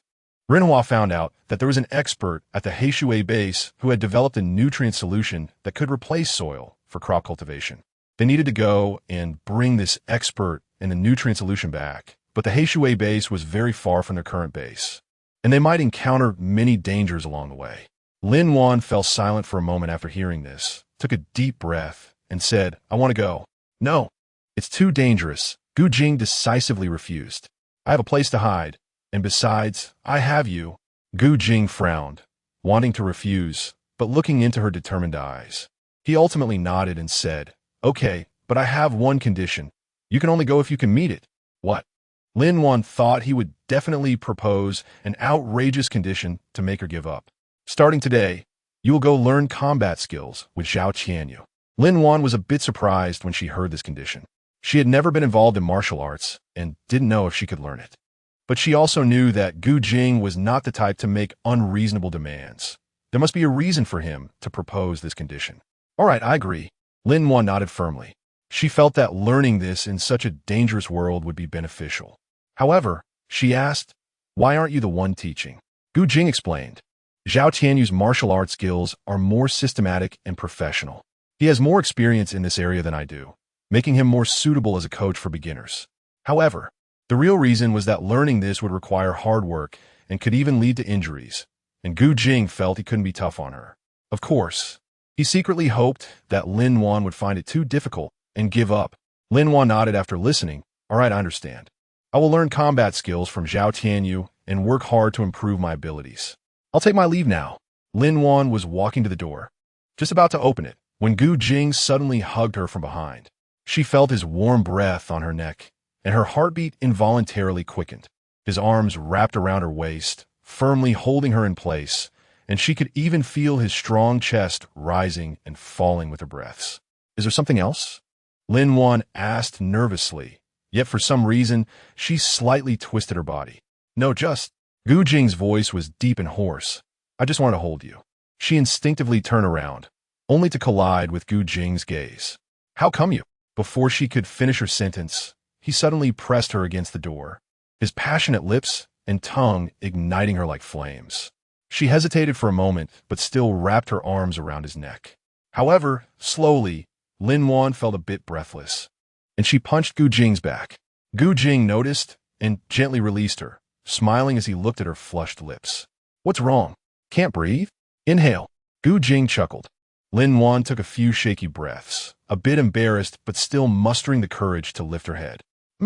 I could do it next time too. Gu Jing chuckled lightly, holding her even tighter, then looked deeply into her eyes before starting to kiss her again. This time, his kiss was noticeably gentler, filled with love. Chapter 119, Car Accident. Lin Wan felt the warmth and affection coming from Gu Jing, and her mood became calm. The two embraced each other, enjoying the sweetness of their love, as if time had stopped at that moment. I love you. Gu Jing looked at her deeply. He didn't know if their feelings would last forever, but as long as Lin-Wan didn't let go, he was willing to stay by her side always. A hint of emotion and tenderness flashed in Lin-Wan's eyes as she tightly grasped Gu Jing's hand. I love you too. Her voice was somewhat faint, but Gu Jing knew she was never an overly expressive person, and this was enough. Gu Jing smiled slightly, gently stroking Lin-Wan's cheek. Got it, take care. They silently gazed at each other for a moment. Then Lin-Wan turned and left the room. Before leaving, Lin-Wan went to find Chu Yunbo and handed the supplies to him. She sensed that Chu Yunbo wanted to say something, but time was tight, and she couldn't afford to listen to him. Next time, Yunbo. Chu Yunbo actually wanted to remind Lin-Wan that her lips were a bit swollen, but he felt awkward saying it. In the end, he decided to keep quiet. Since the boss didn't mention the good deed she did herself, he wouldn't say anything either. Hongshu, let's go, we're heading to Grandpa by now. Okay. She looked at Lin-Wan and then quickly lowered her head. Lin-Wan noticed that Zhua Hongshu's expression was somewhat strange. What's wrong? Is there something going on? Zhua Hongshu hesitated for a moment before finally speaking. Lin, your mouth. It looks a bit swollen. I was just bitten by an insect, but I applied some medicine. It should be better soon. Lin-Wan silently began to use her abilities to heal. Oh. Although Zhua Hongshu had never been in a relationship, she felt that Lin-Wan's appearance just now didn't seem like someone who had been bitten by an insect. Her cheeks were a bit red, more like she had been kissed. No, Lin-Wan had been at home all this time, and there was no one else at home. Zhua Hongshu shook her head, thinking it might be some poisonous insect, and that her face might also be affected by the poison. Looking at Lin-Wan's mouth in the rearview mirror, it seemed to have swollen down quite a bit. It must be the insect. So Hongshu nodded with certainty. Lin-Wan looked at the front where Luo Hongshu was shaking his head and nodding from time to time, his face still a bit red. She quickly rolled down the car window, and the night breeze rushed into the car, making it feel much more comfortable. Bang, bang, bang. The sound of brakes screeched. President Lin, be careful. Lin-Wan sat in the car and heard a series of loud noises, followed by people's screams and the sound of cars slamming on brakes. Her heart tightened instinctively, and she raised her head to look ahead. The scene before her was almost unbelievable. Vehicles were colliding one after another, their fronts crumpled. Debris scattered everywhere, and some cars were even overturned. One driver was thrown out and fell hard to the ground, blood gushing, a horrific sight. It's okay. You quickly call the police and ambulance. Realizing what was happening, Lin-Wan hurriedly got out of the car, grabbed a first aid kit from the trunk, and hesitated for a moment before adding a hemostatic agent, thinking it would definitely be useful at a time like this. Yes. Luo Hongshu quickly took out his phone and dialed the emergency rescue number, promptly reporting the situation at the accident scene. Meanwhile, Lin-Wan rushed towards the site of the accident, her instincts as a doctor driving her. She couldn't stand by and do nothing at a time like this. Moreover, she noticed that her eyes could clearly see the condition of the injured among the vehicles ahead, black dots appearing on their bodies. Not far in front, a small boy was crawling out through a broken window. He looked only 5 or 6 years old, with cuts on his face from the glass, looking pale and weak. A middle-aged man was doing his best to support the boy's bottom, trying to push him out of the window. She quickly approached the window and carefully took the small boy from the middle-aged man. She saw several glass cuts on the boy's face, his skin pale, but most importantly, his arm was broken. His body trembled with fear, yet he did not cry out. Lin-Wan gently set the boy down to avoid further worsening his injuries. Come on, don't be afraid. Sister will help you stabilize your hand. She looked at the boy's broken arm, where dark spots had gathered at the fracture, forming a clear mark. Lin-Wan found 2 branches and bandages, carefully securing the boy's arm to alleviate his pain and prevent further displacement. Dad, son, are you okay? The middle-aged man's voice was filled with fatigue and concern, and his gaze turned to Lin-Wan, gratitude evident on his face. Lin-Wan touched the boy's head and said, Your son is very brave. He has a broken arm, but I've already stabilized it. We'll go to the hospital for treatment once the ambulance arrives. It's not a big problem. The middle-aged man's tension and worry eased a bit after hearing this. You stay with him. I need to check the front. Okay. Thank you so much. Help! Is there a doctor? Save me. Cries of anguish came from the car, with some people weeping and others calling for help. Lin Wan quickly made her way through the enthusiastic crowd organizing the rescue and arrived at the front of the car accident. The scene before her made Lin Wan's heart sink. A truck had collided with a private car. In the impact, the truck driver had been thrown out of the front window and had died, while the private car was severely deformed and the female driver inside was seriously injured. Her leg was trapped under the driver's seat, and blood was continuously pouring from the wound. When she saw Lin Wan approaching, she shouted, "Save my child." Lin Wan quickly approached her, and her eyes caught the black spots inside the woman's body. She knew this was a sign of internal bleeding and that they needed to get to the hospital as soon as possible. Chapter 120, Assassination. Don't be afraid. I'm a doctor. Lin Wan glanced at the back seat, her expression darkening. The little girl was already dead. Lin Wan could tell at a glance that under the intense impact, without any protective measures, the little girl's neck had snapped directly, and it could be said that she had died before she even felt any pain. What's wrong with her? Why doesn't she respond when I call her? Is she severely injured? The woman watched Lin Wan, who remained silent, wanting to turn around continuously, even if it meant bleeding more. She felt nothing at all. She's injured and unconscious, but it's not serious. I'll get you out first. Lin Wan carefully wrapped the tourniquet around the woman's thigh, trying to control the bleeding. Next, she used clamps to secure the fracture and sprayed a hemostatic agent on it. Otherwise, they probably wouldn't make it in time for the ambulance. Lin, do you need help? Quick, I'll break the front glass and see if we can pull her out from there. Lin Wan understood Zhuo Hongshu's intention immediately upon hearing her suggestion. She quickly took off her coat and wrapped it around the woman's head. Lin Wan was ready at the side. She carefully moved the woman's body away from the seat, ensuring that she did not suffer further injury. Then, she and Zhuo Hongshu reached into the car together, gently grasping the woman's arm. 1, 2, 3, pull together. Lin Wan and Zhuo Hongshu worked in unison to steadily pull the woman's body out, although they tried to avoid causing the injured woman more pain. The confined space inside the car and the woman's injuries inevitably caused some discomfort during the process. Please, save my daughter first. The woman cried out, worried that the car might explode and that there was no time to rescue her daughter.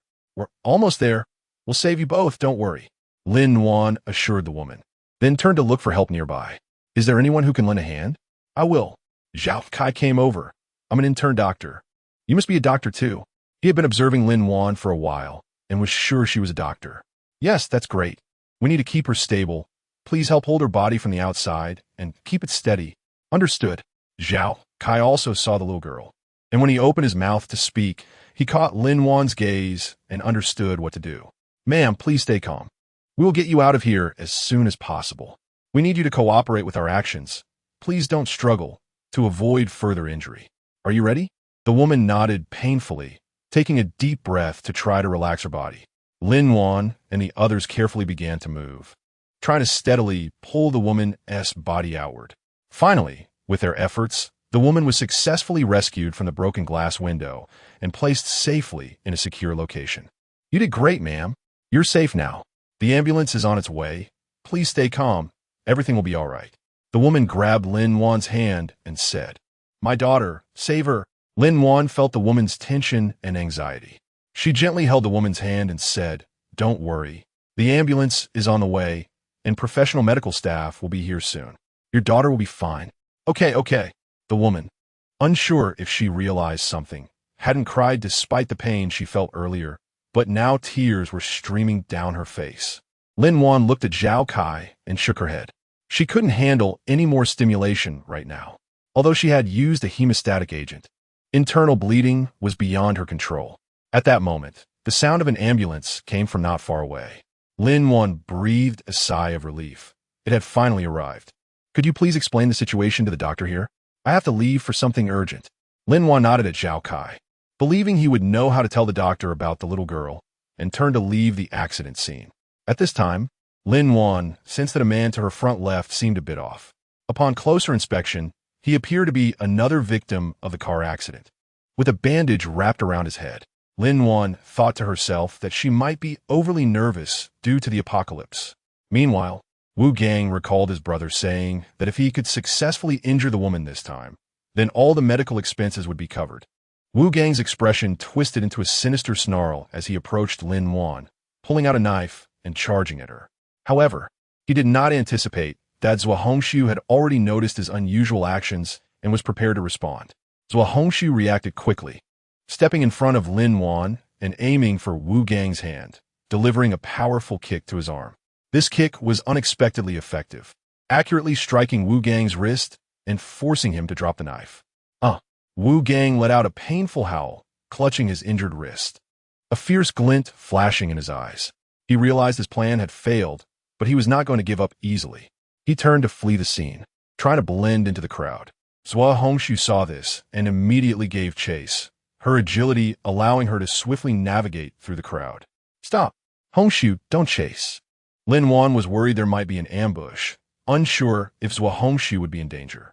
She hurriedly took out her phone to call Ke Zhengyu. Colonel Kiskiviko. So Hongshu might be in danger. Here's the situation. The onlookers who were stunned by the earlier scene did not notice that someone had quietly approached Lin Wan from behind. Mao San raised a dagger, preparing to ambush Lin Wan. He knew this was a perfect opportunity since Lin Wan was focused on her call and unaware of his presence. He quietly lunged forward with his hand raised. Watch out. Someone nearby suddenly shouted a warning, drawing Lin Wan's attention. She quickly turned around just in time to see Mao San lunging at her with the dagger. However, just before the dagger could touch her neck, the protective shield of the necklace around her neck activated automatically. A transparent energy barrier rapidly formed, blocking Mao San's attack. Wow, Mom, look at that. Is it a shield from a cartoon? What is that? It's so amazing. I can't believe it, did you see? Some people excitedly took out their phones, ready to capture the moment. Mao San stared at Lin Wan in shock. He didn't know what this protective barrier was, but he clearly understood that he had also failed. He had to get away before the police arrived. He turned to run, but was met by Zhuo Hongshu coming straight at him. Chapter 121. No negotiations. Zhuo Hongshu had let Wu Gang escape.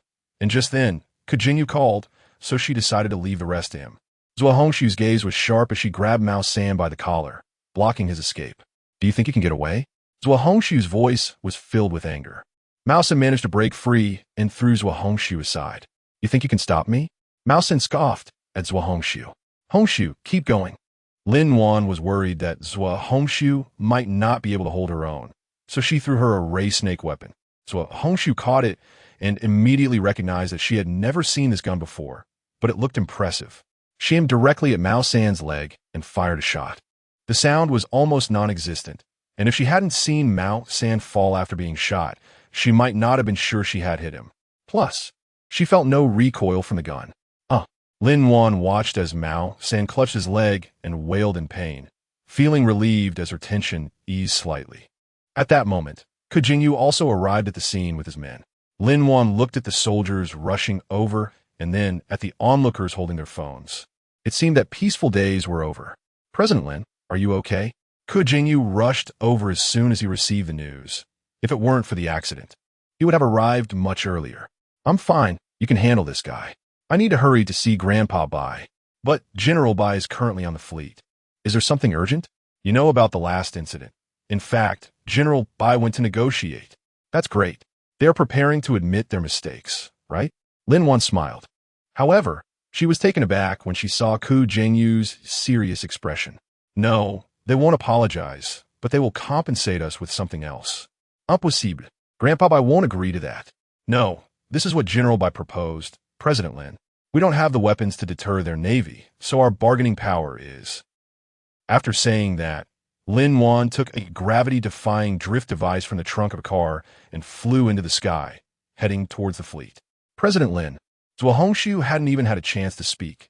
Where is she going? She should be going to see General Bai. Ke Zhengyu's lips curved up slightly. Perhaps she could. But this incident made her realize how much she truly loved her country. She could list countless shortcomings of this nation, but she didn't want others to look down on it. She didn't want the people who were willing to sacrifice their lives for the people to beg for technology like that. Clearly, if she were a bit more serious and proactive, many technologies from the apocalypse could lead to a transformation in the country's capabilities. The more she thought about it, the angrier Lin Wan became, and her drift device picked up speed astonishingly. Before long, she arrived at the fleet. When she reached, a heated negotiation was taking place in the conference room, with Bai Zhengquan sitting opposite the representative of the Jinzi nation. Lin Wan stood at the door, pausing for a moment before deciding not to disturb the negotiation. She signaled to the guard nearby, hoping to notify Grandpa Bai and have him come out for a moment. The guard recognized Lin Wan's importance, hesitated briefly, and then approached Bai Zhengquan, whispering a few words to him. Bai Zhengquan frowned slightly, turning to look at the representative of the Jinzi nation, seemingly deep in thought. The Jinzi nation representative noticed the change in Bai Zhengquan's expression and assumed he was about to compromise, revealing a smug smile. Suddenly, Bai Zhengquan stood up, interrupting the Jinzi nation representative. "I'm sorry, sir, but since we can't reach an agreement for now, please allow me to take my leave." Bai Zhengquan's tone was calm. The Jinzi nation representative looked at Bai Zhengquan in astonishment, not expecting him to retreat. However, it didn't matter. They would ultimately beg for mercy. "Of course, General Bai, we have all the time in the world." Indeed, this matter had little impact on the Jinzi nation, so they were not in a hurry. "Thank you." Bai Zhengquan nodded and walked out. Upon exiting, he saw Lin Wan and slightly nodded to signal her to follow. Lin Wan walked up to Bai Zhengquan and said softly, "Grandpa Bai, I have a way." Lin Wan looked around and then glanced at Bai Zhengquan, immediately understanding that there were too many people and too much noise here. "All right, you can speak now. Why did you suddenly come here? Are you alone?" Bai Zhengquan was still unaware that Lin Wan had just been attacked, and only felt that it was a bit unsafe for her to be alone. "Ah." Lin Wan shyly scratched her head. "Grandpa Bai, I flew here using this." As she spoke, Lin Wan took out the electromagnetic cannon from her space. Bai Zhengquan, who was about to ask about the anti-gravity drifter, immediately stood up upon hearing about the electromagnetic cannon. "What? An electromagnetic cannon?" Bai Zhengquan certainly knew what level of weapon this was, as the GZ country had claimed a few years ago that they were close to mastering the electromagnetic cannon, but they still hadn't produced one, which shows how difficult it is. "Yes, this is from Gu Jing. I told him about this incident, and he said this could completely sink an aircraft carrier." "Really? Its power is that great?" Bai Zhengquan looked at this not-so-large object in disbelief. "Yes, he wouldn't joke about this." Lin Wan nodded firmly. "That's great. It seems we can exchange for more things this time." "Huh? Can't we make them admit their mistakes?" Lin Wan, who was initially happy, looked a bit stunned. "Oh, you silly child. It's already good enough that they can apologize. As for admitting their mistakes, that's impossible for GZ country. Even with this, they won't compromise, but we can use this to demand more advanced technology from them, which is better for the country." Lin Wan fell silent. She couldn't learn to view the issue from the leader's perspective, but she just didn't want someone like Grandpa Bai to bow down to those who bullied their country. Chapter 122, Military Deterrence. "Grandpa Bai, do you believe me?" "Of course." "Then let's not take their technology. I can provide the technology our country needs. Let them admit their mistakes." A hint of stubbornness flashed in Lin Wan's eyes. "You." Bai Zhengquan initially wanted to say something more, but upon seeing Lin Wan's gaze, he said, "All right, I understand. Thank you, Grandpa Bai." Lin Wan knew Bai Zhengquan had agreed. Bai Zhengquan shook his head. "No, it should be thank you, Grandpa. Thank you for everything you've done for the country." "Did you just say you flew here with this?" "Yes, that's right." "Okay, then take the items directly to our Dongfeng ship.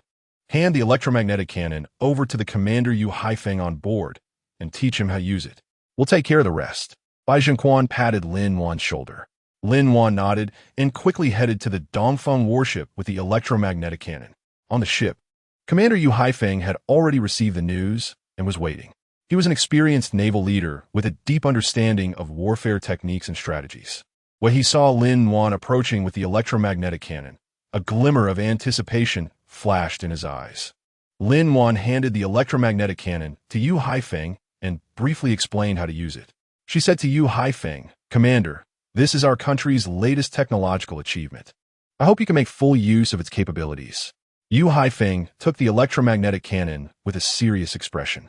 He already knew that he might need to use it to strike the aircraft carriers of the enemy country, but he felt no fear, only excitement. He nodded at Lin Wan to reassure her. "Don't worry. I've long wanted them to pay the price." Lin Wan smiled. "Wishing you good luck, Commander. I believe you will succeed." Yu Haifeng tightly gripped the electromagnetic cannon, feeling the heavy power it brought. "All ships, attention, advance at full speed. Target the Jianzi country's Weir. Yu Haifeng issued the order, and the entire fleet began to move at full speed. The Jianzi country noticed the movement and immediately reported it to Andrew, who was still negotiating. General Bai, why did your Dongfeng ship suddenly move? They are coming towards our most important aircraft carrier. Upon hearing the report, Andrew's face turned ashen. He didn't think Bai Zhengquan would dare to attack the aircraft carrier. He just felt that this provocation was an embarrassment to him. Are you crazy? Ha! Do you expect that Dongfeng ship to fight us? Upon hearing this, Andrew laughed instead. The people from Jianzi country also laughed, and they even projected the scene onto the conference room, mocking it. They were unaware that the Dongfeng ship was equipped with the electromagnetic cannon given by Lin Wan, and they remained confidently convinced that Bai Zhengquan was just trying to intimidate them. Bai Zhengquan's gaze turned cold as he looked at Andrew's contemptuous smile. Recalling his recent communication with Li Zhuai, you laugh well. Laugh heartily. Bai Zhengquan's voice carried a hint of sarcasm. I will let you experience the power of the Dongfeng ship. He sent a message to Yu Haifeng, instructing him to start the attack. All ships, attention, prepare for battle. Yu Haifeng issued the command, and the entire fleet entered combat mode. The battleship's engines roared, and the soldiers quickly adjusted their combat postures, ready to respond to possible enemy attacks. The presence of the electromagnetic cannon filled them with confidence and fighting spirit. The Jianzi country's aircraft carrier had already come into view. Yu Haifeng stared at the target, his eyes shining with determination. After aiming at the target, he pressed the start button of the electromagnetic cannon. A scorching energy beam shot out from the electromagnetic cannon, slicing through the sky, heading straight for the Jianzi country's aircraft carrier. All the soldiers in the fleet held their breath, nervously watching everything before them. The massive energy beam pierced through the Jianzi country's aircraft carrier, instantly penetrating the hull. A loud explosion followed, accompanied by blasts and flames. The carrier's deck was shattered, debris flying everywhere, and the sea was churned up by the massive waves created by the explosion. The soldiers of Jianzi country were stunned. They could not believe the scene before them. Their most important aircraft carrier was so easily destroyed, and this devastating blow plunged them into chaos and panic. Andrew and the dignitaries of Jianzi country, who were still laughing heartily, widened their eyes in shock, staring at the scene before them. They thought Bai Zhengquan was just making threats, but they never expected that they would actually attack and possess such powerful weapons. General Bai, what are you doing? Andrew roared. Do you want to start a war? General Andrew, you are too agitated. We just made a mistake during the exercise. Seeing the power of the electromagnetic cannon, Bai Zhengquan remained calm. Look, our people have already retreated. We didn't do it on purpose. Bai Zhengquan sneered, unfazed by Andrew's roar. Mistake? You clearly did it on purpose. Andrew's voice was filled with anger. General Andrew, you have gone too far. How come you are allowed to make mistakes, but we are not? You are provoking conflict between our two countries. The dignitaries of Jianzi country all looked grave. They realized they had made a huge mistake. Huaxia was no longer a rival that could be underestimated and ignored. They had angered a powerful and resolute enemy, although they still did not know what weapon was used. The ability to easily penetrate or even destroy an aircraft carrier, along with that blinding beam, made Andrew realize that it was the electromagnetic cannon they had yet to develop. However, Huaxia had actually developed and put it into use. Andrew's face turned pale, he felt the determination and threat in Bai Zhengquan's words. The dignitaries of Jianzi country began to argue among themselves. Andrew felt heavy-hearted. He realized that Jianzi country was facing an unprecedented dilemma. With the strength and threat Huaxia had shown, they could no longer underestimate the other side's determination and capabilities. Chapter 123 video, the dignitaries of Jianzi country were still arguing in the office. Some advocated for an immediate apology and compensation to avoid further conflict and loss, while others refused to admit fault, stating they would rather risk a fight. Tell them we are willing to apologize. We will compensate. But Andrew, still on the ship, looked at the approaching Dongfeng ship and immediately shouted to his assistant. They began to urgently contact the high-level officials of Jianzi country to avoid a greater disaster. Bai Zhengquan coldly stared at Andrew. He knew this was just the beginning, and more struggles awaited them. But for the first time, he felt that this was what he had always wanted to do. Indeed, Only with strong military power could one have a voice. Lin Wan received a message from Bai Zhongquan and suddenly smiled. Great. Hongsu, do you know? Jianzi country has admitted it was their fault. Upon hearing Lin Wan's words, Hongsu was also thrilled. She immediately approached Lin Wan, her eyes sparkling with joy. Really? They're finally going to admit their mistake? That's wonderful, Hongsu said excitedly, feeling proud and honored that the country was finally becoming strong. The two hurriedly left home and drove to the company. Lin Wan was filled with anticipation. She knew these products would bring her a lot of merit, which would unlock more in her space. Perhaps she could really find out the reason for the coming apocalypse. Lin Wan sat in the company conference room, listening to Lu Mengji's report on the sales of the flying skateboard and air stove. She was very concerned about the performance of these two products, as their sales were also related to merit accumulation. Lu Mengji handed Lin Wan a sales report, which clearly listed the sales data for the flying skateboard and air stove. Lin Wan quickly skimmed through the report, and her expression gradually became joyful. Manager Lu, you all did great. The sales of the flying skateboard and air stove have increased significantly, and this sales data is even better than expected. Lin Wan felt that indeed, professional matters should be handled by professionals. It's still thanks to Manager Lin that your products are good. There is nothing like them on the market, which is basically a monopoly business. How could it not be successful? Lu Mengji stated directly. No need to be modest. You all have played a significant role. Also, I communicated with the government, and they plan to give us an island for production and research and development, including the usage area for the flying skateboard. What do you think? An island? Lu Mengji was puzzled. What island do we have? Wait, it wouldn't be that island that Tiansheng Group started building and then abandoned, would it? Lin Wan nodded with a smile, confirming Lu Mengji's guess. Yes, it's that island. After the Tiansheng Group abandoned it, no one took over. Now the government has decided to hand it over to our company for utilization. Although some repairs and renovations are still needed, the island's geographical location is excellent, and its resources are abundant, making it very suitable for our production and research and development. We can establish an advanced technology park there, including a usage area for flying skateboards. This will be an important support for our company's future development and an opportunity for us to expand our influence. After hearing this, Lu Mengji's eyes flashed with surprise and excitement. He understood the potential and opportunity of this island, and having an independent R&D base would be a significant advantage for the company's development. Lin, this opportunity for the island is too precious. We can create a hub for innovative technology there, attracting more outstanding talents and partners, Lu Mengji said happily. We can also build a special visitor center there, allowing everyone to experience our products directly, Zhang Lixing said excitedly. As long as you all agree, you can continue discussing the follow-up plans. By the way, Lin, can we prepare the hemostatic agent? The video of you saving someone has already gone viral. What?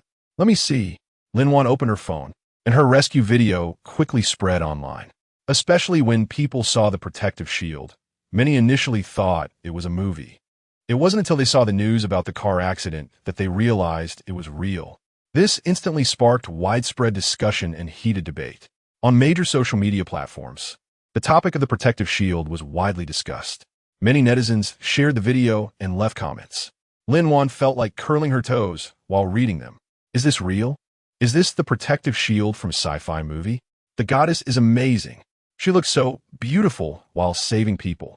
It's said that the goddess is a doctor and has saved many people. Is the goddess's protective shield real? Is our country's technology developing so fast? Lin Wan looked at the people present, and everyone was curiously looking at her. In the end, Qin Hongye couldn't help but ask President Lin, "Did you also develop the protective shield?" That's amazing. Shang Guomin felt that the country's progress in technology was really fast and very exciting. I didn't see any mention of a hemostatic agent online. Lin Wan looked at her phone in confusion. President Lin, you might have missed this. I'll send it to you. Lin Wan opened the video sent by Lu Mengji, her eyes fixed on the phone screen as her fingers gently scrolled. The video appeared to be filmed in a corner of a hospital, somewhat blurry. In that hazy image, there were no figures, only a hoarse voice echoing in the silence. Thank you to the doctor who saved my wife at the accident scene. You saved her life. The hospital doctor said that fortunately, you used a special hemostatic agent Otherwise, she would have certainly died from excessive blood loss. I've already lost my daughter. I cannot lose another person. The hospital said they couldn't find you, so I can only say thank you here. The voice at the end sounded like it was about to cry, making it hard to bear. Lin-Wan quietly set her phone down and gazed into the distance, her thoughts intertwining. A flame ignited within her. She believed that cooperating with the country was indeed the right choice. Relying solely on herself was too slow. Just think about the technology and medicine. Without the support of the country, it would be impossible to produce and sell them so rapidly. Chapter 124. Lu Mengji shocked the hemostatic agent can be prepared for sale now, Lin-Wan said softly. We can collaborate with medical institutions, ambulance teams, and establish close partnerships to ensure that our hemostatic agent can be widely used in rescue operations. Upon hearing this, the expressions of the few people present lit up with excitement and anticipation. They understood the importance of the hemostatic agent. This was not about how much money could be made, but about how many lives could be saved. By the way, I also brought 2 new products this time. Commercial Director, you can assemble a team for development and production. Lin-Wan took out several T20 watches from her bag and distributed them one by one to everyone. Please put on this T20 watch and follow the prompts to enter your information. Lin-Wan was looking forward to their reactions after using it. Lu Mengji and Zhang Lixing couldn't wait to put on the watches, their eyes revealing a hint of curiosity and anticipation. They lightly touched the screen as prompted and felt a slight current flow through. A few seconds later, the screen on the watch lit up, displaying their individual health data. Heart rate, blood pressure, blood oxygen, and other indicators were clearly visible on the screen. Now, I want to show you an amazing feature. Just press the button on the side of the watch, and it will immediately analyze your health data and provide a preliminary diagnosis using AI algorithms. You can give it a try. Lu Mengji was the first to press the button, and the screen on the watch instantly updated, showing his personal diagnosis result. It says my health is good, but I might have overexerted myself recently and need to take care of my knees. How accurate. Lu Mengji had used many of these monitoring watches before, but they were all just for show. Even the blood pressure readings were inaccurate. Look at mine. It shows I might have a risk of high blood pressure. This is really amazing. Zhang Lixing thought it was incredible because he had been feeling dizzy, with a rapid heartbeat and frequent fatigue lately. He always thought it was just due to work stress, but the T20 watch's monitoring results made him take it seriously. It seemed he needed to find time to see a doctor. Yes, mine is accurate too. It says I'm anemic and even suggests dietary changes. Li Lizhu had always known she was slightly anemic, but the doctor said it wasn't severe enough to affect her daily life, just to pay attention to her diet. It's really great. Mr. Lin, which expert designed this? Shang Guomin thought the AI information intelligence, and it was much higher than the current ones. This was designed by a friend of mine. I've sent you the specific design drawings. Some of his ideas might be a bit ahead of their time, but you can learn from them. Lin-Wan smiled and nodded, mentioning that this VR headset is also one of his creations. It allows you to watch movies in an immersive way, which is relatively simple. It just requires you to negotiate for more resources, as the product itself is quite straightforward. Lu Mengji put on the VR headset and was instantly transported into a brand new world. It felt as if she was in a real natural landscape, where she could sense the fresh air, the gentle breeze brushing against her cheeks, and even hear the chirping of birds and the sound of flowing water. She quickly turned her head and looked around, discovering that she was in a dense forest. She saw towering trees reaching the clouds, with lush branches swaying gently in the breeze. Sunlight filtered through the gaps in the leaves, casting dappled shadows on the ground, creating a mysterious and tranquil atmosphere. Lu Mengji took a step forward, stepping on the soft ground, as if she could feel the natural texture of the earth beneath her feet.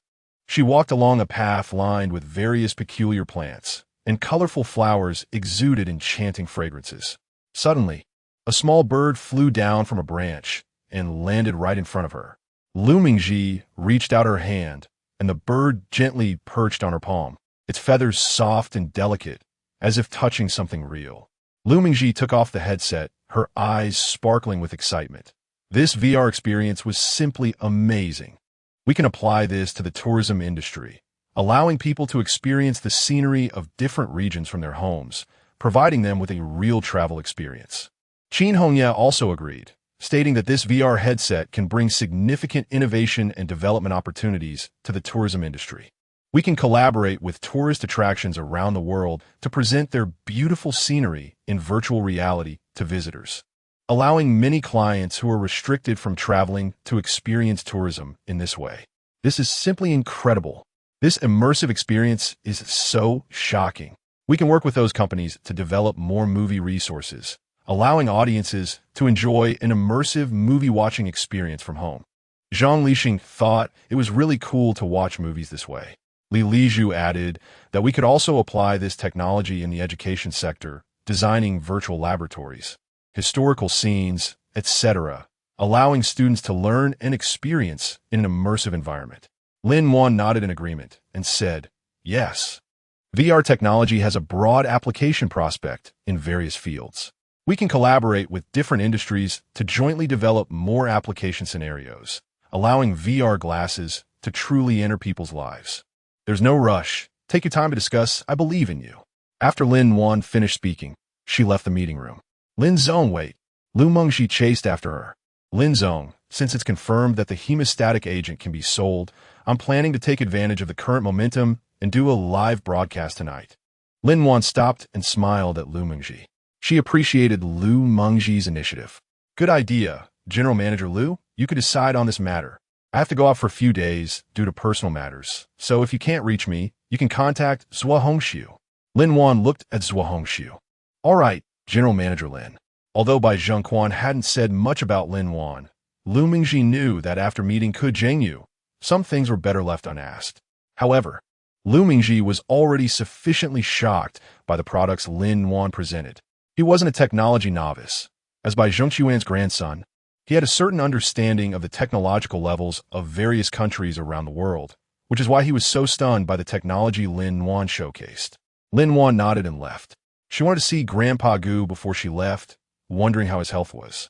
President Lin, will you be gone for a long time this time? Do you really not need me to accompany you? Zhuo Hongxiu always thought Lin Wan was working on something for the country. No need. The place I'm going to is something you can't help with. Just keep an eye on the company for me. If there's anything they can't handle, you can contact Colonel Ku and the others. Lin Wan sat in the car, watching the bustling crowd outside. If the apocalypse didn't have natural disasters, it might be like this. All right, Chapter 125, The Steal of Merit Hongxiu. It's very safe here anyway. Just wait for me outside. Okay. Lin Wan wants to talk to Grandpa Gu about the apocalypse today. Lin Wan picked up her bag and walked towards the door of the house. She pressed the doorbell and waited for a moment before the door opened. Grandpa Gu's caregiver greeted her warmly as she entered. "Miss Lin, you're here. Grandpa Gu has been waiting for you," the caregiver said, leading Lin Wan inside. Lin Wan walked in happily, heading towards the living room where Grandpa Gu was sitting on the sofa, smiling at her arrival. "Grandpa Gu, I've come to see you," Lin Wan said warmly, gently. "You girl, how long has it been since you last came?" Grandpa Gu looked at Lin Wan affectionately. "Grandpa Gu, I have something to discuss with you this time," Lin Wan said seriously. Grandpa Gu was slightly taken aback, then nodded and led Lin Wan to the study. "All right, you can speak freely here." Lin Wan sat on the chair beside her and sighed softly. She knew that what she was about to say wouldn't be easy. She began to tell Grandpa Gu about some recent information she had encountered regarding the apocalypse, including the stone tablet. Originally, she had planned to tell Gu Jing about this as well, but the incident made her forget all about it. "What? The merit tablet has appeared?" Gu Aimin widened his eyes in surprise. "Merit tablet?" Lin Wan felt a bit puzzled. "Is that the name of the tablet? Grandpa Gu, have you seen it?" Lin Wan found it a bit strange that the monument had suddenly appeared in her space without any names or information displayed. How did Grandpa Gu know about it? Could it be that Grandpa Gu had seen it before? Was he perhaps the previous savior number 001 or number 002? Hearing Lin Wan's words, Gu Aimin realized that he had overreacted a bit. It wasn't his fault. No one knew how long he had been waiting for this news. "That is the Merit Monument," Gu Aimin said excitedly, a hint of joy and anticipation on his face. "Xiaowan, when I ran out of the laboratory before, I saw a notebook that mentioned the Merit Monument. It talked about two worlds, and I initially thought it was the notes of fantasist, until I crossed over to this world and believed it was real." "Grandpa Gu, whose notebook was that? Do you remember what it said?" Lin-Wan asked eagerly.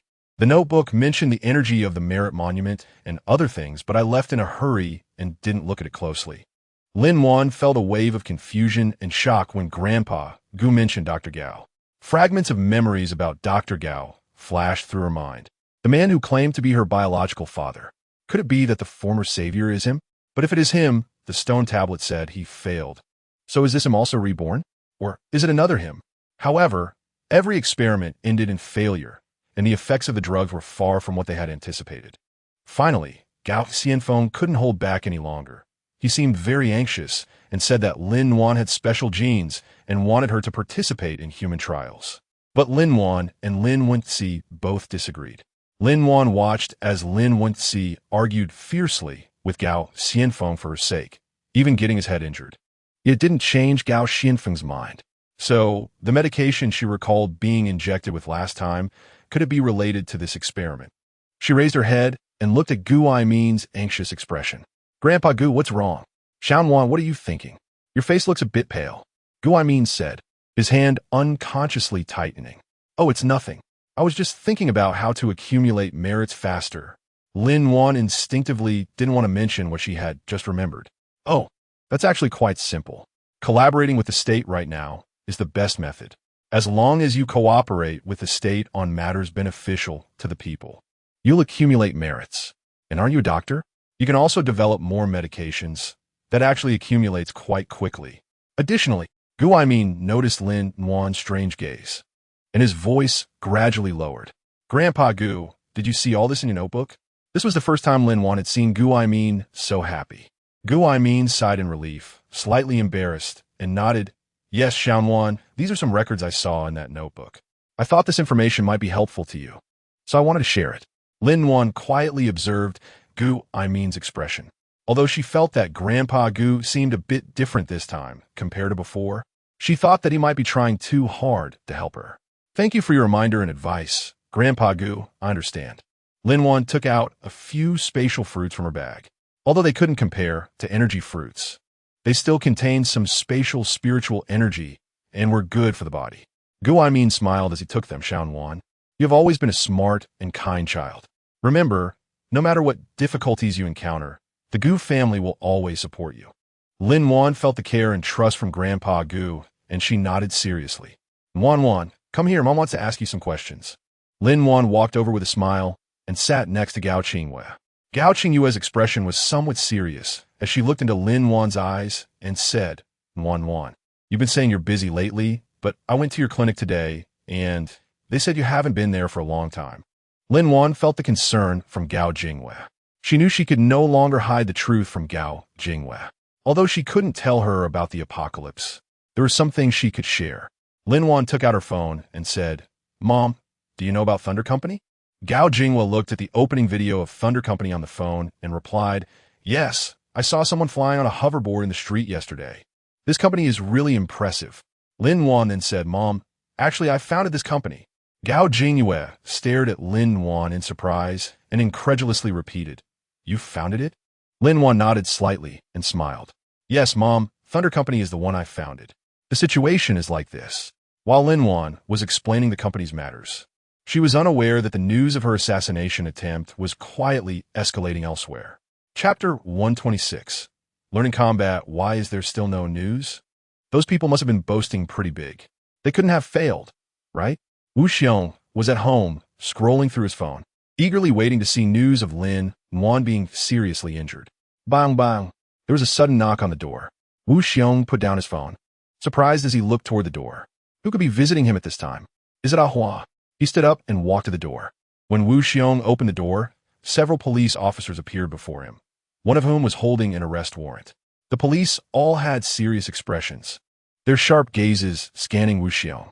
Wu Xiong, you are being charged with involvement in a murder case. Now, you need to cooperate with our investigation. I didn't participate in the murder. You must be mistaken. Wu Xiong's voice trembled, filled with panic and unease. We have already arrested Mao San, and he mentioned your name. You gave him $1 million to kill Lin-Wan. He forced himself to remain calm, trying to explain his innocence. You got it wrong. I don't know anyone named Mao San. This must be a misunderstanding. Wu Xiong struggled to suppress the panic inside, his voice shaking as he continued to explain, I swear, I don't know anyone named Mao San, let alone giving him $1 million to assassinate Lin Wan. This is absurd. Please believe me, I am innocent. He couldn't be in trouble. He still had money. He could hire a lawyer. He couldn't admit to anything. We already have enough evidence. You could defend yourself in court. Now, please cooperate and stop resisting. The police stepped forward to handcuff Wu Xiong, while a few officers began searching his home. Wu Xiong weakly let his hands drop, following the police out of the house and being taken to the police car. The fear and anxiety in his heart grew stronger. The scene of Wu Xiong being taken away by the police did not escape the eyes of the neighbors. A curious neighbor took out their phone and hurriedly recorded the unfolding event. They immediately realized this was explosive news and quickly uploaded the video online, titling it Famous Parkour Streamer Wu Xiong Taken Away by Police. Reason unknown, since Wu Xiong was already a well-known streamer, along with the recent dispute with Thunder Company. The video quickly garnered widespread attention. Netizens flocked to watch, and the comments section instantly erupted. They put him in handcuffs. Something big is definitely happening. I knew he wasn't a good person. He wouldn't even admit his mistakes before, blaming Thunder Company instead. Thankfully, Mr. Bai stood up for himself. Someone spilled the tea. I want to know the truth. Netizens speculated about the reasons for Wu Xiong's arrest, with some guessing it was related to Thunder Company, while others believed it was media hype. Meanwhile, some observant netizens began to piece together relevant clues in an attempt to uncover the real reason behind Wu Xiong being taken away by the police. Training ground. Lin Wan was wearing a training suit, and sweat dripped from her forehead. Lin Wan, remember, fighting is not just about strength and speed. You also need to focus on technique and flexibility. Concentrate your attention, feel every bit of power in your body, and transform it into precise movements, Zhao Tianyu said seriously. At first, Zhao Tianyu was apprehensive when teaching Lin Wan, fearing he might offend the boss. However, after a while of teaching, he was astonished to find that Lin Wan's progress was incredibly rapid. He even felt that she could anticipate his movements, which made him admire her talent and develop a fondness for her, leading him to take his teaching more seriously. Lin Wan focused intently on Zhao Tianyu's guidance, her body agilely dodging his attacks while skillfully counterattacking. Perhaps it was due to her enhanced physical fitness, but her eyes could clearly catch every one of his movements, as if she could see through his intentions. She had never known that she could be this strong. 3 days passed in such high-intensity training, and Lin Wan had already mastered the fighting techniques. Her body became more flexible, and her reactions quicker. Lin Wan, your progress is astonishing. Your observation skills and reaction speed are simply extraordinary. You are a born fighting genius. Zhao Tianyu's eyes were filled with admiration. Lin Wan smiled slightly, feeling her own progress. At that moment, Gu Jing and a few others walked in. Ji Chuan saw Lin Wan engaged in combat training with Zhao Tianyu and couldn't help but laugh. Oh, Xian Wan, are you learning martial arts? Look at you all sweaty. It seems like you made quite a bit of progress. Ji Chuan teased, thinking that 3 days wasn't enough to learn much and wondering what Gu Jing was up to. Lin Wan heard Ji Chuan's teasing and a glimmer of challenge flashed at her eyes. Ji Chuan, how about we have a competition? I wouldn't dare. I'm afraid of getting beaten. Ji Chuan glanced at Gu Jing and quickly shook his head. He didn't want to engage in something that might end badly for him. What's wrong? Are you afraid of losing? Lin Wan felt that her chances of winning were quite high now because Ji Chuan would definitely underestimate her. Yeah, Ji Chuan, go for it. It's not that I look down on you, but you might not necessarily win right now. Zhao Tianyu thought Ji Chuan was overly reliant on his gun and might not win at all. Upon hearing Lin Wan and Zhao Tianyu's words, a hint of challenge appeared on Ji Chuan's face. He took a deep breath, straightened his back, and resolutely walked towards Lin Wan. All right, since you all say so, I'll give it a try. Ji Chuan's gaze turned to Gu Jing. Gu Jing had initially wanted to object, but after hearing Zhao Tianyu's words, he felt there might be a surprise and nodded directly. Come on, don't be so wishy-washy. Lin Wan also wanted to test how well she had practiced. Just as they were about to start, Zhao Tianyu had a brilliant idea and proposed an interesting bet. Hey, since you guys are going to compete, why not make it interesting with a bet? Zhao Tianyu said with a smile. Gu Jing and Chu Yunbo raised their eyebrows. As it seemed, Zhao Tianyu had a lot of confidence in Lin Wan. Lin Wan didn't mind and asked, "What bet?" Zhao Tianyu smirked proudly and replied, "The first one to fall will have to perform a hula dance in front of the whole team." Lin Wan thought for a moment and said, "Sure. Anyway, if I lose, I'll just do a dance. It's not a big deal." Ji Chuan was even less likely to refuse. He never thought he would lose, so he agreed. "Great. Since you all agree, let's get started." Zhao Tianyu began to look forward to Ji Chuan's hula dance. Ji Chuan walked in front of Lin Wan, stood still, his gaze still confident and casual. Lin Wan's expression became serious. She took a deep breath. She wanted to prove to Gu Jing that she was really getting stronger. Chapter 127. Ji Chuan lost. The two were ready on the training ground, and the atmosphere instantly became tense. Ladies first. Yihun gracefully gestured politely to Lin Nian. Lin Wan smiled and accepted this privilege without hesitation, secretly vowing to impress Ji Chuan. Zhao Tianyu stood by, encouragingly patting Lin Wan on the shoulder. "Come on, you can do it." Gu Jing watched from the side, also curious about how Lin Wan was doing. Although Ji Chuan's fighting skills were relatively poor, he shouldn't lose to Lin Wan.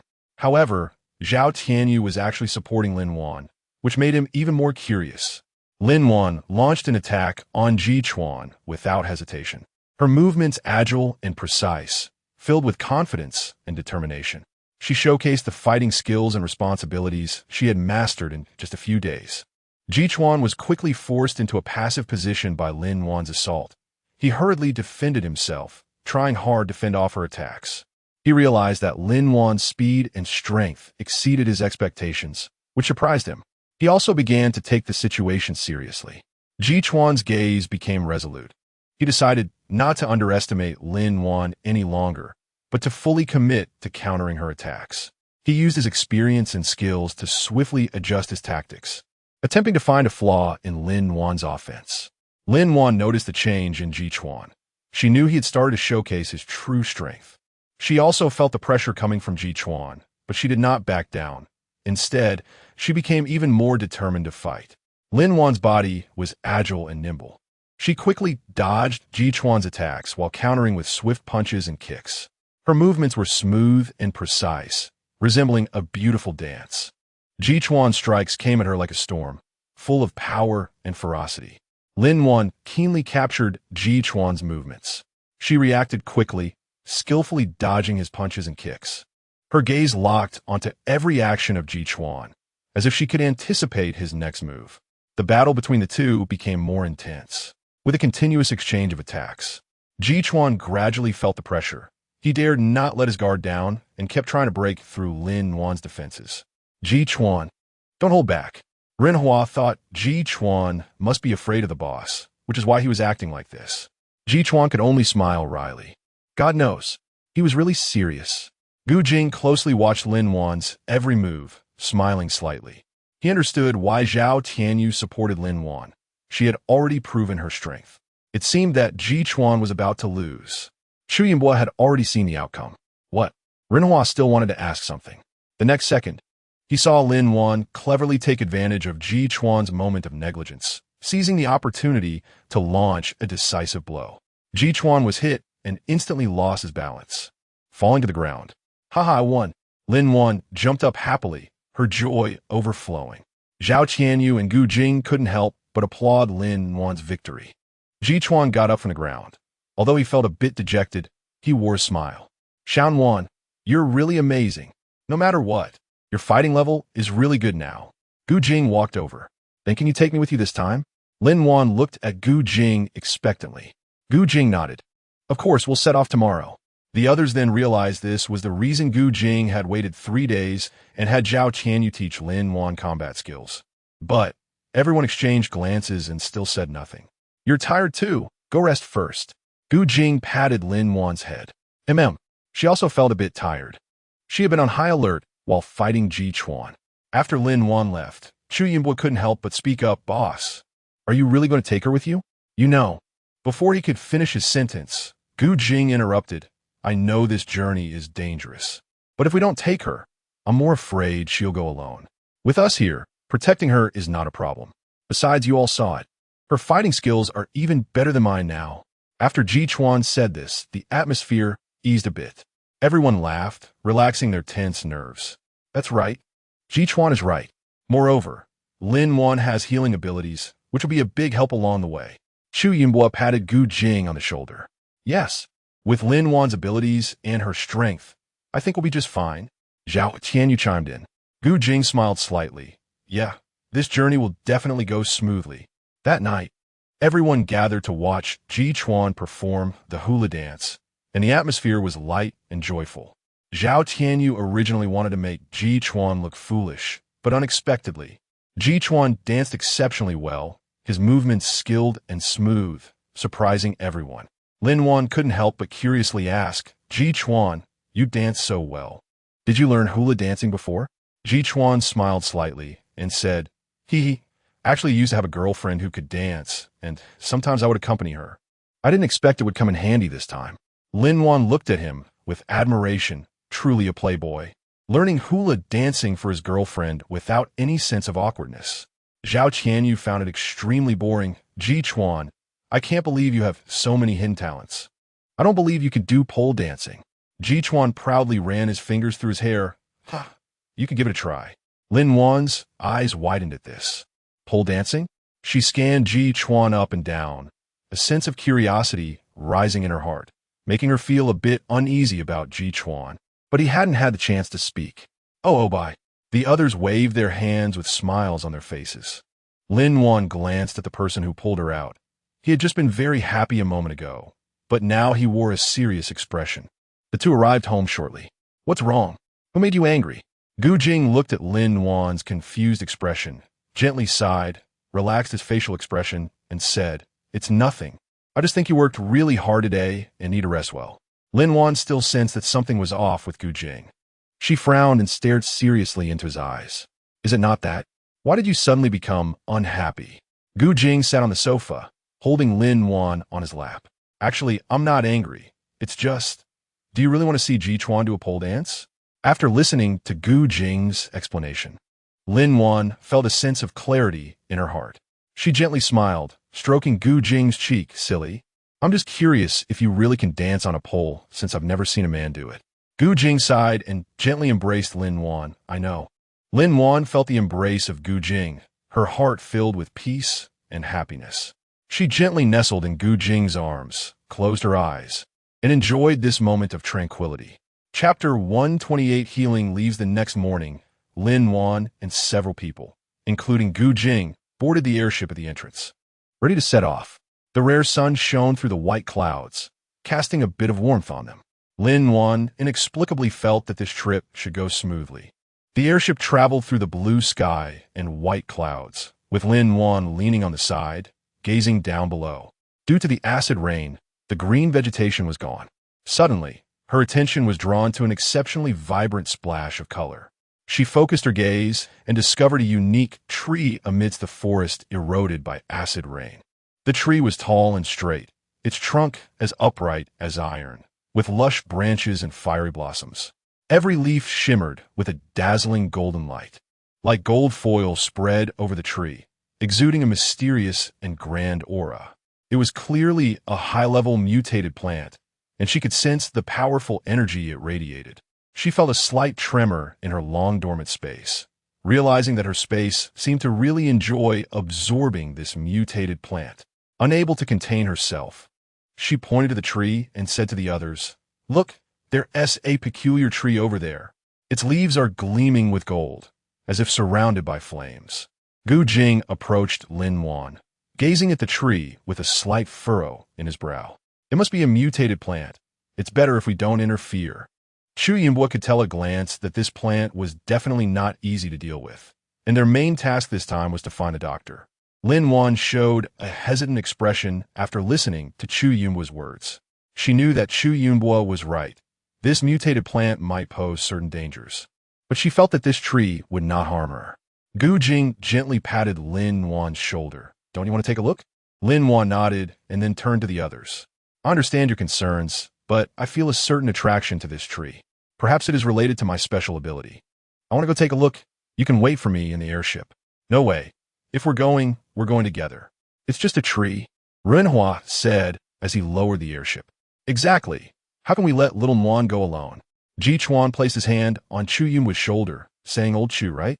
Chu Yunbua gave a disdainful expression and gently shook off Ji-Chuan's hand, but he still said, "Yeah, I also want to see it. I've never seen such golden leaves." Zhao Tianyu chimed in. Lin Wan knew they were worried about her getting into trouble alone, and her heart was filled with warmth and gratitude. She truly felt that it was wonderful to meet them in the apocalypse. Gu Jing slightly curled his lips and gently hugged Lin Wan. The airship slowly descended not far from the flame tree, and everyone stepped out of the airship in unison, heading towards the direction of the tree. When they arrived next to the flame tree, they were all amazed by the sight before them. The leaves of the tree shimmered in gold, like clusters of flames dancing in the wind. The trunk emitted an ancient and mysterious aura, evoking a sense of awe. "These leaves are really gold." Zhao Tianyu, walking in front, wanted to pluck a leaf. "Wait!" Chu Yunbua and Gu Jing shouted loudly at the same time to stop Zhao Tianyu from reaching out to pick a leaf. However, it was too late. Zhao Tianyu had already plucked a golden leaf. At that moment, a rustling sound suddenly echoed through the forest, and the other leaves began to shoot towards them rapidly. Lin Wan and the others were stunned by the scene. Zhao Tianyu, still in shock, was hit in the arm by one of the flying leaves. In the next second, Gu Jing rushed in front of Zhao Tianyu without hesitation, quickly spreading his palm to release a transparent energy barrier, shielding Zhao Tianyu behind him. Whoosh! Whoosh whoosh! The incoming leaves struck the energy barrier like raindrops, making sharp crashing sounds. Fortunately, the attack stopped after a while. Zhao Tianyu, still shaken, looked at the leaves that had been shot at him, feeling it was too dangerous. He never expected this tree to be so aggressive. Lin Wan quickly walked over, wanting to use her abilities to heal Zhao Tianyu's arm, but when she got closer, she found that the wound had actually stopped bleeding. How could this be? Lin Wan looked at the wound in confusion. Lin Wan gently touched Zhao Tianyu's wound, and she could feel a warm energy flowing from his hand, forming a thin, glowing membrane around the injury. She looked at Zhao Tianyu's hand. It was that leaf. "This is a leaf with healing properties," Lin Wan was pleasantly surprised to discover. Everyone gathered around, their eyes fixed on the golden leaf. They also felt the warm energy and understood that this leaf had special healing effects. It seems this tree indeed has magical powers. It can produce leaves that generate healing energy. Perhaps this is the reason for its attacks. To protect itself, Chu Yunbo frowned and said. Lin Wan gently took the leaf from Zhao Tianyu's palm and placed it directly on his wound. A miraculous scene unfolded. As the leaf made contact, a bright golden light instantly radiated, completely enveloping Zhao Tianyu's wound. Lin Wan held her breath, staring at this mysterious scene. A warm healing energy radiated from the leaf, merging into Zhao Tianyu's wound. Seconds later, the muscles and tissues around the wound began to heal rapidly, and the skin returned to its original intact state. In the silence, Zhao Tianyu's wound had completely healed in such a short time, leaving no trace. Incredible, Renhua exclaimed in surprise. The healing effect of this leaf is truly magical. Xiaowan, your intuition was indeed correct. We should study this tree carefully. Gu Jing looked at the tree excitedly. If its leaves have such effects, then its potential is enormous. Considering the countless leaves on this big tree, Chu Yinbo was also pleased, but the problem is, with such a large tree, we can't move it. If we leave it here, I think I can give it a try. Lin Wan couldn't help but step forward. Before Gu Jing could stop her, suddenly, "Mama!" A child's sharp cry came from not far away, and Lin Wan involuntarily stopped. There are actually children here? Lin Wan hadn't expected that there would be children surviving in the wild in such an environment. After a rain of acid, the people in the wild had long. Gu Jing and Chu Yunbua exchanged a meaningful glance, knowing that the situation here was not simple. But since they had heard the child's voice, they decided to take a look. Gu Jing carefully observed the traces left on the road, surprised to find that there were signs of more than 20 people living here. Following a hidden path, Lin Wan and the others quickened their pace and soon found the source of the sound. Chapter 129. Stench. The sight before Lin Wan made her heart sink. A man was actually pressing down on a woman, and she saw the blood flowing continuously from beneath the woman. Gu Jing instinctively wanted to cover Lin Wan's eyes, but Lin Wan gently pushed his hand away. Let me see. Lin Wan's voice was filled with anger. Second, take it easy, don't kill her. Lin Wan heard the man's cold, mocking laughter. Hey, don't worry, she won't die. For her son, she has to live, right? The man on the ground, Zhu was still leering. Not far away, another child was being whipped with a rope by another man, constantly crying out for his mother, Mama, you little bastard, if you steal leaves again, I'll throw you into the pot. No, don't hit me. I won't dare again. The child pleaded, tears streaming down his cheeks. Lin Wan's heart ignited with a fire of anger as she saw the bloodstains on the child's body. Coupled with what was just said, it was clear that these people must have forced the child to steal the healing leaves, and when the child possibly hid one and was discovered, this happened. Gu Jing remained calm. They definitely had a base, and there were more than just these people.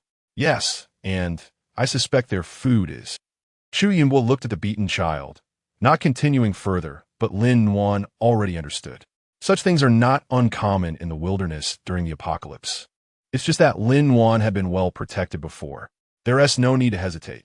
We'll follow them and take them all out in one go. Zhao Tianyu said without hesitation. Lin Wan didn't say anything, watching as the carefree Zhu finally stood up after finishing. The woman on the ground also struggled to get up, despite her ragged clothes, bruised body, and eyes filled with fear and despair. She still managed to lift the little boy. You'll eventually die because of your own arrogance. Hurry up and leave. You've been out for so long. The boss is going to be angry. Wei Ri thought that this Zhu was truly useless. If it weren't for having followed the boss early on, this kind of person would have died long ago. They're coming, what's the rush? With this many leaves, the boss will definitely be happy. Zhu was not worried at all. This time, the woman had picked a lot for the little one. Lin Wan gradually calmed down and moved in the direction the villains had gone. Chu Yinbo looked at her back and wondered if it was necessary. Don't treat her as a weakling. She's also a member of our team. She. Gu Jing patted Chu Yinbo on the shoulder and followed her. What are you guys talking about? Hurry up. Zhao Tianyu looked at them in confusion, not understanding what they were saying, and dragged Renhua away. Ji Chuan's peach blossom eyes blinked. After the encounter with Lin Wan, he believed in her ability and courage. They hadn't walked far when the path ahead suddenly opened up, and Lin Wan saw a huge cave. It seemed those people had survived thanks to this cave, and there was a large pot set up at the entrance, with something burning inside that Lin Wan found quite foul-smelling. However, Gu Jing and the others immediately recognized what it was, as they had seen it before on previous missions. Perhaps hearing the noise, several men emerged from the cave. Xiaowei, why are you taking so long this time? Although Jean fully felt that there weren't many people around and it wouldn't be dangerous, he still wanted to be cautious. Wei Ri glanced at him but didn't say anything. Instead, he handed a box to Jean Fully. Jean Fully looked at the exhausted woman behind him and knew who Zhu was. If it weren't for his great strength and obedience, it would have been a different story. He took the box, opened it, and saw it filled with golden leaves, shimmering with an enticing glow. He couldn't help but smile broadly. This time they could exchange for more things. All right, you all have worked hard. Go rest for now. The others saw their boss was happy and surrounded Zhu. Zhu, look at how you've mistreated the people. While saying this, he reached towards the woman behind them. The woman stood there numbly, showing no reaction. Damn, if you can hold back, don't touch her. Zhu ignored these people and walked straight to the large pot. He was hungry after doing some work. Lin Wan watched as Zhu pulled a bone from the pot and began to gnaw on it with great relish. As a doctor, she easily recognized it as a leg bone, and more specifically, a child's leg bone. For the first time, she hated how good her eyesight was. Ugh! She couldn't help but gag. Who? Wei Ri, still outside the cave, heard the sound and gripped his weapon tightly. Gu Jing, realizing that they had been exposed, stepped forward. Who are you? Jean fully looked at the group of clean and well-dressed people before him, clearly not to be trifled with. The people inside the cave, hearing the noise, all stepped out. As Lin Wan got closer, she finally saw the scene inside the cave. Including the people at the entrance, there were a total of 12 men, 5 women, and 3 children. The women and children were all covered in wounds and emaciated, while the men appeared robust and reeked of a foul odor. Now Lin Wan understood what that smell was. Chu Yun's mental powers scanned the group, and aside from Jean Fuli and Wei Ri, it turned out that all of them were without abilities. But how could such a group? Let me handle this. Zhao Tianyu picked up a lightsaber. Wait, do you have guns? What? Do you think you're tough just because you have guns? Jean Fuli conjured a fireball in his hand and hurled it towards Lin Wan.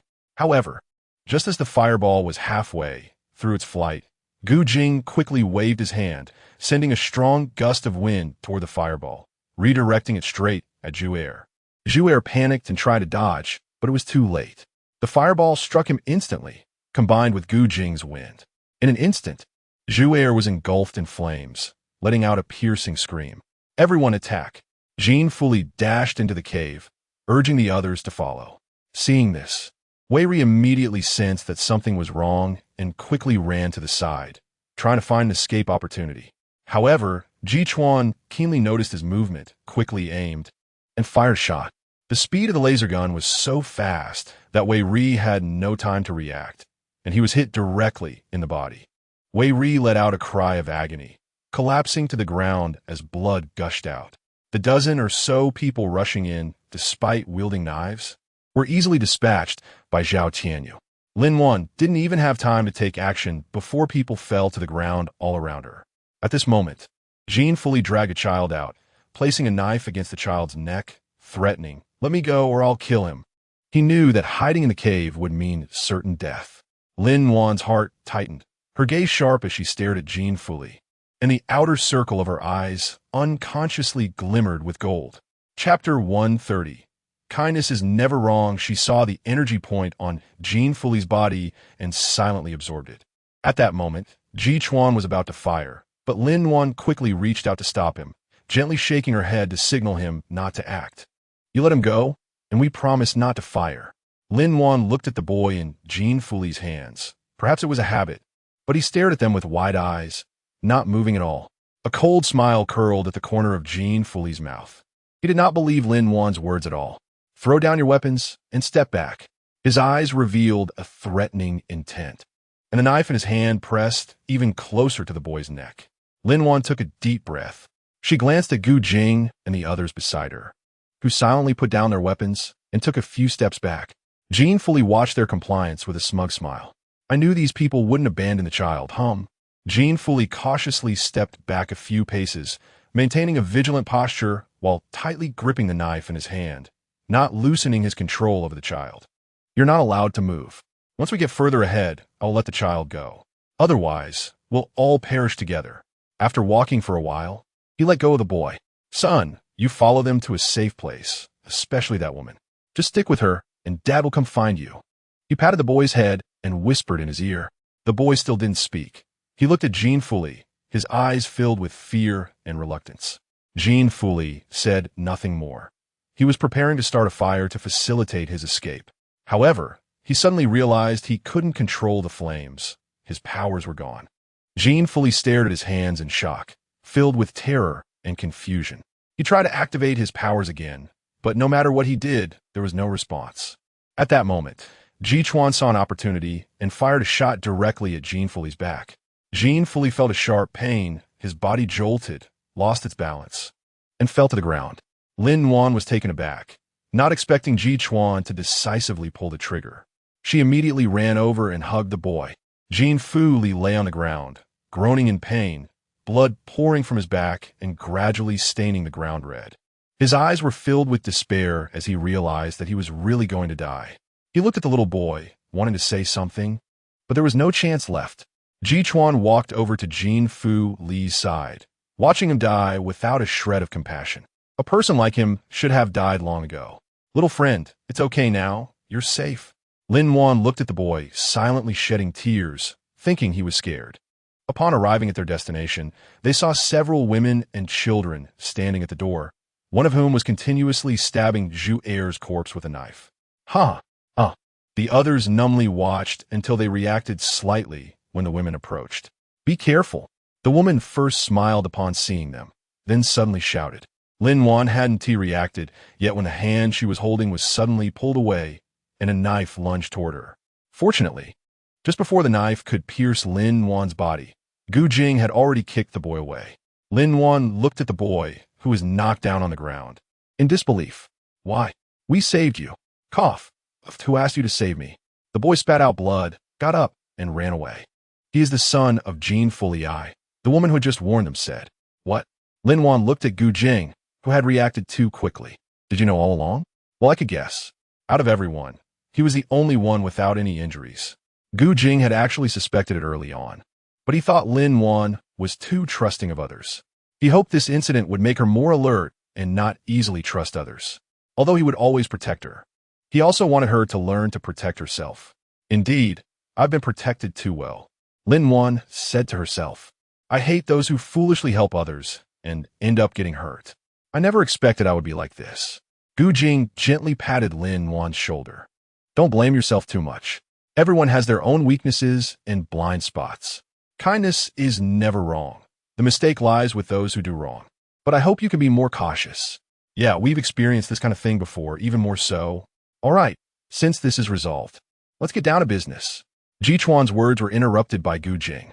A few women at the cave entrance, seeing they were about to leave, nervously spoke up. Can you take us with you? If not, just take the children. Someone pushed the child in their hands. Lin Wan looked at the child, a trace of hesitation flashing across her face, but she bit her lip tightly and resolutely shook her head. The few women opened their backpacks, saw the food and medicine inside, and quickly took some to give to the child, watching as they ate it in small bites, feeling immensely grateful to Lin Wan. They picked up the box from the ground, knowing that the leaves inside were very useful, and slowly walked in the direction Lin Wan had pointed. What's wrong? Still feeling unwell? Gu Jing asked, noticing that Lin Wan had been silent. Lin Wan shook her head and said, No, I will adapt. Gu Jing looked at the person walking in front of him. In fact, if they were always in peaceful times, she wouldn't need to adapt to such things. Let's go. Stop overthinking. Ji Chuan patted him. Soon, they arrived under a big tree. Lin Wan looked at the large tree in front of her and slowly walked forward. Be careful. Gu Jing was still a bit worried. Don't worry, I still have the protective shield you gave me. Lin Wan stared at the enormous tree in front of her, her eyes shimmering with an unusual light. She sensed the energy source of the tree, and a strong attraction compelled her to move closer. She cautiously approached the tree, feeling the intensity of the energy grow stronger the nearer she got. Suddenly, a golden energy ball erupted from the trunk and rapidly flew towards Lin Wan. Lin Wan did not feel fear. She extended her hands to embrace this powerful energy. The energy ball suddenly stopped above Lin Wan's palms, and golden light surrounded her hands, warm and healing. Lin Wan felt the energy of the big tree beginning to seep into her body. She sensed her abilities rapidly enhancing, her body filled with immense strength and vitality. A flash of golden light passed through her eyes, and the big tree before her vanished, leaving only Lin Wan aware that it had truly entered her space. Chapter 131. The Tree of Life. The tree. Where did it go? Renhua looked in disbelief at a massive bottomless pit before him. Chu Yunbu's eyes flickered as he looked at Lin Wan, realizing it was like this. He recalled the previous strange incidents involving mutated plants and understood that Gu Jing must have known about it all along, which was why he never let him investigate. It might be related to my abilities. I feel a closer connection to these mutated plants, and they won't attack me. Moreover, I've noticed they prefer to stay in my space. Wow, this is amazing. Zhao Qianyu looked at Lin Wan in surprise. Ji Chuan was also astonished. He had never seen such a magical phenomenon. So, now that the tree has entered your space, will it continue to grow normally? Of course, it will find a place to take root and grow. All right, since this is settled, let's get going. Lin Wan looked out the window as the airship slowly ascended, continuing towards the direction of the Blackwater base. She saw a few figures walking in the distance and smiled. She leaned close to Gu Jing's ear and said, I want to take a look at the space. Once inside the space, Lin Wan was stunned by the scene before her.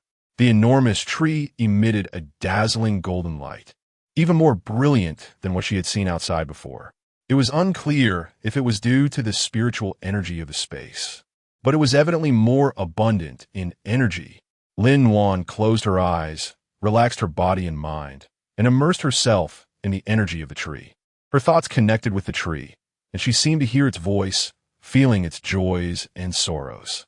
She sensed the tree's gratitude and pleasure, as if it were saying to her, "Thank you, Savior. When the time is right, please release me to bring vitality and healing to that land." Lin-Wan opened her eyes, and it turned out to be the tree of life. The first two people who obtained it treated it as their own possession, viewing it merely as a type of medicine, while neglecting its true mission of bringing healing and vitality. She walked over to the stone tablet, and sure enough, the progress bar displayed on it had changed. Current world progress bar. 50 doomsday progress bar. 55. It seems that the consciousness of this world also recognizes the importance of the tree of life. The doomsday progress bar has surpassed the current world for the first time. With such a rapid advancement in the progress bar, it seems her previous actions were correct. Once the hemostatic agent for the current world and the VR glasses are sold, she believes this progress will increase even faster. In the following 2 days, nothing else happened, and they smoothly arrived at the Blackwater base. The Blackwater base was hidden in an abandoned underground kiln. As Lin-Wan approached the base, she saw a massive stone door appearing before her, standing at the entrance to the underground. This underground kiln had been transformed into their secret base. Although it looked ordinary from the outside, the inside was a huge and complex maze, and anyone unfamiliar with it could easily get lost. Here it comes. Click, click, click. The stone door opened just in time, and Huang Wenyong walked out from inside. "Captain Gu, welcome. Welcome." Huang Wenyong directly hugged Gu Jing and patted him. "Huang Wenyong, long time no see. What are you doing here?" Gu Jing asked, puzzled, knowing that Huang Wenyong had always been at the capital base. Huang Wenyong smiled and explained, "Captain Gu, I only recently received intel that someone at the Blackwater base had researched some good stuff for growing plants. The commander sent me to scout and report the intel back to the capital base. I didn't expect to run into you here." Gu Jing looked at Chu Yunbua upon hearing this, and Chu Yunbua shook his head. He hadn't received this news. It's strange that, logically, they should have found their team by now. Why would they still be looking for others? "So, have you confirmed it? Is that nutrient solution real?" "Yes, I've confirmed it with Dr. Lin. I saw with my own eyes that various crops were grown using that nutrient solution." Huang Wenyong's eyes lit up as he spoke. "Dr. Lin?" Upon hearing this, Lin-Wan's first reaction was to wonder if it was Lin Wenci. No, that shouldn't be possible. He seemed to have said he ran away from the Blackwater base. How could he throw himself into the net? Gu Jing also heard Lin-Wan's words and asked, "Huang Wenyong, what is Dr. Lin's full name?" Huang Wenyong was taken aback for a moment, not understanding why they were asking this. "I'm not sure. We just call him Dr. Lin." "All right, then take us to see him." Huang Wenyong nodded, leading Gu Jing and Lin-Wan inside, and as they entered, the stone door slowly closed behind them. Chu Yunbua understood Gu Jing's meaning and nodded, indicating that his mental abilities were still in use, with nothing unusual. Huang Wenyong led them through a long corridor, and on one side of the corridor, they noticed some people selling fresh vegetables. This made them even more curious, as the scarcity of vegetables was a common issue in the apocalyptic world. Huang Wenyong noticed their puzzled expressions and explained, "These vegetables are the result of Dr. Lin using the nutrient solution he researched to grow them. The people selling these are from the laboratory because Dr. Lin wants everyone to eat fresh vegetables. If you need some, you could buy a little." Lin-Wan noticed Huang Wenyong's unusual pride in Dr. Lin and instinctively looked at Gu Jing. Gu Jing gave a reassuring smile, and Lin-Wan knew that Gu Jing had it under control. "We don't need this for now. Finding Dr. Lin is more important." "Okay, we're almost there." Gu Jing and Lin-Wan exchanged glances, and they began to believe in the efficacy of the nutrient solution. This research achievement holds significant importance for human survival and development. No one noticed Huang Wenyong's strange smile ahead. Lin-Wan and Gu Jing followed Huang Wenyong to the door of a laboratory. Huang Wenyong knocked on the door, and a young scientist opened it. "Huang Wenyong, you're here?" The scientist said joyfully. "Yes, I brought some important people who want to meet Dr. Lin." The scientist looked at Lin-Wan and Gu Jing, a bit surprised that it had been a long time since any newcomers had come to the base. "Are you here to see Dr. Lin? He's currently busy with research and may not be convenient to meet guests." The scientist hesitated for a moment, then looked at Lin-Wan and the others again. He nodded. "All right, I'll go notify him. Please wait a moment." Lin-Wan saw Gu Jing still observing the laboratory, It seemed he hadn't thought about Dr. Lin when she... Indeed, it shouldn't be him. He wouldn't dare to appear here. Chapter 132. Dr. Lin. A few minutes later, the door of the laboratory opened again, and Dr. Lin walked out. She was a very charming woman. Although she was older, her eyes revealed a sense of confidence. Lin-Wan subconsciously let out a sigh of relief. She had indeed overthought it. It wasn't Lin-Wan. That's great. Are you Dr. Lin? Lin-Wan smiled as she walked towards her. Yes. Are you the one sent by the country? Her gaze swept over Lin-Wan and the others, finally settling on Gu Jing. Yes. We heard that you developed a nutrient solution that can replace soil for crop planting, and we hope to collaborate with you to promote this technology. Gu Jing expressed their willingness to cooperate. Dr. Lin nodded and looked at him with satisfaction. This Wang Wenyer had mentioned it to me before, and I was very willing. But I have one condition. Dr. Lin paused for a moment, his gaze fixed on Gu Jing, and said, I want you to... Lin Wan and the others looked at her in unison. What does it mean? You want Gu Jing? Zhao Tianyu's eyes widened in surprise. You want the boss? I want you to help me find something. So that's how it is. Lin Wan and Gu Jing sighed in relief and exchanged a humorous glance. Please tell me what you need to find, and I will do my best, Gu Jing said solemnly. Dr. Lin sighed softly. My daughter has a rare disease called night fainting syndrome. She inexplicably falls into a deep sleep every night, and there has been no effective treatment before. However, many plants have mutated after the apocalypse, and I discovered a type of grass that I call stargrass. It can cure her. When Lin Wan heard about healing, she thought of her own healing ability, but before she could do anything, her hand was grasped by Gu Jing. Gu Jing gently held Lin Wan's hand, signaling her to stay calm. Lin Wan understood Gu Jing's intentions, and she quietly waited for Dr. Lin to continue speaking. Dr. Lin continued. The stargrass is actually deep within the Blackwater base. It is affected by the abnormal energy brought about by the apocalypse, making it dangerous and difficult to access. I try to find someone to go in, but no one has been able to come out. Upon hearing Dr. Lin's words, Lin Wan and Gu Jing exchanged a brief glance, realizing that this time it seemed very dangerous. Gu Jing frowned slightly and said, Dr. Lin, we will do our best to find the stargrass, but we need more information and preparation to enter that dangerous area. Are there any clues or guidance you can provide us? Also, has really no one come out? How can you be sure there is stargrass inside? Follow me. In the video, as the abilities users crossed the area filled with black stones, they suddenly noticed flickering lights ahead, like stars. Curiosity drove them closer, and they discovered the lights came from a hidden kiln cave in the darkness. The entrance of the cave was covered with black stones and vines, and the abilities users carefully cleared away the covering to create a narrow passage. After passing through the passage, they entered a dim and strange space. Unusual plants grew from the ceiling, emitting a faint glow. At first glance, they looked like stars in the sky. So beautiful. Lin Wan realized that the name of the stargrass came from its twinkling light. Yes, because this was clearly an unusual plant. Those abilities users collected it to prepare for my research. Dr. Lin agreed. In the video, one abilities user cautiously picked a stargrass and placed it in a transparent container. They observed that once the stargrass was picked, its light gradually faded, becoming ordinary and unremarkable. The next moment, the screen went black, leaving them unaware of what happened. This is the stargrass, Dr. Lin explained, pointing to the images on the screen. It grows deep within the Blackwater base, affected by abnormal energy. According to my experiments, this grass can alleviate the symptoms of night blindness. However, one plant is too few. Dr. Lin, where is the abilities user who successfully escaped now? Can we contact him to learn more? Actually, I didn't mention it before, but the only person who escaped has gone insane. Upon examination, he experienced a severe impact from the abnormal energy, which severely affected his mental state. Her expression showed a bit of regret and helplessness. Currently, he is placed in the base's medical facility for treatment and observation. Due to his unstable mental state, he should not be able to help you. It's okay. We won't give it a try.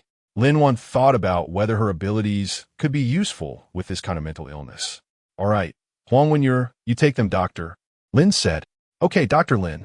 Huang Wenyer led them to the base's medical facility, where they found the insane abilities user, Tang Feng. Tang Feng was slumped in a corner. his expression vacant, his eyes unfocused, as if completely isolated from the real world. Chu Yunbo frowned, his eyes fixed on Tang Feng, concentrating to use his mental abilities. He tried to enter Tang Feng's mental world, searching for secrets within. His brow gradually furrowed, beads of sweat forming on his forehead, as if he was bearing a tremendous mental burden. Tang Feng kept banging his head against the wall. No, it seems he really has gone mad. His mind feels like a mess, but there's a lot of energy inside. I feel that if I go deeper, I might trigger an explosion. Seeing Tang Feng continuously banging his head against the wall, Chu Yunbo helplessly stopped. At that moment, Lin Wan carefully approached Tang Feng and squatted down, a warm energy flowing from her hand into his body. As Lin Wan's healing energy permeated, Tang Feng's body gradually relaxed. After a while, he fell asleep. His energy is too chaotic, different from what you experienced before. It's a kind of disorder without any clue. I feel like he lost his soul from fear. Lin Wan stood up. Scared? Zhao Tianyu found it hard to believe. Indeed, there were too many unknown factors in this mission. Let's go. I'll take you to rest for a bit, and you can discuss things properly. Everyone followed Huang when you're out of the medical facility and came to a small stone cave. Upon entering the cave, they found it had been arranged. Several lamps hung on the walls, and a long table was set with some fruits and drinks, which were extremely rare in the apocalypse. Chapter 133. Fake Dr. Lin? You all chat slowly. I'll go prepare some food for you. Saying this, Huang Wenyer walked out. Everyone sat around the long table on bamboo chairs and began to discuss. Xiaohua, is there something wrong with the video? Gu Jing looked at Renhua, who had just been analyzing the video from Dr. Lin. Renhua took out a small device from his pocket and turned it on. Everyone listened. I heard some sounds in the video, although not very clear. It seemed someone was speaking, and there were some strange sounds that don't sound human. I tried to extract it, but it's still not very clear. The group listened silently, and eerie but indistinct sounds filled the air. Oh no. Help. Oh woo. Gu Jing's expression turned serious. These sounds were filled with despair. These sounds, are they from the abilities users in the Blackwater base? I feel like I heard wolf howls. Lin Wan's voice carried a hint of confusion. It's possible they are humans, but because they were attacked by abnormal energy, they lost their sanity like Tang Feng and made those sounds. Que Yunbo ponde fort a moment. Zhao Tianyu looked around at the silent group and asked, So, are we still going? Actually, since we are here, we could just head straight to the lab to get the nutrient solution. Wait. Chu Yunbo stopped Zhao Tianyu and walked into the cave to pull the door. Zhao Tianyu suddenly noticed Huang Wenyer standing at the cave entrance, seemingly eavesdropping. Huang Wenyer, what are you doing standing there? Zhao Tianyu raised his eyebrows slightly. Huang Wenyer raised his hand and smiled. I brought you dinner. Sorry, I didn't mean to eavesdrop. Zhao Tianyu exchanged glances with the others, but said nothing. Chu Yunbo eased the atmosphere first, smiling as he took the dinner from Huang Wenyer. It's okay. We were just discussing how to safely enter that kiln cave. Gu Jing also smiled and said, Huang Wenyer, you're familiar with the base situation. Do you have any suggestions? Huang Wenyer thought for a moment and said, That kiln cave is very deep. I haven't been there, but I suggest you prepare enough oxygen. All right, thank you. You're welcome. Then you all continue. I'll take my leave. Lin Wan watched the person walking away. Does he have a problem? Not sure, but it's better to be cautious. Xian Wan, you should put away this meal and get some more from the space. In the past, Huang Wenyer and Gu Jing could be sure there wouldn't be a problem. But now he couldn't guarantee anything. All right, after dinner, they still decided to go once. Otherwise, even if they stole the nutrient solution, they would offend Dr. Lin. And who knows what else she might develop in the future. Blackwater Base, Laboratory. Dr. Lin, I've done as you instructed. Can I see my daughter now? A woman's voice rang out. If Lin Wan and the others were there, they would be surprised to find that this woman was the fake Dr. Lin they thought was real. The real Dr. Lin is. Don't worry, she's doing well. Once this matter is over, you'll be able to see her, said the man who turned around to face the woman, revealing himself to be Lin Wenxi. Thank you. I understand, the woman said as she turned to leave. She believed that Dr. Lin would cure her daughter's illness. Indeed, she was not Dr. Lin. She was actually an actress. But her daughter was indeed sick, although not with the so-called night dizziness. She didn't know why Dr. Lin made her deceive those people into going to the cave, but she believed Dr. Lin was a good person. He had saved many lives at the Blackwater base. And for her, as long as her daughter was okay, that was enough. At that moment, Huang Wenyu emerged from the corner, looking a bit nervous. Dr. Lin, I heard they seem to be preparing to directly steal the nutrient solution and not go to the cave. Lin Wenci remained unmoved, reassuring, don't worry, they'll definitely go. He understood Gu Jing and Lin Wan. They wouldn't act like that. Huang Wenyu relaxed a bit upon hearing this. Indeed, someone like Gu Jing would never do such a thing. The next morning, Xiao Wan, are you sure you want to go together? Since Gu Jing heard Rinhua mention that the inside might have no signal due to unstable energy, he didn't want her to go. Didn't we agree on this? Besides, I have a protective shield. Lin Wan realized for the first time how overly cautious Gu Jing was. She leaned against Gu Jing's chest, listening to his heartbeat. Xiao Wan, I'm just worried about your safety. Gu Jing gently stroked Lin Wan's hair. The situation there is unknown. I don't want you to take risks. Lin Wan looked up and met Gu Jing's eyes. Gu Jing, you know I'm worried about you. Am I not worried too?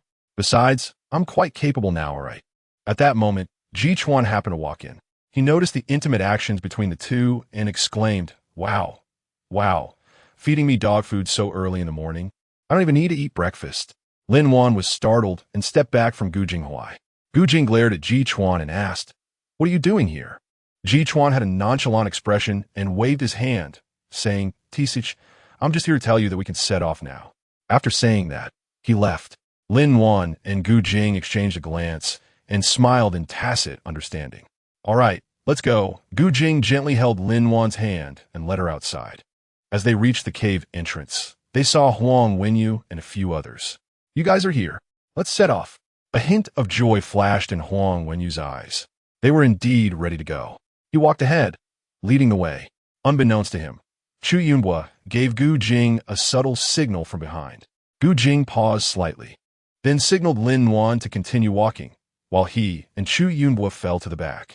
Ji Chuan also quickened his pace to catch up with Huang Wenyu. Huang Wenyu. This time, Gu Jing noticed that Huang Wenyu had already been distracted by Ji Chuan. What's wrong? Boss, I found something very strange last night.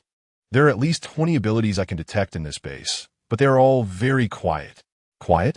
Gu Jing didn't understand what Chu Yunhua meant. Boss, it's not just ordinary quiet. You see, most ability users outside, no matter how good-natured they are, will treat ordinary people differently by instinct. But there isn't a single one like that here.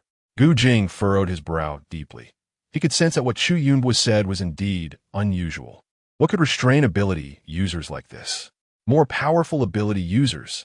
Gu Jing and Chu Yunhua spoke the same answer in unison. Gu Jing's brow tightened. If there were such powerful ability users in this base, then why do we still need to look for Stargrass? Chu Yunhua shook his head. I don't know either. But this situation makes me feel a bit uneasy. Up ahead, Huang Wenyu seemed to have noticed the two trailing behind. Captain Gu, what are you doing back there? Hurry up and catch up. Chapter 134. The fire-breathing wolf Gu Jing and Chu Yunhua heard Huang Wenyu's call and quickened their pace to catch up. Huang Wenyu glanced at them, seemingly sensing that their expressions were a bit unusual, but he didn't say much. All right, we're almost there. Let's hurry. Huang Wenyu seemed anxious that they might not go, quickly leading the group forward. She felt a tightness in her chest and suddenly stopped. What's that sound? Lin Wan asked softly. Huang Wenyu halted as well, gazing at the cave entrance ahead. This is it, you guys go ahead. Be careful. I'll wait for your good news outside. Lin Wan and Gu Jing exchanged glances and decided to move forward. The others also entered the dark cave without hesitation. As soon as they entered, they immediately felt a thick, cold atmosphere with no light in sight. Fortunately, Chu Yunhua's psychic ability had expanded significantly, and with the powerful flashlight Lin Wan had prepared in advance, visibility increased greatly. The paths in the cave were intricate, winding, and steep. They had to constantly pay attention to the rocks beneath their feet to avoid falling or slipping. Xiaohua, is this really the right way? Gu Jing felt that every entrance in here looked quite similar. Yes, I'm following the route from that video. Rinhua had already memorized the path while analyzing the video. All right, let's pick up the pace. Suddenly, Lin Wan heard faint footsteps. She alertly stopped and signaled for the others to do the same. Someone is behind us, she warned in a low voice. Chu Yunhua shook his head, His psychic ability scanned the surroundings but found nothing. Either there was no one, or the newcomer was at a much higher level than him. Just then, a cold breeze swept through the cave, carrying a faint metallic smell. Gu Jing frowned. He seemed to have smelled something similar before, but couldn't recall it. In an instant, a vague figure flashed quickly through the darkness of the cave. Lin Wan turned to look, but once again saw nothing. "Did you see that?" Lin Wan asked a bit nervously. Chu Yunhua shook his head, and Ji Chuan and Zhao Tianyu also indicated that they hadn't seen anything unusual. Gu Jing furrowed his brows tightly. He felt an unusual energy fluctuation around them. This sensation felt familiar, but he couldn't pinpoint it. "Let's keep moving, but stay alert," Gu Jing said seriously. Everyone nodded in agreement and resumed their journey. They walked cautiously, ready to face any potential dangers. "We're almost there." Renhua spotted the oddly shaped rock from the video. "The entrance is just around the corner." Lin Wan breathed a sigh of relief upon hearing this. It seemed she had been too tense. Suddenly, a pungent stench spread through the air, causing everyone's breathing to halt. They all covered their noses, trying to hold their breath, but the acrid smell still seeped into their nostrils. "What is that smell?"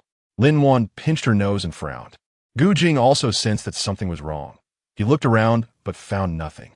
There might be a harmful gas or substance present. "We must leave this area as soon as possible. Everyone pick up the pace," Gu Jing urged.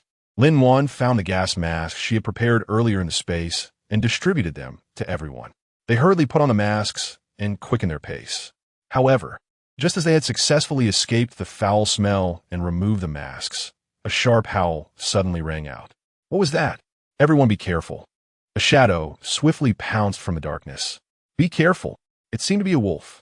Lin Wan quickly recognized what the monster was. An exceptionally large wolf leaped out of the darkness, its body towering and agile, with a fierce glint in its eyes. Its fur was as black as night, and its teeth and claws glimmered with sharp cold light. Gu Jing unhesitatingly released a surge of electric energy, forming an electric net in front of him.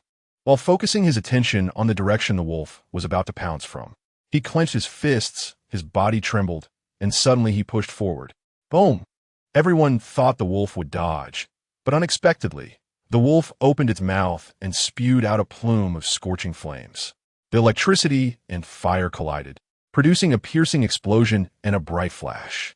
The cave was filled with smoke and fire, and everyone cautiously retreated, waiting for the smoke to dissipate. Yihun! Gu Jing threw the flashlight upward. Ji Chuan, who had been prepared, saw the moment the wolf hesitated.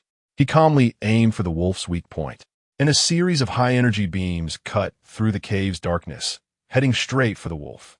The beams traced a beautiful arc in the air, striking the wolf's body hard. However, the wolf's fur seemed to possess strong defensive abilities, leaving only a shallow wound. Woo! The wolf seemed to realize who posed a threat inside. Charging straight for Gu Jing. "Gu Jing, be careful." Gu Jing's expression tightened as he immediately summoned electric energy, forming a lightning shield to envelop himself. He quickly retreated, trying to create distance from the wolf. Lin Wan turned around and saw Zhao Tianyu take out the electromagnetic cannon. "Tianyu, no. We can't use that in this cave, or it might collapse." "That's right, Tianyu. Come here and protect Renhua," Chu Yinbo said while aiming his gun at the wolf and firing. Zhao Tianyu realized that using such a powerful weapon in the cramped cave was extremely dangerous and quickly put away the electromagnetic cannon. He stepped back and drew his lightsaber to shield Renhua. Gu Jing kept jumping on the rocks while carefully looking for the wolf's weaknesses. His gaze was sharp, trying to find its weak points from the wolf's attack patterns. Its eyes are the weak point. Chu Yinbo was continuously using his mental abilities to observe the wolf and found that its eyes instinctively dodged when it sensed danger. Lin Wan immediately understood his intention. She quickly took out a laser pointer from her pocket and handed it to Chu Yunhua. He seized the opportunity and aimed the laser pointer directly at the wolf's eyes. The wolf felt the blinding light and let out a painful howl, using its paw to shield its eyes, temporarily losing its ability to attack. Chapter 135. Trap. Gu Jing took advantage of this moment and quickly approached the wolf. Lightning energy formed an arc in his palm as he aimed for the wolf's vital points and unleashed a powerful lightning attack. Crack! The lightning burst forth from Gu Jing's hand, directly hitting the wolf's right eye. The wolf let out a piercing howl, trembling all over, and finally collapsed on the ground, never to rise again. Everyone breathed a sigh of relief, thankful for Gu Jing's strong lightning ability. Gu Jing put down the flashlight and looked at the wolf's corpse, feeling a slight sense of relief. "Is everyone okay?" he asked, turning to Lin Wan. "I'm fine, you." Lin Wan suddenly noticed the wolf's body twitching. The next second, she saw the wolf open its left eye, glaring fiercely at Gu Jing, and then it opened its mouth, spewing out a flame larger than before. "Watch out!" Lin Wan shouted loudly. She immediately hugged Gu Jing and turned around, activating the protective shield just in time as the flames were about to hit. Lin Wan thought everything would be fine, but unexpectedly, the next second she heard a crack. She looked down and saw a crack appear on the necklace. The protective shield was about to shatter. Gu Jing immediately noticed the situation and felt a tightness in his heart. He knew that if the protective shield collapsed, Lin Wan would be in danger. "Boss, Lin Wan." The other team members saw the situation and quickly stepped forward. He glanced around and had an idea. "You guys quickly exit the cave and go to the entrance." "No way, boss." "Hurry, don't hinder me. I have a way," Gu Jing commanded directly. Chu Yunbo, hearing Gu Jing's order, immediately realized that Gu Jing had his own plan. He didn't hesitate and quickly pulled the other team members back. Gu Jing turned his gaze to Lin Wan in his arms, gripping her hand tightly with a determined expression. "Xian Wan, when I say run, don't hesitate. Just run to the entrance immediately. Trust me, we'll be fine," Gu Jing said firmly.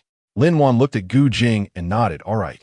Gu Jing focused his mind on the fireball in front of him and unleashed powerful lightning energy from his hands. He gathered the energy in his hands, transforming it into a bright lightning ball. "Now," Gu Jing shouted, swiftly throwing the lightning ball towards the fireball. The lightning ball flew rapidly through the air, emitting dazzling sparks. It hit the cave wall, creating intense energy fluctuations and causing massive tremors. Large stones on the cave wall began to fall one by one, obstructing the path of the fireball. However, the energy of the fireball was exceptionally strong, and each stone could not hold it back for long, soon being shattered. Lin Wan turned around and rushed towards the cave entrance as soon as she heard Gu Jing's words, running at full speed. The next second, her protective shield disappeared, and she could sense the powerful energy fluctuations behind her, knowing that Gu Jing was buying them time and space. "Gu Jing, hurry!" She saw that there was only one last stone left to block the way behind Gu Jing, and fortunately, after repeated consumption, the fireball had clearly shrunk in size. "Tianyu, get your lightsaber ready. When I say smash, you bring that stone down." Chu Yunbo pointed to the boulder above the cave entrance. "Okay." Zhao Tianyu tightly gripped his lightsaber.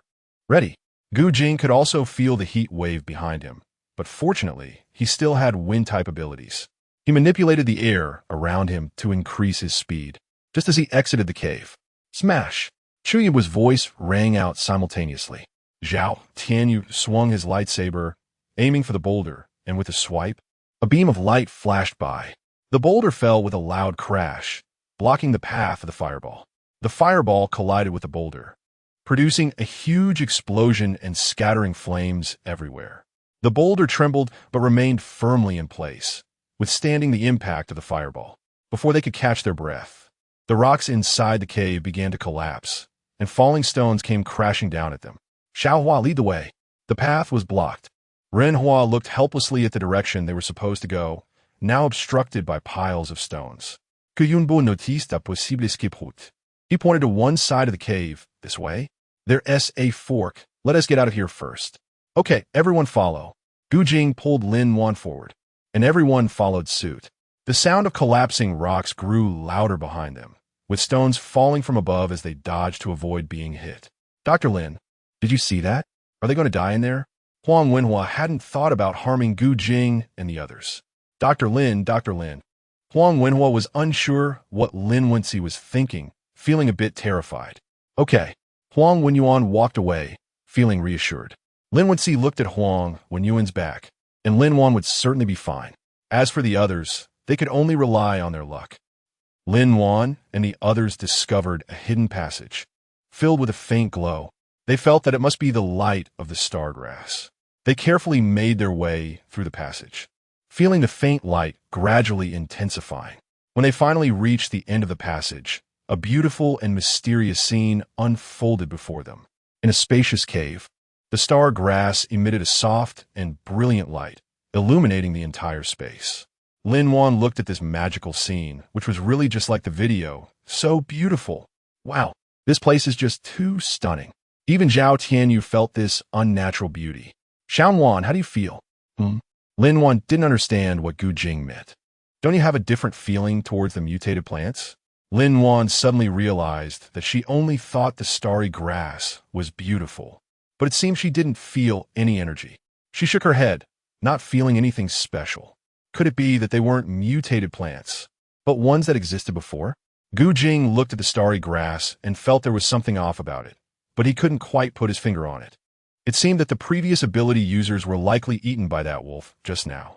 Chu Yinbo looked at some human bones in the corner. It was almost certain. All right. Lin-Wan took out the bottle prepared by Dr. Lin from her space and distributed it to everyone. Gu Jing took it, and just as he opened the cap, a familiar scent spread out, exactly the kind of drug that targets ability users that Lin-Wan had smelled before. Lin-Wan-Si.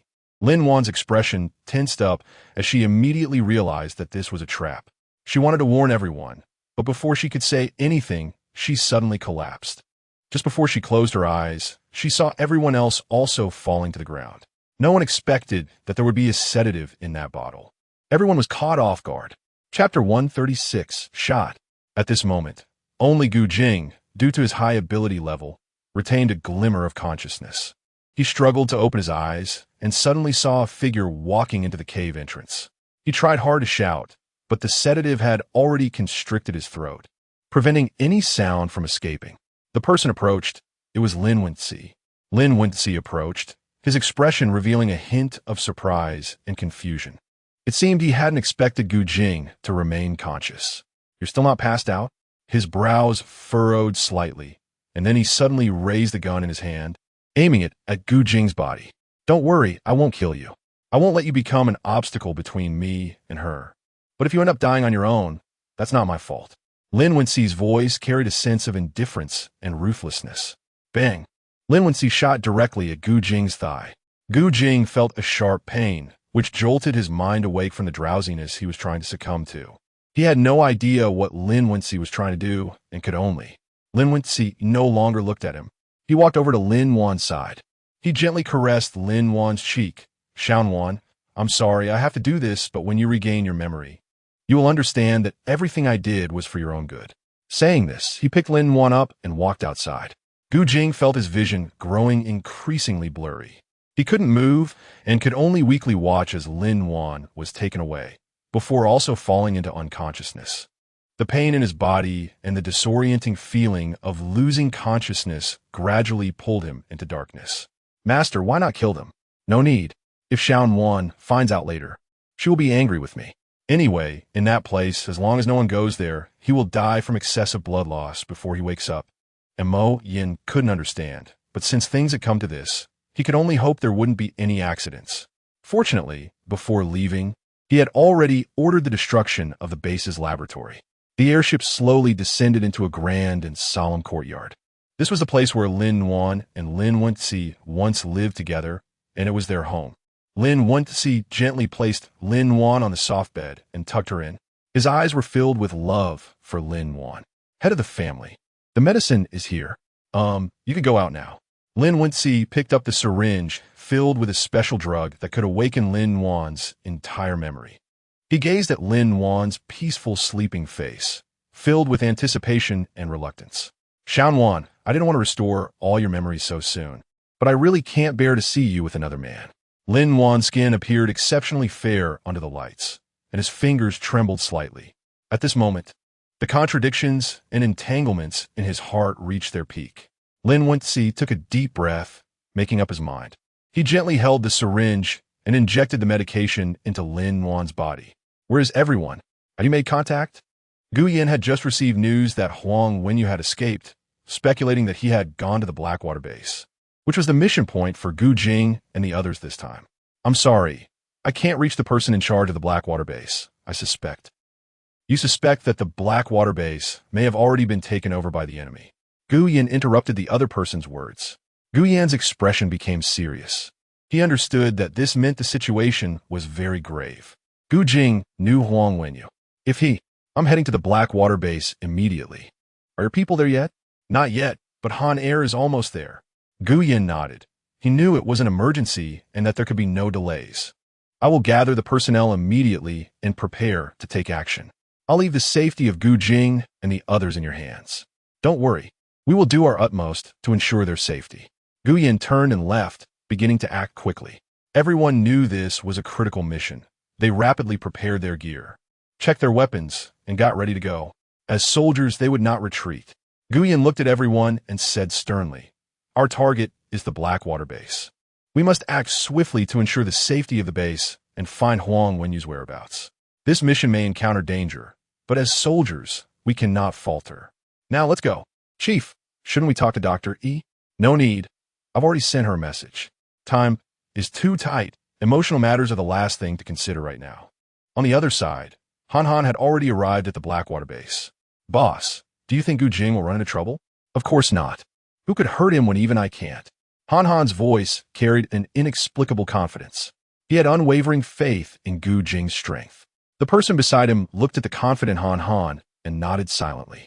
It was clear that he had always been the one looking for trouble. Yet now he was so confident in the other party. "Did you hear that sound?" "Not good. Get down." Han's expression changed sharply as he immediately realized something was wrong. The few of them quickly dropped to the ground, alertly listening to the sounds around them. With a faint rustling noise, a violent explosion shockwave rushed towards them, kicking up dust and debris. "Get away!" Han shouted, and they quickly rolled away to avoid the blast. As the dust gradually settled, they could finally see what had happened. The gates of the Blackwater base had been blown open, indicating how massive the explosion inside had been.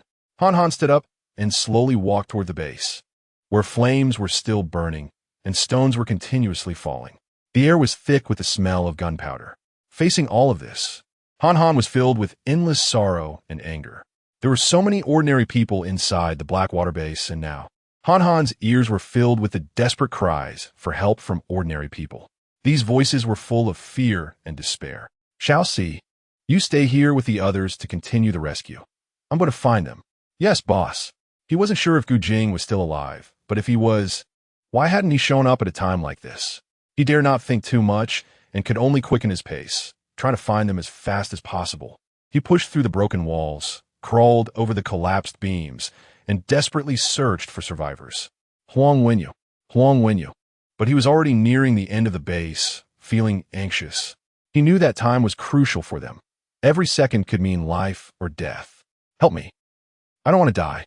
He found Huang Wenyu trapped under a slanted pile of stones. Huang Wenyu was unable to move. His cries for help filled with despair and pain. Han immediately shot ice spikes, smashing the boulders one by one. After rescuing Huang Wenyu, he appeared pale, with blood still flowing from underneath him. He knew he was beyond saving. Chapter 137. Recovering all memories, Han looked at Huang Wenyu's pale face and the blood gushing out, knowing he was nearing death. "Huang Wenyu, where's Gu Jing? Is he in the base?" Han's voice trembled. Huang Wenyu struggled to open his eyes, a flicker of hesitation and regret crossing his face. He used his last bit of strength to say, Han, I'm sorry. I deceived you. Gu Jing is inside. This is the map." Han's heart jolted at Huang Wenyu's words. He took the map that Huang Wenyu handed over, which marked Gu Jing's possible location. Han, thank you."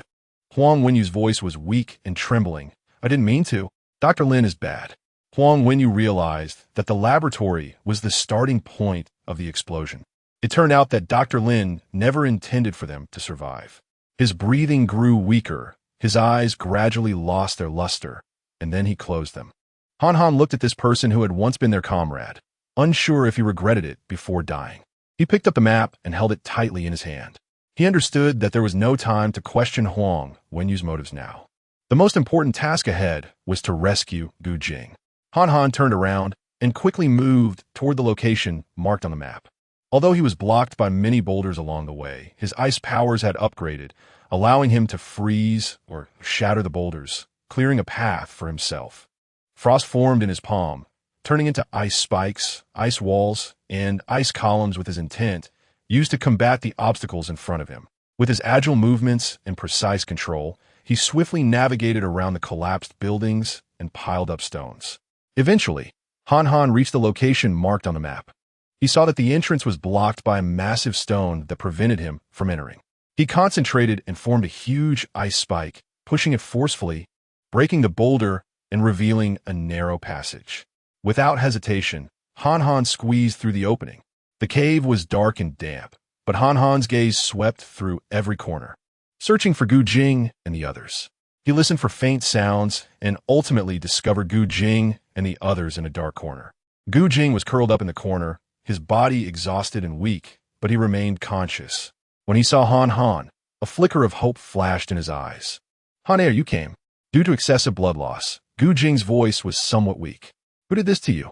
Han Han crouched down, gently supporting Gu Jing, relieved to find him. What about the others? It turned out that they had woken up right after the explosion, but the exit was blocked by boulders, and they couldn't use their powers.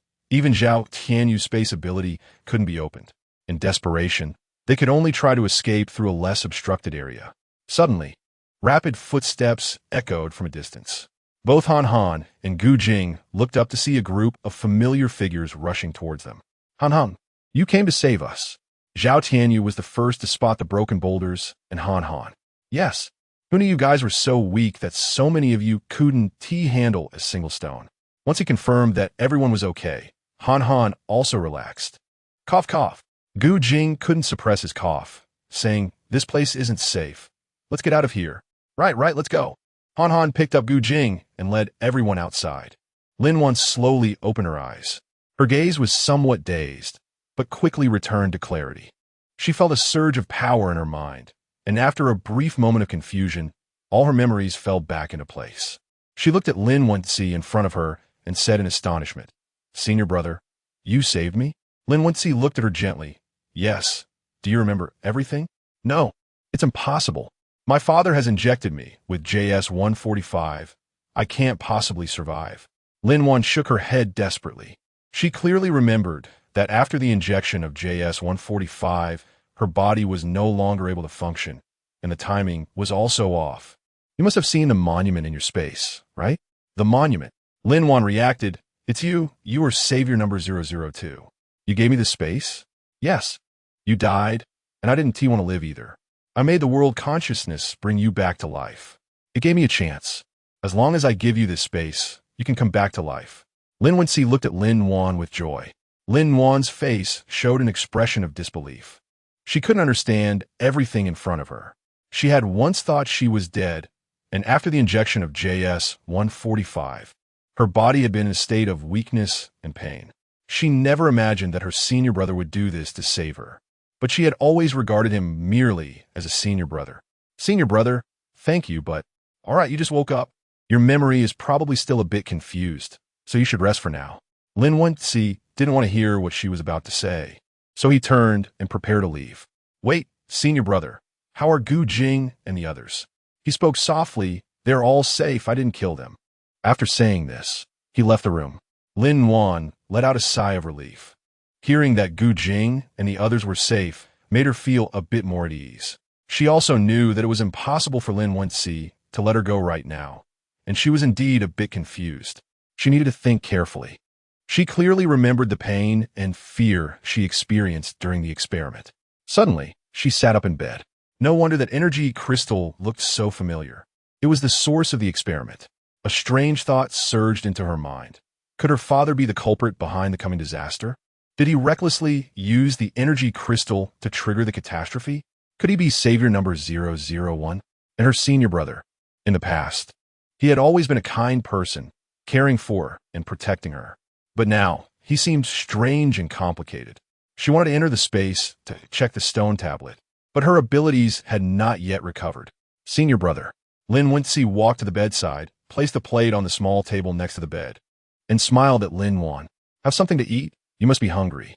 Lin Wan looked at the food in his hand, feeling a bit conflicted. Lin Wenci noticed Lin Wan's hesitation. He sighed lightly and said, "Xian Wan, I know you have some doubts about me, but you should know that I will never hurt you. Lin Wan replied, Senior brother, I'm not worried about that. I just want to ask if you can return the G25 to me. She wanted to contact Gu Jing. Lin Wenxi was slightly taken aback, then nodded and said, okay, I will return the G25 to you. Wait a moment, I will go get it. Lin Wan didn't expect that he would really give it back to her so easily. She didn't see Lin Wenxi's expression after he turned around. Chapter 138, LT234. Lin Wenxi walked out of the room. His previously smiling face now turned gloomy. He knew she was trying to escape, but did she really think she could get away? Those people might all be dead. Head of the family, before leaving, I had someone blow up the Blackwater base's laboratory. Mo Yin hesitated to continue. So it was blown up? What didn't it succeed? Although Lin Wenxi felt that everything that needed to be dealt with in the laboratory had been taken care of, blowing it up wouldn't affect anything. No, it was very successful, but I don't know if there was LT-234 inside the laboratory. Lin Wenxi's expression instantly turned serious. LT-234 is a dangerous and highly classified substance. Once it explodes, its destructive power is immense. The Blackwater base could. Are you sure? You know the power of LT-234. Mo Yin nodded. Yes, head of the family, our people witnessed the explosion of the Blackwater base. It can be said that the base has been completely destroyed. What about Gu Jing and the others? Lin Wenxi said directly, do not tell sprocket about this. Understood, head of the family. Lin Wenxi entered the room, tightly holding the G25 that Lin Wan requested to be returned. He noticed Lin Wan's gaze fixed on him, her eyes revealing a mix of anticipation and unease. He approached the bedside and gently placed the G25 on the table next to the bed. Wan, this is the G25 you wanted. His voice carried a hint of tenderness and complexity. Lin Wan silently looked at G25, took a deep breath, then raised her head to meet Lin Wenxi's gaze. Thank you, senior brother. Although she knew that Lin Wenxi had changed a lot, Lin Wan couldn't forget that her ability to be reborn was because he had given her the space. Senior brother, do you know about the ginkgo tree in the space? Lin Wan wanted to know if Lin Wenxi had been to another world. What? Ginkgo tree? I've never seen one. Lin Wenxi felt a bit puzzled. Actually, after I obtained the space, I mostly used it as a storage device. Later, when I got the stone tablet, I did put a lot of effort into developing various medicines, but unfortunately, you had an accident. It's nothing, I just thought that tree was a bit different. Wanted to ask you. Lin Wan sighed in relief. This meant Lin Wenxi didn't know about the other world. The world consciousness was correct because this was the last restart, and it had connected to that world. But how coincidental was it that Grandpa Gu was in that world? Also, Grandpa Gu's expression upon hearing about the stone tablet made her feel a bit. Wan. Lin Wenxi's voice interrupted Lin Wan's thoughts. She raised her head and looked at his anxious expression. What's wrong, senior brother? Is there something going on? There was a hint of concern in Lin Wenxi's eyes. Lin Wan felt his hand reaching over and quickly raised her hand to touch her head. Senior brother, I know. I have a bit of a headache and want to rest for a while. Lin Wenxi looked at Lin Wan's slightly tired expression and nodded with concern. All right, Wan. You should rest well first. He gently stroked Lin Wan's hair, signaling her to take a good rest. He understood that Lin Wan needed time to sort out her thoughts, and he also needed time to deal with some matters. After confirming the door was closed, Lin Wan immediately picked up her G25 to send a message to Gu Jing, but there was no signal. Based on the effect of the medicine last time, her abilities should recover by tomorrow, and she had to find Gu Jing to clarify things with him. Just as she was about to put down the G25, she suddenly remembered that Gu Jing had once told her that when there was no signal, she could use a special communication frequency to receive messages. Perhaps she could try switching to that frequency to see if she could establish contact. She fumbled to operate it and finally found the communication frequency settings. Nervously, she adjusted the frequency to the special one Gu Jing mentioned. Safe, wait for me. Boss, the message you sent earlier has been received. Renhua rushed into Gu Jing's room after seeing the message was received. Gu Jing looked up, a surge of joy and anticipation filling his heart. Really? Did you find out where she is? Gu Jing's voice was filled with excitement. Renhua nodded, but the smile on his face faded. It's okay, Xiaohua. Keep checking. At least we know she's safe now. All right, boss. Renhua opened the door to leave and added, by the way, boss, Ji Chuan said they will be busy rescuing people at the Blackwater base these days, and advised you not to run around. We'll wait until Brother Gu arrives to discuss everything. Got it. With my current situation, where can I go? In the ruins? Han Han safely lowered a young girl from a high place. The girl trembled, her eyes filled with fear and gratitude. Han Han gently patted the girl's shoulder and said softly, "You're safe now. Don't be afraid. We'll take you away from here." The girl looked up, tears streaming down her cheeks. She trembled as she said, "Thank you. If it weren't for you, I might." "It's okay, don't worry." He spoke as he brought her to a safe place. "Han Er, come here quickly. There's a child trapped inside." Zhao Tianyu sensed a weak heartbeat of a baby in there. Han Han immediately turned around and quickly moved to the spot Zhao Tianyu pointed to, and indeed heard the faint cries of a baby below. Han Han carefully reached into the rubble, feeling the precarious structure. He immediately released his ice abilities, frost gradually covering the surface of the column, forming a sturdy protective shell. He saw a small life tightly held by two adults, their bodies crushed under the stones. Almost unable to move. Although they were already dead, they still arched their backs to leave space for the child. He bent down, his gaze soft as he looked at this tiny life. Wow. Don't be afraid. Little baby, I'm here to save you." He reached out and gently touched the baby's small hand, slowly lifting him up. Wow. Chapter 139. Controlling Desire. Over here, Guyan discovered Shan, who had sneaked onto the airship. Shan, how did you end up here?" Guyan's tone carried a hint of sternness and dissatisfaction. Shan looked up, unfazed by being caught by Guyan. "What's wrong? I'm a doctor. What's wrong with being on a mission?" Guyan was silent for a moment, and his gaze toward Shan gradually softened. He understood Shan's intentions. She was just worried about him being in danger. Shan, we are facing a dangerous mission. Are you sure you can handle it?" Guyan reminded her. Shan bit her lip, a determined light flashing in her eyes. "Guyan, I know you're worried about me. I know my previous actions may not have been strong enough, but I can't just sit back and wait. I want to face this with you and use my strength to help everyone." Guyan pondered for a moment and finally nodded. "All right, Shan, since you've made up your mind, I will give you a chance. However, you must follow orders and not act alone." "Thank you, Guyan. I will be careful." The next morning, the morning light streamed through the room's window, gentle and warm. Wan slowly opened her eyes, feeling the warmth of the sunlight on her face, gradually waking from her slumber. She quickly tidied her clothes and decided to find Wensi to share her thoughts with him. Opening the door and walking into the living room, she found Wensi already waiting for her. He smiled at her, his eyes filled with concern and warmth. "Good morning, Xiaowan. I knew you want to talk to me when you woke up. Xiaowan, I am very grateful for everything you have done for me. But I want to tell you that I have always seen you as an older brother. I know everything you're doing now is forced, and I'm going to find Gu Jing. I will clarify the truth with him, and I believe in him. I trust you can understand me." Wensi felt a flash of disappointment on his face after hearing Wan's words, but he quickly regained his composure. "Wan, I understand your decision and respect your choice. No matter what, I will always stand behind you to support you. Whatever happens, you can rely on me." Wan was touched by Wensi's understanding and support. She walked over to him and gently hugged him. "Senior brother, thank you for your understanding and support. You are a very important person in my life, and no matter what happens in the future, we will always be friends. All right, you should have breakfast first. After you finish, I will see you off." Wan finished her breakfast and felt something was off. She felt a bit dizzy. She looked at Wensi and realized what had happened. "Senior brother, what did you do? You said you would let me go." Wensi's expression twisted as he looked at Wan, his eyes filled with love and pain. "Wan, you are still so naive. I love you, and I will never let you leave me again. I know you were just deceived by that little man, but you will understand that the one who loves you the most is me. Xixiang, you can't do this. You said you would let me go. Wan, don't believe them. They just want to separate us. We are destined to be together, and we will be happy." Wensi's tone carried a kind of fervor and obsession. Wan's body was becoming weaker and weaker, and she felt her mind growing more and more hazy, unable to resist any longer. "Senior brother, you don't really love me.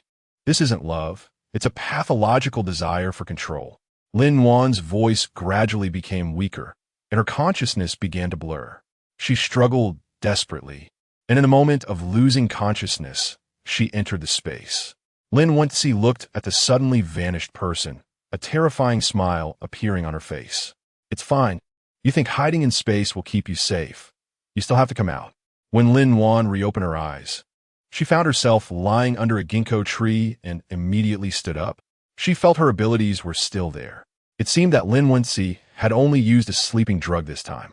However, the castle was filled with his people, and she couldn't escape on her own. Unconsciously, she walked to the stone tablet and looked up to see. Current world progress. 75 apocalypse progress. 45 how could this be? Why has the apocalypse progress decreased? It can actually decrease. Does a decrease mean that the apocalypse can't be saved? No. She needed to find someone to think of a solution. With that thought, she left the space and entered the current world. Lin Wan glanced at the crowd outside the window. If there were no natural disasters, would her senior brother still be that gentle and helpful person, not turned into this? She took out her phone and texted, Hongshu, I'm at the Yeshing Hotel. Come pick me up. Soon after, Lin Wan heard a knock on the door. She opened it to find Zhou Hongshu standing outside, her eyes revealing concern for Lin Wan. President Lin, are you all right? Zhou Hongshu asked worriedly, thinking something had happened to Lin Wan. I'm fine. Let's go look for Grandpa Gu, Lin Wan thought, wondering if Grandpa Gu had remembered anything else about the stone tablet. Okay. Zhou Hongshu looked Lin Wan up and down, confirming that she didn't seem to be injured. Before long, they arrived at Gu Aimin's house. President Lin, I'll wait for you in the car. Zhou Hongshu knew Lin Wan didn't want her to go inside, and anyway, it was safe here with Commander Gu. All right. Lin Wan nodded, gratefully glanced at Zhou Hongshu, and then walked alone to the door of Gu Aimin's house. Lin Wan didn't know why she felt a bit nervous. She took a deep breath and knocked on the door. After a moment, the door opened, revealing Gu Aimin sitting in a wheelchair.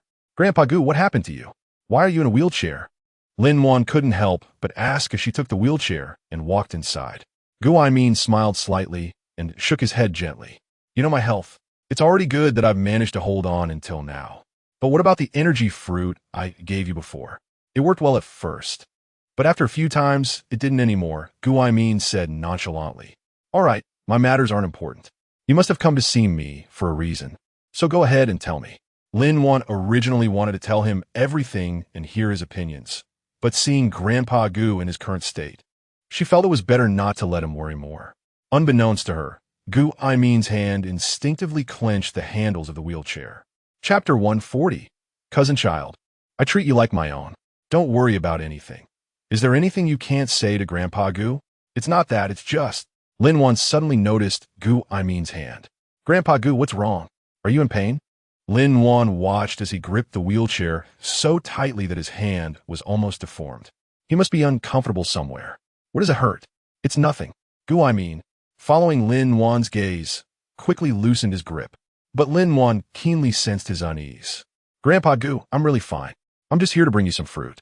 Lin Wan gave him the prepared fruit. Although it couldn't cure his illness, the fruit from the space had spiritual energy that could at least alleviate his pain. Okay. Gu Aimin saw that Lin Wan firmly believed he was just unwell and didn't want to explain further, so he could only wait for another time. Since Grandpa Gu was not feeling well, Lin Wan didn't chat much and left. Mr. Gu, are you going to the company? Zhou Hongshu looked at Lin Wan, who seemed lost in thought. All right, let us go to the company first. Okay. On the way, Lin Wan's thoughts drifted. She was constantly considering how to share the matter of the stone tablet with Grandpa Bai and the others. Sigh, I haven't told Grandpa Bai and the others about the stone tablet yet. They're not like Grandpa Gu. Would they accept it so easily? Moreover, the meaning of the stone tablet indicates that this world is helping the apocalyptic world. I wonder if they would. Sigh, let's just go to the company and see. Anyway, everyone is temporarily safe on the apocalyptic side. If it really doesn't work, we'll just have to wait for Gu Jing to find a place before going out. After Lin Wan entered the company, she encountered Lu Mengji. Lu Mengji walked over with a beaming smile upon seeing Lin Wan. My general manager Lin, you finally made it. The hemostatic agent sold exceptionally well. And I have good news to share with you. We successfully acquired that island, and it now belongs to the company. Lu Mengji excitedly reported to Lin Wan. Lin Wan felt very good upon hearing the news. That's great. When can the island be put into use? Is the use of flying skateboards already prohibited? Regarding the usage of the island, we need to do some planning and preparation. Currently, the policy prohibiting flying skateboards has not been officially issued, but basically, they're already not allowed in our city. We have also discussed with the government, and in the future, the use of flying skateboards will be allowed, provided that they follow designated routes like cars. We will arrange relevant matters as soon as possible to ensure the effective operation and utilization of the island. So soon, the policy is about to be released. Although Lin-Wan felt that with Grandpa Bai's support, it wouldn't be slow, she didn't expect it to be this fast. Lin-Zong. Lu Mingji hesitated for a moment before saying, "You may know that Bai Zhengquan is my grandfather, so I actually know a few people in the government." Lin-Wan was a bit surprised to hear Lu Mingji's explanation. She didn't expect Lu Mingji to be Grandpa Bai's grandson. No wonder Grandpa Bai was so certain that this was a trustworthy person when he introduced him. Since that's the case, you will better understand the government's intentions and policy directions. From now on, you will communicate and cooperate with the government to obtain the necessary permits and support. Lin-Wan thought this was quite good. After all, the things she brought out were somewhat special, and it was nice to have someone like this. "Mr. Lin, you really don't mind?" Lu Mingji initially didn't intend to hide her identity, but since she had just joined the company, it was not appropriate to directly mention her family matters. Lin-Wan smiled and shook her head, indicating that she didn't mind. "Manager Lu, I trust you. We are a team, and everyone has their own strengths and specialties. Only by fully unleashing everyone's potential can we move forward better." Lu Mingji nodded reassuringly. What he needed was this trust. "By the way, General Qi came to see you before and said he needed to talk to you." "General Qi? Is it Qin Yan?" Lin-Wan thought of the person who had helped her early on. "Yes. All right, I'll contact him. You go ahead and handle your matters." "Okay." As Lu Mingji prepared to leave, he added, "Lin, this afternoon at 2, we are going to the island to take a look. Do you want to join us?" As for me, Lin-Wan thought for a moment. "No, you guys go ahead. Sometimes I go to take a look myself." "All right." Lin-Wan walked into the office and called Qin Yan. "Brother Qi, did you need something from me?" Qi replied, "Lin-Wan, I actually have some things I want to discuss with you. Can we meet now?" Lin-Wan thought for a moment and said, "Brother Qi, can you come to our company? We can meet in the office." Lin-Wan felt that since Brother Qi already knew she was part of this company, it would be most convenient to meet at the company. Qin Yan hesitated for a moment, but still agreed to Lin-Wan's proposal. He told Lin-Wan that he would come over as soon as possible. Shortly after, Qin Yan arrived at the company where Lin-Wan worked. "Brother Qi, you said you had something to tell me?" Qin Yan entered Lin-Wan's office, looking a bit hesitant and nervous. He sat down, glanced at Lin-Wan, and finally spoke up. "Lin-Wan, actually, there's something I've wanted to tell you for a long time. I am your cousin." "What? This is impossible." Lin-Wan was so shocked that she stood up. Her memory had already returned. She was the Lin-Wan from the apocalyptic world, but she had been reborn due to her senior brother's reasons. However, she shouldn't have any connection to the people of this world. Heavens! No, this isn't right. Where's her mother? Gao Qingwei. If she wasn't the Lin-Wan of this world, then where did the Lin-Wan of this world go? Did Lin-Wenxi deceive her? "Lin-Wan, I understand your confusion and reaction. This is indeed an unbelievable fact. But please calm down and let me explain." Qin Yan tried to soothe Lin-Wan's emotions, but her heart was already in great turmoil and conflict. "All right, you speak." Lin-Wan forced herself to calm down and decided to hear what he had to say. "You were forced to separate. Your mother took you away, and not long after, your father disappeared. We always thought he would find you. Until recently, my grandfather accidentally discovered your existence. In fact, I didn't want to tell you at first. Have you done any tests?" He understood Lin-Wan's doubts. After all, this news was too sudden and bizarre for her. Chapter 141, Background. "Moreover, we conducted further investigations, tracking your mother and your whereabouts. We found some clues that confirmed your mother was pregnant with you when she left back then." Qin Yan's tone revealed sincerity. He came this time mainly because Lin-Wan's situation was getting more complicated and involved dangerous matters, and he wanted to help her to the best of his ability. Lin-Wan quietly listened to Qin Yan's explanation, her thoughts falling into deep confusion and contradiction. Although Qin Yan provided some evidence and clues, she found it completely incomprehensible. Perhaps only asking Lin-Wenxi could clarify things. No, she could also ask her mother. She took a deep breath trying to calm her emotions. Brother Chi, thank you for telling me this. I know you mean well, but it's really too incredible for me. I need some time to digest this information. I will first go find my mother and have a good talk with her. Maybe she can give me the answers.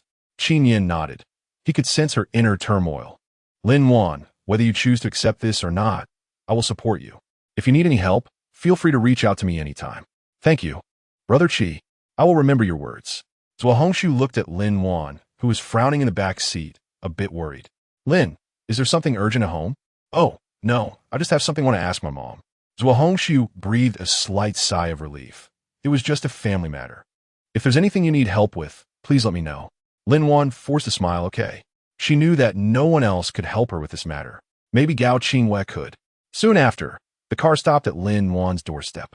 Lin Wan hurriedly entered the house, eager to find Gao Qingwei. Mom, I have some questions I want to ask you. Lin Wan's tone carried a hint of tension. Gao Qingwei turned around and, seeing Lin Wan like this, was slightly taken aback, then gently embraced her. Lin Wan was silent for a moment, then began to recount one by one the things Qin Yin had told her. Gao Jingwei listened quietly, knowing that this was a moment she could no longer avoid. She had to tell her daughter the truth. Wan, these things are real. Your father is indeed the third young master of the Qi family. He was forced to separate from us to protect your safety. Although something happened to him later, he loved you very much, Gao Jingwei said firmly. Lin Wan's eyes flashed with complex emotions. She was silent for a moment, then softly asked, Mom, you never told me what Dad's name is. Why won't you tell me? A hint of pain and regret crossed Gao Jingyue's eyes as she gently held Lin Wan's hand. Wan, actually your dad held you when you were little. You were too young, so you might have forgotten. At that time, your dad's name was Gao Xianfeng, but he has changed his identity. He said his profession was very dangerous, and he couldn't live with us, so he could only visit you occasionally. Until that time, when you had an accident. Gao Xianfeng? Is it the same person? Lin Wan was completely stunned upon hearing this. How could this be?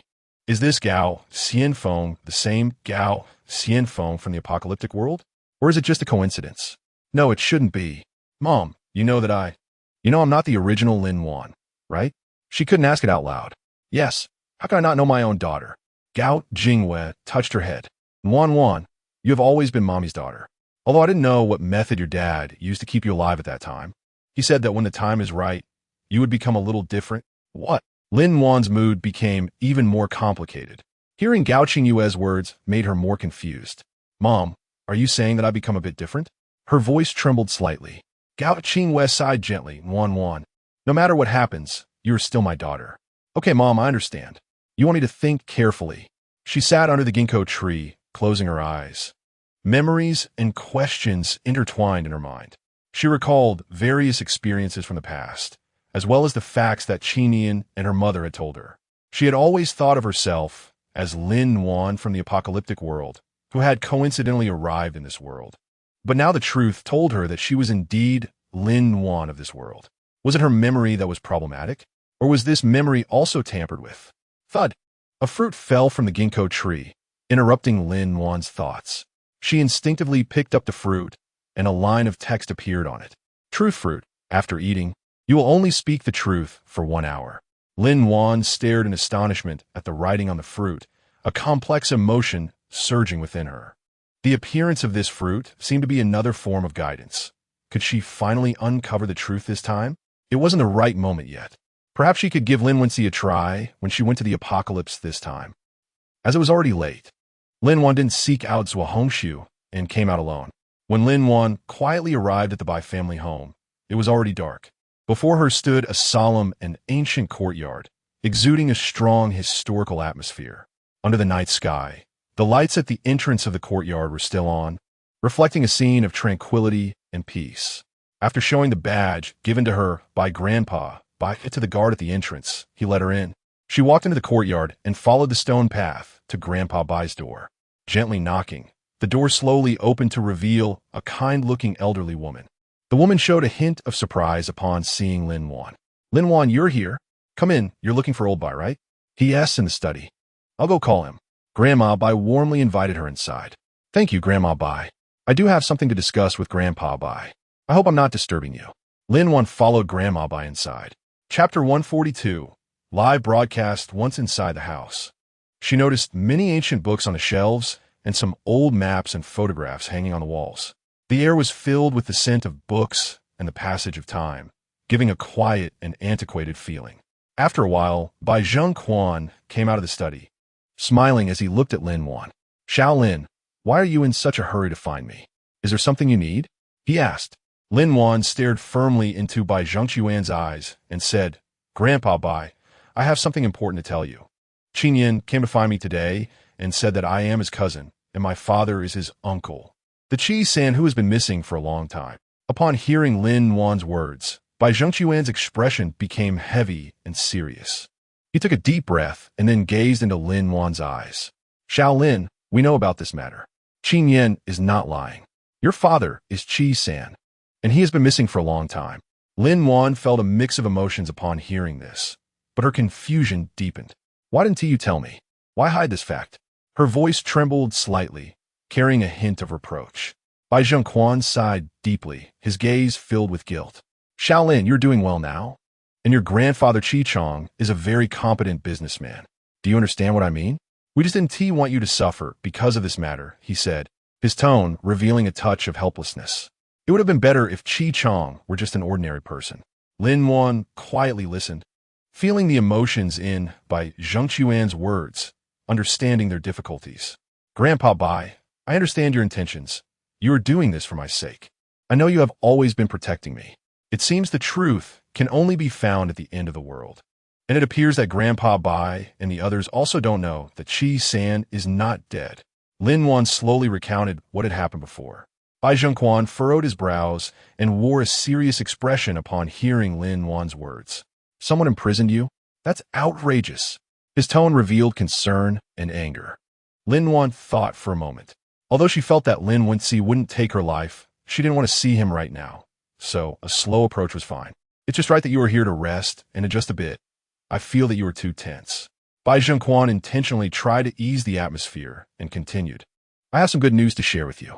The electromagnetic cannon you provided us gave us an opportunity, and we successfully scared away the army of Jinzi country. Now, we have gained some important strategic advantages and resources, which is a very important step for the future development of the country. I want to personally express my gratitude to you. Your contribution is extremely valuable." Lin Wan breathed a sigh of relief upon hearing the good news, a trace of a satisfied smile appearing on her face. "No matter which world we are in, we are all Chinese." After Lin Wan left, Bai Zhengquan immediately dialed Li Zhuoyi's phone. During his conversation with Lin Wan, he discovered that Gu Aimin might have issues. The call was quickly connected, and Li Zhuoyi's voice came through. "Old Bai, what's the urgent matter?" Bai Zhengquan said heavily. "Old Li, Lin just came to see me, and I found some things about Gu Aimin. I think we need to investigate his background and whereabouts more thoroughly. He might not be as innocent as he claims to be when he came to our world." Upon hearing Bai Zhengquan's words, Li Zhuoyi immediately became alert. "What do you mean? Old Bai, do you know what you're saying?" "Of course I do. If it weren't for old Gu saving me back then, I would have died long ago, but I have some doubts about his identity and intentions. He might not be an innocent person. I feel that he has some purpose regarding our world, and his claim of being unaware might just be a cover." Li Zhuoyi furrowed his brows, and after a moment of contemplation, he said, "Old Bai, this is a serious issue. We cannot take it lightly. This is just your speculation. If old Gu has no problems, then I know I will investigate. Please give me the people from the Special Affairs Department." This was the real purpose of Bai Zhengquan's call. "All right, proceed with caution." Lin Wan had no idea what Bai Zhengquan did after she left. Lin Wan used an anti-gravity drifter to arrive at the small island. She was floating above the island, captivated by the beautiful scenery before her. This island truly was an ideal vacation destination, and if it weren't for the previous group's financial chain breaking, she wouldn't have stumbled upon this bargain. Suddenly, she noticed a few people setting up photography equipment on one side of the island. She felt a bit strange because, according to her knowledge, this island now belonged to their company and had not been officially open to the public. Outsiders were not allowed to come here. Driven by curiosity, she flew toward those people. As she got closer, she heard one person explaining the scenery before them. "Hello, everyone.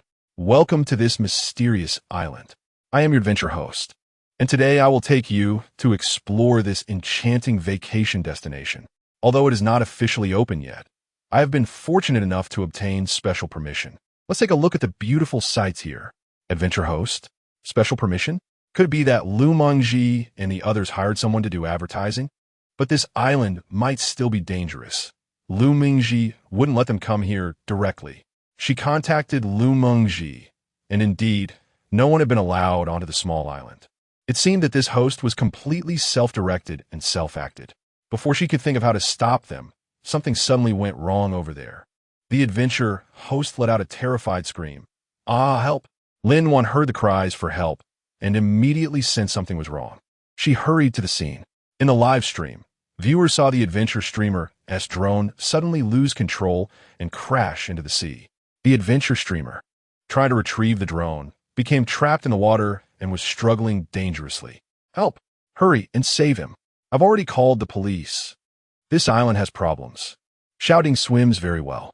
Mysterious events on the small island. So exciting. The few people still on the island originally intended to jump in and rescue him. But seeing Xiao Ding trapped in the water made them feel a bit terrified, knowing that Xiao Ding was the best swimmer among them.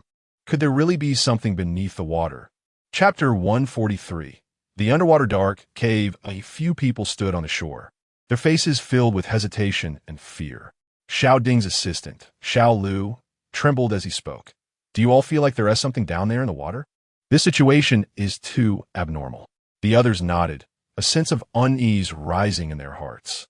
They had planned to jump in to help, but now, facing such a situation, they began to hesitate. Xiao Lu gritted his teeth and made up his mind. No matter what, we can't just sit back and do nothing. If something happens to Xiao Ding, we all have a responsibility. Who's willing to go down with me? The crowd exchanged glances, but ultimately no one could muster the courage to join Xiao Lu in the water. Xiao Lu, feeling helpless, prepared to go alone. At this moment, Lin-Wan had already swum from another direction toward the area where Xiao Ding was trapped. The underwater scene gradually became visible. She noticed a strange glow beneath the sea, emitting a faint luminescence that made the entire sea area appear eerie and mysterious. At this time, someone in the live stream spotted Lin-Wan. Xiao Lu, you don't need to go anymore. Someone is going to save Xiao Ding. It looks like a girl. Can she do it? Look, someone is diving in to save him. This girl is so brave. Hope she can successfully rescue Xiao Ding. Go for it. Xiao Lu and the others saw the comments and quickly looked to the other side. They exchanged glances, filled with confusion. Who was this person? Lin-Wan was anxious and swam quickly to the place where Xiao Ding had sunk.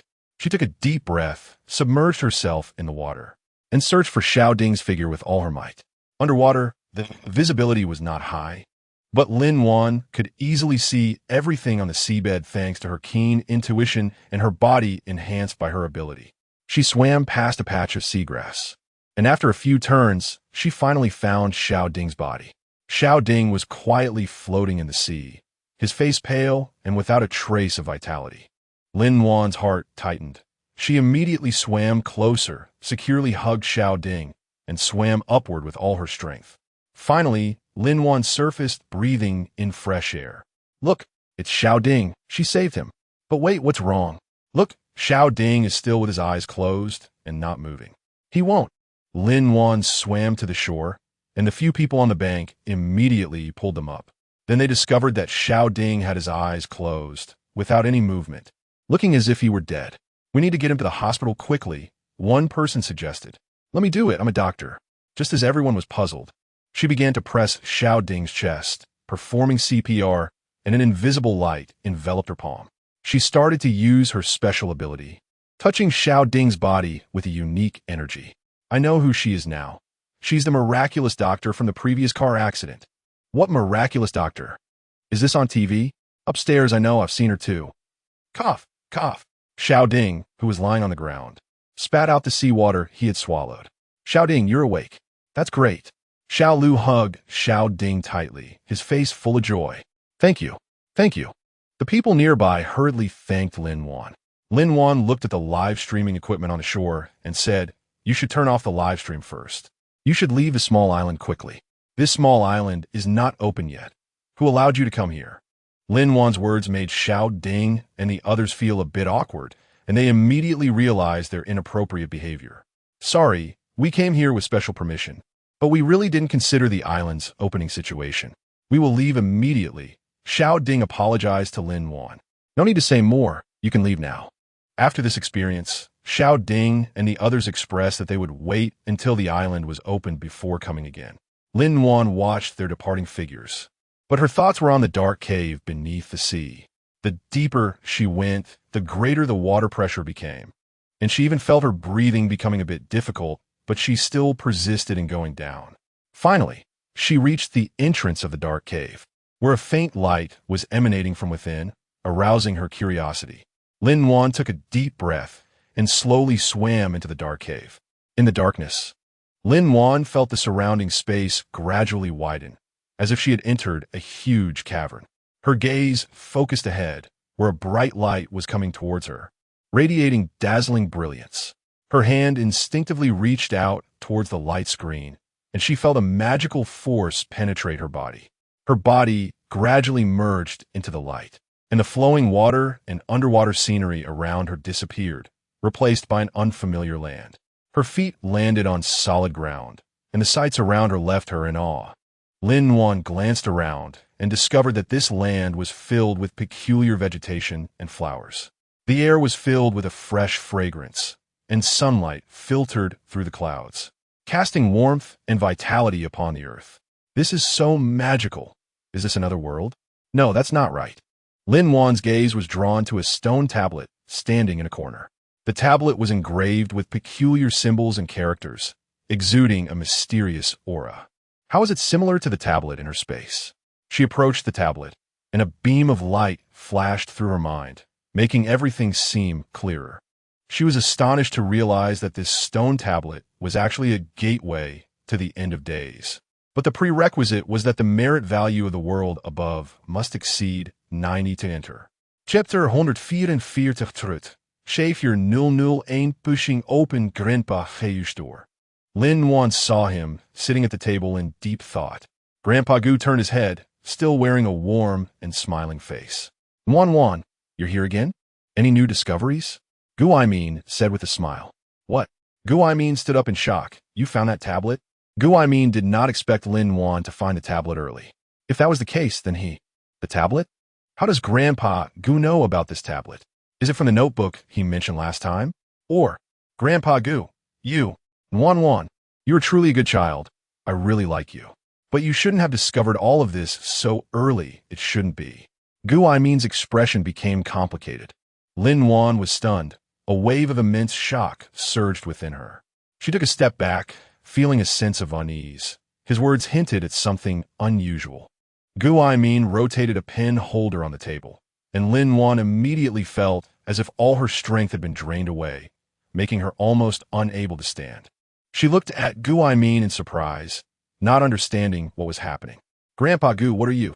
Lin Wan's voice choked up. She wanted to continue speaking, but it felt as if something was blocking her throat, preventing her from producing a clear sound. Gu expression turned cold and gloomy. He looked at Lin Wan, as if admiring a tragic painting. Lin Wan's heart sank suddenly, and she gradually realized that she was caught in a dangerous situation. Wan, do you know? Your space actually belongs to me. I am Savior number 001. I did so many good deeds for the sake of merit, and what was the result? I only wanted to achieve immortality. I sent all the resources of this world to us. What does it matter? Gu voice grew louder. Perhaps it was because he hadn't communicated with others for too long, or because he believed that Lin Wan was destined to die. Gu began to confide in her about his experiences after obtaining the space. At first, he thought the space was great, allowing his family to live a happy and joyful life. However, gradually, his sense of satisfaction disappeared. He yearned to become an existence beyond the ordinary. He longed for immortality. Thus, Gu traveled between two worlds through the stone tablet. But unfortunately, the world consciousness discovered his actions. It took away his space and placed it in this world, while simultaneously canceling his special abilities, bringing him closer to death. However, due to his plundering of too many resources from the world, the apocalypse finally arrived. As for those crystals, They were all prepared by him in advance to research methods for achieving immortality. Later, Gao Xianfeng discovered all of this. And in order to save Lin Wan, he engaged in a series of collaborations and struggles with Gu Aimin, which is why Lin Wan appeared in the apocalypse. Wan, you see, you should have died a long time ago. It was because of me that I gave you a chance. Gu Aimin walked over and squatted down. Not all like a patient. Look, thanks to the food from your space, my abilities may not have fully recovered, but my body is indeed much better. I know you will tell Bai Zhengquan and the others about the stone tablet. They are different from you, and they will definitely think of me upon seeing it. So, I'm sorry. Lin Wan lay on the ground, looking at Gu Aimin in disbelief. She had once regarded Gu Aimin as her grandfather, respecting and trusting him. However, now she realized that he was such a selfish and cold-hearted person. For his own desires, he was willing to sacrifice the lives and happiness of others. Seeing Gu Aimin pull out a gun, Lin Wan could only hate that she was too late to inform the others, and with no way to enter the space. It seemed that this time she was truly going to die. Bang! Lin Wan and Gu Aimin were both stunned, and they quickly turned to look out the window, but saw nothing. Who is it? Gu Aimin held his shot hand. The next moment, the door swung open, and Bai Zhengquan entered with a group of people. Old Gu, I didn't expect it to really be you. Lin Wan was helped onto the stretcher, anxiously looking at Bai Zhengquan. Lin Wan looked at Grandpa Bai like this and instantly relaxed, falling into a deep sleep from which she was carried away. Bai Zhengquan waved his hand, signaling others to leave. Chief, but get out. Yes. Old Bai, do you know? Sometimes I really wish I had never received. By the time the sun was high in the sky and sunlight was shining on the hospital bed, Lin Wan slowly opened her eyes. She looked around and found herself in a hospital room with Zhuo Hongshu right beside her. Lin Zong, you're awake, Zhuo Hongshu said with concern, revealing a hint of a relieved smile. Lin Wan struggled to sit up and anxiously asked, Hongshu, I urgently need to find Grandpa Bai. Can you help me contact him? Okay, don't worry. General Bai told me to notify him as soon as you wake up, Zhuo Hongshu said as he walked out. Lin Wan sat on the bed in a daze, still a bit unable to believe that Grandpa Gu was actually that kind of person. Shaolin, it's good that you're awake. Bai Zhengquan walked in and saw her looking a bit dazed.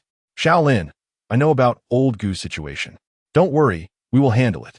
Bai Zhengquan understood that because of Gu Jing, Lin Wan had always regarded Gu Aimin as her own grandfather, which might make it difficult for her to deal with this relationship. That's right, don't worry. Li Zhui, who had just walked in, echoed, Shaolin. What's more important now is the stone tablet you discovered. Grandpa Gu said that the stone tablet can take us to that world. Chapter 145, Finishing Yes. The stone tablet is a portal to another world. Grandpa Gu once told me that as long as the merit value of this world reaches over 90, we can enter the apocalypse world from here. Bai Zhengquan and Li Zhui exchanged glances. Shaolin, can you take us to see it? Of course. Lin Wan led them through the underground currents to their destination. As soon as they entered, they noticed the stone tablet trembling and emitting a strong wave of energy. The light of the portal gradually expanded, as if welcoming their arrival. How is this possible? The merit value hasn't even reached 90, Lin Wan exclaimed in surprise. At that moment, Bai Zhengquan's phone suddenly rang. He answered the call, and his expression became serious. It's old Gu. He has already left. Lin Wan fell into silence upon hearing the news. Her feelings were exceptionally complex, filled with both sadness and helplessness. Grandpa Gu. He had always sought the power of immortality, trying to extend his own life, yet he became trapped in the dilemmas of this world. For his own selfish desires, he did not hesitate to plunder the resources of other worlds, leading to the arrival of the apocalypse. His death brought joy to the world's consciousness, Lin Wan said painfully. Lin Wan silently stared at the stone tablet, lost in thought. She took a deep breath, unsure if Gu Jing had found her yet. Returning to the apocalyptic world, Lin Wan suddenly felt that the castle that had confined her wasn't so terrifying anymore. The former splendor and grandeur had long vanished, replaced by crumbling walls and weathered stone pillars. Her mood became anxious and restless, worried about the state of the apocalyptic world and her connection with Gu Jing. Lin Wan walked out of the bedroom and stepped into the castle's corridor. The empty corridor was filled with an air of antiquity and desolation, making her feel a sense of sorrow. She walked quickly, eagerly searching for clues. Her gaze swept over every room and corner, hoping to find some information. However, the castle remained deserted, with no signs that Gu Jing or Lin Wenxi had ever been there. Lin Wan felt an increasing sense of unease in her heart. Just as she was about to step out of the castle door, she suddenly saw a familiar figure coming in. It was Gu Jing. A surge of joy and relief welled up in Lin Wan's heart as she quickened her steps to meet him. Their gazes met in the air, as if all difficulties and the barriers of time and space had vanished. What? Lin Wan was taken aback, her mind a blur upon hearing Gu Jing's words. 2 years? Had she really been gone for 2 years? She released her embrace with Gu Jing, looking at him with a hint of confusion, filled with questions and disbelief. 2 years? I didn't stay there for long. How could it have been 2 years? Did time jump again? Lin Wan understood a bit. This is the self-rescue of the world's consciousness. Lin Wan raised her head, gazing into Gu Jing's eyes, and softly said, Gu Jing, I know the truth about the apocalypse. Lin Wan told Gu Jing about Gu Aimin's situation, including Bai Zhongquan and their current intentions. A trace of sadness flashed in Gu Jing's eyes, but he soon revealed a determined smile. That is the punishment he deserves. Although the natural disaster is gone, this world indeed needs help, and we are willing to cooperate. Lin Wan and Gu Jing closely collaborated to begin researching the issues of the stone tablet and the apocalypse world. They established a close cooperative relationship with Bai Zhongquan, Li Zhuai, and others, jointly formulating an action plan. In the end, they successfully restored the vitality and beauty of this world. Their efforts were met with appreciation and gratitude from the world's consciousness. Lin Wan and Gu Jing, along with their companions, established a new order and balance, allowing people to regain hope and happiness. They changed the world with their strength and forged their own legend. They will forever remember love and hope, striving for a better future.